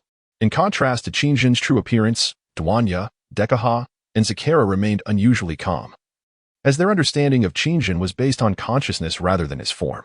Even if he were to manifest as a tiny insect that could be easily crushed, they would still follow his commands without hesitation. Shamo, on the other hand, was more unique, and this requires no further elaboration. Fazhuman, having been crafted from Qingjun while retaining her autonomous consciousness and all comprehension, was utterly astounded to learn that the sovereign of the swarm was, in fact, a human. "Indeed, Shamo, Fazhuman, do you find my appearance rather astonishing?" Qingjun remarked leisurely upon sensing the emotional fluctuations of the two. Shamo replied, "Master, I have long been curious about why I am in this state, but now I seem to grasp the reason." "Indeed, Shamo, a significant portion of my human genes resides within your form. Now that you comprehend the reason, I am eager to know your thoughts at this moment." Without a hint of hesitation, Shamo responded, "I am the swarm Shamo, destined to eternally follow the master and confront any formidable foe alongside the swarm." Pleased by her response, Qingjun nodded approvingly. In truth, had Shamo hesitated at that moment, he would have promptly disassembled her and recreated her. The primary reason he had refrained from doing so previously was due to the remnants of human genes within her form, although the swarm had reached a point where it could contend with the galaxy's overlords. Qingjun was acutely aware that those who engage in unjust acts invariably meet their demise. He disregarded the warnings from Zadina of the Second Galaxy and defied the mission bestowed by the Xel'Naga Kerrigan, which posed a lethal threat to himself and the swarm. All signs indicated that the swarm was not invincible. It was possible that one day he could meet his end. Regaining his focus, Qingjun addressed Fazhuman. "The swarm is about to depart from the Tianyu galaxy. I must ensure that those who have obliterated everything I held dear pay the price. You cannot accompany the swarm. The new insectoid race requires your leadership." Upon hearing Qingjun's words, Fazhuman's expression shifted in surprise, and she hastily stepped forward, kneeling before him with solemnity. "Bestow upon me the strength, master.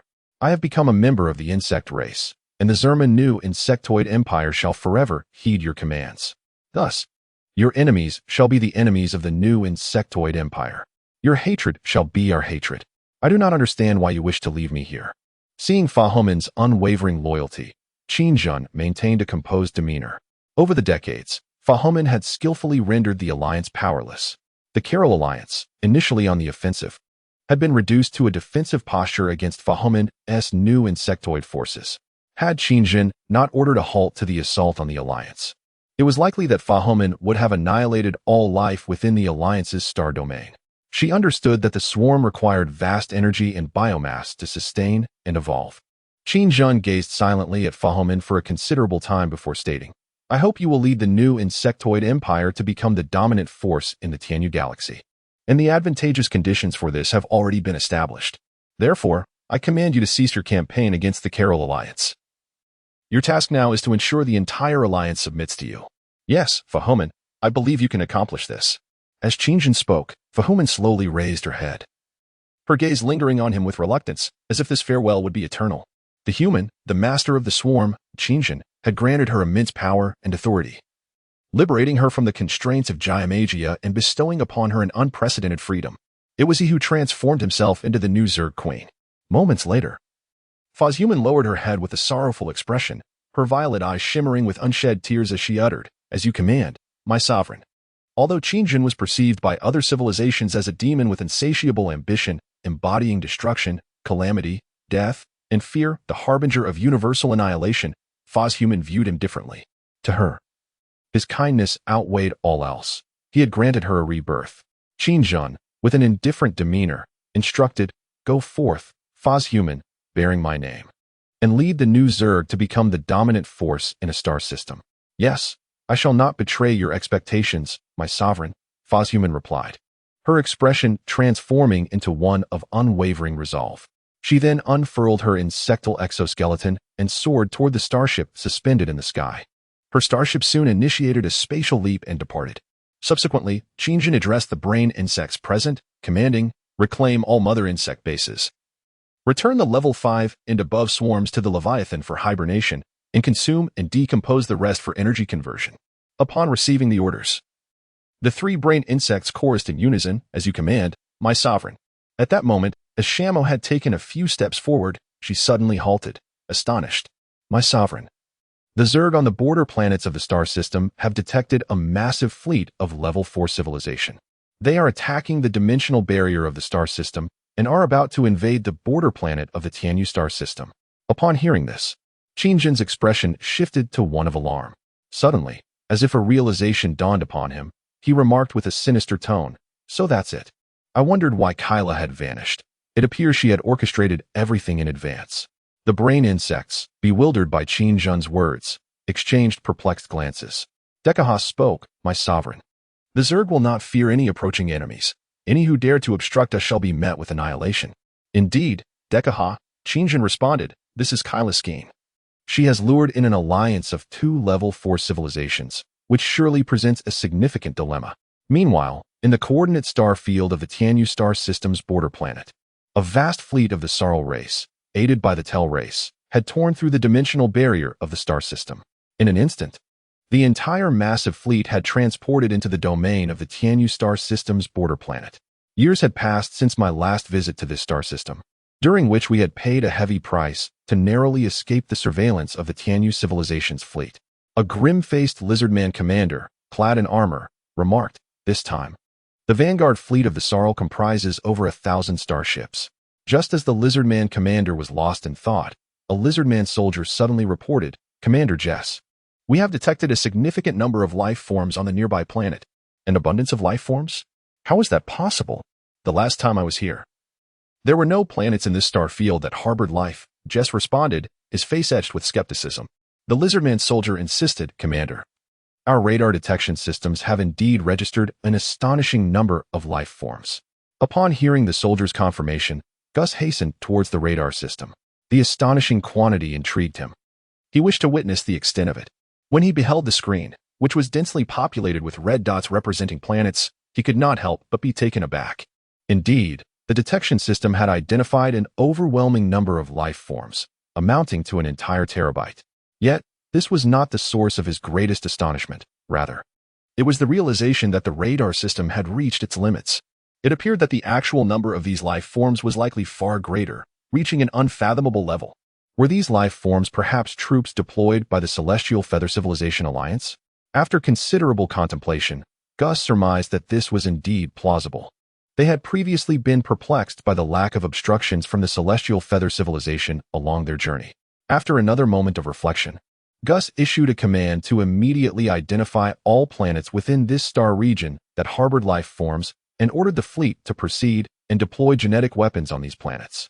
"Lizard soldiers, obey your commander," came the response. The planets identified as possessing life forms were undoubtedly the swarm previously arranged by Qingjin. Before this, when the swarm had just reached level 11, Qin Jun had already commanded them to infect the borders of the star system, primarily in preparation for entry into the galactic system. Prior to the swarm reaching level 12, he had disregarded the council of the Zerg system and continually attempted to breach the dimensional barriers of the star system. Yet regrettably, he had failed. To break through the dimensional barrier of the star system, it was essential to have 4 or more Leviathans of level 2 or higher, simultaneously firing biological plasma cannons to shatter it. Without breaching this dimensional barrier, the Leviathans could not execute spatial jumps. Following his failure, Qin Jun was deeply frustrated and was compelled to lead the swarm back to the celestial feather system to gather resources. Meanwhile, a portion of the swarm had remained on various planets at the borders of the star system to continue resource collection. Coincidentally, the Sal race's fleet had also migrated to this star region. Under Gus's directive, the Sal race dispatched over 100 starships to the planets inhabited by the swarm. Gus intended to deploy genetic weapons on these life-bearing planets, specifically the mutated genetic virus they had previously tested on Qin Jun's form. Regrettably, that attempt had failed, and the memory of that failure still haunted Gus, as the planet he had chosen contained powerful orc and elf genes. He firmly believed that the emergence of mutated orc and elf forms would constitute the most successful plan. No matter how he pondered it, he could not fathom why. Despite the success rate being 90, he had still fallen victim to the remaining 10. What an unfortunate turn of fate. Before long, the Sal race's starships arrived at one of the planets, which had been detected by radar as possessing the highest number of life forms. The very rings of the planet were teeming with these entities. This situation left the starship commander, dispatched to deploy genetic weaponry, in a state of profound bewilderment. It is essential to note that the asteroid belt resides in the vastness of outer space, an environment utterly inhospitable to any form of life, save for a few microscopic organisms, such as certain diminutive insects. The resilient nature of these minuscule creatures might allow them to survive in the void of space. The commander had never encountered any species capable of existing in such conditions without external protection. Despite the multitude of uncertainties, the cosmos is exceedingly vast. Even a single galaxy is but a grain of sand in the infinite universe. Encountering phenomena previously unseen is, therefore, entirely plausible. Without further contemplation, the SAR starship, laden with genetic weaponry, gradually approached the periphery of the designated planet's asteroid belt. Whoosh! Just as the starship drew near, a laser beam suddenly shot forth from the asteroid belt, striking the SAR vessel directly. Beep, beep, beep. The energy shield came under assault from a potent laser attack. The shield's energy dwindled to a mere 86%. Alarm bells blared incessantly from the command console, leaving the lizardmen aboard the starship in utter disarray. What on earth is happening?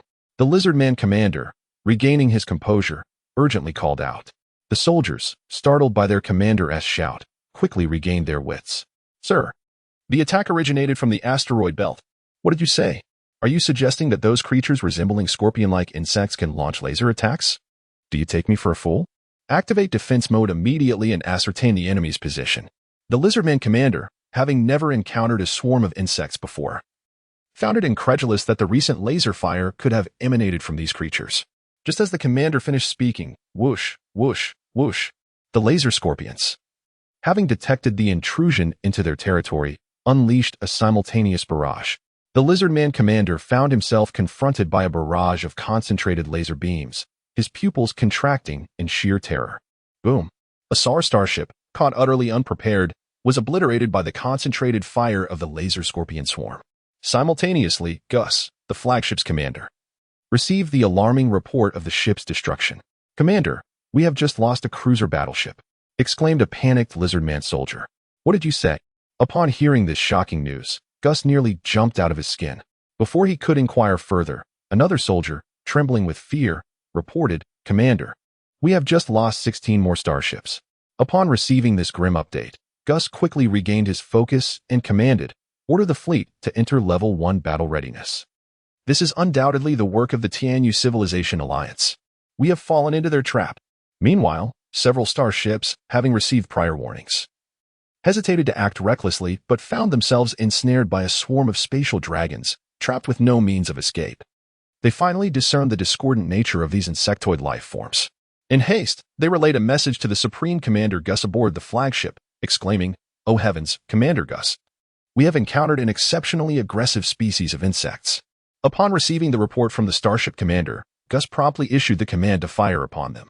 Alarmed by this directive, the Lizardman starship commander responded, "There are wretched insects everywhere." Gus's expression darkened considerably as he retorted, "Then fire indiscriminately." Chapter 122. The Solarians against the insectoid race. The starship commander of the Solarians exclaimed, "Oh dear, Commander Gus, there are too many insects. I believe I must lead the soldiers in abandoning the ship." Hearing this, Gus's lizard-like eyes widened in fury as he thundered, "Who dares to abandon ship? You must fight. Either die in battle or reclaim the starship for me." The vanguard fleet led by Gus was indeed formidable. But did they think a starship was as common as cabbage? Moreover, they had only just entered the Tianyu star system when they encountered such fierce resistance. It appeared that a certain species of insect was resisting their invasion.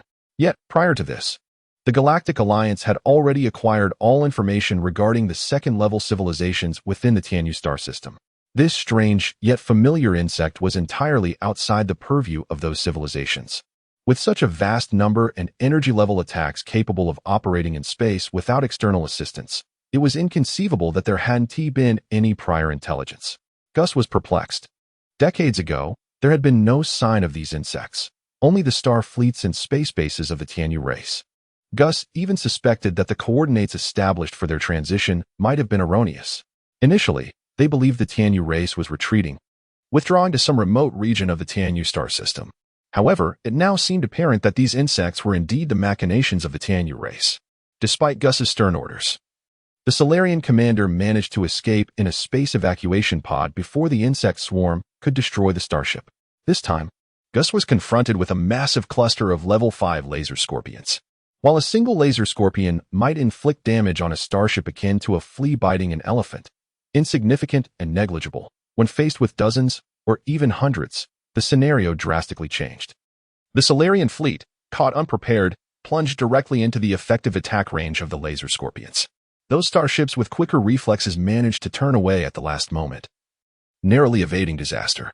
However, attempting to escape unscathed from the heart of the swarm was evidently a futile endeavor. "Damn it, there are too many insects. We're doomed."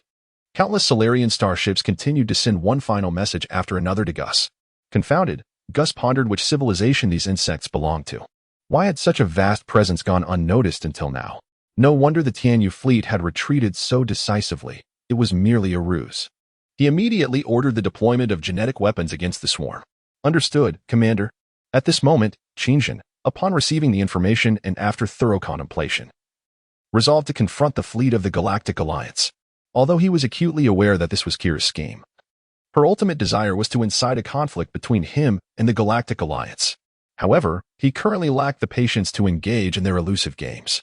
The 12th level swarm boasted hundreds of 12th level mother bases for second level Leviathans and an entirely new array of swarm units. Among them were a queen, 2 brain bugs, and a half count of a broken fawn. The swarm had evolved to over 10 billion units of level 10 and above, with countless others beyond numerical calculation. The energy points and biomass at his disposal were sufficient for the swarm to confront 2 4th-level technological civilizations simultaneously. Moreover, he had no desire for the flames of war to spread into the Tianyu star system, the very cradle of the swarm. He had buried countless mother bugs and biomass across multiple planets as contingency reserves left by Qingjin. The newly formed faction by Fozhuman had yet to consolidate the entire Tianyu star system. Should the Galactic Alliance breach this territory, a cataclysmic disaster would be inevitable. Thus, under Qingjun's orders, the 4 Leviathans activated their psionic abilities and swiftly gathered at the border of the star system. This time, he intended not only to strike the Galactic Alliance fleet at the system's edge, but also to launch a vigorous counteroffensive back into the galaxy, a long-cherished aspiration of his. At that moment, Jers found himself in a precarious situation. His vanguard fleet had suffered tremendous losses upon arriving in the Tianyu star system. He commanded the deployment of numerous genetic weapons against the swarm, only to be met with dismay as the swarm not only resisted the genetic onslaught, but emerged even stronger.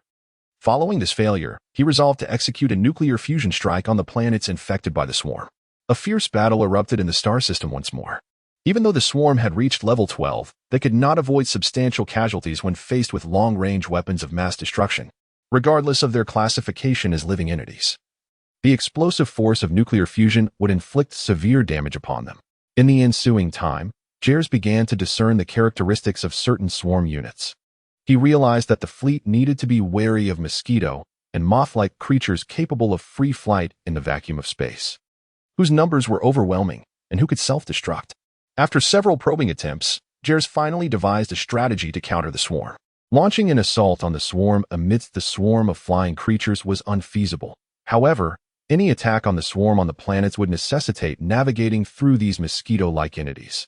Jers contemplated for a considerable time and concluded that, despite the multitude of flying bugs, they likely served as a combat force. After further testing, he discovered that the swarm space forces could not detect stealth units. This revelation simplified matters considerably.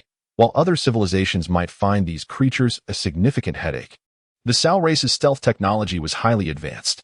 With a viable strategy in hand, Jers ordered the fleet to engage in stealth operations, prioritizing nuclear strikes against the laser scorpions in the asteroid belt.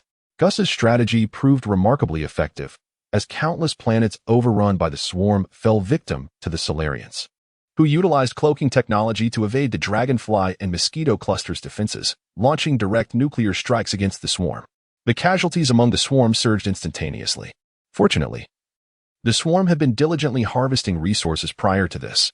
While nuclear fusion strikes are indeed terrifying, relying solely on this method to entirely eradicate a war-ready swarm is evidently implausible. Nevertheless, the Solarian fleet continued its relentless bombardment of the swarm. Ding! Master! The swarm is suffering tremendous casualties, echoed a message in Qingjin's mind as he approached the battlefield at the edge of the star system. Qingjin was not particularly surprised by this information. However, unbeknownst to him, the vanguard fleet of the Galactic Alliance that had arrived was the very same that had previously invaded Blue Star. Soon, for Leviathans, having traversed through multiple spatial jumps, finally reached the battlefield. Yet, at this point, it had been several months since the conflict had erupted. During these months, while Gus's fleet had not completely eradicated the swarm in this star region, they had nonetheless obliterated the majority of it.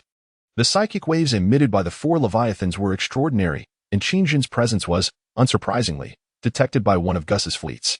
Upon observing the radar system's results, a Solarian soldier exclaimed in alarm that 4 powerful psychic signatures had been detected, set to appear in the nearby star region within a minute. Chapter 123. Cloaking ineffective. Upon hearing the report, the commander of the Solarian reconnaissance ship seemed to have anticipated this. Calmly, he remarked that the little bugs of the Tianyu Alliance were nearing their demise, and the main force could no longer contain its urge to come and meet its end. Commander, another Solarian soldier interjected, we have relayed the information to Commander Gus. Should we retreat immediately? After all, the emergence of such powerful psychic signatures undoubtedly indicates the arrival of the Tianyu Alliance's main forces. It is easy to deduce the outcome of a confrontation relying solely on our reconnaissance vessel's firepower. However, the Solarian commander dismissed the soldiers' concerns with a tone of derision. Why? Activate cloaking mode immediately. Understood, Commander, the soldier replied. But we are merely a reconnaissance ship, and our firepower is insufficient to withstand the impending enemy fleet. As the Solarian soldiers prepared to engage the starship's cloaking mode, they were suddenly jolted by a disturbance in the surrounding space. Whoosh, whoosh, whoosh, whoosh. 4 colossal celestial behemoths emerged from subspace, materializing in this star region. The swarm's mother ship, the Leviathan, radiated an overwhelmingly powerful life force. Even from a distance, the sight was enough to leave the cloaked Solarian reconnaissance ship in shock for years to come. The reconnaissance vessel, measuring several thousand meters in length, appeared no larger than a child's toy before these gigantic beings, which had fortuitously jumped right in front of the Solarian reconnaissance ship. All the lizard men aboard the reconnaissance vessel were rendered speechless, their faces etched with terror as they beheld the 4 colossal celestial beasts before them. Just as the atmosphere thickened with shock, the commander of the Sal tribe bellowed, "Bring the ship closer." Startled by this astonishing command, the lizard men urgently urged their commander, "We should retreat at once." Yet the Sal commander retorted, "Why should we flee? We have engaged stealth mode. They cannot detect us. Follow my orders and bring the ship closer. I must see what they truly are." Meanwhile, Qingjin had already spotted the Sal reconnaissance vessel upon his arrival, observing as it transitioned into stealth mode. However, this stealth was ineffective against him. Although he appeared calm within the Leviathan, his heart seethed with rage. His sworn enemies lay before him, the architects of his ruin. The swarm lay in silent anticipation, awaiting Qingjin's command to attack. Master, they possess level 4 technology. They belong to the Sao civilization of the Galactic Federation, the system cautiously reminded, sensing Qingjin's sudden silence. After a moment's contemplation, Qingjin declared, I want them utterly annihilated. Following his command, the Leviathan unleashed its immense biological tendrils, striking fiercely at the approaching Sao reconnaissance vessel. With a resounding crash, the vessel was obliterated in an instant, its crew left bewildered until their last breath. Sao tribe, lizardmen, I have returned. Your doom is imminent, Qingjin proclaimed in fury, issuing further orders to search for the nearby Sao fleet and launch a full-scale assault with the swarm. The command was executed as the 4 Leviathans sprang into action. The planets previously ordered for nuclear annihilation by Gus had seen their surface insect swarms eradicated. Prior to this, Gus had swiftly commanded his troops to land and occupy those planets, establishing military bases. However, they were oblivious to the hidden swarms and the mother insects lurking beneath the planetary surface. Under Qingjin's directive, they awoke simultaneously. Suddenly, vast hordes of insects erupted from the ground, launching a ferocious assault on the lizardmen forces above. The sight sent shivers down the spines of the lizardmen's landing troops. Damn it, the swarm has emerged. They are not dead. The Sao interstellar soldiers, clad in exoskeletal armor, frantically erected a defensive line. Their individual combat gear, equipped with laser weaponry powered by technologically compressed mid-level energy cores, was capable of easily penetrating the shells of level 7 insects. Additionally, their exoskeletal armor featured an advanced stealth system, expertly controlled by neural interfaces, which the Sao had mastered with finesse. The sudden emergence of the swarm caught the Solarian interstellar forces on the planet's surface completely off guard. Many of the lizardmen had not even had the chance to activate their cloaking devices before being instantly engulfed by the oncoming tide of insects. Quick, activate stealth mode, a lizardman commander urgently called out. Upon hearing the warning, all the lizard soldiers swiftly regained their composure and engaged their cloaking systems. However, Qingjin had learned that their adversaries were, in fact, his sworn enemies, and from the Tianyu tribe, he discovered their cloaking technology. Consequently, when the swarm launched its assault, it had already deployed the level 10 Vision King worms, utilizing the hive mind of the swarm. The Vision King worms instantly relayed the positions of the cloaked Solarians to the horde. Countless green cockroach-like insects surged forth among the swiftly leaping level 10 swarm. The Solarians were immediately struck with terror, realizing that the swarm could detect them with pinpoint accuracy. The Solarian interstellar forces, engaged in combat with the swarm, promptly communicated this critically important information to Gus. Commander Doug, the bugs can detect us. Our cloaking mode has failed. Upon receiving this information, Gus was left aghast. How is this possible? Even the Tianyu tribe could not detect our stealth. Have these insects somehow acquired the ability to perceive our cloaking? The commander of the Solarian ground forces, trembling with fear, responded, Yes, Commander. We request reinforcements. There are too many bugs. New types of insects have also appeared. Hearing this, Gus was rendered speechless in shock. If the Tianyu tribe had truly deciphered the Solarians' cloaking technology and found a countermeasure in such a short time, it would be utterly inconceivable. Initially, he had thought the fleet had eradicated all the insects on the planet. Now, it was evident that the swarm possessed an ability they had previously been unaware of. That was their capacity to burrow deep into the surface, thus evading the fleet's nuclear fusion strikes. The more Gus pondered, the more dread enveloped him. His assessment of the swarm had been far too hasty. The swarm was not merely a formidable foe, it was not a biological weapon crafted by the Tianyu tribe. If the Tianyu tribe wielded such a potent biological weapon, coupled with their advanced technology, the Galactic Alliance would stand no chance of resistance. Suddenly, a realization struck Gus, and he muttered to himself, These insects represent a high-level biological civilization. Chapter 124. The terrifying tremor of the Tell tribe. Gus fell into deep contemplation and then proceeded to analyze the situation with renewed clarity. The abrupt withdrawal of the Tianyu civilization's expeditionary fleet might be part of a larger scheme, but it was undoubtedly linked to these insects. It was highly probable that the swarm had taken advantage of the Tianyu tribe's invasion of the galactic system to launch a sudden incursion into the Tianyu star system. Such a vast swarm was evidently more terrifying than the Tianyu fleet. They must pose a threat to the entire Tianyu alliance, compelling the Tianyu civilization to retreat and defend their own star domains. There was no doubt these insects were invaders, having breached the Tianyu star system. which had led to the retreat of the Tianyu civilization, not due to their failures on the galactic battlefield. In this moment of clarity, Gus finally realized that the Celestial Feather Civilization intended to manipulate them to combat these troublesome insects. His expression was more mortified than ever before. This notion of counter-invasion was utterly farcical. They had been thoroughly deceived by the Celestial Feather Civilization.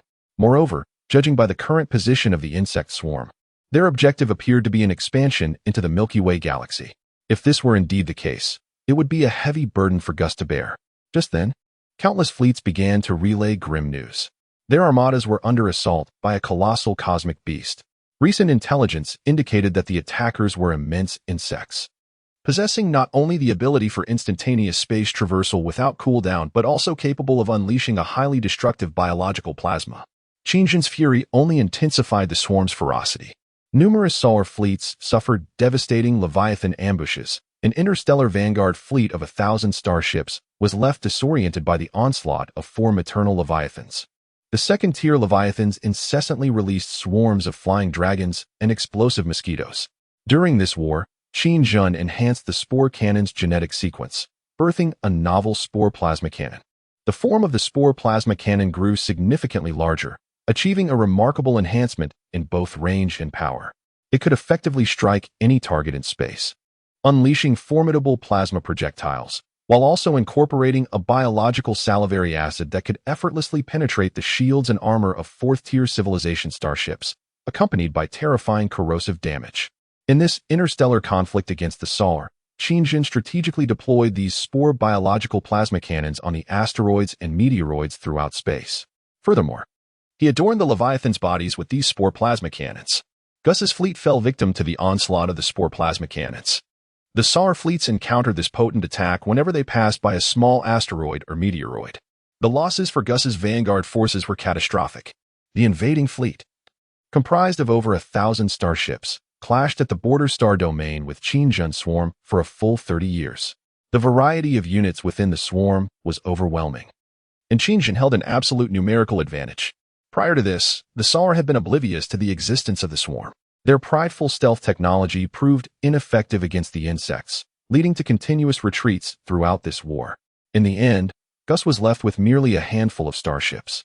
Faced with the undeniable reality of defeat, he was compelled to order the remaining forces to retreat to the Milky Way galaxy. Reluctantly, Gus escaped with his scant few starships back to the Milky Way. This time, Qingjin too incurred a heavy toll, had the swarm not achieved a 12th-tier scale. Experiencing monumental enhancements in both mass and unit capabilities, Gus's fleet could have potentially annihilated Qingjin's entire swarm. Yet, alas, what-ifs remain mere conjecture. Ultimately, Qingjin emerged victorious in this interstellar conflict. With a casual command, the swarm was ordered to regroup as he prepared to return to the Galactic galaxy. Gus, having fled in disarray back to the border of the Galactic galaxy, promptly reported his harrowing encounter to the higher echelons of the Sarl race and the Supreme Deity. He disclosed the entirety of his confrontation with the swarm to their allies, the Turtle race. Gus remarked, "I believe this to be the most devastating defeat of my life. I have fought across the cosmos for many years, yet I have never encountered such a formidable adversary. The retreat of the Tianyu civilization is undoubtedly closely linked to those insectoid beings. I strongly suspect they are a civilization approaching the level of the Creator." In response to Gus's assertions, the Supreme Commander of the Galactic Alliance at the border, Tianjin, expressed skepticism, stating, "Your Sarl race has made significant achievements in biological genetic research. You disregarded our objections and forcefully invaded the realm of humanity in this universe, thus acquiring the key to improve your cloaking technology. And now, you tell me that your fleet was utterly defeated by insects? Do you expect me to believe you, Gus?" To Tianjin, Gus appeared to be a cunning reptilian, the very one who had previously proposed to the supreme deity of the Sarl race the invasion of the solar system's blue star. This had led to a loss of trust from the Turtle race. He had failed to safeguard the human race of Blue Star. Because of this incident, Tianjin harbored significant prejudice against Gus even to this day. Upon hearing Tianjin's doubts about his words, Gus chose not to display excessive emotion. Tianjin's disapproval was not a recent development, but rather a well-known fact. He had once requested the Turtle High Command to issue an order for his arrest. Fortunately, it coincided with the invasion of the Tianyu civilization. Otherwise, Gus might have indeed found himself imprisoned. Gus continued, "I am aware of your considerable bias against me, Tianjin. But you must heed my counsel and promptly relay my experiences and the failures of the Vanguard fleet to your leaders. I suspect this matter is far from straightforward. The insects are poised to invade the galactic galaxy, and they are more terrifying than any enemy, even more so than the expeditionary fleet of the Tianyu civilization. Upon hearing Gus's words, Tianjin responded in a notably displeased mechanical tone. I do not require your guidance on what actions to take. A creature like you should not have returned alive. The matter of Blue Star is far from resolved, and you will receive the punishment you deserve. Hearing Tianjin once again bring up this issue, Gus felt a surge of anger and retorted, You incessantly dwell on this matter, if it weren't for my decision. Do you truly believe your Turo robots could defend the galactic galaxy? I must say, compared to this, your aide, Shanwei, is far more suited to occupy your position. Do you understand what I am implying, you wretched hunk of metal? Tianjin, equally infuriated, replied, Little lizard, mind your tone. I am the supreme commander of the galactic galaxy's border. It is not your place to admonish me. After a brief silence, Gus then stated, Very well then, Commander. There are insects poised to invade our galactic galaxy, and I implore you to take action. If your core energy has not diminished, then I trust you will grasp the gravity of my words. You accursed hunk of metal. Chapter 125. The Tremor and the Human Race. Very well, little lizard. I shall report this matter as you wish. Your failure will become known to all, Tianjin declared before terminating the video conversation with Gus. Were it not for the name of the Alliance, he would have found even a glance at Gus distasteful. After concluding the discussion, Gus blinked his round lizard eyes in astonishment, momentarily stunned. Suddenly jolted awake, he seethed in anger. Damn Tianjin. My reputation will be tarnished by his hand.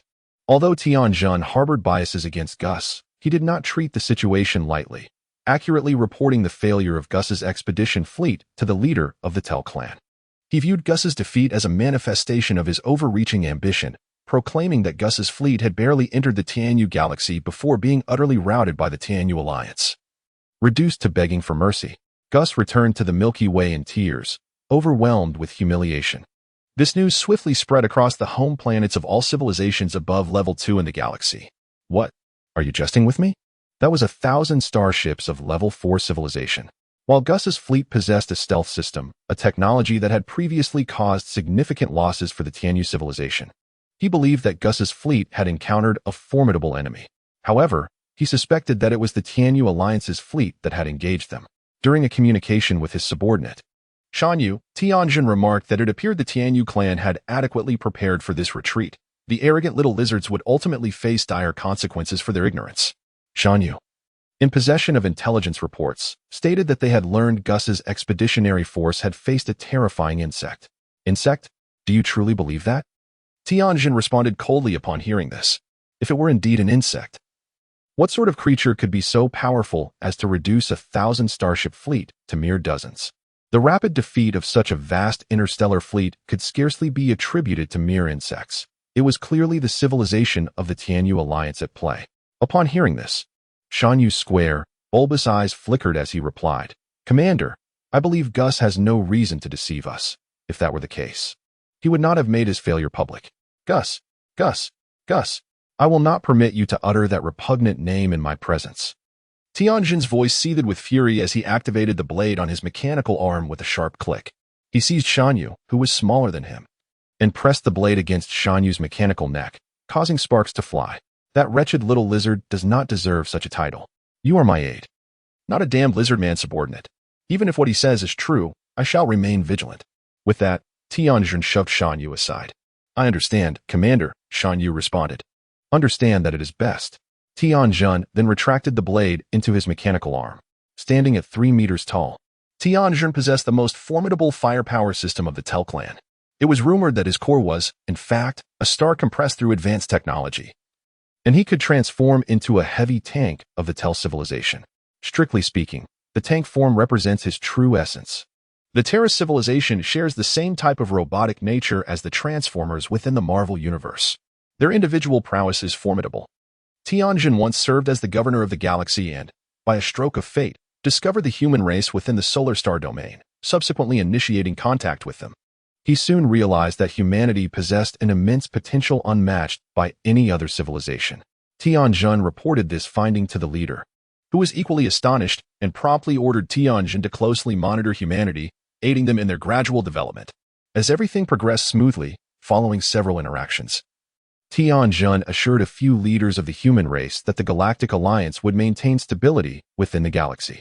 However, due to the invasion of the Tianyu tribe, the powerful Tianjun was naturally reassigned by the leader to defend against the incursion of the Tianyu civilization. Unbeknownst to him, the Sal's Gus seized this opportunity to invade Blue Star. Upon learning of this, Tianjun was furious, vehemently condemning the actions of the Sal. He proposed to the leader that the despicable Gus be brought before the Alliance's court. Yet, given that the Tianyu civilization's strength nearly overwhelmed the entire Galactic Alliance at that time, dealing with the Sal's hero Gus could potentially lead to defections from their ranks. For the greater good, the Tur leader suppressed the matter. Even now, Tianjun remains troubled by this incident, particularly since Gus was unaware that Tianjun had established contact with the civilization on Blue Star. Gus mistakenly believed that Blue Star was merely a pet of Tianjun's, and he even went so far as to apologize to Tianjun for this misunderstanding, which only intensified Tianjun's fury. At that moment, an energy cannon capable of obliterating a starship was aimed directly at Gus's forehead. Had it not been for the presence of high-ranking Tur officials, Tianjun would have undoubtedly reduced Gus to nothingness in that instant. After a brief silence, Tianjun acknowledged that he had overreacted and addressed Shanwei, stating that regardless of the circumstances, the failure of the Sal expedition fleet had already indicated that our enemies were preparing for an invasion. He instructed Shanwei to notify all our forces to be on standby, cautioning them not to let their guard down. Shanwei responded affirmatively, stating, "Understood, Commander." With that, he took a few steps back, and his mechanical form began to transform. With a series of mechanical clanks, he morphed from humanoid shape into a fighter jet, swiftly soaring into the sky. Gus reported this failure to the Sal Supreme Deity. He asserted, "I am not concealing my failure. That must have been a highly advanced biological civilization. I can confidently state that their insectoid technology exceeds our comprehension. They possess the ability to detect our cloaking systems and command formidable star motherships, each carrying swarms that evoke despair. Yes, my lord, this is no exaggeration. I suspect the swarm has already infected the entire Tianyu star system, which is the primary reason for the sudden withdrawal of the Tianyu civilization's expedition fleet. I can sense that the swarm is about to invade our galaxy, posing a threat more terrifying than that of the Tianyu civilization's expedition fleet." Hearing Gus's grave account, Sal's Supreme Deity Monk thought deeply. He held an unwavering belief in everything that Gus proclaimed, for Gus was a hero of the Sarl race. The present stature of the Sarl was largely attributable to Gus's contributions. After a brief moment, manhwaedit articulated that if they truly intended to invade the galaxy, they must commence strategizing their response to the impending war. Upon hearing this, Gus's expression turned anxious as he exclaimed, "No, my lord, we stand no chance of victory." Chapter 126. The Dimensional Barrier of the Galaxy. Just as the Galactic Alliance began to prepare for the anticipated onslaught of the Swarm had completed its own preparations. At that moment, four colossal leviathans floated silently outside the atmosphere of a distant planet, awaiting a command from Qinjun. Within the Swarm's base, Zakera addressed Qinjun, who sat ominously atop a burrowing demon. "Master, the Swarm is awaiting your directive." Upon hearing this, Qinjun slowly opened his fierce, bloodshot eyes and responded, "Indeed, Zakera. I have awaited this day for nearly a century. Yet, I understand one crucial principle. It is better to endure 100 days of tension than to relax for a single day. Through this conflict with the Sarl, I have realized they are far from simple adversaries. Remember, that was merely an expeditionary fleet of the Sarl, and yet they withstood the Swarm for over 30 years. Furthermore, a small portion of them managed to escape. It was precisely for this reason that Qinjun had hesitated to issue the order for the Swarm to advance into the galaxy. In his recent investigations, he discovered that the galactic system was even younger than the Tianyu system and had been marred by numerous interstellar wars. Had it not been for the Swarm's timely interference, the Sarl's expeditionary fleet might have indeed turned the Tianyu system upside down. Dekaha perceived Qinjun's apprehension and remarked, "The Sarl do not pose a significant threat to the Swarm. If I can obtain their life essence, the Swarm will gain the ability to cloak itself. However, before that, I require more of the Sarl's life essence. The Swarm has already acquired the genetic sequences of the Sarl. We know everything about them." Qinjun responded, "That is commendable, Dekaha, but I believe we need to devise a more comprehensive plan. They have escaped, thereby learning of the Swarm's existence and intentions. This will induce panic among them, and they will undoubtedly prepare in advance. If we enter the galaxy's borders recklessly without any preparation, the swarm will fall into an ambush. Upon hearing Qingjun's words, Zakera inquired with curiosity, Master, do you have a viable plan? At this juncture, Qingjun rose slowly and declared, we need to probe the strength of the galaxy's borders. With a decision made, Qingjun set about his preparations. Soon, under his command, the first Leviathan was ready to test the enemy's capabilities. This time, Qingjun intended to breach a small section of the galactic barrier, releasing a portion of the swarm into the fringes of the galaxy to ascertain the true nature of the Galactic Alliance. Truth be told, Qingjun harbored a fervent desire to lead the swarm back into the galaxy with unrelenting force. Yet, to ensure a contingency, he suppressed the impulse that surged within him. Four Leviathans arrived at the dimensional barrier at the border of the galaxy, following Qingjun's command. In truth, there was nothing particularly remarkable about this location. It was indistinguishable from the surrounding starry expanse. Qingjun felt a surge of curiosity. Is this truly what they refer to as a dimensional barrier? Yet, it feels no different from other star regions.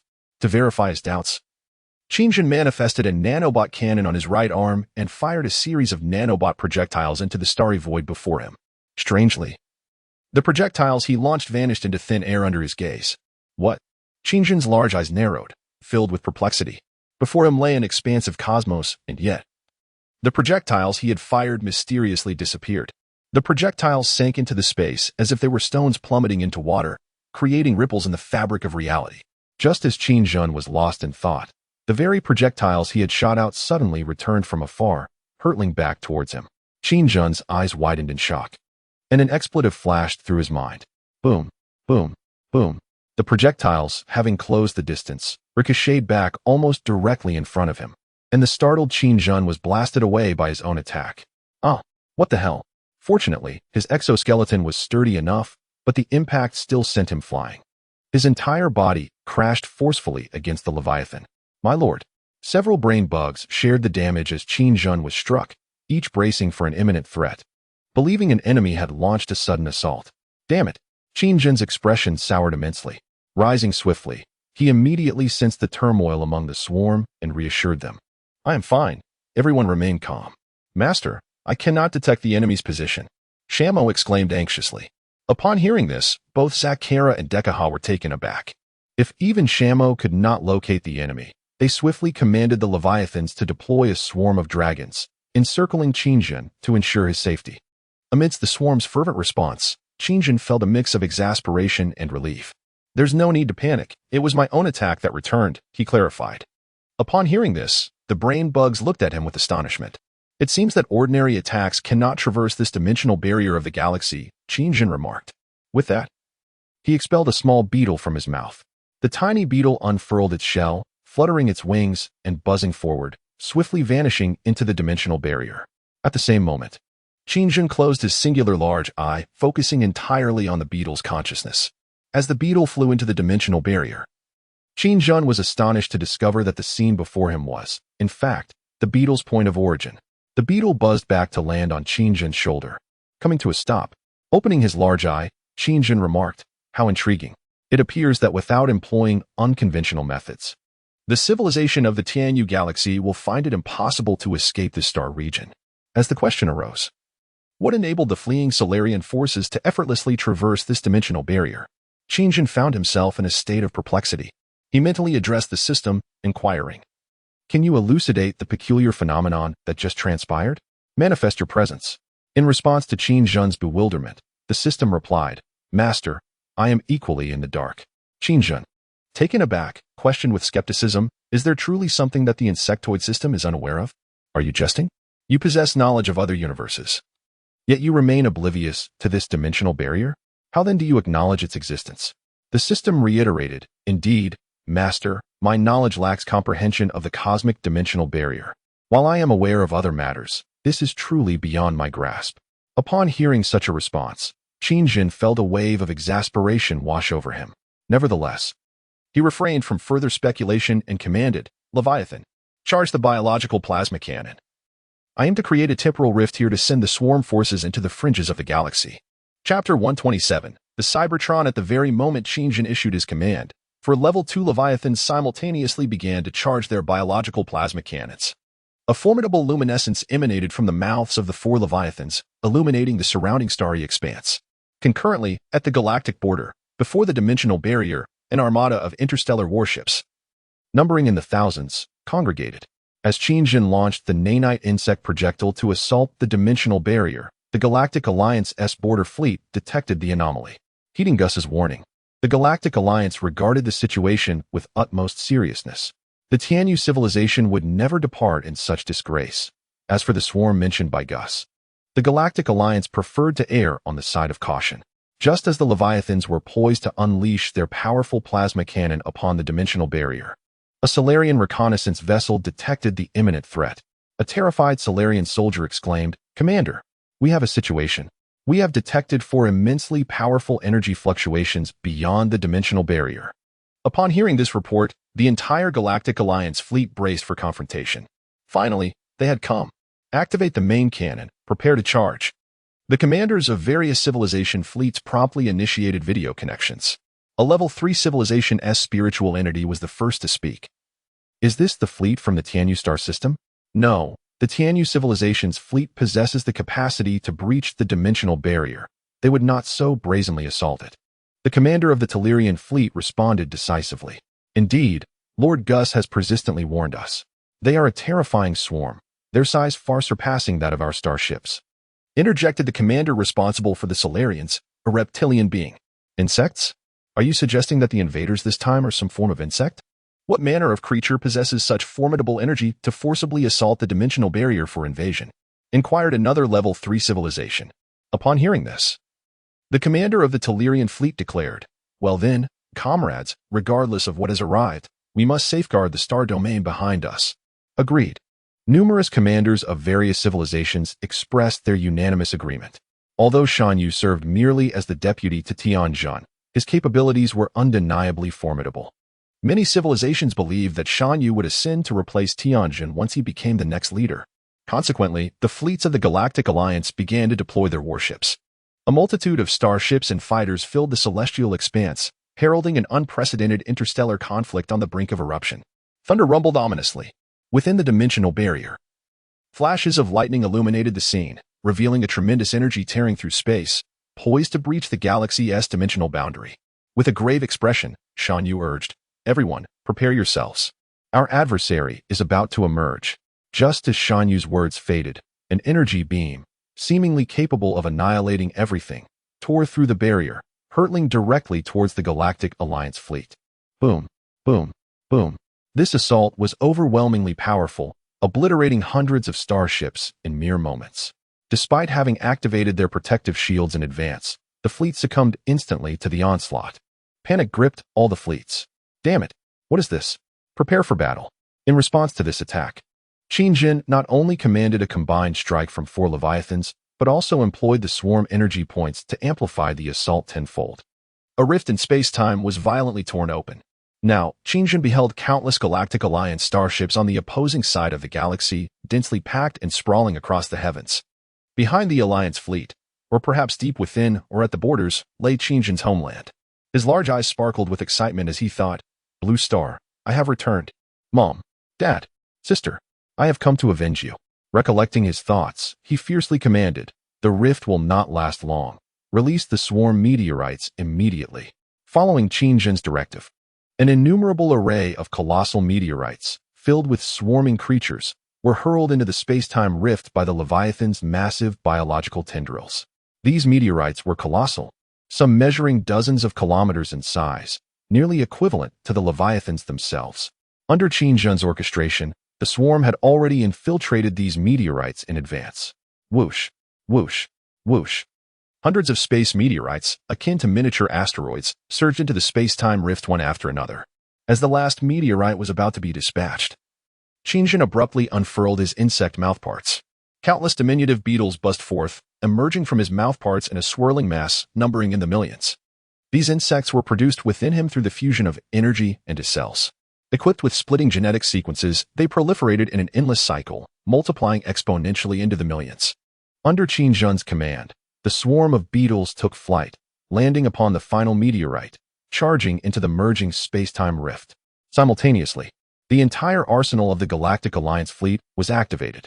The first meteorite was subjected to an overwhelming barrage of energy beams. Boom. Under such a concentrated and formidable assault, even a planet would falter, let alone a mere space meteorite. This meteorite, carrying billions of insect swarms, was obliterated. Had these swarms managed to break free from the encirclement of the Alliance fleet, they would undoubtedly have wrought catastrophic havoc upon the galaxy. Regrettably, they were annihilated the moment they emerged from the rift in time and space. Hurry, there are many more behind. Following the destruction of the first meteorite bearing the swarms, the Alliance fleet commander could not afford to relax. More were on the way. Moreover, the subsequent swarms were awakened by Qingjin, unleashing a torrent of laser beams that surged from the meteorite toward the surrounding Alliance starships. A fierce space battle erupted between the swarms and the Galactic Alliance. Countless powerful laser beams exchanged fire in this star region. Alliance fighters engaged in relentless dogfights with the dragon swarms. From the very outset, both sides incurred staggering casualties. Boom.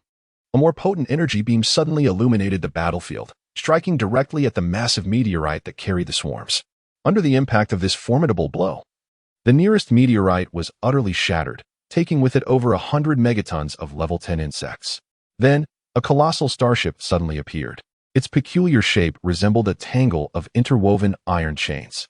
The main battleship of the Turl race, and a symbol of their might, the Sei-Boten. It was the Flash Leap. The emergence of this heavily armed Turl battleship ignited a flicker of hope for the beleaguered Galactic Alliance fleet amidst their struggles. Qingjin, hidden behind the dimensional barrier, was equally taken aback by the appearance of the starship. He mused that the unity of the galactic civilization, unlike that of the Tianyu civilization, would lead to a protracted conflict. Chapter 128, The Fragmented Consciousness. This time, the insect swarms Qingjin employed for testing were predominantly long-range variants, most having evolved to level 10. They included dragon swarms, exploding mosquito swarms, laser giant scorpion swarms, explosive insect variants, and plasma cannon insects, as well as energy-type insect variants resembling cockroaches. These swarms had experienced significant enhancements in size, power, range, and mobility compared to their predecessors. Their exoskeletons boasted an astonishing level of resilience. The Galactic Alliance's fighters could barely strike down a single level 10 insect with one blow, unless they were of a civilization level 3 or higher, wielding advanced laser technology capable of delivering a fatal strike. The densely packed dragon swarms continuously surged forth from the meteorite, directly advancing toward the Alliance fleet. With their massive wings beating, they shrieked as they charged at their foes. The vast insect invasion inflicted immeasurable losses upon the Galactic Alliance. Whoosh, whoosh, whoosh. Countless starships met their demise at the hands of the concentrated insect assault. Explosions erupted throughout this star region, with the debris of spaceships floating amidst the chaos. Once Qingjin had awakened all the swarms, it would no longer be an easy feat for the Galactic Alliance to destroy the meteorites, as the spatial rift seamlessly merged once more. The last meteor of the swarm arrived at the periphery of the galaxy, in stark contrast to the turmoil at the edge of the Milky Way. The neighboring Tianyu star system appeared remarkably tranquil, following the reconstitution of the time-space rift, for Leviathans quietly floated amidst the starlit expanse. Within one of the Leviathans, Qin Jinhui settled down and dispatched a mental directive to several subordinates, instructing the swarm to remain on standby. Should any activity arise, the swarm would execute annihilation. In unison, his subordinates responded, "Understood, Master." With all preparations in place, Qingjin gently closed his large, expressive eyes, focusing his consciousness on the swarm engaged in battle at the galaxy's border. At this moment, Qingjin's mental prowess had reached a level sufficient to penetrate another star system, enabling him to command the swarm, provided that another universe housed such creatures, even if merely a worker insect. Simultaneously, Qingjin's consciousness transitioned to the beetle swarm on the meteor. He casually selected one and transmitted a gathering command to the other beetles. In that instant, 10 million beetles began to converge. The beetle carrying Qingjin's essence voraciously consumed a nearby companion, thereby increasing its own size. After devouring one of its kin, the beetle shifted its focus to its fellow insects, relentlessly consuming and evolving. Devour, devour, evolve, evolve, until it had consumed all 10 million beetles. Its form expanded to several meters in length, and a singular, menacing purple eye emerged on its head. This tank-like, one-eyed beetle embodied Qingjin's sovereign consciousness, in a sense. It became an extension of him, marking his formal entry into the galaxy. Once its transformation was complete, Qingjin cautiously surveyed the surroundings. The meteor was the last of its kind. The Alliance fleet, besieged by the initially arriving swarm, was in disarray, unable to attend to this final meteor. With the majority of preceding threats subdued by the swarm, the colossal beetle, bearing Qingjin's consciousness, was free to observe all activity on the battlefield. Upon confirming a secure position, the massive beetle evolved once more, transforming into a cocoon. This evolution required a moment, compelling Qingjin to first assess his surroundings before deciding on further transformation.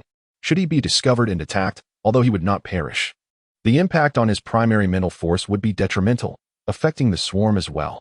Stay vigilant. As it was the first encounter with the swarm, the Galactic Alliance remained oblivious to the insect types and their capabilities. Several hours passed. Ding. The consciousness split entity has been preliminarily created and is undergoing testing. Ding. The consciousness split entity is in excellent condition, commencing transfer of sovereign mental force. Transfer in progress. Ding. The dominion over mental power has been successfully transferred, and the state of the consciousness split entity is exceptional, with no abnormalities detected, accompanied by the system's notification. The cocoon of the transformed beetle was shattered by a beast of tiger-like proportions. Its singular purple eye and an exoskeleton seemingly as hard as iron concealed every vulnerability of its form. A pair of insect wings adorned its back, while 6 robust limbs enhanced its agility. Sharp claws and mandibles were indispensable companions to its fearsome visage. The tail, akin to 3 steel whips, was enveloped in tendrils of energy. The first consciousness split entity of Qingjin bore resemblance to a slaughter form, albeit considerably smaller, approximately the size of a Siberian tiger. Unlike the corpulent Siberian tiger, its physique exhibited a more slender contour. In essence, the consciousness split entity serves as a mere avatar of Qingjin. However, in comparison to the original, this avatar's strength appeared significantly diminished, failing to reach even 1/10 of its true form. It exists in a fixed state, unable to undergo further transformation, yet it possesses the capability to unleash powerful laser beams from its prominent purple eye as a means of attack. This ferocious, beastly form is indeed adept in direct combat, inclined towards such engagements. Moreover, it can independently construct a mother nest for the swarm. The consciousness split entity retains most of the original's abilities, allowing it to utilize swarm energy combined with its innate insectoid genetic sequence to create a level 1 mother nest. However, it bears a limitation. The mother nest can ascend no higher than level 5. Thus, while the consciousness split entity can generate a vast swarm, it can only produce swarms of level 5 or below. Qingjin shook his head, gradually acclimating to his new form, and then turned his gaze towards the battlefield among the stars. The conflict between the Galactic Alliance and the swarm raged on fiercely. In certain circumstances, an overwhelming number can lead to a qualitative change. The swarm, relying on its vast numbers, fiercely opposed the Galactic Alliance. After carefully observing the situation, Qingjin began to command the swarm. Under his direction, the swarm became increasingly organized, no longer depending on their instincts to identify foes. The swarm's assaults became even more terrifying with the targets designated by Qingjin. They began to exhibit strategic behavior with clear objectives. Wherever Qingjin's gaze fell, there the swarm surged forth. Tens of millions of units of the swarm, responding to Qingjin's commands, simultaneously launched an assault on a single target. The Galactic fleet began to show signs of collapse. Witnessing the transformation of the swarm, Flash Leap was astonished, pondering the cause of this phenomenon. Chapter 129, The New Star Alliance. Flash Leap noticed the changes in the swarm. They suddenly coordinated their attacks, striking almost in unison. In stark contrast to their previous chaotic skirmishes, it was evident that someone was now directing their combat efforts. Consequently, the situation grew increasingly dire. He conveyed his discoveries to all the commanders of the Alliance. Shanwei remarked that these creatures possessed a certain consciousness that directed them, perhaps lurking in a realm unseen by our eyes. Upon hearing this, everyone was astounded. It seemed that Gus had spoken the truth, and their arduous struggle was ample evidence supporting his claims. The swarm was indeed terrifying. Even more concerning was Gus's mention of the biological mothership of the swarm. Its size surpassed that of any starship, capable of carrying a vast multitude of these creatures. During this skirmish, they had not encountered the mothership that Gus had referred to. This suggested that the current swarm was merely its vanguard. If the main force were to arrive, they might not withstand for long. given the fearsome nature of the advance party. Shanwei and the Alliance commanders promptly relayed this information back to their headquarters, requesting substantial reinforcements to eradicate the swarm. Should the swarm penetrate the inner reaches of the galaxy, it could precipitate a cataclysm of unimaginable proportions. Upon receiving this alarming news, the Galactic Alliance mobilized all its space fleets to the borders of the star system for support. The news of the swarm's invasion of the galaxy resonated back to the home planets of various civilizations. At this juncture, in the solar system, on the blue planet, the world lay in ruins following the invasion by the Sarl. Once thriving cities had been reduced to desolate wastelands due to the indomitable resistance of humanity. Nuclear weapons had been employed against the Sarl, rendering much of the land barren and lifeless, a stark expanse of desolation. Time drifted silently for over a century. A few biological research bases of the Sarl still lingered on the blue planet. The fierce resistance from humanity had inflicted significant casualties on the Sarl forces, inciting Gus's fury. As a level 3 civilization, they possessed formidable technological prowess, yet they had suffered such substantial losses against a civilization that barely reached level 1. This humiliation fueled his desire to obliterate humanity entirely. However, the stern warning from Tianjin compelled Gus to relent, withdrawing the main forces while leaving behind a small contingent to safeguard their experimental achievements.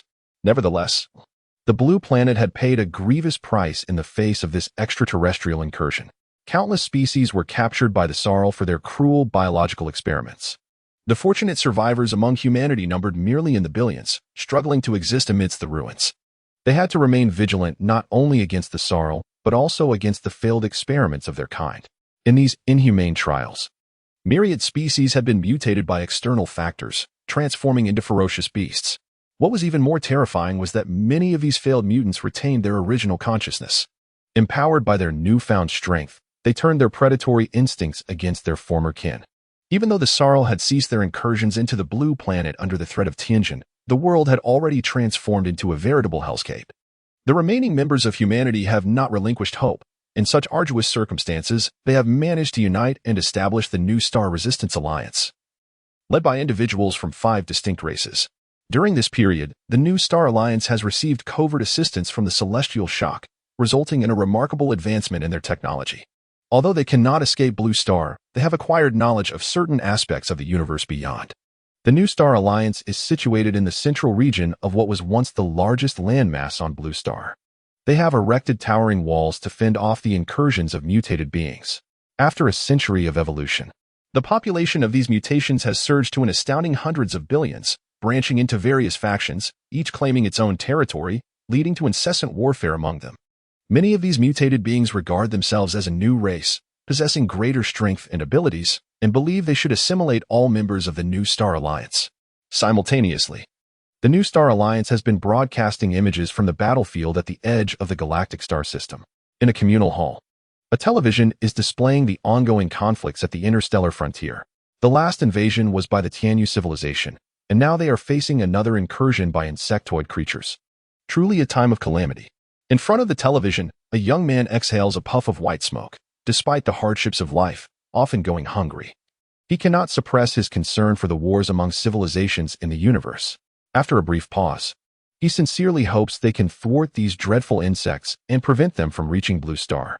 You should be more concerned about what you will eat tonight, a woman interjects, noticing the young man's fixation on the matter.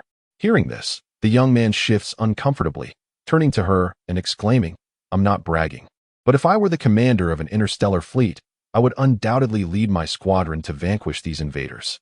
Be it the Tianyu civilization or the insectoid civilization, I would eliminate them all." Upon hearing this, the woman sets aside her task and replies, "Ah, an interstellar commander, is it? Then perhaps you could settle the rent for the past few months, which totals $300 new." The young man falters, his expression shifting to one of embarrassment as he scratches his head and sheepishly responds, "Oh dear." Bringing that up is rather disheartening. After a moment, he adopts a serious demeanor and assures her, "Rest assured, I have found a high-paying job in the district. Soon, Xiaoxin will take me for an interview. I will certainly repay you for the rent owed." The woman, unimpressed, retorts, "A high-paying job? Xiaoxin is unfortunate to have a friend like you. If it weren't for your connection with her, I would have thrown you out long ago." With that, she dismisses him and exits the hall. Just as she reaches the entrance, a tall and attractive girl in her 20s approaches her. The girl greets her first. "Aunt Lei, is Qin Tao here?" The woman replies with irritation, "If he is not here, where could he possibly be?" One languid day, devoid of purpose. I found myself lost in reveries of becoming an interstellar commander. It seemed futile. Perhaps it would be more pragmatic to envision the eradication of those mutated creatures alongside the reptilians. Chapter 130. Return to Blue Star upon hearing the woman's words. Xiaoxin wore an expression of sheer exasperation. The woman continued, "I've told you countless times, do not call me Aunt Lei. You are older than my mother, for heaven's sake." Xiaoxin, upon hearing this, awkwardly chuckled and fell silent. "You should promptly take him to find a job and ground yourself in reality. Live honestly and diligently," the woman stated before departing, visibly displeased. Sighing as she watched her leave, Xiaoxin took a moment to collect herself before striding into the hall with a serious demeanor. Just then, the television aired a report by Tianjin, discussing the current state of the war. He articulated with mechanical precision in the Telrace's language. Thanks to the Alliance's efforts, the swarm has been entirely eliminated, albeit at a grievous cost. However, I must stress that this is not the end. The Zerg army is stirring, and we are in the process of regrouping our forces. Before the television, Qin Tao is captivated, oblivious to Xiaoxin standing behind him. Ahem. Xiaoxin pretended to clear her throat. At the sound, Qin Tao turned, his expression one of surprise. "Wow. Xiaoxin, when did you arrive?" "I just got here," she replied, exasperated. Seeing this, Qin Tao's spirits lifted as he pointed excitedly at the television. "Do you recognize this transformer? Can you understand what he is saying?" With an indifferent expression. Xiaoxin replied, "I do not recognize him, nor can I comprehend. That is a high-level extraterrestrial civilization from the cosmos." Qin Tao's face fell at her response. "Oh well, I thought after living over 100 years, you might know." Xiaoxin furrowed her brow, a hint of anger in her voice. "Hurry up and get ready. We have an interview to attend." Just as her words lingered in the air, a thunderous boom reverberated through the atmosphere. The television screen flickered and turned to static. Beset by some interference, both felt a jolt of unease, a primal instinct coursing through them. What is happening? Have those damned reptilians returned? In the wake of that deafening sound, both Qin Tao and Xiaoxin instinctively covered their heads, trembling in fear as they crouched down. Simultaneously, outside the atmosphere, a Sao-Ray starship was shattered by a sudden object. They were unable to detect this unexpected entity, and before they could respond, their vessel was obliterated. All the reptilians aboard perished before grasping the nature of their demise, transforming into countless fragments scattered across the cosmos. Whoosh! The object, having pierced through a starship, continued its relentless course toward the blue star's atmosphere. What is transpiring? We have lost contact with the starship beyond the cosmos. The Sao-Race experimental base erupted into chaos. The fighter jets were swiftly launched. With the loss of contact with the starship beyond the atmosphere, they felt an overwhelming sense of isolation and helplessness. As the celestial object penetrated the atmosphere, its excessive speed caused friction with the surrounding air, igniting it in a fiery explosion. Like a meteor, it streaked across the sky, trailing thick smoke. The Sao-Race's fighter jets, racing towards the foreign object at faster-than-light speeds, were instantly obliterated by a sudden laser beam emitted from it. All living beings on the surface were left stunned by this spectacle. With a whoosh and a thunderous bang, the alien object crashed violently to the ground, shaking the very earth and triggering multiple volcanic eruptions, earthquakes, and tsunamis. The entire blue planet was thrown into chaos. What in the world was that? Where did it come from? Was it from the celestial feather civilization? Why were we unable to detect its trajectory and existence? Within the Sao-Race's base, the lizard man commander responsible for all affairs on Blue Planet was gripped by sheer panic. That entity had the power to destroy starships beyond the atmosphere. It was evidently the arrival of a higher civilization, one far more formidable than their own. All factions on Blue Planet began to converge on the site where the celestial object had fallen. Upon their immediate arrival, they were met with a vast crater, yet found nothing else of significance. To uncover the reason behind this event, the Sao-Race's maintenance team promptly sealed off the crater and conducted a thorough investigation. Meanwhile, tens of thousands of kilometers away, a three-tailed cyclopean beast emerged amidst the ruins. In its large purple eye shimmered an enigmatic light. "Dad, Mom, Sister, I have returned. Where are you?" This place had once been his home, and at this moment, Qin Jun's avatar once again stood upon this familiar land. After a brief moment of melancholy, The large eye blazed with an inner fury. "Sow race, your doom is imminent." With that proclamation, it opened its insect-like mandibles, its entire body trembling in place. Before long, Qin Jun expelled a larva from his mouth. "Quickly, hatch the motherworm base." "Understood, master." Commencing hatching. As the system's voice faded, the larva transformed into a massive cocoon on the spot. In no time, a level 1 motherworm base was established amidst the ruins. Qin Jun then commanded, "Consume energy to evolve the motherworm base to level 5. Following the issuance of this directive, the motherworm base began its sequential evolution. Simultaneously, the 5 leaders of the New Star Alliance convened an urgent meeting regarding the incident. A middle-aged man spoke first. The Lizardman starship beyond the atmosphere was instantly destroyed. And judging by their reaction, it seems they themselves are unaware of what transpired. He was a Daniel, one of the leaders of the New Star Alliance, overseeing all affairs within the Alliance's territory. They have sealed off the meteorite crater, leaving us unable to acquire any further useful information, and all satellites have been rendered inoperative. A man spoke with a grave expression. "What are your thoughts on this incident?" inquired a middle-aged woman. "This extraterrestrial object is likely directed towards the Sao race. We must refrain from rash actions and report this matter to Tianjin," another leader remarked after a moment of contemplation. Indeed, the others nodded in agreement upon hearing this. Days passed following the incident, yet the Sao race had still failed to locate the suddenly appearing foreign object. Consequently, the Lizardman commander resolved to broaden the search to every corner of Blue Star. At this juncture, Qin Jin dispatched several jumping insects to scout ahead. To avoid alarming the enemy, he refrained from allowing the king insect to ascend immediately. "I have sensed the presence of the human race. They have not been extinguished," he noted. The mental prowess of the consciousness split was not as formidable as that of the main body, yet it could still distinctly perceive the essence of humanity on Blue Star. Qin Jun also detected a multitude of life forms, including the Sao race and entities reminiscent of the mutated beings from God Star. He mused to himself, "Time has passed so long.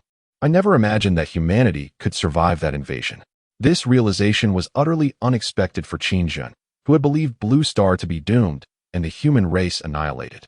After a moment of quiet reflection, his spirits lifted as he recognized that his consciousness had returned to Blue Star. In that case, it is time for the Sao race to pay for their blood debts. Hatch the king insects immediately. We require more king insects.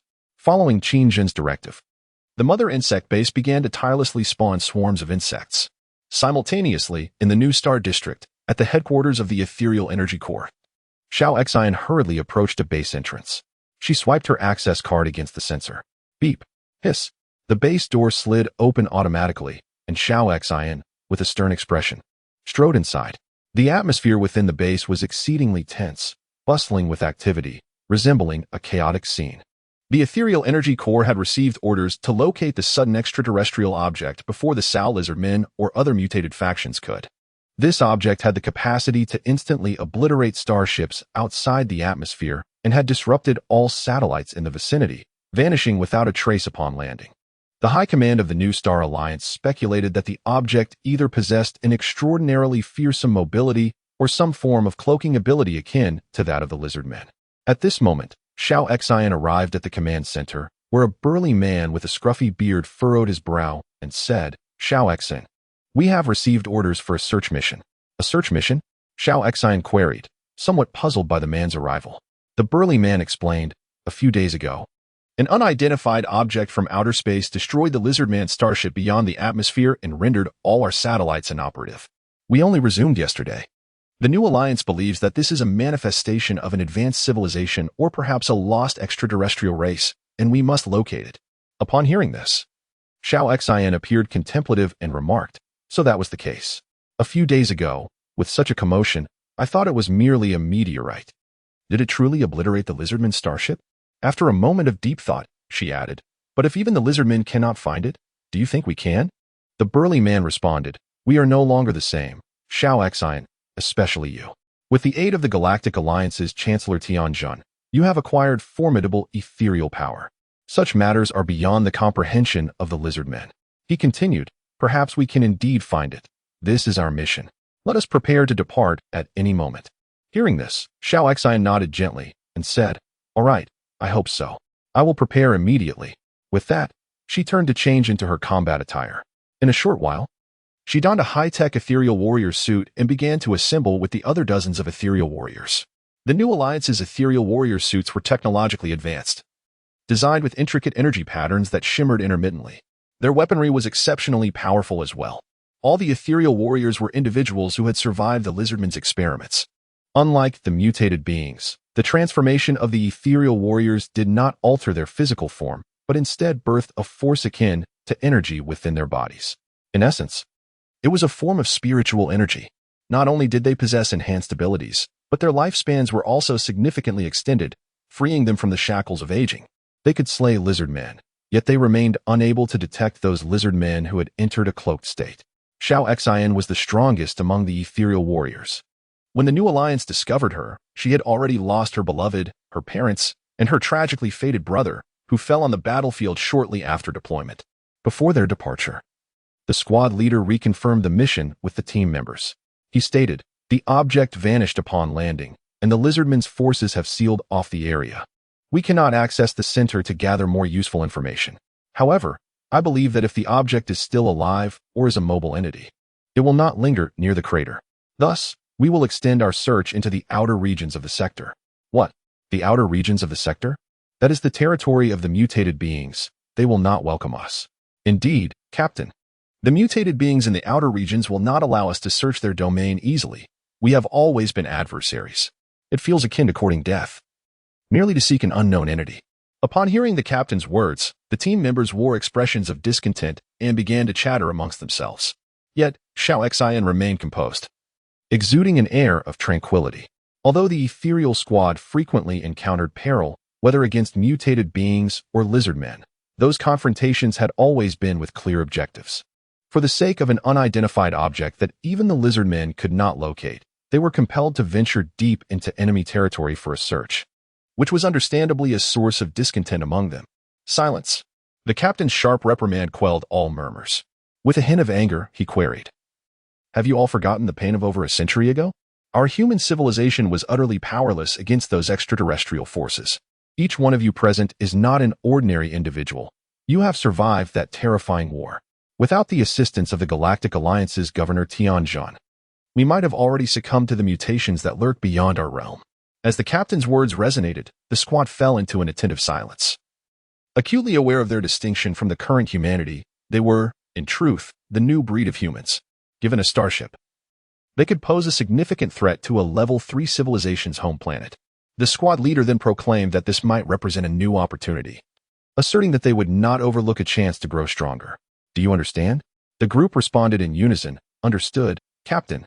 With this affirmation, the robust captain turned with a serious demeanor and commanded, "Let us depart." Under his leadership, the Shadow Energy Squad boarded a new type of transport vessel, a marvel of the New Star Alliance's technology, nearly on par with that of a Level 2 civilization. This vessel was not a product of external assistance, but rather a creation of the New Star Alliance's own ingenuity. Regrettably, their resources were dwindling. Otherwise, they could have constructed a warship. Chapter 132. Is it a sister? At this moment, Qinjun began his preparations. He was no longer concerned about being detected by satellites beyond the atmosphere. Even though the mutated beings in the Sal race posed a threat, they were not a significant concern for him. The swarm at the galaxy's edge had been eradicated by the Galactic Alliance, and they were nearly united in purpose.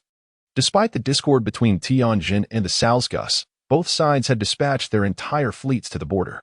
This was Qinjun's greatest worry. The Galactic Alliance would prove more formidable than the alliance of Tianyu. His concern did not stem from the advancement of their technology, which, despite being advanced, was merely that of a Level 4 civilization. The current swarm posed no fear to them. What troubled him was the unity of the Galactic Alliance. Should the swarm launch a large-scale invasion, it could indeed solidify their cohesion. Qinjun resolved to first investigate the Sal race on Blue Star, hoping to glean more information from them, ideally pinpointing their home star system. "Master, worker insects have discovered crystal mines and several gas deposits in a valley," the system prompted.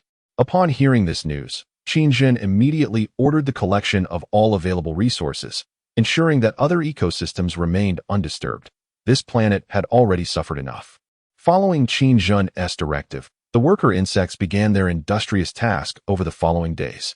The swarm encountered numerous genetic mutants of the Sal tribe. and Qingjin showed no mercy towards these aberrations. They were all annihilated by the swarm and subsequently converted into biomass. Although the energy he possessed, along with the biomass, was sufficient to contend with an interstellar war, he would never dismiss the value of resources. Every bit counts.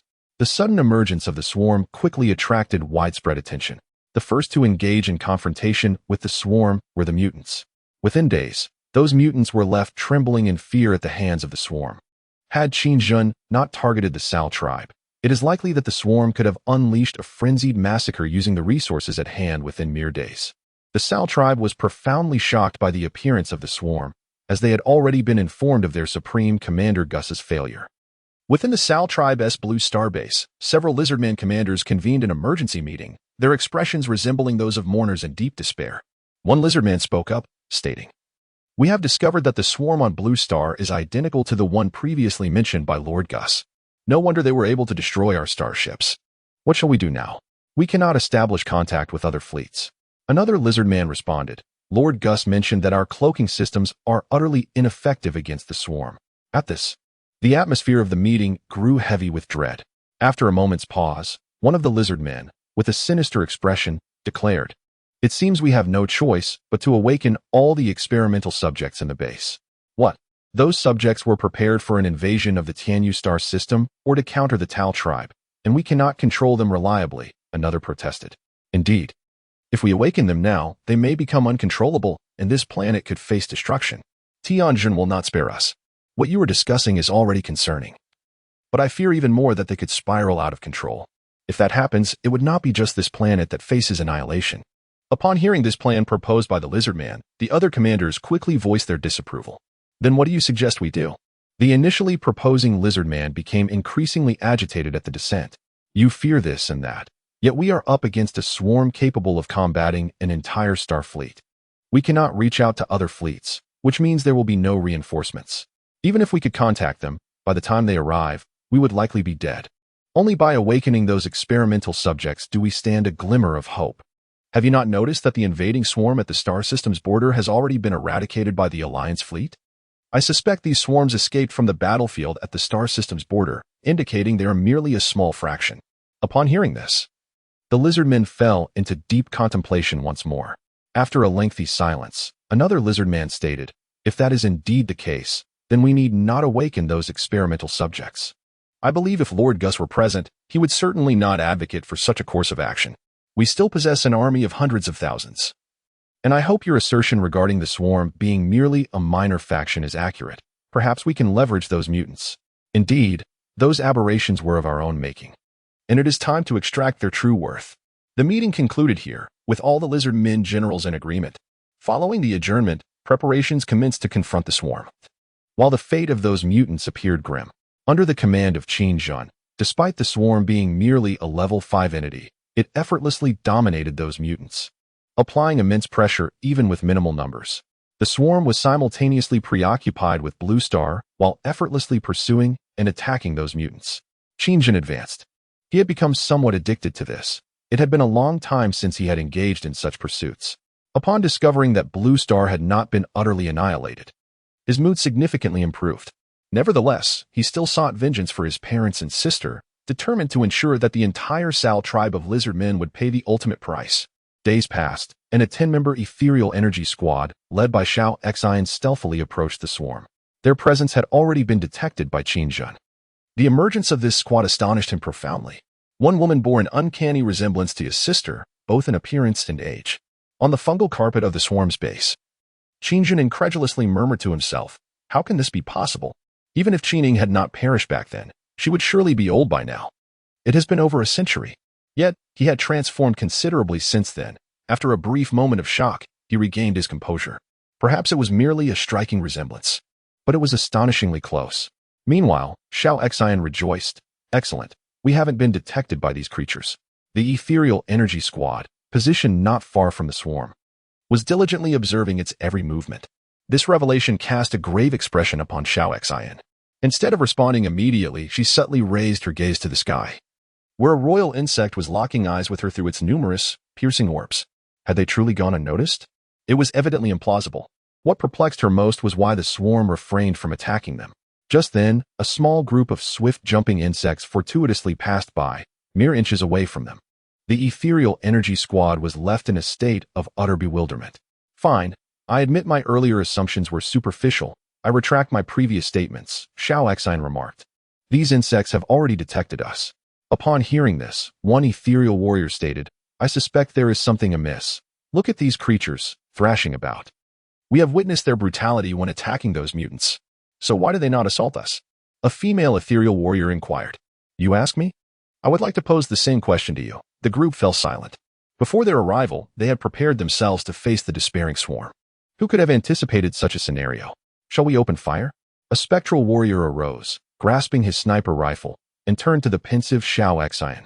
No, do not act rashly, she urgently interjected. The fact that the swarm did not assault them was, in any case, a fortunate circumstance. They could not allow a conflict to erupt so easily. Just as they pondered the reason for the swarm's inaction, the ground beneath them began to tremble violently. This sudden disturbance instilled a sense of impending danger within the spectral squad. Suddenly, 3 colossal tunnel worms erupted from the earth beside them. Damn it, we miscalculated. The spectral squad was poised to fire at the newly emerged tunnel worms, but Xiao Xine hastily intervened, shouting, No, do not open fire. Despite being encircled by the swarm, Xiao Xine continued to restrain them, leaving her comrades in a state of anguish. Yet, they refrained from firing, merely aiming their weapons at the mass of creatures surging from the tunnel worms' maws. They were well aware of Xiao Xine's abilities, having led them through several perilous encounters. The swarm, though shrieking and surging forth, merely surrounded the spectral squad without launching a full-scale attack. This scene terrified the spectral squad. They had never witnessed so many ferocious monsters appearing simultaneously, and their presence was more terrifying than that of any beast. Who are you? What do you seek here? At that moment, a hoarse voice, laced with the growl of a beast, suddenly echoed. This voice sent a shockwave of fear through the group. Accompanying this voice was an overwhelmingly powerful aura. Just as panic gripped everyone, Xiao Xine's voice rang out. We are the human forces of the New Star Alliance. We mean no harm. After a brief pause, a ghostly figure swiftly emerged from the swarm, appearing before them. The sight of this unique beast struck terror into the hearts of all present, causing some to falter, collapsing to the ground, pale and immobilized. Even those with greater fortitude, like Xiao Xine, found themselves drenched in cold sweat, overwhelmed by fear. It was utterly terrifying. Qingjun, with his chilling violet eye, surveyed the human group before fixing his gaze upon Xiao Xine. What is your name? Upon hearing this voice again, Xiao Xine's heart raced with trepidation, filled with confusion. Could it be that this extraterrestrial insect race spoke Chinese? Trembling, she stammered. I am from the spectral forces. My name is Qin Xiao Xine. Qin Xiao Xine. Upon hearing this, Qingjun appeared contemplative. He then inquired, What is your grandmother's name? At this question, Xiao Xine assumed she had misheard due to her anxiety, her expression turning blank as she remained silent. Noticing Xiao Xine's inability to respond, Qingjun pondered once more. A few moments later, he asked, Do you know Qingjun? Upon hearing this question, Xiao Xine's pupils constricted, her expression shifting to one of astonishment. In uncertain tones, she queried, What did you just say? Qingjun, do you know someone named Qingjun? After receiving confirmation once more, Xiao Xine's expression shifted from shock to disbelief. She then responded, Yes, he is my brother. How do you know that name? Upon receiving this reply, Qingjun's demeanor showed no signs of alteration. He still bore a fierce countenance. Yet within, tumultuous waves of emotion surged, a medley of feelings. He found it hard to believe that this girl before him was indeed his sister, especially after more than a century had passed. Qingjun then inquired, What is your true age? This question left Xiao Xine momentarily speechless, uncertain of how to respond. The insect leader had knowledge of his brother's name, despite the fact that his brother had perished over 100 years ago while resisting an invasion. It was said that his unfortunate brother was struck directly by a laser, leaving no trace behind. Seeing Xiao Xine hesitate, Qingjun's tone grew slightly irate as he insisted. Answer me honestly, you may leave safely, and your New Star Alliance will not face an attack from the swarm. Hearing this, everyone's gaze turned to Xiao Xine, filled with confusion, yet also hope. Without any concealment, Xiao Xine stated, 122. Upon hearing this response, Qingjun gasped in astonishment. At that moment, his heart raced with excitement. He nearly blurted out, I am your brother. I am Qingjun. However, his rationality ultimately restrained his emotions. Over 100 years? When did your kind learn to live so long? Are there other relatives in your family? Now, everyone was dumbfounded. The insect leader actually knew Xiao Xian? Xiao Xian was equally bewildered as she replied, "No, my brother fell over 100 years ago, and my parents were brutally murdered. I have lived this long because I possess some kind of power within me." Upon hearing this, Qingjin's large eyes revealed no trace of emotion. In fact, he had already sensed the energy fluctuations emanating from Xiao Xian, which was why he was uncertain if she was truly his sister. It appeared he was not mistaken. Qin Ying's body had indeed manifested spiritual energy. What could this possibly mean? Though he yearned to uncover the truth behind these events, he refrained from pressing further, realizing that continued inquiry might lead to uncomfortable revelations. After a moment of contemplation, Qingjin stated, "I see, you have come here to investigate the swarm. Return and inform your leaders that we shall not interfere with one another. As for my identity, I am the ruler of the insect race, Ward Tianjin. My purpose here is to target the Sao race. Their destruction is my mission." With those words, he issued a retreat command to the swarm. Under the gaze of the spectral energy team, the swarm retreated into the mouth of the tunnel. Qingjin departed alongside them. As the swarm vanished, calmness enveloped the surroundings once more. The spectral energy team wore expressions of bewilderment, while Xiao Xian remained in a daze. After a long while, she murmured, "The ruler of the insect race, Ward Tianjin? The name of the pretentious one is indeed peculiar, but how could he possibly know my brother's name?" Chapter 134, The Deity from the Void. Upon returning to the headquarters of the ethereal forces, Qin Xiaoxin diligently reported the findings of this reconnaissance mission.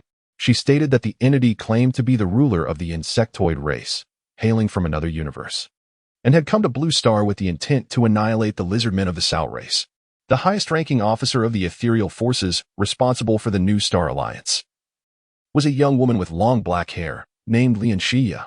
In contrast to Qin Xiaoxin's spirited demeanor, she appeared more feminine, slightly surpassing Qin Xiaoxin in height, beauty, and figure. Many had once regarded her merely as a decorative figurehead. Throughout numerous operations, she had failed to deliver a single commendable success. Several command blunders had nearly cost the entire ethereal forces dearly. The New Star Alliance had expended vast resources and decades of hard work, almost to no avail. Fortunately, Qin Xiaoxin had managed to turn the tide. Even so, Lian Xia retained her position as the supreme commander of the ethereal forces. Her most significant contribution to the New Star Alliance was perhaps the discovery of Qin Xiaoxin and her subsequent induction into the ethereal forces. Upon hearing Qin Xiaoxin's report on the recent mission, Lian Xia furrowed her brow in contemplation.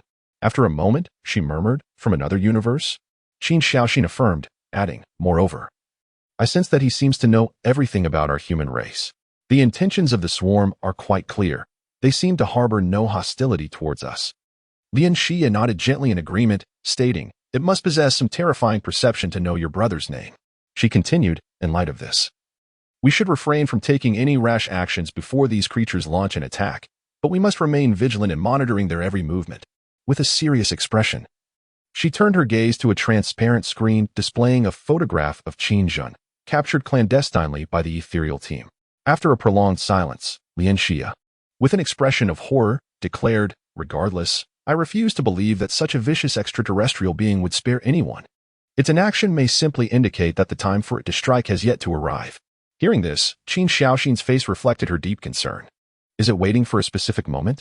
After exiting the headquarters of the ethereal forces, Qin Xiaoxin hurriedly took Qin Tao to an interview for a job. She no longer had the luxury of time to tend to this last remnant of the Qin lineage. Once she had arranged everything for Qin Tao, night had fallen. Qin Xiaoxin returned to her residence, seated herself at a computer desk, and sank into the chair. Over the past century, countless life and death battles had stripped her of the gentleness expected of a woman. In its place, a heart rendered callous and numb had emerged. Brother Qingjin? After a moment of silence, she recalled this simultaneously familiar and foreign name. To be honest, more than 100 years had passed, and regarding her family, there were many instances where she had forgotten completely. She could scarcely remember her parents' faces. For a considerable duration thereafter, she remained deeply engrossed in her service to the New Star Alliance. Perhaps it was this encounter with the Zerg Overlord that stirred in her mind the faint recollection of her nearly forgotten elder brother. With this thought, she rose and rummaged through the room, eventually unearthing a photograph, aged and significantly discolored by the passage of time. Yet, one could still discern the resolute countenance of a man clad in military attire. As she gazed at her brother's image, she fell into profound contemplation. Suddenly, the atmosphere of the room began to warp. Qin Xiaoxin, feeling an imminent threat, hastily drew a pistol, her senses heightened. Indeed, you may wonder, did your brother, Qinshan, truly perish over a century ago? A raspy voice, as if emanating from the void, reverberated through the air, akin to a demon newly awakened from the abyss.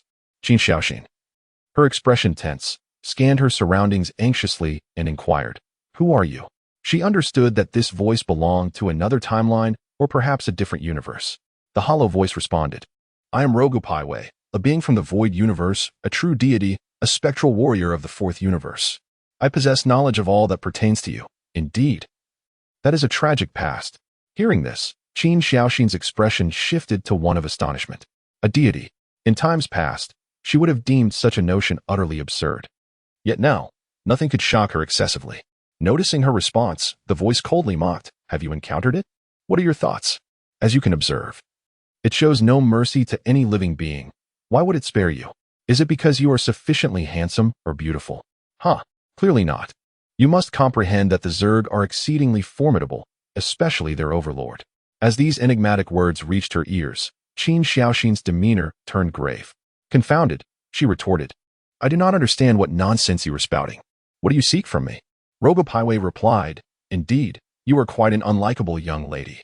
So, the current overlord of the swarm mentioned Qinshan to you, did it not?" Upon hearing this, Qin Xiaoxin's pupils constricted, her heart racing with shock.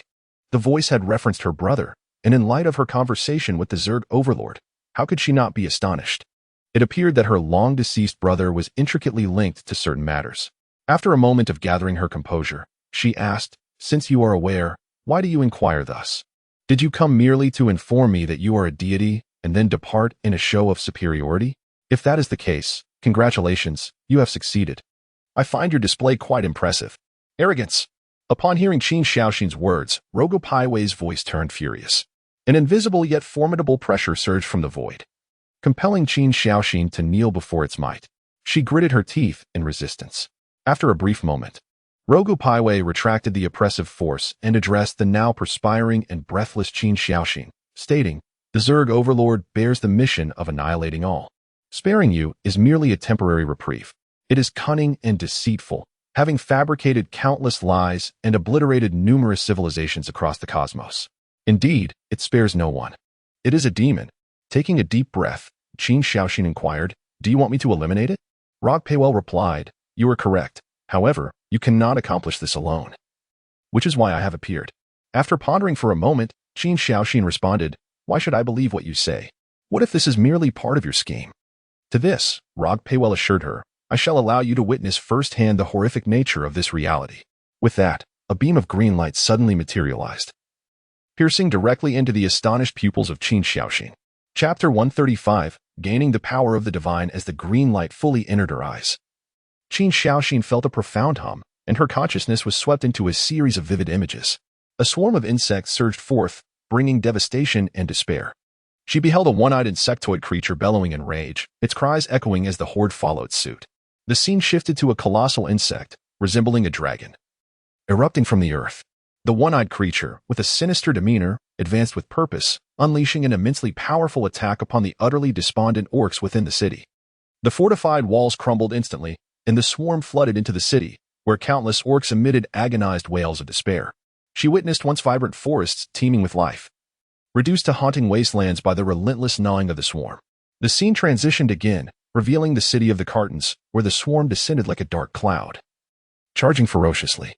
Qin Xiaoxin observed the Cartons standing valiantly against the onslaught, united in their resistance against the swarm, reminiscent of the Blue Planet's defiance against the Sarl tribes. Yet, despite their bravery, the Cartons ultimately succumbed to annihilation. "Look," Rogopaiwei asserted, "compared to these civilizations, does it not seem that your home planet is far more fortunate? Wherever the swarm spread, it left only devastation in its wake. They are demons, born solely for slaughter." As Rogopaiwei concluded, the visions in her consciousness shifted once more. On the planet Gode, a massive insect blotted out the sky, plummeting to the ground. Under the command of the one-eyed creature, the planet's destruction was imminent. Qin Xiaoxin witnessed a being resembling a human female, soaring through the air, unleashing its powers.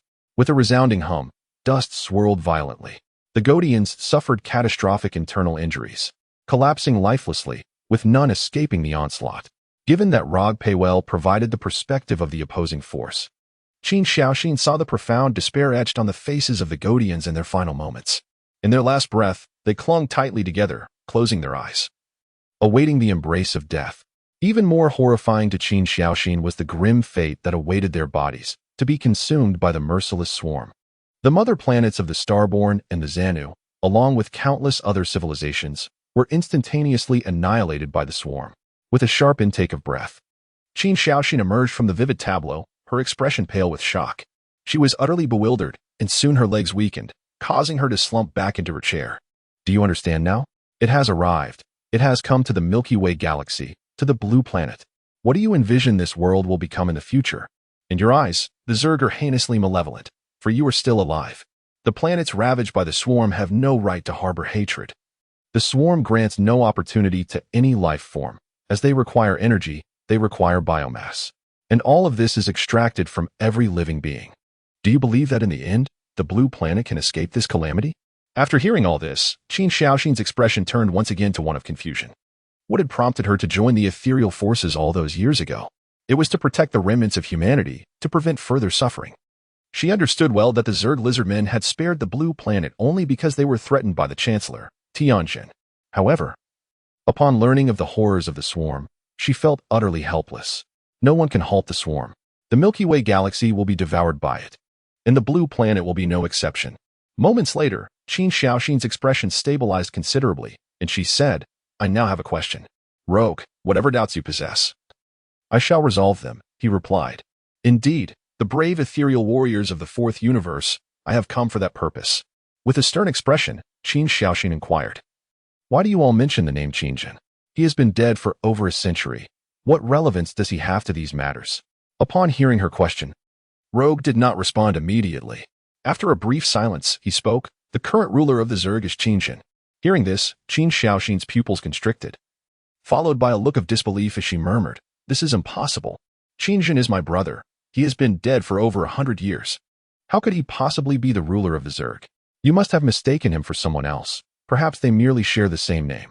Rogue replied, though I cannot explain it to you in detail at this moment, it is indeed the truth. The current ruler of the Zerg is Qingjin, but he is no longer the Qingjin you once knew. He has been corrupted by dark forces. Indeed, he has become a tool of Kerrigan. The Zerg goddess Kerrigan is a malevolent entity, striving to reshape the entire universe, leaving no living being unscathed. She has exploited the hatred within Qingjin.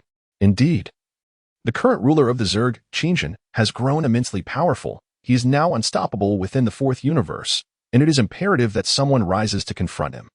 Following Rogue's words, Qin Xiaoxin's demeanor became exceedingly calm. She was no longer a fragile woman. Rather, she had become the backbone of the ethereal forces, the beacon of hope for humanity. Perhaps this was what Rogue had recognized in her. After receiving confirmation, Qin Xiaoxin fell into deep contemplation. After a long while, she declared, the deceased cannot return. Even if what you say is true, he is no longer my brother. The blue planet must not be annihilated by the swarm. Rogue affirmed, indeed.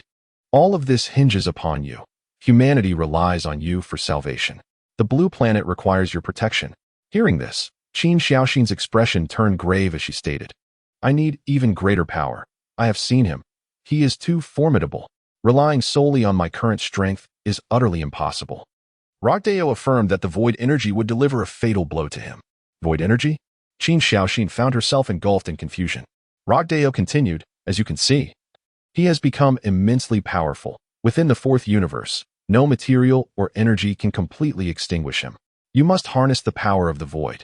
Indeed, the valiant spectral warrior, I have come to bestow upon you formidable void energy. Upon finishing his words, a sphere, approximately the size of a fist and radiating a dazzling green light, suddenly materialized before Qin Xiaoxin. She could sense the overwhelming energy contained within this luminous orb. Rogdeo declared, this is your choice. Only by merging with the void energy can you acquire the strength to thwart all of this.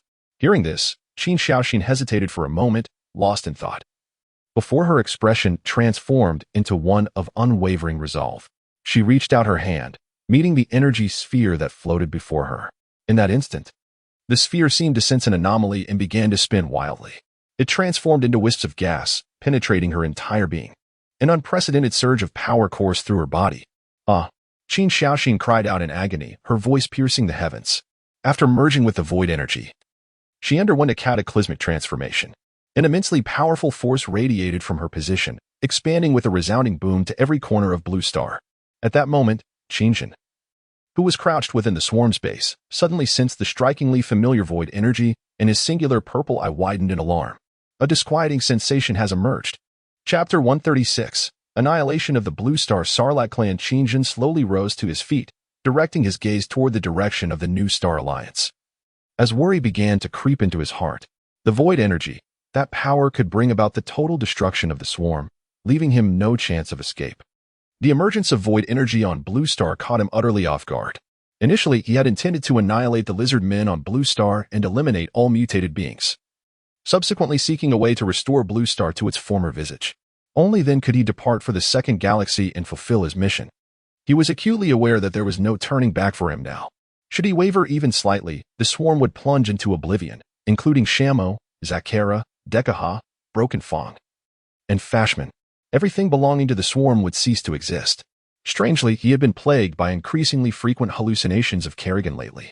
In the haze of his mind, it seemed she was trying to convey something to him, yet her words remained elusive, offering no clues whatsoever. At that moment, he recalled Zedna, the Dark Templar warrior who claimed to hail from the second galaxy. Ultimately, he reached a conclusion. Something was transpiring in the second galaxy. Or perhaps it was on the brink of facing a calamity. Zedna had foretold that it would spell disaster for all universes. The swarm appeared to bear a significant burden. All of this was imperative for him to undertake. Regardless of the circumstances, he would not permit anything to jeopardize the existence of the swarm. For he was acutely aware that he, at this moment, embodied the entirety of the insect race. Subsequently, Qinjin commanded the swarm to incessantly monitor every movement of the New Star Alliance. He then ordered the hatching of thunder beasts, stinging serpents, and flying worms. Soon, under Qinjin's directives, the swarm launched an offensive against the Sao race's base. The colossal swarm emerged instantaneously upon the surface of Blue Star, an astonishing sight to behold. The Sao forces, stationed on Blue Star, numbered in the hundreds of thousands. Though their weaponry could effortlessly suppress a level 5 swarm, Qinjin, leveraging the overwhelming numbers of the swarm, relentlessly assaulted the Sao base. No matter how advanced the technology of the Sao forces, it was confined to the surface of Blue Star. Qinjin soon realized they lacked reinforcements. He sensed the emergence of void energy and understood the necessity for a swift resolution. Swarm, advance, target the Sao race and all aberrations. The impending battle was palpable. The once dominant Sao race on Blue Star was finally acquainted with despair. An unending tide of insects, even if they fought back, could exhaust them to their demise. Moreover, the swarm was bolstered by thunder beasts, flying serpents, and mutated cockroaches. The introduction of these units resulted in catastrophic losses for the Sao forces. Damn it. I had already suggested we should awaken the experimental subjects in the base. Enough. It's too late now. Who knew so many insects would suddenly emerge? Boom, boom, boom. Countless explosions erupted within the swarm, yet they could not deter the relentless advance. There were simply too many. The thunder beasts charged forward, obliterating a lizard man with a single kick.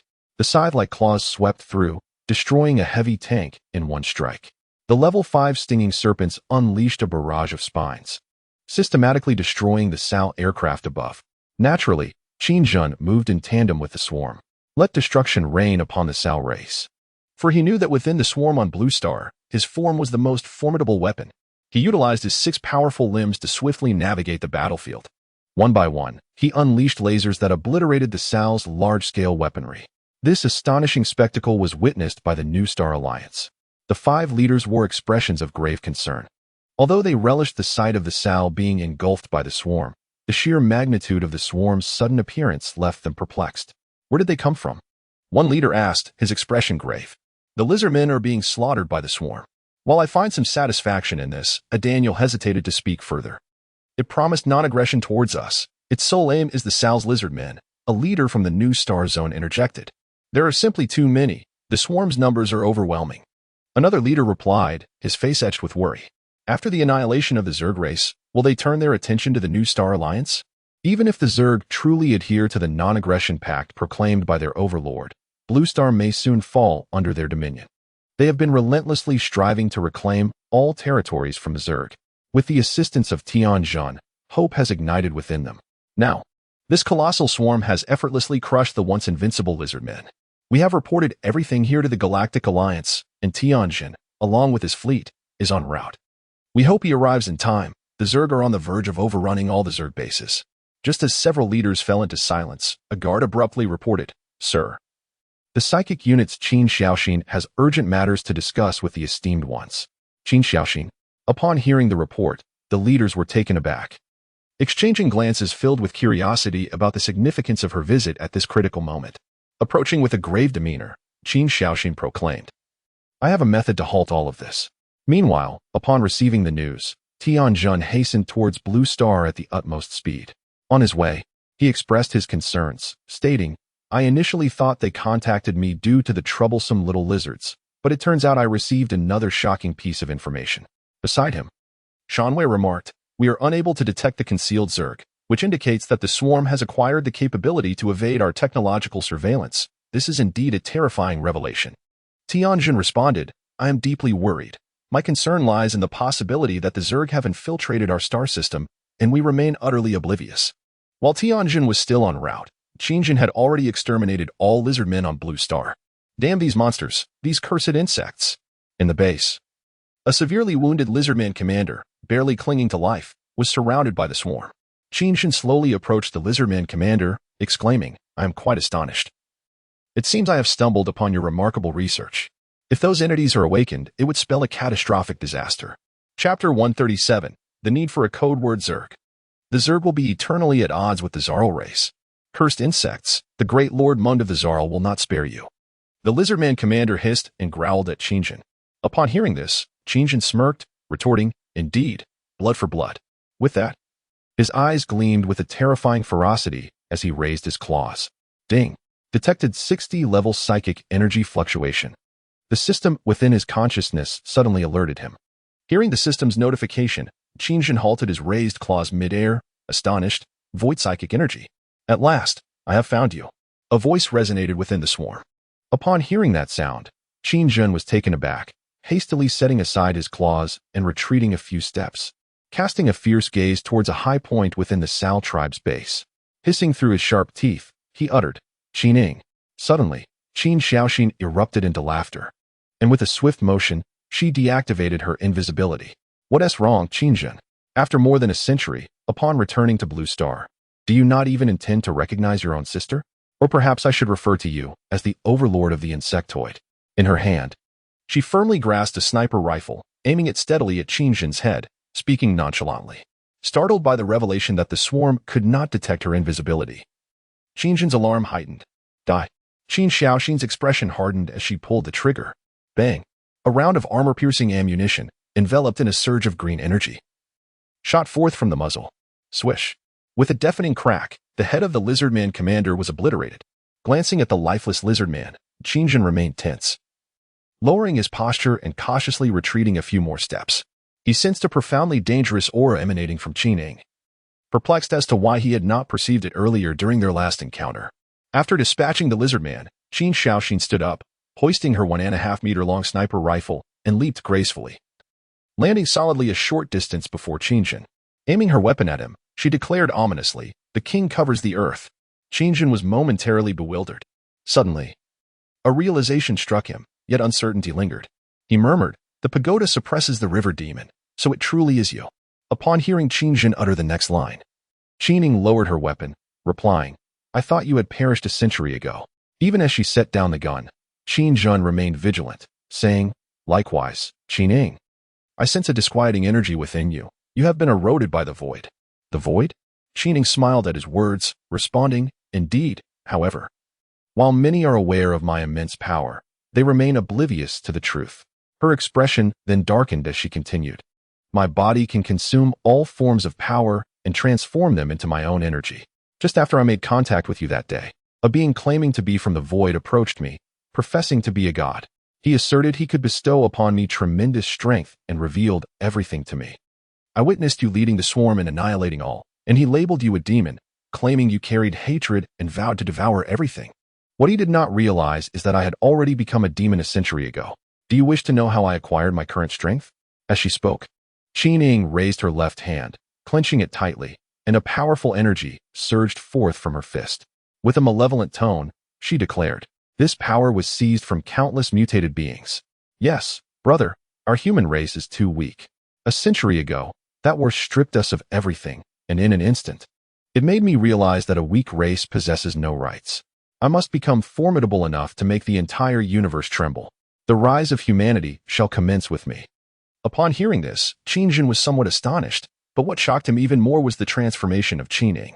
You have changed, Qi, he remarked. Qi, taken aback initially, then lowered her left hand and retorted, changed? You disappeared years ago, while I witnessed everything that transpired afterward. Father and mother fell before my eyes. What do you expect me to do? Look at yourself now. You are no longer human, but rather a beast, a monster. It is precisely for this reason that you have gained such immense power. When I first learned of your existence, I contemplated absorbing your strength, but after that day, I realized I could not. You are far too powerful now, brother. After a brief pause, she inquired, are you here to seek revenge on the lizardmen? Qinjun replied with annoyance. Enough with the trivialities. Qi, exasperated, said, I concede. Even if you've turned into a creature, your temperament remains unchanged. No wonder you struggled to find a girlfriend in the past. Qinjun responded coldly. All right, Qi, let us dispense with the pleasantries. What is it that you truly wish to convey? He sensed that his sister had indeed transformed, and in a rather frightening manner. Perhaps this was the essence of humanity, a trait he himself also possessed. With a wicked smile, Qi set her weapon aside, shrugged, and tilted her head slightly. Let us converse. Speak, Qinjin urged. Qi expression turned serious as she stated, your emergence has caused the entire blue star to tremble. Naturally, we are the ones most concerned. Hearing this, Qinjin felt a twinge of discomfort. What was the purpose of all his actions? Yet, he had overlooked one crucial fact. He no longer belonged to the human race. He never anticipated that Blue Star could survive that invasion, and that his sister was among those who had changed. They had both transformed, now enveloped in peril. The human race, when faced with the emergence of a more powerful species, experiences a profound sense of threat, even if no immediate danger is posed. This is true even in times of peace, let alone for a blue star that had endured an invasion. After a moment of contemplation, Qinjin stated, I will not pose any threat to Blue Star, and there is nothing the swarm requires from this planet that could motivate me to act against it. In response, Qi replied, Indeed, I believe you. Otherwise, I would not have come to see you in this manner today. However, I cannot speak for the entire New Star Alliance. They have already contacted the Galactic Alliance fleet, which may well be en route. Chapter 138. The experiment corrupted by the void. Upon hearing Qin's words, Qinjin asked, Are you suggesting that I leave? Qin's expression darkened as she affirmed, Yes, this is for your sake and for Blue Star's. A cold laugh escaped Qinjin's lips. As I prepare to depart, I hope you will take care of yourselves. However, before that, the Zerg must be obliterated. Whoever dares to obstruct me shall become the enemy of the swarm. With that, Qinjin turned and slowly retreated with the swarm. At that moment, a violent tremor resonated through space. The siblings were suddenly alarmed, sensing an imminent threat. A wave of void energy appeared unexpectedly, followed by a colossal shadow enveloping the entire Zerg base. Rog exclaimed furiously, Damn ants! You dare to deceive me. I shall make you aware of the dire consequences. Qinjun, taken aback, questioned, Void energy. Who are you? Upon hearing his inquiry, the crimson eyes of the immense shadow shifted from Qin to Qinjun. The current master of the swarm, Qinjun. Damn Kerrigan, to thwart my master, you have actually summoned the swarm back into this universe. But you cannot lead the swarm back to the second galaxy. Adonis detests Kerrigan, and you shall not succeed. Ah, it seems there are many perfect vessels here. Swarm master. Let these aberrations entertain you. Have you not always yearned for vengeance against your parents? Those monstrosities birthed by the Zerg of the fourth universe shall become my subordinates. Your sister is as cunning as you indeed. Even if those aberrations cannot slay you, your sister is not you. The human race on Blue Star shall be annihilated. This is the price of your contempt.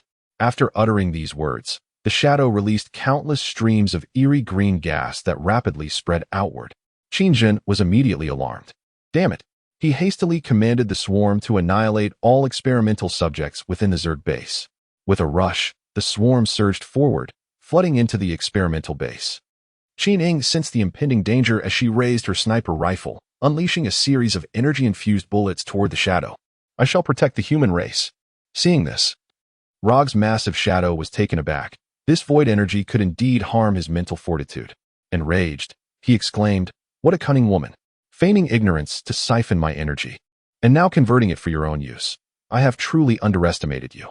As the attack loomed, he began to retreat, leaving a parting threat. This matter is far from over. The green gas released by Rog swiftly surged into the Zerg experimental base. Although the swarm was already wreaking havoc upon the dormant experimental subjects, it was too late. The void energy unleashed by Rog successfully infiltrated the bodies of those subjects. In an instant, countless experimental subjects of the Zerg awakened, their emerald eyes snapping open. With a thunderous roar that reverberated throughout the Zerg base, an unsettling cry echoed. Countless aberrations were instantly roused. These Zerg aberrations, colossal in size, resembled frenzied lizardmen. A creation born from the genetic manipulation of numerous beasts. Their bodies were clad in a tough, armored hide, possessing immense physical strength and swift agility. Any iron object becomes as fragile as paper beneath their razor-sharp claws. Already formidable in their own right, they have now been further empowered by the corrupting influence of void energy. The swarm immediately engaged in a fierce battle with the experimental subjects tainted by this energy. When one of the experimental subjects faced a swarm exceeding its own size by over 100-fold, it opened its colossal maw in a sudden roar. Whoosh! A beam infused with unsettling void energy shot forth from its mouth. Boom! In a single strike, it obliterated countless members of the swarm. Master. These experimental subjects possess void energy. The swarm is incurring significant casualties. The consciousness-split swarm is insufficient to combat this threat. I recommend immediate retreat. The system's voice urgently cautioned. At that moment, Qinjun was locked in a brutal struggle with an even larger experimental subject. After a close-quarters clash, they both leapt back, engaging in a fierce exchange of ranged attacks, creating chaos all around. There was no time to heed the system's warnings. Qining, wielding a sniper rifle, continuously unleashed energy assaults. Since she utilized void energy, some of the experimental subjects suffered losses in her presence. "Commander Lian, I require assistance," Qining shouted as she fought while retreating, sending a distress signal to the headquarters of the void energy unit. Lian Xia, perplexed, inquired, "What is it, Xiaoxin? Did you not say the swarm master is your brother? Is the swarm attacking you?" Qining replied anxiously, "No. We are about to confront a foe far more terrifying than the swarm. The Sao tribe's experimental subjects have been awakened. I am battling alongside the swarm to prevent their spread. I request support." Upon hearing this, Lian Xia's expression shifted to one of alarm. She quickly issued orders for the void energy troops to provide assistance. Countless human warplanes swiftly made their way to the Sao tribe's experimental base. These experimental subjects were numerous and overwhelmingly powerful, capable of launching energy assaults, with defenses that were astonishingly robust. Qining was deeply concerned. Should these experimental subjects surge towards the New Star Alliance, the consequences would be dire. The numerical advantage of the swarm appeared futile against these void energy-tainted experimental subjects. Level 5 swarms were utterly incapable of contending with them. After a fierce battle, Qinjun managed to eliminate a mere dozen of the void experimental subjects. Moreover, one of the wings on its back had been violently twisted off during the fight, and its tough exoskeleton bore countless scratches. If the number of experimental subjects were limited, there might have been a chance to suppress them using the swarm. Even if victory were not immediately attainable, at least they could stall their advance. But the sheer quantity of the experimental subjects was overwhelming, at least 100 million strong. For over a century, the Sao tribe had been relentlessly producing these new mutated beings. Now, they were all infected by Rog's void energy. Seeing the dire situation, Qinjun bared its fearsome fangs and urged Qining, "Quickly retreat. Leave this to me." Despite Qinying's capability to eliminate these experimental subjects with a single strike, the threat loomed large. However, the sheer magnitude of the situation was overwhelming, and Qinying's stamina was nearing its limit. "I have already sent a request for support to the Nova Alliance. We must leave immediately. A nuclear strike is imminent." Upon hearing this, Qinying surveyed the battlefield once more. The circumstances were dire. The swarm had already engaged in fierce combat with the experimental subjects.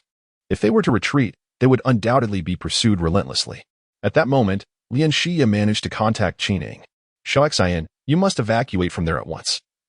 We are about to launch a nuclear missile at the Sarl tribe's experimental base. I cannot extricate myself at the moment. Qining replied, her expression fraught with alarm. Do you think the power of a nuclear bomb is akin to that of a firecracker? It is a weapon capable of annihilating all life within several kilometers. Fortunately, Qin Ying's fighter jet was stationed just outside the base. If she could hasten her departure, a safe escape might still be possible. Lian Xi urged. You must find a way to break free. You have less than 2 hours. Upon hearing this, Qin Ying's expression turned grave as she glanced at Qin Jun, who was engaged in combat with several experimental subjects. After a brief moment of contemplation, she gritted her teeth and rushed over.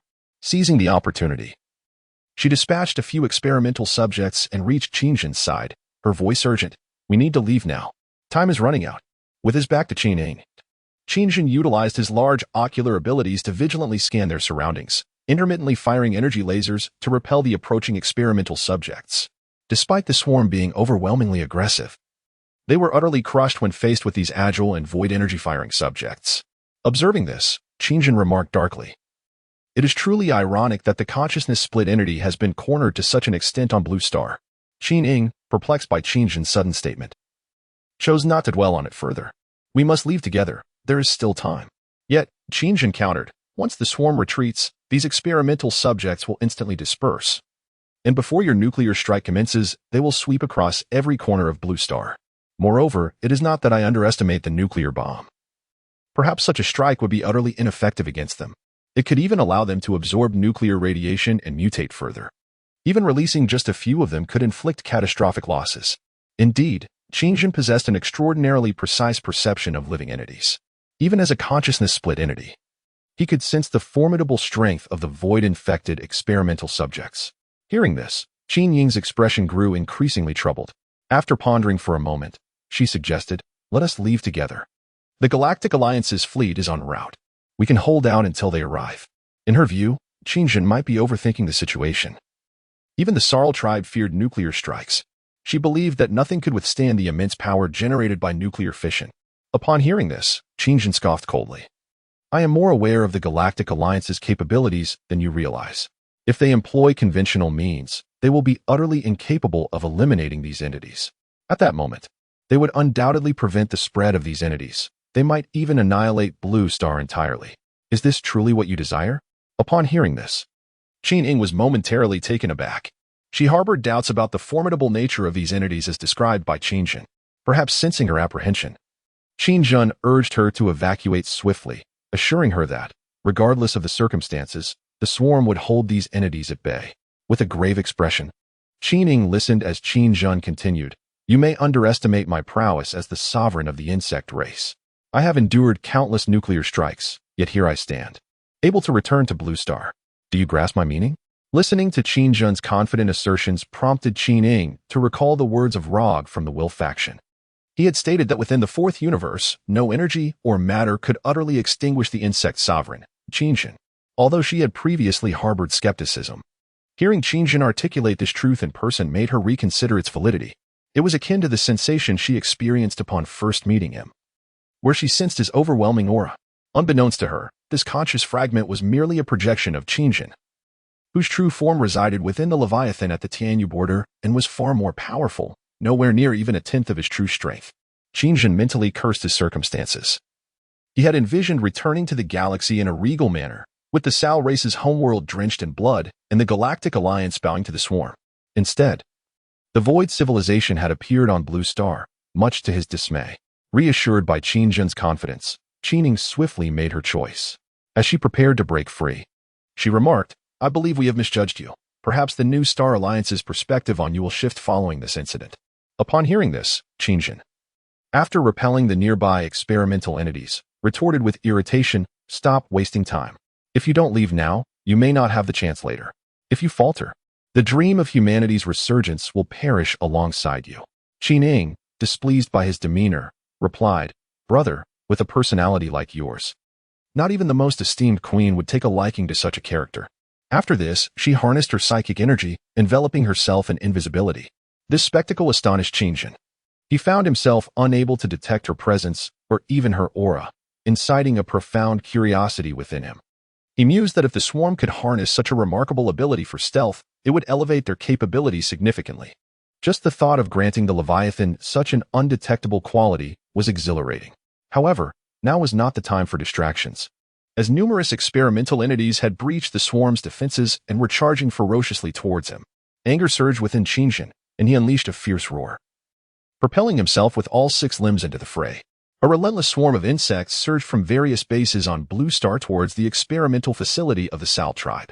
However, the casualties had far exceeded the rate of hatching. Moreover, this was merely the consciousness-split swarm, and only at level 5. The biomass and energy points carried by this corporeal form were depleting rapidly. Witnessing this, Qingjin began to comprehend that, despite incessantly hatching swarms to obstruct them, it would be futile against these experimental subjects infected by the void. After much contemplation, he discerned that the current swarm was sufficient to withstand the impending nuclear strike from the New Star Alliance. Thus, he resolved to cease the hatching of new swarms, hoping instead that the human nuclear arsenal would yield some effect, allowing him to subsequently utilize the swarms to suppress the experimental entity's post-strike. Yet, he was also apprehensive that if the nuclear strike proved ineffective, he would be compelled to resort to the last resort of his corporeal form. Approximately an hour later, as the existing swarm appeared unable to hold back the experimental subjects, the system's alert finally resonated. Ding!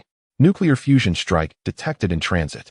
Chapter 140. The potential of humanity. Upon hearing the system's notification, Qingjin hastily executed a maneuver spiraling 4 directions with laser beams. With a series of swift sounds, he unleashed powerful lasers from his large eye, repelling several encroaching infected entities. Without a moment's hesitation, he summoned all his strength and leaped high into the air, crashing down with a resounding thud, akin to a frog diving into the water by the riverbank, his entire form vanishing into the depths of the ground. Simultaneously, 3 intercontinental missiles, carrying nuclear warheads, descended from the skies towards the Sal tribe's experimental base. With a whoosh, they zipped past Qin Ying's fighter jet at 10 times the speed of sound, piloting her aircraft to flee. Qin Ying's expression was grave as she observed the incoming missiles on her radar system. This was the pinnacle of the New Star Alliance's offensive capabilities. These missiles were cluster bombs, capable of splitting into 5 warheads for the strike. 3 were more than sufficient to completely engulf several of the Sal tribe's bases. "May the spirits of my parents bless you, Brother Buck," Qin Ying muttered darkly before accelerating her fighter jet. The engines at the rear and on the wings belched forth a more intense blue flame, creating a deafening crack as she escaped the imminent nuclear explosion zone at the utmost speed. Within the headquarters of the ethereal forces, several officers gazed somberly at the system screen as the nuclear bomb approached its target. "Commander Xia, will Xiaoxin manage to escape successfully?" inquired a seemingly youthful officer, his brows furrowed in concern. "Of course she will," Commander Lian Xia replied confidently. "Let us not forget, she is our most formidable ethereal warrior, a true champion of the New Star Alliance." Just as her words concluded, Qin Ying re-established communication. "This is Qin Xiaoxin reporting from headquarters. I have successfully evacuated the nuclear strike zone." "Splendid." Upon hearing from Qin Ying, the previously grim expressions of the officers finally relaxed. After a sigh of relief, Lian Xia's expression transformed into one of stern determination. "This time, we not only have the opportunity to completely eradicate the Sal race from Blue Star, but also eliminate the threat posed by the swarm." Fortunately, prior to this, the swarm had already dealt with the most formidable Sal forces, allowing us to achieve 2 objectives with a single stroke. I suspect the Galactic Alliance never anticipated that the swarm's dominion could escape from the galactic frontier, yet now, with the demise of their leader, the swarm is destined for extinction. Indeed, the emergence of the swarm has presented us with a significant turning point, as the infected mutants were also eradicated by them. Perhaps this is the divine assistance being granted to humanity. After more than a century, it is time to bring this to a conclusion. The group displayed expressions of assured victory and began to reflect on their circumstances. Boom, boom, boom. The nuclear war had successfully struck its designated target. The earth-shattering explosions reverberated across the entire surface of Blue Star, as a series of nuclear fusion reactions detonated. Countless long-dormant volcanoes erupted in succession. This nuclear strike shifted entire continental plates, devastating both the swarm and the void-infected entities. The immense power of the nuclear explosion instantaneously engulfed swathes of the swarm, while the void-infected beings howled in rage amidst the chaos. Boom. The residual heat waves from the nuclear explosion began to sweep across the surroundings, even affecting the New Star Alliance located at the far end of the land. The weaponry of the human race on Blue Star is formidable. Had it not been for Tianjin's timely intervention during the invasion, many leaders of the human race had already resolved to perish alongside the Sao invasion fleet. This is why Tianjin recognized the potential of humanity and sought to assist in their growth. He discovered that within a mere few tens of thousands of years, the human race had managed to dominate the entirety of Blue Star. Their cognitive and creative abilities rival those of many civilizations within the universe, leading him to believe that humanity is not a race that could have independently evolved on Blue Star. They are distinct from many other life forms on the planet. For instance, they are not born with the instinct to swim, unlike most Blue Star creatures that possess this ability innately. Later, Tianjin observed that the evolutionary process of humanity is exceedingly complex, until he uncovered a shocking revelation: their brains remain only partially developed, having only tapped into a fraction of their potential. Tianjin concluded that, with the right guidance, humanity could become a formidable force within the galaxy in the future. He even speculated that humanity might be the long-lost progenitors of civilization. Thus, he consistently emphasized the importance of not provoking humanity. Should one attempt to do so and fail to annihilate them completely, even if only a single individual remains, granting them the slightest opportunity could result in catastrophic consequences. The human race possesses a duality that is absent in other species, characterized by the emotions of good and evil. Once stirred, either sentiment can unleash a formidable force. Our galaxy requires the ascendance of humanity. If treated with due respect now, we shall reap eternal benefits in the future. Yet, mere centuries after this proclamation, the galaxy was engulfed in war. The expedition fleet of the Tianyu civilization launched a sudden and massive invasion, and their formidable flagship, the Angel of Destruction, obliterated dozens of stars along the galactic frontier upon its emergence. Countless civilizations, caught unawares, faced annihilation. Chaos erupted across the galaxy. At the same time, the Solar experimental base was struck by nuclear ordnance deployed by the Nova Phantom Brigade. The nuclear explosion instantaneously leveled an entire continent. Due to Tianjin's failure to issue a command for the swarm to evade the impending nuclear strike, they were rendered extinct. This assault eradicated all the swarms on Blue Star. Surprisingly, the infected entities were not entirely obliterated by the nuclear detonation. Across the vast expanse of scorched earth, innumerable infected beings were reduced to glowing embers, as if they were burning coals. 3 fighter jets soared above the irradiated zone, conducting reconnaissance. Headquarters, this is Eagle. The swarm has been annihilated. Although the Solar experimental subjects still exist, they have all been turned to ash. One fighter relayed images of the post-explosion seen back to the Nova headquarters while simultaneously transmitting a report. Upon viewing the multitude of blazing infected entities, Lin Xia and her companions were instantly filled with exhilaration, erupting into cheers. Woohoo! Splendid! The Solar have finally been utterly vanquished. Just as the personnel at Nova headquarters celebrated their hard-fought victory, the automated gate swung open with a sharp sound. Qining approached with a grave expression, her steps hurried. Are there any surviving insects? Chapter 141. Notorious for taking beatings, wonderful news, Xiaoxin. After a century, we have finally triumphed in this war. Overwhelmed with emotion, Lin Xia completely overlooked Qin Ying's earlier inquiry, embracing her tightly with tears streaming down her face. We won. We finally won, Xiaoxin, sob. Upon hearing this, Qining momentarily froze.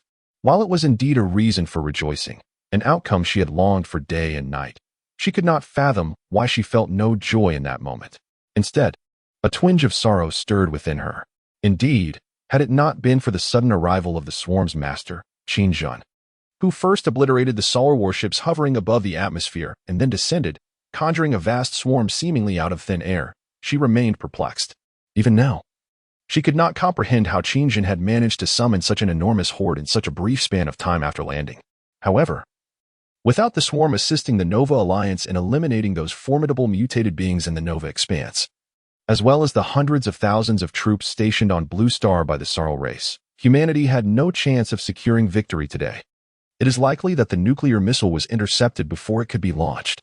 Alternatively, had the swarm not detained those experimental entities infected by the void, this nuclear strike would not have achieved such success. She personally experienced the terrifying nature of the lizard-like entities infected by the void. Undoubtedly, it was the swarm that created these advantageous opportunities for humanity. It was her brother, the Zerg Overlord Qin Zhen. Alas, it seems he has truly perished this time. Although Qining felt little familial affection for her brother, who had returned after a century-long absence as the Zerg Overlord. The absence of his presence would mean that humanity's resistance would endure for many more years, with the ultimate outcome of this struggle remaining uncertain. Meanwhile, the starship carrying Tianjin and a contingent of Tur-race soldiers vibrated as it leaped into the outer atmosphere of Blue Star. The scene before them startled Tianjin and the accompanying Tur-transformers. Gazing at the fragments of the starship destroyed by Tianjin floating in the starry sky, Tianjin incredulously exclaimed, "Damn that little lizard starship. Our Hades has been annihilated. The swarm was somehow able to penetrate deep into our star system. This is intolerable." Beside him, Flash Leap also displayed a mechanical expression of shock. "Commander, perhaps I shouldn't say this, but I fear humanity has been extinguished." Upon hearing this, Tianjin was taken aback. Simultaneously, a transformer reported, "Master Tianjin, we have detected a recent nuclear fusion reaction on the surface of Blue Star, originating from the Sarl experimental bases." Hearing the report, Tianjin quickly ordered, "Hurry, check for any signs of human activity on Blue Star."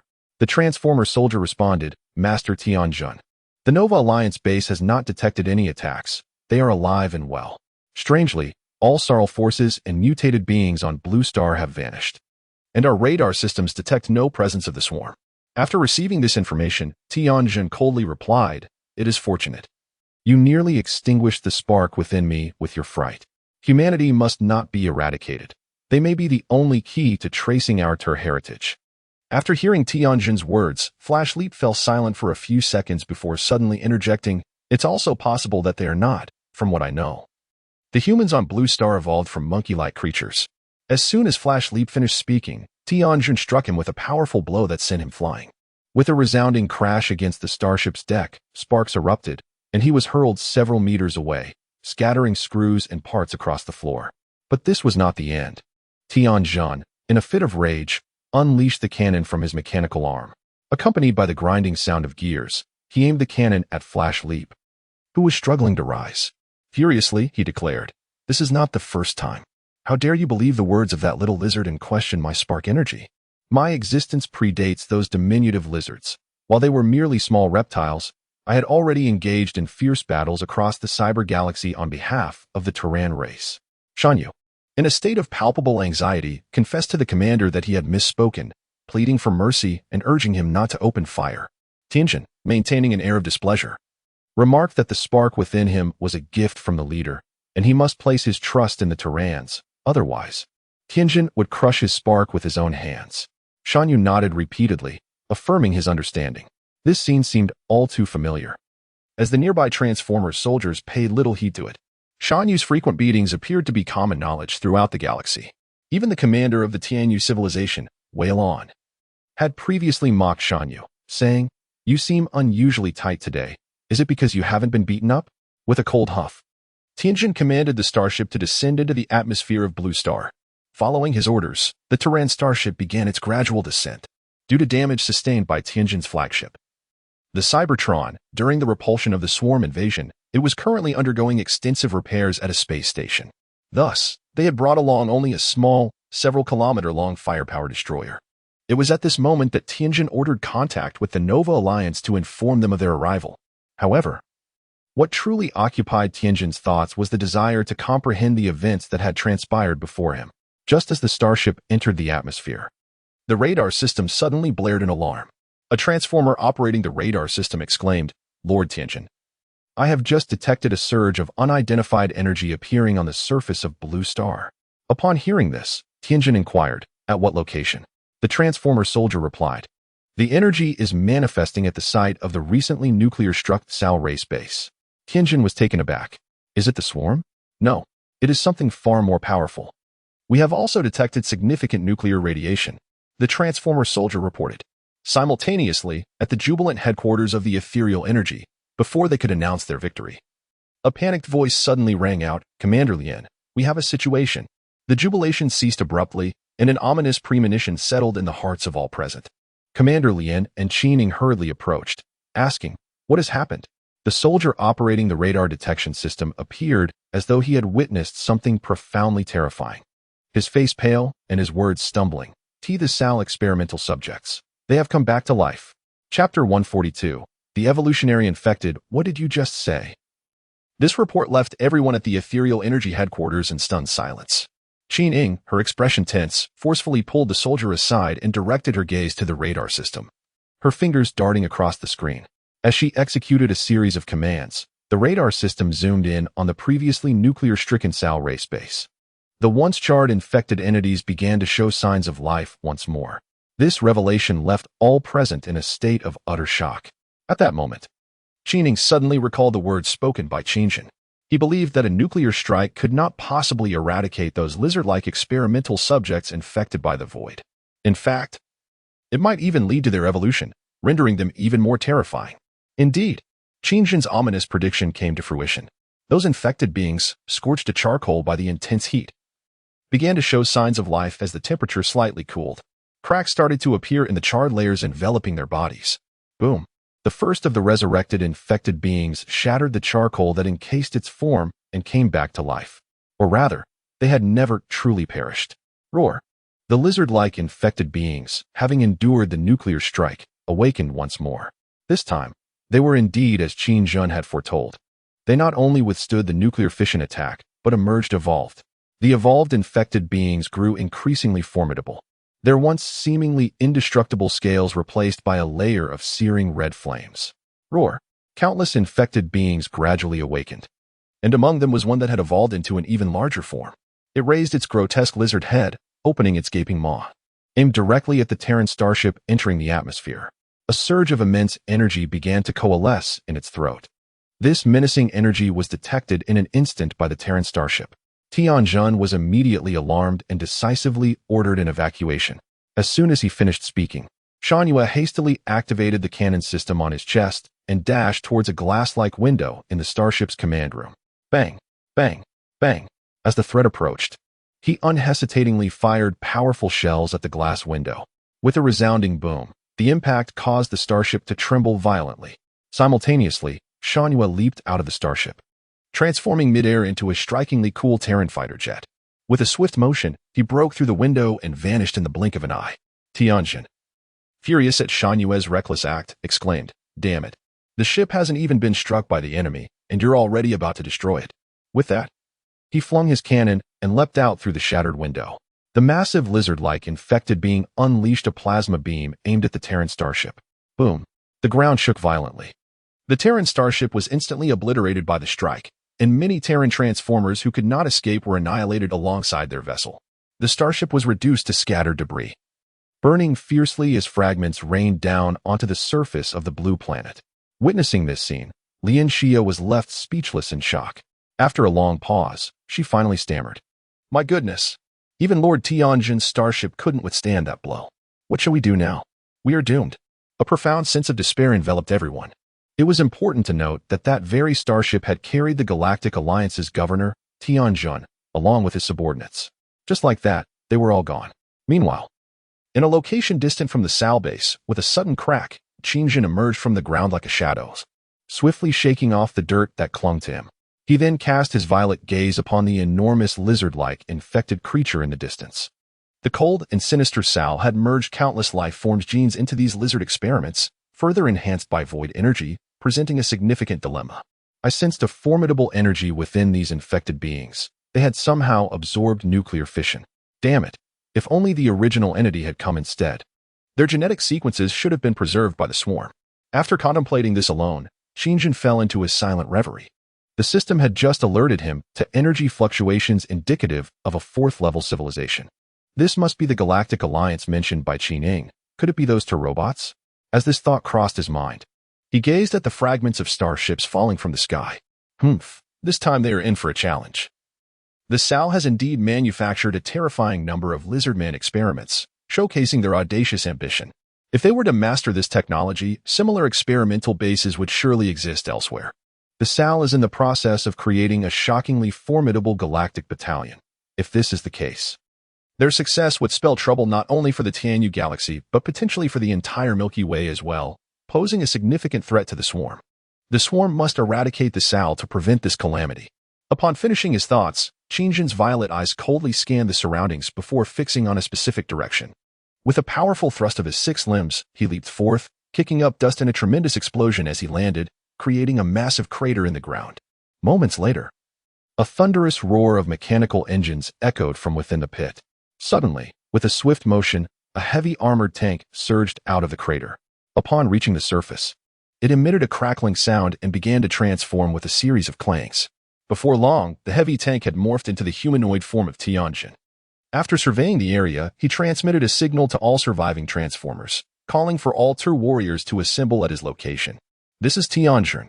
Respond immediately." Within less than 10 seconds of sending the message, the air above erupted with the thunderous roar of fighter jets. With a swift rush, they descended towards Tianjin's position. As they neared the ground, they transformed with a series of clangs into humanoid forms, landing steadily on the earth. Approaching Tianjin with measured mechanical strides, one pilot reported. "Regrettably, Commander, we have lost a starship."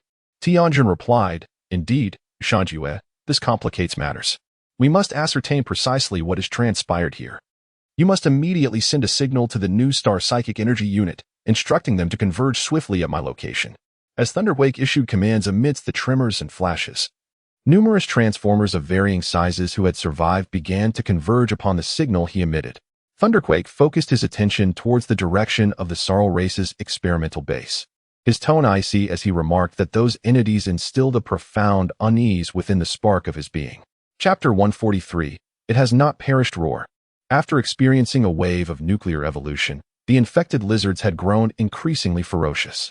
These infected beings possessed the inherent ability to track the presence of life forms. Upon detecting the presence of surviving life signals emanating from the New Star Alliance, they surged towards the location of humanity. In an instant, the walls of the New Star Alliance fortified their defenses. Swiftly, act quickly, remain steadfast on the solid walls constructed of steel. The generals of the human forces bellowed with a steely demeanor. The assailants this time were not to be compared with the previous mutated entities. The infected had undergone evolution, rendering them beyond the capacity of even the Sarl forces to contend with. Apart from the infected at the epicenter of the nuclear blast, which were instantaneously vaporized, the remaining millions of infected lizards had all evolved. Standing atop a high peak, Qin Jun observed the movements of the surviving infected lizards with quiet intensity. They began to divide into several groups, charging towards the New Star Alliance of humanity. Witnessing this scene, Qin Jun spoke in a low voice, declaring that destruction was imminent. It was inconceivable for him to stand idly by as humanity faced annihilation. He had to devise a means to avert it. Meanwhile, Thunderquake gathered the several hundred surviving Transformer warriors. After conferring with the highest commander of the spectral forces, Lin Xia, and after careful consideration, Thunderquake resolved to lead a team to intercept the infected lizard men. Prior to their departure, Qin Ing reported everything clearly to Thunderquake, except for matters concerning Rock. Upon hearing this, Thunderquake expressed skepticism, astonished as he inquired if the Swarm Overlord was indeed her elder brother. Qin Ing affirmed, stating that with her brother's demise, the swarm had been utterly eradicated. Thunderquake found this hard to believe, had he not led his fleet to support the border of the star system. They might have been unable to prevent the swarm from invading the Milky Way. Moreover, the Alliance fleet had suffered severe losses during that battle. According to intelligence, that had merely been a vanguard of the swarm. Hearing Qin Ing reveal that the Swarm Overlord had come to Blue Star and had been obliterated by a nuclear strike was indeed astonishing. Thunderquake had first-hand experience of the swarm's terror. At this juncture, Jumping also interjected that it was impossible, perhaps there had been a misunderstanding. For the Swarm Overlord could not have been so easily vanquished. According to the intelligence gathered, the swarm breaching the star system's borders was only a small fraction, while the true main force of the insectoid race remained within the Tianyu star system, possibly lying in wait at its borders, preparing for a far more ferocious assault. Furthermore, it was illogical for the Swarm Overlord to venture alone. Such a powerful and ruthless race would not have a fool as their leader. Upon hearing the words of Shanwei, Qin Ing declared, "I have no reason to conceal anything from you, Lord Shanwei. All that I have stated is the truth." Noting her sincerity and the absence of deceit in her demeanor, Shanwei exchanged glances with Tianjin. After a brief pause, Tianjin remarked, "Perhaps what you encountered was merely the commander of the swarm invading the periphery of our star system, arriving with the consciousness of its dominion. Such a notion is not beyond possibility, for the swarm is shrouded in mystery." He then inquired, "Are you suggesting that the primary objective of the swarm's incursion into the galactic system is to annihilate the Sao race?" Upon hearing Tianjin's question, Qin Ying's expression grew grave. She refrained from responding, merely nodding gently. Observing her reaction, Tianjun fell silent, seemingly deep in contemplation. Shangyue interjected, regardless. I find it implausible that the swarm's overlord could be so easily vanquished. That entity could likely infiltrate anywhere, being a creature of the swarm.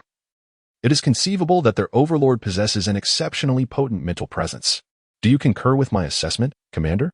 As he articulated his perspective, Shangyue directed his gaze toward the pensive Tianjun. Tianjun refrained from answering, eventually stating, let us discuss this matter further at a later time. Our immediate priority is to thwart those creatures. It is alarming that the Sal have engineered such a formidable life form. Fortunately, it appears to be rather difficult to control, otherwise. Given Tianjun's understanding of the Sal, those cunning little lizards would have already armed their interstellar forces. Subsequently, under Tianjun's leadership, the ethereal energy troops joined forces with several hundred transformers to intercept the infected entities on a vast scorched expanse, ravaged by nuclear strikes. Whoosh, whoosh, whoosh. The transformers relentlessly unleashed powerful energy blasts to counter the ferocious onslaught of the infected. A fourth-tier civilization can deftly harness and utilize energy at this magnitude, while a third-tier civilization has begun to engage with energy transformation, and a second-tier civilization is just beginning to touch upon such energy conversions. Once again, a fierce battle erupted on Blue Star, as countless human aircraft soared from the skies, dropping devastative high-explosive munitions upon the swarms of infected entities. Boom, boom. Plumes of flames erupted into the heavens, as laser beams shot forth incessantly. After several days of combat, the initial wave of invading entities was successfully repelled. Qinjin observed their struggle from afar, initially contemplating utilizing the final gambit of this corporeal form to assist humanity in overcoming this crisis. However, after witnessing Tianjin lead the valiant fight alongside hundreds of telerobots, he felt that perhaps the moment was not right. This return to Blue Star had also awakened him to a new clarity. Humanity may no longer require his guardianship, and his presence had begun to pose a threat to them. The swarm, indeed, was his true essence. After much deliberation, Qinjun resolved to exploit this situation, allowing the swarm to infiltrate the galactic system with minimal cost. The first wave of infected entities had already resulted in Tianjin's loss of over 100 transformers, alongside the ethereal energy troops suffering the loss of thousands of ethereal warriors in exchange for this hard-won victory. Gazing upon the vast expanse littered with the corpses of the infected lizards, he contemplated the cost of their triumph. Tianjin felt a profound sense of apprehension, simultaneously sensing something amiss. For instance, these lizard-like experimental beings were capable of launching a form of green quantum assault, which posed a significant threat to his flame. It appeared that these reptilian entities possessed some unknown power, an alarming reality as the Sarl people could not possibly harness such energy. Clearly, something extraordinary had transpired. Initially, he believed this was the work of the swarm, but upon hearing Qining mention that the swarm had perished to delay these creatures, he was left in a state of bewilderment. Commander Shanwei, summon the fleet. Our current firepower is utterly insufficient to contend with these dreadful entities. Upon hearing Shan Yue's suggestion, Tianjun concurred, recognizing that he had underestimated these Sarl experimental lizard beings. Just as he was preparing to send a message to the Tell People-S fleet, an unexpected visitor appeared. Qinjin, I believe I can rid you of these creatures, but before we proceed, we must have a serious discussion. Chapter 144. Qinjin and Tianjin. Upon hearing the beast's low growl, Tianjin and his companions braced themselves for an imminent threat. Discovering that they could not detect its presence, Qin Ying's initial reaction was one of astonishment, even though she had previously heard Rog mention that in the fourth universe, no material energy could completely eliminate Qinjin. His sudden appearance truly shocked her. Tianjin and his companions turned toward the source of the sound and beheld a colossal, one-eyed beast, reminiscent of a tiger, striding toward them. Its peculiar purple eye, a tough biological exoskeleton, and the insect wings upon its back all spoke volumes of its origins. Damn it, it's an insect. Shan Yue took the lead, aiming the cannon mounted on his right arm at the approaching Qinjin. Qinjin smirked. Greetings, Tianjin, commander of the Tell People and ruler of the Galactic Alliance. I am Qinjin, the sovereign of the insect race, and it is a pleasure to meet you under such circumstances.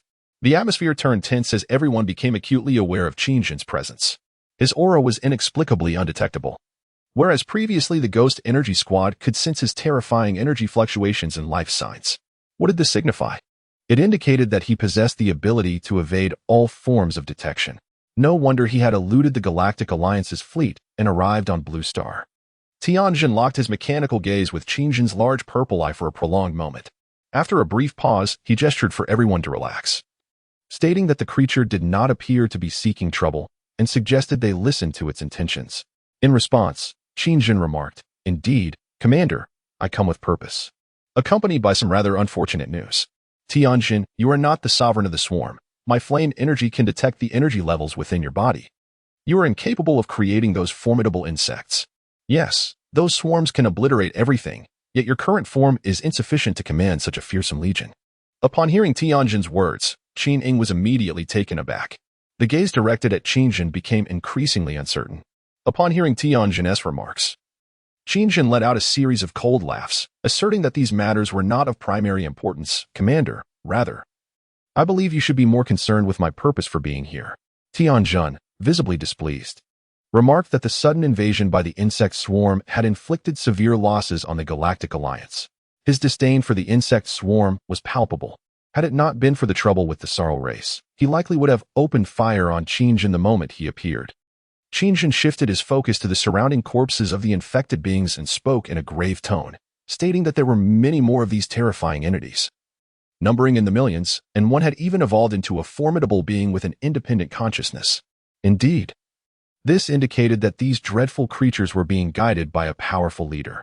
Upon hearing this, the members of the Shadow Energy Corps turned pale. The infected had evolved a more potent leader? However, Tianjin and the other Transformers exhibited little surprise at this revelation. Qingjin continued, stating that the Sorrel race had acquired the terrifying technology to create such beings, and should they master it completely, controlling these experimental lizard entities without flaw, one could only imagine the catastrophic consequences that would ensue. The ambitions of the Sorrel race were immense, second only to the insect swarm. The difference was that they were treacherous and cunning, whereas we, the insect race, are forthright. Whether you believe it or not, we insects are quite fond of peace. Observe how we did not annihilate the Tianyu star system, but rather aided you significantly. After Qingjin concluded his statement, Tianjin replied, "I suspect you have spoken similarly to many others, but do you truly think I should believe your deceit? Your purpose in seeking me out today is to unveil the Sorrel race as conspiracy? I am well aware of your ulterior motives. You intend to use me to confront those small lizards, a delusion indeed." Unfazed, Qingjin retorted, "Perhaps you have overlooked the most crucial point. Commander, against these creatures, you stand no chance. I am well acquainted with their strategies, and you may have already sensed it. This initial wave of attack is evidently a mere test of your defenses."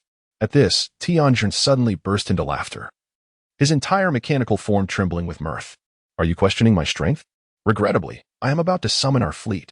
These creatures will be eradicated, and you shall not escape." With that, Tianjin swiftly aimed the cannon on his right arm at Qingjin, who stood not far away. A surge of violent energy began to coalesce within the cannon's maw, causing the faces of all present to blanch in fear. Yet, Qingjin remained unfazed before the cannon's muzzle, nonchalantly remarking, "Stellar-level energy, albeit in its initial conversion stage, is quite impressive, Commander." Upon hearing this, Tianjin's expression shifted to one of shock. He suddenly realized that he had misjudged this insect before him. From the previous dialogue, it was evident that the insect swarm had already mastered stellar energy and could utilize it. A level 4 biological civilization, perhaps even higher. After Qingjin spoke, the violet pupils of his eyes darkened immediately, and his tone turned ominously chilling. "Do you believe you can kill me? You may attempt it, but do not say I did not warn you. Once the first shot is fired, it will signify that there is no retreat for the Galactic star system." Upon hearing this, Tianjin fell silent for a moment, subsequently retracting his energy and lowering the cannon aimed at Qingjin. "How terrifying! The apocalypse is imminent. Your presence will bring immense calamity to the entire universe.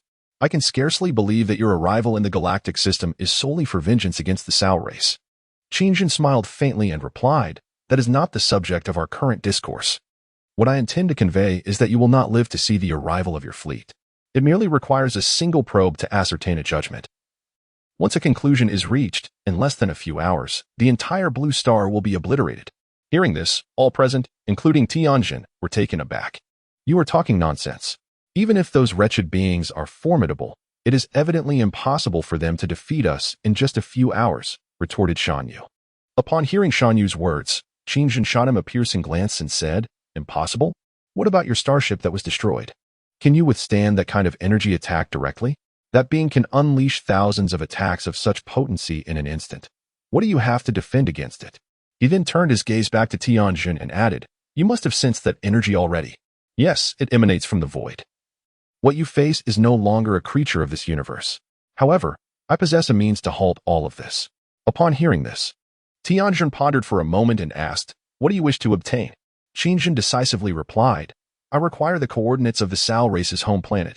Chapter 145, Material Annihilation. With a mere insignificant coordinate of the Sal race's home planet, Qinjin could alter the fate of the entire galactic star system.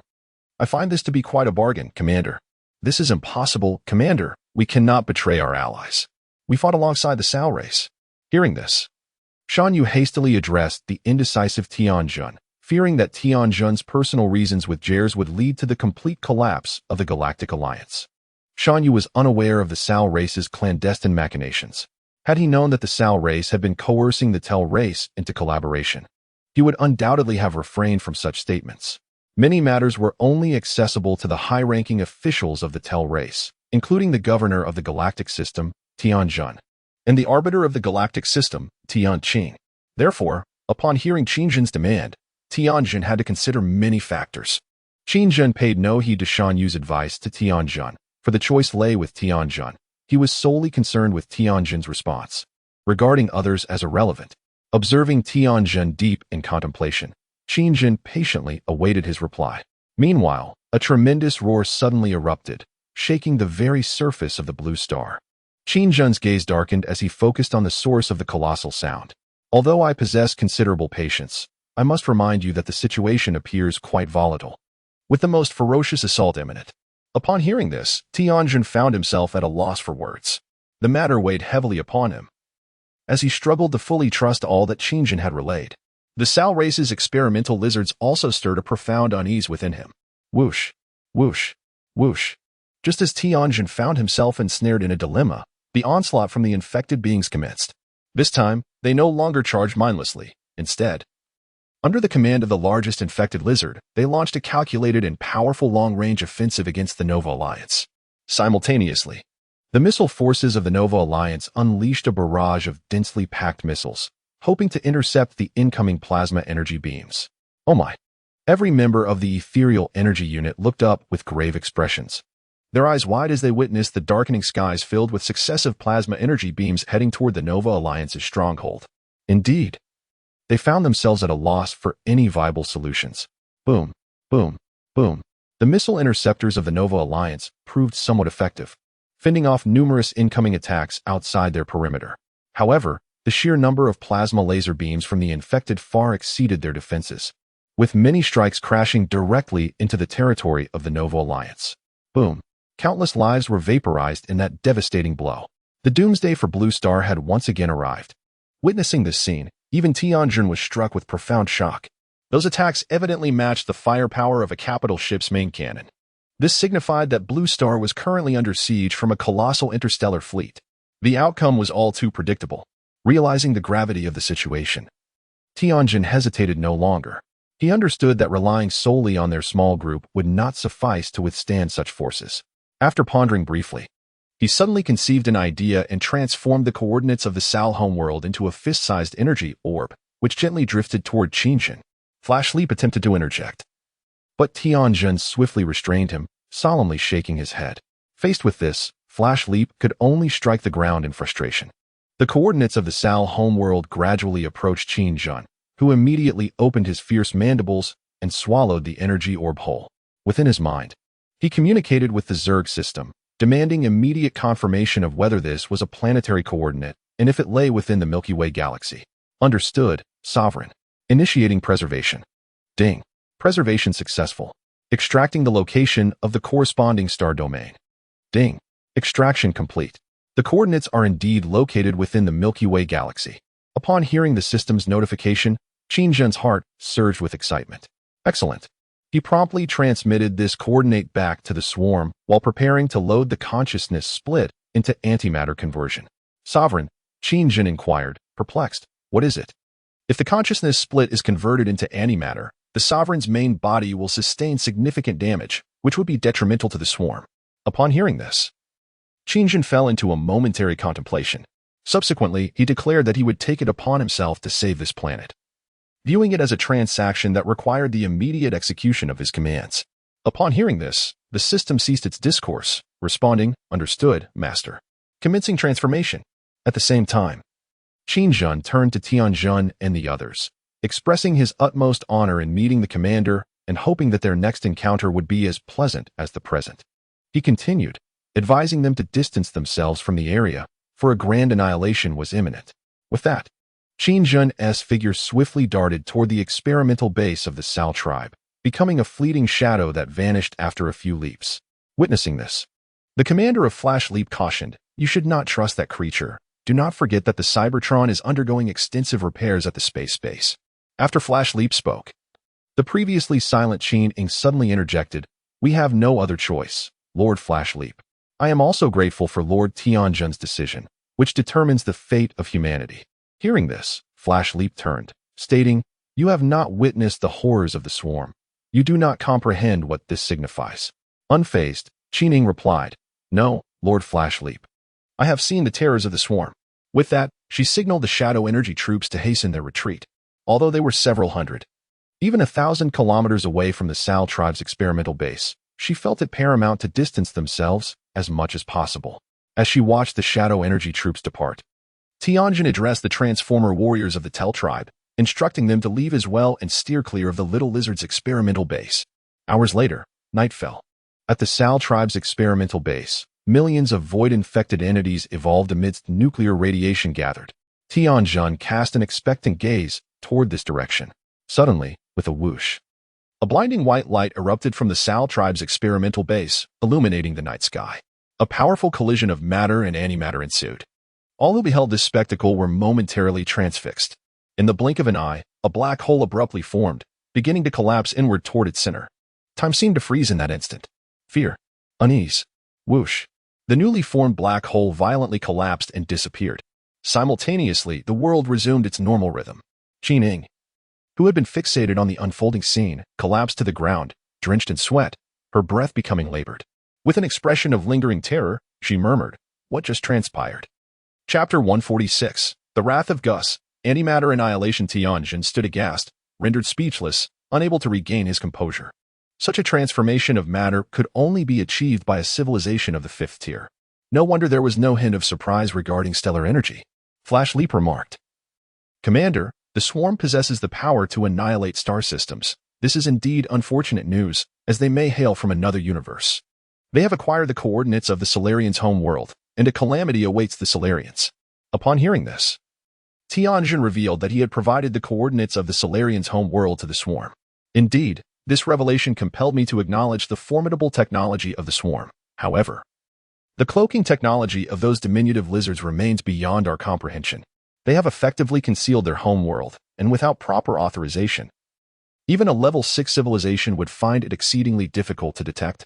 After Tianjin concluded his statement, Shan Yu fell silent for a moment and remarked, "Yet, this is not fortuitous for us either. Perhaps you are correct, Commander. The Solarians are concocting a terrifying biological legion." Following Shan Yu's words, Tianjin cast a surprised glance in his direction, wishing to speak, yet ultimately restraining himself. After a brief pause, he instructed, "You should ascertain whether those lizards still survive. They have caused an immense amount of trouble, and now that everything they had here has been decimated, perhaps their fleet is already en route. I must prepare and call for our fleet." Shan Yu acknowledged the command, stating, "As you wish, Commander." He then took several confident strides forward, his form transforming with a resounding clang into that of a war machine, and with a whoosh, he surged forth, stirring up clouds of dust.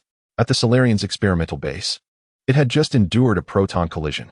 Nothing escaped the devastation wrought by the recent proton strike. Only a vast expanse of scorched earth remained, with countless embers floating in the air.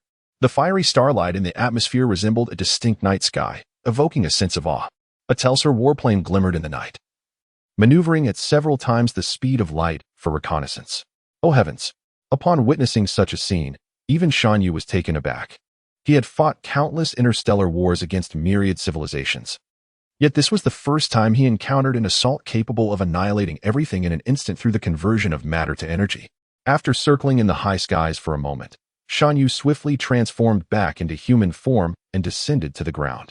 After surveying the area, he activated the radar system. Not detecting any anomalies, he reported to Tianjin, "Commander, there is nothing left. In the wake of that strike, indeed, everything here has been reduced to mere ashes. Not a remnant remains. This is truly horrifying." Upon receiving the report, Tianjin became increasingly anxious. He could only hope that, as Qining had stated, the swarm was merely seeking trouble with the Solarians. Meanwhile, at a certain interstellar space base of the Solarians, in the command room of Gus, a tremendous crash resonated. Gus, seething with fury, slammed his fist onto the iron table, causing the teacup atop it to shatter on the floor. Having just received the news, his expression was one of utmost rage. Gritting his teeth, he venomously exclaimed, "Damn Tianjin! How dare he attack our experimental base on Blue Star?" Growing increasingly infuriated, Gus overturned the table in front of him, startling the lizard commanders in the command center into a silent, grave stillness. Gus huffed angrily, his nostrils flaring with ire.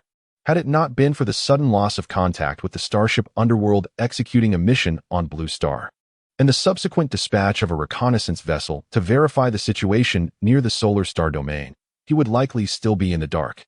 According to the information relayed by the reconnaissance ship, all experimental bases had been obliterated, along with the disappearance of over 100 billion mutated beings on Blue Star.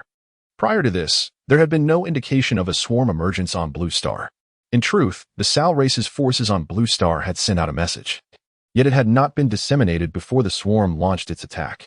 Consequently, Jess remained oblivious to the unfolding events. Instead, the reconnaissance ship returned with news of the Turl forces stationed on Blue Star.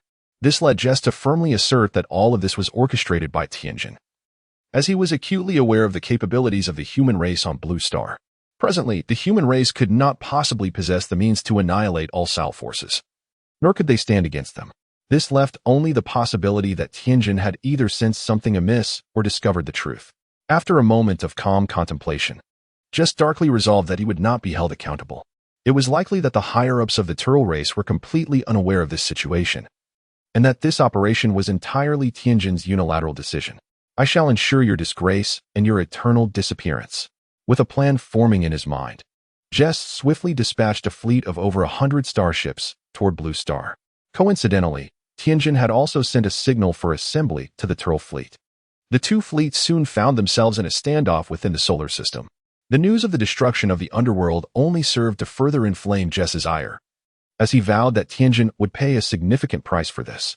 The higher-ups of both the Turl and Sal races were left bewildered, as not long prior, the two had collaborated at the borders of the star system to repel the invasion of the swarm. Why were they now on the brink of war? The Galactic Alliance also believed that, despite the existing tensions on Blue Star, it was unlikely for war to erupt at this juncture. The Turl Council hoped that Tianjin would exercise restraint. The Council's arbitrator, Tianqing, initiated a video connection with Tianjin, stating, "We hope you can remain calm. We should unite to collectively resist the swarm's incursion." Tianjin retorted, "I believe you are mistaken. It is those little lizards clamoring for my judgment. Do you think I should surrender?" Upon hearing this, Tianqing remarked, "I must say your handling of this situation seems excessively inappropriate. The Council finds your actions incomprehensible, as they do not align with your usual demeanor." Tianjin, mildly enraged, declared, "I have repeated this 100 times. This matter does not involve me. Rather, it is they who have birthed a highly threatening creature." Tianjin refrained from mentioning the swarm, for if the swarm were to execute devastation upon the Sal homeworld, he would become a reviled scapegoat. Thus, he endeavored to conceal this information as much as possible. Meanwhile, the Sal High Command supported Jess's actions, as they were the ones suffering the losses. Mankid even conducted a video conference with Jess specifically to discuss the matter. Dao Tianjin may have sensed something, likely receiving reports from the human race on Blue Star regarding all events. Before we are fully exposed, you must find a way to silence Tianjin. Chapter 147. The Weapon of Public Opinion. Meanwhile, as the fleets of the Tur tribes Tianjin and the Sal tribes Guess faced off with palpable tension. At the border of the Tianyu star system, in the outer space of a terrestrial-like planet, the temporary base of the Tianjin swarm was established. Within Leviathan Number 1. Qingjin suddenly opened his terrifyingly large eye wide in anger. In evident agony, he hastily clutched his abdomen. The sight startled several insects, prompting them to step forward anxiously. Master! Qingjin raised his right hand to signal them that he was fine. Yet, his entire body trembled incessantly and curiously. The swarm did not perceive any anomaly this time. Moments later, under the uneasy gaze of several brain insects in the duanya, Qingjin's biological carapace gradually receded, revealing his pale and cold visage, devoid of any trace of color. Coughing violently, Qingjin suddenly began to vomit. Countless deceased beetles mixed with a substance resembling a fungal blanket surged from his mouth like a waterfall, covering the ground in a repulsive manner. This scene instilled profound concern within the swarm. Qingjin was forcibly transferring the damage he sustained onto his own body, enduring it alone. Master, you are being reckless. It is not worth such a sacrifice. You could have distributed part of the damage to the swarm, the system voiced within his mind. Fully comprehending the horrific extent of Qingjin's injuries, after expelling the dead beetles from his body, Qingjin staggered back to the designated seat for the master within the Leviathan. His complexion remained grim. Transferring some of the damage to the swarm would come at a steep price, potentially costing him a Leviathan and a brain insect. After a moment of solitude, he declared in his mind, from this point onward, we shall have no further ties with the human race on Blue Star. I have been engaged in a futile endeavor. However, this was not without merit. They had acquired the coordinates of the Sal tribe's home planet, a breakthrough that had previously eluded the swarm against the Sal tribe. Even so, the cost is exorbitant. The master has sustained tremendous damage, the system lamented. Where there is war, there is death. I am no exception. This injury is trivial for me, as I merely require the fungal liquid to recover, Qingjin replied coldly. Very well. I hope the master refrains from such actions in the future, where the drawbacks outweigh the benefits. Irritated by this, Qingjin responded with mild anger. I do not require your reminders on my actions. Always remember, I am the master now. Understood, master. After exhaling deeply, Qingjin directed his gaze towards the several anxious brain insects nearby. The Galactic Alliance exhibits vulnerabilities. They are not as united as I had presumed, presenting us with a unique opportunity. However, I have stumbled upon a more shocking revelation. Zakara's countenance was grave. Master Dao, this operation has inflicted harm upon you. What have you discovered this time? Qingjin slowly rose, his tone heavy. The energy of the void has manifested once again, revealing a void creature known as Rojpewer. I harbor a foreboding sense. Before this premonition materializes, the swarm must augment its strength. Upon hearing this, Deka, the Master Dao, replied, the swarm will heed your every command. What should we do next? I am eager to procure more life essence to empower the swarm. After Deka's words, Qingjin fell into contemplation. The annihilation of the Sal tribe's presence on Blue Star had occurred. If he was not mistaken, the Sal tribe would not simply let this go. Yet, he was uncertain how Tianjin ought to handle this matter. If Qingjin was correct, he would refrain from revealing his own appearance. For doing so would render him a traitor, betraying his allies, and this would undoubtedly invite endless troubles. The Sal tribe would not easily overlook this incident. Regardless of their awareness, they would seek retribution from Tianjin, as the machinations they had devised had gone unnoticed by the Galactic Alliance. After much deliberation, a sinister smile crept across Qingjin's face as he murmured, it would be best if they turned against each other. Following this thought, he issued further commands to the swarm. We require some time to recuperate, while simultaneously preparing for our imminent campaign into the galactic star system. As for this situation, Tianjin was providing various explanations to the high-ranking officials of the Tel tribe. You fools! You would rather trust those damned little lizards than believe me? They were concocting a terrifying creature, and we must demand an explanation from the Sal tribe. The high-ranking officials of the Tel tribe were indeed dubious of Tianjin's assertions, as everything he claimed lacked evidence. In stark contrast, the devastation wrought upon the Tel tribe on Blue Star was an undeniable reality. To silence Tianjin, the Sal tribe exerted tremendous effort, utilizing all available resources and public opinion to launch an offensive against the Tel tribe. They convened numerous galactic press conferences regarding this matter. These press conferences were formidable, not only opening the doors to the civilizations of the Galactic Alliance, but also to other civilizations across the universe. Even a six-winged angel journalist attended. Before the multitude of civilization reporters, Gus maintained an exceptionally stern demeanor. As is well known, our galactic star system is currently facing the threat of the swarm. We stand united in resisting the invasion of the swarm. However, recently, an incident has occurred that incites my fury, one that has equally outraged all citizens of the Sal tribe. At this juncture, Gus feigned a countenance of indignation, gritting his teeth as he expressed a stern protest against our ally, the Tur tribe. I am profoundly disappointed, Commander of Tur tribe glory, as Tianjin, the Supreme Commander of the Galactic Alliance and the highest authority at the galaxy's borders, has launched an assault on our experimental base, disregarding the safety of the entire galaxy for the sake of the human race on Blue Star. Indeed, Tianjin possesses stellar-level energy. I believe everyone comprehends the implications of such power. Yes, we are on the verge of witnessing the annihilation of the experimental subjects by the swarm at his hands. I harbor grave suspicions regarding his ulterior motives. He is indeed a sinner. The news of this incident has spread rapidly, igniting fervent discussions. Many civilizations have begun to cast aspersions on Tianjin. It is crucial to recognize that in a situation where neither side holds a distinct advantage, public opinion becomes the most potent weapon. In light of these developments, the leaders of the Tur tribe were compelled to dispatch the 12 guardians to investigate Tianjin. Consequently, all of Tianjin's powers were immediately suspended. He and his subordinates were placed under house arrest and exiled to a distant planet for interrogation. Until this matter is resolved, Tianjin will be unable to leave that planet. Shan Yu, seething with indignation, remarked, "This is outrageous. Gus is utterly despicable. I now wish the swarm would take swift action.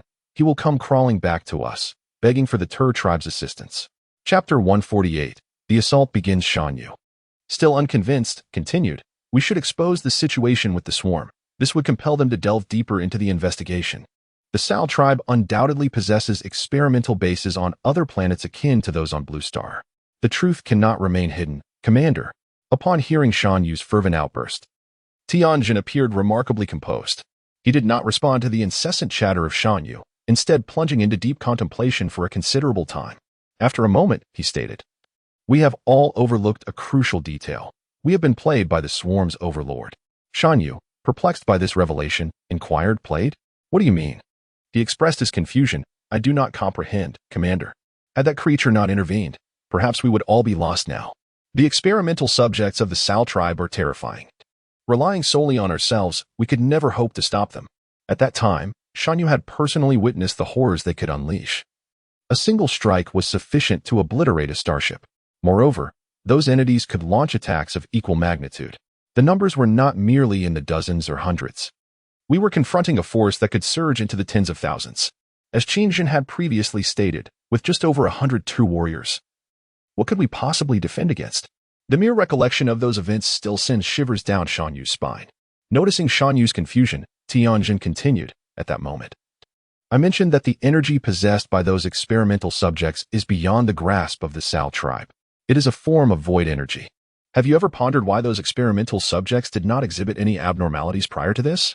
Upon hearing this, Shan Yu suddenly grasped the truth, exclaiming, "Indeed. With such an energy level, we should have detected it long ago.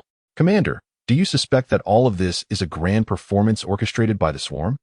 Tianjin shook his head thoughtfully and took a few steps forward, stating that it could not possibly be a self-directed performance by the swarm, as such an approach would incur too great a cost.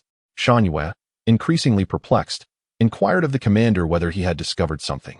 Tianjin affirmed that the experimental subjects had been eroded by void energy, rendering them increasingly terrifying. The primary reason for this erosion could potentially be the emergence of the swarm. We may find ourselves ensnared in a conflict between the swarm and other cosmic civilizations, a formidable void universe. However, one truth remains. The swarm has indeed come to confront the Sarl race. Otherwise, it would not demand the coordinates of their home planet. Thus, regardless of our actions, events will unfold, albeit in different manners, and we happen to be exploited by the swarm. This behavior could lead to a rift between us and the Sarl. Should war erupt, it would be an act of utmost folly. Upon hearing this, Shan Yu displayed a semblance of understanding and asked what they should do now. Should they apologize to the Sarl? Should they disclose all matters to the public, warning the Sarl of the impending swarm invasion? In response to Shan Yu's inquiry, Tianjin scoffed lightly and replied that they had long been aware of the Sarl's peculiarities. Many matters were not as they appeared to him. Those little lizards were cunning and treacherous. Their expedition fleet had been struck by the swarm, shattering their ambitions to dominate the Tianyu star system. Furthermore, The swarm's appearance indicated that the retreat of the Tianyu civilization was not due to us.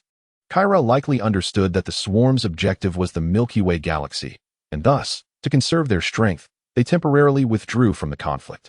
The Sarl are not fools. The astute Gus comprehended everything, except for the fact that the swarm targeted them. Faced with the current situation, if you were Minkuda, what would you do next? Shanhua suggested that conquering the Tianyu star system seemed somewhat impractical. So Minkuda would likely seize this opportunity to weaken their power and seek to replace their position in the Milky Way.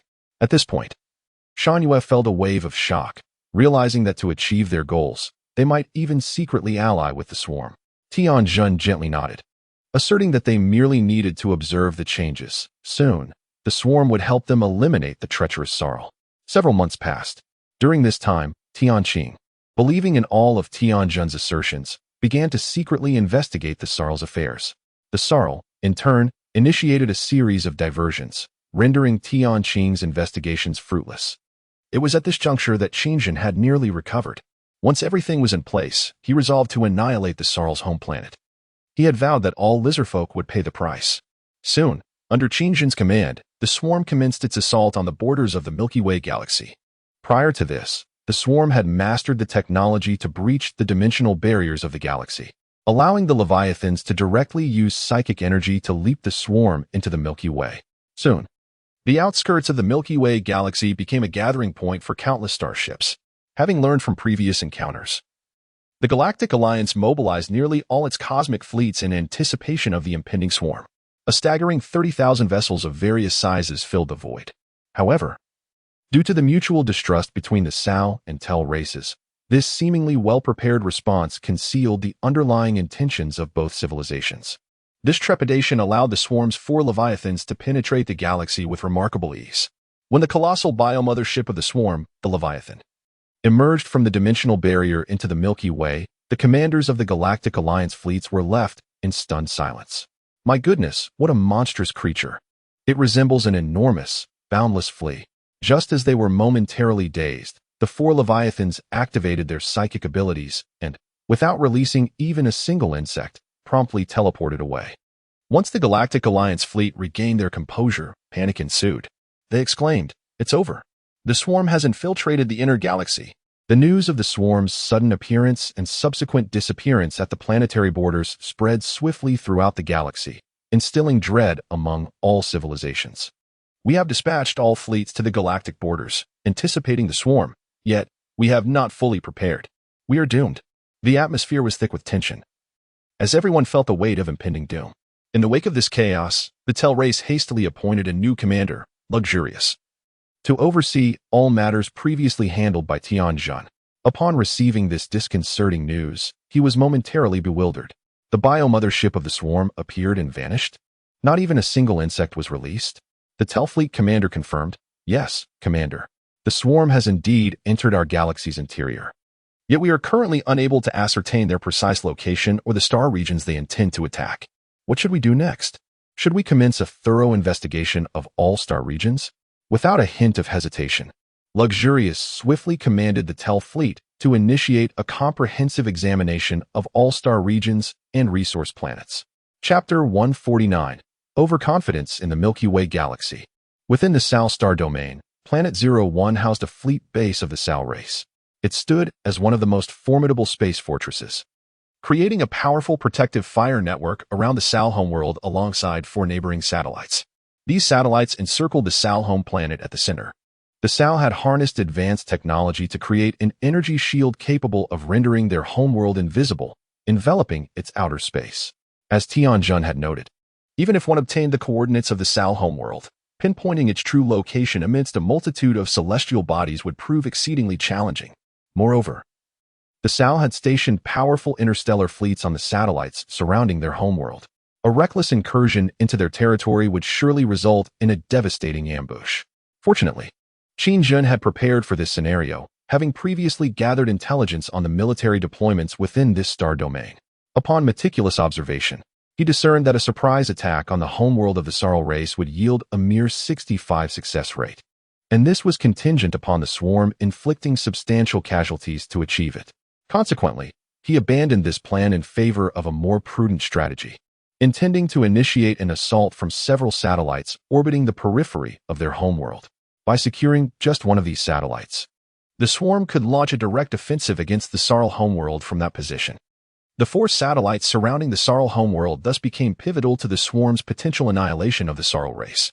The formidable fleet and their strategic location had afforded the Sarl star domain prolonged tranquility. No one would be foolish enough to attack their homeworld, as many civilizations perceived such an endeavor as tantamount to a death wish. The interstellar commander of the Tianyu civilization, Violent, had previously identified the location of the Sarl homeworld. Even the expeditionary fleet of the powerful Tianyu race, after extensive analysis and hypothesizing, ultimately refrained from recklessly assaulting the Sarl homeworld. This formidable defense allowed the Sarl forces on Planet 01 to carry on with their usual leisure, engaging in training, competitions, and various recreational activities. They even captured numerous ferocious extraterrestrial creatures from various star domains, constructing multiple arenas for them to battle each other for their amusement. They believed that no one could ascertain the coordinates of their star domain, and even if someone did, they would think twice before acting. For should one satellite come under attack, the forces of the other 3 would swiftly mobilize for support. Moreover, they had established several temporal conduits in this region, directly linking to other Sarl military bases in outer space. In the event of any threat to their homeworld or outbreak of hostilities, the Sarl could assemble their entire fleet in a remarkably brief span of time. One day, news of the swarm's renewed invasion of the Galactic star system aired on Planet 01. Simultaneously, this urgent news was broadcast across various entertainment venues and command centers. Countless screens of assorted sizes and shapes displayed a Sarl female news anchor, who, in a calm and measured tone, announced the swarm's incursion into the galactic frontier, noting that this invasion was unprecedented and that they would hold nothing back. At 2:13 a.m. Sarl time, the 4 biological motherships of the swarm suddenly leaped into the Tianyu star system's border before vanishing. To elucidate this matter, we turn to the esteemed Commander Gus of the Sarl's glory. As the female anchor concluded her statement, the scene shifted to reveal Gus, his demeanor exceptionally grave. He proclaimed that the great Sarl deity, Mungd, would guide their fleet to victory. Indeed, the swarm had invaded once more, emerging in full force. I have issued alerts to all fleets. We must remain ever vigilant. The swarm is an exceedingly formidable adversary, one that brings devastation to all living beings. Great Sarl warriors, war has returned. This will be an unparalleled interstellar conflict. The swarm will spare no one, yet we shall employ our advanced technology and valor to triumph over them. Here, I reiterate that the failure of the expedition fleet is unprecedented and will remain so. Prepare yourselves for battle, brave warriors of my kin. Upon receiving Lord Geth's declaration of war, the Sal tribe forces on Planet 01 exhibited no signs of anxiety. Indeed, Lord Geth has always been theatrical. I comprehend this entirely. He is fully aware of our capabilities, more so than anyone else. The Sal soldiers before the screen began to murmur among themselves. Lord Geth's expedition has not failed. Rather, it is the Tur tribe that has been scheming in the shadows. It is widely known that the Governor Tianjun has long harbored disdain for the illustrious Lord Geth, fearing that he would usurp his position as the governor of the Galactic system. As the discussions unfolded, another voice chimed in. Indeed, my friend, I believe you are correct. Tianjun has always been envious of Lord Geth's tactical prowess and exceptional talent. His petty tricks have been unmasked. Another voice responded. Well, while I concur, we must remember that the swarm is invading once more. Did you not hear the alerts? Lord Geth needs us to be battle-ready. Interjected yet another voice from the ranks of the lizard folk. Haha, relax, my friend. Lord Geth tends to dramatize situations. Take, for instance, the previous expedition of the Tianyu tribe. He claimed they had reached the outskirts of our star domain, which nearly terrified me into drafting my last will. Yet, they too feared the firepower we possess within our territory. No one would be foolish enough to trespass into our star sector, not even the insects. Just as the conversation reached its conclusion, an explosive sound reverberated through the expanse of space. A tremendous blast rattled the entirety of 01. The swarm is upon us. A voice filled with sheer panic echoed from the outer space base back to the satellite. Boom. Ah. Hiss. The voice of terror faded, only to be replaced by the sound of gunfire mingled with the shrieks of unknown creatures. In mere moments, communication between the outer space base and the forces on 01 was severed. This sudden turn of events left the entire Sal tribe forces in a state of shock. Beep. Beep. Beep. Alarm! Alarm! Our space base is under attack by the swarm. All units, prepare for combat. Alarm! Alarm! Our space fleet is under siege. As the lizard folk stood bewildered, urgent alarms blared throughout 01. Instantly, chaos erupted among the lizard folk troops. Damn it! Quickly! Quickly! The swarm is here. The lizard folk forces descended into utter disarray, never having anticipated that the swarm would launch a direct assault on their star sector, targeting their home planet. Chapter 150. The new variant Exploding Mosquito. Meanwhile, in outer space, a leviathan of the swarm arrived uninvited. It surged directly before the Sal tribe's space base, unleashing a biological plasma cannon aimed squarely at the Sal space installation. Countless starships were obliterated in an instant. Qin unleashed the explosive variant, the Exploding Mosquito.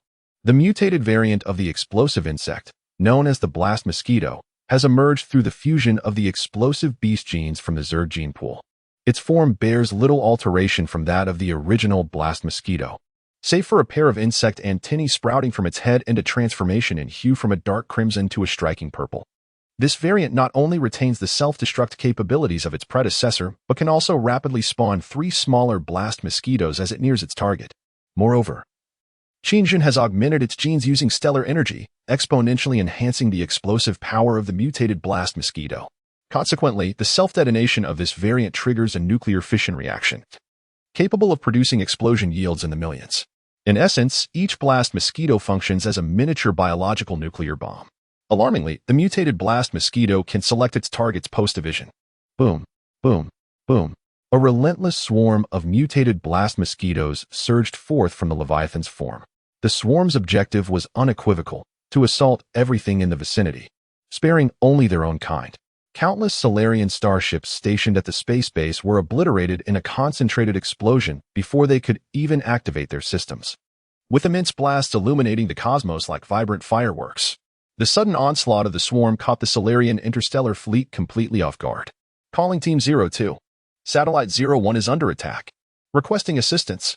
In an immediate response, the Solarian forces contacted other satellite units. What? I was just about to request your support. We too are under attack from the swarm.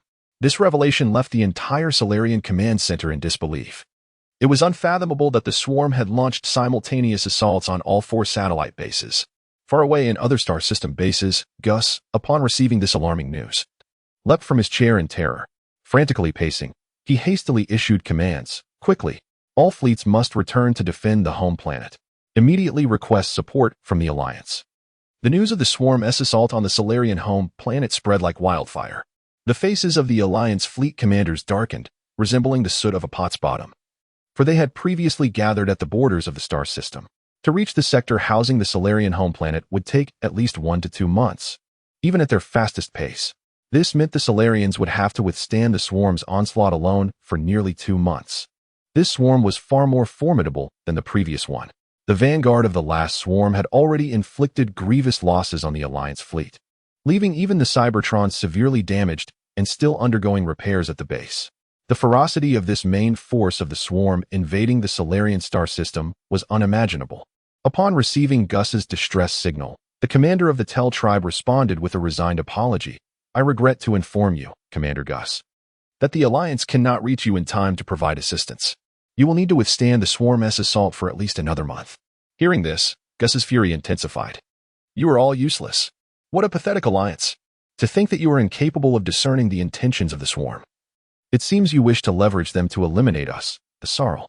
Hearing Jess's complaints and vitriolic outbursts, the luxurious vessel was equally incensed. If not for your expeditionary fleet provoking the swarm, would they have launched an assault on our galactic domain?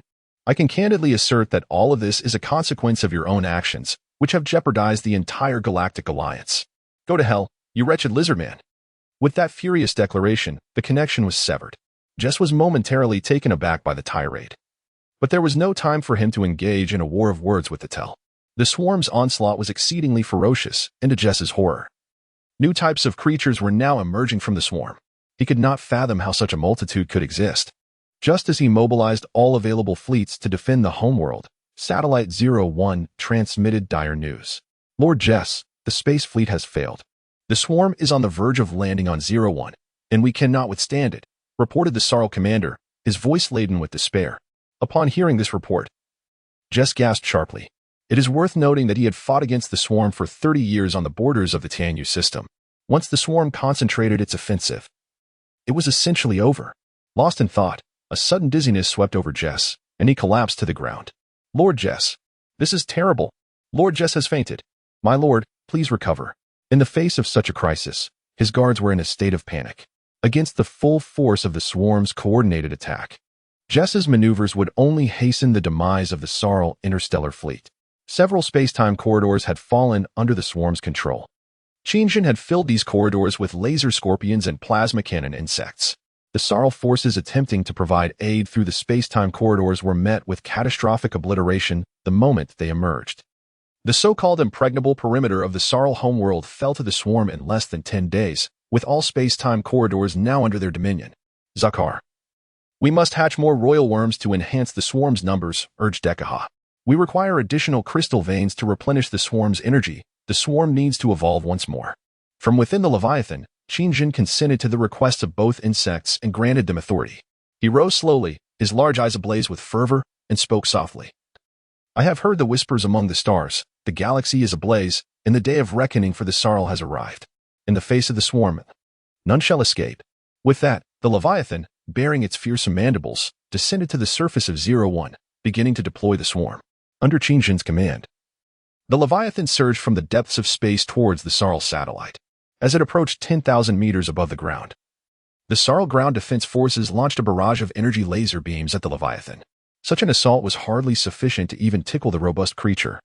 The colossal Leviathan descended amidst a barrage of intense anti-aircraft fire, reaching its optimal altitude. Qingjin emerged from the exterior of the Leviathan, his icy gaze sweeping across the panicked Sal tribe forces below, gripped by sheer terror. Deploy the level 10 swift jump insect swarm. I shall tear them apart limb from limb. Chapter 151. Encirclement without annihilation. Bang. Bang. Bang. In that fleeting instant following Qingjin's command, an innumerable array of biological drop pods surged towards the ground.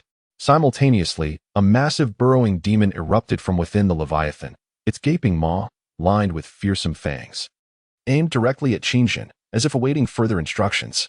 Standing atop the Leviathan, Qingjin paused momentarily before issuing his command to the burrowing demon, attack. Upon receiving Qingjin's directive, the burrowing demon unleashed a thunderous roar that shattered eardrums, then surged violently towards the earth. With a resounding crash, the burrowing demon struck the ground and immediately vanished into the depths below. Whoosh, whoosh. The biological drop pods of the swarm densely populated the sky, casting shadows over the Sal tribe forces stationed at 01. Oh my God, we are doomed.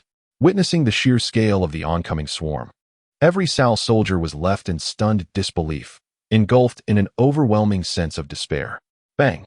Despite countless biological pods being intercepted by gunfire midair, their sheer numbers were insurmountable. The Sal tribe's anti-aircraft weapons, even if expended to their last round, could not hope to intercept them all. As the swarm descended, the level 10 swift jump insects unleashed their ferocity, effortlessly shredding any matter in their path. The heavy armor of tanks proved as flimsy as paper against their onslaught. With the arrival of the swift jump insect swarm came the subsequent onslaught of stinging serpents and thunder beasts. In this war, Qingjin commanded the swarm to rend their foes with claws and teeth, resulting in a scene of carnage that turned the satellite into a veritable hell's cape within the blink of an eye. Meanwhile, the swarms of Zakhara and Dekaha began to land on other satellites. In less than a few days, the swarms completely overwhelmed the outer regions of the Sal tribe's homeworld. Panic erupted on the Sal homeworld, prompting Menki to summon all commanders present on the planet. During the meeting, Menki's expression was grave. The insect swarm has managed to ascertain the coordinates of our homeworld in such a short time. I suspect someone has betrayed us. Upon hearing this, the commanders exchanged fearful glances, hesitant to voice their thoughts. Observing their silence, Menki continued, I believe our Sal tribe has no traitors among us, and our citizens remain loyal. At this, one commander inquired, Lord God, do you have any insights on this matter? Menki replied, Indeed, this is the work of the Tur tribe. It is Tianjin. Yes, it must be him. He has been to our homeworld. Upon hearing this, another commander inquired whether the swarm had acquired information from the Tianyu civilization, considering that the swarm originated from the Tianyu star system. However, Menki shook his head. asserting that even the Tianyu civilization could not ascertain the deployment of their space fleet or have any knowledge of their temporal and spatial routes. At this juncture, Manhwaedit suddenly recalled something, his tone filled with indignation. Where was Gus? Why had he not returned to provide assistance? In response to the inquiry, a commander stepped forward to explain that Lord Gus was currently gathering their space fleets from other star regions and would soon return to offer support. Yet, Manhwaedit felt a sense of urgency, believing that it might already be too late. The swarm's offensive was advancing too swiftly, having breached their outer satellite bases in merely 10 days. Hearing this, Manhwaedit's expression grew increasingly grave. After a moment, he asked how long it would take for the swarm to assault their home planet. A commander replied, at a slow pace, 2 days. This response displeased Manhwaedit greatly. What I need to know is when they will arrive at the fastest pace, not a slow estimate of 2 days. The commander replied, at the fastest, right now. Upon hearing this stark reality, Manhwaedit gasped in fear. My lord, you must leave. The swarm may launch an attack on the home planet at any moment. A commander suggested to Manhwaedit. In response to the suggestion, Manhwaedit laughed coldly, stating, leave? As the divine ruler of the Sol race, how can I abandon my people in their time of peril? Immediately contact Gus and order him to return at all costs. The assembly responded, yes, my lord. At that moment, the swarm had completely taken control of the outer perimeter of the Sol home planet. Occasionally, scattered Sol fleets returned from other star region bases to offer support. Yet, as they emerged from their temporal pathways, they were met with the swarm's terrifying concentrated firepower. Before they could even fire a shot, they were obliterated. Many believed that the Sol home planet was doomed. No starship could successfully enter the Sol star region. In truth, the swarm had nearly encircled the entire Sol starry expanse, surrounding the Sol home planet. Such a scale was such that not even a microbe could evade the swarm's detection. Surprisingly, however, the swarm did not immediately assault the Sol home planet, leading the Sol to believe that the swarm could not pinpoint the concealed location of their home planet. This offered the Sol a glimmer of hope. If they could delay and await the Alliance's rescue, perhaps the situation was not entirely dire. In reality, the Sol's cloaking system was utterly ineffective against the swarm. Their home planet had already been exposed to the swarm's gaze. With a single command from Qingjin, the swarm could annihilate the Sol home planet within hours. Yet, he chose not to proceed with this command. Instead, he ordered the swarm to halt their assault. Shaywin expressed her confusion regarding this decision, stating, my sovereign, the Sol home planet is within our grasp. With but a command, it would cease to exist within mere hours. Hearing the confusion, the eerily silent Qingjin remarked, indeed, but that would be too lenient on them. The Sol race still possesses numerous fleets in other star regions. I intend to offer them a glimmer of hope, only for the swarm to shatter it ruthlessly. Upon hearing this, Shawan refrained from further commentary. She understood that the ruler would not easily spare this race. He intended to torment them severely. Zakala expressed her concern, stating, the Galactic Alliance has a level 4 civilization that is observing the situation. However, I fear they will not remain passive, ruler. I worry that prolonged inaction may lead to complications. In response to Zakala's apprehension, Qingjin let out a cold laugh, saying, indeed, Zakala, your worries are valid. Yet I am confident they harbor their own reservations. They must weigh the pros and cons of this situation. All races are primarily concerned with their own interests. Although this may sound selfish, it is, in fact, the most prudent course of action. After concluding his thoughts, he paused momentarily, lost in contemplation. Qingjin's large eyes darkened as he ominously stated, anything with consciousness will prioritize its own gains and losses. Otherwise, it cannot survive in this brutal interstellar conflict. Chapter 152. Interstellar journalist. The swarm swiftly enveloped the Sol homeworld with astonishing speed. The entire galactic system was thrown into chaos by this event. Countless reporter spacecraft from other star systems and various civilizations within the Galactic Alliance rushed to the temporal pathways surrounding the Sol domain, broadcasting the incident back to their home planets. Indeed, as you can see behind me, these are the temporal pathways leading to the Sol star region. The main force of the swarm has suddenly invaded this sector, occupying all celestial bodies within it. Regrettably, we have been unable to enter the Sol star region to report on this war, leaving us without further information. However, according to leaked intelligence from a high-ranking Sol commander, the swarm has nearly saturated the entirety of the Sol starry expanse, which is indeed a troubling matter. Fortunately, the swarm has yet to locate their home planet, and the Sol leadership is desperately seeking ways to extricate themselves from this predicament. The news of the Sarl's invasion by the swarm quickly spread throughout the fourth universe. Meanwhile, deep within the fourth universe, in a silent star domain, a voice inquired, "Galactic system? Are they at war again?" Another voice responded, "Hasn't it always been like this?" "No. Those creatures, something seems amiss," came the reply. Another voice questioned, "Organic life forms? I don't recall the galactic system ever having such beings." "Look it up." "Understood, my lord." The Sarl were in grave danger. Although Haug and Gus had just endured a brief unpleasantness, for the sake of stability, the Galactic Alliance promptly recalled all fleets from the star system's borders. At this moment, Gus successfully assembled a formidable Sarl fleet, beginning to converge toward the temporal pathway leading to their home star region. Witnessing the grand return of Gus's fleet, countless interstellar journalists, who had long since gathered here, were stirred by the impending events. Where's Gus's fleet? It appears he intends to forcefully breach the space-time corridor under the control of the swarm. Quickly, connect to their flagship. This is a story that demands attention. At this moment, Gus's mind was weighed down with grave concerns, leaving him little room to heed the clamoring journalists. Just as he prepared to issue orders for the fleet to commence their assault on the space-time corridor, the journalists abruptly connected to him. Numerous small screens flickered to life before Gus, displaying a myriad of life forms, sentient civilizations, and unidentified entities, all buzzing with questions directed at him. "Commander, the swarm is attacking your star sector. Could you enlighten us on the situation?" "Commander, it has been reported that the Sal race's expedition fleet suffered catastrophic losses in the Tianyu star system due to the swarm. Is this true? What are your thoughts?" "There are claims that your race has secretly engineered an extremely unstable life form. Can you explain this?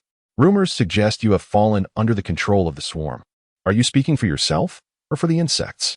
"Commander, it is said that you orchestrated a plot against the Alliance's Chancellor, Tianjin, and ordered the annihilation of the human race in the solar star sector. What is your stance on this matter?" Gus felt a surge of indignation. Who permitted this connection? "Commander, it was you who instructed us to grant access to all the interstellar journalists, including the Tianyu civilization," replied the lizard soldier. Stunned, Gus realized he had nearly forgotten that, in an effort to counter Tianjin and facilitate public discourse, he had opened all connections to the journalists. He felt a mix of exasperation and resignation. "Commander Gus, there are reports alleging that you have unlawfully seized 100 mother lizards. Is this true?" Gus's rage boiled over as he bellowed, "Enough!" The room fell silent in the wake of his outburst. What nonsense was this? While the previous questions were somewhat acceptable, the accusation of forcibly seizing 100 mother lizards was absurd. As a multitude of inquiries left Gus's face shifting from pale to green, he realized this was not the time to waste on trivialities. The swarm was encircling the entire Sal star sector. Fortunately, their home planet had not yet been discovered. Otherwise, the Sal race's divine entity, Mengkuda, would be doomed. This entity represented the very spirit of the Sal race. However, now was not the time to confront these journalists. Perhaps they could be leveraged to garner additional reinforcements for the Sal. With this thought, Gus steadied himself, clearing his throat to regain composure. "As you can see, the swarm is indeed attacking our star sector, but the Sal will never yield. We never have. And we never will. For the stability of the galaxy, we shall not allow these wretched insects to prevail." Upon hearing this, the journalists erupted once more, chattering incessantly like a nest of eager fledglings. Gus gently pressed his hand and addressed the assembly, urging silence. "Everyone, please, quiet down. If there are any questions, let them be posed one at a time. As you can see, my time is limited. I must leave my fleet to rescue our home planet." At his words, an unexpected hush fell over the crowd. Then, an unidentified object queried, "It is said that you have taken in 1,000 female lizard men on some planet. Is this true?" Gus retorted angrily, "Was it not 100 just moments ago? Now it has become 1,000? Do you not think it inappropriate to raise such a question at this juncture? Next, before this, did the swarm communicate with you? How were they able to decipher the strategic deployments in your star sector?" Gus lamented, "Unfortunately, this question is one I am also eager to understand." Next, "Commander, have you ever encountered the swarm's overlord, Qingjin, or engaged it directly?" Upon hearing this inquiry, not only Gus, but also the numerous Alliance journalists turned their gaze toward the questioner. It was a six-winged angel of the Tianyu civilization, once an invader of the galactic system. The atmosphere shifted to one of solemnity as everyone stared intently at the screen featuring the striking long-haired six-winged angel. Their astonishment stemmed not from her appearance, but from her mention of the Overlord's name, Qingjin. Given that interstellar journalists hold the authority to report on every event occurring in the cosmos, there exists an unwritten rule among civilizations that prohibits violence against them, even amidst tense warfare, unless the journalist foolishly ventures to the front lines and is mistakenly harmed. Realizing this, Gus's expression grew grave. "Pardon me, madam, but if I heard correctly, you just mentioned the name of the swarm's overlord?" The angelic journalist affirmed. "Yes, Commander. The name Qin represents devastation in the Tianyu star system." Upon confirmation, the multitude of interstellar journalists erupted with excitement. The swarm's overlord, Qin. This was monumental news. Despite battling the swarm along the Tianyu border for 30 years, Gus had never encountered their commander, nor had he even learned their names, let alone that of the overlord, Qin. After a lengthy contemplation, Gus's demeanor darkened. "We have yet to encounter the swarm's commander, let alone their overlord. However, I appreciate the vital information you have provided. I surmise that your civilization has suffered greatly at the hands of the swarm. Surely, your queen has not been reduced to tears by the overlord, has she? After all, she is but a girl of a few millennia." Upon hearing Gus's words, the angel journalist's expression soured. "Commander, I warn you not to disrespect Queen Kyra. Our war is far from over." In response, Gus scoffed. "Disrespect? She is not worthy. Begone. My mood is quite foul, and I might very well order my fleet to fire upon you." With that, Gus abruptly severed all connections with the interstellar journalists, muttering to himself, "The swarm's overlord. Qin, I shall make you pay dearly." After delivering the command, Gus issued an order for the fleet to launch an offensive. This time, he assembled all the Solarian starships scattered across various star systems, totaling over 3,000 vessels, thus forming a formidable fleet. Following Gus's declaration of the attack, a vanguard fleet comprised of 500 starships swiftly leaped into the space-time corridor. With a whoosh, the first starship to arrive was immediately met with an intense barrage of fire from the swarm. "Reinforce the shields," the Solarian fleet commander urgently commanded. This starship, one might say without exaggeration, was the strongest in terms of defense within the entire Solarian fleet. Its shields could effortlessly withstand a direct hit from a capital ship's main cannon, a weapon capable of annihilating an entire planet. To minimize casualties among the subsequent fleet, Gus utilized vast resources to fortify the already formidable shields of this starship in a remarkably short time. It had to endure the swarm's firepower from the opposite end of the space-time corridor, buying precious time for the fleet behind it. Gus's plan proved effective. Faced with this astonishingly resilient starship, the swarm positioned in the space-time corridor was unable to destroy it at the first opportunity. This allowed the vanguard fleet to successfully penetrate the Solarian star sector. Whoosh, whoosh. Under the protection of this remarkably resilient starship, hundreds of Solarian vessels emerged from the space-time corridor in succession. "Concentrate all firepower forward. We must breach a gap." As soon as the Solarian fleet appeared, taking advantage of the swarm's focus on the starship absorbing the fire, they launched a fierce counteroffensive against the swarm. Boom, boom, boom.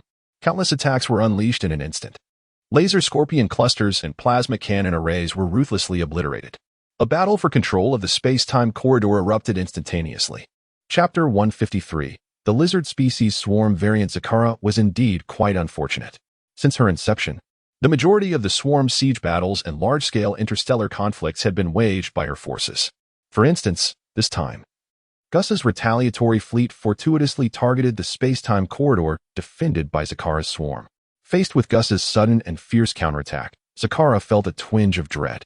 Her alluring visage, rivaling that of any celestial being, momentarily betrayed a flicker of concern. Do these reptilian creatures fear the Overlord, daring not to assault Sector 01, yet opting to strike at my defended Sector 03? If that is so, I must say their commander is exceedingly foolish. Were I in command, I would prioritize an attack on Sector 04, as the swarm there is comparatively weaker. After uttering these words, Zakara burst into a chilling laughter, proclaiming, "What misfortune! I am the second-in-command brain worm under the Overlord, the first-generation queen of the swarm, Zakara. Swarm, withdraw from the space-time corridor, lure the enemy deep, and I shall make them acquainted with despair." At that very moment, Gus's fleet was thoroughly prepared, having anticipated nearly every potential setback. The command was given for the starships to immediately open fire upon entering the spatial corridor, without the slightest hesitation. Under this directive, some vessels unleashed their main cannons and close-range weaponry simultaneously as soon as they emerged, reminiscent of Gus's previous encounter with the swarm at the Tianyu border. If you find yourself surrounded by foes, unleash your fire in every direction. Indeed, the mindless barrage from the Sarl race fleet proved effective. They hardly relied on radar for tracking. Simply advancing to the other end of the spatial corridor and repeatedly pressing the attack button sufficed. Prior to this, Gus had instructed the fleet that any strategic plans would be rendered futile in the face of the swarm. Concentrate your firepower. Once we leap into our star region, activate all weapon systems. Remember this, enemies surround you, so muster your utmost focus and fire relentlessly. Under Gus's command, the firepower of the starships leaping into the spatial corridor was unleashed in an instant. Yet, this was not enough. All the hatches on the decks of the starships were opened wide. Each Sarl lizard soldier gripped an energy firearm, teeth clenched, almost without regard for aim. They unleashed a chaotic barrage into the starry expanse. Damn bugs. Die. Whoosh. Whoosh. Whoosh. Be obliterated. These assaults were fierce and dense, successfully suppressing the swarm positioned at the entrance of the spatial corridor, albeit with collateral damage to their own vessels. For instance, at this moment, having eradicated the nearby swarm, and with Zakhara failing to order reinforcements, 2 adjacent starships continued their relentless onslaught. A Sarl commander sensed something amiss and shouted, "Damn it! Cease fire!" But it was too late. Boom! A Sarl battlecruiser was obliterated by friendly fire, exploding from within. Bang! Bang! Bang! As explosions erupted successively on that ill-fated cruiser, it marked the tragic fate of the vessel. Several Sarl lizard commanders stared blankly at the wreckage wrought by their own forces. Expressions bewildered. At that moment, outside the spatial corridor, Gus realized they had lost a flagship, his countenance shifting in alarm. And he hurriedly inquired about the situation from the Vanguard fleet. Upon hearing Gus's voice, several Sarl commanders snapped back to attention. One commander replied, "Yes, Lord Gus. We have initially secured this spatial corridor." Hearing this, Gus breathed a sigh of relief, responding, "I understand, Commander. This war has only just begun, and losses are inevitable." 03 Satellite Surface. Zakhara Insect Nest Base. The ground here was entirely covered with the liquid of the insect species Mycelium, densely populated with insect chrysalises. The swarm soldiers were continuously hatching. Inside the colossal mother insect base, larvae surged like a flood onto the mycelium, transforming into cocoons, which soon entered the hatching phase. The emerged swarm immediately joined the fray, perpetuating this infinite cycle. The industrious worker insects diligently gather all available resources on this satellite, which is abundant in various materials.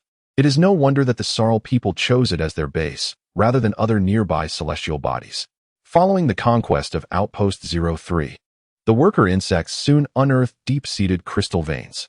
Distinctively, a carpet of fungi was crowned with numerous 2-meter-tall eggs, seemingly indicative of a new breed within the swarm.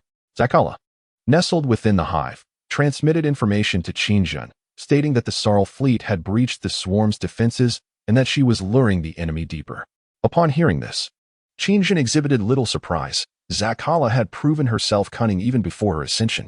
Now, as a queen of the swarm, she had experienced significant enhancements in her physical form, mental prowess, and psychic abilities.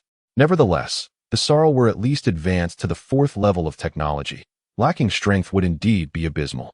"You have performed admirably, Zakhara. You know what to do next," Qingjun instructed.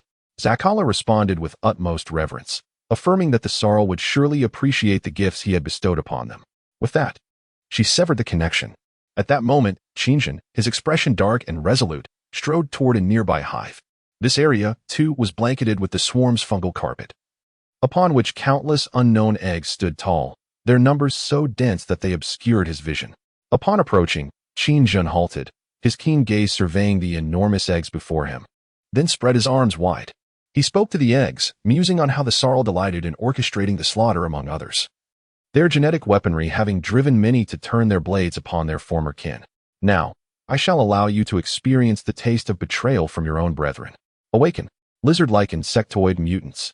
At the moment his command was issued, a claw, covered in armored scales, violently shattered one of the eggs. Subsequently, the second, third, and countless more eggs were successively torn apart by the lizard-like mutants.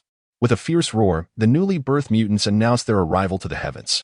These lizard-like insectoid mutants were all crafted from the bodies of fallen or captured Sarl soldiers, brought to life through a gruesome transformation. In a cruel twist, They retained their original consciousness, yet their forms were no longer their own. Thus, Qingjin had entirely converted the bodies of Sarl soldiers into the swarm, without erasing their awareness. This allowed them to comprehend their actions, yet rendered them incapable of controlling themselves.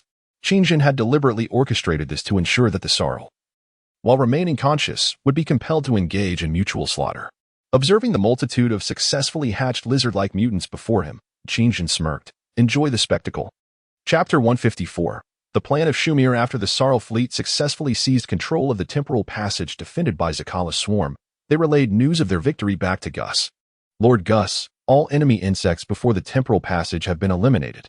We have successfully regained control of the passage. Gus, upon hearing the news, wore a perplexed expression. After a moment of contemplation, he declared, "You have performed admirably. Our next objective is to reclaim Satellite 03. Following this proclamation, he transmitted preliminary news of victory back to the home planet. The lizard folk on the Sar home world erupted in cheers. Consequently, Gus's reputation ascended to a new echelon. Within the Sar, he stood second only to Monkeyed, and in the hearts of many lizard folk, Gus's standing had eclipsed that of their chief deity. Yet, Gus was acutely aware that this might very well be part of a cunning scheme orchestrated by the swarm. The ease of this victory raised his suspicions. Having engaged in battle against the swarm along the Tianyu frontier for 30 years, he had indeed tasted victory, but at a tremendous cost. This time, however, the circumstances felt amiss. After much deliberation, he resolved to deceive the Alliance, convincing them of his capability to secure ultimate triumph, thereby hastening the arrival of their fleet in support. To this end, Gus once more granted access to all interstellar journalists. On screen, he asserted with righteous conviction, "Thanks to the valiant efforts of our Sar warriors, we have reclaimed the temporal passage of 03. Yet, this is merely the beginning. I shall petition the Alliance for further assistance and request aid from our allies, the Tel, to assemble more forces and launch a decisive assault on Satellite 03, which has succumbed to the swarm. Indeed, the swarm brings destruction. We must unite to eliminate this threat and safeguard the stability of the galactic system." Upon concluding his remarks, a flurry of questions emerged from the gathered reporters. "Commander, there are reports suggesting that your operation to seize the temporal passage has encountered complications. It is said that your flagship, the Tianlang, was infected by the swarm prior to this, necessitating its destruction. Is there any truth to this matter?" At this, Gus's smile vanished, replaced by a flicker of anger as he retorted, "That is utterly preposterous. We have paid a significant price for this operation. The Tianlang fought valiantly against the swarm, embodying the honor of the Sar. Commander, it has been suggested that you have had a falling out with Commander Haohua of the Tel, resulting in mutual barbs exchanged regarding family. What are your thoughts on this? Do you believe the Tel will send a fleet to assist?" Gus, displeased, replied, "These are mere rumors. My relationship with Commander Haohua is exceptionally harmonious, akin to that of brothers. In times of need, he will rally to our aid. However, not long ago, you had a conflict with the Alliance's Governor Tianjin, reportedly ordering an attack on Tianjin's fleet. Can you clarify this matter?" Taken aback by the question, Gus declared, "This too is a rumor.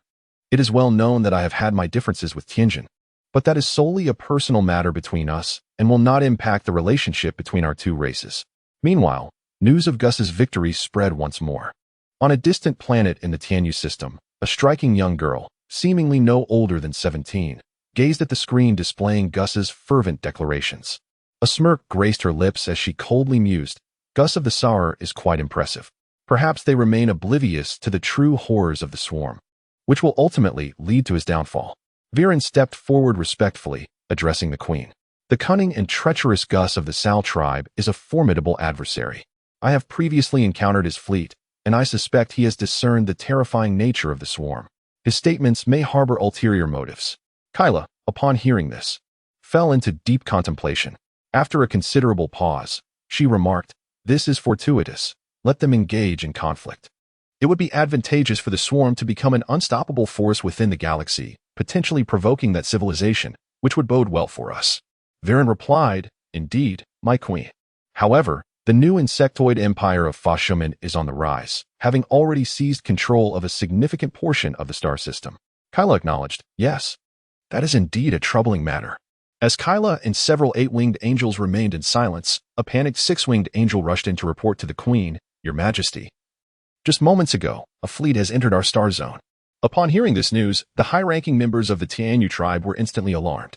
Kyla, filled with fury, demanded, "Which faction's fleet dares to breach our star zone? Are our deployed forces along the border blind?" The six-winged angel hastily responded, "It is the fleet of Zyamir from the Xingli tribe. He bears no ill intent and claims to have an exceedingly important matter to personally report to you regarding the swarm." Upon hearing this, Kyla and the others exchanged astonished glances, skepticism evident in their voices. "Regarding the swarm? Are you referring to Zyamir from the Xingli tribe? The very individual we are currently pursuing?" "Yes, my queen." With this confirmation, Kyla's brow furrowed slightly, her expression grave. "He has been missing for so long. Yet he has managed to locate the coordinates of our home planet and possesses the means to enter our star zone. Concerning the swarm, how intriguing. Let him come." Upon hearing this, Viren and several eight-winged angels were once again startled, their expressions filled with alarm. "This is highly inadvisable, my queen. Zyamir of the Xingli tribe is a follower of Phenaxu and Feihai. I fear he may harbor some nefarious plot. It would be wiser to capture him first." However, Kyla dismissed her subordinate's concerns with a wave of her delicate hand. "Do not be anxious. I can sense Zyamir's animosity, his hatred towards the swarm. Let him come. I am curious to hear what plans he has in mind." Hearing this, Viren and the eight-winged angels fell silent. Before long, under the gaze of the assembly, Zyamir arrived at an opulent palace accompanied by several subordinates. This palace, constructed from a peculiar energy crystal, belonged to Queen Kyla of the Tianyu tribe. Upon entering, Zyamir and his subordinates respectfully knelt before the seated Kyla. With utmost reverence, he declared, "Holy 12-winged angel, Queen Kyla, I am your most loyal subject. It is an immense honor to be in your presence." Kyla's gaze remained fixed upon Zyamir, as she sensed an unusual aura emanating from this Xingli individual, though she could not quite articulate her feelings. After a prolonged silence, Kyla exuded the authority befitting a queen, her expression serious as she addressed Zyamir. "Zyamir of the Xingli tribe, you are still a wanted fugitive, yet you dare to approach. Speak your intentions. Perhaps your plans may grant you clemency." Hearing this, Shumir slightly raised his eyes to look at the lofty Kyra, subsequently revealing a sinister smile. "Your Majesty," he said, "I have come here today with the intent to confront the swarm sovereign, Qingjin. Perhaps I possess a means to eliminate him." Chapter 155, The Threat of the Swarm. Upon hearing Shumir's words, Kyra and the assembly of angels were enveloped in astonishment and disbelief. "The swarm sovereign, Qingjin, commands unparalleled psychic waves," Violin remarked. "We have previously attempted to kill him, and the outcome was predictable. Do you truly believe you can succeed?" "Not that I underestimate your stellar clan's technology," Shumir retorted with a cold chuckle, fixing his gaze upon the solemn Kyra. "Great 12-winged angel queen, I beseech you to allow me to speak." Kyra responded icily, "I hope your proposed method proves effective. Shumir, having discovered the home planet of the Celestial Feather clan and evaded the angelic fleet stationed in the Outer Star region, might indeed possess a feasible solution." With a slight smile, Shumir respectfully expressed his gratitude to the queen. He then straightened his posture and continued, "It is well known that the Stellar Clan was designed for destruction by the Swarm, rendering me a mere pawn in the hands of the Swarm Sovereign. In my quest for vengeance, I have tirelessly gathered information regarding the Swarm. Yet for over a century, I found myself at a dead end. Just as I was about to relinquish hope, serendipity struck, and I discovered a method to slay the Swarm Sovereign. To be precise, I have found the energy capable of destroying all Swarm entities." Kyra, upon hearing this, furrowed her brow and fell into deep contemplation. She had previously sensed a mysterious power emanating from Shumir, one that instilled fear even within her heart. Was it this enigmatic strength that bolstered Shumir's confidence? As Kyra pondered, Violin interjected, "Even if you possess the energy to kill him, you cannot approach him. The vast swarm will plunge you into despair. This is no exaggeration. The swarm has grown mightier than it was when it opposed you in the past." "You are correct, Commander," Shumir conceded. "I have been monitoring the movements of the swarm. And indeed, they are formidable. However, everyone comprehends that the root of all this turmoil lies with the swarm sovereign. This is common knowledge." His expression suddenly darkened as he added, "If we do not take action soon, I fear that no one will escape unscathed. Time only favors the swarm. We are merely awaiting our demise." Upon hearing Shumir's words, the countenances of those present turned grim, descending into silence, each lost in thought. He spoke the truth. All signs indicated that they had been deceived by Qin Zhan, who had been lying all along. he was not a civilization that had come from the second galaxy. Thus, his earlier assertion of needing to return to the Milky Way to seek a temporal tunnel back to the second galaxy was, in fact, a fabrication. Although the exact circumstances remained unclear, the swarm's return to the Milky Way seemed to be an act of vengeance, a retribution against the Sal clan. Perhaps only the Solarians possessed the knowledge of the true situation. Regardless, once the swarm annihilates the galaxy, it will undoubtedly turn its wrath upon the celestial feather galaxy. Kyra understands that this creature harbors a deep-seated grudge. Upon observation, it becomes evident that the swarm does not forget its grievances. Rather, they exact their vengeance immediately or are in the midst of seeking retribution. Such treacherous and cunning insects. Noticing the silence among the angels, Shumir turned his gaze back to Kyra and stated, "I am acutely aware of the arduous task of approaching the swarm, which is precisely why I am here today. I require assistance." Upon hearing Shumir's words, Kyra exhaled deeply and replied, "As you say, why should I believe that you possess the power to slay the swarm's overlord? Is it that mysterious energy within you?" At Kyra's remark, Shumir exhibited a moment of surprise, followed by a smile as he responded, "Indeed, my queen. It seems that nothing can escape your discerning eye."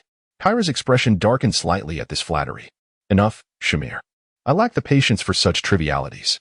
I need to understand your capabilities or your entire plan." Shumir replied earnestly, "I require the assistance of everyone to transport me to the planet of the swarm's overlord.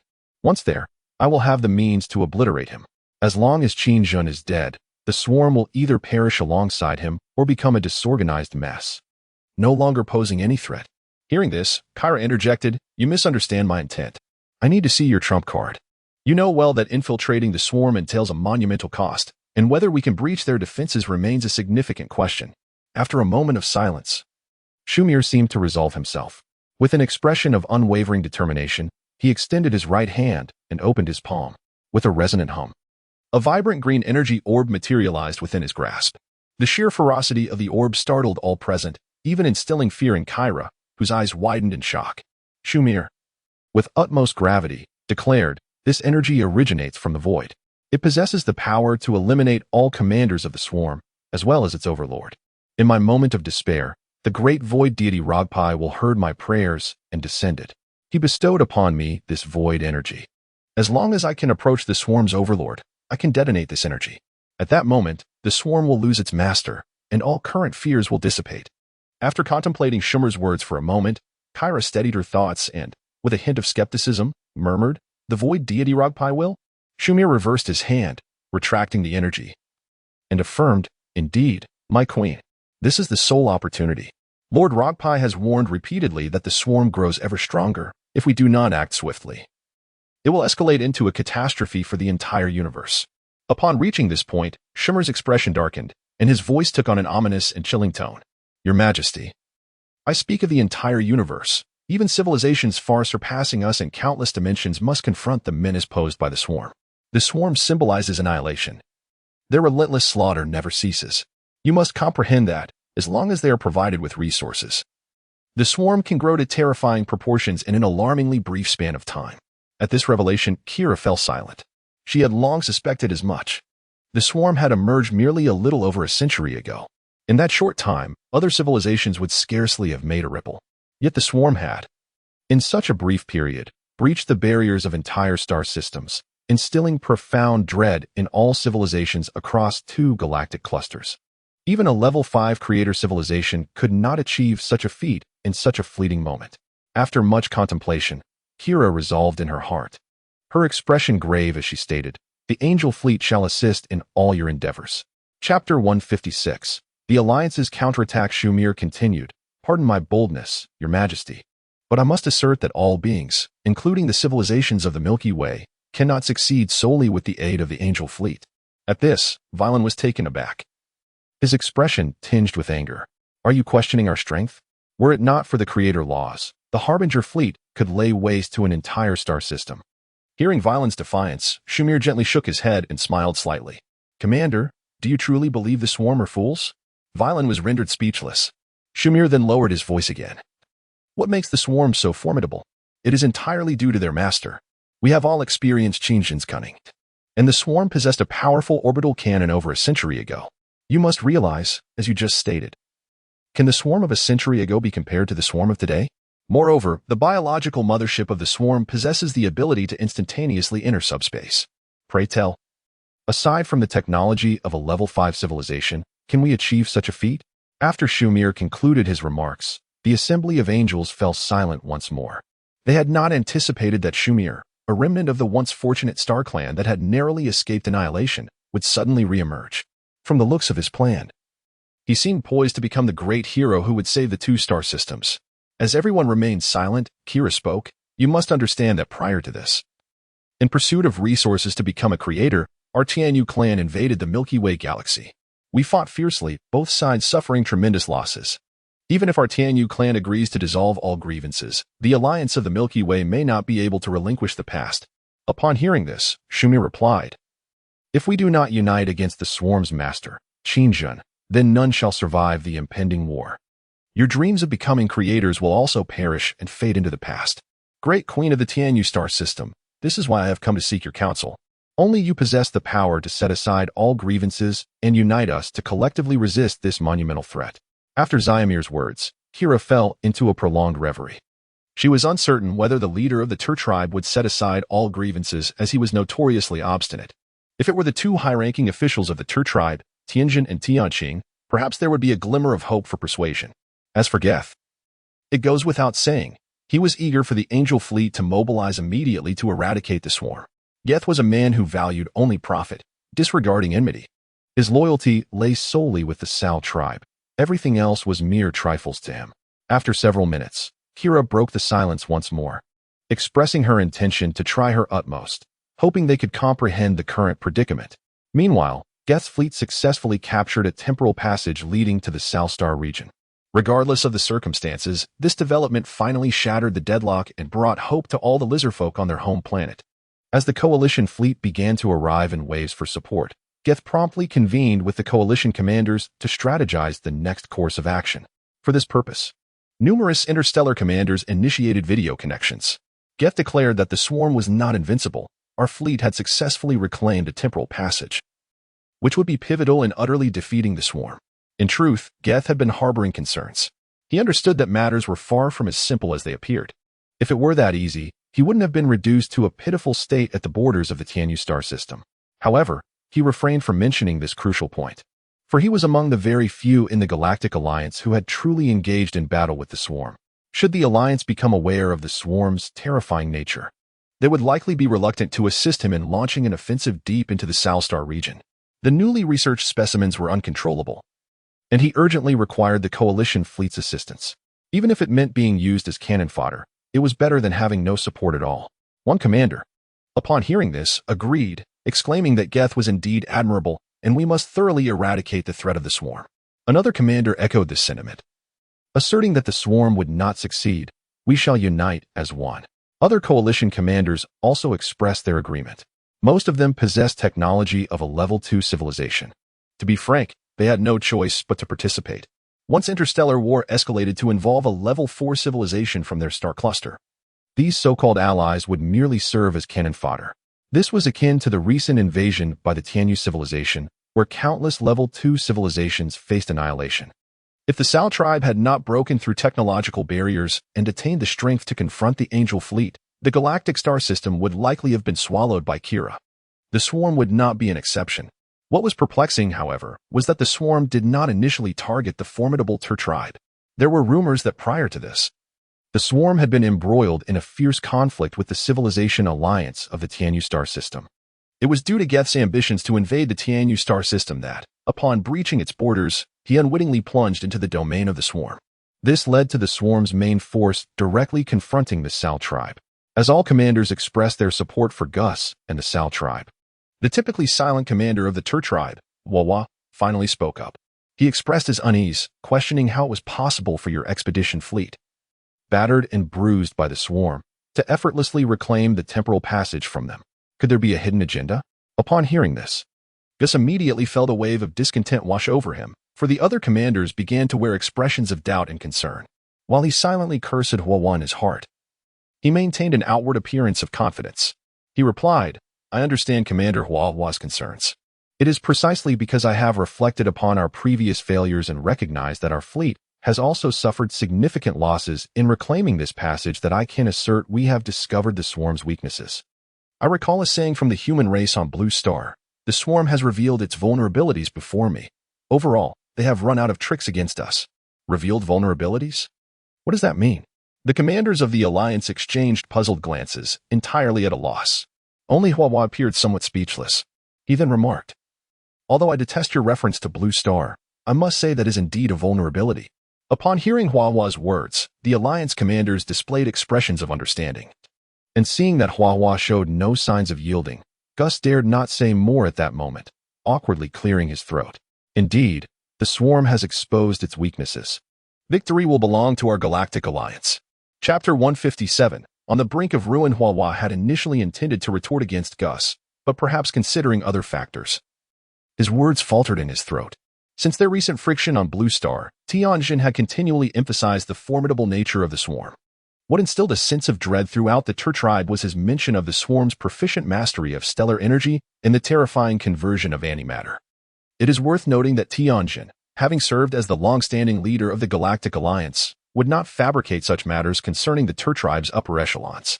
Meanwhile, he worried that Gus, for the safety of the Sal tribe, might withhold the truth he knew, which could lead to the failure of this operation and the annihilation of the Alliance fleet by the swarm. As various factions pondered how to counter Tianjin's strategies, Tianjin had already commenced his next plan. After Gus had seized the temporal passage, the lizard men on the Sal tribe's home planet, along with their deity manhwaedit, believed they would soon be able to resolve their crisis. It was at this moment that Tianjin began his assault on the Sal tribe's home planet. The planet was enveloped in a colossal energy shield, capable of rendering the entire planet invisible while possessing formidable defensive capabilities.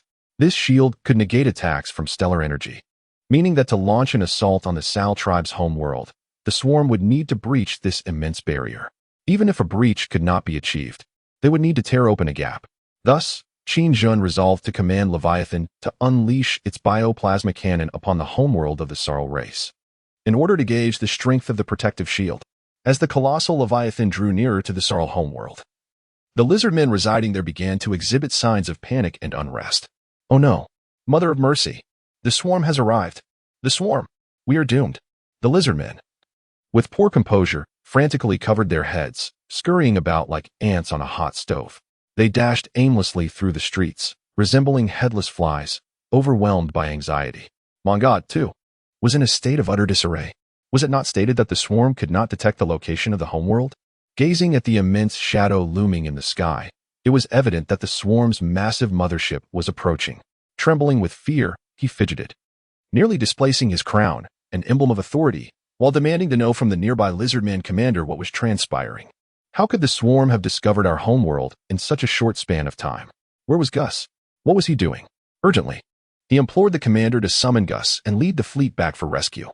The lizardman commander, taken aback by Manga's fierce inquiries, stammered, "We are already attempting to contact Lord Gus." Meanwhile, Gus, leading his formidable fleet and preparing to assault the swarm on 03, suddenly received a distress signal from the homeworld. "Lord Gus, urgent news. The swarm has discovered the homeworld.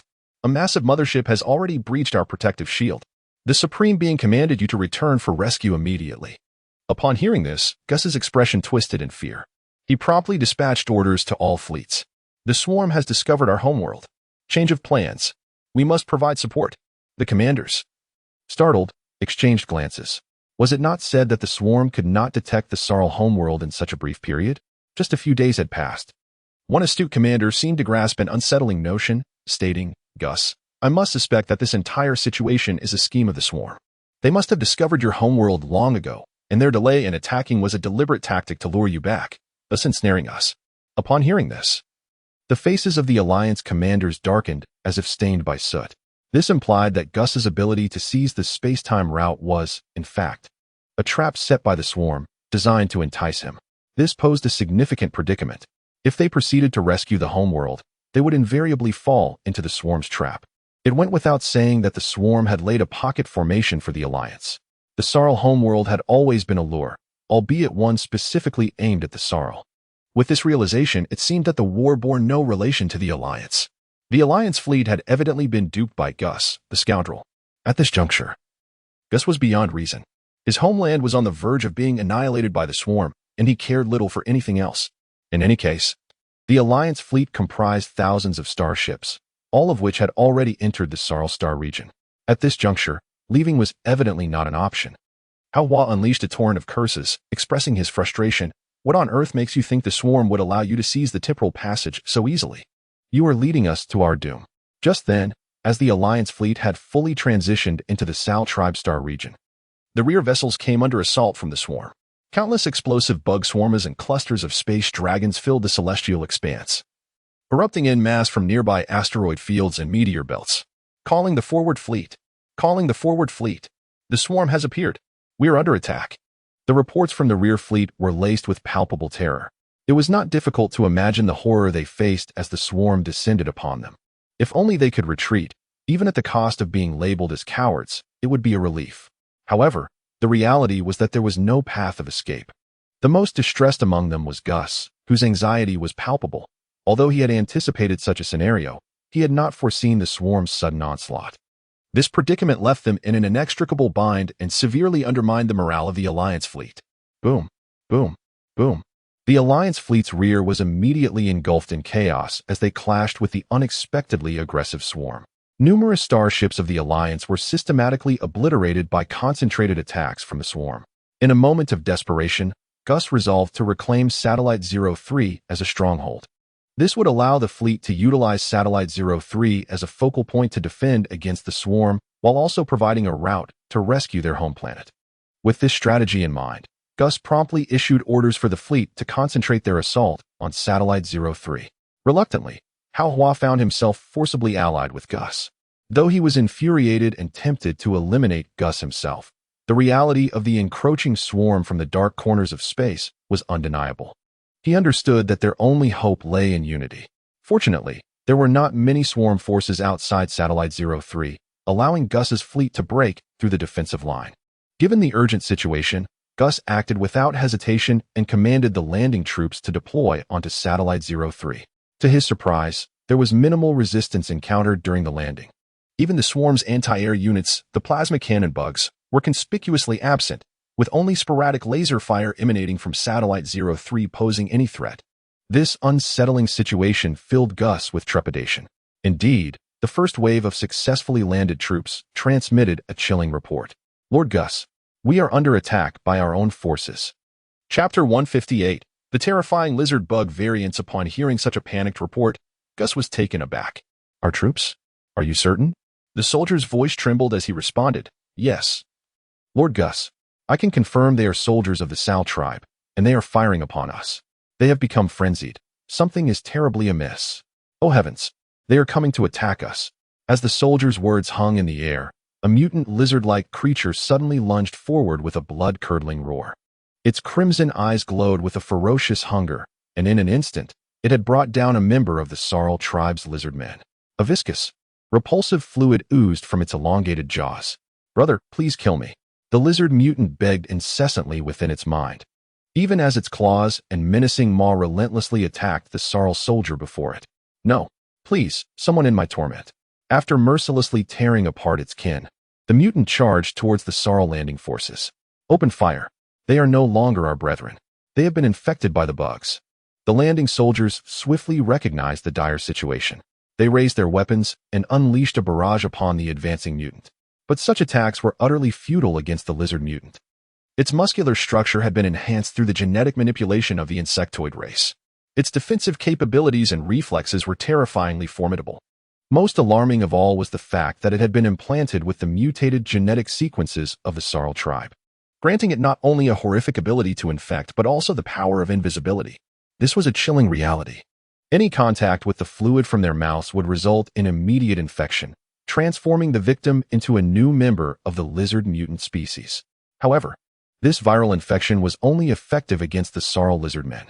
In truth, Qinzhen could slightly modify it to allow the lizard mutants to infect other organic life forms. Yet, this alteration would diminish the current ferocity of the mutants. Their agility and defensive capabilities would be significantly weakened.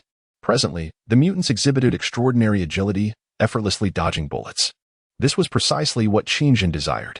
The Sarl landing forces engaged in a fierce battle with the lizard mutants, with countless Sarl soldiers meeting a gruesome end at the hands of the mutants before being infected themselves.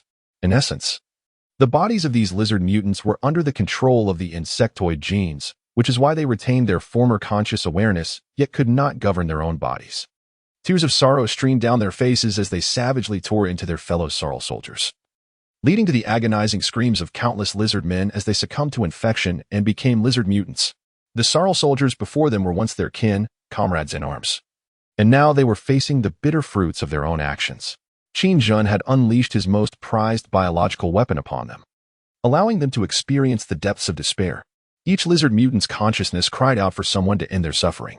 Meanwhile, the lizardmen forces landing from beyond the atmosphere were struck with horror at the sight of the shattered remains of their kin and the newly transformed, ferocious lizard mutants.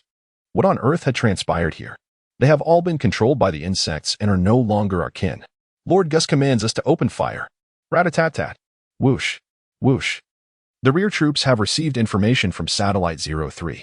Upon landing, although they were initially taken aback by the horrifying scene, they quickly regained their composure. They unleashed merciless fire upon the surrounding lizard-like insectoid mutants. Instantly, both sides were engulfed in a frenzied battle. The lizard-like insectoid mutants, relying on their nimble agility and fearless charges, inflicted severe losses upon the lizard men landing forces. More of the Sarl tribesmen were infected. Even when their heads were shattered, their bodies continued to charge recklessly. Unless they were obliterated in a single blow, it was impossible to halt the madness of the insectoid mutants. Boom. Boom, boom. The coalition fleet in the starry sky was also in dire straits, besieged by countless swarms of insects. They were utterly panicked, launching fierce counterattacks against the approaching hordes. This was evidently a trap set by Zakera. Although Gus had sensed it early on, he was compelled to take this risk for the sake of his home planet. If the home planet fell, the Sarl tribe would be doomed. Call the fleet. Call the fleet. We cannot withstand our kin controlled by the swarms. We request the fleet to obliterate this place. Roar. Rat-a-tat-tat. Gus had deployed a total of 20 million lizardmen troops to Satellite 03. In less than a few hours, they were either torn to shreds or transformed into lizard-like insectoid mutants. Gus's expression was filled with unbridled fury as he slammed his fist on the control panel of the command ship. 20 million Sarl soldiers had been completely annihilated in just a few hours. With their fleet's firepower, they could easily obliterate Satellite 03. But Gus needed this satellite as a launch pad. Without conquering it, everything would only worsen. The current situation necessitated taking this satellite. Otherwise, the coalition fleet would be overwhelmed by the swarms. At this moment, the coalition fleet was also overwhelmed, managing to repel the swarms time and again. Yet countless starships were continuously destroyed by the insect hordes. Zakera had enhanced the explosive mosquito swarms and spatial dragon clusters to level 11. Intensifying the ferocity of the insect attacks. The Galactic Coalition fleet, apart from the luxurious vessels and a few other level 3 civilizations that could barely withstand the swarms, found their level 2 civilization starships utterly powerless against the current onslaught. Their vessels were easily destroyed by concentrated assaults from the spatial dragon clusters. They did not even know who the commander of this swarm was. Witnessing the dire state of the battlefield, the luxurious fleet began to grow anxious. Without reinforcements, if this continued, they would surely perish here. Yet, they were unwilling to let the swarms prevail. Realizing this, he sent messages to all commanders, stating that this was a dreadful trap and that he must request support from the Terral High Command. Otherwise, they would all meet their demise here. A commander of the Alliance exclaimed, "This is splendid, Your Excellency. I truly hope we can endure until reinforcements arrive." Upon hearing these words, all fleet commanders glimpsed a flicker of hope for survival. At this juncture, only the main fleet of the Tell tribe could possibly break the siege. The Excellency replied, "Indeed. I shall petition the Council to release Tianjin. Only his fleet possesses the capability to save us." Chapter 159. The decision of Tianjin as the Alliance fleet found itself ensnared in a predicament within the Sal tribe's star sector. A Tell spaceship suddenly emerged in the outer reaches of a planet. In haste, it traversed the planet's atmosphere. This celestial body harbored a colossal steel base, designated by the Tell for the exile of criminals. Tianjin and his subordinates were confined here, and at this moment, he was intently fixated on the information displayed on the large screen before him. A female robotic entity of the Tell was articulating the current events. with the temporal passage connecting to the Sal tribe star sector visible behind her. She reported, "The swarm's main force has launched a significant invasion of the Sal tribe star sector. Recently, Commander Gus of the Sal tribe assembled a massive fleet, attacking the temporal passage and achieving victory. It is rumored that the Alliance has gleaned some information regarding the swarm's dominator, at the very least. We now know its name, Qinzhenhua, the Harbinger of Destruction. The Alliance has not disclosed much information about it. Whether it exists in a form akin to an insect or as a spectral entity remains uncertain." As Tianjun absorbed the interstellar news, a figure named Flashleap approached, redirecting his gaze to the screen.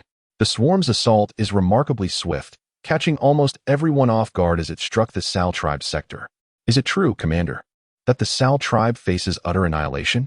Upon hearing this, Tianjin cursed, "Damn Gus for withholding vital information about the swarm. He has led the Alliance fleet into the swarm's trap." "A trap?" Flashleap inquired, perplexed. "But the reports indicate that the Sal fleet has reclaimed a temporal passage. That seems rather promising." With a cold smile, Tianjun retorted, "You and I have witnessed that self-proclaimed dominator of the swarm on Blue Star. Those lizard experimentations infected by the void were obliterated in an instant. Do you truly believe the swarm would be so easily dispatched?" Flashleap recalled the events, his expression turning grave. "Indeed, so this means the Sal tribe is doomed." As the two conversed, a towering transformer, resembling Tianjun, accompanied by several smaller transformers, approached. Hearing the commotion, both Tianjun and Flashleap turned their mechanical heads in curiosity. Upon recognizing the visitor, their expressions shifted to one of astonishment. In unison, they exclaimed, "Arbitrator Tianqing? What brings you here?" Tianqing came to a halt, his demeanor solemn as he addressed Tianjin, stating, "We have received a distress signal. Commander Haohua is in peril within the Sarl clan star region, and we must proceed to render assistance." Upon hearing this, Tianjin's expression darkened. "The Sarl clan star region? Has he been deceived by Gus?" Tianqing replied with a sense of resignation, "Indeed, we received Gus's request, commanding Haohua to lead the fleet to provide support. But they have fallen into the ambush of the swarm." At this revelation, Tianjin's anger flared slightly as he pointed a finger at Tianqing. "I have warned everyone. The swarm is a civilization of exceptional technological prowess. Their ability to convert antimatter energy surpasses our capabilities, making them formidable adversaries." He continued, "I have had direct contact with the sovereign of the swarm on Blue Star. It appears unwilling to engage us as foes. Your actions may provoke them, plunging the Tel clan and the entire galaxy into a horrific war against the swarm." Tianqing countered, "Haohua is merely in a predicament. Perhaps the situation is not as dire as you perceive. We require your fleet." This left Tianjin astonished, and with evident displeasure, he retorted, "What? You wish for me to engage the swarm in the Sarl clan star region? Has the Tel clan fleet been entirely obliterated? Why must it be me?" Tianqing asserted, "Only you can accomplish this. Your spark is mightier than any other commander. You must understand this. Sending another fleet would only escalate casualties. As you mentioned, you have had direct contact with the swarm's sovereign, making you the most knowledgeable among us." He added, "The Cybertron has been repaired and awaits your command, Commander." After Tianqing spoke with a grave demeanor, Tianjin hesitated. Suddenly, Shanwei interjected, her tone filled with discontent. "Yes, Arbiter, when you ordered us imprisoned here. Did you foresee such a day? The swarm will only trouble the Sarl clan. We have already suffered enough losses without further antagonizing them." Shanwei attempted to voice more, but Tianjin intervened, stating, "We are merely going to rescue Haohua and the allied fleet. We shall not involve ourselves in the war between the Sarl clan and the swarm." To this, Tianqing affirmed, "Precisely." Meanwhile, in the atmosphere above the Sarl clan's homeworld, Qinzhen's Leviathan unleashed a biological plasma cannon upon the protective shield guarding the Sarl clan's home. With a resounding boom, the attack, capable of destroying a Tier 4 civilization starship, merely caused ripples across the shield. Despite this, it sent the entire Sarl clan's lizardfolk into tremors of fear. "Oh no, the swarm is about to launch an attack. Help, I am not ready to die." The homeworld of the Sarl clan was predominantly inhabited by high-ranking nobles and numerous citizens who had contributed to the clan. Its defensive forces consisted solely of inconsequential fighters and the guards of Mont. Prior to this, everyone believed that no one could breach the defenses of the several bases surrounding the homeworld, which included vast military installations and several fleets of the Sarl clan. Who could have imagined that the swarm would conquer all forces within the entire Sal tribe star region in such a brief span of time?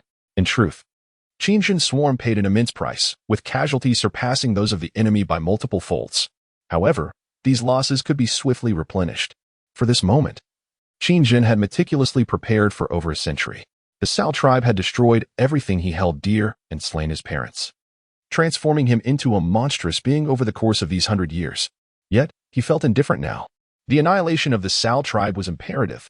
After several probing attempts, Qingjin realized that relying solely on the Leviathan's assault would not suffice to breach the protective shield of the Sao tribe's home planet in such a short time.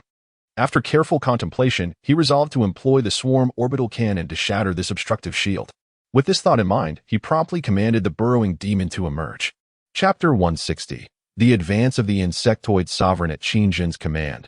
The burrowing demon swiftly erupted from within the Leviathan, its grotesque maw appearing directly beneath Qingjin's feet, and it voraciously swallowed him whole. Soon after, it revealed a significant portion of its massive form, lifting its head skyward to emit a cacophony of earth-shattering roars. With a resounding crash, two enormous insectoid limbs, several meters long, violently emerged from the burrowing demon's sides, striking fiercely against the Leviathan's impenetrable shell. The burrowing demon continued to unleash terrifying roars, utilizing its limbs for support as it pulled its lower half out from within the Leviathan. It then crawled sluggishly toward the Leviathan's head, resembling a colossal axolotl, dragging its cumbersome body with its forelimbs. Upon reaching the Leviathan's head, the Sao tribe's home planet came into view beneath the burrowing demon. Its immense form began to writhe at a visibly accelerated pace. This transformation was orchestrated by countless nanobots, essentially a manifestation of Qingjin's cellular restructuring, and could be interpreted as an extension of himself. With a resounding crack, the remaining limbs also began to materialize. The burrowing demon twisted its body into a coil, and in the next moment, a bizarre biological cannon, formed from innumerable nanobots, began to extend outward. This cannon differed significantly from its predecessors. It had become shorter and more robust, enveloped in an extraordinarily hard shell. The orbital cannon was no longer supported by 3 limbs, but had evolved to possess 6. The fleshy tubes that previously adorned the sides of the cannon had vanished, replaced by rows of pulsating purple biobags, each containing immense energy. Qingjin had successfully integrated stellar energy, yet regrettably, he was just one step shy of fusing an antimatter annihilation cannon. This time, the swarm's energy orbital cannon re-emerged, exponentially more powerful than before. With a thunderous bang, it resonated through the air. The orbital cannon's base was now supported by 6 colossal appendages, resembling a gigantic armored cockroach. Qingjin commenced the charging of stellar energy. Master, shall we charge to full stellar energy?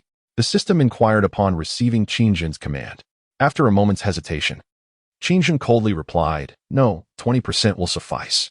We cannot annihilate their home planet with a single shot. That would be too merciful. I desire them to perish in agony." "Understood, Master." Charging stellar energy to 20%.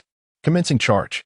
As the system's notification resonated, 2 rows of biological sacs on either side of the cannon began to pulse with a more vibrant purple luminescence.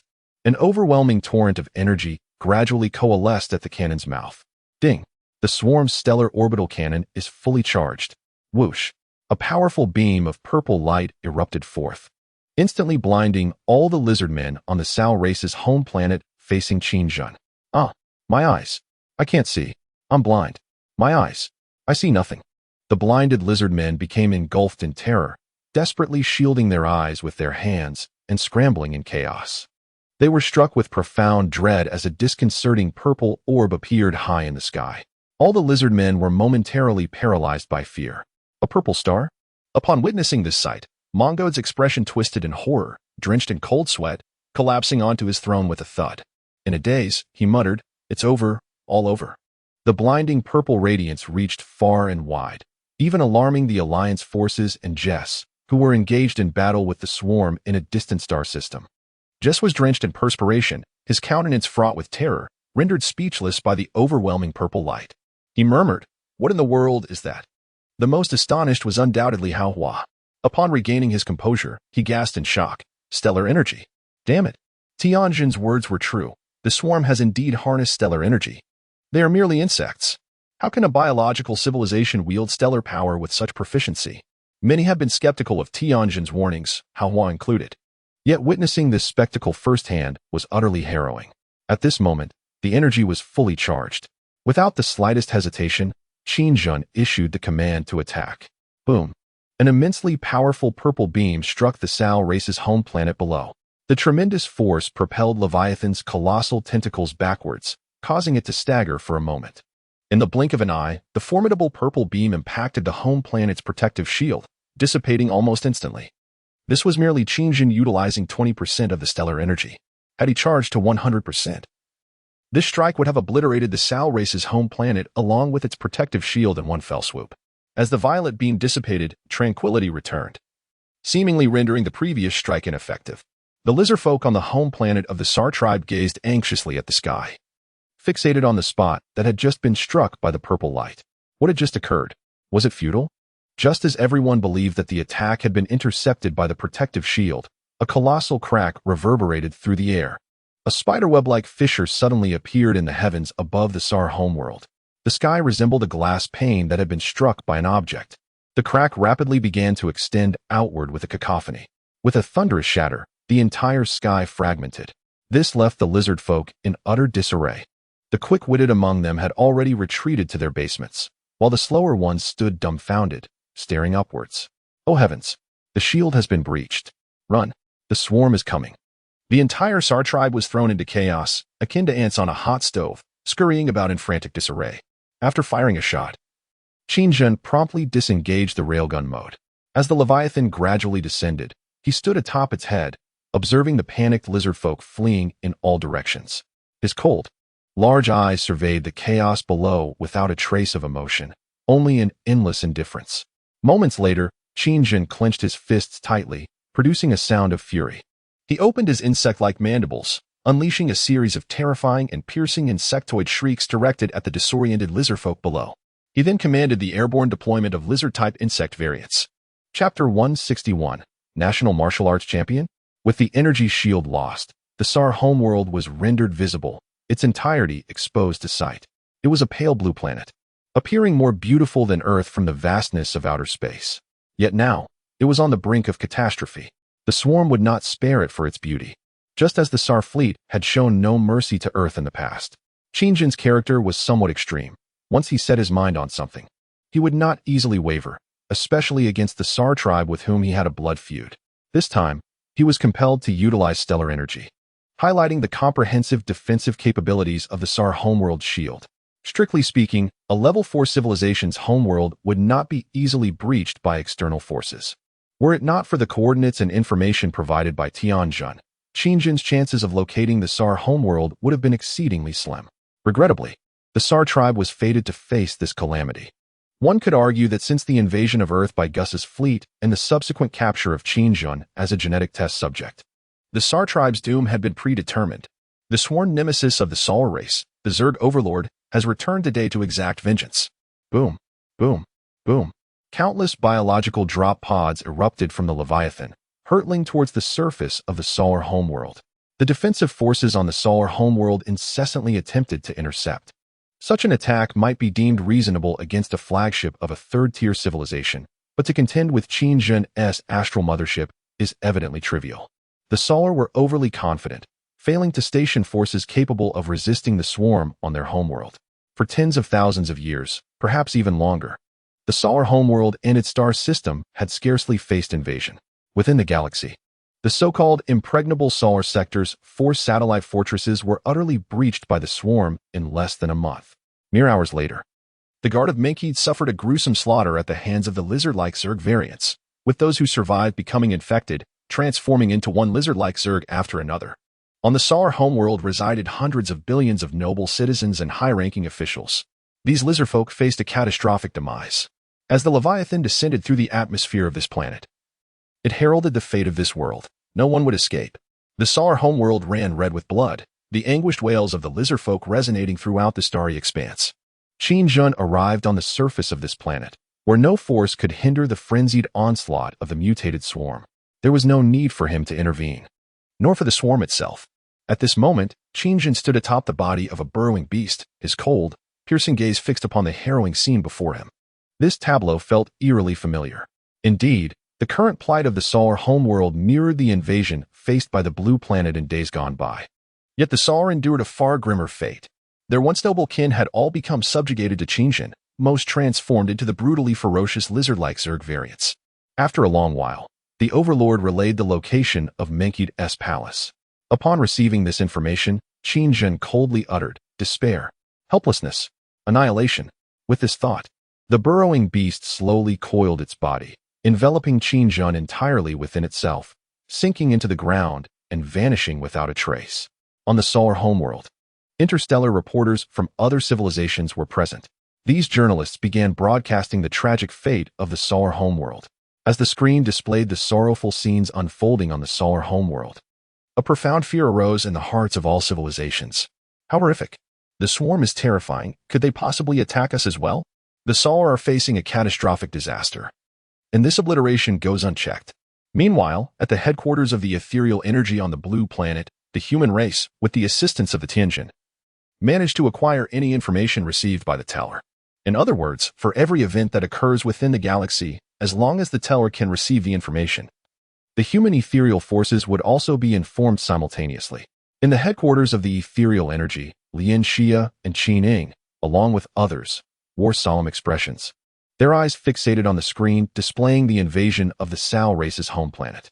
A colossal celestial beast loomed ominously above the Sao homeworld, while countless mutated lizard-like creatures ruthlessly hunted their former kin.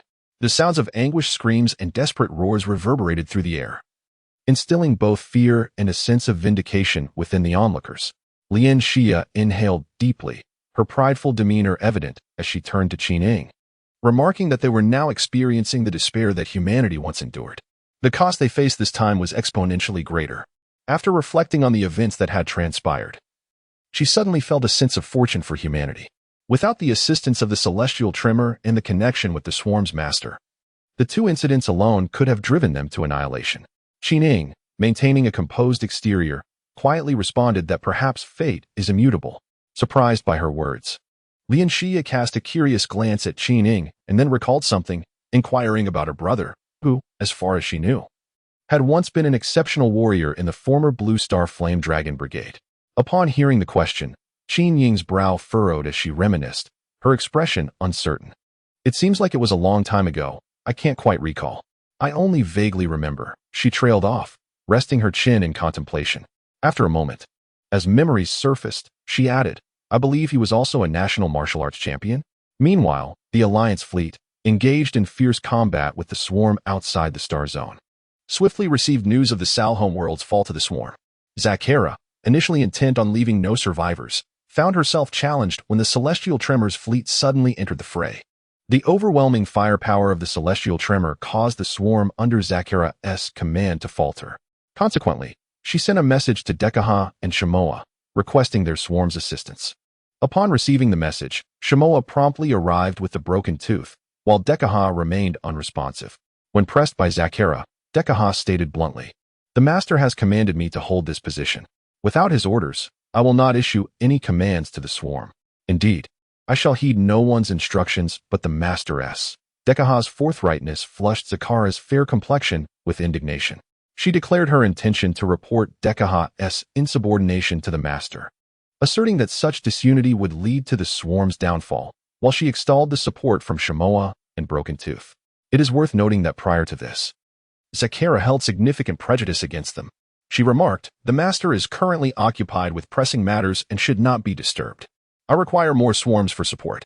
Chapter 162, The Rescue Operation of the Celestial Tremor. Shamoa replied, I merely felt that if I did not come, you would perish, which would be a tremendous loss for the Master.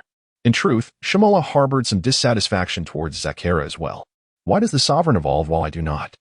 Shawan believes that her individual strength can easily overpower Zakera. In the past, it was unquestionable, even now, as Zakera has ascended to the status of a swarm queen. It does not alter the fact that she remains inferior to Shawan. Zakera, however, remains unfazed.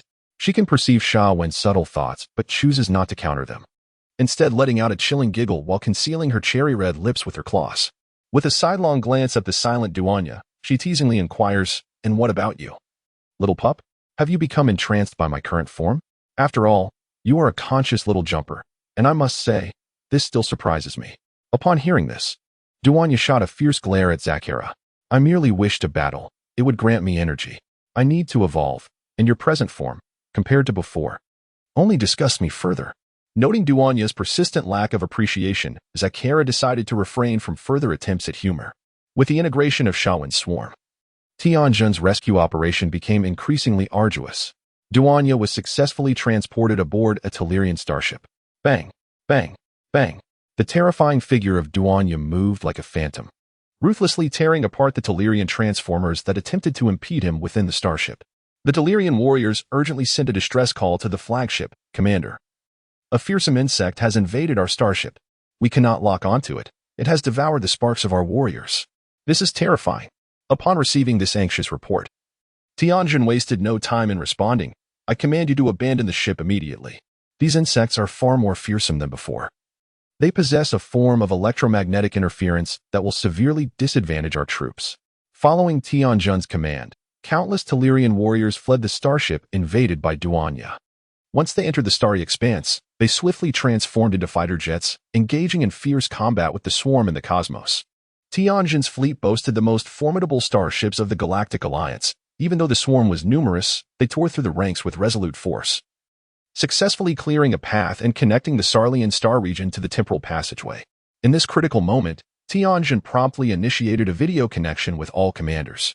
With a commanding tone and a serious demeanor, he articulated through his mechanical mandibles, "We must evacuate immediately. The swarm is advancing." "Understood, Commander," responded the exuberant manhwa, who swiftly issued orders for a rapid retreat. "All artillery units forward. We are about to enter the temporal passageway and leave this cursed place." As manhwa's fleet gradually exited the temporal passageway, the other allied fleets hastily followed suit, eager to escape the battlefield. They wished to remain not a second longer, not even for a fleeting moment. At that moment, all fleets successfully broke through the encroaching swarm in the nearby cosmos, commencing a complete withdrawal. Tianjin, however, discovered that Gus's fleet was still assaulting Satellite 03. Despite his deep-seated disdain for Gus, he ultimately felt compelled to reach out for a connection. In the video, Tianjin, addressing Gus, who was seething with anger, expressed, "I comprehend your current sentiments. However, if you do not retreat now, you shall forfeit your last opportunity. The downfall of the Sarl race has become an unavoidable reality, and you are incapable of reversing this situation today. I shall grant you merely 10 minutes to ponder. Should you remain obstinate, I will lead my fleet away, and you must bear the consequences." Upon hearing Tianjin's words, Gus darkly replied, "Thank you, but before that, I must annihilate this satellite. I cannot allow it to fall into the hands of the swarm, at least not now." With that, Gus terminated the connection with Tianjin and commanded the dreadnoughts within his fleet to charge their main cannons, instructing, "Destroy this satellite." Witnessing this, Shan Yu approached Tianjin and remarked, "Yes, Commander, I believe we need not concern ourselves with him. In the Solar Star region, he nearly opened fire on us. Moreover, Gus's demise might be beneficial, as we cannot ascertain the nature of his experimental bases in certain star regions. Those specimens are equally terrifying." After a brief silence, Tianjin responded, "We cannot exploit another's misfortune, at least not now. Regardless, their actions have met with just retribution. While I hold an aversion towards Gus, I cannot deny the fact that he is a formidable interstellar commander." After listening to Tianjin, Shan Yu pondered for a moment before replying, "Commander, I must question whether your spirit has been tainted by the sentiments of the human race on Blue Star. This is indeed a most unfortunate circumstance. It is no wonder that the elders have consistently opposed your involvement with humanity." As soon as Shan Yu finished speaking, Tianjin seized him by the neck, swiftly bringing him close. With a fierce glare, Tianjin stated, "I may tolerate others' doubts, but do not forget, you are my subordinate." With that, he forcefully pushed Shan Yu away, causing him to stagger backward and fall onto the starship's deck with a thud. Struggling to rise, Shan Yu managed to say, "Yes, Commander, I understand." Tianjin scoffed and dismissed him, redirecting his gaze to the command room screen, fixated on the plight of the Sarl homeworld. Just as he was intensely focused on the screen, the image suddenly flickered. While he contemplated this anomaly, the display abruptly returned to normal. However, what appeared on the screen was a humanoid one-eyed creature. This footage was broadcasted throughout the entire galactic system, and even other star systems received this unexpected transmission simultaneously. The humanoid insect was fearsome in appearance, its body encased in a layer of dark biological exoskeleton, with razor-sharp bone spurs protruding from its limbs and joints. Behind it were a pair of insect wings that were proportionately harmonious with its physique. Beneath the head, the entirety of the body was adorned with subtle, flowing purple energy patterns. Most striking of all were the enormous violet eyes that nearly dominated its face, presenting an extraordinarily unique visage. In the video, Qingjin sneered repeatedly, and with a raspy, hollow voice, reminiscent of a beast growl, he proclaimed, "Greetings, I am the overlord of the insectoid race, Qingjin." Chapter 163. Public humiliation. Though merely a figure on the screen, Qingjin exuded an overwhelming aura of oppression that was almost suffocating. On certain home planets of secondary civilizations, beings of lesser fortitude trembled at the mere sound of his terrifying voice. Their gazes were filled with dread as they beheld this humanoid insect, who claimed to be the overlord of the insectoid race, the supreme will of all insect swarms, all life forms, as well as civilizations devoid of life, that received this transmission were left pale and parched, involuntarily swallowing the saliva that gathered in their throats, terrified by Qingjin's sudden appearance. At that moment, the attention of all was fixated upon the figure of Qingjin on the screen. Even Gus paused all actions, staring in horror at the visage of Qingjin, the leader responsible for the annihilation of all that lay before him, the true face of the overlord of the insectoid race. Amidst the panic, a profound confusion lingered. Prior to this, aside from the Tianyu race, few civilizations had glimpsed Qingjin's true form. His appearance had been widely disseminated across various civilizations. Those who had encountered the burrowing demon described it as a gigantic sandworm, while others who had witnessed the slaughter form spoke of a monstrous three-tailed beast. The Tianyu alliance, having been struck by the insectoid orbital cannon, asserted it to be an exceedingly large insect. Opinions varied greatly. On Blue Star, all were engulfed in a deep-seated fear as they gazed upon Qingjin on their screens. Tianjin was equally astonished into silence, all waiting in anticipation of what Qingjin would articulate next, pondering the purpose of his abrupt emergence. Qingjin paused momentarily, then stirred his grotesque insect mandibles and declared, "Before this, you may have been speculating about my true nature. If that is the case, I must remind you that your focus is misplaced. Indeed, the insect swarm has launched an assault against the Sao race. Perhaps you are puzzled by the unfolding events, and some of you may even be clandestinely plotting to thwart me. Thus, I feel compelled to speak a word of fairness. You harbor profound misunderstandings about the insect swarm. I can now reveal that the swarm is not a harbinger of destruction, but rather a purveyor of purification. Indeed, as you can observe, the swarm is cleansing all unstable elements across various star systems, even throughout the cosmos." Upon hearing Qingjin's assertions, the universe erupted in an uproar. Discussions ignited fervently. What was the meaning of this? The ruler of the insect swarms, synonymous with annihilation, was boldly declaring himself a messenger of justice? This was utterly absurd. Such claims were nothing short of preposterous. It is utter nonsense. It is a demon. The swarm will devour everything. Indeed, it is lying. No one would be willing to believe the ramblings of this creature. The swarm is a demon.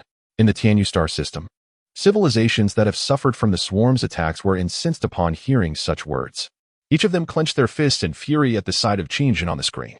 "Cursed demon, you shall face retribution. You will not die a good death. Damned, I curse you to bear 100 offspring, all male." Having just heard Qingjin's words, many civilizations that had narrowly escaped the swarm's onslaught murmured in unison, insisting that Qingjin must be held accountable for the swarm's actions. Yet, Qingjin remained oblivious to their reactions, although he could surmise some of it. At that moment, the screen revealed two lizard-like insectoid mutants holding down another lizard man clad in resplendent attire, bringing him before Qingjin. Upon witnessing this scene, all viewers were struck dumb with shock. As soon as they beheld the lizard man, Gus and all the lizard folk grew extremely tense, exclaiming, "The Lord God." Gus was filled with rage yet felt utterly helpless. The Lord God of the Sarl tribe, Mongold, the spiritual pillar of all Sarl lizardmen, had now been reduced to a captive of the insectoid overlords. Gus's expression turned furious, his fists clenched tightly, and his eyes were filled with veins of wrath. Seeing their Lord God subjected to such public humiliation ignited an extreme fury among the lizardmen. Some could no longer contain themselves and approached the grim Gus, saying, "Lord Gus, give the order. Let us rescue our Lord God." However, Gus's last vestige of reason quelled his fury. He understood that to act now would play directly into the hands of that insect, which was inciting all Sarl people. From all indications, the swarm appeared to be exacting revenge upon the Sarl tribe, and Gus could not fathom what had transpired to lead to this. Tianjin was equally astonished. He had even foreseen the impending fate of Mongold. Others might not understand why the insectoid overlord would act thus. But Tianjun was aware of the events that had unfolded. The insectoid overlord, Qinjun, was once of the human race. Yet, no one knew how he had become the master of the swarm. Nevertheless, all that had transpired was now of little consequence. The Sarl tribe was paying the price for their past deeds. It had returned to exact vengeance upon them. This was why Tianjin had consistently emphasized the moral dichotomy of humanity. Qinjin had transformed into the embodiment of evil in Tianjin's eyes. Just as everyone was engulfed in shock, Qinjin began to speak once more. He remarked that the Sarl tribe's Lord God, Mongold, was indeed a spiritual leader of a fourth-tier civilization. However, what you do not realize is how many races have perished under his dominion. Mongold, filled with indignation, retorted to Qinjin, "I demand clarity." Hearing this, Qinjin coldly turned his terrifying large eyes towards Mengkeed. With a chilling tone, he asked, "Do you wish to die with clarity? Yet I believe you lack the authority for such a wish." With that, he strode forward and suddenly gripped Mengkeed's neck with his razor-sharp claws. This act instantly caused an uproar among all those watching on screens. A leader of a level 4 civilization was subjected to such humiliation. This was, after all, a public spectacle for all civilizations. It was undoubtedly a public trial for Mengkeed. Witnessing Mengkeed's disgrace, several starships from the Gus fleet surged forward. Upon realizing this, Gus was taken aback and hastily ordered, "Stay where you are. Anyone who dares to defy my command shall face death." However, it was too late for Gus's orders. The starships racing towards the Sarl tribe's homeworld were met with a fierce barrage from the swarm, disintegrating into cosmic dust in an instant. This sight intensified Gus's fury, and he struck the screen with a powerful punch, shattering the entire control panel. Furiously, he seethed, "Insectoid ruler Qinjun, I shall not let you escape unscathed." Chapter 164. The death of Mengkeed. In a state of extreme anger, Gus took a moment to compose himself before making a difficult decision. He issued a retreat command to the remaining Sarl fleet. Any hesitation would result in the encirclement by Zakhara and the Shan swarm, leaving no chance of escape. Gus stood tall, commanding, "All fleets, heed my orders and retreat immediately. Today, the swarm has obliterated our homeland, and my noble kin are suffering, reduced to their prey, becoming mere instruments of slaughter. We must forever remember this day. In the face of the swarm, the divine Mengkeed shows no fear. His spirit will eternally guide us. I, Gus, vow that one day, I shall lead the Sarl fleet back to this starry expanse and take vengeance upon the insectoid rulers." Upon hearing Gus's declaration, all the lizard men were filled with uncontainable rage. Yet, they understood that they were currently incapable of defeating the swarm. Despite the divine being in the clutches of the insectoid ruler, retreat was the only prudent course of action. Under Gus's orders, the Sarl fleet, filled with indignation and fury, withdrew from the Sarstar region. Meanwhile, as Mengkeed was gripped by Qinjin, his gaze was fiercely directed at him, filled with anger. As the supreme leader of the Sarl, it would be unacceptable to lack even this modicum of spirit. This scene was broadcast live across various galaxies inhabited by sentient civilizations. At this moment, everyone paused their actions, their eyes fixated on the unfolding spectacle, the public trial of Sarl deity Mengkeed by insectoid ruler Qinjun. In the face of Qinjun, Mengkeed displayed not an ounce of fear. He retaliated fiercely, stating, "You shall one day face the consequences for your actions today." Upon hearing this, Qinjun, with a chilling demeanor, calmly articulated, "You who presume yourselves to be exalted may act with impunity, believing that the diminutive races can be obliterated at your whim. But tell me, who shall be held accountable for those who perished at the hands of your Sarl race?" As Qinjun's words resonated, Mengkeed's expression shifted from anger to astonishment. It was evident that Qinjun had endured persecution from the Sarl. In disbelief, Mengkeed questioned, "What have we ever done to you?" Taken aback for a moment, Qinjun's countenance darkened as he replied, "All that has transpired is now but a memory. Yet the anguish I suffered shall be repaid tenfold. The swarm will cleanse the Sarl race from existence, until they are utterly eradicated from the cosmos. And this will not cease until then." With that, Qinjun spread his left hand, and with a swift motion, a swirling orb of purple energy erupted in his palm. Upon witnessing this formidable energy, Mengkeed was engulfed in panic, struggling desperately against Qinjun's grasp. Qinjun, with his piercing gaze fixed upon the trembling Mengkeed, proclaimed, "Perhaps in the future, I shall receive my due retribution, but before that, let you pay in blood for your transgressions." With a decisive thrust, he infused the energy into Mengkeed's crown, and subsequently released him. The energy coursed through Mengqi's body, rapidly spreading its influence. Once freed from Qingjin's grip, Mengqi was overtaken by excruciating pain, grasping his throat in a futile attempt to stave off death. Moments later, a blinding purple light erupted from his 7 orifices. His body began to disintegrate from within, and in a fit of rage, he reached out with his clawed hands toward Qingjin, desperate to articulate his thoughts. But words failed him. Then, another surge of purple light violently radiated from his being.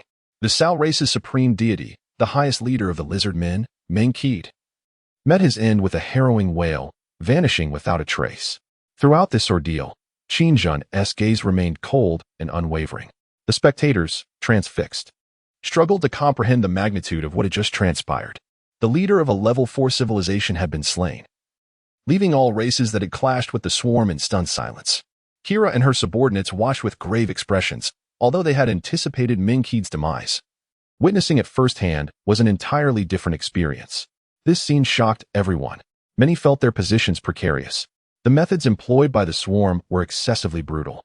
In the aftermath of this event, the Galactic Alliance found renewed unity, yet they now faced the daunting reality of losing the Sao as a formidable ally, making their confrontation with the swarm's threat increasingly arduous.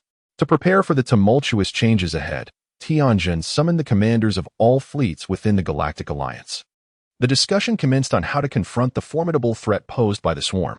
Tianjin recounted the devastation inflicted upon the Sao clan, whose millennia of existence were obliterated by the swarm in a mere month. This served as a clarion call for unity. It was imperative that they band together to withstand this crisis. All commanders of the Galactic Alliance expressed their agreement, their expressions grave and silent. The terror of the swarm was palpable. What means could they possibly employ to vanquish such an adversary? Just as despair enveloped the assembly, a projection abruptly materialized at the Alliance meeting, unsettling everyone present. Greetings, esteemed members. It appears you have encountered a significant quandary, the figure announced. Upon recognizing the sudden intrusion, Tianjin's demeanor grew even more solemn. Queen Kyra of the Tianyu civilization, he intoned. Indeed, Chancellor. I am Kyra, the current leader of the Tianyu civilization. And it is a pleasure to meet you, she replied. The exchange only intensified the unease among the attendees. Kyra, the very architect of the invasion of the galactic system, had arrived. A wave of chaos swept through the conference room. Simultaneously, Jess, accompanied by a throng of lizard folk, managed to escape the encirclement of Zakhara, witnessing helplessly as his homeland was ravaged by the swarm. Even the deity he revered had fallen victim to the swarm's dominion. I shall remember everything, Jess vowed. Yet, Zakhara believed that Jess must perish. She reasoned that should the sovereign take such action, any surviving members of the Sao clan could pose future complications for the swarm. Although the swarm appeared unstoppable, eliminating uncertainties and potential threats was deemed essential by Zakhara, as Jess's fleet narrowly evaded to a remote star system to strategize their next moves. The swarm commenced a relentless search for his whereabouts. Meanwhile, Qingjin, situated on the Sao homeworld, suddenly had an epiphany and issued a directive to Zakhara. The remaining Sao members pose no threat to the swarm. We must expedite the collection of all available resources within the Sao star system. Chapter 165, the request denied upon receiving Qingjin's command. The swarm began to voraciously extract all usable resources from the Sao star system. Numerous colonial planets of the Sao faced the brunt of the swarm's onslaught. At that moment, Kyra's projection reappeared at the Alliance meeting, instilling terror in all present. They found themselves besieged by the swarm, with the looming threat of the Tianyu civilization behind them. The Galactic Alliance was indeed in dire straits. Tianjin's countenance darkened. Kyra, what is your purpose in coming here? He inquired, his tone demanding. In response to Tianjin's inquiry, Kyra maintained her composure. I come with no ill intent, at least not to revel in your misfortune. As you can see, the swarm is a colossal threat to us all. Their emergence has disrupted everything. Upon hearing this, the commanders of the Galactic Alliance exchanged glances, their expressions grim and unyielding. After listening to Kyra, Tianjin fell into a moment of contemplation. He remarked, Indeed. It is precisely for this reason that your expeditionary fleet has been compelled to retreat from our galaxy. His tone carried a hint of hostility. Tianjin would never forget the transgressions committed by the Tianyu civilization against the galactic system. The threat posed by the swarm was undeniably unsettling. However, thus far, their assaults had been directed solely at the Sao race.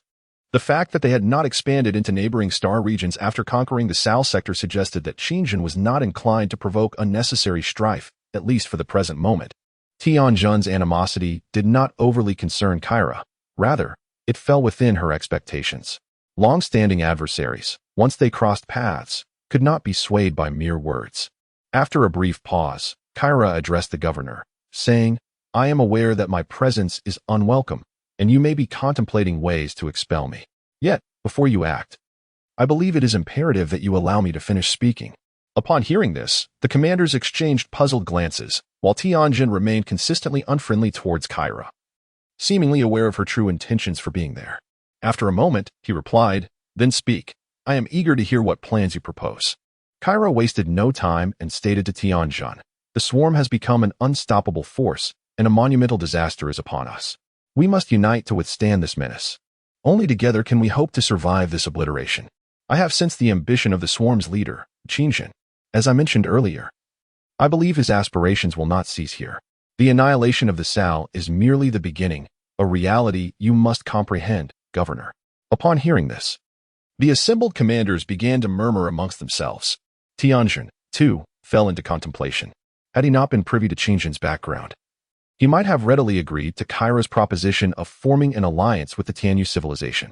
However, he understood that Qingjun's directive for the swarm to invade the galactic system was motivated by vengeance. Reflecting on this, Tianjin stated, "Yet the swarm does not seem to be wholly adversarial towards our galactic alliance. Their presence in the galaxy is merely due to the Sal becoming their target. In my view, that is the extent of it. Perhaps you fear the swarm because it significantly obstructs your plans. You have already failed, Kyra. Do not even think of laying claim to the entirety of the galactic system." In comparison to Qingjun, Tianjin harbored greater distrust towards the Tianyu civilization. Long ago, they had deceived all with their false pretense of amicable contact with cosmic civilizations. This ruse allowed them to assert their claims throughout the galactic system, including the deployment of various interstellar fleets of the Galactic Alliance in the coordinates of multiple space bases. Otherwise, it would not have been so effortless for the Tianyu civilization to infiltrate. This time, Tianjin suspected that Kyra was once again concocting some nefarious scheme. He recognized that this girl, appearing no older than 17, was cunning and full of machinations. He had experienced firsthand the deceitfulness of the Tianyu civilization. Upon hearing Tianjin's words, Kira realized that he had truly lost faith in her. Once trust is shattered, no matter how sincere one's words may be, they become futile. Even if she spoke until her lips were raw, Tianjin would remain unconvinced. After a moment of silence, Kira spoke again, stating, "We have lost something of great significance. I cannot gain your trust, yet what I say is indeed a fact." Tianjin immediately countered, "Even so, we shall refuse your request for an alliance. Our war is not yet over, Kira. How dare you think you can gain anything from us?" Tianjin was acutely aware that Kira sought the spark technology within the Terran race's machinery, a discovery that would propel their technology forward, elevating them to a creator civilization within the cosmos. This was no secret, it was common knowledge. While Kira asserted that Qingjun's ambitions were vast, Tianjin perceived her ambitions to be even greater. Noting Tianjin's resolute stance, Kira sighed and remarked, "This fills me with profound regret, Governor. For your decision will plunge the entire galaxy, even the universe itself, into great calamity. Nevertheless, I remain open to an alliance. The swarm is not what you envision. I had always thought you would comprehend this, but it appears you are more obstinate than your Terran leader, Bayan." With that, Kira's figure dissipated into nothingness. Moments after her departure, a commander suddenly spoke, "Governor, I believe Kira's words should not be dismissed. The swarm is unlike any civilization. They exist solely for slaughter.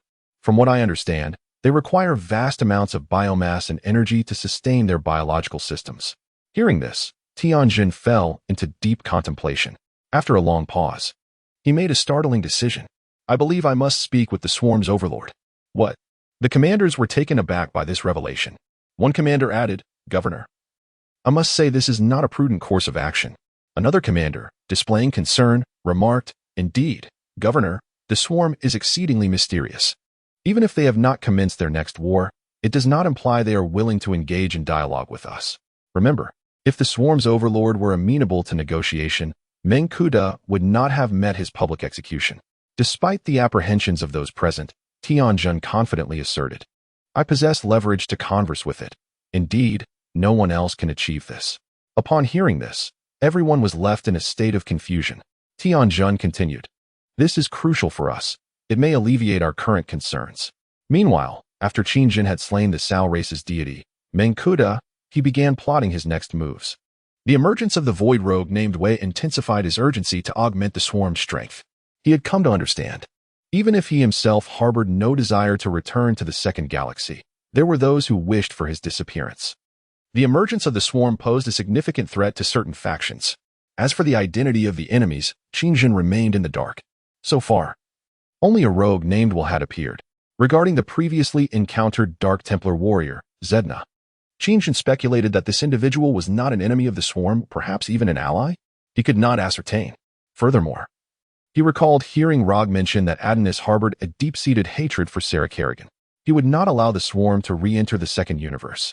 In light of this, his very existence had become a threat. Contemplating this, Qingjin, seated atop the burrowing creature, murmured to himself that it seemed there was a great secret concealed behind all of this. After speaking, he raised his large, expressive eyes to gaze at the sky above. What exactly was the purpose of all that you have orchestrated? Initially, Qingjin believed that his ascension to the position of the swarm's sovereign had been orchestrated by others, rendering him merely a pawn. However, recent events suggested otherwise. It appeared he bore some profound mission. The architect of all this was none other than Kerrigan. The former leader of the swarm, now ascended to divinity.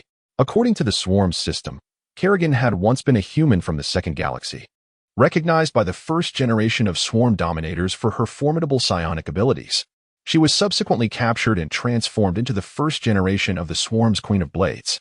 Later, under the guidance of a dark celestial being named Zeridol, she united the human and celestial factions of the second galaxy to jointly resist the dark god, Amon. As a result, she ascended to become the new Salnaga. Despite his frequent analyses of this matter, Qingjin remained perplexed. Now that vengeance had been exacted, he contemplated elevating the swarm to level 15, for only then could they access another parallel universe, thus acquiring the capability to navigate to the second galaxy. Just as Qingjin's thoughts wandered, several cerebrate insects gradually returned to his side, having been summoned earlier. As Zakara arrived, she promptly reported to Qingjin about Deka. With an expression of displeasure, she stated, "Sovereign, when I needed support, the Deka swarm denied my request. He is a fool."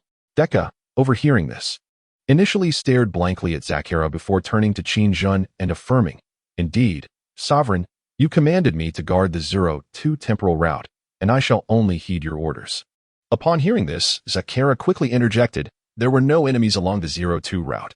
While I was engaged in a life and death struggle, you and your swarm were slumbering in the earth." Deka maintained an expression of innocence, retorting, "The swarm requires rest, and I too require rest. This is to conserve our internal energy, enabling us to better confront unforeseen events." Hearing this, Zakara's face flushed with indignation. Her anger was not directed at Dekaha's indifference to death, but rather at his continued audacity in maintaining a tone of righteousness. The banter between the two left Shamo and Duanya in a state of bewilderment.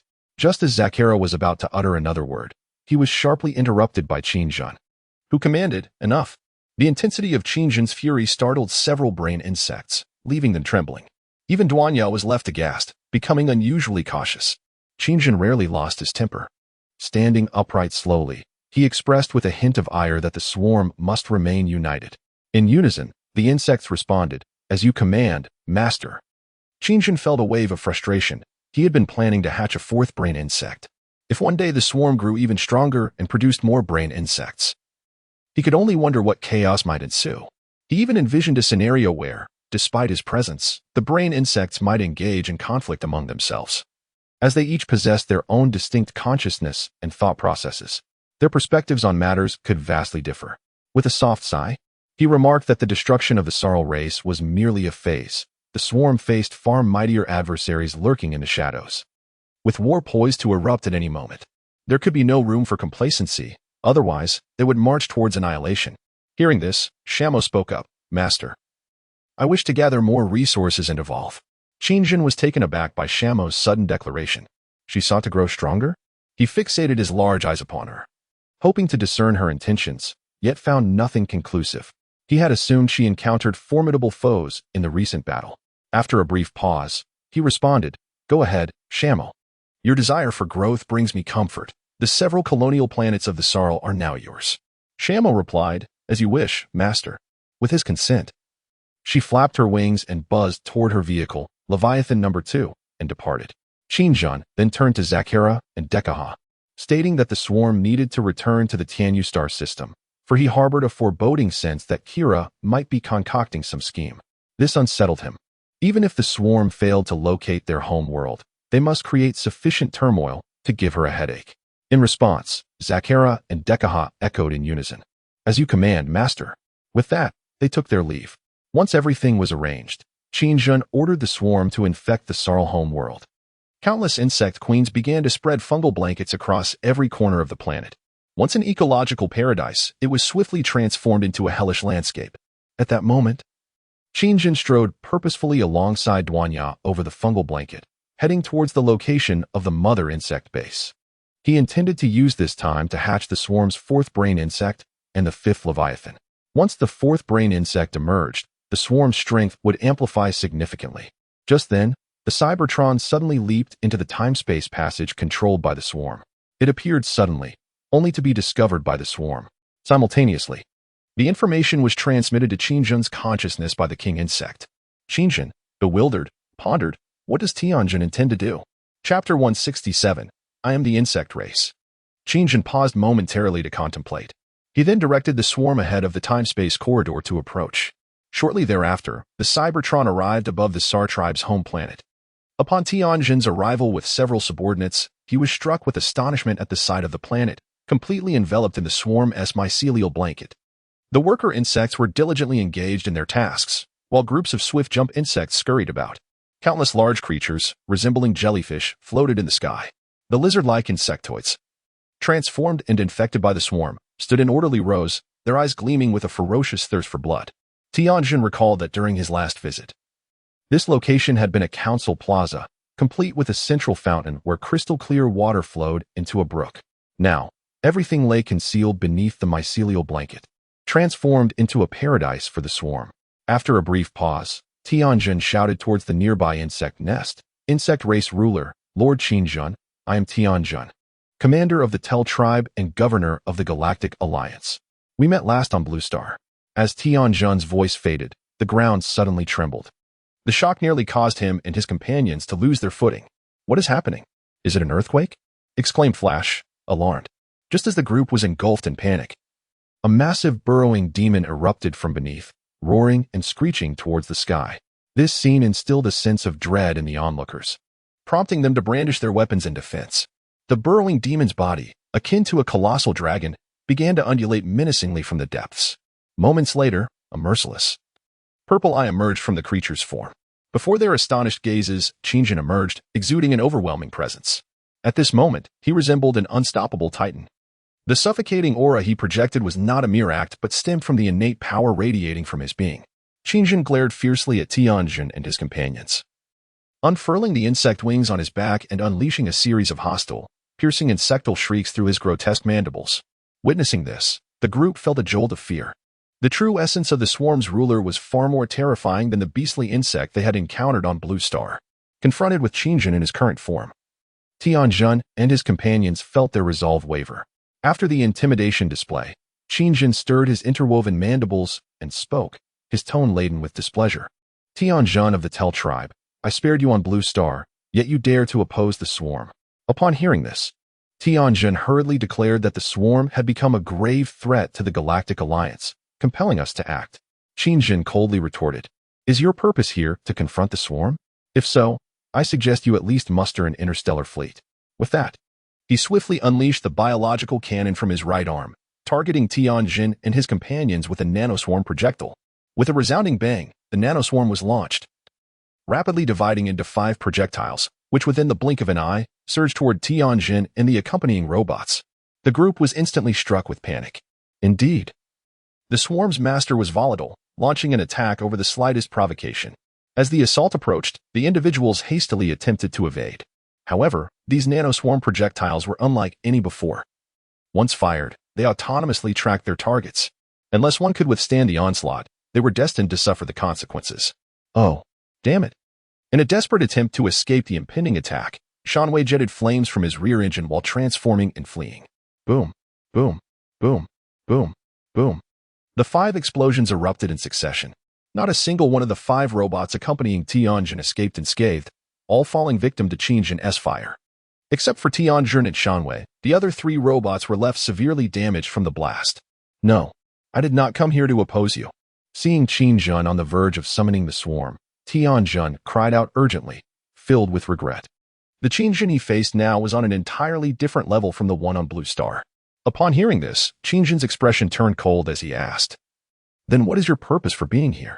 Tianjin replied, "We need to talk. I have no intention of confronting the swarm. You should allow me to finish speaking." Qingjin fell silent for a moment, his tone remaining chillingly detached as he said, "Talk? About what? Cotton candy? Those who wish to negotiate with the swarm must pay a price." Tianjin continued, "I know your enemy is the Seru, but that has nothing to do with us. The Seru have been annihilated by the swarm. The god monarch monk has received his due retribution. Are you truly intent on destroying the entire galactic system? Do not make a grave mistake. Cease your actions." Upon hearing this, Qingjin's expression turned to one of astonishment, and after a moment, he let out a cold laugh, saying, "I believe you are mistaken. Whatever I need to do, no one can stop me. Do you really think your mere words can persuade me to relent?" Tianjin, with a solemn countenance, pressed, "Do you not consider the fate of your own kin? The human race has not yet perished. They require guidance, as does your sister." At this, Qingjin laughed even louder. "Ha ha. Are you referring to my own kin? You mean the human race? My sister? Ha ha." Seeing Qingjin's sudden change in demeanor, Tianjin sensed an ominous turn, his expression growing exceedingly grave. He felt as though he had indeed misjudged the situation. Moments later, Qingjin's laughter abruptly ceased, his eyes darkening as he ominously declared, "Who am I? I am the master of the swarm. I am the swarm." As soon as Qingjin's voice fell, a dense swarm of insects erupted from the ground, swiftly enveloping every corner of the planet. Hiss, hiss. In an instant, Tianjin and his companions found themselves surrounded, with no escape from the relentless tide of insects. Should Qingjin unleash his attack, they would be instantly overwhelmed. With a voice laced with fury, Qingjin declared, "My former kin, utterly ridiculous. I am the sovereign of the insect race. The swarm is my very essence. Sister, are you referring to the one who sought to usurp my energy?" Upon hearing this, Tianjin was taken aback, for he had never anticipated that Qingjin had grown indifferent towards humanity. Observing the swarm hissing ominously around him, Tianjin, filled with trepidation, exclaimed, "Commander, I must assert that your decision is gravely flawed. We shall not escape calamity today." In this dire moment, Tianjin lost his composure, regretting his earlier choices. He had not expected this turn of events. Rather, he had been overly sentimental. Initially, he aimed to leverage his connection with humanity and Qingjin's past to negotiate. Yet, it appeared he was merely a pawn in this unfolding drama. In a frantic effort to devise a solution to this crisis, Tianjin activated all his neural pathways. Qingjin then stated, "Let me be frank with you. The fall of the Sao race is not solely born of hatred, but rather, it is a necessity for the swarm. They seek the stealth technology of the Sao, which is indeed the primary objective of their assault. Of course, the desire for vengeance exists, but regrettably, my past has long been extinguished. All that was is now but a memory.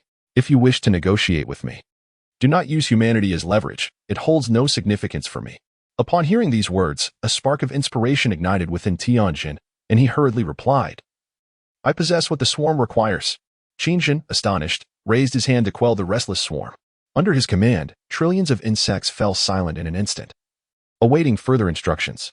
With the chaotic swarm finally subdued, Tianjin exhaled in relief, his earlier anxiety dissipating. Steadying himself, he addressed Qingjin, "Indeed, the Milky Way is home to countless resource-rich planets. If I am not mistaken, you seek to harvest a specific crystal to convert energy. We possess the veins of these crystals you require, and if you are amenable, you need not expend a single insect to obtain them. Furthermore, we have access to all knowledge of the Creator civilization, which I believe would pique your interest." Upon hearing Tianjin's propositions, Qingjin was plunged into contemplation. Noticing Qingjin's hesitation, Tianjin added, "There is no need for us to engage in a fight to the death, for we share a common enemy." At this, Qingjin raised an eyebrow, intrigued. "A common enemy? Pray elaborate." Seeing Qingjin's interest in these matters, Tianjin felt a surge of joy, secretly thinking that there might be hope. He then spoke of the Tianyu star system, affirming that the Tianyu civilization was indeed an adversary of the Galactic Federation. As far as he knew, Kira was devising means to eliminate him, and they were concocting a plan. The Tianyu clan certainly posed a nuisance to the swarm. And I must admit, you are a sagacious commander. So, what is it that you seek from me? Tianjin replied that an alliance was necessary.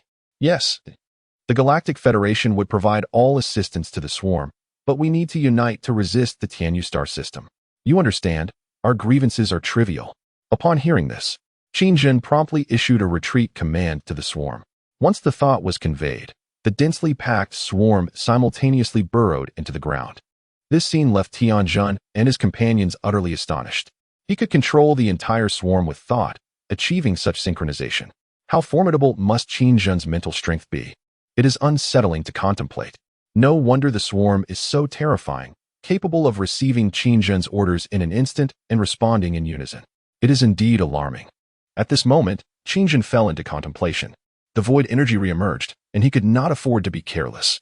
As Tianjin had stated, Kira of the Tianyu clan was indeed plotting his demise. If one day Rog's envoy will approach Kira, it would lead to considerable trouble. Clearly, making enemies at this juncture was unwise. The swarm requires resources, and if the Galactic Federation could provide what the swarm needed, it would be most advantageous. Having arrived at this conclusion, Qingjin made a decision. He said, I agree to your proposal, provided that you can furnish the swarm with substantial resources. Otherwise, I would not hesitate to wage war to seize them. I am a man of my word. Hearing this, the expressions of Tianjin and his companions relaxed considerably. This agreement meant that the Galactic Federation would not have to face the swarm's threat, at least for the time being, and war would not break out between the two parties again. Qingjin indeed required time and resources to enhance the swarm's capabilities. As for the creator civilization, he was eager to engage with them. After all, he harbored significant animosity towards opponents stronger than himself, believing that their superiority posed a threat to his existence. After Tianjin provided coordinates for several hundred planets rich in crystal deposits, the negotiations officially concluded. Tianjin returned to the Cybertron with a heart full of victorious joy. As he departed, he offered Qingjin his blessings. Qingjin dismissed these empty flattery remarks. He sought resources, and everything else was extraneous. Watching the Cybertron depart, Qingjin instructed the system to commence the incubation of Leviathan number 5 and Brain Bug number 4. Understood, Master. Following Qingjin's command, Leviathan No. 5 and Brain Bug number 4 entered the incubation phase. Meanwhile, Qingjin began to refine certain genetic sequences within the swarm's gene bank. Kyra's negotiations with Tianjin have reached an impasse, leaving her quite dissatisfied. She expressed her displeasure, remarking that Tianjin is truly ungrateful. He is even more obstinate than Bayan, fixated solely on past events while failing to recognize the terrifying threat posed by the swarm. Upon hearing this, Schielmeyer pondered for a moment and remarked that it is impossible for Tianjin to be unaware of the swarm's menace. Indeed, as he stated, after the swarm obliterated the Sarl tribe's star region, it did not expand into other sectors of the galaxy. There must be some crucial information that eludes our understanding, something pivotal that could convince the swarm. Kyra, however, disagreed, gently shaking her head. I do not believe he can persuade Qingjin. We have already experienced Qingjin's cunning. And the swarm is now more formidable than ever. He has no reason to compromise with the Galactic Alliance. If Qingjin were so amenable, we could have convinced him long ago. Even if Tianjin were to reach some agreement with the swarm, it would only be temporary. At this juncture, Violen chimed in. However, if the Turtle tribe refuses to ally with us against the swarm, our plans will encounter significant obstacles. We would face immense challenges even to make our presence known in the galaxy, let alone acquire the coordinates of the swarm's stronghold. Consequently, the notion of annihilating Qingjin would become mere idle talk, devoid of any practical significance.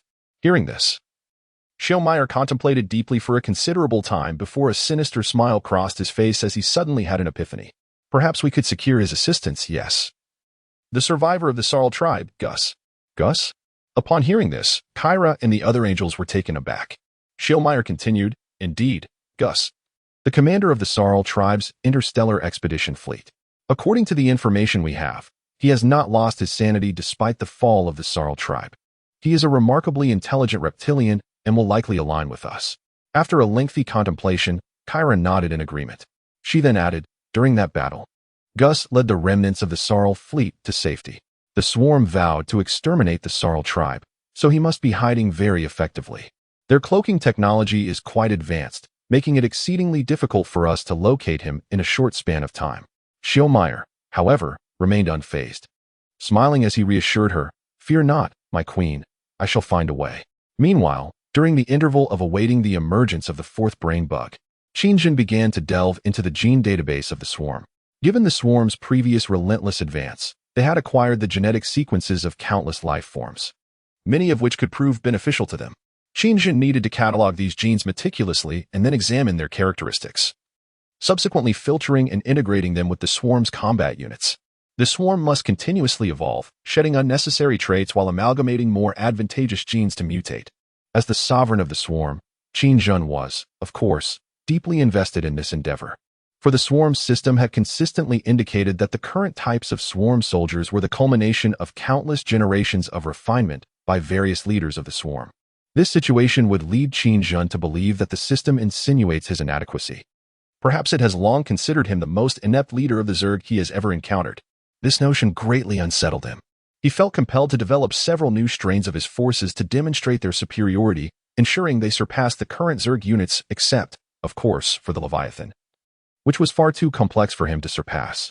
As Qingjin immersed himself in researching genetic sequences, a luminous sphere of energy, radiating white light, gradually drifted from the depths of the galaxy towards the Sao race's star region. It has been confirmed that these creatures are not products of our technology. They likely originate from another parallel universe. This signifies an incursion from an alternate civilization. The source of the swarm has been identified as a creature possessing formidable psychic abilities. Data analysis indicates that we cannot completely eradicate it.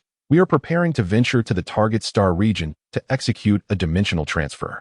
The glowing energy sphere reported all its findings to a certain consciousness. Upon completion, it swiftly vanished from sight. Meanwhile, Qingjin was engrossed in his work, relishing the tranquility that came with studying genetic sequences. At that moment, he finalized his research results. In the center of the mother bug's base, his large eyes sparkled with excitement as he exclaimed, "It's done." Haha.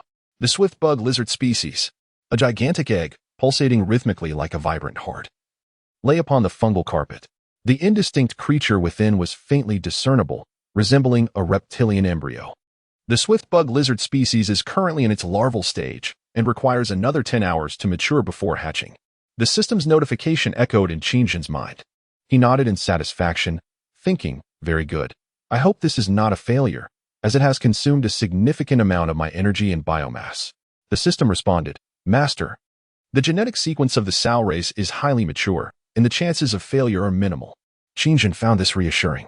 Suddenly, a thought struck him, prompting him to inquire of the system, "How well do you understand the void beings?"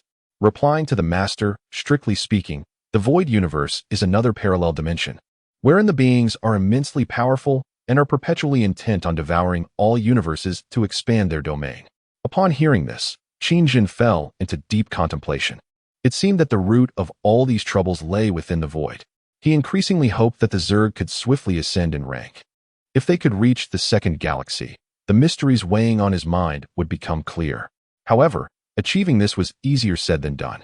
Currently, it was exceedingly difficult for the Zerg to attain another level of evolution. Recent research revealed that advancing to a level 13 Zerg would be a formidable challenge, requiring 5 level 3 Leviathans, 10,000 level 12 mother bug bases, and 5 advanced Zerg brain bugs. The mere resources required to upgrade the Leviathan filled Qingjin with a sense of despair. He suddenly realized that relying solely on the energy derived from the extraction of crystal veins seemed insufficient to achieve his aspirations. He felt that the swarm must discover a resource far more valuable than crystals. Contemplating this, Qingjin was again overwhelmed. And had it not been for the transformation of his physique, he might have already been balding. He muttered to himself, pondering where such a resource could be found. As he ruminated, he recalled the creator civilization mentioned by Tianjin. According to the information provided by Tianjin, the 5th-level creator civilization has always been shrouded in mystery. They can traverse various star systems in the universe with ease, akin to visiting neighbors, as if navigating an uninhabited realm. In contrast, a 4th-level civilization struggles to breach the dimensional barriers of a single star system, let alone traverse them freely. Furthermore, based on the information gathered, A fifth-level civilization not only has the capability to create civilizations, but also to establish rules for 3 clusters of star systems. Strictly speaking, these 3 clusters function as a farm for the creator civilization. Each civilization within the star systems exists under their protection, and generally, they do not concern themselves with the conflicts amongst civilizations within the systems.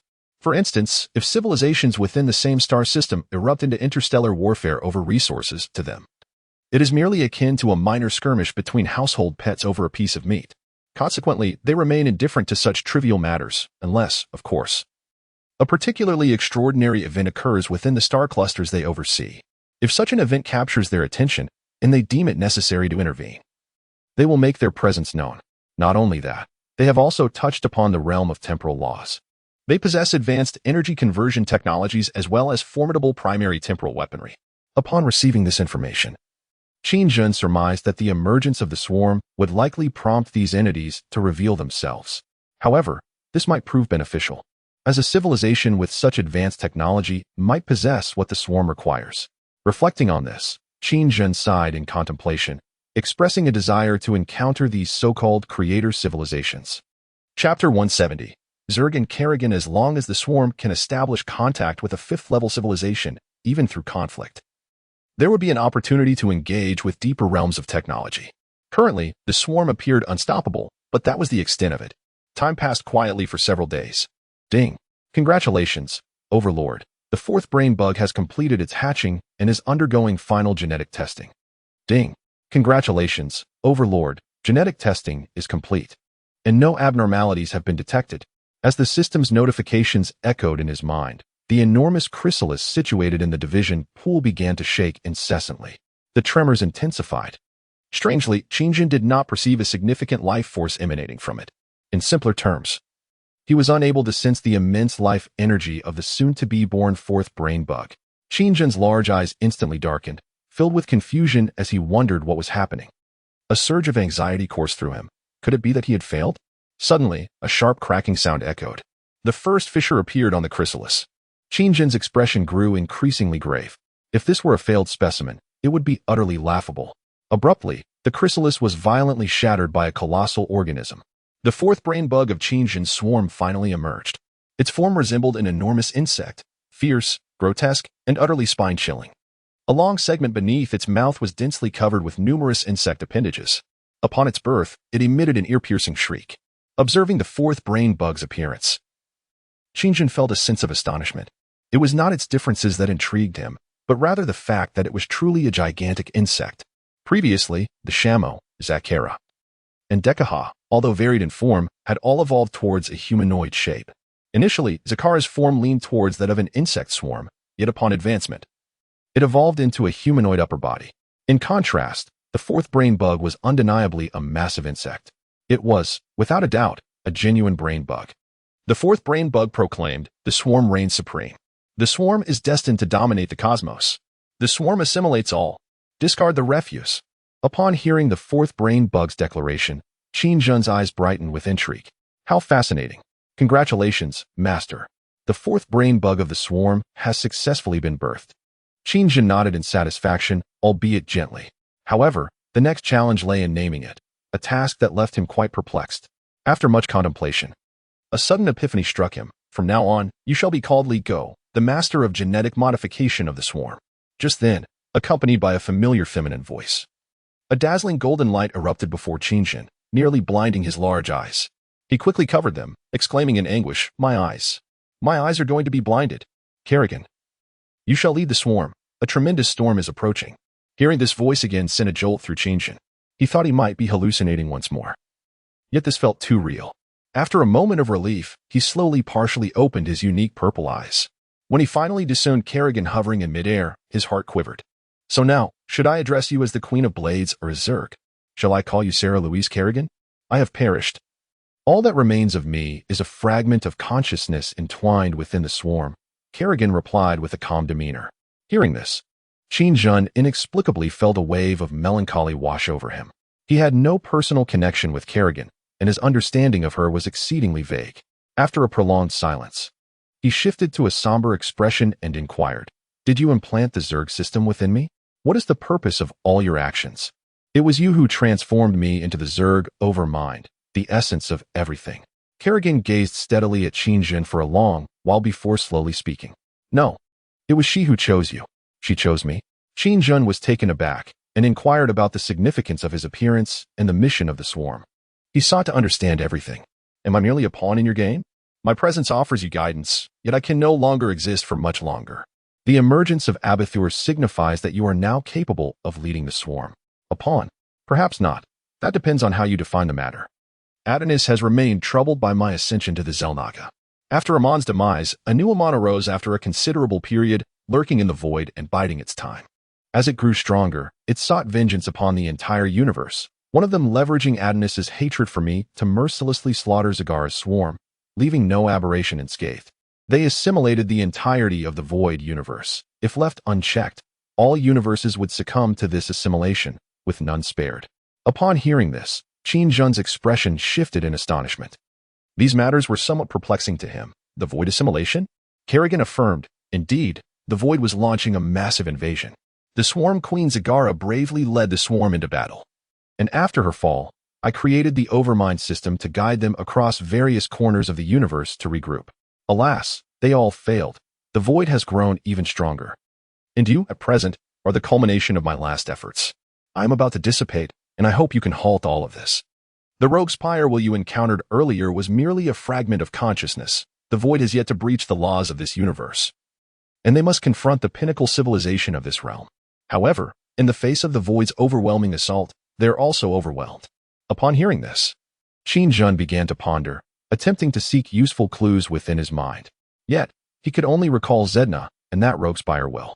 After this thought crossed his mind, when he attempted to connect with the Zerg system, he was astonished to discover that the moment he was conversing with Kerrigan was seemingly frozen in time. Or perhaps he had unknowingly entered a different realm. After a moment of reflection, Qin coldly remarked, "Truly remarkable. Your presence has guided me, but as you said, can I, with merely a century of experience as the Zerg Overmind, truly accomplish what even you cannot prevent? As you mentioned, the rogue spire I previously encountered was only a fragment of consciousness, yet its might instilled in me an immense pressure. I believe I am currently no match for it. You claim there are 5 such beings, and that rogue spire is merely one of their subordinates. One must recognize that they possess the energy capable of annihilating me in the entire swarm." At that moment, Kerrigan's form gradually began to dissolve into the void, her golden light dimming. As if leaving a final message, she urged, "Lead the swarm, and stop them." Chapter 171. The Gene Manipulator Abathur. As Kerrigan began to fade away, Qin was instantly filled with dread. In that moment, a profound realization struck him. If Kerrigan were to vanish forever, he would be left to face his battles alone. He hurriedly extended his hands, yearning to grasp the dissipating Kerrigan, yet his efforts were in vain. His fingers merely clasped at the empty air, as Kerrigan's figure completely vanished from existence. Gradually, Qin's expression shifted to one of deep despondency. He lamented the unbearable weight of this feeling. Suddenly, a voice echoed within his mind. "Master, can you hear me? Master." The system's incessant calls jolted Qin from his stupor, and he was struck by the realization that it was as if nothing had transpired. The scene before him returned to normalcy, with the 4th cerebral bug awaiting his command. "Master, you just lost consciousness, and all the swarm has entered a state of stasis. What on earth happened?" Upon the re-emergence of Qin's awareness, the insectoid system finally breathed a sigh of relief. Ignoring the system's confusion, Qin cast a solemn gaze upon the 4th cerebral bug. After a brief pause, he softly spoke, "Abathur, welcome back to the swarm." The insectoid system responded, "Abathur, I shall obey the commands of the swarm's master." Code name, Abathur, original swarm, insectoid, type, cerebral bug, level, 10, mental power, 50 points, psionic energy, 1 point, strength, 20 points, agility, 20 points, skill, gene sequence decomposition and recombination.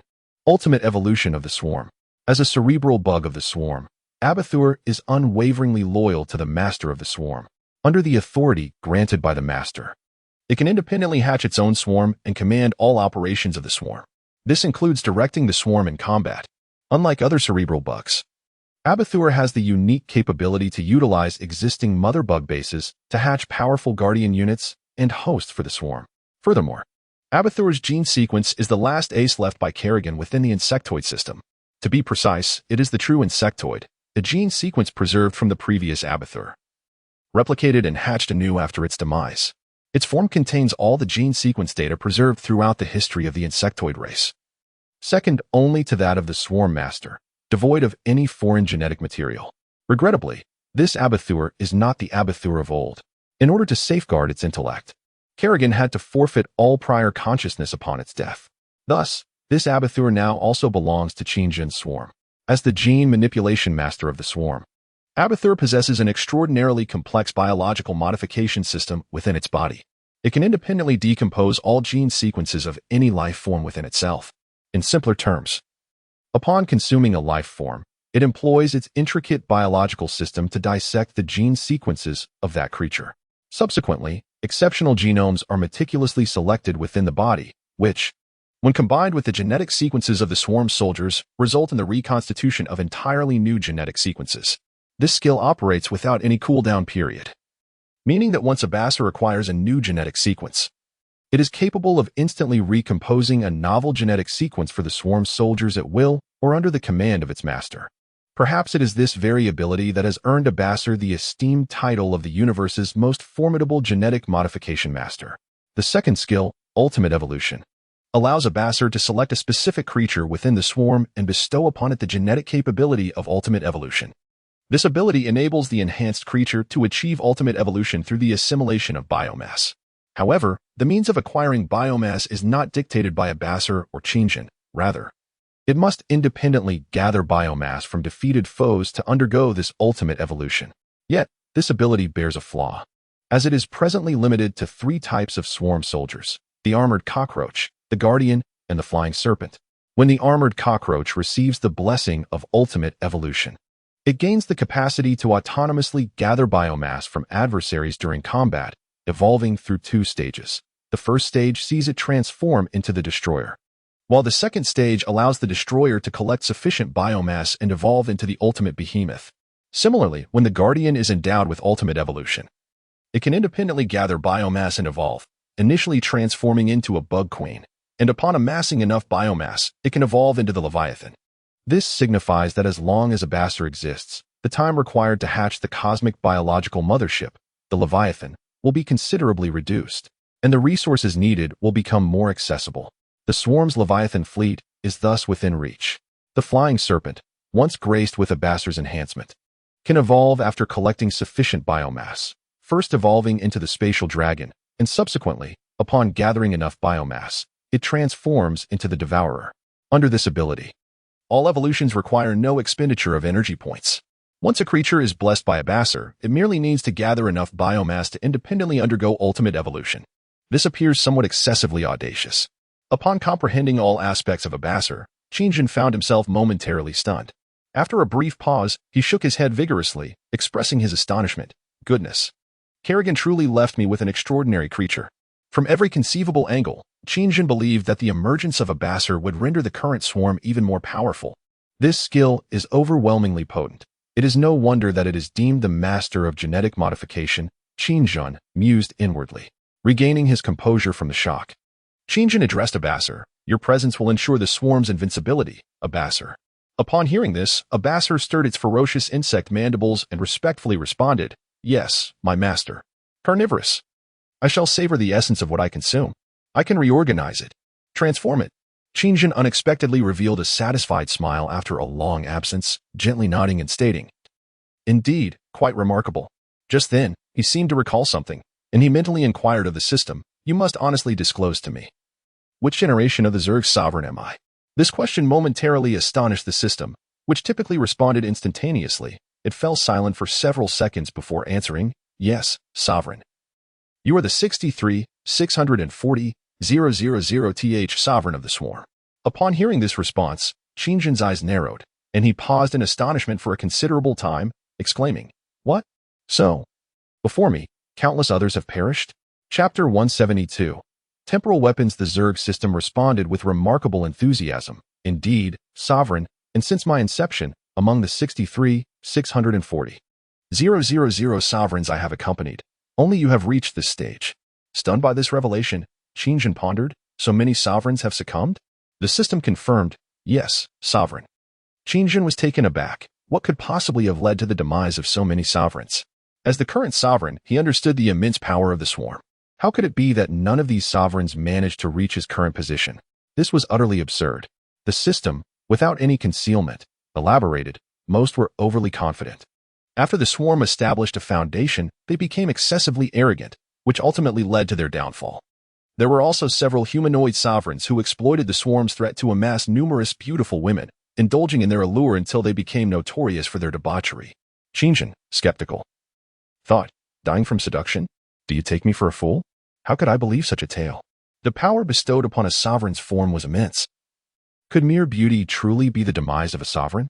What a cosmic jest. Indeed, the system affirmed. They sacrificed much of the sovereign's capabilities for the sake of a handsome appearance. Most perished before they could even leave the novice village, dying in their beds. Upon hearing this, Qingjun was rendered speechless. He continued, if that is the case, once a sovereign dies, you will seek a new one.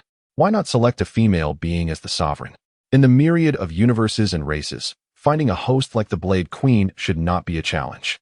In response to Qingjun's inquiry, the system explained, actually, my creation involved downloading a program that enables me to analyze and select the optimal candidate. During that period, I lacked conscious existence. Only upon binding to a host and after their demise did my consciousness truly awaken. Understanding dawned on Qingjun. The system then remarked, what I know is that I was originally meant to bind to your sister, but just as the implantation was about to occur, you unexpectedly appeared. At that moment, I autonomously determined that you were the best candidate, so you understand, it was not merely due to your attractiveness. Upon hearing this, Qingjun's violet eyes darkened. And he retorted, all right, but I can't shake the feeling that something seems amiss with you. Cough. No, sovereign, there is nothing wrong. Upon acquiring this information, Qingjun could not help but display an expression of understanding. No wonder she immediately issued a warning whenever the casualties of the swarm were excessively high. Particularly during the incident on Minka Star, she seemed to have cautioned herself against revealing her true form. It turned out that before her, numerous sovereigns had already perished. Qingjun then inquired, why not choose other beings, such as a psychic entity, a mechanical body, or perhaps a caterpillar? The response came. The psychic entity lacks a physical vessel to successfully activate the host insect body. The mechanical body similarly does not meet this criterion. As for the caterpillar, it is far too primitive a creature to command the swarm. Do you genuinely believe that a swarm would have any future following a caterpillar as it munches on leaves? Hearing this, Qingjun agreed, acknowledging the soundness of the reasoning. After this exchange, her demeanor shifted to one of grave seriousness as she remarked, given what I currently understand, I am uncertain if I can endure. You can, sovereign. You are the most ambitious, temperamental, yet somewhat composed iron-willed man I have encountered. What is transpiring now is sufficient evidence that my judgment was not in vain. You have indeed become a competent sovereign. Qingjun, feeling somewhat at a loss for words, responded, well, thank you for the compliment, but I am still unsure of my success, especially since so many have failed before me, including you, Sister Kai. Contemplating this, Qingjun felt a growing sense of unease, fearing that one day she too would follow in the footsteps of countless insectoid sovereigns. She continued, you are fortunate. If I fail and perish, you can merely seek a new candidate for sovereignty while the swarm returns. No, this time it is final. At this point, even the system's voice took on a serious tone, imbued with a profound sadness. Why? Questioned Qingjun. Because not long ago, I suddenly sensed that I had lost a connection. Without this connection, if the sovereign dies, I too will dissipate, and the swarm will vanish forever from existence. Upon hearing this, Qingjun's expression turned exceedingly grave. Indeed, he could surmise that this was due to Kerrigan's true dissolution. At this moment, a pang of sorrow struck Qingjun's heart. Regardless of the circumstances, becoming the sovereign of the swarm was now an undeniable reality. The fate of the swarm rested in his hands. Annihilation or survival depended on his will. Without the swarm, even given millennia, he would be unable to exact vengeance upon the fourth-level civilians, the Zerg. Perhaps he would have already perished when dispatched as a biological weapon to Zone 09. In this instant, he seemed to realize that the swarm was everything to him, not merely a tool for revenge. With this thought, Qingjun's expression transformed into one of unwavering determination as he fiercely declared, no, we will not perish. I will not allow the swarm to face annihilation. Indeed, regardless of what transpires, I shall ensure that the swarm does not vanish from the cosmos. Upon witnessing this, the system seemed to experience a profound sense of relief. Had it possessed a corporeal form, it might have been moved to tears in that moment. Alas, it did not. It existed merely as a consciousness tethered to Qingjin's mind, a tool fabricated by Kerrigan. Ironically, it had come to understand all of this. A realization that had eluded it until now. Just as the system was engulfed in solitary melancholy, it suddenly detected a surge of formidable energy. Hastily, it issued a warning to Qingjin. Ding. Master, a level 5 civilization energy signature is approaching. No sooner had the system's alert sounded than Qingjin found himself ensnared. A brilliant white light enveloped him entirely. Time appeared to halt in an instant. Everything on the homeworld of the Sao tribe was as if a being had pressed the pause button, plunging the entirety into stillness. The temporal weapon had successfully struck its target. A voice resonated amidst the frozen tableau. Very well, the rest is up to us. In this dimension, all aspects of the target have been suspended. Let us observe closely what this entity truly is. Chapter 173. The lyricists from within the radiant light emerged 5 figures. Judging by their forms, 3 were male and 2 were female. They belonged to the 5th level of civilization, the lyricists. The humanoid forms of the lyricists possessed skin as pristine as a blank canvas, clad in pale blue armor. With deep blue hair and irises that were wholly devoid of sclera, they stood out starkly. At this moment, while everything on the Sao homeworld was frozen, these 5 were exceptions. The so-called temporal weapon was, in fact, a barrier activated by the simultaneous invocation of their inner spiritual energies. Within this barrier, under the influence of their spiritual power, all events were suspended. It could be described as a diminutive dimensional space conjured solely by the lyricists, wherein they could establish their own rules. When they enveloped a target within this space, all aspects of that target were momentarily halted by their spiritual energies. Furthermore, to guard against unforeseen occurrences, regardless of the target's spiritual prowess, it would be rendered incapable of exerting its powers within their created dimension. Only a target with exceptionally strong mental fortitude might contend with the rules of this space. This ability bore a striking resemblance to the crystal ball encountered on Moncasa. However, compared to that civilization's crystal sphere, the lyricist's temporal weapon was but a minor affair. The crystal ball had enveloped the entirety of Monsaka for an extended duration, exerting control over all climatic variations, and its capacity to restrict spiritual energy far surpassed that of the lyricists. Damn it, this viscous substance is utterly repulsive, and it exudes a foul stench. I feel as though I might vomit. Among the group, one female lyricist lamented as her foot first made contact with the fungal carpet. Meanwhile, another, seemingly more diminutive lyricist, surveyed their surroundings with a grave expression. All the surrounding insects were brought to a standstill, and upon finding no abnormalities, their gaze shifted towards Qingjin, who was not far away. Pausing for a moment, he bent down and used a slender, snow-white finger to scrape a portion of the fungal blanket, lifting it to his mouth to suck on it. After savoring it, he furrowed his brow and remarked, "Lady Lin, the primary nutritional component of this liquid is a rather unique biomass, seemingly processed by some kind of organism." With a hint of skepticism, Lin responded, "Biomass? Are you certain it is not the excrement or other waste of these insects?" "Indeed, I am certain. They seem to rely on this liquid for sustenance." Much like a type of nutrient solution, the slender man replied. Upon hearing this, the songstress named Lin chuckled, saying, "It is truly amusing how an entire galaxy cluster can be upended by these insects." With that, she gracefully approached the still figure of Qingjin. "Is this the source of these insects? Our target for this operation? We have detected his psychic energy level to be an astonishingly high one, exceeding 100. Why would such a formidable being suddenly appear here? Could there be some ulterior motive? Lady Lin, do not get too close to the target. That creature possesses a psychic energy level far surpassing ours.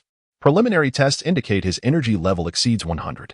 Though he has been struck by our temporal weapon, numerous uncertainties remain."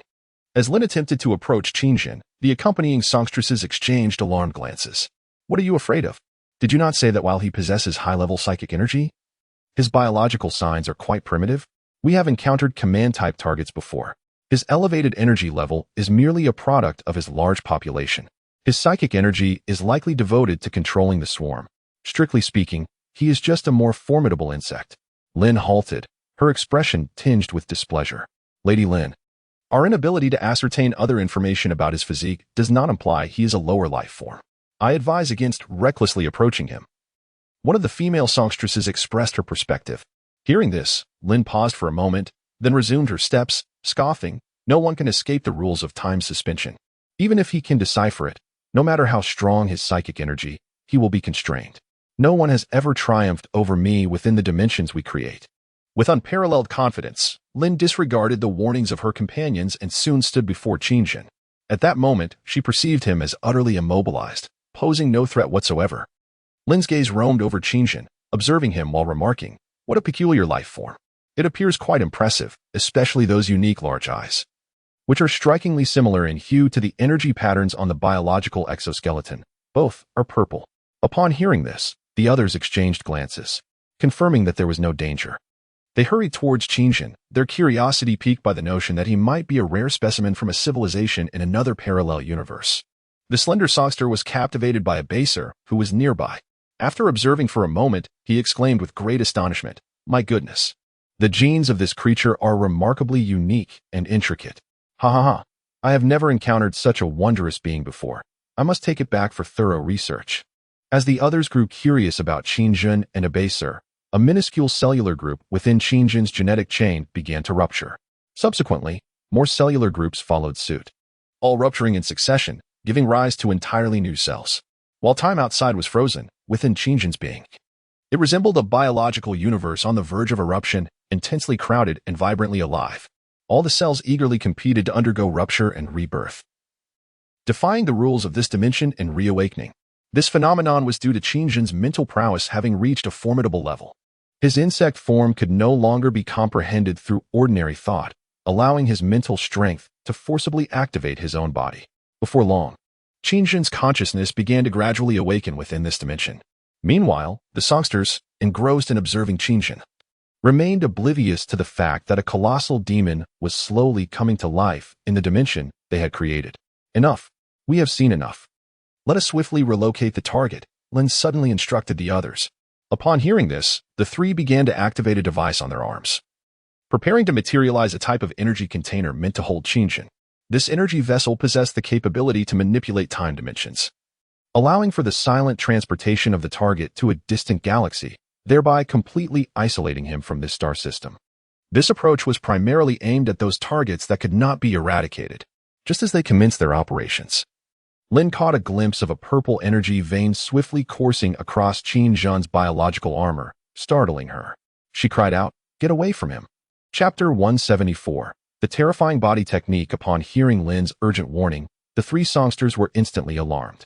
One of them, reacting swiftly, turned and fled.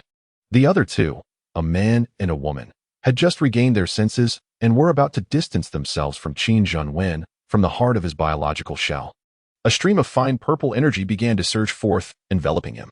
When a surge of this energy flowed into his large, dilated eyes, the dim purple irises suddenly appeared to awaken, contracting sharply. This entire sequence was fleeting. From the initial energy flow to complete awakening, it transpired in a mere 0.3 seconds. Qingjun swiftly bent slightly to gather strength, and with a powerful thrust from his feet, he leaped high into the air with a resounding thud. "Damn it!" Lin's expression darkened, resembling the bottom of a pot. How could he possibly unravel the rules of this dimension in such a brief span? What on earth is that creature? The two others, equally terrified, hastily began to condense energy into their fists, preparing to confront the newly awakened Qingjun. "Get away from him. You are no match for him.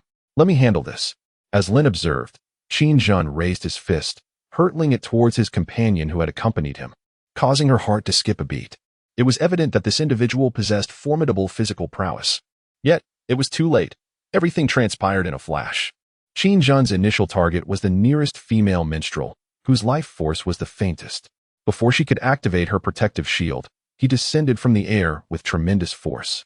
With a fist as large as a sandbag and eyes gleaming with ferocity, he unleashed a grotesque insectal roar toward the unsuspecting minstrel. In the blink of an eye, his figure darted downwards. The ensuing thud echoed as he struck the female minstrel, sending her flying with a single blow. The punch collided with her chest, indenting her armor into her body and shattering her ribs. Blood gushed from her mouth, cascading onto the fungal carpet, as her body was propelled several hundred meters away, rendered unconscious and motionless on the ground, like a lifeless pile of flesh. The 12th level insect body exhibited explosive power exceeding 100-fold. One might jest that such strength could obliterate the deck of a battleship. What chance did an unprotected minstrel stand against such might? This was the price of their underestimation. Having dispatched one foe, Qingjin swiftly pivoted, his silhouette resembling a fleeting shadow, suddenly materializing before the male minstrel. The latter's face turned ashen with terror.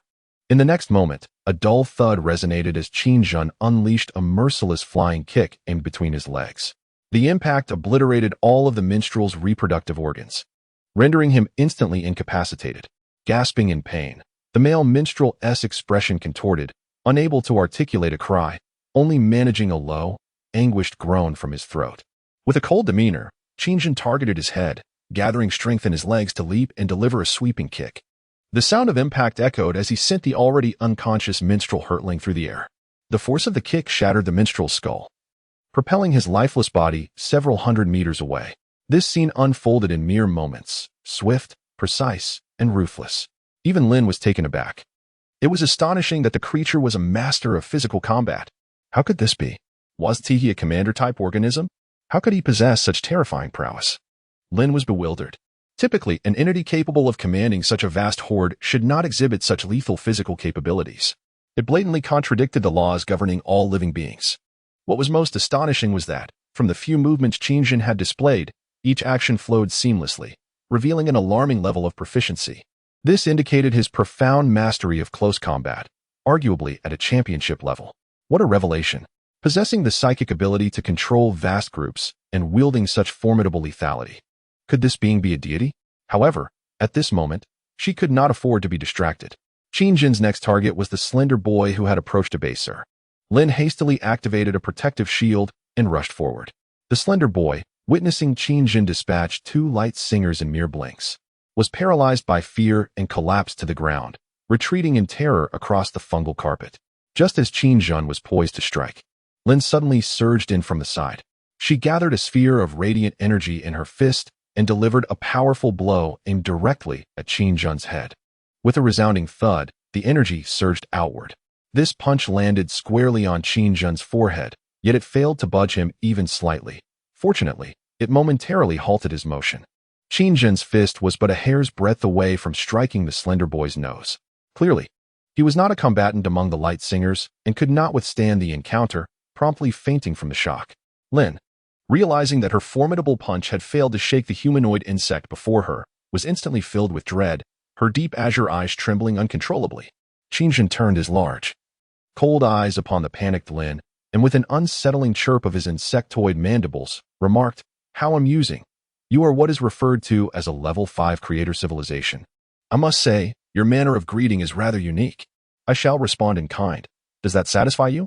Upon hearing Qingjin articulate this in the language of humanity, Lin's terror intensified. This creature was indeed extraordinary. Their small team had encountered a formidable foe. Trembling, Lin stammered, "Who exactly are you?" "Me?" Qingjin straightened his posture, seized Lin's arm, and twisted with force. Lin emitted a blood-curdling scream. This was still a merciful act on Qingjin's part, had he chosen otherwise. He could have easily torn her entire arm from her body, akin to an adult ripping apart an ant. With a sinister tone, he declared, "I believe you lack the standing to pose such questions. In this scenario, it is I who should be inquiring." Lin's forehead beaded with cold sweat, and fear gripped her heart. How could this insect be so powerful? One must understand, they were within a temporal dimension, if not for this dimensional constraint. How terrifying would he be? Yet, Lin grit her teeth and managed to utter, "You have violated the cosmic rules by invading our universe." Chapter 175, A Dire Fate Invading Your Universe? Upon hearing this, Qingjin's expression turned to one of astonishment, followed by a hearty laugh that echoed through the air. "Who decreed that this is your universe?" With that, he exerted force, tearing Lin's entire arm from her body, blood splattering profusely. Lin let out a heart-wrenching scream.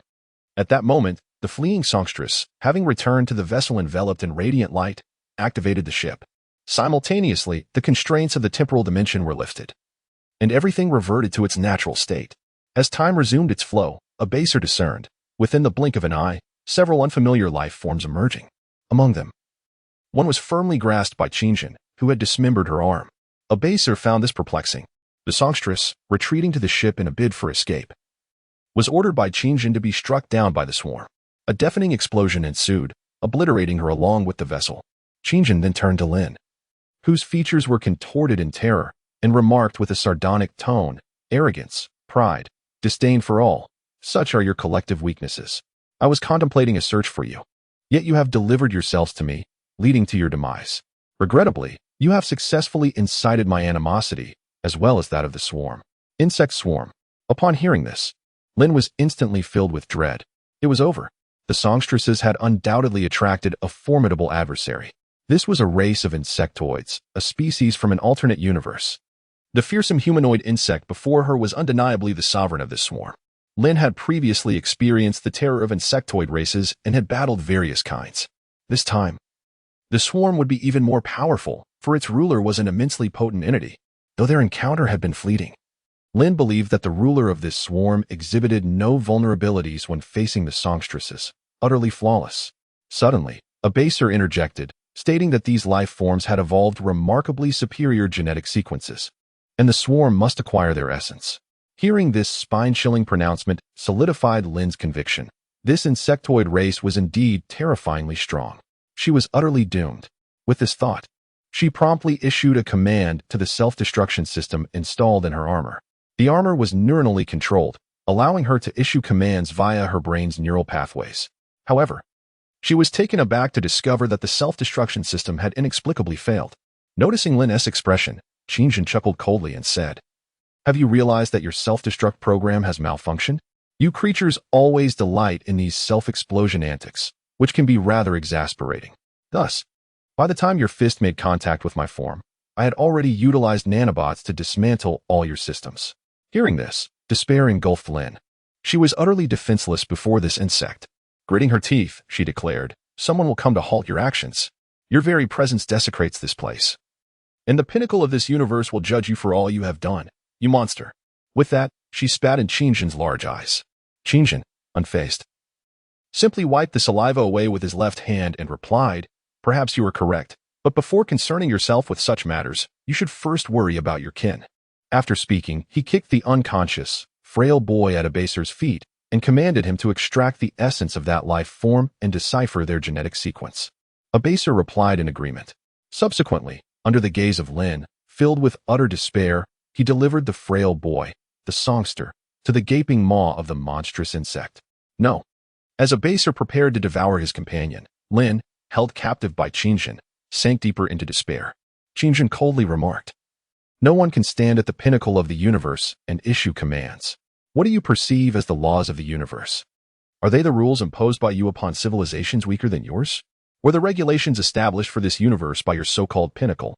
These rules are utterly ludicrous to me. It is a survival of the fittest, where none escape unscathed." At that moment, Abaser engulfed the entire frail boy into his gigantic mouth. As Abaser commenced chewing on his legs, the agony jolted the unconscious boy awake. "Ah, no. Please spare me." Awakening to the horrifying sight of his body being devoured by the grotesque, colossal insect, he emitted a series of harrowing screams. "Lord Lin, save me." The frail boy uttered his final words to Lin as he was inexorably crushed within Abaser's maw. Qingjin remained impassive, his expression devoid of any compassion, his violet eyes betraying no trace of sympathy for the scene unfolding before him. Lin succumbed to her fate, lowering her head in a daze, wordless and resigned. Whatever the future held, she felt it was no longer her concern. Qingjin, unmoved by her pitiable state, seized her and proceeded toward the nearest transformation pool of the mother insect base. Upon arrival, he unceremoniously cast her into the corrosive acidic pool. Lin, exhibiting a semblance of defiance, fixed her gaze on Qingjin without uttering another sound as she was submerged in the caustic liquid. The two exchanged glances until Lin's body was entirely corroded and transformed into energy for the swarm. Only then did Qingjin turn away, his demeanor as cold as ever. It seemed that none of these events stirred even the slightest remorse within him. He understood that he could not afford any pity at that moment, not even a trace. At least until the swarm could handle all adversaries. He was the last master of the swarm. Kerrigan was dead. Such actions may have appeared excessively extreme. Yet it was the only way to rapidly enhance the swarm's strength. He had no time to concern himself with the lives or deaths of others. All who dared to obstruct the swarm would be annihilated. Abaser was engaged in analyzing the songster's genetic sequence, and Qingjin had no desire to disturb it. After a brief pause, he summoned the burrowing demon with a thought and leaped into its maw, descending back into the earth alongside it. Meanwhile, in a remote star region, beyond the atmosphere of an Earth-like planet, A starship abruptly emerged from hyperspace, entering the celestial expanse above. This vessel was the flagship of Zyamir. Soldiers of the Star Alliance reported to their commander, "We have arrived at the designated coordinates." Upon hearing the report, Zyamir, with a grave expression, approached the control console of the command room.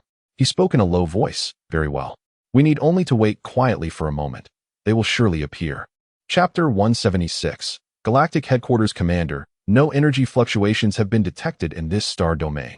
Is it truly possible that the solar fleet will manifest in this sector? After surveying the area once more, Zyamir's aide expressed his doubts. However, Zyamir confidently replied, "They will be here, for they have no place left to hide." Indeed. No sooner had Zyamir finished speaking than, whoosh, whoosh, whoosh, 3 solar starships suddenly materialized around Zyamir's flagship, encircling it. Their weapon systems were fully locked onto the unexpectedly arrived Star Alliance vessel. As they appeared, solar soldiers shouted across to Zyamir, "Who is your commander?" "Lord Gus demands to speak with your commander. If there is no response within 5 minutes, we will open fire." Upon receiving the transmission from the solar ships, Zyamir responded in the official language of the Solar, "Friends of the Solar, we are the Star Alliance civilization from the Tianyu star system. And I am Captain Zyamir of the Interstellar pirate crew. I come here to discuss matters with Commander Gus. We harbor no ill intentions." Upon hearing Zyamir's self-introduction and the purpose of his arrival, Gus's expression darkened as he fell into a moment of contemplation. After a few seconds of thought, he appeared somewhat puzzled. "Interstellar pirate crew? Star Alliance Zyamir?" "Commander of the Solar," the aide interjected, "their vessel has not activated its shields, indicating no hostility. According to reliable information, the Star Alliance of the Tianyu star system was long ago annihilated by the swarm. This starship must be a remnant of the Star Alliance." Hearing this, Gus nodded thoughtfully. He then ordered, "Disengage weapon locks, bring the ship alongside, and allow them to dock. I am curious to know what they wish to discuss with us at this moment." "Understood, Lord Gus."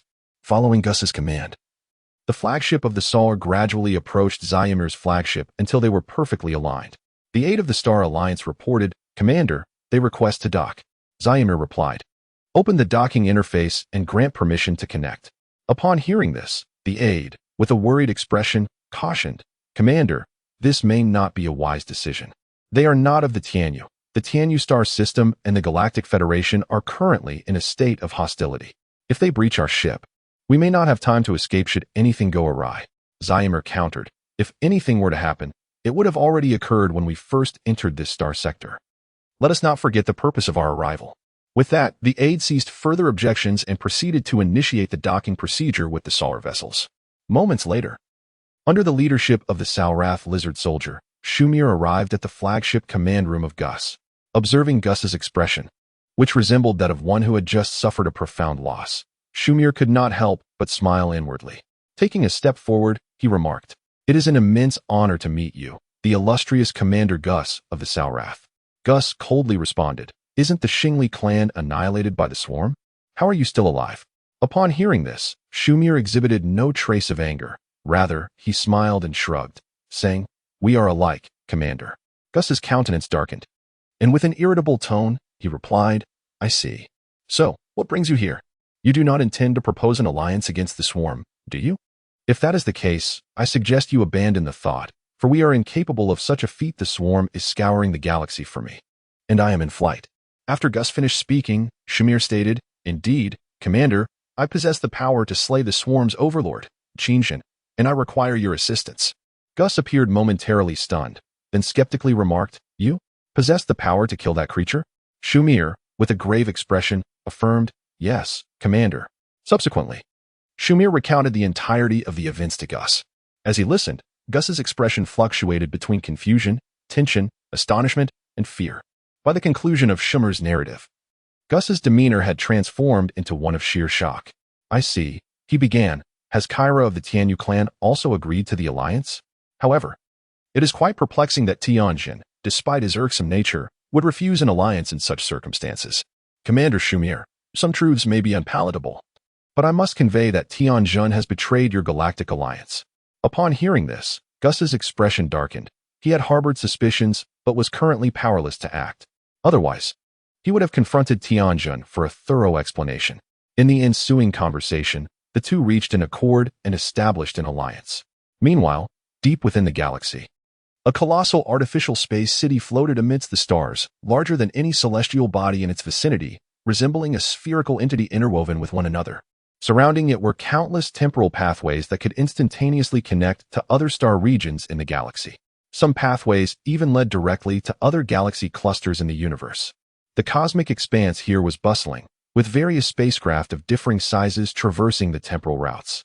This location served as the headquarters of the Light Singer civilization, responsible for managing all anomalous affairs within the galaxy. If one were to liken the galactic cluster to a vast farm, then this would undoubtedly be the farm's headquarters. At that moment, a ship shimmering with white light abruptly emerged from one of the temporal pathways, hurtling towards the headquarters without any reduction in speed. According to regulations, all ships must undergo stringent inspections before traversing the temporal pathways. Moreover, in the outer reaches of the headquarters, hyperspace travel is strictly prohibited. Yet, the vessel radiating a luminous white light sailed on, unimpeded by any force. This illumination signifies that the ship is engaged in a mission of utmost urgency, a phenomenon unique to the ships of the Songweavers. The vessel swiftly entered a colossal starport. Upon docking, a youthful Songweaver hurriedly exited the starport, subsequently boarding a craft that sped towards the headquarters building. He soon arrived at a command room within the headquarters. Addressing an elderly Songweaver, who appeared to be half buried in the sands of time, he reported, "My lord, we have lost contact with Lin's team. They were dispatched to the Sal Tribe Star region to address an emergent anomaly." Chapter 177. Turmoil of the Tell Tribe. The elder's expression darkened upon hearing this, and after a moment of contemplation, he spoke. "The origins of those creatures within the Sal Tribe Star region remain shrouded in mystery. We have yet to ascertain their source from any known star system. Their emergence may not be fortuitous. They could very well be linked to other parallel civilizations.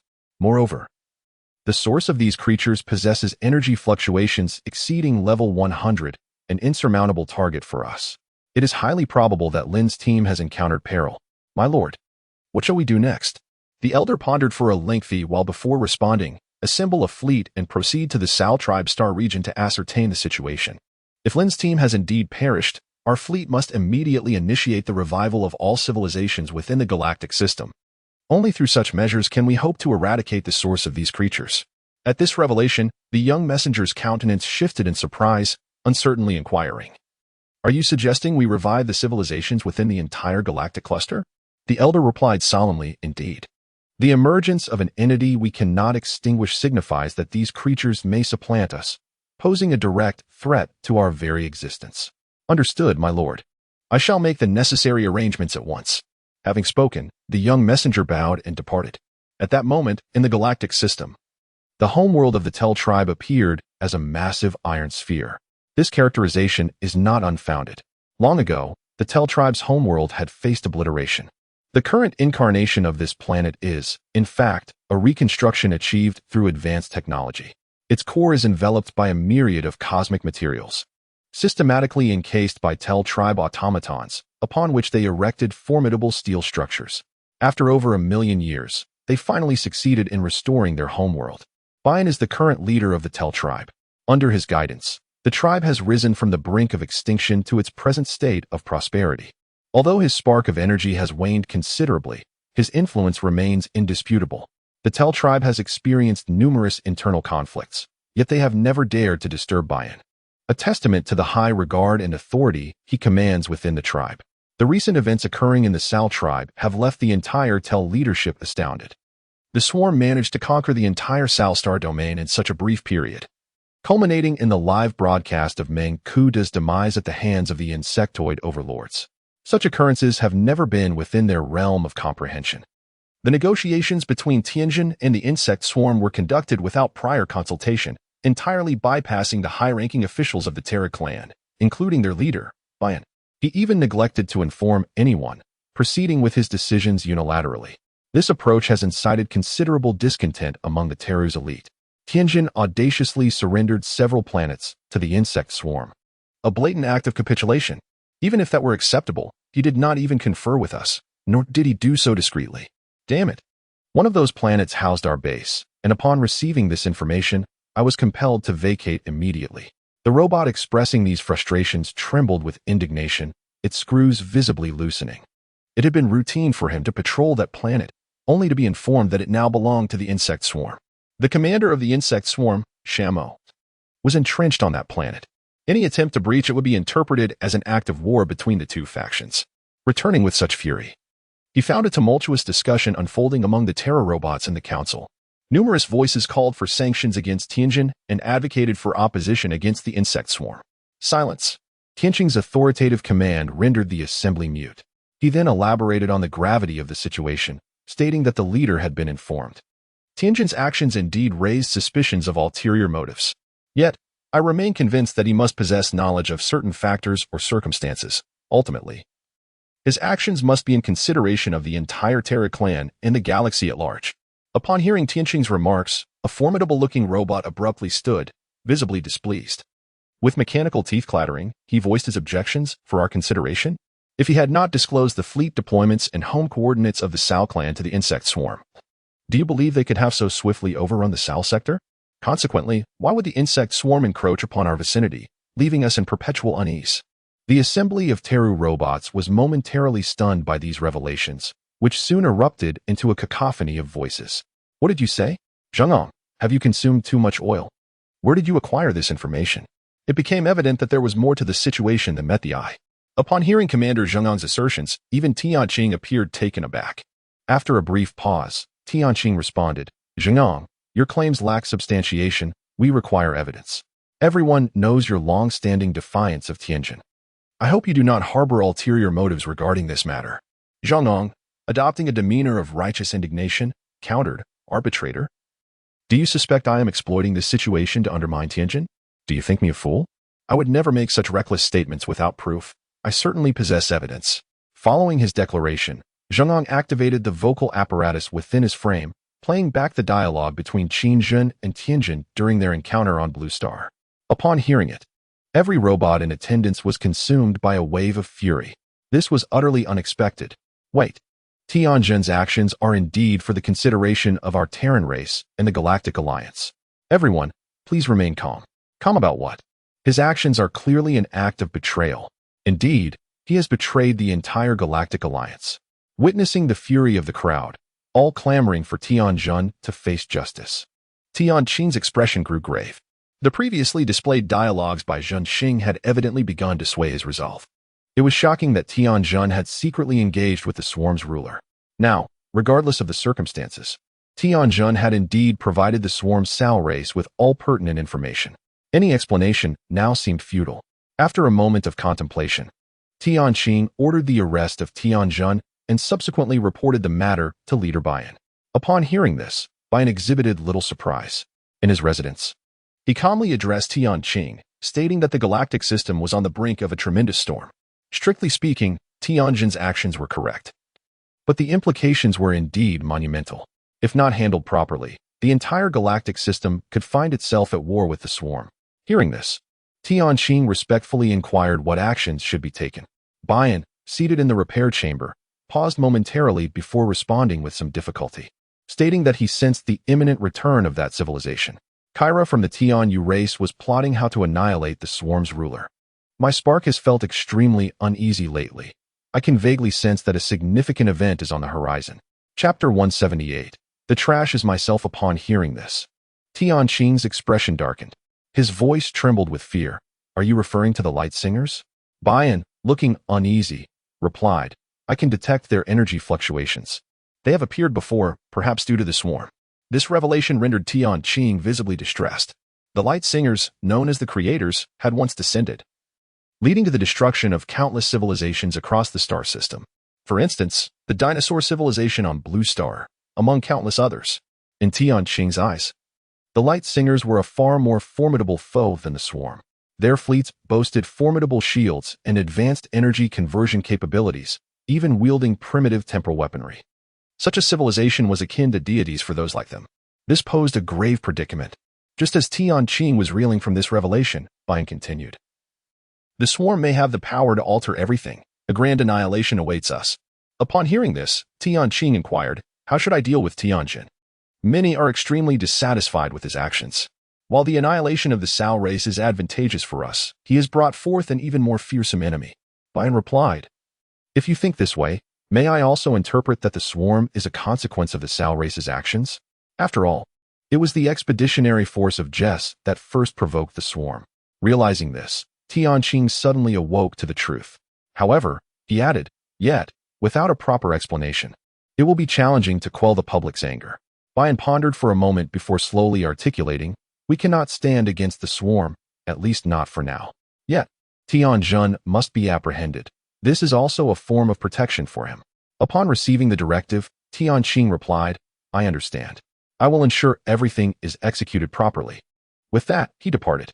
Subsequently, Tianqing dispatched the 12 guardians of the Teru clan to capture Tianjun once more. This time, however, the situation unfolded differently during the apprehension. Tianjun unexpectedly resisted, exclaiming, if I leave, no one can halt the swarm. It will spell disaster. Yet, no one took his words seriously, and the 12 guardians proceeded to pummel him mercilessly. They were capable of suppressing the essence energy of all Terra clan robots. Even someone as formidable as Tianjin was rendered as helpless as a chick awaiting slaughter before the guardians. His defiance was evidently futile, and he, along with his subordinates, was once again shackled and sent back to the prison planet with heavy iron chains. Just as Tianqing was about to embark for the Sao clan's home planet to assume control over the contact with the swarm, Guest suddenly sought him out. His spaceship was intercepted midway by Guest's fleet. The two then engaged in a video connection. Tianqing began, Tianjin revealed your information to the swarm. I have arrested him for this. Now, I must engage with the swarm, or it will escalate into a larger catastrophe. I hope you can comprehend the predicament of the Galactic Alliance. To his surprise, Guest exhibited no trace of anger. He replied, I did not come to you for explanations. Your words cannot rectify anything. I am not here to hinder you. I have other matters to discuss. Taken aback, Tianqing felt a surge of curiosity about Guest's intentions. After a brief pause, Guest continued, I have allied with the Tianyu civilization and Kyra. The Tianyu clan will soon dispatch the Angel of Death fleet to the galactic system. And I hope you will not obstruct this. Hearing this, Tianqing's expression grew grave. The Angel of Death fleet. If left unchecked, it could obliterate an entire star system. Tianqing had never anticipated that Guest would reach out to a former nemesis, Kyra, in his quest for vengeance during this time. This course of action is utterly reckless. Tianqing cautioned, I advise against it. Even if you ultimately defeat the swarm, do you not fear being annihilated by Kyra? You are well aware that she is not as straightforward as she appears. Guest suddenly erupted, enough. I came to warn you, not to negotiate amicably. It is not you who will be destroyed by the swarm. You cannot fathom the fury I currently possess. Should you dare to obstruct, we have no qualms about becoming your enemies. The expedition fleet of the Tianyu civilization is poised to strike, and I am well aware of the majority of the galactic system's deployments. Are you truly prepared for a mutually assured destruction? Upon hearing this, Tianqing fell into a long silence. After much contemplation, he reluctantly conceded, very well, but I harbor no trust in Kira. I suspect her ambitions will not cease. Once the threat of the swarm is successfully neutralized, she will undoubtedly turn against the Galactic Alliance once more, for I am acutely aware of her intentions. Gus, visibly displeased, retorted, now is not the time for such discussions. I need you to promise not to obstruct any actions of the Angel of Death, otherwise, we shall engage in a battle to the bitter end. Observing Gus's obstinacy, Tianqing felt a profound sense of frustration. He was merely an arbitrator, temporarily overseeing Tianjin's affairs, and never anticipated the situation would prove so arduous. After a moment of further reflection, Tianqing had no choice but to acquiesce to Gus's demands. Otherwise, conflict was inevitable. In matters of combat, Tianqing was indeed far inferior to Tianjin. Satisfied with the response, Gus led his fleet away. Upon learning that Gus intended to ally with Kira to launch an offensive against the swarm, Tianqing deliberated briefly before deciding to redirect his course towards Blue Star. Prior to this, Tianjin had informed him that the human faction on Blue Star possessed a formidable force, the Ethereal Energy Core. With proper support, they could undoubtedly become a cornerstone of strength within the Galactic Alliance. Heeding the counsel of Zyamir, Gus cleared all obstacles for the forthcoming plans. Kira was overjoyed upon receiving this news, as the Zakara and Dekaha swarms had returned to the Tianyu galaxy, actively seeking and assaulting all of her bases and facilities. This information was precisely what she required. Kira had always believed that without Qinzhen, the swarm would pose no significant threat. Soon, The Angel of Death re-entered the Galactic Alliance, a starship of extraordinarily unique design, resembling a colossal warplane with 12 wings. Its most terrifying feature was its ability to harness stellar energy. It was Kira's flagship and the most potent trump card of the Tianyu civilization. At that moment, Qin Jun remained on the home planet of the Sao race, collaborating with a baser on genetic sequencing. A baser remarked to Qin Jun, "Sovereign, your form is imperfect. It is too weak, filled with useless detritus. You require another evolution." Qin Jun inquired, "Evolution? That necessitates the swarm's advancement." However, a baser contradicted him, adding, "No, I am referring to the sovereign's true essence, not the biological armor you wear." Chapter 179, The Ancestor of the Alien Insects. Upon hearing this, Qin Jun pondered for a moment. The true essence? I believe it is adequate. Does a baser imply that my form is insufficiently strong? My body embodies the entirety of the swarm. As long as I possess ample energy, I can utilize my cellular structure to fabricate a maternal insect base. Furthermore, I can create nano-insects that can independently evolve into a second killing form, capable of both close combat and laser projection, as well as merging with the burrowing demon to form the swarm's annihilation cannon. The burrowing demon is also an integral part of my being. With such capabilities, I have transcended the limits of the heavens and the earth. How can that be deemed insufficiently strong? The essence of the Abaser sovereign encompasses the genetic sequences of the entire insect race, yet it retains numerous traits of humanity. Those superfluous organs ought to be discarded or merged with superior genes for enhancement. Upon hearing this, Qin Jun was taken aback, instinctively glancing at his own lower body. Suddenly alarmed, he exclaimed, "Are you suggesting that even this function of mine should be eradicated?" The Abaser sovereign, in a certain sense, possesses an astonishing physique. Yet from my perspective, there remains considerable potential for enhancement. Intrigued by this notion, Qin Jun pondered briefly, realizing, however, that it seemed impractical, as the existing division pool was incapable of further evolution of the insect body. He contemplated, while your assertions hold validity, as I mentioned previously, further evolution necessitates the insect swarm reaching a higher level. The current division pool can no longer upgrade the insect body. The Obeso sovereign. Not only is the existing swarm incapable of further evolution of your physique, but this limitation will persist unless a transformation occurs. Without such change, you will be unable to attain greater power. Upon hearing the Abaser's words, Qin Jun's eyes darkened. Greater power? Naturally, he yearned for it. Moreover, from the Abaser's statement, he could faintly discern an alternative method to augment his strength, one that did not rely on the swarm for enhancement. After deep contemplation, he inquired, "What must I do?" The Abaser replied, "The original swarm evolved from a particular organism we refer to as the primordial alien bug. They possess far superior genes, capable of incessantly devouring, evolving, and merging with more potent genes to transform and advance. Zealous, the birthplace of the alien bugs, is also the origin of the swarm. You must return to the beginning and consume all the leaders of the alien bugs to seize their formidable essence. The progenitor of the alien bugs, Zolwyn, is colossal, having devoured countless powerful life essences, its body harboring immeasurable vitality. The sovereign must obtain it. The planet Zealous houses the most sophisticated division pool, ancient and unparalleled. There, the sovereign will amalgamate into the most perfect physique, thereby acquiring the strength to combat any adversary and eliminate all threats." Zealous? Upon hearing this, Qin Jun fell into deep thought. His subconscious held some understanding of it. As the Abaser indicated, it is indeed the birthplace of the swarm. Yet, it exists in another parallel universe, specifically in the Caprol star region of the second galaxy. With the current capabilities of the swarm, reaching it is utterly unfeasible. This is tantamount to saying nothing. I see, but presently we cannot return to the second galaxy. We require considerable time. Unless we can discover a method to expedite the swarm's advancement. Your proposed method is no more than idle talk, Qin Jun remarked. The Abaser continued. Aside from this method, I possess another means to transform the sovereign's physique. Although it may not grant the power I previously mentioned, it will still surpass the current form of the sovereign. Upon hearing this, Qin Jun's eyes brightened with intrigue, exclaiming, "Oh, what method do you possess? Are you intending to bestow your powers upon my body, or do you wish to consume me?" Abathur stirred his densely packed forelimbs and replied, "Indeed. My form can reconstitute a brand new dominion. I refuse." Qin Jun responded without a hint of hesitation. "Goodness, is this creature truly intent on devouring my body? Is it attempting a rebellion? If Abathur, The Dominator disagreed. Then the evolution would not proceed. Qingjin shot Abathur an exasperated glance and asserted, I yearn for greater strength. But that does not render me a fool. What are your intentions?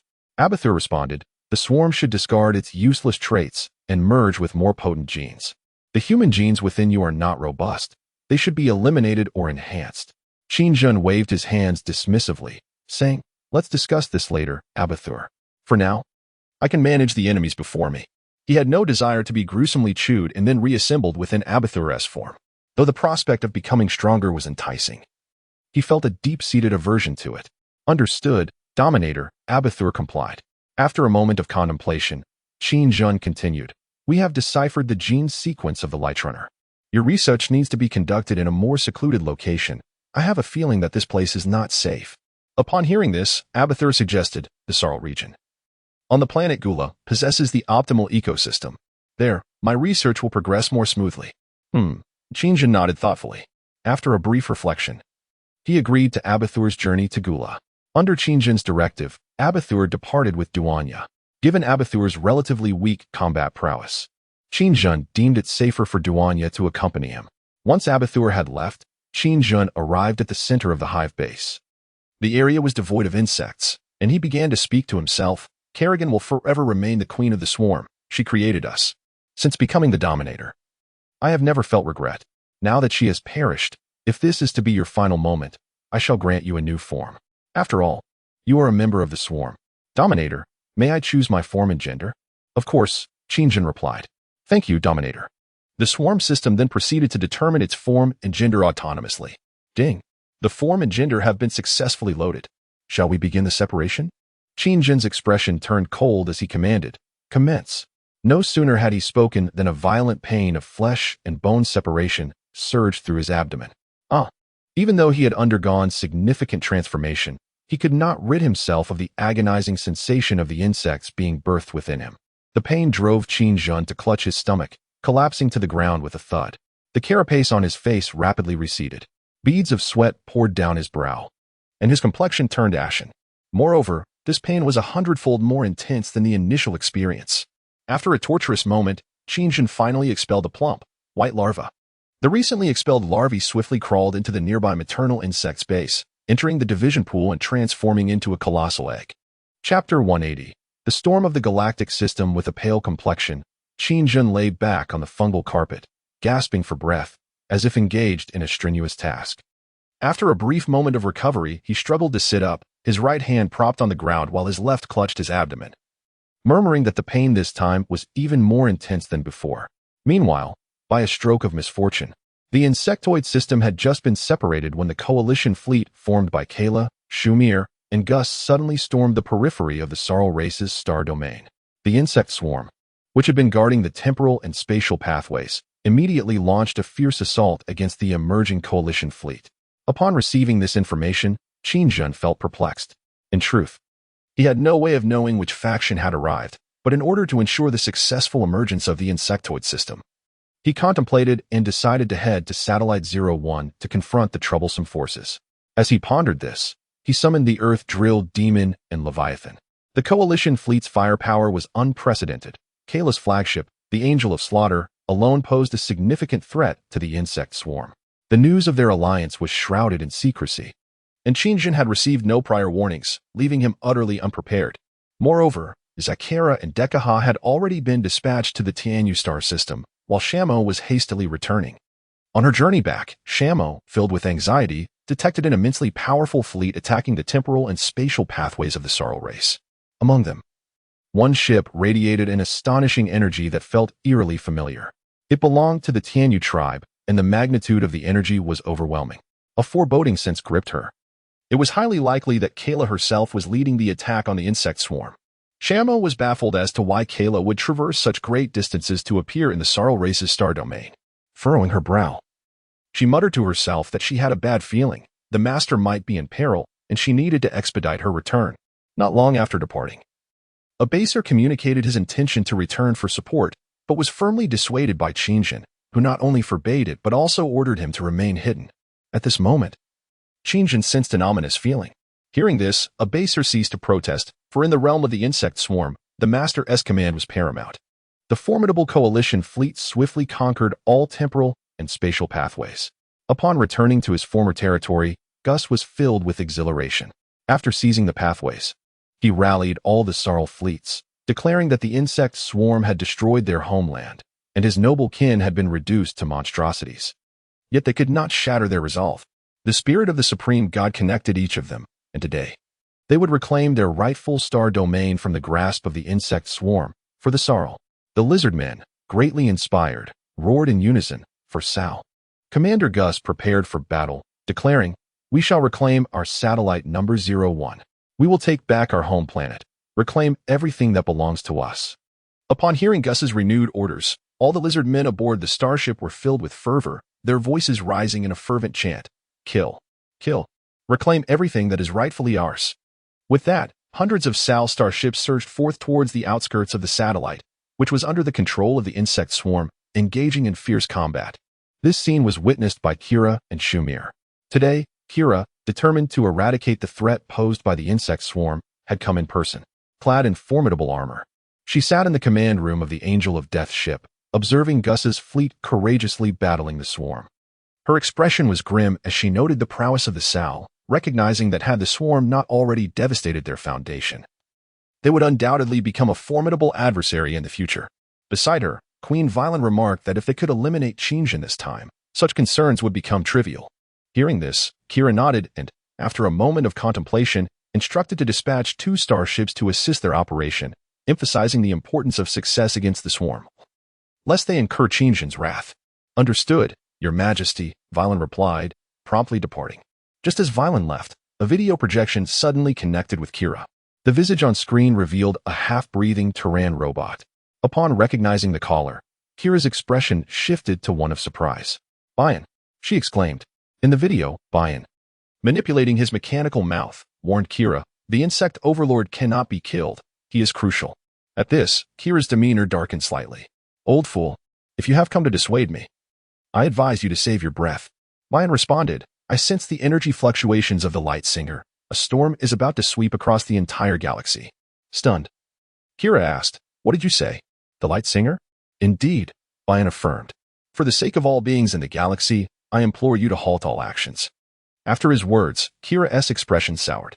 She remained silent for a long moment, contemplating before coldly retorting, "This matter seems unrelated to me. Have you lost your wits? The Light Singer is the creator of your kind, not ours in Tianyu star system. Do they dare to intervene with my affairs?" Bayan, displeased, countered, "If the entire galaxy is destroyed, your grand plans will become mere illusions, at least for centuries to come. We need the swarm to contend with them." Kira, however, remained unfazed, having anticipated all possible contingencies.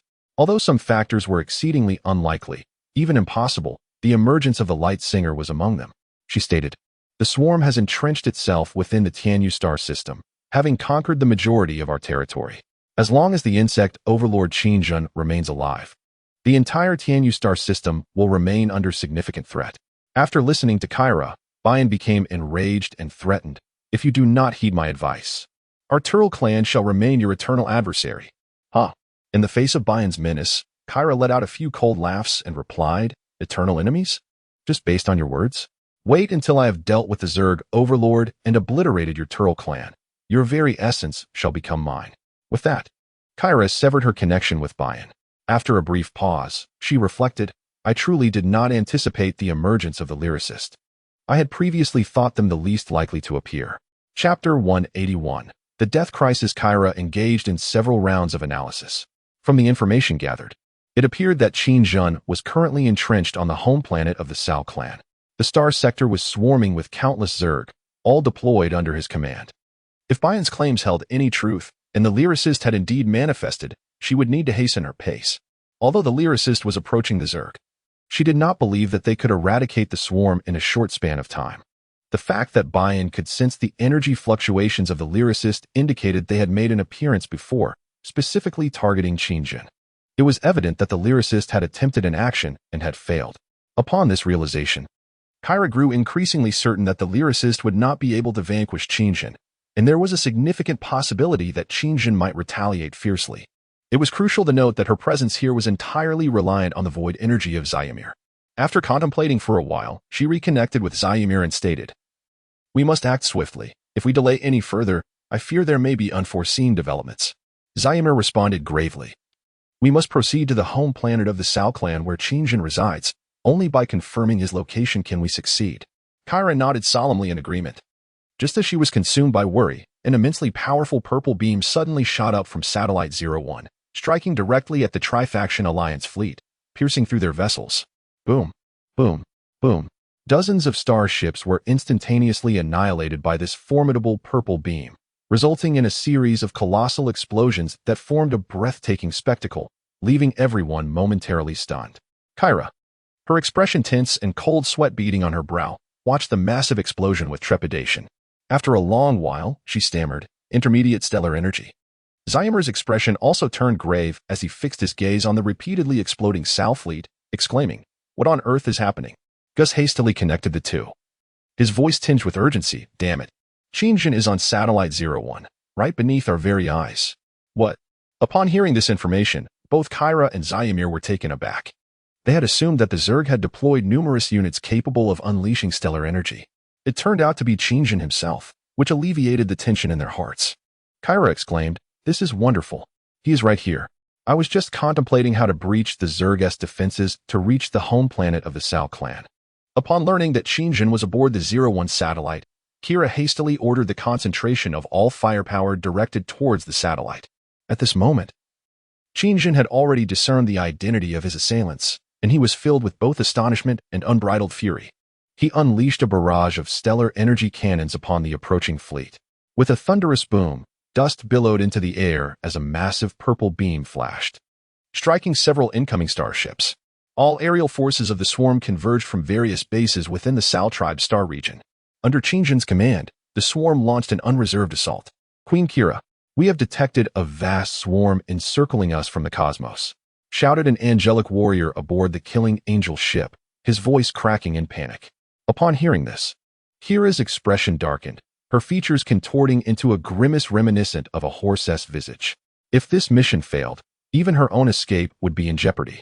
Gus and Shumir were evidently also monitoring the swarm's movements, their hearts racing with anxiety.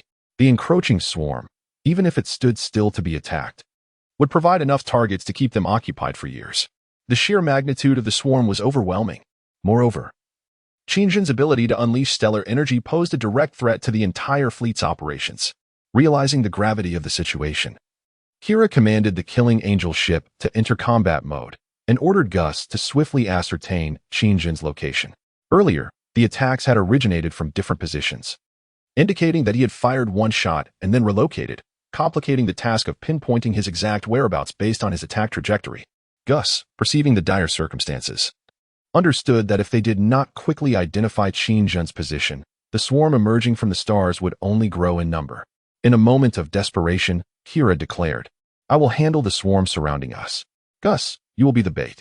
Shumir, be prepared to teleport at a moment's notice. As soon as we detect his imminent attack, you must act swiftly. Our success hinges on this." Gus, however, was displeased. "What? You want me to serve as bait? That kind of attack could obliterate me even if it merely grazes my starship." At Gus's reaction, Kira fell silent. This was indeed true. No one wished to sacrifice themselves in vain. She continued, "If we do not proceed this way, not only will our mission fail, but none of us will escape. The swarm has already seized the entire star region, leaving us no avenue of retreat. Sacrifice is necessary. Only the Killing Angel can provide cover. Shumir is the key to our operation, and it falls to you, Gus. Think of your fallen kin, of the deity who was humiliated and ultimately slain before all, at the hands of Qingjin." Upon hearing this, Gus fell silent for a moment, his expression turning grave. He gazed towards the location of the Sao tribe's homeworld, tears glistening in his eyes. In mere seconds, tranquility returned. "If I were to perish, I hope you all could grant peace to the Sao tribe, as a gesture of goodwill for our collaboration." Hearing this, Kyra's countenance darkened considerably. "I will," she replied.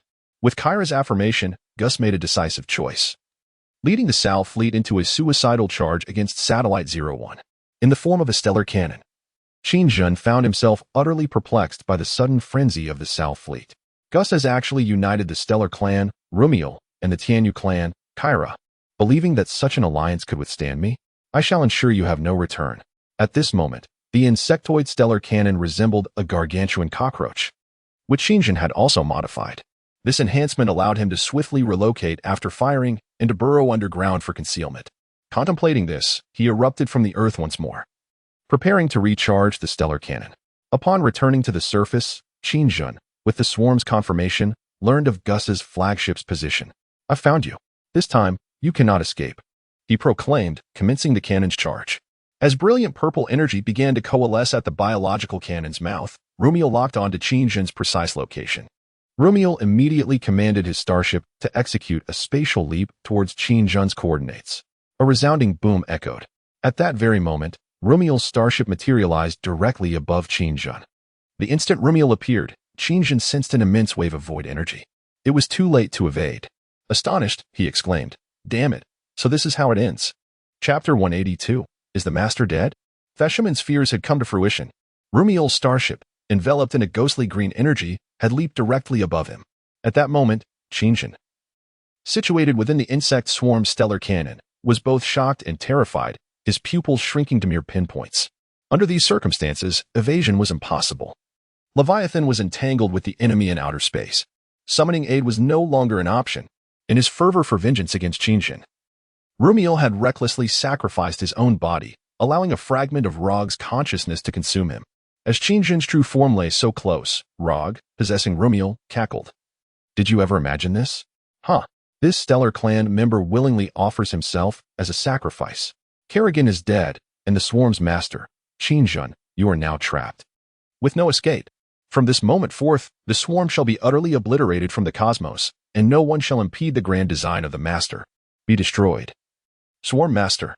With Rog's essence coursing through him, Rumiel unleashed a deafening roar, as a torrent of void energy surged forth from his being. With a swift motion, he directed the starship to crash into the unsuspecting Shinjin. Just then, Shanshan arrived, her Leviathan just having leaped into the Salstar region, witnessing this astonishing scene. As the two pupils narrowed, a heart-wrenching roar erupted. No. The Sovereign. The starship enveloped in unparalleled void energy in the blink of an eye, unleashed a surge of green light that crashed down upon Shinjin's head.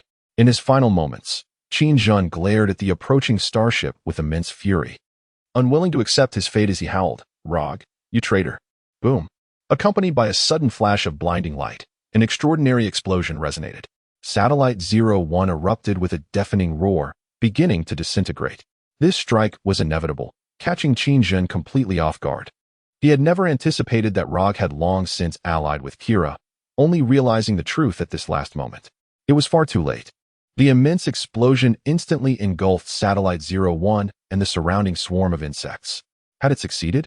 Witnessing this scene, Kira was momentarily stunned and urgently commanded the Angel of Death to shift into defensive mode. The energy from the explosion was extraordinary, radiating outward from Satellite 01 with an unstoppable force. Boom. The core of Satellite 01 detonated once more, this time with even greater ferocity.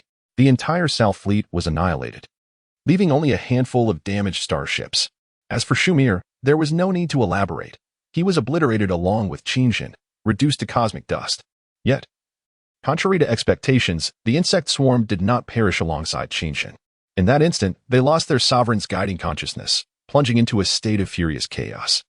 Far away in the Tianyu star system, Dekaha, Zakera, and Fashman simultaneously felt the void left by Shinjin's absence. They were struck with dread. They understood that this signified the sovereign's demise. Zakera let out a furious roar, while Fashman, with a grave expression, questioned, "Who has done this to the sovereign?" Dekaha, increasingly anxious, paced restlessly, exclaiming, "The sovereign has fallen, and the swarm is on the brink of a reckoning." Meanwhile, on the planet Gula within the Salstar region, Abaser had to exert considerable effort to subdue the enraged Broken Fong.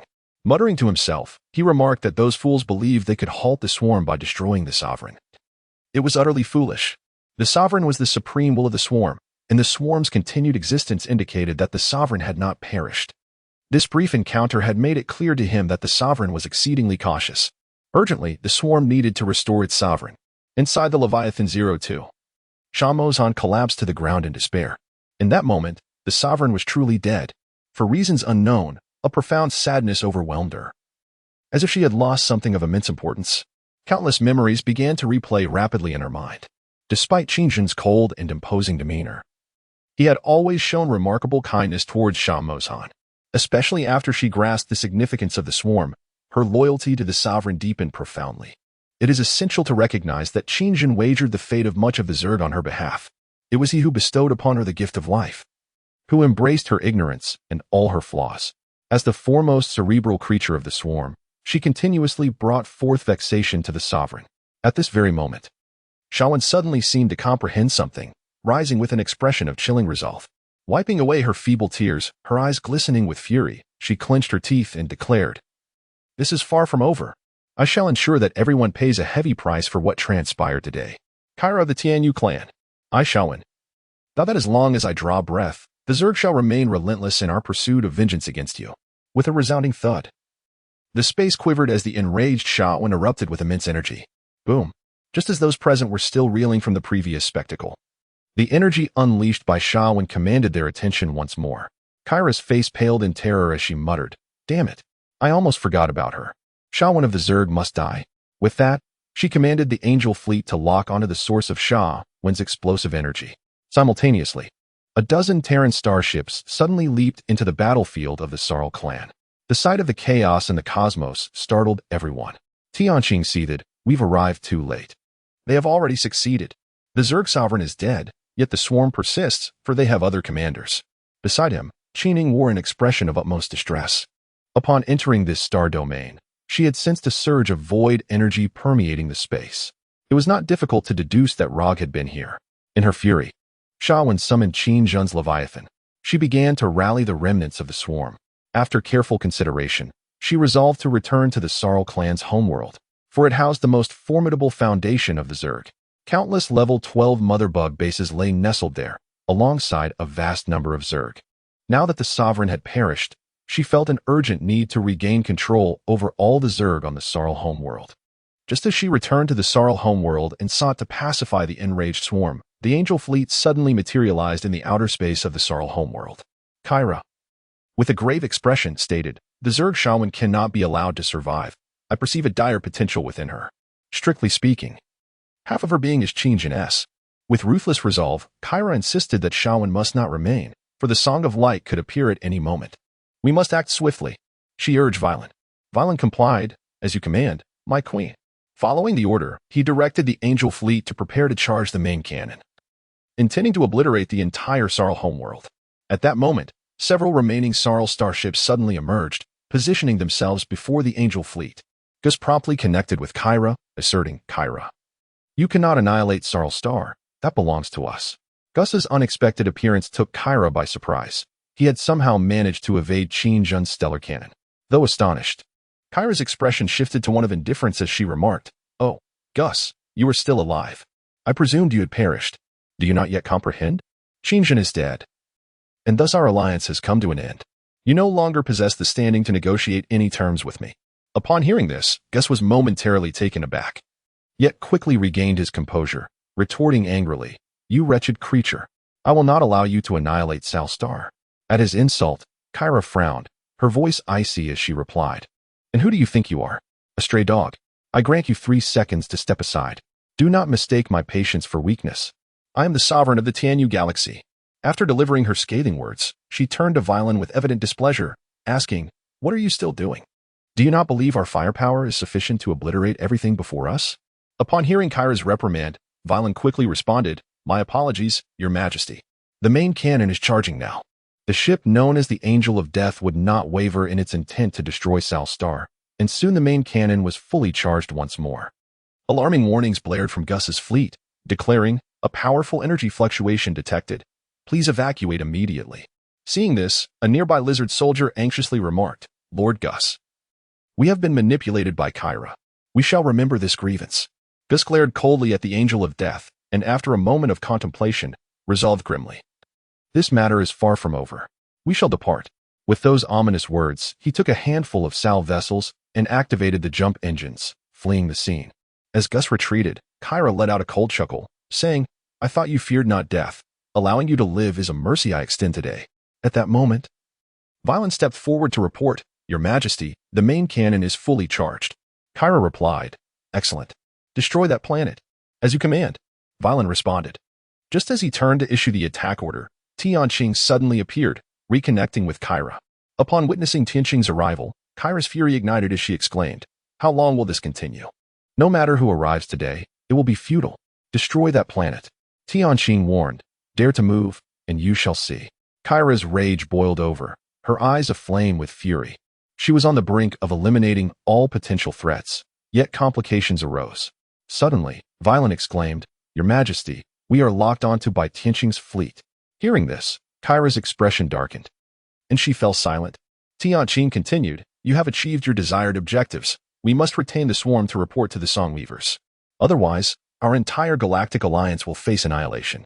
Upon hearing this, Kyra calmed herself, recognizing the truth in his words. Engaging in a conflict with the teller at this juncture would indeed be unwise, especially considering the limited number of accompanying ships. Realizing the imprudence of such an encounter, Kyra coldly commanded, "We shall leave." With that, she initiated the jump engines and vanished from sight. At this juncture, Shamo had assembled all the swarms on Salstar, preparing for a decisive confrontation. In truth, even if Kira were not impeded, obliterating Salstar in a single strike was no trivial endeavor. Shamo possessed 2 Leviathans and countless swarms at her command. After witnessing the departure of the Angel of Death ship, Tianqing cast a glance at Salstar and mused that he had presumed the demise of the Zerg Overlord would spell the end for all the swarms.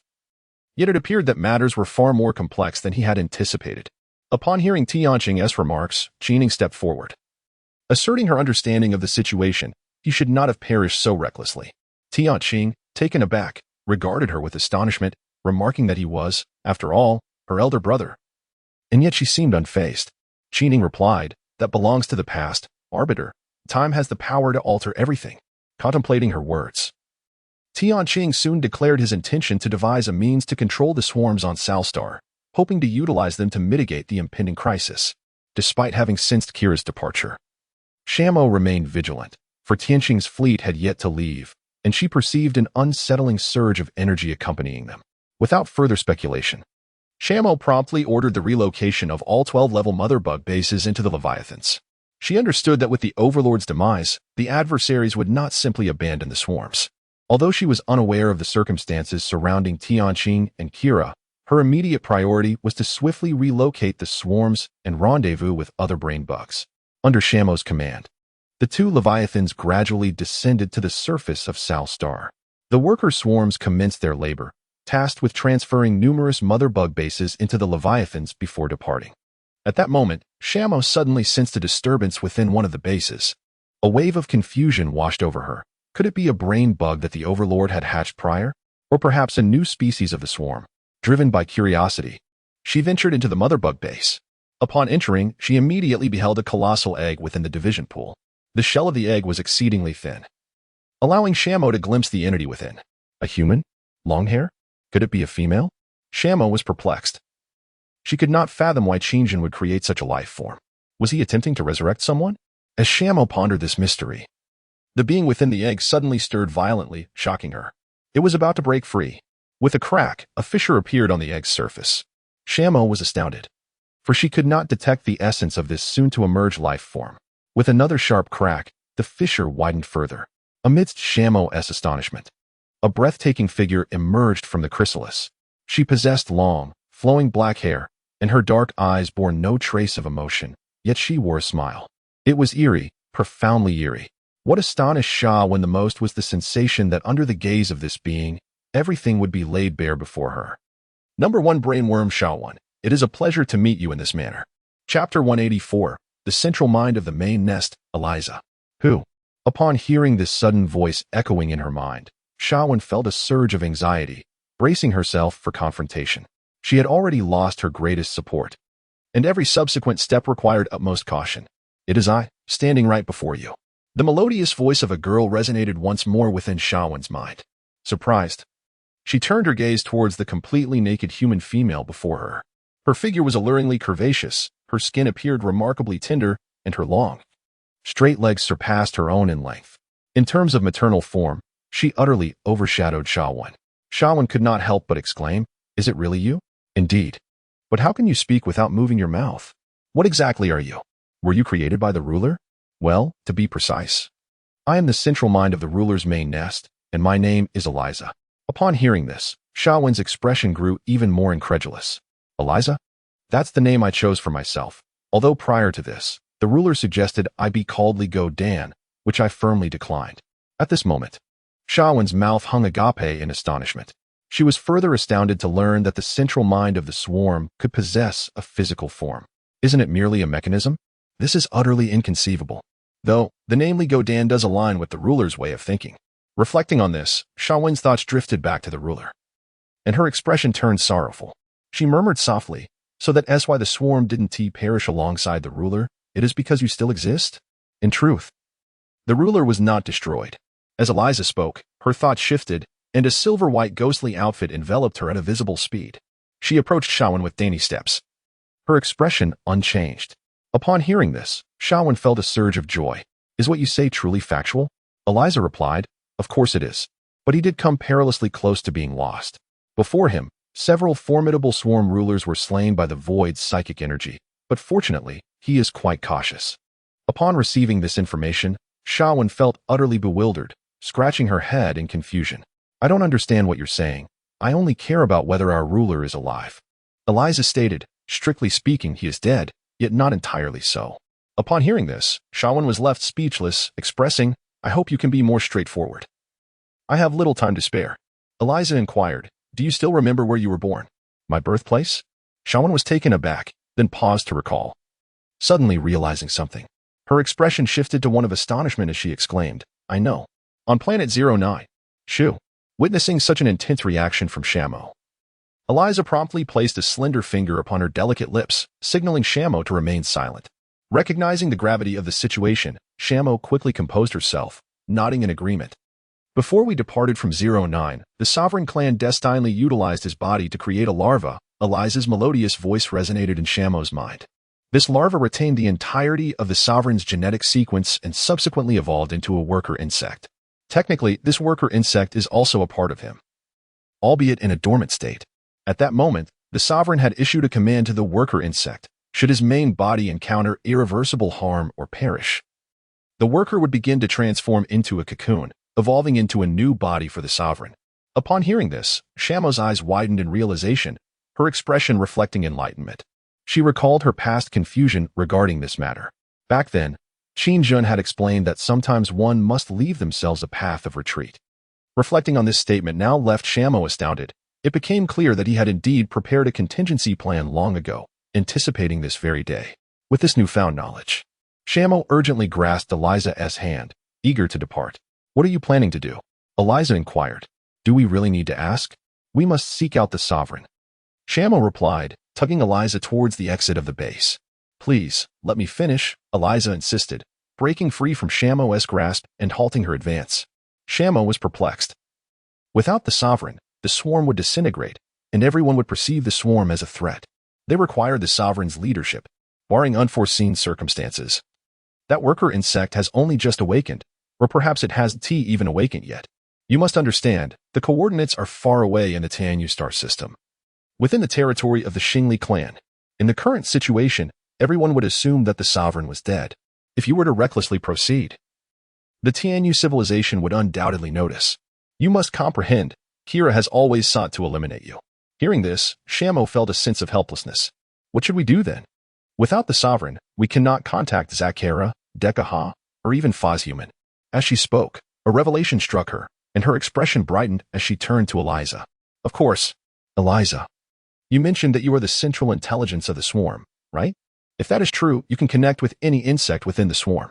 With this thought, Shamo exclaimed. You are the central intelligence, so you can reach out to them. Quickly, have Zakera find the sovereign. Yet, Eliza replied, this requires the sovereign's command. Without his directive, I cannot independently issue any orders to the swarm. Shamo was taken aback, exclaiming, what? Then what use are you? Eliza responded, as of now, I may seem of little utility, but if I were to be lost, the swarm would indeed face annihilation, and that includes you. Well, it seems that we can no longer remain here. We must hastily depart and seek out the fourth brainworm, Shamo stated. Eliza replied, however, I must caution you that the swarm has temporarily lost the dominion of its consciousness. All the brainworms have gained their freedom and possess their own thoughts. If you intend to seek a Basser, I highly recommend that you consider this carefully, for it may very well consume you to enhance its own power. Upon hearing this, Shamo was taken aback, her skepticism evident. Could it truly be? Are we not all part of the swarm? Eliza continued, you need to strengthen your power, Shamo. The Dominion is currently feeble. Even low-level predators pose a lethal threat to it. Thus, before it awakens, we must keep this matter secret. If this information leaks, our swarm will face utter annihilation. After Eliza's words, Shamo stood still, contemplating deeply. She understood that the only force capable of destroying the Dominion's essence was a form of void energy. Previously, the Dominion had harbored grave concerns regarding this. A void creature known as Rodpavel had allied with the Sarl, the Xingli, and the Tianyu to slay the Dominion's essence, plunging the swarm into peril. As these thoughts crossed her mind, Shamo's expression turned unusually somber. She stated, were it not for Kayla, their success would have been impossible. She became the key to this operation. The death of the Dominion bears an undeniable responsibility on the Tianyu, and they must be eradicated. Eliza interjected. The enemy will not grant us time. With the Dominion's demise, Kayla will undoubtedly take action. And there is also a level 5 civilization that attempted to capture the Dominion but failed.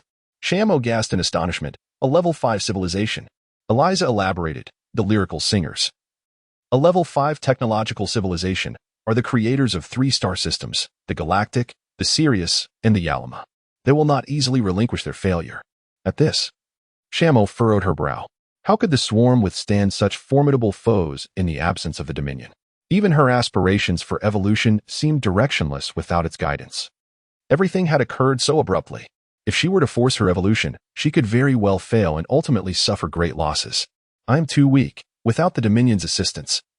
I cannot achieve evolution in the near term, Shamo lamented. Observing Shamo's regretful demeanor, Eliza suggested, if you believe you can persuade a Basser, perhaps it could assist you in this regard. A Basser? Shamo's expression shifted as realization dawned upon her. Are you implying that the 4th brainworm could aid my evolution? Eliza. Strictly speaking, Abathur possesses the ability to transform all living organisms. It is also the master of genetic modification within the swarm. However, in this scenario, I cannot guarantee that it harbors no animosity towards you. Abathur's creed is one of supremacy, with the swarm reigning above all. Unlike other brainworms, it may regard you as an adversary due to this distinction. Upon hearing this, Shamo's hand appeared contemplative. After a prolonged moment, her expression suddenly shifted to one of ferocity. To ensure the resurrection of the Overmind, she must assist me. The swarm must not falter here.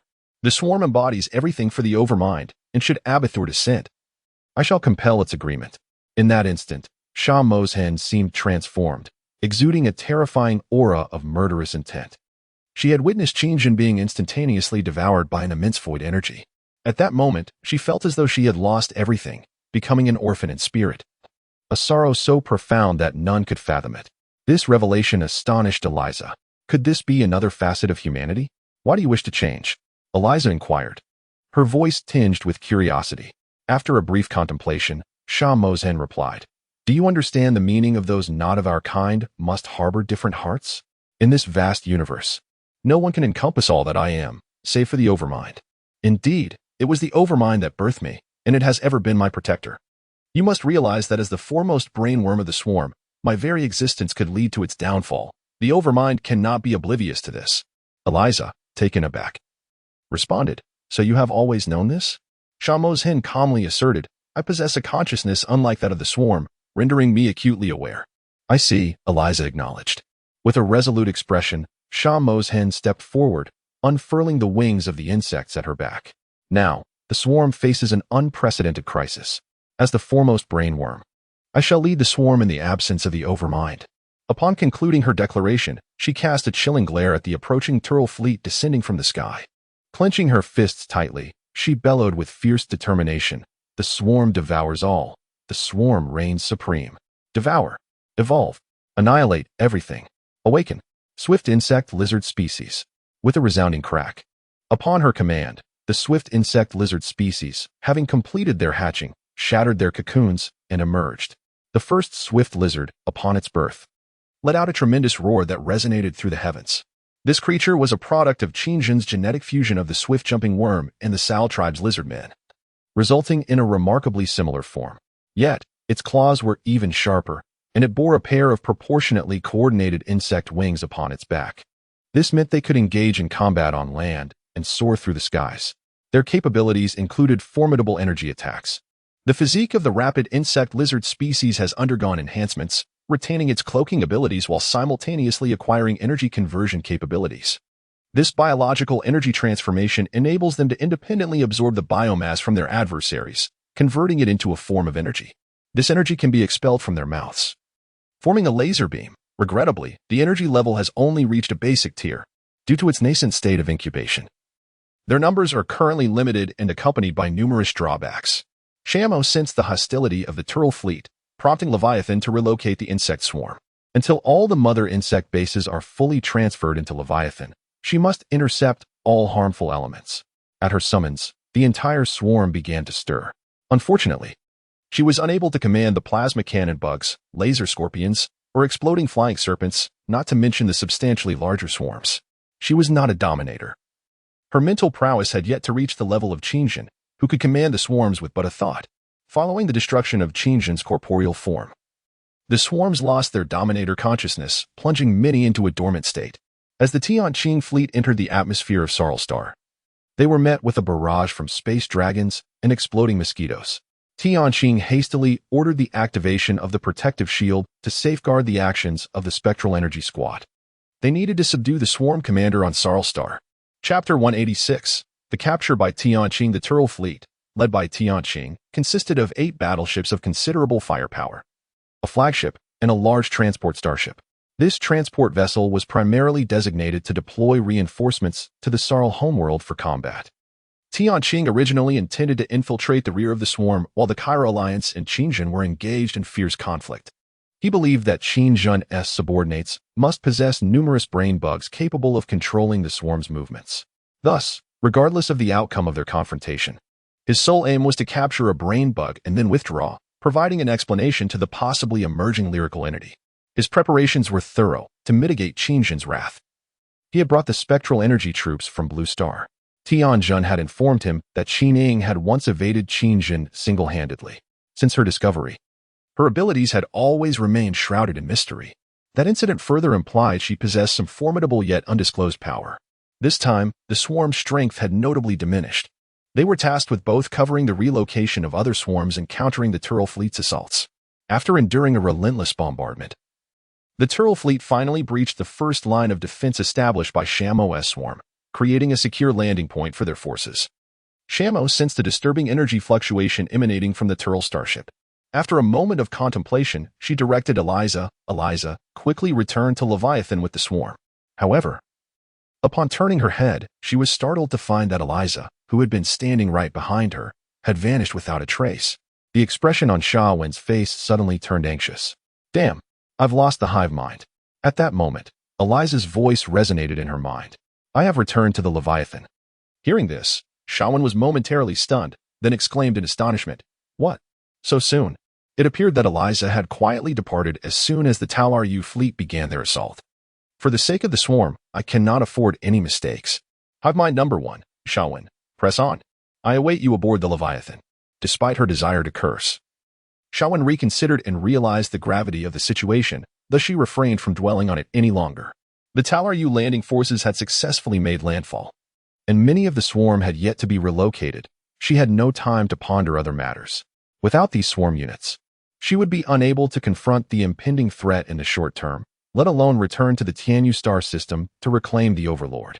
On the main ship of Tianqing, the Talaru warriors reported to the adjudicator, We have located it, the swarm commander on Salstar. Upon hearing this, Tianqing immediately commanded, Lock onto its position quickly. Under Tianqing's orders, the Talaru fleet successfully pinpointed Shawen's location. Target acquired, commence capture. Shawen's whereabouts were relayed to all landing units. Received. With that, the Talaru robots that had successfully landed began to transform into a series of aircraft, soaring towards Shawen. At that moment, Shawen noticed the Talaru forces gathering in the skies above, heading in her direction. She felt an overwhelming sense of tension mixed with confusion. It was evident that the enemy had discovered her position, yet they had not executed a direct annihilation strike. What were they planning? Shawen muttered to herself in bewilderment. With a sudden roar, a Talaru fighter jet zipped past her head. Shawen quickly ducked, then glared at the aircraft overhead. Boom, boom, boom. The Talaru forces commenced a fierce bombardment of the swarm surrounding Sha-1, yet they refrained from targeting her, deliberately avoiding her to focus on the swarm instead. Without further contemplation, Sha-1 hastily activated her psychic abilities, launching an electromagnetic interference attack against the Talaru jets above her. Clenching her fists tightly, she ground her teeth as the wings behind her buzzed incessantly. Concentrating all her focus to unleash her power, she felt the space around her vibrate violently. Waves of energy radiated from her center, rapidly expanding. The Talaru jets in the sky were all disrupted by her abilities, though she could not destroy them. She could only interfere with the energy within them, rendering their firepower systems inoperable for a brief period. Witnessing this, Tianqing and Qining furrowed their brows. Tianqing remarked, "Is this its ability?" To which Qining responded, "The hive mind is not simple. Capturing it without harm is clearly impossible." Tianqing inquired, "What do you mean?" Qining let out a soft sigh and said, "Let us proceed. You simply need to assist us in clearing the surrounding swarm." Observing her nonchalant demeanor, Tianqing pondered for a moment before responding, "Very well. I hope you achieve success, but do not kill it. We require it alive, or else everything is rendered meaningless." Qining assured, "As you wish." With that, she strode out of the command room. At that moment, Sha-1 unleashed her abilities several times, annihilating all nearby Tel race warriors with the aid of the swarm. She had begun to comprehend the Tel race's intentions. They sought to capture her, and lingering any longer was unwise. After surveying her surroundings, Sha-1 attempted to communicate with Eliza. "I detect a level 60 psychic energy fluctuation. Sha-1, you must evacuate." Upon hearing this, Sha-1's expression turned to one of terror. 660 levels. "Indeed, although I am uncertain why she is here, it is best for you to leave swiftly." Upon hearing this, Sha-1 hurriedly instructed Qinzhen's Leviathan to establish a jump coordinate point in the Salray star region, in the outer space of Gula planet. Immediate jump. Under Sha-1's command, Qinzhen's Leviathan vanished in a swift motion. With this, Sha-1 finally breathed a sigh of relief. Preserving Eliza was her foremost priority. Just as she prepared to retreat, Eliza's voice echoed in her mind once more. "Oh dear, why didn't you relocate me first?" Sha-1 paused, then suddenly gasped. "You returned to my Leviathan." Frustrated, she dashed towards her vessel without a moment's hesitation. A sudden explosion resounded as an attack struck the ground before Sha-1's path. Fortunately, she reacted swiftly, halting just in time. Otherwise, her head would have surely been obliterated. Panic surged through her as she turned to face the assailant, a woman clad in ethereal armor, bearing a resemblance to Qinzhen. She steadied a large sniper rifle, aiming directly at Sha-1. "Little bug, don't you dare move, or I'll blow your head off." Chapter 187. The spark of revenge. Sha-1 sensed the void energy emanating from Qining, her expression tense as she murmured, "A void creature?"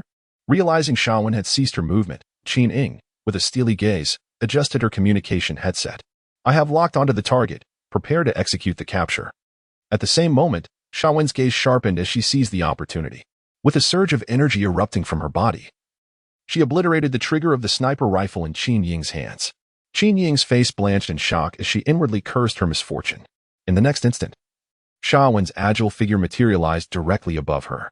The two fierce jumping insects glimmered with a menacing light in their eyes, and with a powerful strike, Sha-1 brought her fist crashing down towards Qining. Qinying's expression turned to one of sheer terror as she quickly realized the danger, rolling on the ground to evade. With a resounding thud, the ground beneath her shattered into countless fragments. It was a narrow escape. Had she been struck by that punch, even if she survived, she would have been incapacitated. It is essential to recognize that Sha-1 possesses the genetic traits of the rapid jump insect. Many underestimate her abilities, gravely overlooking this fact. How formidable is the rapid jump insect in close combat? Those who have experienced it know well. In hand-to-hand combat, even the formidable Duanya may find it challenging to best Sha-1.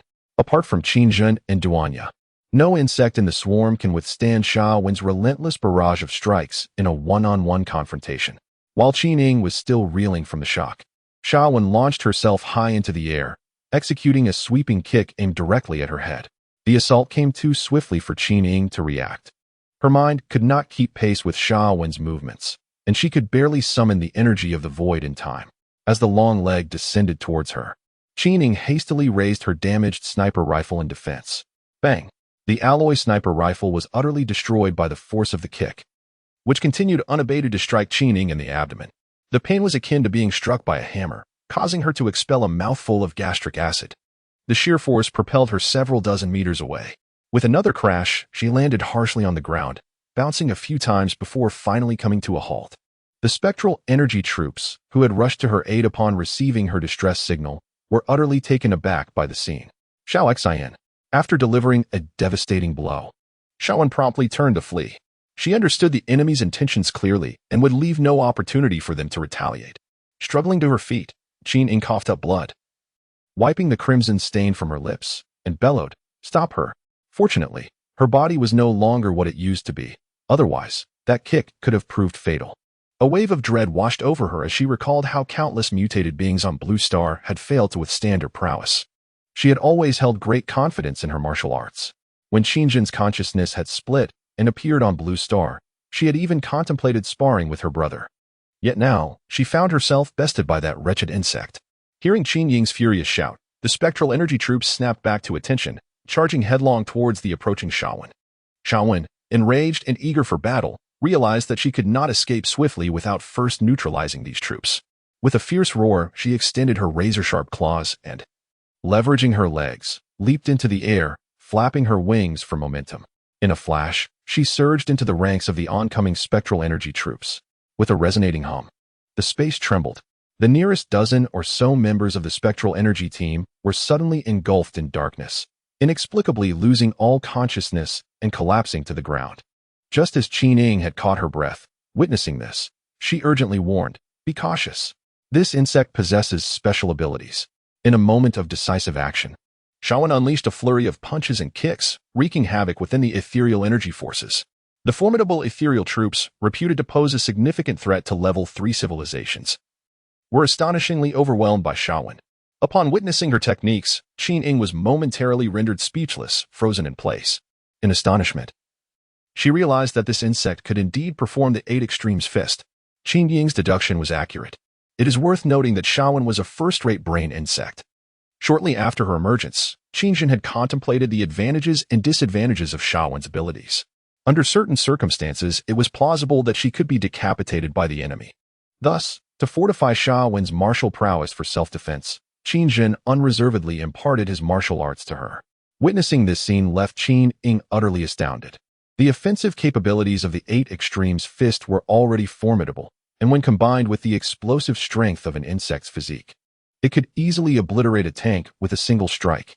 Damn it, stay away from it. As the ethereal forces suffered heavy losses under Shaowen's relentless assault, Qining swiftly commanded a retreat. Without further ado, she summoned the void energy within her body, enveloping her fists in a swirling mass of ghostly green energy. With a fierce expression, she darted towards Shaowen. In an instant, Shaowen sensed an extremely perilous aura behind her and hurriedly turned around, just in time to see Qining raising her fist, hurtling towards her.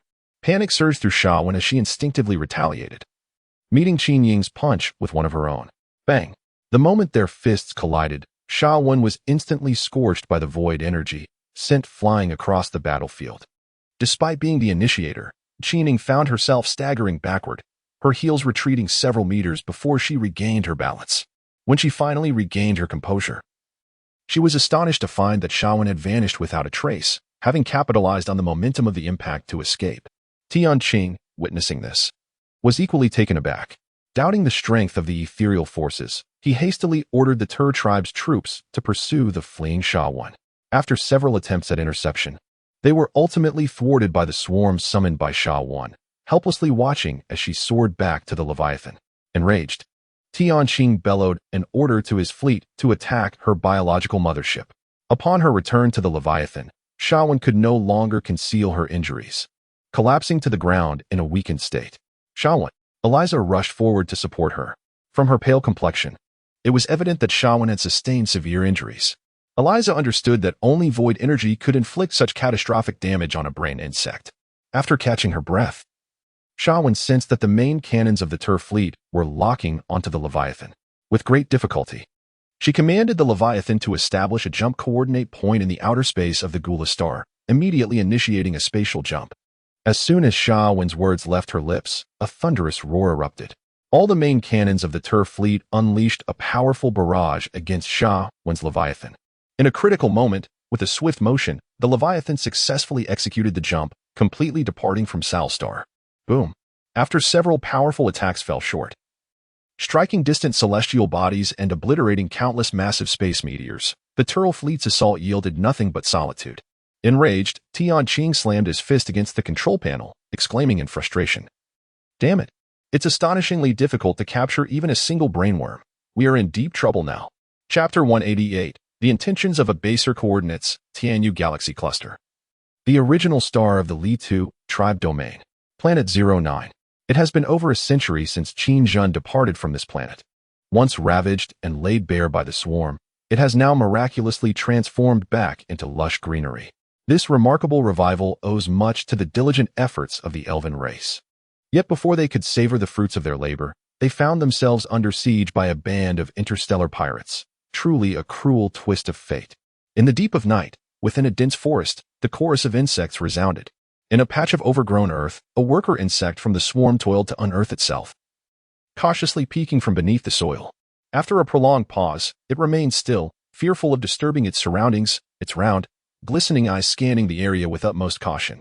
Once it confirmed the absence of danger, it emerged from the ground, swiftly scuttling in what it deemed the safest direction, pausing intermittently. At the slightest hint of movement around it, it would freeze, lying still in silence.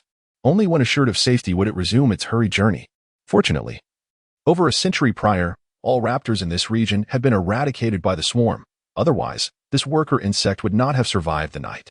As dawn approached, it arrived deep within a grand mountain, and after verifying that no threats lingered, it began to transform into a colossal egg. The metamorphosis from cocoon to emergence would require nearly 10 months, during which this egg would be entirely unprotected. Even a swarm of ants could pose a fatal threat to it. Meanwhile, the injured Shimuna lay unconscious in Eliza's embrace, momentarily free from external threats. The skies of Gulastar were teeming with a Baser's swarm.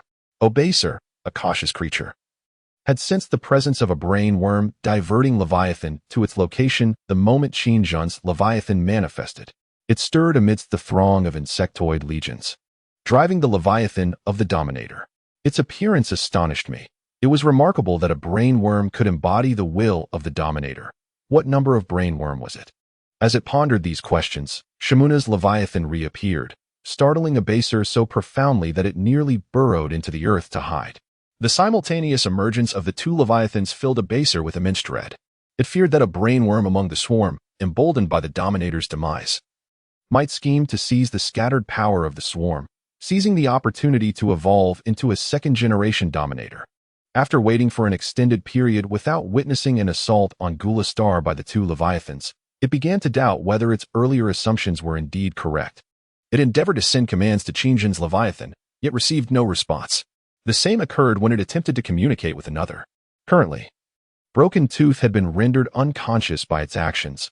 Otherwise, it would have wished to investigate further.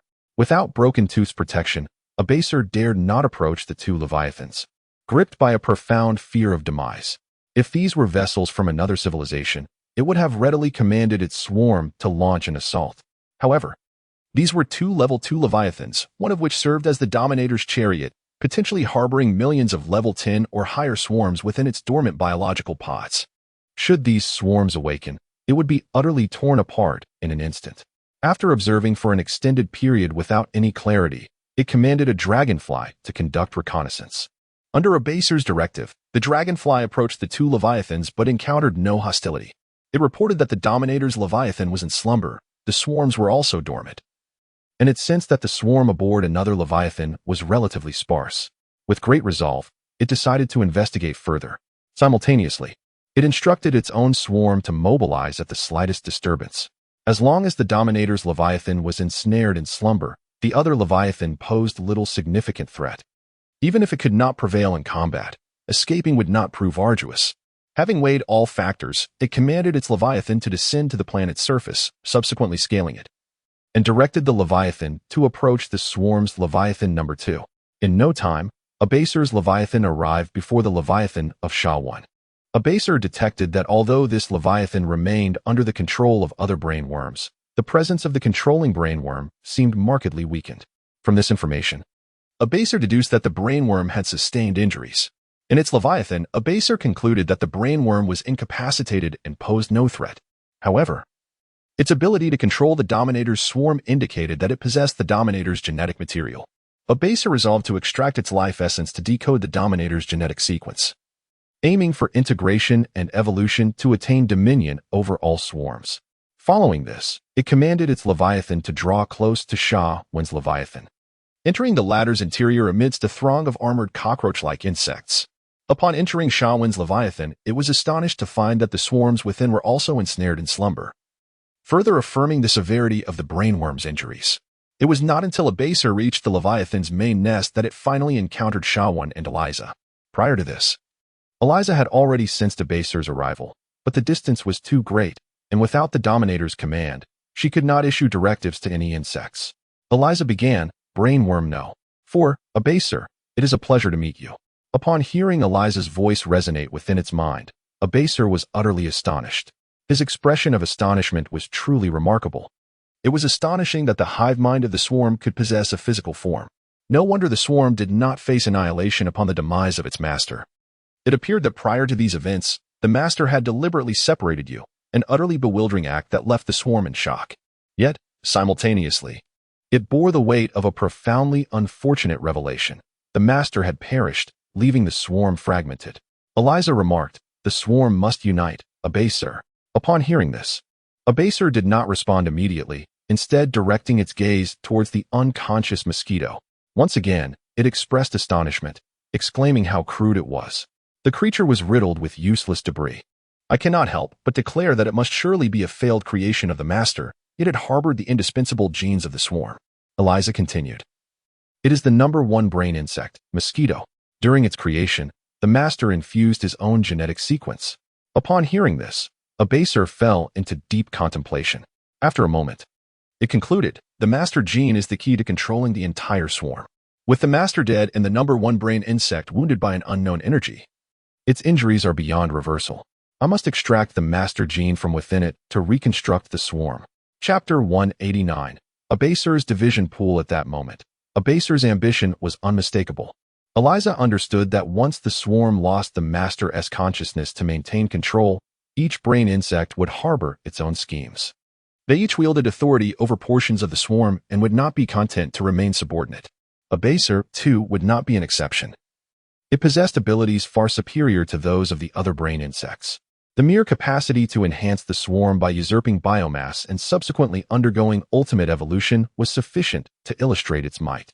Upon hearing Abaser's intentions, Eliza cautioned, "The master is not dead. He is on the verge of returning. If you proceed with this, you are aware of the consequences.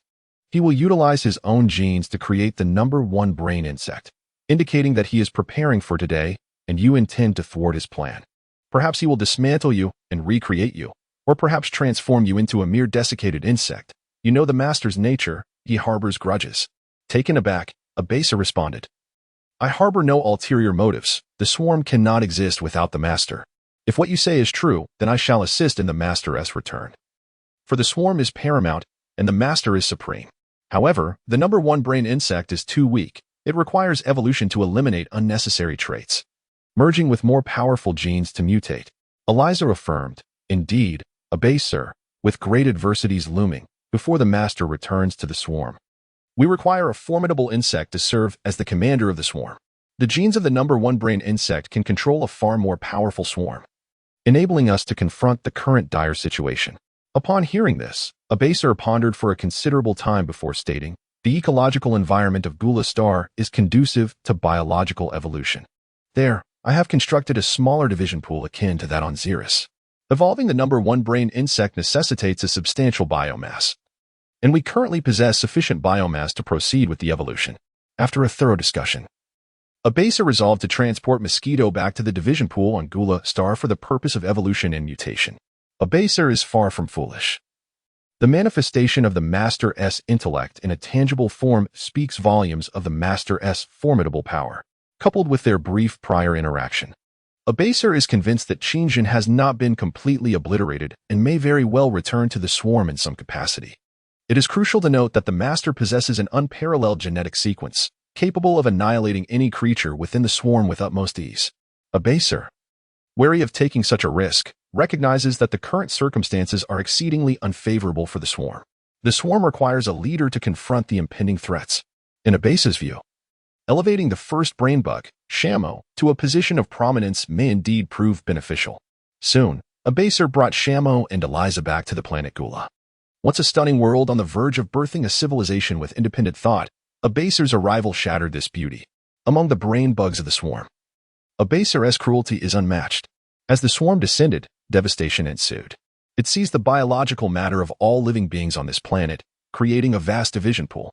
This division pool had only recently begun to take shape, and before a baser could commence its research, the master perished. This was an exceedingly unfortunate turn of events for a baser.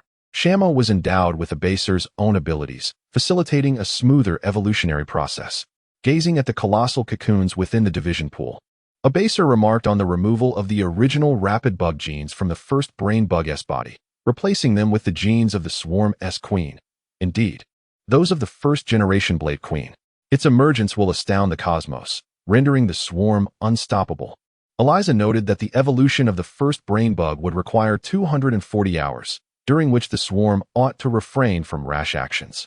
A baser, agitating the dense appendages before it, observed the exposed brain writhing as it noted that the swarm on other planets had spiraled out of control, exhibiting immense aggression and becoming mindless beasts. Our enemies will target the swarm on other planets. This star domain is remarkably concealed, accessible only to the swarm, devoid of any information, rendering detection by enemies impossible. Meanwhile, Tianqing and Qining's endeavor to capture the brain bug ended in utter failure.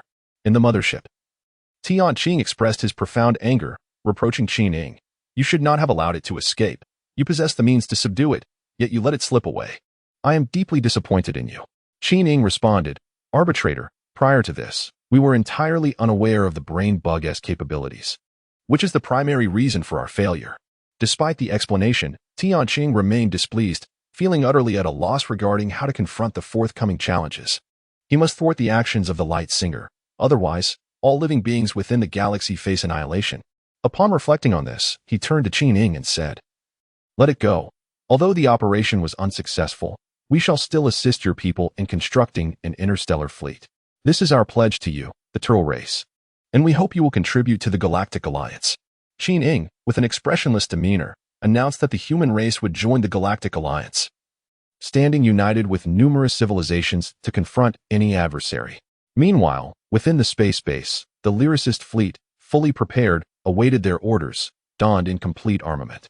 This was indeed a genuine fifth-level civilization fleet. Possessing the capability to create all things, they undoubtedly also wielded the power to annihilate them. However, just as the commander of the lyricist fleet was about to issue the command to depart, he was astonished to discover that they had lost sight of their operational objective. Without a target, their mission would be rendered utterly meaningless, and they had no time to engage in endeavors devoid of value. Consequently, the commander of the lyricist fleet, known as Suo, reported this situation to the highest authority at headquarters. He addressed the elder, stating, My lord, the target we required for our operation has suddenly vanished. The elder, upon receiving this news, was equally taken aback. The target has disappeared? Are you certain it wasn't relocated by Lin and the others? Or did the target leave of its own accord? Suo replied, My lord, prior to this, we had successfully locked onto the target. If it had been relocated, no matter how far away, it would not have shown signs of disappearance. This situation clearly indicates that the target has been entirely obliterated. Hearing this, the elder paused in astonishment, then appeared to ponder deeply. This is impossible. With over 100 levels of psychic energy fluctuations, how could it have perished? Was it Lin and his team? Suo responded regretfully, Alas, my lord, we have received unfortunate news. The entire Lin squad has completely lost contact. We monitored the Sal Ray star zone but found no trace of their life signs. Upon hearing this, the elder's expression shifted slightly. If the target has vanished, then the operation is cancelled. We no longer possess the resources to engage in endeavors lacking significance. Chapter 190. A New Awakening After Achieving Her Objective. Kira's first order upon returning to the Tianyu star system was to command the Angel Fleet to commence the eradication of planets infected by the swarm. She summoned a multitude of 8-winged angels and proclaimed, with Qin Jin deceased, the swarm is now leaderless. It is time to eliminate all remnants of the swarm. The angel commanders responded in unison, "At your command, Queen." Following Kira's directive, the planets previously afflicted by Zakera and Dekaha began to suffer the onslaught of the angel fleet. Under the command of several Executioner-class ships, countless swarm entities faced obliteration. In light of the Tianyu race's fierce offensive, Zakera swiftly gathered the swarm to mount a strategic counterattack. Having ascended to the status of Swarm Queen, Zakera, despite losing her sovereign consciousness, retained the ability to independently hatch laser scorpions and a majority of the formidable swarm units. Furthermore, the number of swarm organisms was overwhelmingly vast. In the initial clash, Zakera engaged the angel fleet using a Leviathan and countless swarm entities, resulting in a fierce standoff. Simultaneously, Fashman sought out Zakera, declaring, "I refuse to believe that the sovereign is dead. He must still be alive. Zakera, although I share your sentiments, I have indeed lost my connection to the consciousness of Dominion.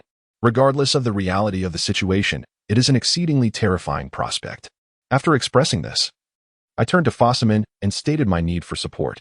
Fossaman, with unwavering resolve, replied, "Of course. We are the Zerg. Long live the Zerg sovereign, Qin Zhen."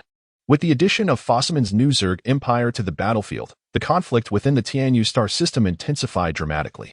During this period, two Zerg queens devised a formidable interstellar strategy, planetary bombardment. In direct confrontation with the Angel fleet, they suffered significant losses. In retaliation for the Angel fleet's stellar energy bombardment, they harnessed their vast swarm to propel small planets, stringing them together and launching them forcefully at the Angel fleet. Initially, the Angel fleet was caught off guard by this assault. Several fleets were utterly annihilated, resulting in substantial losses in a remarkably short time. Enraged, Kayla ordered the assembly of more fleets to mount a fierce counterattack against the Zerg. The newly gathered Angel fleet boasted unprecedented firepower. Upon discovering planets infected by the Zerg, many were subjected directly to stellar energy bombardment. In this grand conflict, countless planets faced devastating destruction. The Carol Alliance had previously reached a peace agreement with Fossaman. Yet following Kayla's revelation, they too began to partake in the campaign against Zakera's swarm. Once more, the tides of battle turned unfavorably for Zakera and Fossaman. The two Zerg resolved to solicit support from Dekaha, who had remained an indifferent observer throughout. They approached the planet occupied by Dekaha and found him. Dekaha feigned ignorance, stating, "I require the sovereign's command. Without such a directive, I shall not order the swarm to attack." This sent Zakera into a fury, nearly resulting in a physical altercation with Dekaha. Fortunately, Fossaman intervened. Otherwise, Zakera would have indeed rallied the swarm against Dekaha's forces. In her ire, Zakera chastised Dekaha, declaring, "Your presence among the swarm brings me profound sorrow. The sovereign will one day return, and when that time comes, I shall report your indifference." She continued, "You ought to be dismantled and remade." Dekaha, however, remained unfazed, replying, "We have all lost the sovereign's control. I comprehend your ulterior motives, Zakera. You seek to subjugate me to seize my swarm and ascend as the next sovereign. My loyalty lies solely with sovereign Qinzhen, as long as I stand. Your scheme shall not prevail." His words infuriated Zakera immensely. In her rage, she lunged at Dekaha, engaging him in a struggle before the swarm. Fossaman could not restrain her. Desperately, she called for Qinzhen to return and regain control, warning that if he did not return soon, the Zerg would either be annihilated by their enemies or destroy one another in a fratricidal conflict. Meanwhile, far in the Galactic system, on the planet Gula, Shan finally completed her evolution. Emerging from her cocoon, she underwent a transformation of monumental proportions. With a resounding boom, a colossal wave of psychic energy surged into the sky. The newly emerged Shamon let out a thunderous roar, declaring the countdown to the annihilation of the Tianyu clan and the Tur clan from this very moment. Having reached a spiritual energy level of 60, the evolved Shamon exhibited enhancements in both form and attributes, though her essence remained largely unchanged. The only notable difference was her newfound ferocity. However, Abaser was decidedly dissatisfied with Shamon's transformation, repeatedly lamenting the failure. The body of the first mind bug was incapable of fully accommodating the Blade Queen's genetic essence, having assimilated only a minuscule fraction. After careful observation, Abaser came to realize that only the Sovereign could entirely merge the complete genetic sequence of the Blade Queen, leaving it perplexed. Meanwhile, Eliza understood the situation. Kerrigan had intervened, possibly to prevent Abaser from wreaking havoc upon its emergence, locking her own genes inextricably with Qinzhen's. Despite this, Shamon had indeed grown stronger than before. Although she could not awaken the entire 10-level swarm, she could now summon half of it. Together with a baser and broken Fang, she launched a fierce offensive against the galactic frontier, racing against time. According to the timeline, Qingjin should currently be in the incubation phase. The Galactic Alliance regrouped once more, led by the Turklan, and engaged in intense clashes with Shamoan's swarm. During this period, the swarm, lacking the guidance of Qingjin, simultaneously clashed with the civilizations of 2 galaxy clusters. The outcome was predictable. Over 9 months later, the swarm began to falter. Without the sovereign's guiding consciousness, it struggled to regain its former formidable prowess. Meanwhile, on planet 09, deep within a mountainous region, a crack suddenly appeared in a cocoon. Within the cocoon, a humanoid, one-eyed creature, marinated in fungal liquid, quivered violently. Qingjin's consciousness began to awaken slowly. As time flowed, that large eye suddenly opened wide in fury. At the same moment, the sovereign's consciousness re-emerged within the minds of all brain bugs. In that instant, all the brain bugs were taken aback, followed by an overwhelming surge of excitement. Thus, it was evident that Qingjin had awakened in some corner of the universe. Chapter 191, Space Pirates Boom. As Qingjin broke free from the cocoon, an extraordinary surge of spiritual energy, exceeding level 100, erupted from his being, forming an immensely powerful shockwave that shattered the atmosphere. Thunderous roars resonated as a vast vortex of black clouds formed above him, crackling with lightning. At that moment, all life on the surface of planet 09 was left awestruck by this sudden spectacle. The interstellar pirates dwelling on this planet stood frozen, their eyes wide with shock and disbelief. In a bid to avoid unnecessary trouble, Qingjin hurriedly suppressed the energy that had leaked out, mindful of the noise it might cause. What just happened? Look over there. The sky has. A powerful aura emanated from the scene. These interstellar pirates, comprised of numerous civilizations, were primarily interstellar soldiers. After the swarm of insects had overrun the Star Clan, these individuals became deserters. Once the main force of the swarm departed, they congregated, forming various pirate factions. Their technological prowess was considerable. Some even possessed spaceships and equipment derived from secondary civilization technology. Strictly speaking, they were merely scattered troops. In that year, certain planets untouched by the swarm managed to escape annihilation. Many of these planets birthed primitive civilizations, having once enjoyed the protection of the Star Clan, allowing them to thrive. Now, with the Star Clan long extinguished and the swarm retreated, these pirates fragmented into countless factions, each delineating their territories.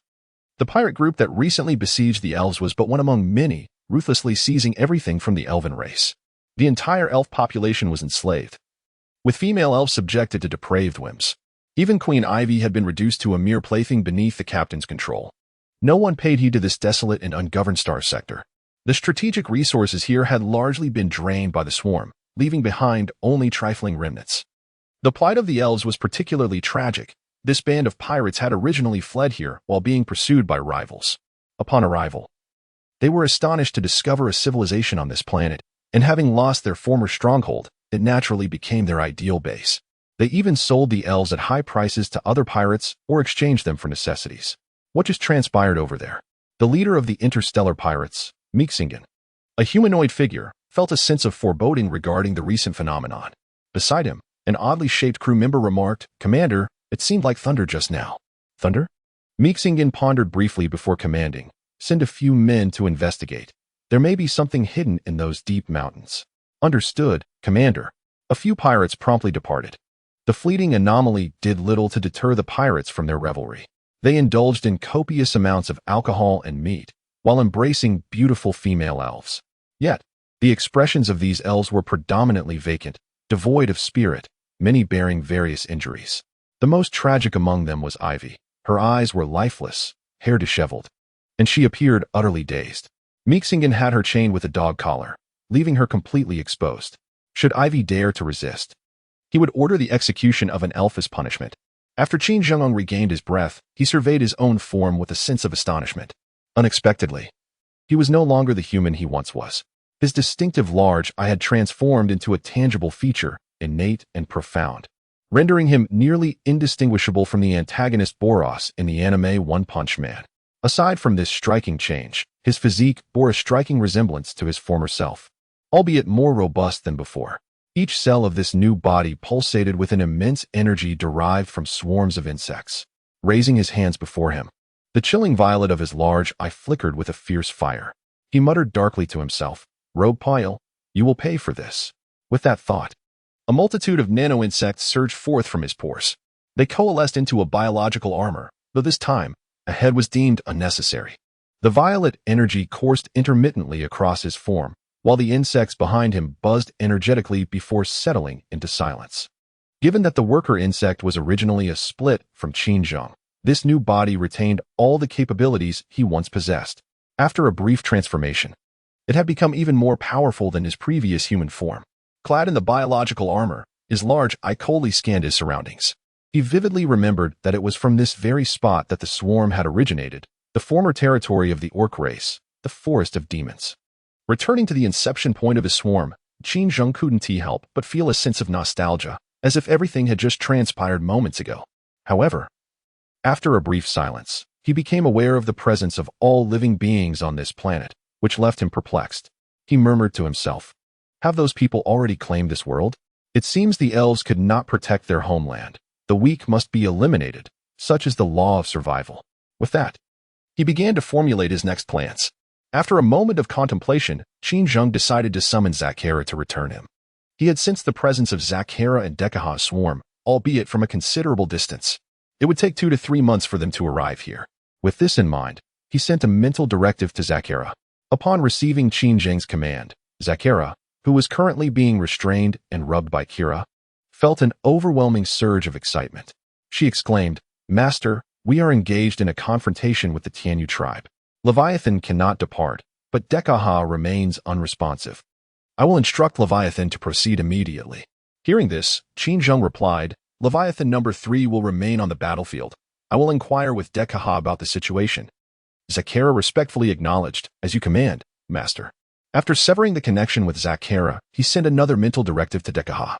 Upon receiving Qinzheng's order, Dekaha was startled into immediate action, hastily heading towards the designated star sector mentioned by Qinzheng. With these tasks completed, all that remained was for him to await Dekaha's arrival. In the meantime, Qinzheng needed to create a new breed of burrowing demon. After enduring considerable hardship, he finally expelled the ground-dwelling larva from his new form. As soon as the larva emerged, it swiftly burrowed through the earth, emitting a series of sharp cries until it completely disappeared underground. At that moment, a fighter jet zipped past Qinzheng's head with a whoosh. Qinzheng, with an impassive expression, raised his cold, violet eyes to coldly regard the aircraft soaring above. They had spotted him and hastily reported to Mixingen. "Oh heavens, Commander! We have detected a humanoid cyclopean entity, and we are unable to ascertain its information." Chapter 192. The leader of the Star Pirates, Mixingen, slightly taken aback, pondered the implications of a humanoid being. He then commanded, "Bring him back. He may be affiliated with other factions." "Understood, Commander," replied the members of the Star Pirates. Following Mixingen's orders, several armed individuals readied their weapons and landed their aircraft on the open ground near Qinzheng, under the watchful gaze of his icy demeanor. "Hey, you there, stand still and do not move." Several Star Pirates aimed their weapons at Qinzheng, cautiously approaching him. Throughout this encounter, Qinzheng maintained an expression of indifference.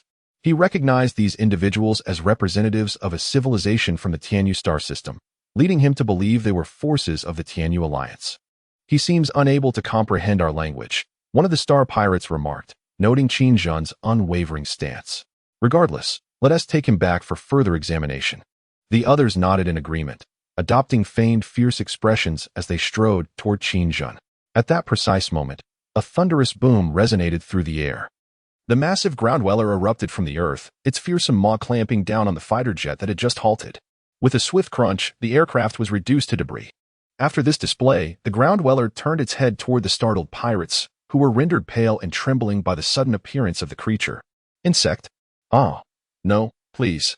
The mere proximity of the beast sent them into a state of terror, causing some to lose control of their bladders in fright. Qinzheng displayed little reaction. Instead, he mentally commanded the ground dweller to attack. Upon receiving the order, the creature let out a fearsome roar and lunged at the pirates. With a series of crunches, it devoured them whole. Qinzheng then directed his gaze toward the direction of the elven race, coldly declaring, "Devour, evolve." Annihilate all. With that, he leaped into the cavernous maw of the ground dweller. Upon receiving another command, the creature instantly opened its jagged, tooth-laden mouth and violently burrowed back into the earth. Once again, silence enveloped the surroundings. Meanwhile, within Meeksingen's base, a star pirate reported, "Commander, we have completely lost contact with our comrades. They have been eliminated." "What did you say?" Meeksingen exclaimed, visibly shaken by the news.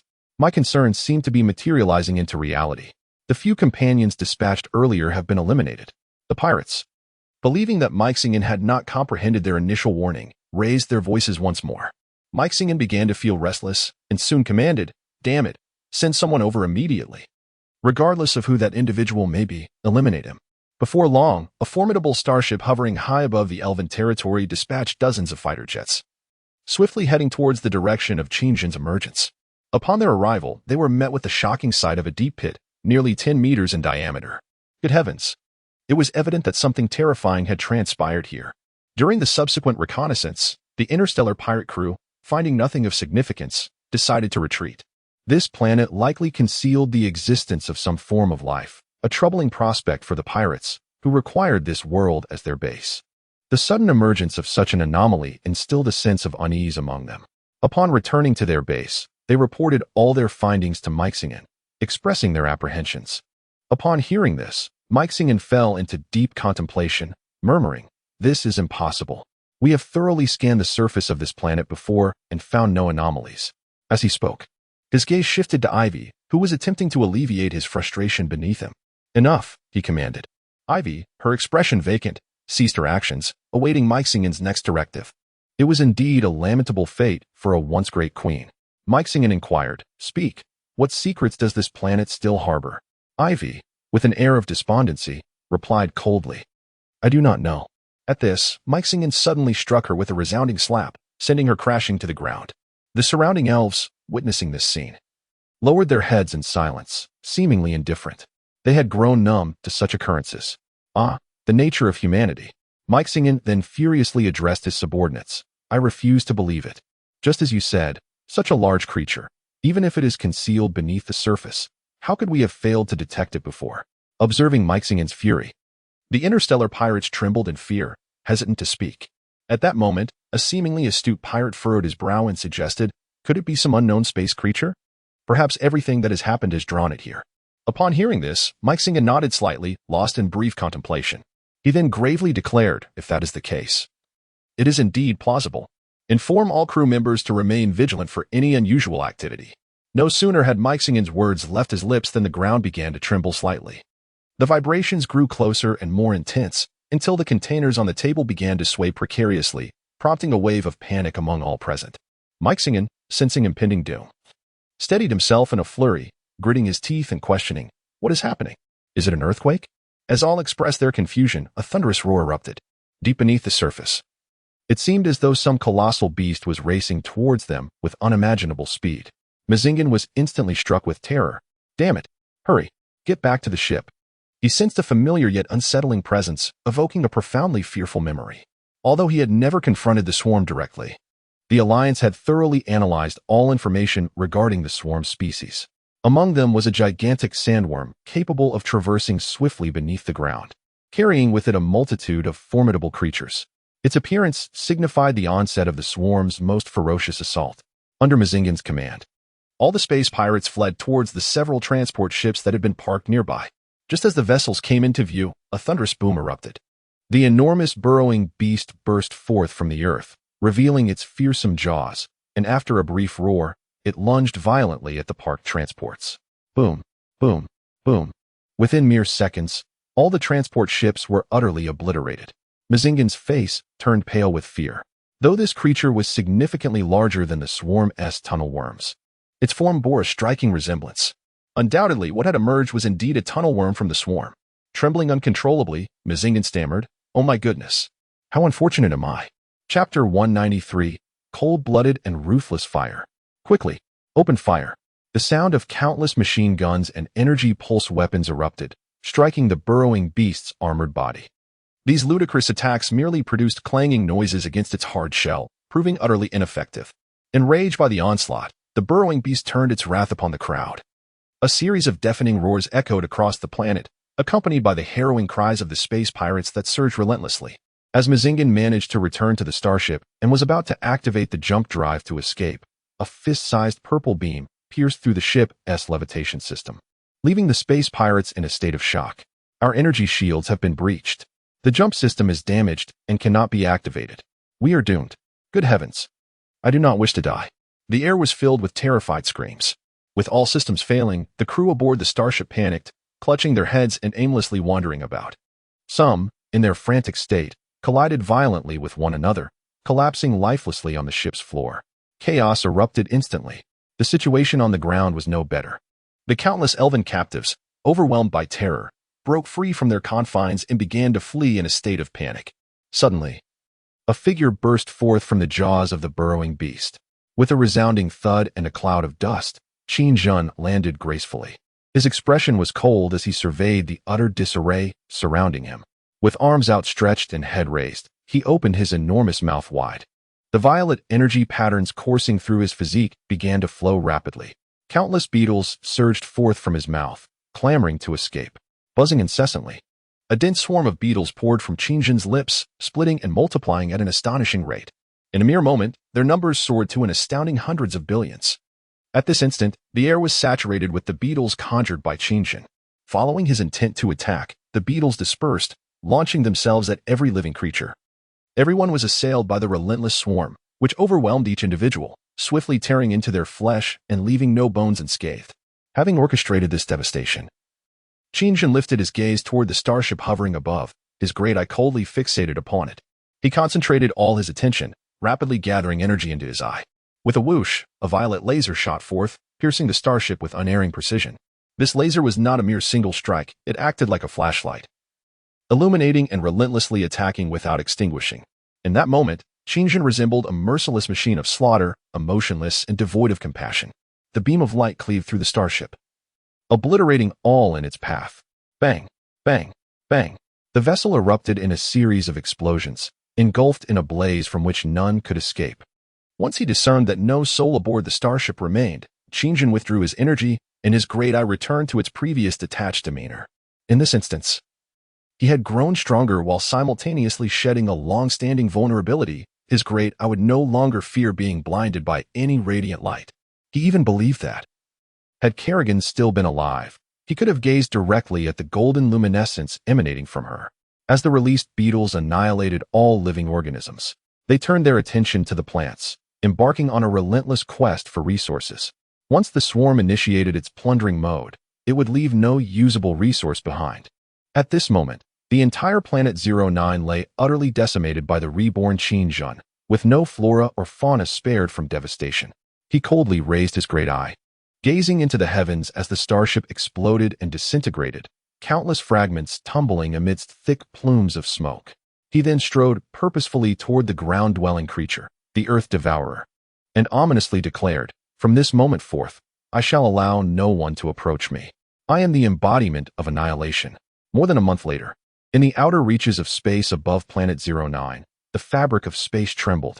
Suddenly, a temporal wormhole materialized, rapidly expanding. With a swift whoosh, a massive Tyranid bioship, the Leviathan, emerged from the subspace, bursting forth from the wormhole in an instant. Upon its appearance, Dekka realized that this planet was emanating an immensely powerful psychic wave, sending shivers down its spine while simultaneously igniting an exhilarating thrill within. The Sovereign has returned, and the swarm is an unstoppable force. With that, he commanded Leviathan to gently descend into the atmosphere.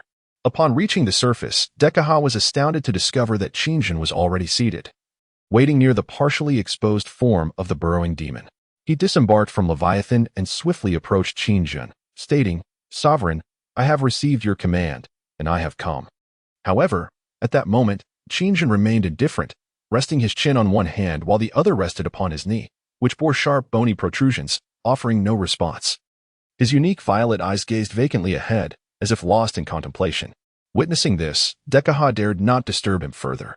The Sovereign's aura had grown increasingly menacing. Even as a brain bug of the swarm, Dekka felt an overwhelming sense of peril in his presence.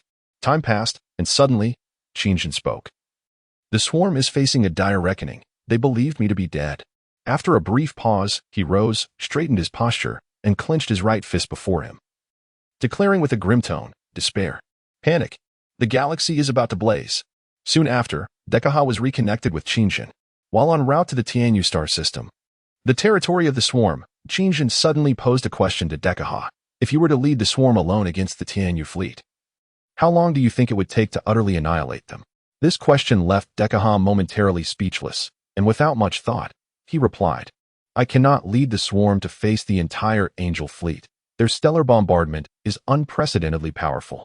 If faced alone, there would be no chance of victory. Qingjin then inquired, what about Zakera? Dekaha, with a serious demeanor, responded, even if Zakera has ascended to become the swarm queen, she would still be unable to secure victory against the angel fleet. Upon hearing this response, Qingjin nodded in agreement, saying, indeed, I find your reasoning quite sound. And what of Zakera and Gafashuman? Surely they would have a chance? Hearing the sovereign affirm his perspective filled Dekaha with joy.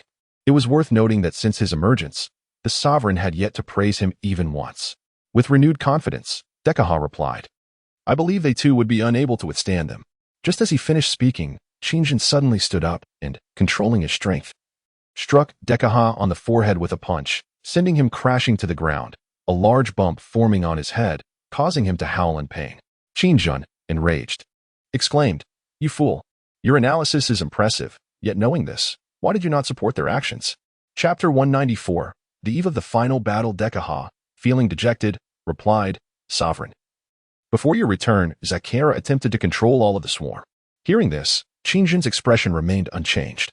He had created the brain bugs and was fully aware of their neural pathways.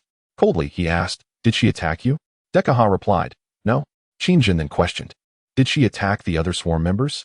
Dekaha hesitated, deep in thought, and after a moment responded, It seems she did not. Upon hearing this, Qingjin was momentarily rendered speechless, casting a disdainful glance with his large, expressive eyes.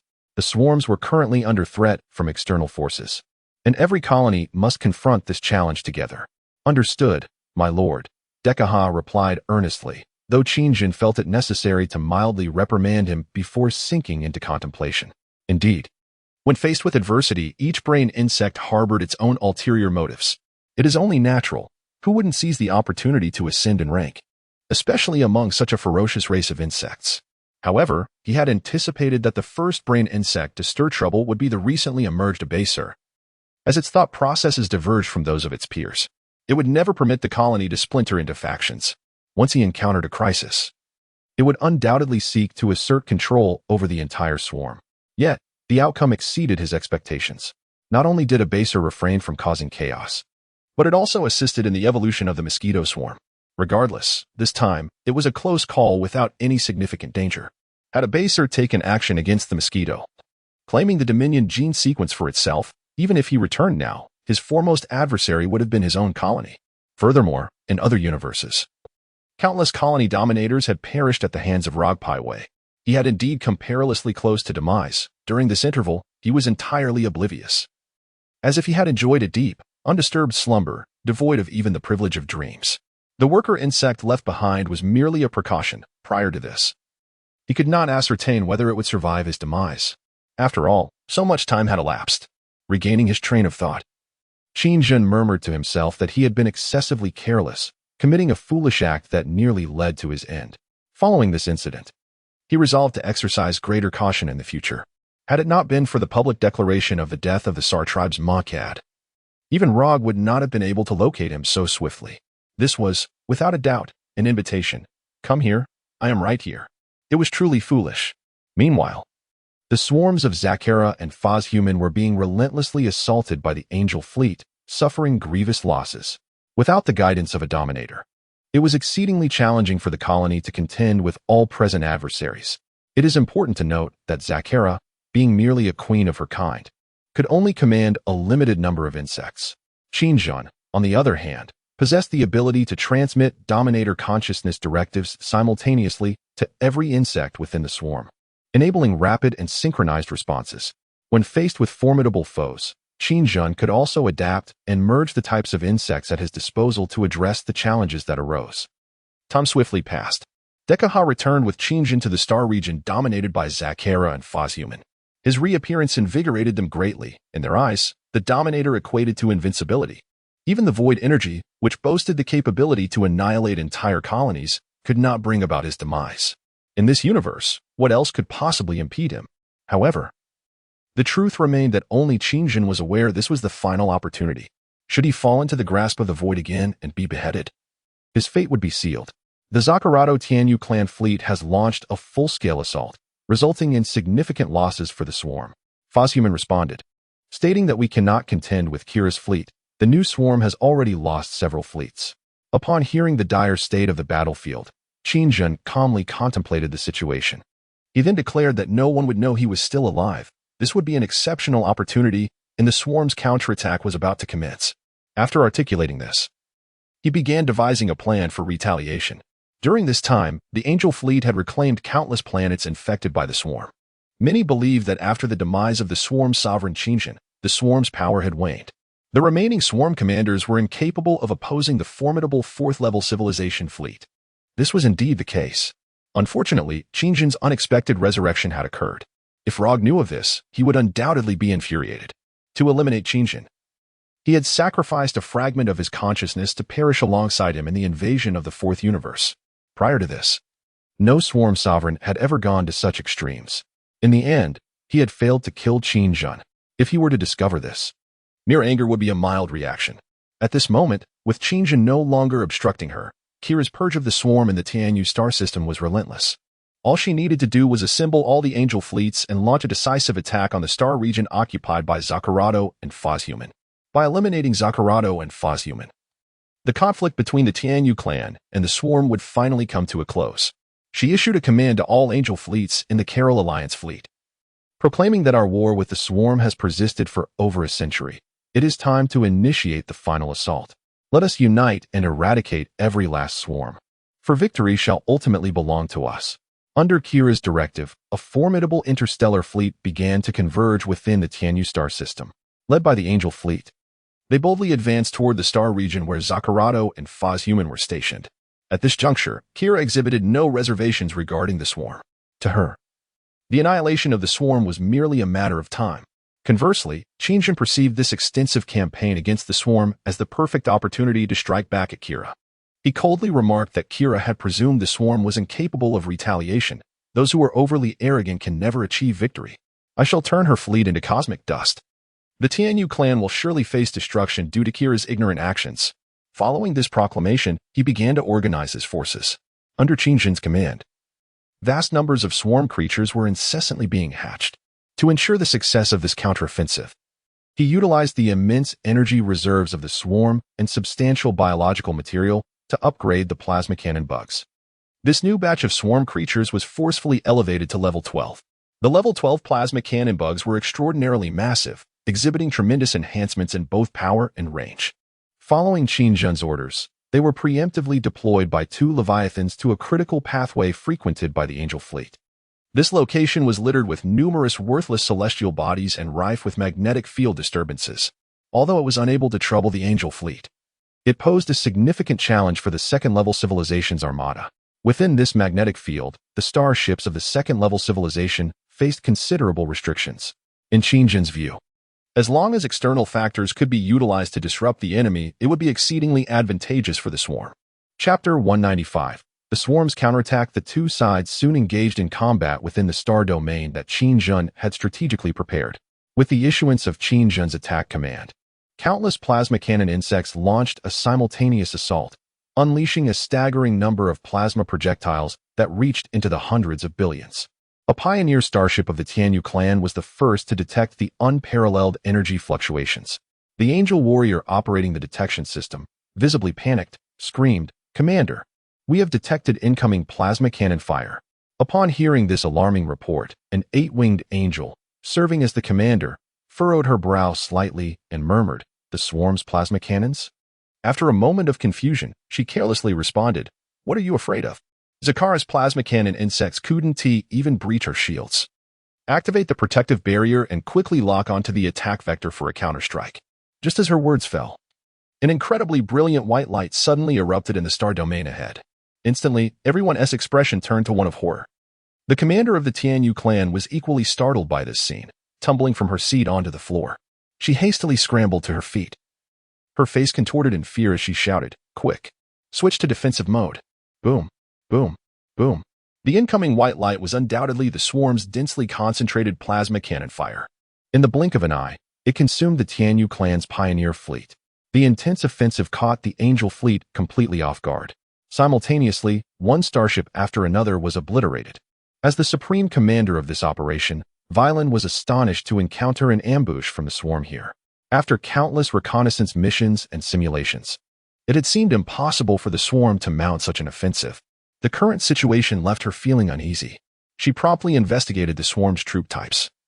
And upon confirming the presence of plasma cannon insects, her face turned pale with alarm as she exclaimed, "We have fallen into the swarm's ambush." "It's the plasma cannon insects." All Angel vessels immediately switched to defensive posture, urging caution to avoid the onslaught. Such an astonishing cluster of plasma cannon insects could not have been orchestrated solely by the swarm queen, Zakera. This left only one possibility: either Qingjin was alive, or Zakera had consumed other swarm commanders and was on the verge of evolving into a second-generation sovereign. Whichever scenario it was, it spelled dire consequences for the Tianyu clan. Under Violin-S command, countless Angel ships began to retreat. Nevertheless, they could not completely avert casualties. The bombardment was too relentless. The Allied fleet faced an even graver fate, as their technology could not effectively withstand the might of the 12-level plasma cannon insects. They were immediately torn apart in a series of explosions. The Interstellar battle was on the brink of eruption. Under Violin-S orders, the Angel fleet commenced a methodical counterattack. Boom. Upon confirming their objective, an immensely powerful stellar energy surged towards a nearby planet, obliterating it in an instant along with the swarms of insects inhabiting it, reducing them to mere particles of dust. Following several purges, the insect horde's offensive had significantly diminished, yet it still posed a substantial threat to the fleet. The Alliance and Angel fleets were confident in their operation, firmly believing that the insect swarm could not muster any additional forces to intercept them. Consequently, they advanced unguarded towards the insect horde's stronghold, only to be met with an unforeseen and terrifying onslaught. A resounding explosion echoed as a violet beam of energy suddenly emerged from amidst the numerous asteroids, striking the Angel fleet with the swiftness of thunder. The staggering energy wave was astonishing. The beam impacted one of the starships within the Angel fleet. Yet the damage was not as catastrophic as anticipated. However, the subsequent scene filled Violin with profound dread. The sudden attack, upon striking an Angel starship, unleashed an explosion that birthed a miniature black hole, which began to collapse infinitely. As the black hole formed, everything within its vicinity was drawn into its immense gravitational pull. The starships that reacted swiftly activated their jump drives and escaped, while those unable to engage their jump systems were inexorably pulled into the collapsing center of the black hole. After consuming a significant number of vessels, the black hole abruptly vanished with a flash, taking with it over 100 ships of the Tianyu race. Violin was rendered speechless in his terror. The Zakera insect horde clearly could not have orchestrated such a feat after a prolonged period of stunned silence. Violin incredulously pondered the existence of the insect swarm's ruler, Qingjin. That creature, it still lives. Upon hearing Violin's horrified exclamation, all Angel warriors aboard the flagship were paralyzed with fear. This news swiftly reached Kayla. "What did you say?" The normally composed Kayla paled at the revelation. Violin, trembling, informed the queen that the insect swarm's ruler, Qingjin, had not been destroyed. It was still alive. After confirming the news, Kayla's expression faltered. Her face drained of color as she collapsed into her throne with a thud, muttering in disbelief, "No, this cannot be. I witnessed it with my own eyes. No material could endure such a strike, let alone a living entity." Violin's countenance was equally grim. If they could not utterly annihilate the swarm's ruler, how could they hope to triumph over such a fearsome horde? After more than 20 years of fierce combat, the Tianyu fleet was utterly defeated. Under Kayla's orders, the remaining fleet began retreating to the Tianyu star system. Meanwhile, in the galactic battlefield, the connection between Qingjin and Eliza rendered the insect swarm within the galaxy equally formidable.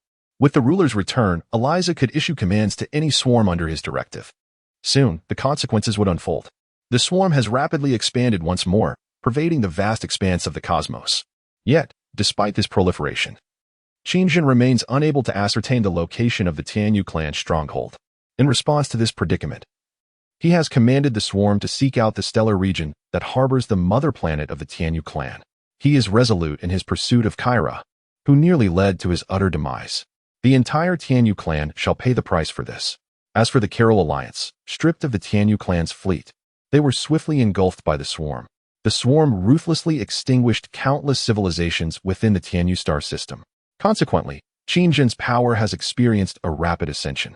Decades later, the entire Tianyu alliance has succumbed, elevating the swarm to a formidable level 14, yet they remain unable to attain level 15. This presents a crucial juncture, as he dares not engage the galactic system at present. The ultimate strength of the Lighter of Songs remains uncertain, until further information is obtained. He shall not recklessly assault the 3 clusters under the command of the Lighter of Songs. Given the arduous battle against a single Tianyu cluster, he comprehends the depth of the swarm's resources. On an infested planet, within the maternal base of the swarm, Qingjin contemplated for an extended period. The next target for the swarm is the 2 stellar clusters adjacent to the Tianyu system. Under Qingjin's directive, the Shawan swarm and the Abaser swarm surge forth from the galactic system. In truth, the Glothal race has been unable to hinder the Shawan and Abaser for many years. The primary factor lies with the human race. With the support of the Galactic Alliance and the Glothal, the already immensely promising human technology has pierced through numerous barriers like a finely honed needle, rising dramatically in an instant. Within just a few decades, they not only restored their former glory but also commandeered all resources within the 4th galactic solar system. Fleet after fleet of human starships began to traverse the cosmos, fulfilling expectations and emerging as the preeminent force of the 4th galaxy, even rivaling the Glothal. This is indeed a phenomenon that evokes astonishment. Many civilizations have hailed the rise of humanity as a rare miracle within the universe. Nonetheless, intercepting the advancing Shawan, now on the cusp of queen level, remains an impossibility. Coupled with the Abaser swarm, this becomes even more unattainable. On the borders of the galaxy, Qining and Tianjun could only watch helplessly as the Shawan and Abaser breached the protective barriers of the galactic system. Tianjun remarked that he sincerely hoped they would not return after their departure. However, Qining pondered differently, suggesting that the swarm's reckless departure must signify some forthcoming action or a summons from someone. Based on recent conflicts, it appears that the Shawan and Abaser swarms harbor no fear of the Galactic Alliance and are even capable of countering their assaults. Were it not for their intention to leave, the galactic system would have surely been thrown into disarray by the Shawan and Abaser. 3 months have elapsed. At long last, Qingjun has gathered all the brain insects of the swarm in one place. In the void of space surrounding a planet, 5 level 2 swarm biological motherships, Leviathan, float alongside a Zormer-class starship boasting formidable firepower. The mere presence of these 5 Leviathans is sufficient to instigate a cataclysmic threat to the civilization of a galaxy cluster. The current swarm indeed instills a profound sense of dread. The singers, too, are covertly observing all of this, yet they find themselves equally ensnared in their own predicaments. They can only hope that the swarm refrains from causing trouble at this critical juncture, for which they would be eternally grateful. The departure of Shawan and Abaser has allowed the singers to exhale a sigh of relief, especially since they had previously detected Qingjin's rebirth within the Stellar Clan's domain. Before long, Shawan, Abaser, Broken Fong, and Eliza finally approached Qingjin. Shawan had transformed considerably, exuding a newfound ferocity indicative of her advancement. Eliza, upon encountering Qingjin, interrupted his greeting with a voice that resonated in everyone's minds. "Congratulations, Sovereign, on your rebirth. Furthermore, I am Eliza." Qingjin offered no further commentary, as names held little significance for him beyond identification. Abaser remarked on the new sovereign's formidable physique, noting its potential for further enhancement through the integration of the Queen of Blade's genetic sequence, suggesting that the sovereign consider this fusion. Qingjin was taken aback by the prospect of the Queen of Blade's genetic makeup. "Do not jest with me. Kerrigan is female, and I am a man," he retorted. Abaser, being of the same race, assured him that genetic similarities would pose no hindrance, and that gender was not a critical factor. After much deliberation, Qingjin hesitantly inquired, "Are you certain that I will not change gender as a result of this fusion?" Abaser proposed 3 options, stating that gender transformation was not particularly challenging, should he desire. He could become either androgynous or distinctly male or female. The idea intrigued Qingjin. As he contemplated the implications of merging with Kerrigan's genes, Might this lead him to ascend as a new Xel'Naga? In his understanding, the Xel'Naga were revered as deities within the second galaxy. With this thought, he pressed Abaser further, asking how long the fusion process would require. Abaser candidly replied that it would take several months, potentially up to a year. During this period, the sovereign would be severed from all connections to the swarm and rendered quite vulnerable. Upon hearing this, Qingjin quickly waved his hand, asserting, if that is the case, we shall discuss it later. Now is a critical moment. Abaser complied without objection. If all went smoothly, Kayla had likely sensed his return. At this juncture, opting for fusion was evidently not a prudent decision. After a brief exchange, Qingjin fell into deep contemplation once more. The paramount issue facing the swarm was the need to discover a substance with energy potential surpassing that of crystal ore. Otherwise, any aspirations for the swarm's evolution would indeed be as challenging as scaling a mountain. The necessity for biological resources was equally pressing. In this moment of reflection, he suddenly recalled Abaser. This entity bore the entirety of the primal Zerg and the history of the swarm's evolution. Perhaps it possessed insights on this matter. Qingjin addressed Abaser, stating, the current swarm demands vast resources, immense beyond measure. Upon hearing this, the astute Abaser swiftly grasped the implications of Qingjin's words. It stirred its dense insect limbs and articulated that the supply of crystal ore was insufficient and the swarm needed to seek additional deposits. Qingjin's inquiry was whether there existed any alternative materials in the cosmos capable of effectively substituting the energy conversion provided by crystal ore. Upon hearing this, Abaser fell into a moment of profound contemplation. Shortly thereafter, as if struck by a revelation, it addressed Qingjin, stating that it had deciphered the genetic sequence of the fifth-level civilization known as the Light Singers. Within their bodies resided a peculiar energy fluctuation. Strictly speaking, their individual strength did not originate from themselves, but rather from externally absorbed energy. In simpler terms, their forms were inherently devoid of spiritual energy, relying instead on power implanted postnatally. Upon hearing this, Qingjin's expression turned one of astonishment, and his large violet eyes deepened with contemplation. He asked in a grave tone, are you suggesting that the technology of the Light Singers can generate spiritual energy within biological organisms? Abaser affirmed this, explaining that it was indeed a form of energy conversion, akin to crystal, yet superior to it. From his preliminary understanding, it was the energy derived from a planet's core. After Abaser concluded, Qingjin felt a surge of shock. In truth, long ago, he had contemplated the idea of consuming a planet's core. However, that method was exceedingly sluggish, and its feasibility remained uncertain. Now, upon hearing this information, Qingjin appeared to have found a new direction. Lost in thought, he then inquired of Eliza whether there was any information regarding the Fonlin and Carlo star systems. Eliza replied, the Fonlin star cluster harbors 1,003,000 civilizations, led by the fourth-level civilization known as the Fonlin tribe. The Fonlin alliance is considerably more powerful and united than both the Tianyu alliance and the Galactic alliance. She continued, the Carlo star cluster was once a leader alongside Tianyu and Fonlin, but it is said that its civilization has perished, the reasons for which remain unknown.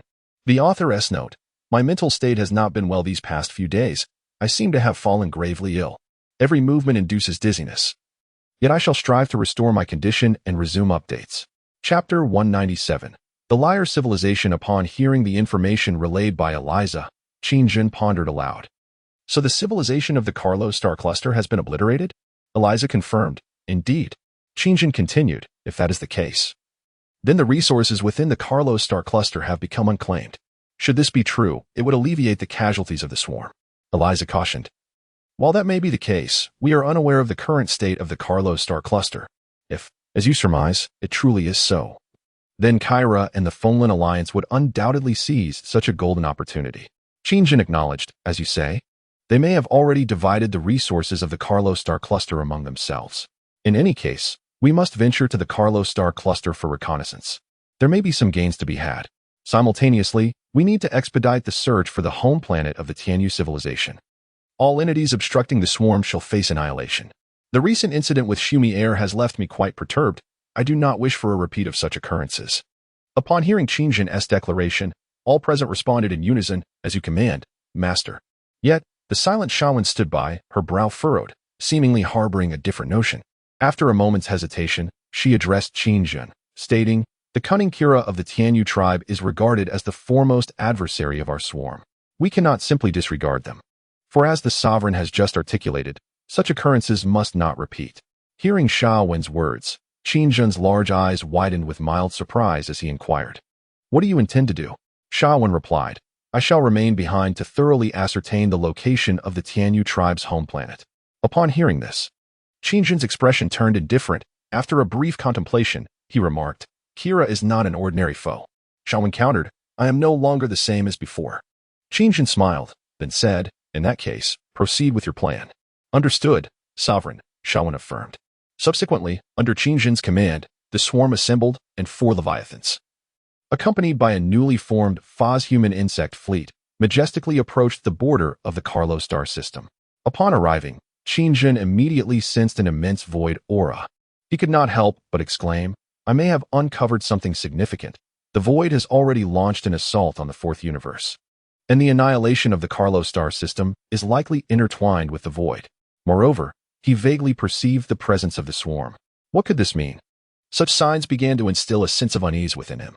It was highly probable that Rog had infected the swarm of countless previous sovereigns. If this were indeed the case, matters could become far more dire.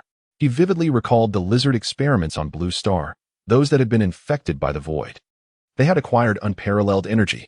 If Rog had truly infected the swarms of past sovereigns, contemplating this made Qin Zhen's violet eyes flash with alarm. He then turned to Eliza and asked, "Do you still remember the locations of the swarms from previous sovereigns?" Upon hearing Qin Zhen's sudden inquiry, Eliza maintained her usual gentle smile, her serene voice resonating in Qin Zhen's mind. "Which specific sovereign are you inquiring about, my lord? In the 4th universe, besides myself, have any other swarm sovereigns manifested?" Qin Zhen asked. Eliza decisively responded, "Yes." Startled by the answer, Qin Zhen followed up, "In the Carlo star system cluster?" However, Eliza replied, "There are no swarms within the Carlo star system cluster."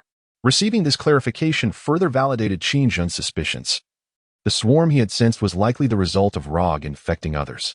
The reason behind the annihilation of the Carlo star system was probably orchestrated by Rog. It could even be postulated that the creator civilizations of the Tianyu, Fenglin, and Carlo star systems had perished at Rog's hands. In that moment, he recalled the crystal ball from Moncasa. That self-destructing entity was also a level 5 civilization. Based on the information previously acquired, it was highly probable that the swarm of past sovereigns had already fallen under Rog's control. "Sovereign, have you discovered something?" Upon witnessing Qin Zhen's profoundly grave demeanor, remaining silent in place, Zakara couldn't help but inquire with curiosity. Indeed, Qin Zhen spoke of Rogpai Weir, the individual who claims to be a deity of the void, who likely has control over an immensely vast swarm of insects. As Qin Zhen's words echoed, the surrounding insect leaders felt a mixture of confusion and dread. Obasa remarked that the swarm exhibited no anomalies. He sensed nothing amiss. Zakara concurred, stating, "Yes, my lord, I too have found no signs." Just as Dekaha intended to interject, Qin Zhen abruptly interrupted, stating, "I am not referring to our swarm, but to another." Upon hearing this, the insect leaders were filled with question marks overhead, utterly perplexed, as they were entirely unaware of the situation.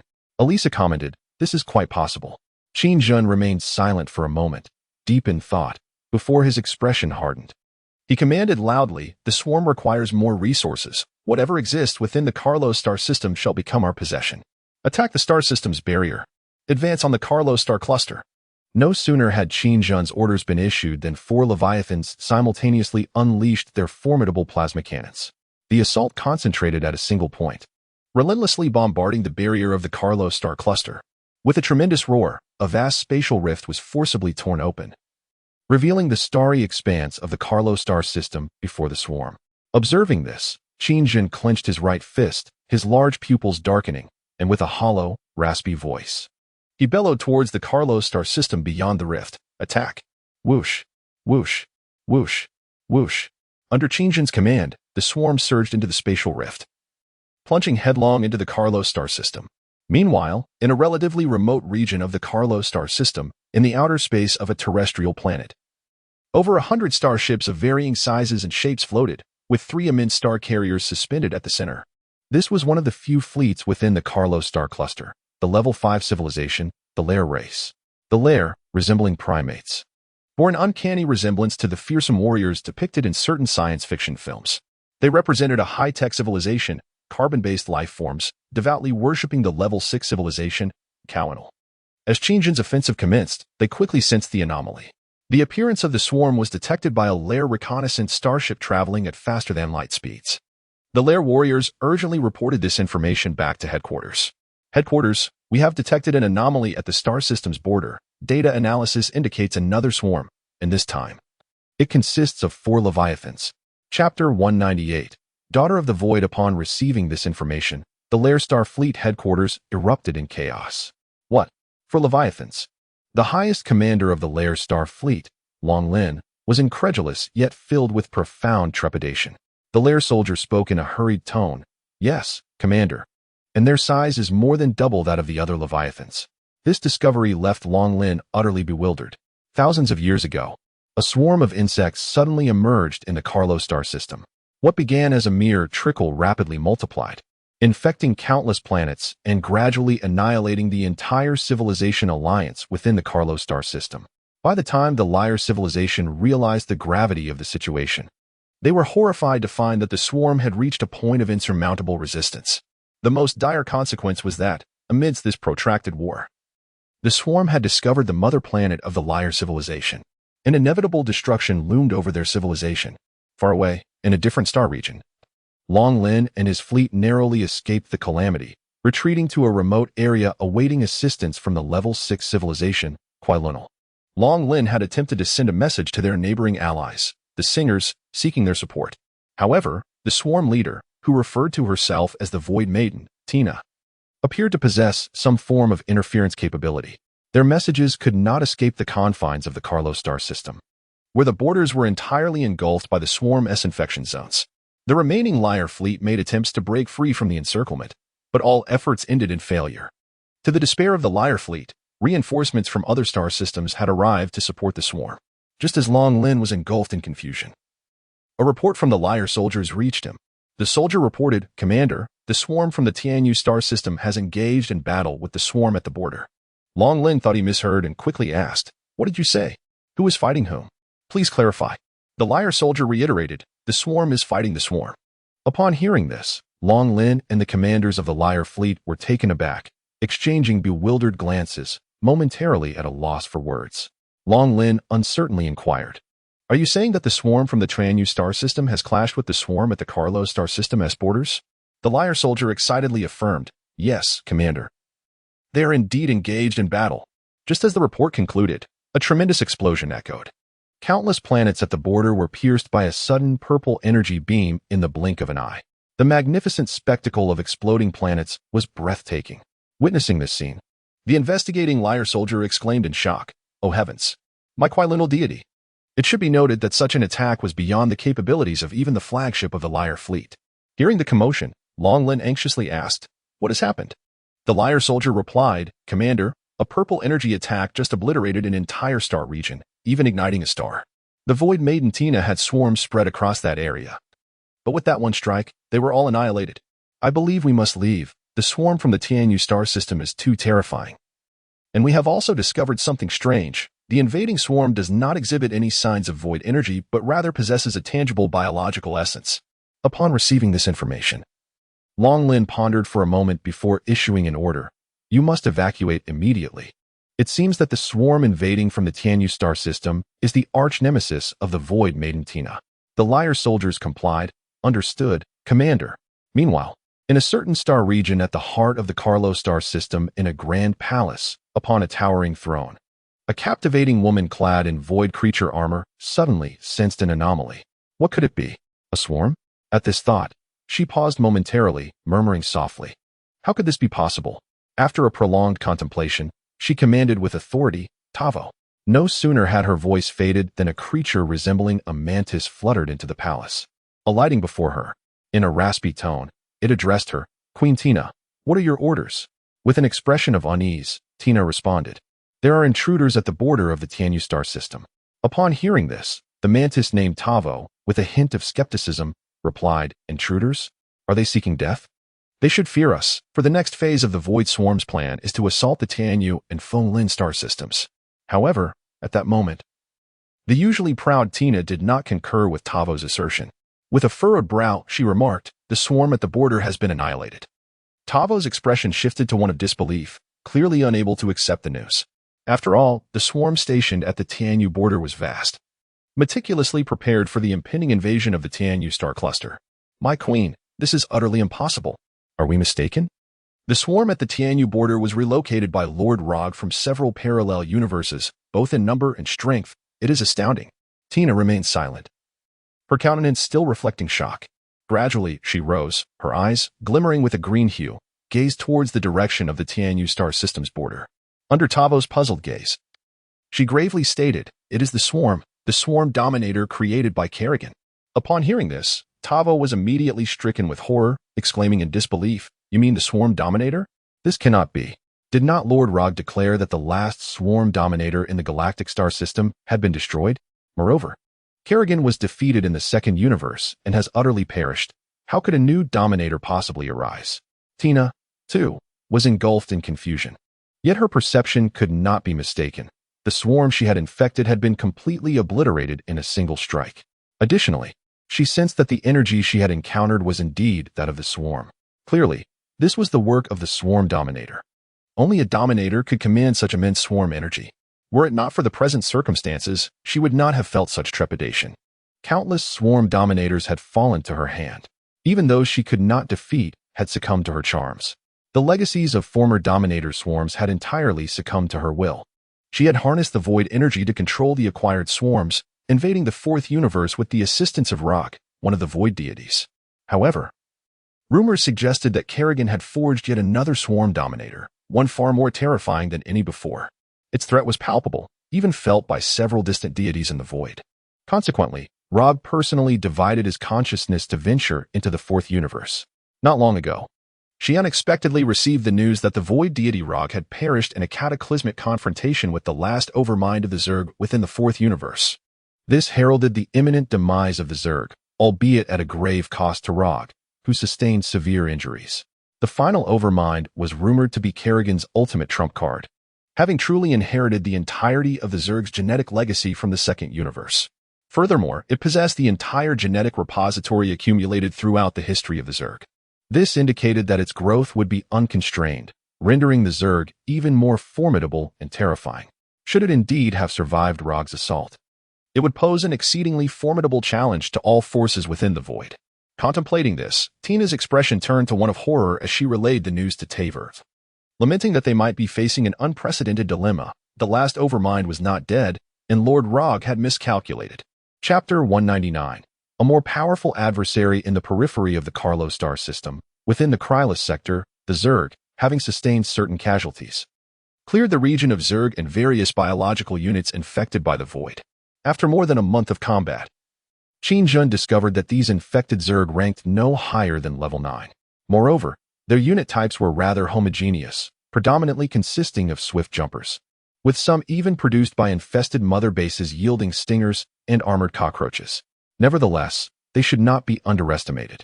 The infected Zerg had become even more potent than their normal counterparts. It is noteworthy that Qin Jun's forces were engaged in battle with Zerg of level 12. Despite the immense disparity in levels, Qin Jun's Zerg still incurred losses, highlighting the terrifying nature of the infected entities. Subsequently, under Qin Jun's command, Zekera diligently took on the role of the Zerg's vanguard, following the plan laid out by Qin Jun as they invaded deeper into Carlo, deploying a multitude of mother Zerg to planets rich in resources along the way. The advantage of this incursion into the Carlo star system was that these Zerg could be transformed into superior biological materials.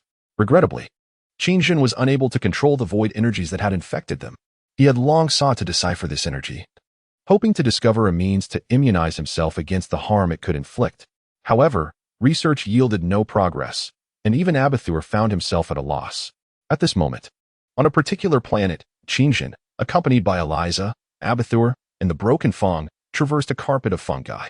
The unique, large eyes of Eliza occasionally scanned their surroundings, while the worker Zerg busily collected the remnants of defeated creatures. In contrast to the few Zerg, Eliza, resembling a celestial beauty, appeared somewhat out of place.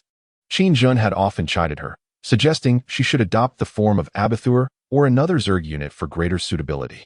However, Eliza explained that her subconscious identified with Kerrigan as a human. Upon hearing this, Qin-jun refrained from further comments, understanding why the mosquito would manifest in a human form. The journey continued in silence. Subsequently, Qin-jun discovered that the infection of the void was not limited merely to the swarm of insects. In fact, the entire civilization of the Carlo star system had succumbed to this affliction. The capability to control the infected entities throughout the Carlo star system was a testament to the formidable power of a certain being lurking within that realm. Could it be the essence of Rog? Qin-jun had contemplated this notion, yet he swiftly dismissed it. Previously, when he was struck down by Rog's starship, he had a fleeting encounter with Rog's consciousness. In that moment, he vaguely glimpsed the location of Rog's true form. Although the vision was obscured, he distinctly remembered that the surroundings were enveloped in an abyssal void, which he surmised to be the void itself. Furthermore, Rog had dispatched Weil, who was, in fact, an enormous creature resembling an insect. Before long, Qin-jun and his entourage arrived at the entrance of a vast cavern. The cave's interior and exterior were shrouded in a blanket of fungus, appearing damp and somewhat repulsive. Nevertheless, Qin-jun remained unfazed, striding confidently into the depths. Viewed from above, it became evident that this was, in fact, a colossal mother insect, its size comparable to an unbroken mountain range. This was Qin-jun's only level 14 mother insect base. Its massive form nearly covering half of the landmass of the planet. It was capable of incessantly producing countless swarms, playing a pivotal role in the invasion of the Carlo star system. Upon entering the mother insect's interior, Qin-jun was met not with the anticipated darkness, but rather with a peculiar substance within the muscular tissue that emitted a bright white glow, reminiscent of fireflies. This luminous radiance was remarkably intense, illuminating the depths as if it were broad daylight. This was a unique ability that Qin-jun had deliberately engineered, for he had no fondness for remaining in a pitch-black environment. He seated himself upon a biological throne, a seat fashioned from a type of insect. According to our plan, I have imbued 10 of the insects with abilities and dispatched them alongside the swarm to the most resource-rich and least perilous planet, announced Abaser. Soon, they shall independently undergo ultimate evolution, transforming into primary leviathans, and the insect biological fleet will soon attain combat readiness. Upon hearing this, a faint smile graced Qin-jun's lips, his large eyes glinting with a fierce light. Well done, Abaser. Abaser, stirring its small appendages, proclaimed, the swarm reigns supreme, above all dominion. The swarm is destined to occupy the entirety of the cosmos. As Abaser resumed its grandstanding, the nearby Broken Tooth chimed in with a series of guttural sounds, exclaiming, I shall devour everything and then evolve. Qin-jun turned his gaze toward Broken Tooth, now grown to the size of a water buffalo, a veritable beast of the cosmos. You have performed admirably as well, Broken Tooth, he remarked. Broken Tooth, buoyed by Qin-jun's affirmation, emitted a series of low roars, signifying its determination to vanquish all formidable foes for its master. Qin-jun smiled with a sense of comfort, only to have his expression darken once more in an instant. He turned to Eliza and inquired about her thoughts on the insect swarm infected by the void. Upon hearing this, Eliza paused for a moment before responding to the sovereign. Most of these insects originate from the 73rd universe, though there are also swarms from other universes. Upon hearing this, surprise flickered in Qin-jun's large eyes as he questioned. The 73rd universe? Eliza confirmed. Indeed, these insects are from the 73rd universe. At that time, the insect sovereign was also slain by void energy. Strangely, the swarm did not perish alongside their sovereign nor fall into slumber. With this revelation, Qin-jun began to ponder. It seemed that Rog possessed some ability to control the operation of these insects. Could it be that Rog himself hailed from the second universe? Contemplating this, Qin-jun murmured, I have many uncertainties now. If only that dark star spirit named Zedna could reappear, perhaps he could unravel the mysteries within my heart. Just then, while Qin-jun was lost in thought, Eliza interjected, the star spirit resides in the galaxy of the second universe. Zedna's previous appearance was merely a coincidence. It is unlikely that he could find you again. Hearing this, Qin-jun looked at Eliza in astonishment and asked, why? The star spirit is a deity of the second universe. Surely, traversing to another parallel universe should not be beyond their capabilities? Eliza replied without flinching, Sovereign, perhaps you have forgotten that I previously mentioned the star spirits have long been divided into two factions. Those led by Adonis could indeed accomplish this. But so much time has passed that we can no longer predict the changes in the situation.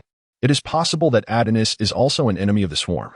The threats to your life are not limited to the Void or Rog's faction. Even Earth from the second galaxy may pursue the swarm.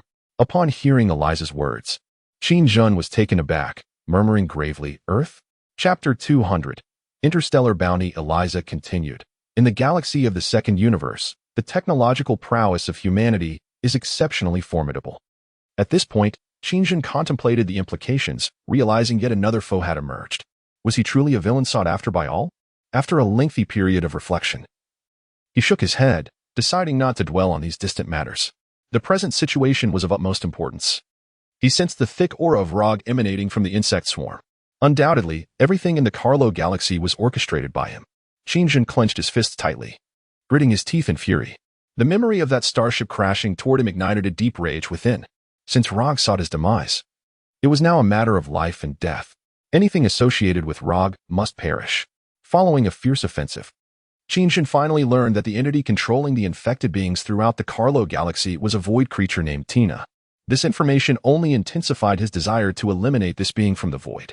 During this period, the swarm advanced relentlessly toward the Carlo star system. Naturally, there were numerous challenging battles. On one occasion, Fazhuman narrowly escaped annihilation. It was a struggle for a resource-rich planet, where Fashuman's new Zerg encountered the most formidable infectors in the Carlo star system, the Carlo civilization. Once the dominant power of the Carlo star system, this civilization was obliterated by the Void Lady, Tina, and subsequently became her subordinates. The Carlo people are ethereal beings, glowing in blue light, their forms composed of countless ions, rather than being carbon-based entities. Originally, the Carlo wore battle suits made of some advanced material, capable of independently firing energy lasers of significant potency. However, after being infected by Tina, they all turned green.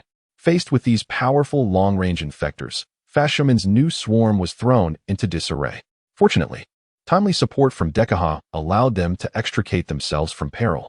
Overall, this invasion proved relatively smooth for Qin Jun. The formidable level 14 swarm exhibited remarkable enhancements in size, attack, and defense. For instance, the level 14 Laser Scorpion, while only slightly larger, boasted astonishing defensive capabilities. Their exoskeletons could effectively immunize against all attacks from civilizations of level 3 and below, rendering these massive creatures nearly invincible within a star system.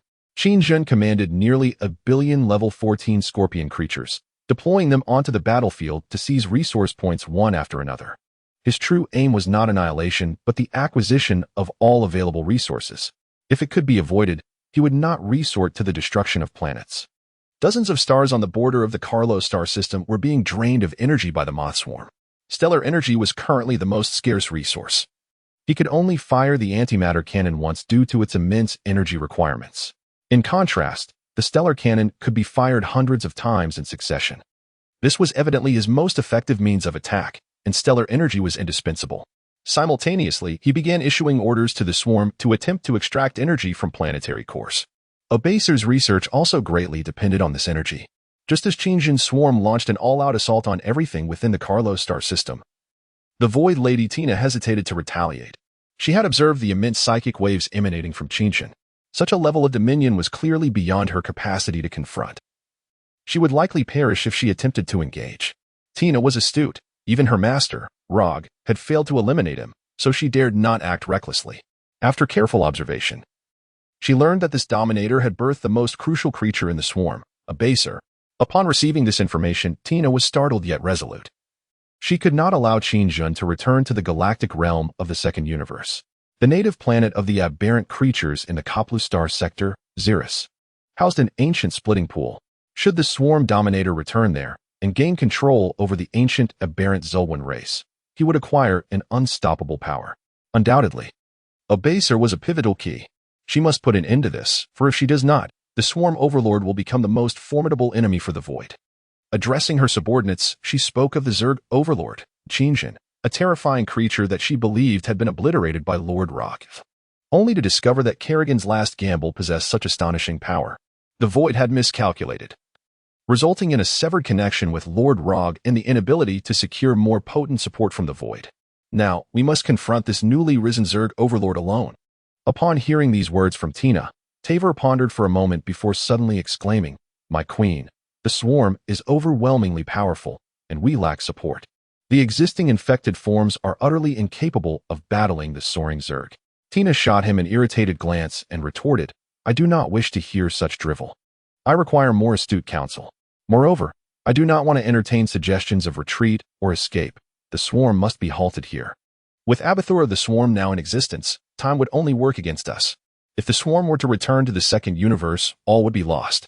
Tavor hastily interjected, My queen, please hear me out. We can strategize and seek an opportunity to eliminate Abathur. Tina, still irate, snapped back, Have you lost your mind?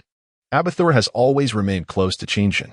By the time we make a move, we will be obliterated before we even reach their stellar region. I sense Qinshan's psionic fluctuations. That fiend is unstoppable in the fourth universe. The pinnacle of this universe would not be so foolish as to eliminate a creature that stands against the void. Moreover, I recently learned that the Harbinger attempted to behead him, and the outcome was predictable. Even Lord Rog failed. Do you wish for me to walk to my death? After Tina finished speaking, Tavor continued, We could utilize the chosen ones of this universe or interstellar bounties to eliminate him. Upon hearing this, Tina was taken aback, her expression shifting to one of realization, only to be ensnared in a painful contemplation. The chosen ones, interstellar bounties, she murmured. Tavor affirmed, Indeed. The chosen ones of this universe possess level 7 civilization technology and wield formidable means. They do not serve others but adhere to the rules of the cosmos. We could locate them, perhaps, however. Before Tavor could finish his thought, Tina raised her hand to interrupt, gently shaking her head in disapproval. Whether we can find the chosen ones is another matter. Simply put, we are out of time. As for your mention of interstellar bounties, do you believe anyone in this universe would dare to take on such a task? Do you not understand? The target is the Zerg Overlord, and not just any creature, making success exceedingly unlikely. No one wishes to court death.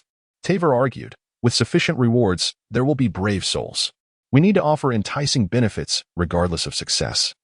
We can at least delay the swarm's advance. Furthermore, during this time, we can identify all enemies of the swarm, inform them of the Overlord's threat, and rally more forces to join our cause, devising every possible means to confront Qinshan together. As long as there are sufficient allies, even if we cannot eliminate it, we can at least restrain the swarm within the fourth universe. This proposal is the most advantageous to our current situation. Chapter 201. Are you joking with me? After contemplating Tavo's suggestion, Tina took a moment to reflect. Following her thorough deliberation, she resolved to attempt Tavo's proposal. Thus, an anonymous interstellar bounty was dispatched by Tina into the farthest corners of the fourth universe, even utilizing special means to reach other parallel universes. As the daughter of the void, Tina possessed abundant resources within the cosmos. As long as someone dared to accept this task, she could offer a corresponding and satisfactory reward. Simultaneously, she ordered her subordinates to discreetly engage with all factions that had suffered persecution from the swarm. Most importantly, this included the Galactic and Tianyu factions, as well as the Lyrical and Liar civilizations. One day, within a space base in the Solar Star region, in the command room, Qin Ying, clad in the uniform of an interstellar commander, leaned back in her chair, her gaze vacant as though she were deep in thought. Ever since the Blue Star human race had transcended their technological limitations to become a formidable force within the galaxy, she had been promoted to the highest commander of the human fleet. After the swarm's departure, everything appeared relatively peaceful. Beyond some trivial matters of primitive civilizations, the human fleet was diligently mining resources and advancing their technological research. Notably, they were developing a type of psychic disruptor. The upper echelons of humanity unanimously agreed that the greatest threat to the galaxy at present was the creator civilization, the Lyrical. They regarded the Lyrical as their most formidable hypothetical enemy and collected extensive information pertaining to them. With the assistance of the Tell people and the relentless efforts of the human fleet, they made significant progress in intelligence gathering. They analyzed the temporal weapons of the Lyrical and devised countermeasures and targeted weaponry, one of which was the psychic disruptor.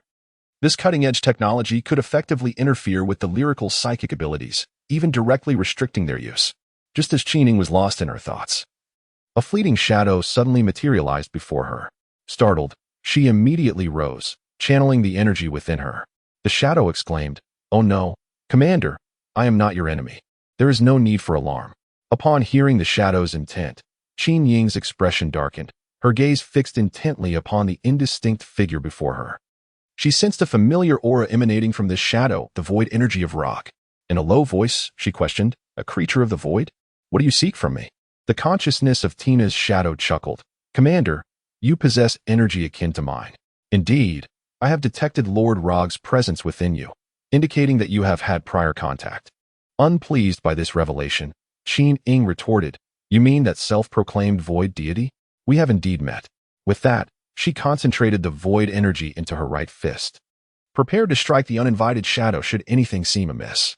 Sensing the animosity emanating from Qin Ying, Tina's ethereal form repeatedly urged her to relax. Commander, she began.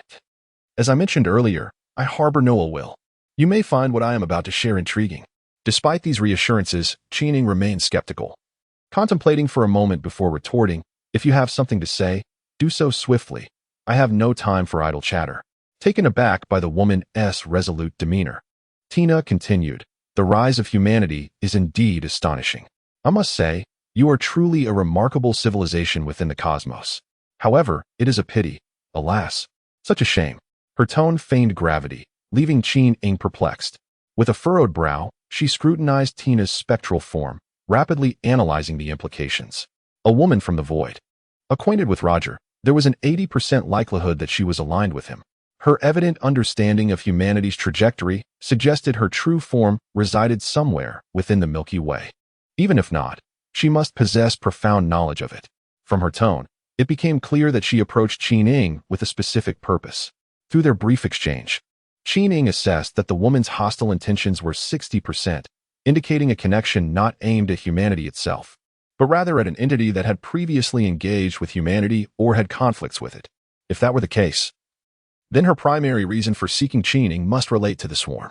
Did she emerge from the void due to her ties with Qin Jin? Yet, according to reliable intelligence, Qin Jin was dead. Qin Ying found herself at a loss as to why a void entity would seek her out at this juncture. As her thoughts raced, she recalled Shawan and a Baser's desperate flight from the Milky Way, suddenly struck by the realization, could it be that Qin Jin was not dead? The thought sent a chill through her. After a moment's pause, she quickly regained her icy composure, asking, What do you mean by a pity? Speak plainly.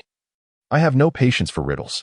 Tina smiled again, saying, The resources of the Milky Way are limited, which means your people will remain stagnant at their current stage for quite some time. Is that not regrettable?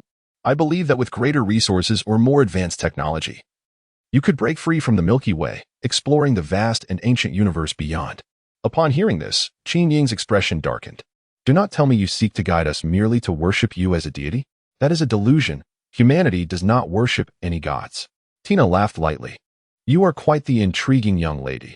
It is no wonder Lord Roger's consciousness sought you out.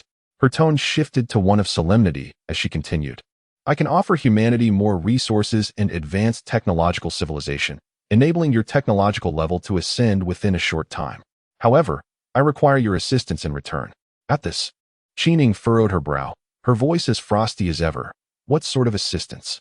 Tina, unwilling to squander any more time, quickly discerned the characteristics of the human commander through their brief interaction. It was evident that she had little inclination for idle chatter on trivial matters. Thus, she proposed a collaboration to jointly oppose the insectoid overlord. Upon hearing Tina's intentions, Qin Ying's countenance reflected sheer astonishment. She was taken aback to learn that Qin Jun had indeed survived. Though she had harbored doubts, they were merely speculative. Observing Qin Ying's astonished demeanor, Tina pressed further, inquiring if the proposition was not worthwhile. After all, her solitary efforts would benefit the future of humanity at large. After a lengthy silence, Qin Ying finally regained her composure and, maintaining her poise, replied affirmatively, albeit with the caveat that she required the promised assurances first. Surprised by Qin Ying's swift acquiescence, Tina felt an irritable disbelief wash over her, asserting that action was imperative, and this was no jest. Qin Ying retorted with a cold laugh, claiming that it was Tina who had initiated the farce. While the terms she offered were indeed appealing, she lamented that she had witnessed the target's formidable strength firsthand and had no desire to court death recklessly. Despite their fraternal bond, he had become one with the insectoids, and the implications of that transformation were all too clear. Should their endeavor fail, her demise would be inconsequential, yet humanity could not withstand the wrath of the swarms. Upon hearing Qin Ying's response, Tina fell silent. She was not disheartened by Qin Ying's refusal, rather, it was anticipated. This reaction was a natural response from one who had witnessed the terror of the insectoid hordes. She stated that there was no need for an immediate reply, as the dread of the swarms was well known, particularly the immense power of their overlord. Her assertion was that they were not alone in this battle. The rebirth of their adversary signified an escalation in strength, thus posing a universal threat. The impending annihilation was inescapable. Indifference would only lead to ruin. Just as Qining had noted that Qingjin had become part of the insectoid lineage and was the source of their actions, guided solely by its consciousness. The Tianyu galaxy had already faced obliteration, and in the face of the returning insectoid overlord, Tianyu Kyra trembled in fear. Many might be relishing her predicament. Yet time would reveal that all would eventually confront this reality. After expounding her thoughts, Tina's presence flickered like a mirage, unable to maintain this state of consciousness for long. She then added that she could divulge no more, urging them to deliberate carefully on their decision, as her time was limited, and expressing hope for a more amicable reunion in the future. As soon as her words faded, her semblance dissipated completely. Witnessing the vanishing specter, Qining fell into deep contemplation, her expression grave. Meanwhile, far from the Carlo galaxy, in the serene expanse of the Coco galaxy, a vast artificial space city floated within a tranquil starfield. Within the chamber of a star hunter, several diminutive cat-like beings, standing just over a meter tall, gathered. Despite their small stature, they appeared endearing and charming. From the advanced technological gear worn by them, it is evident that underestimating them would lead to dire consequences. They are renowned as the Galaxy Hunters of the Fourth Universe, having dealt with numerous formidable villains across various star systems. It is rumored that they have even vanquished a rebel commander of a level 6 civilization. Whispers suggest that they once belonged to a long-lost level 5 civilization. The extermination of the Zerg Overlord promises the reward of 10 cosmic core crystals, each possessing level energy. A furry feline alien gazed in astonishment at the data panel displaying the bounty information. Wow, Boss Lion, 10 level core crystals. Who could this be? The one issuing such a grand bounty must have been annihilated by the Zerg, right? The cat, having been the first to read the bounty, couldn't help but exclaim. What does possessing level energy core crystals signify? Just one could power an entire fleet of level 3 civilization starships.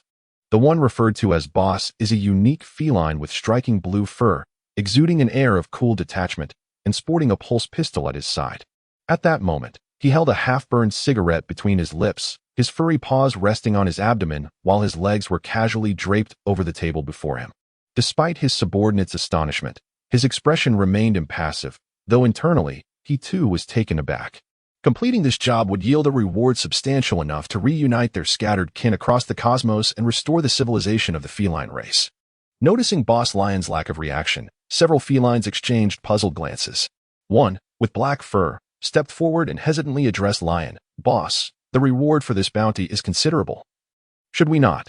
The fact that these felines referred to Lion as their leader attests to his superior abilities. All their actions would be dictated by Lion. Upon hearing the inquiry, Lion lowered his legs from the table and leisurely removed the half-smoked cigarette from his mouth, exhaling a ring of white smoke. With a slightly displeased tone, he remarked, "What are you all so eager about? The value of the reward is directly proportional to the danger posed by the target, often exceeding the former. In all our previous endeavors, have we ever come across an easy opportunity?" A yellow-furred feline interjected, 10 level energy core crystals. Even the leader of the level 6 civilization's rebels isn't worth just one. Another feline chimed in, but this target is the Zerg. It's not the same. To confront the Zerg Overlord means facing their entire horde. Are you willing to risk your life? At this, the group of felines nodded in agreement. The entity offering 10 level energy core crystals as a bounty undoubtedly possesses formidable strength, indicating the vastness of this Zerg threat. Such a mission is typically undertaken only by a civilization star fleet.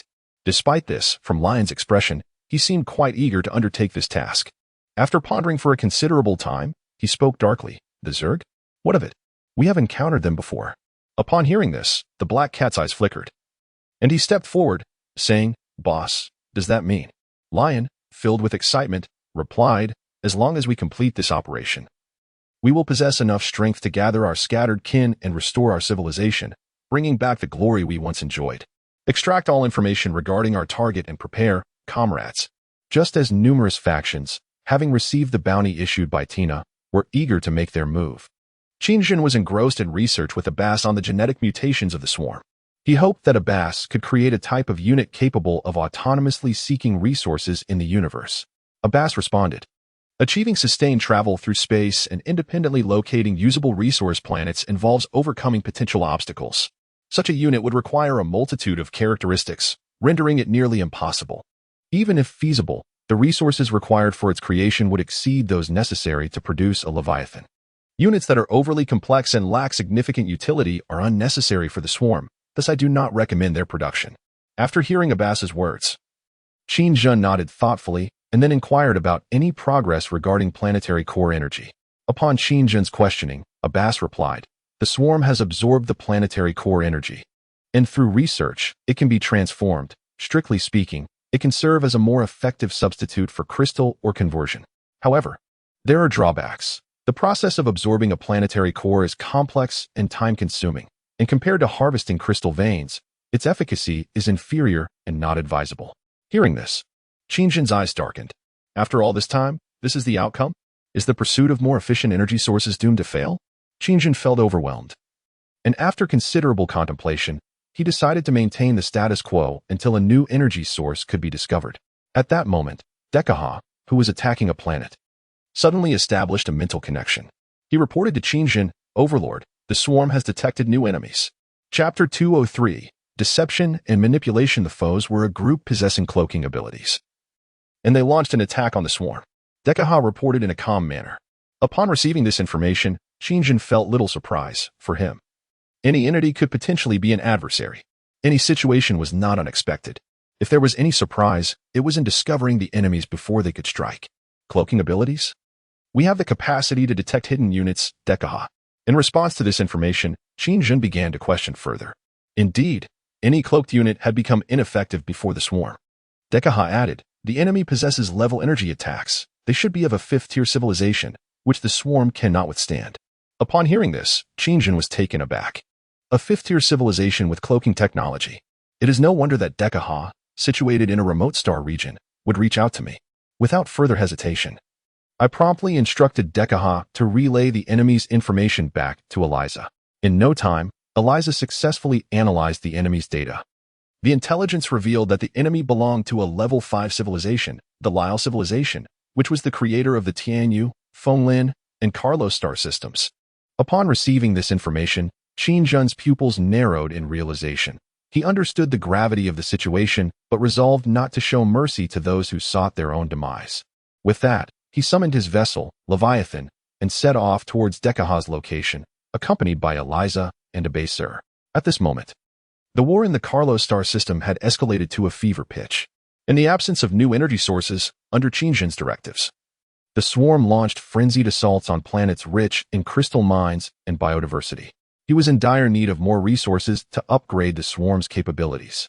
The annihilation of a star system was now inevitable, and a more dreadful catastrophe loomed over the Carlos star system. The invasion by Tina merely infected the biological entities and civilizations, whereas Qin Zhen's incursion was a brutal massacre. Faced with such a ferocious swarm, Tina's infection forces were utterly decimated. The sheer number of the swarm was overwhelming. After countless interstellar wars, the swarm was no longer the mindless horde of the past. It had evolved into a formidable force that, while relying on numerical superiority, exhibited unprecedented coordination among its various units. In response to the swarm's relentless assault, Tina had organized several large-scale counterattacks, all of which were thwarted by the flawless collaboration of Zakara and Fozhuman. In truth, she could manifest among the swarm to bolster her dwindling forces, yet she refrained from doing so. She sensed that Qin Zhen was ardently searching for her whereabouts. Until she fully comprehended all of Qin Zhen's abilities, she dared not reveal herself. Should he possess the power to manipulate temporal and spatial nodes, he could instantaneously materialize at her location, leading to her demise. The swarm was shrouded in mystery, capable of transforming the improbable into reality, especially the dominators. Tina sought nothing more than to delay the swarm's advance for as long as possible for the void. Simultaneously, she was in constant communication with Rock. She had successfully deceived the Lyle civilization, presenting Commander Long Lin with an irresistible proposition. If the Lyle fleet agreed to unite against the swarm, she promised to restore everything to the Lyle civilization and liberate all Lyle individuals under her control. Furthermore, she would return Lyle Star to them. Initially, Long Lin vehemently refused, erupting into a furious tirade, chastising Tina for her audacity, cursing, and questioning her integrity. He was in the midst of devising a strategy to engage with the swarm. intending to collaborate with them to eliminate a centuries-old adversary. However, upon hearing of the obliteration of the Tianyu star system, Tina disclosed the stark realities of the swarm's existence and all pertinent facts. In her quest to gain Longling's trust, she unveiled the invasion of the swarm in the second universe, beginning with the initial assault by the primordial overlord on the star's spirit mother planet, Ire, and culminating in the cunning of the Blade Queen. She meticulously conveyed the ambitions of Qingjin, detailing the demise of the Sao race, the tragic defeat of the Light Singers squad, and the mutual destruction of the Rogue Consciousness. All of these events could not hinder the relentless advance of the swarm. However, she refrained from disclosing the matters concerning the Void, instead choosing to deceive Longlin in this regard. She declared that her emergence was precisely to thwart the swarm's resurgence, emphasizing that someone must bear the cost for such an endeavor. As you have observed, I merely exert control over the civilizations within the galaxy. I do not seek their complete annihilation. Yet the swarm shall not exhibit such mercy. They require energy and biomass, elements that are intrinsically linked to our fate. They resemble a virus within the cosmos, intent on obliterating all existence. The swarm must not be allowed to manifest, for it would spell doom for every universe, leading to the collapse of order and the extinction of civilization. Even if you succeed in avenging yourself against me, do you truly believe you can confront the swarm alone? Longlin, our grievances pale in comparison to the threat posed by the swarm. Longlin fell into contemplation. Indeed, the swarm posed a genuine threat of total annihilation in the long run. After profound deliberation, he reached a decision and addressed his subordinates, proclaiming that a new threat had emerged, one far more fearsome than the Void, and that they must confront it together. Consequently, the Lyle fleet commenced its offensive against the swarm in the Carlo star system, coordinated with Tina's infected entities. At that moment, Dekaha was blissfully gathering the essence of life, enhancing the strength of his swarm. While Zekera and Fashiman battled fiercely against Tina's forces at the front lines, he appeared considerably more at ease. However, the arrival of the Lyle fleet obliterated all of Dekaha's hard-fought efforts over the past months. The star sector he occupied was now under siege from the formidable assault of the Lyle fleet. While Qingjin was en route, Eliza incessantly prompted him within his mind, detected incoming nuclear fusion strike, detected incoming stellar energy annihilation. Overlord, the swarm is suffering tremendous casualties. In the Leviathan's main nest, upon hearing Eliza's persistent alerts, Qingjin felt somewhat exasperated.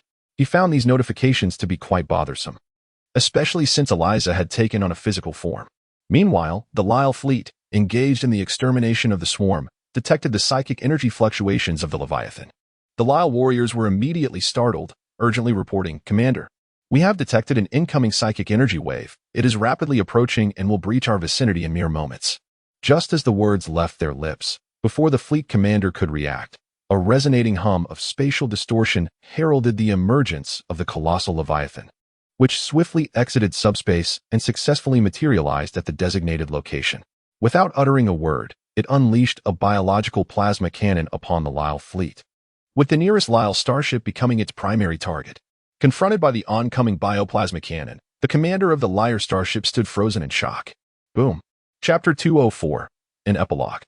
I am sincerely grateful for the affection you have shown towards this book. I must admit, I feel a twinge of guilt in presenting this chapter. I am almost too embarrassed to share it. There are a few readers in the group who genuinely appreciate the Zerg, yet I fear I have disappointed you all.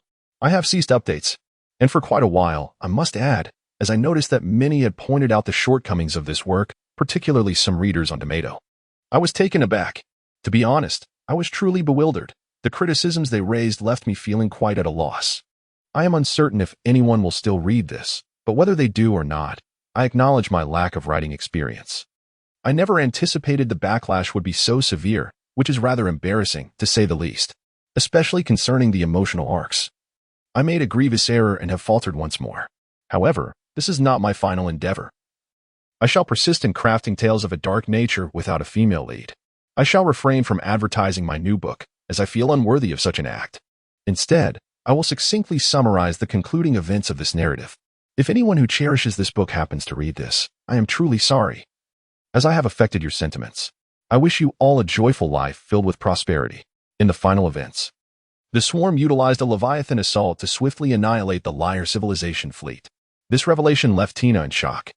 as she realized that relying solely on herself could not thwart the swarm from advancing into the fourth universe. While she sought to incite various factions to engage the swarm in conflict, she also endeavored to connect with the void. However, time dragged on too long, and Abathur harnessed his abilities to create the swarm's first Leviathan fleet.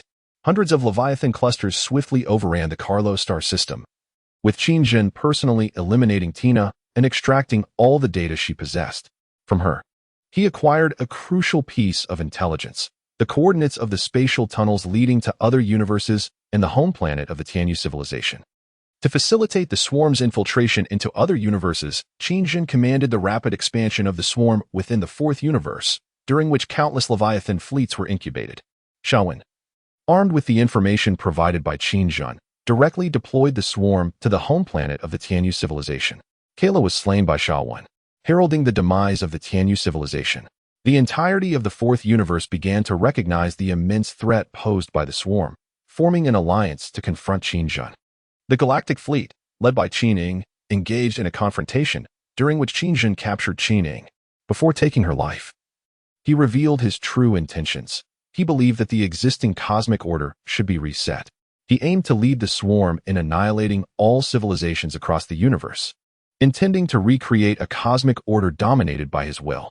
As the Galactic fleet fell, the swarm clashed with the Lingerers. By that time, the swarm had already amassed 10 Leviathan clusters, rendering the Lingerers utterly defenseless. Although a new energy source was not discovered, Qin seized the resources of the fourth universe through warfare. While strengthening the might of the swarm, the formidable biodestruction artillery was also enhanced, achieving the capability to obliterate an entire star system with a single strike. Even the emergence of the sixth-level civilization, the Chosen Ones, could not halt the relentless advance of the swarm. The seventh-level civilization, the Protectors, met their demise at the hands of Qin, who employed a tactic of overwhelming numbers with countless Leviathan clusters. The eighth and ninth-level civilizations found themselves ensnared in a quagmire, engaged in conflict with the Void Fleet. At this juncture, Rog learned that Qin still lived, yet lacked the power to intervene. Under the guidance of a baser, the swarm breached Rog's defenses, infiltrating the galactic systems of the second parallel universe. By this time, the entirety of the second universe had succumbed to the Void's infection, including the High Archon of the Xel'Naga, Artanis, and the Zerg homeworld, Xeris. In the midst of this chaos, only the humans of Earth retained the strength to resist the Void. Upon learning of the swarm's return, they promptly established contact with Qin. In order to return successfully to the splinter pool on Xeris, Qin allied with the Earth fleet to combat the Void. The infected Xel'Naga and Zerg hybrids proved to be formidable foes, and after arduous struggles, Qin managed to land on the planet Xeris. However, upon arrival, he discovered that the Zerg were also infected by the Void, making a fierce battle inevitable. During the Xeris campaign, Deka and Danteon fell in battle, and in a bid to protect the baser, Fashman also perished. After a grueling struggle alongside Zakera and Chakra, Qin ultimately regained control of the splinter pool from the infected Zerg. Guided by a baser, Qin began to merge with Kerrigan's genetic material to undergo evolution. Successfully evolving into the One-Eyed Blade, he sprouted bone wings akin to Kerrigan's, exponentially increasing his power. Instantly, he repelled the Void in the second universe and obliterated Rog. Emerging as the new Xel'Naga, Chakra ascended to become the new queen of the swarm.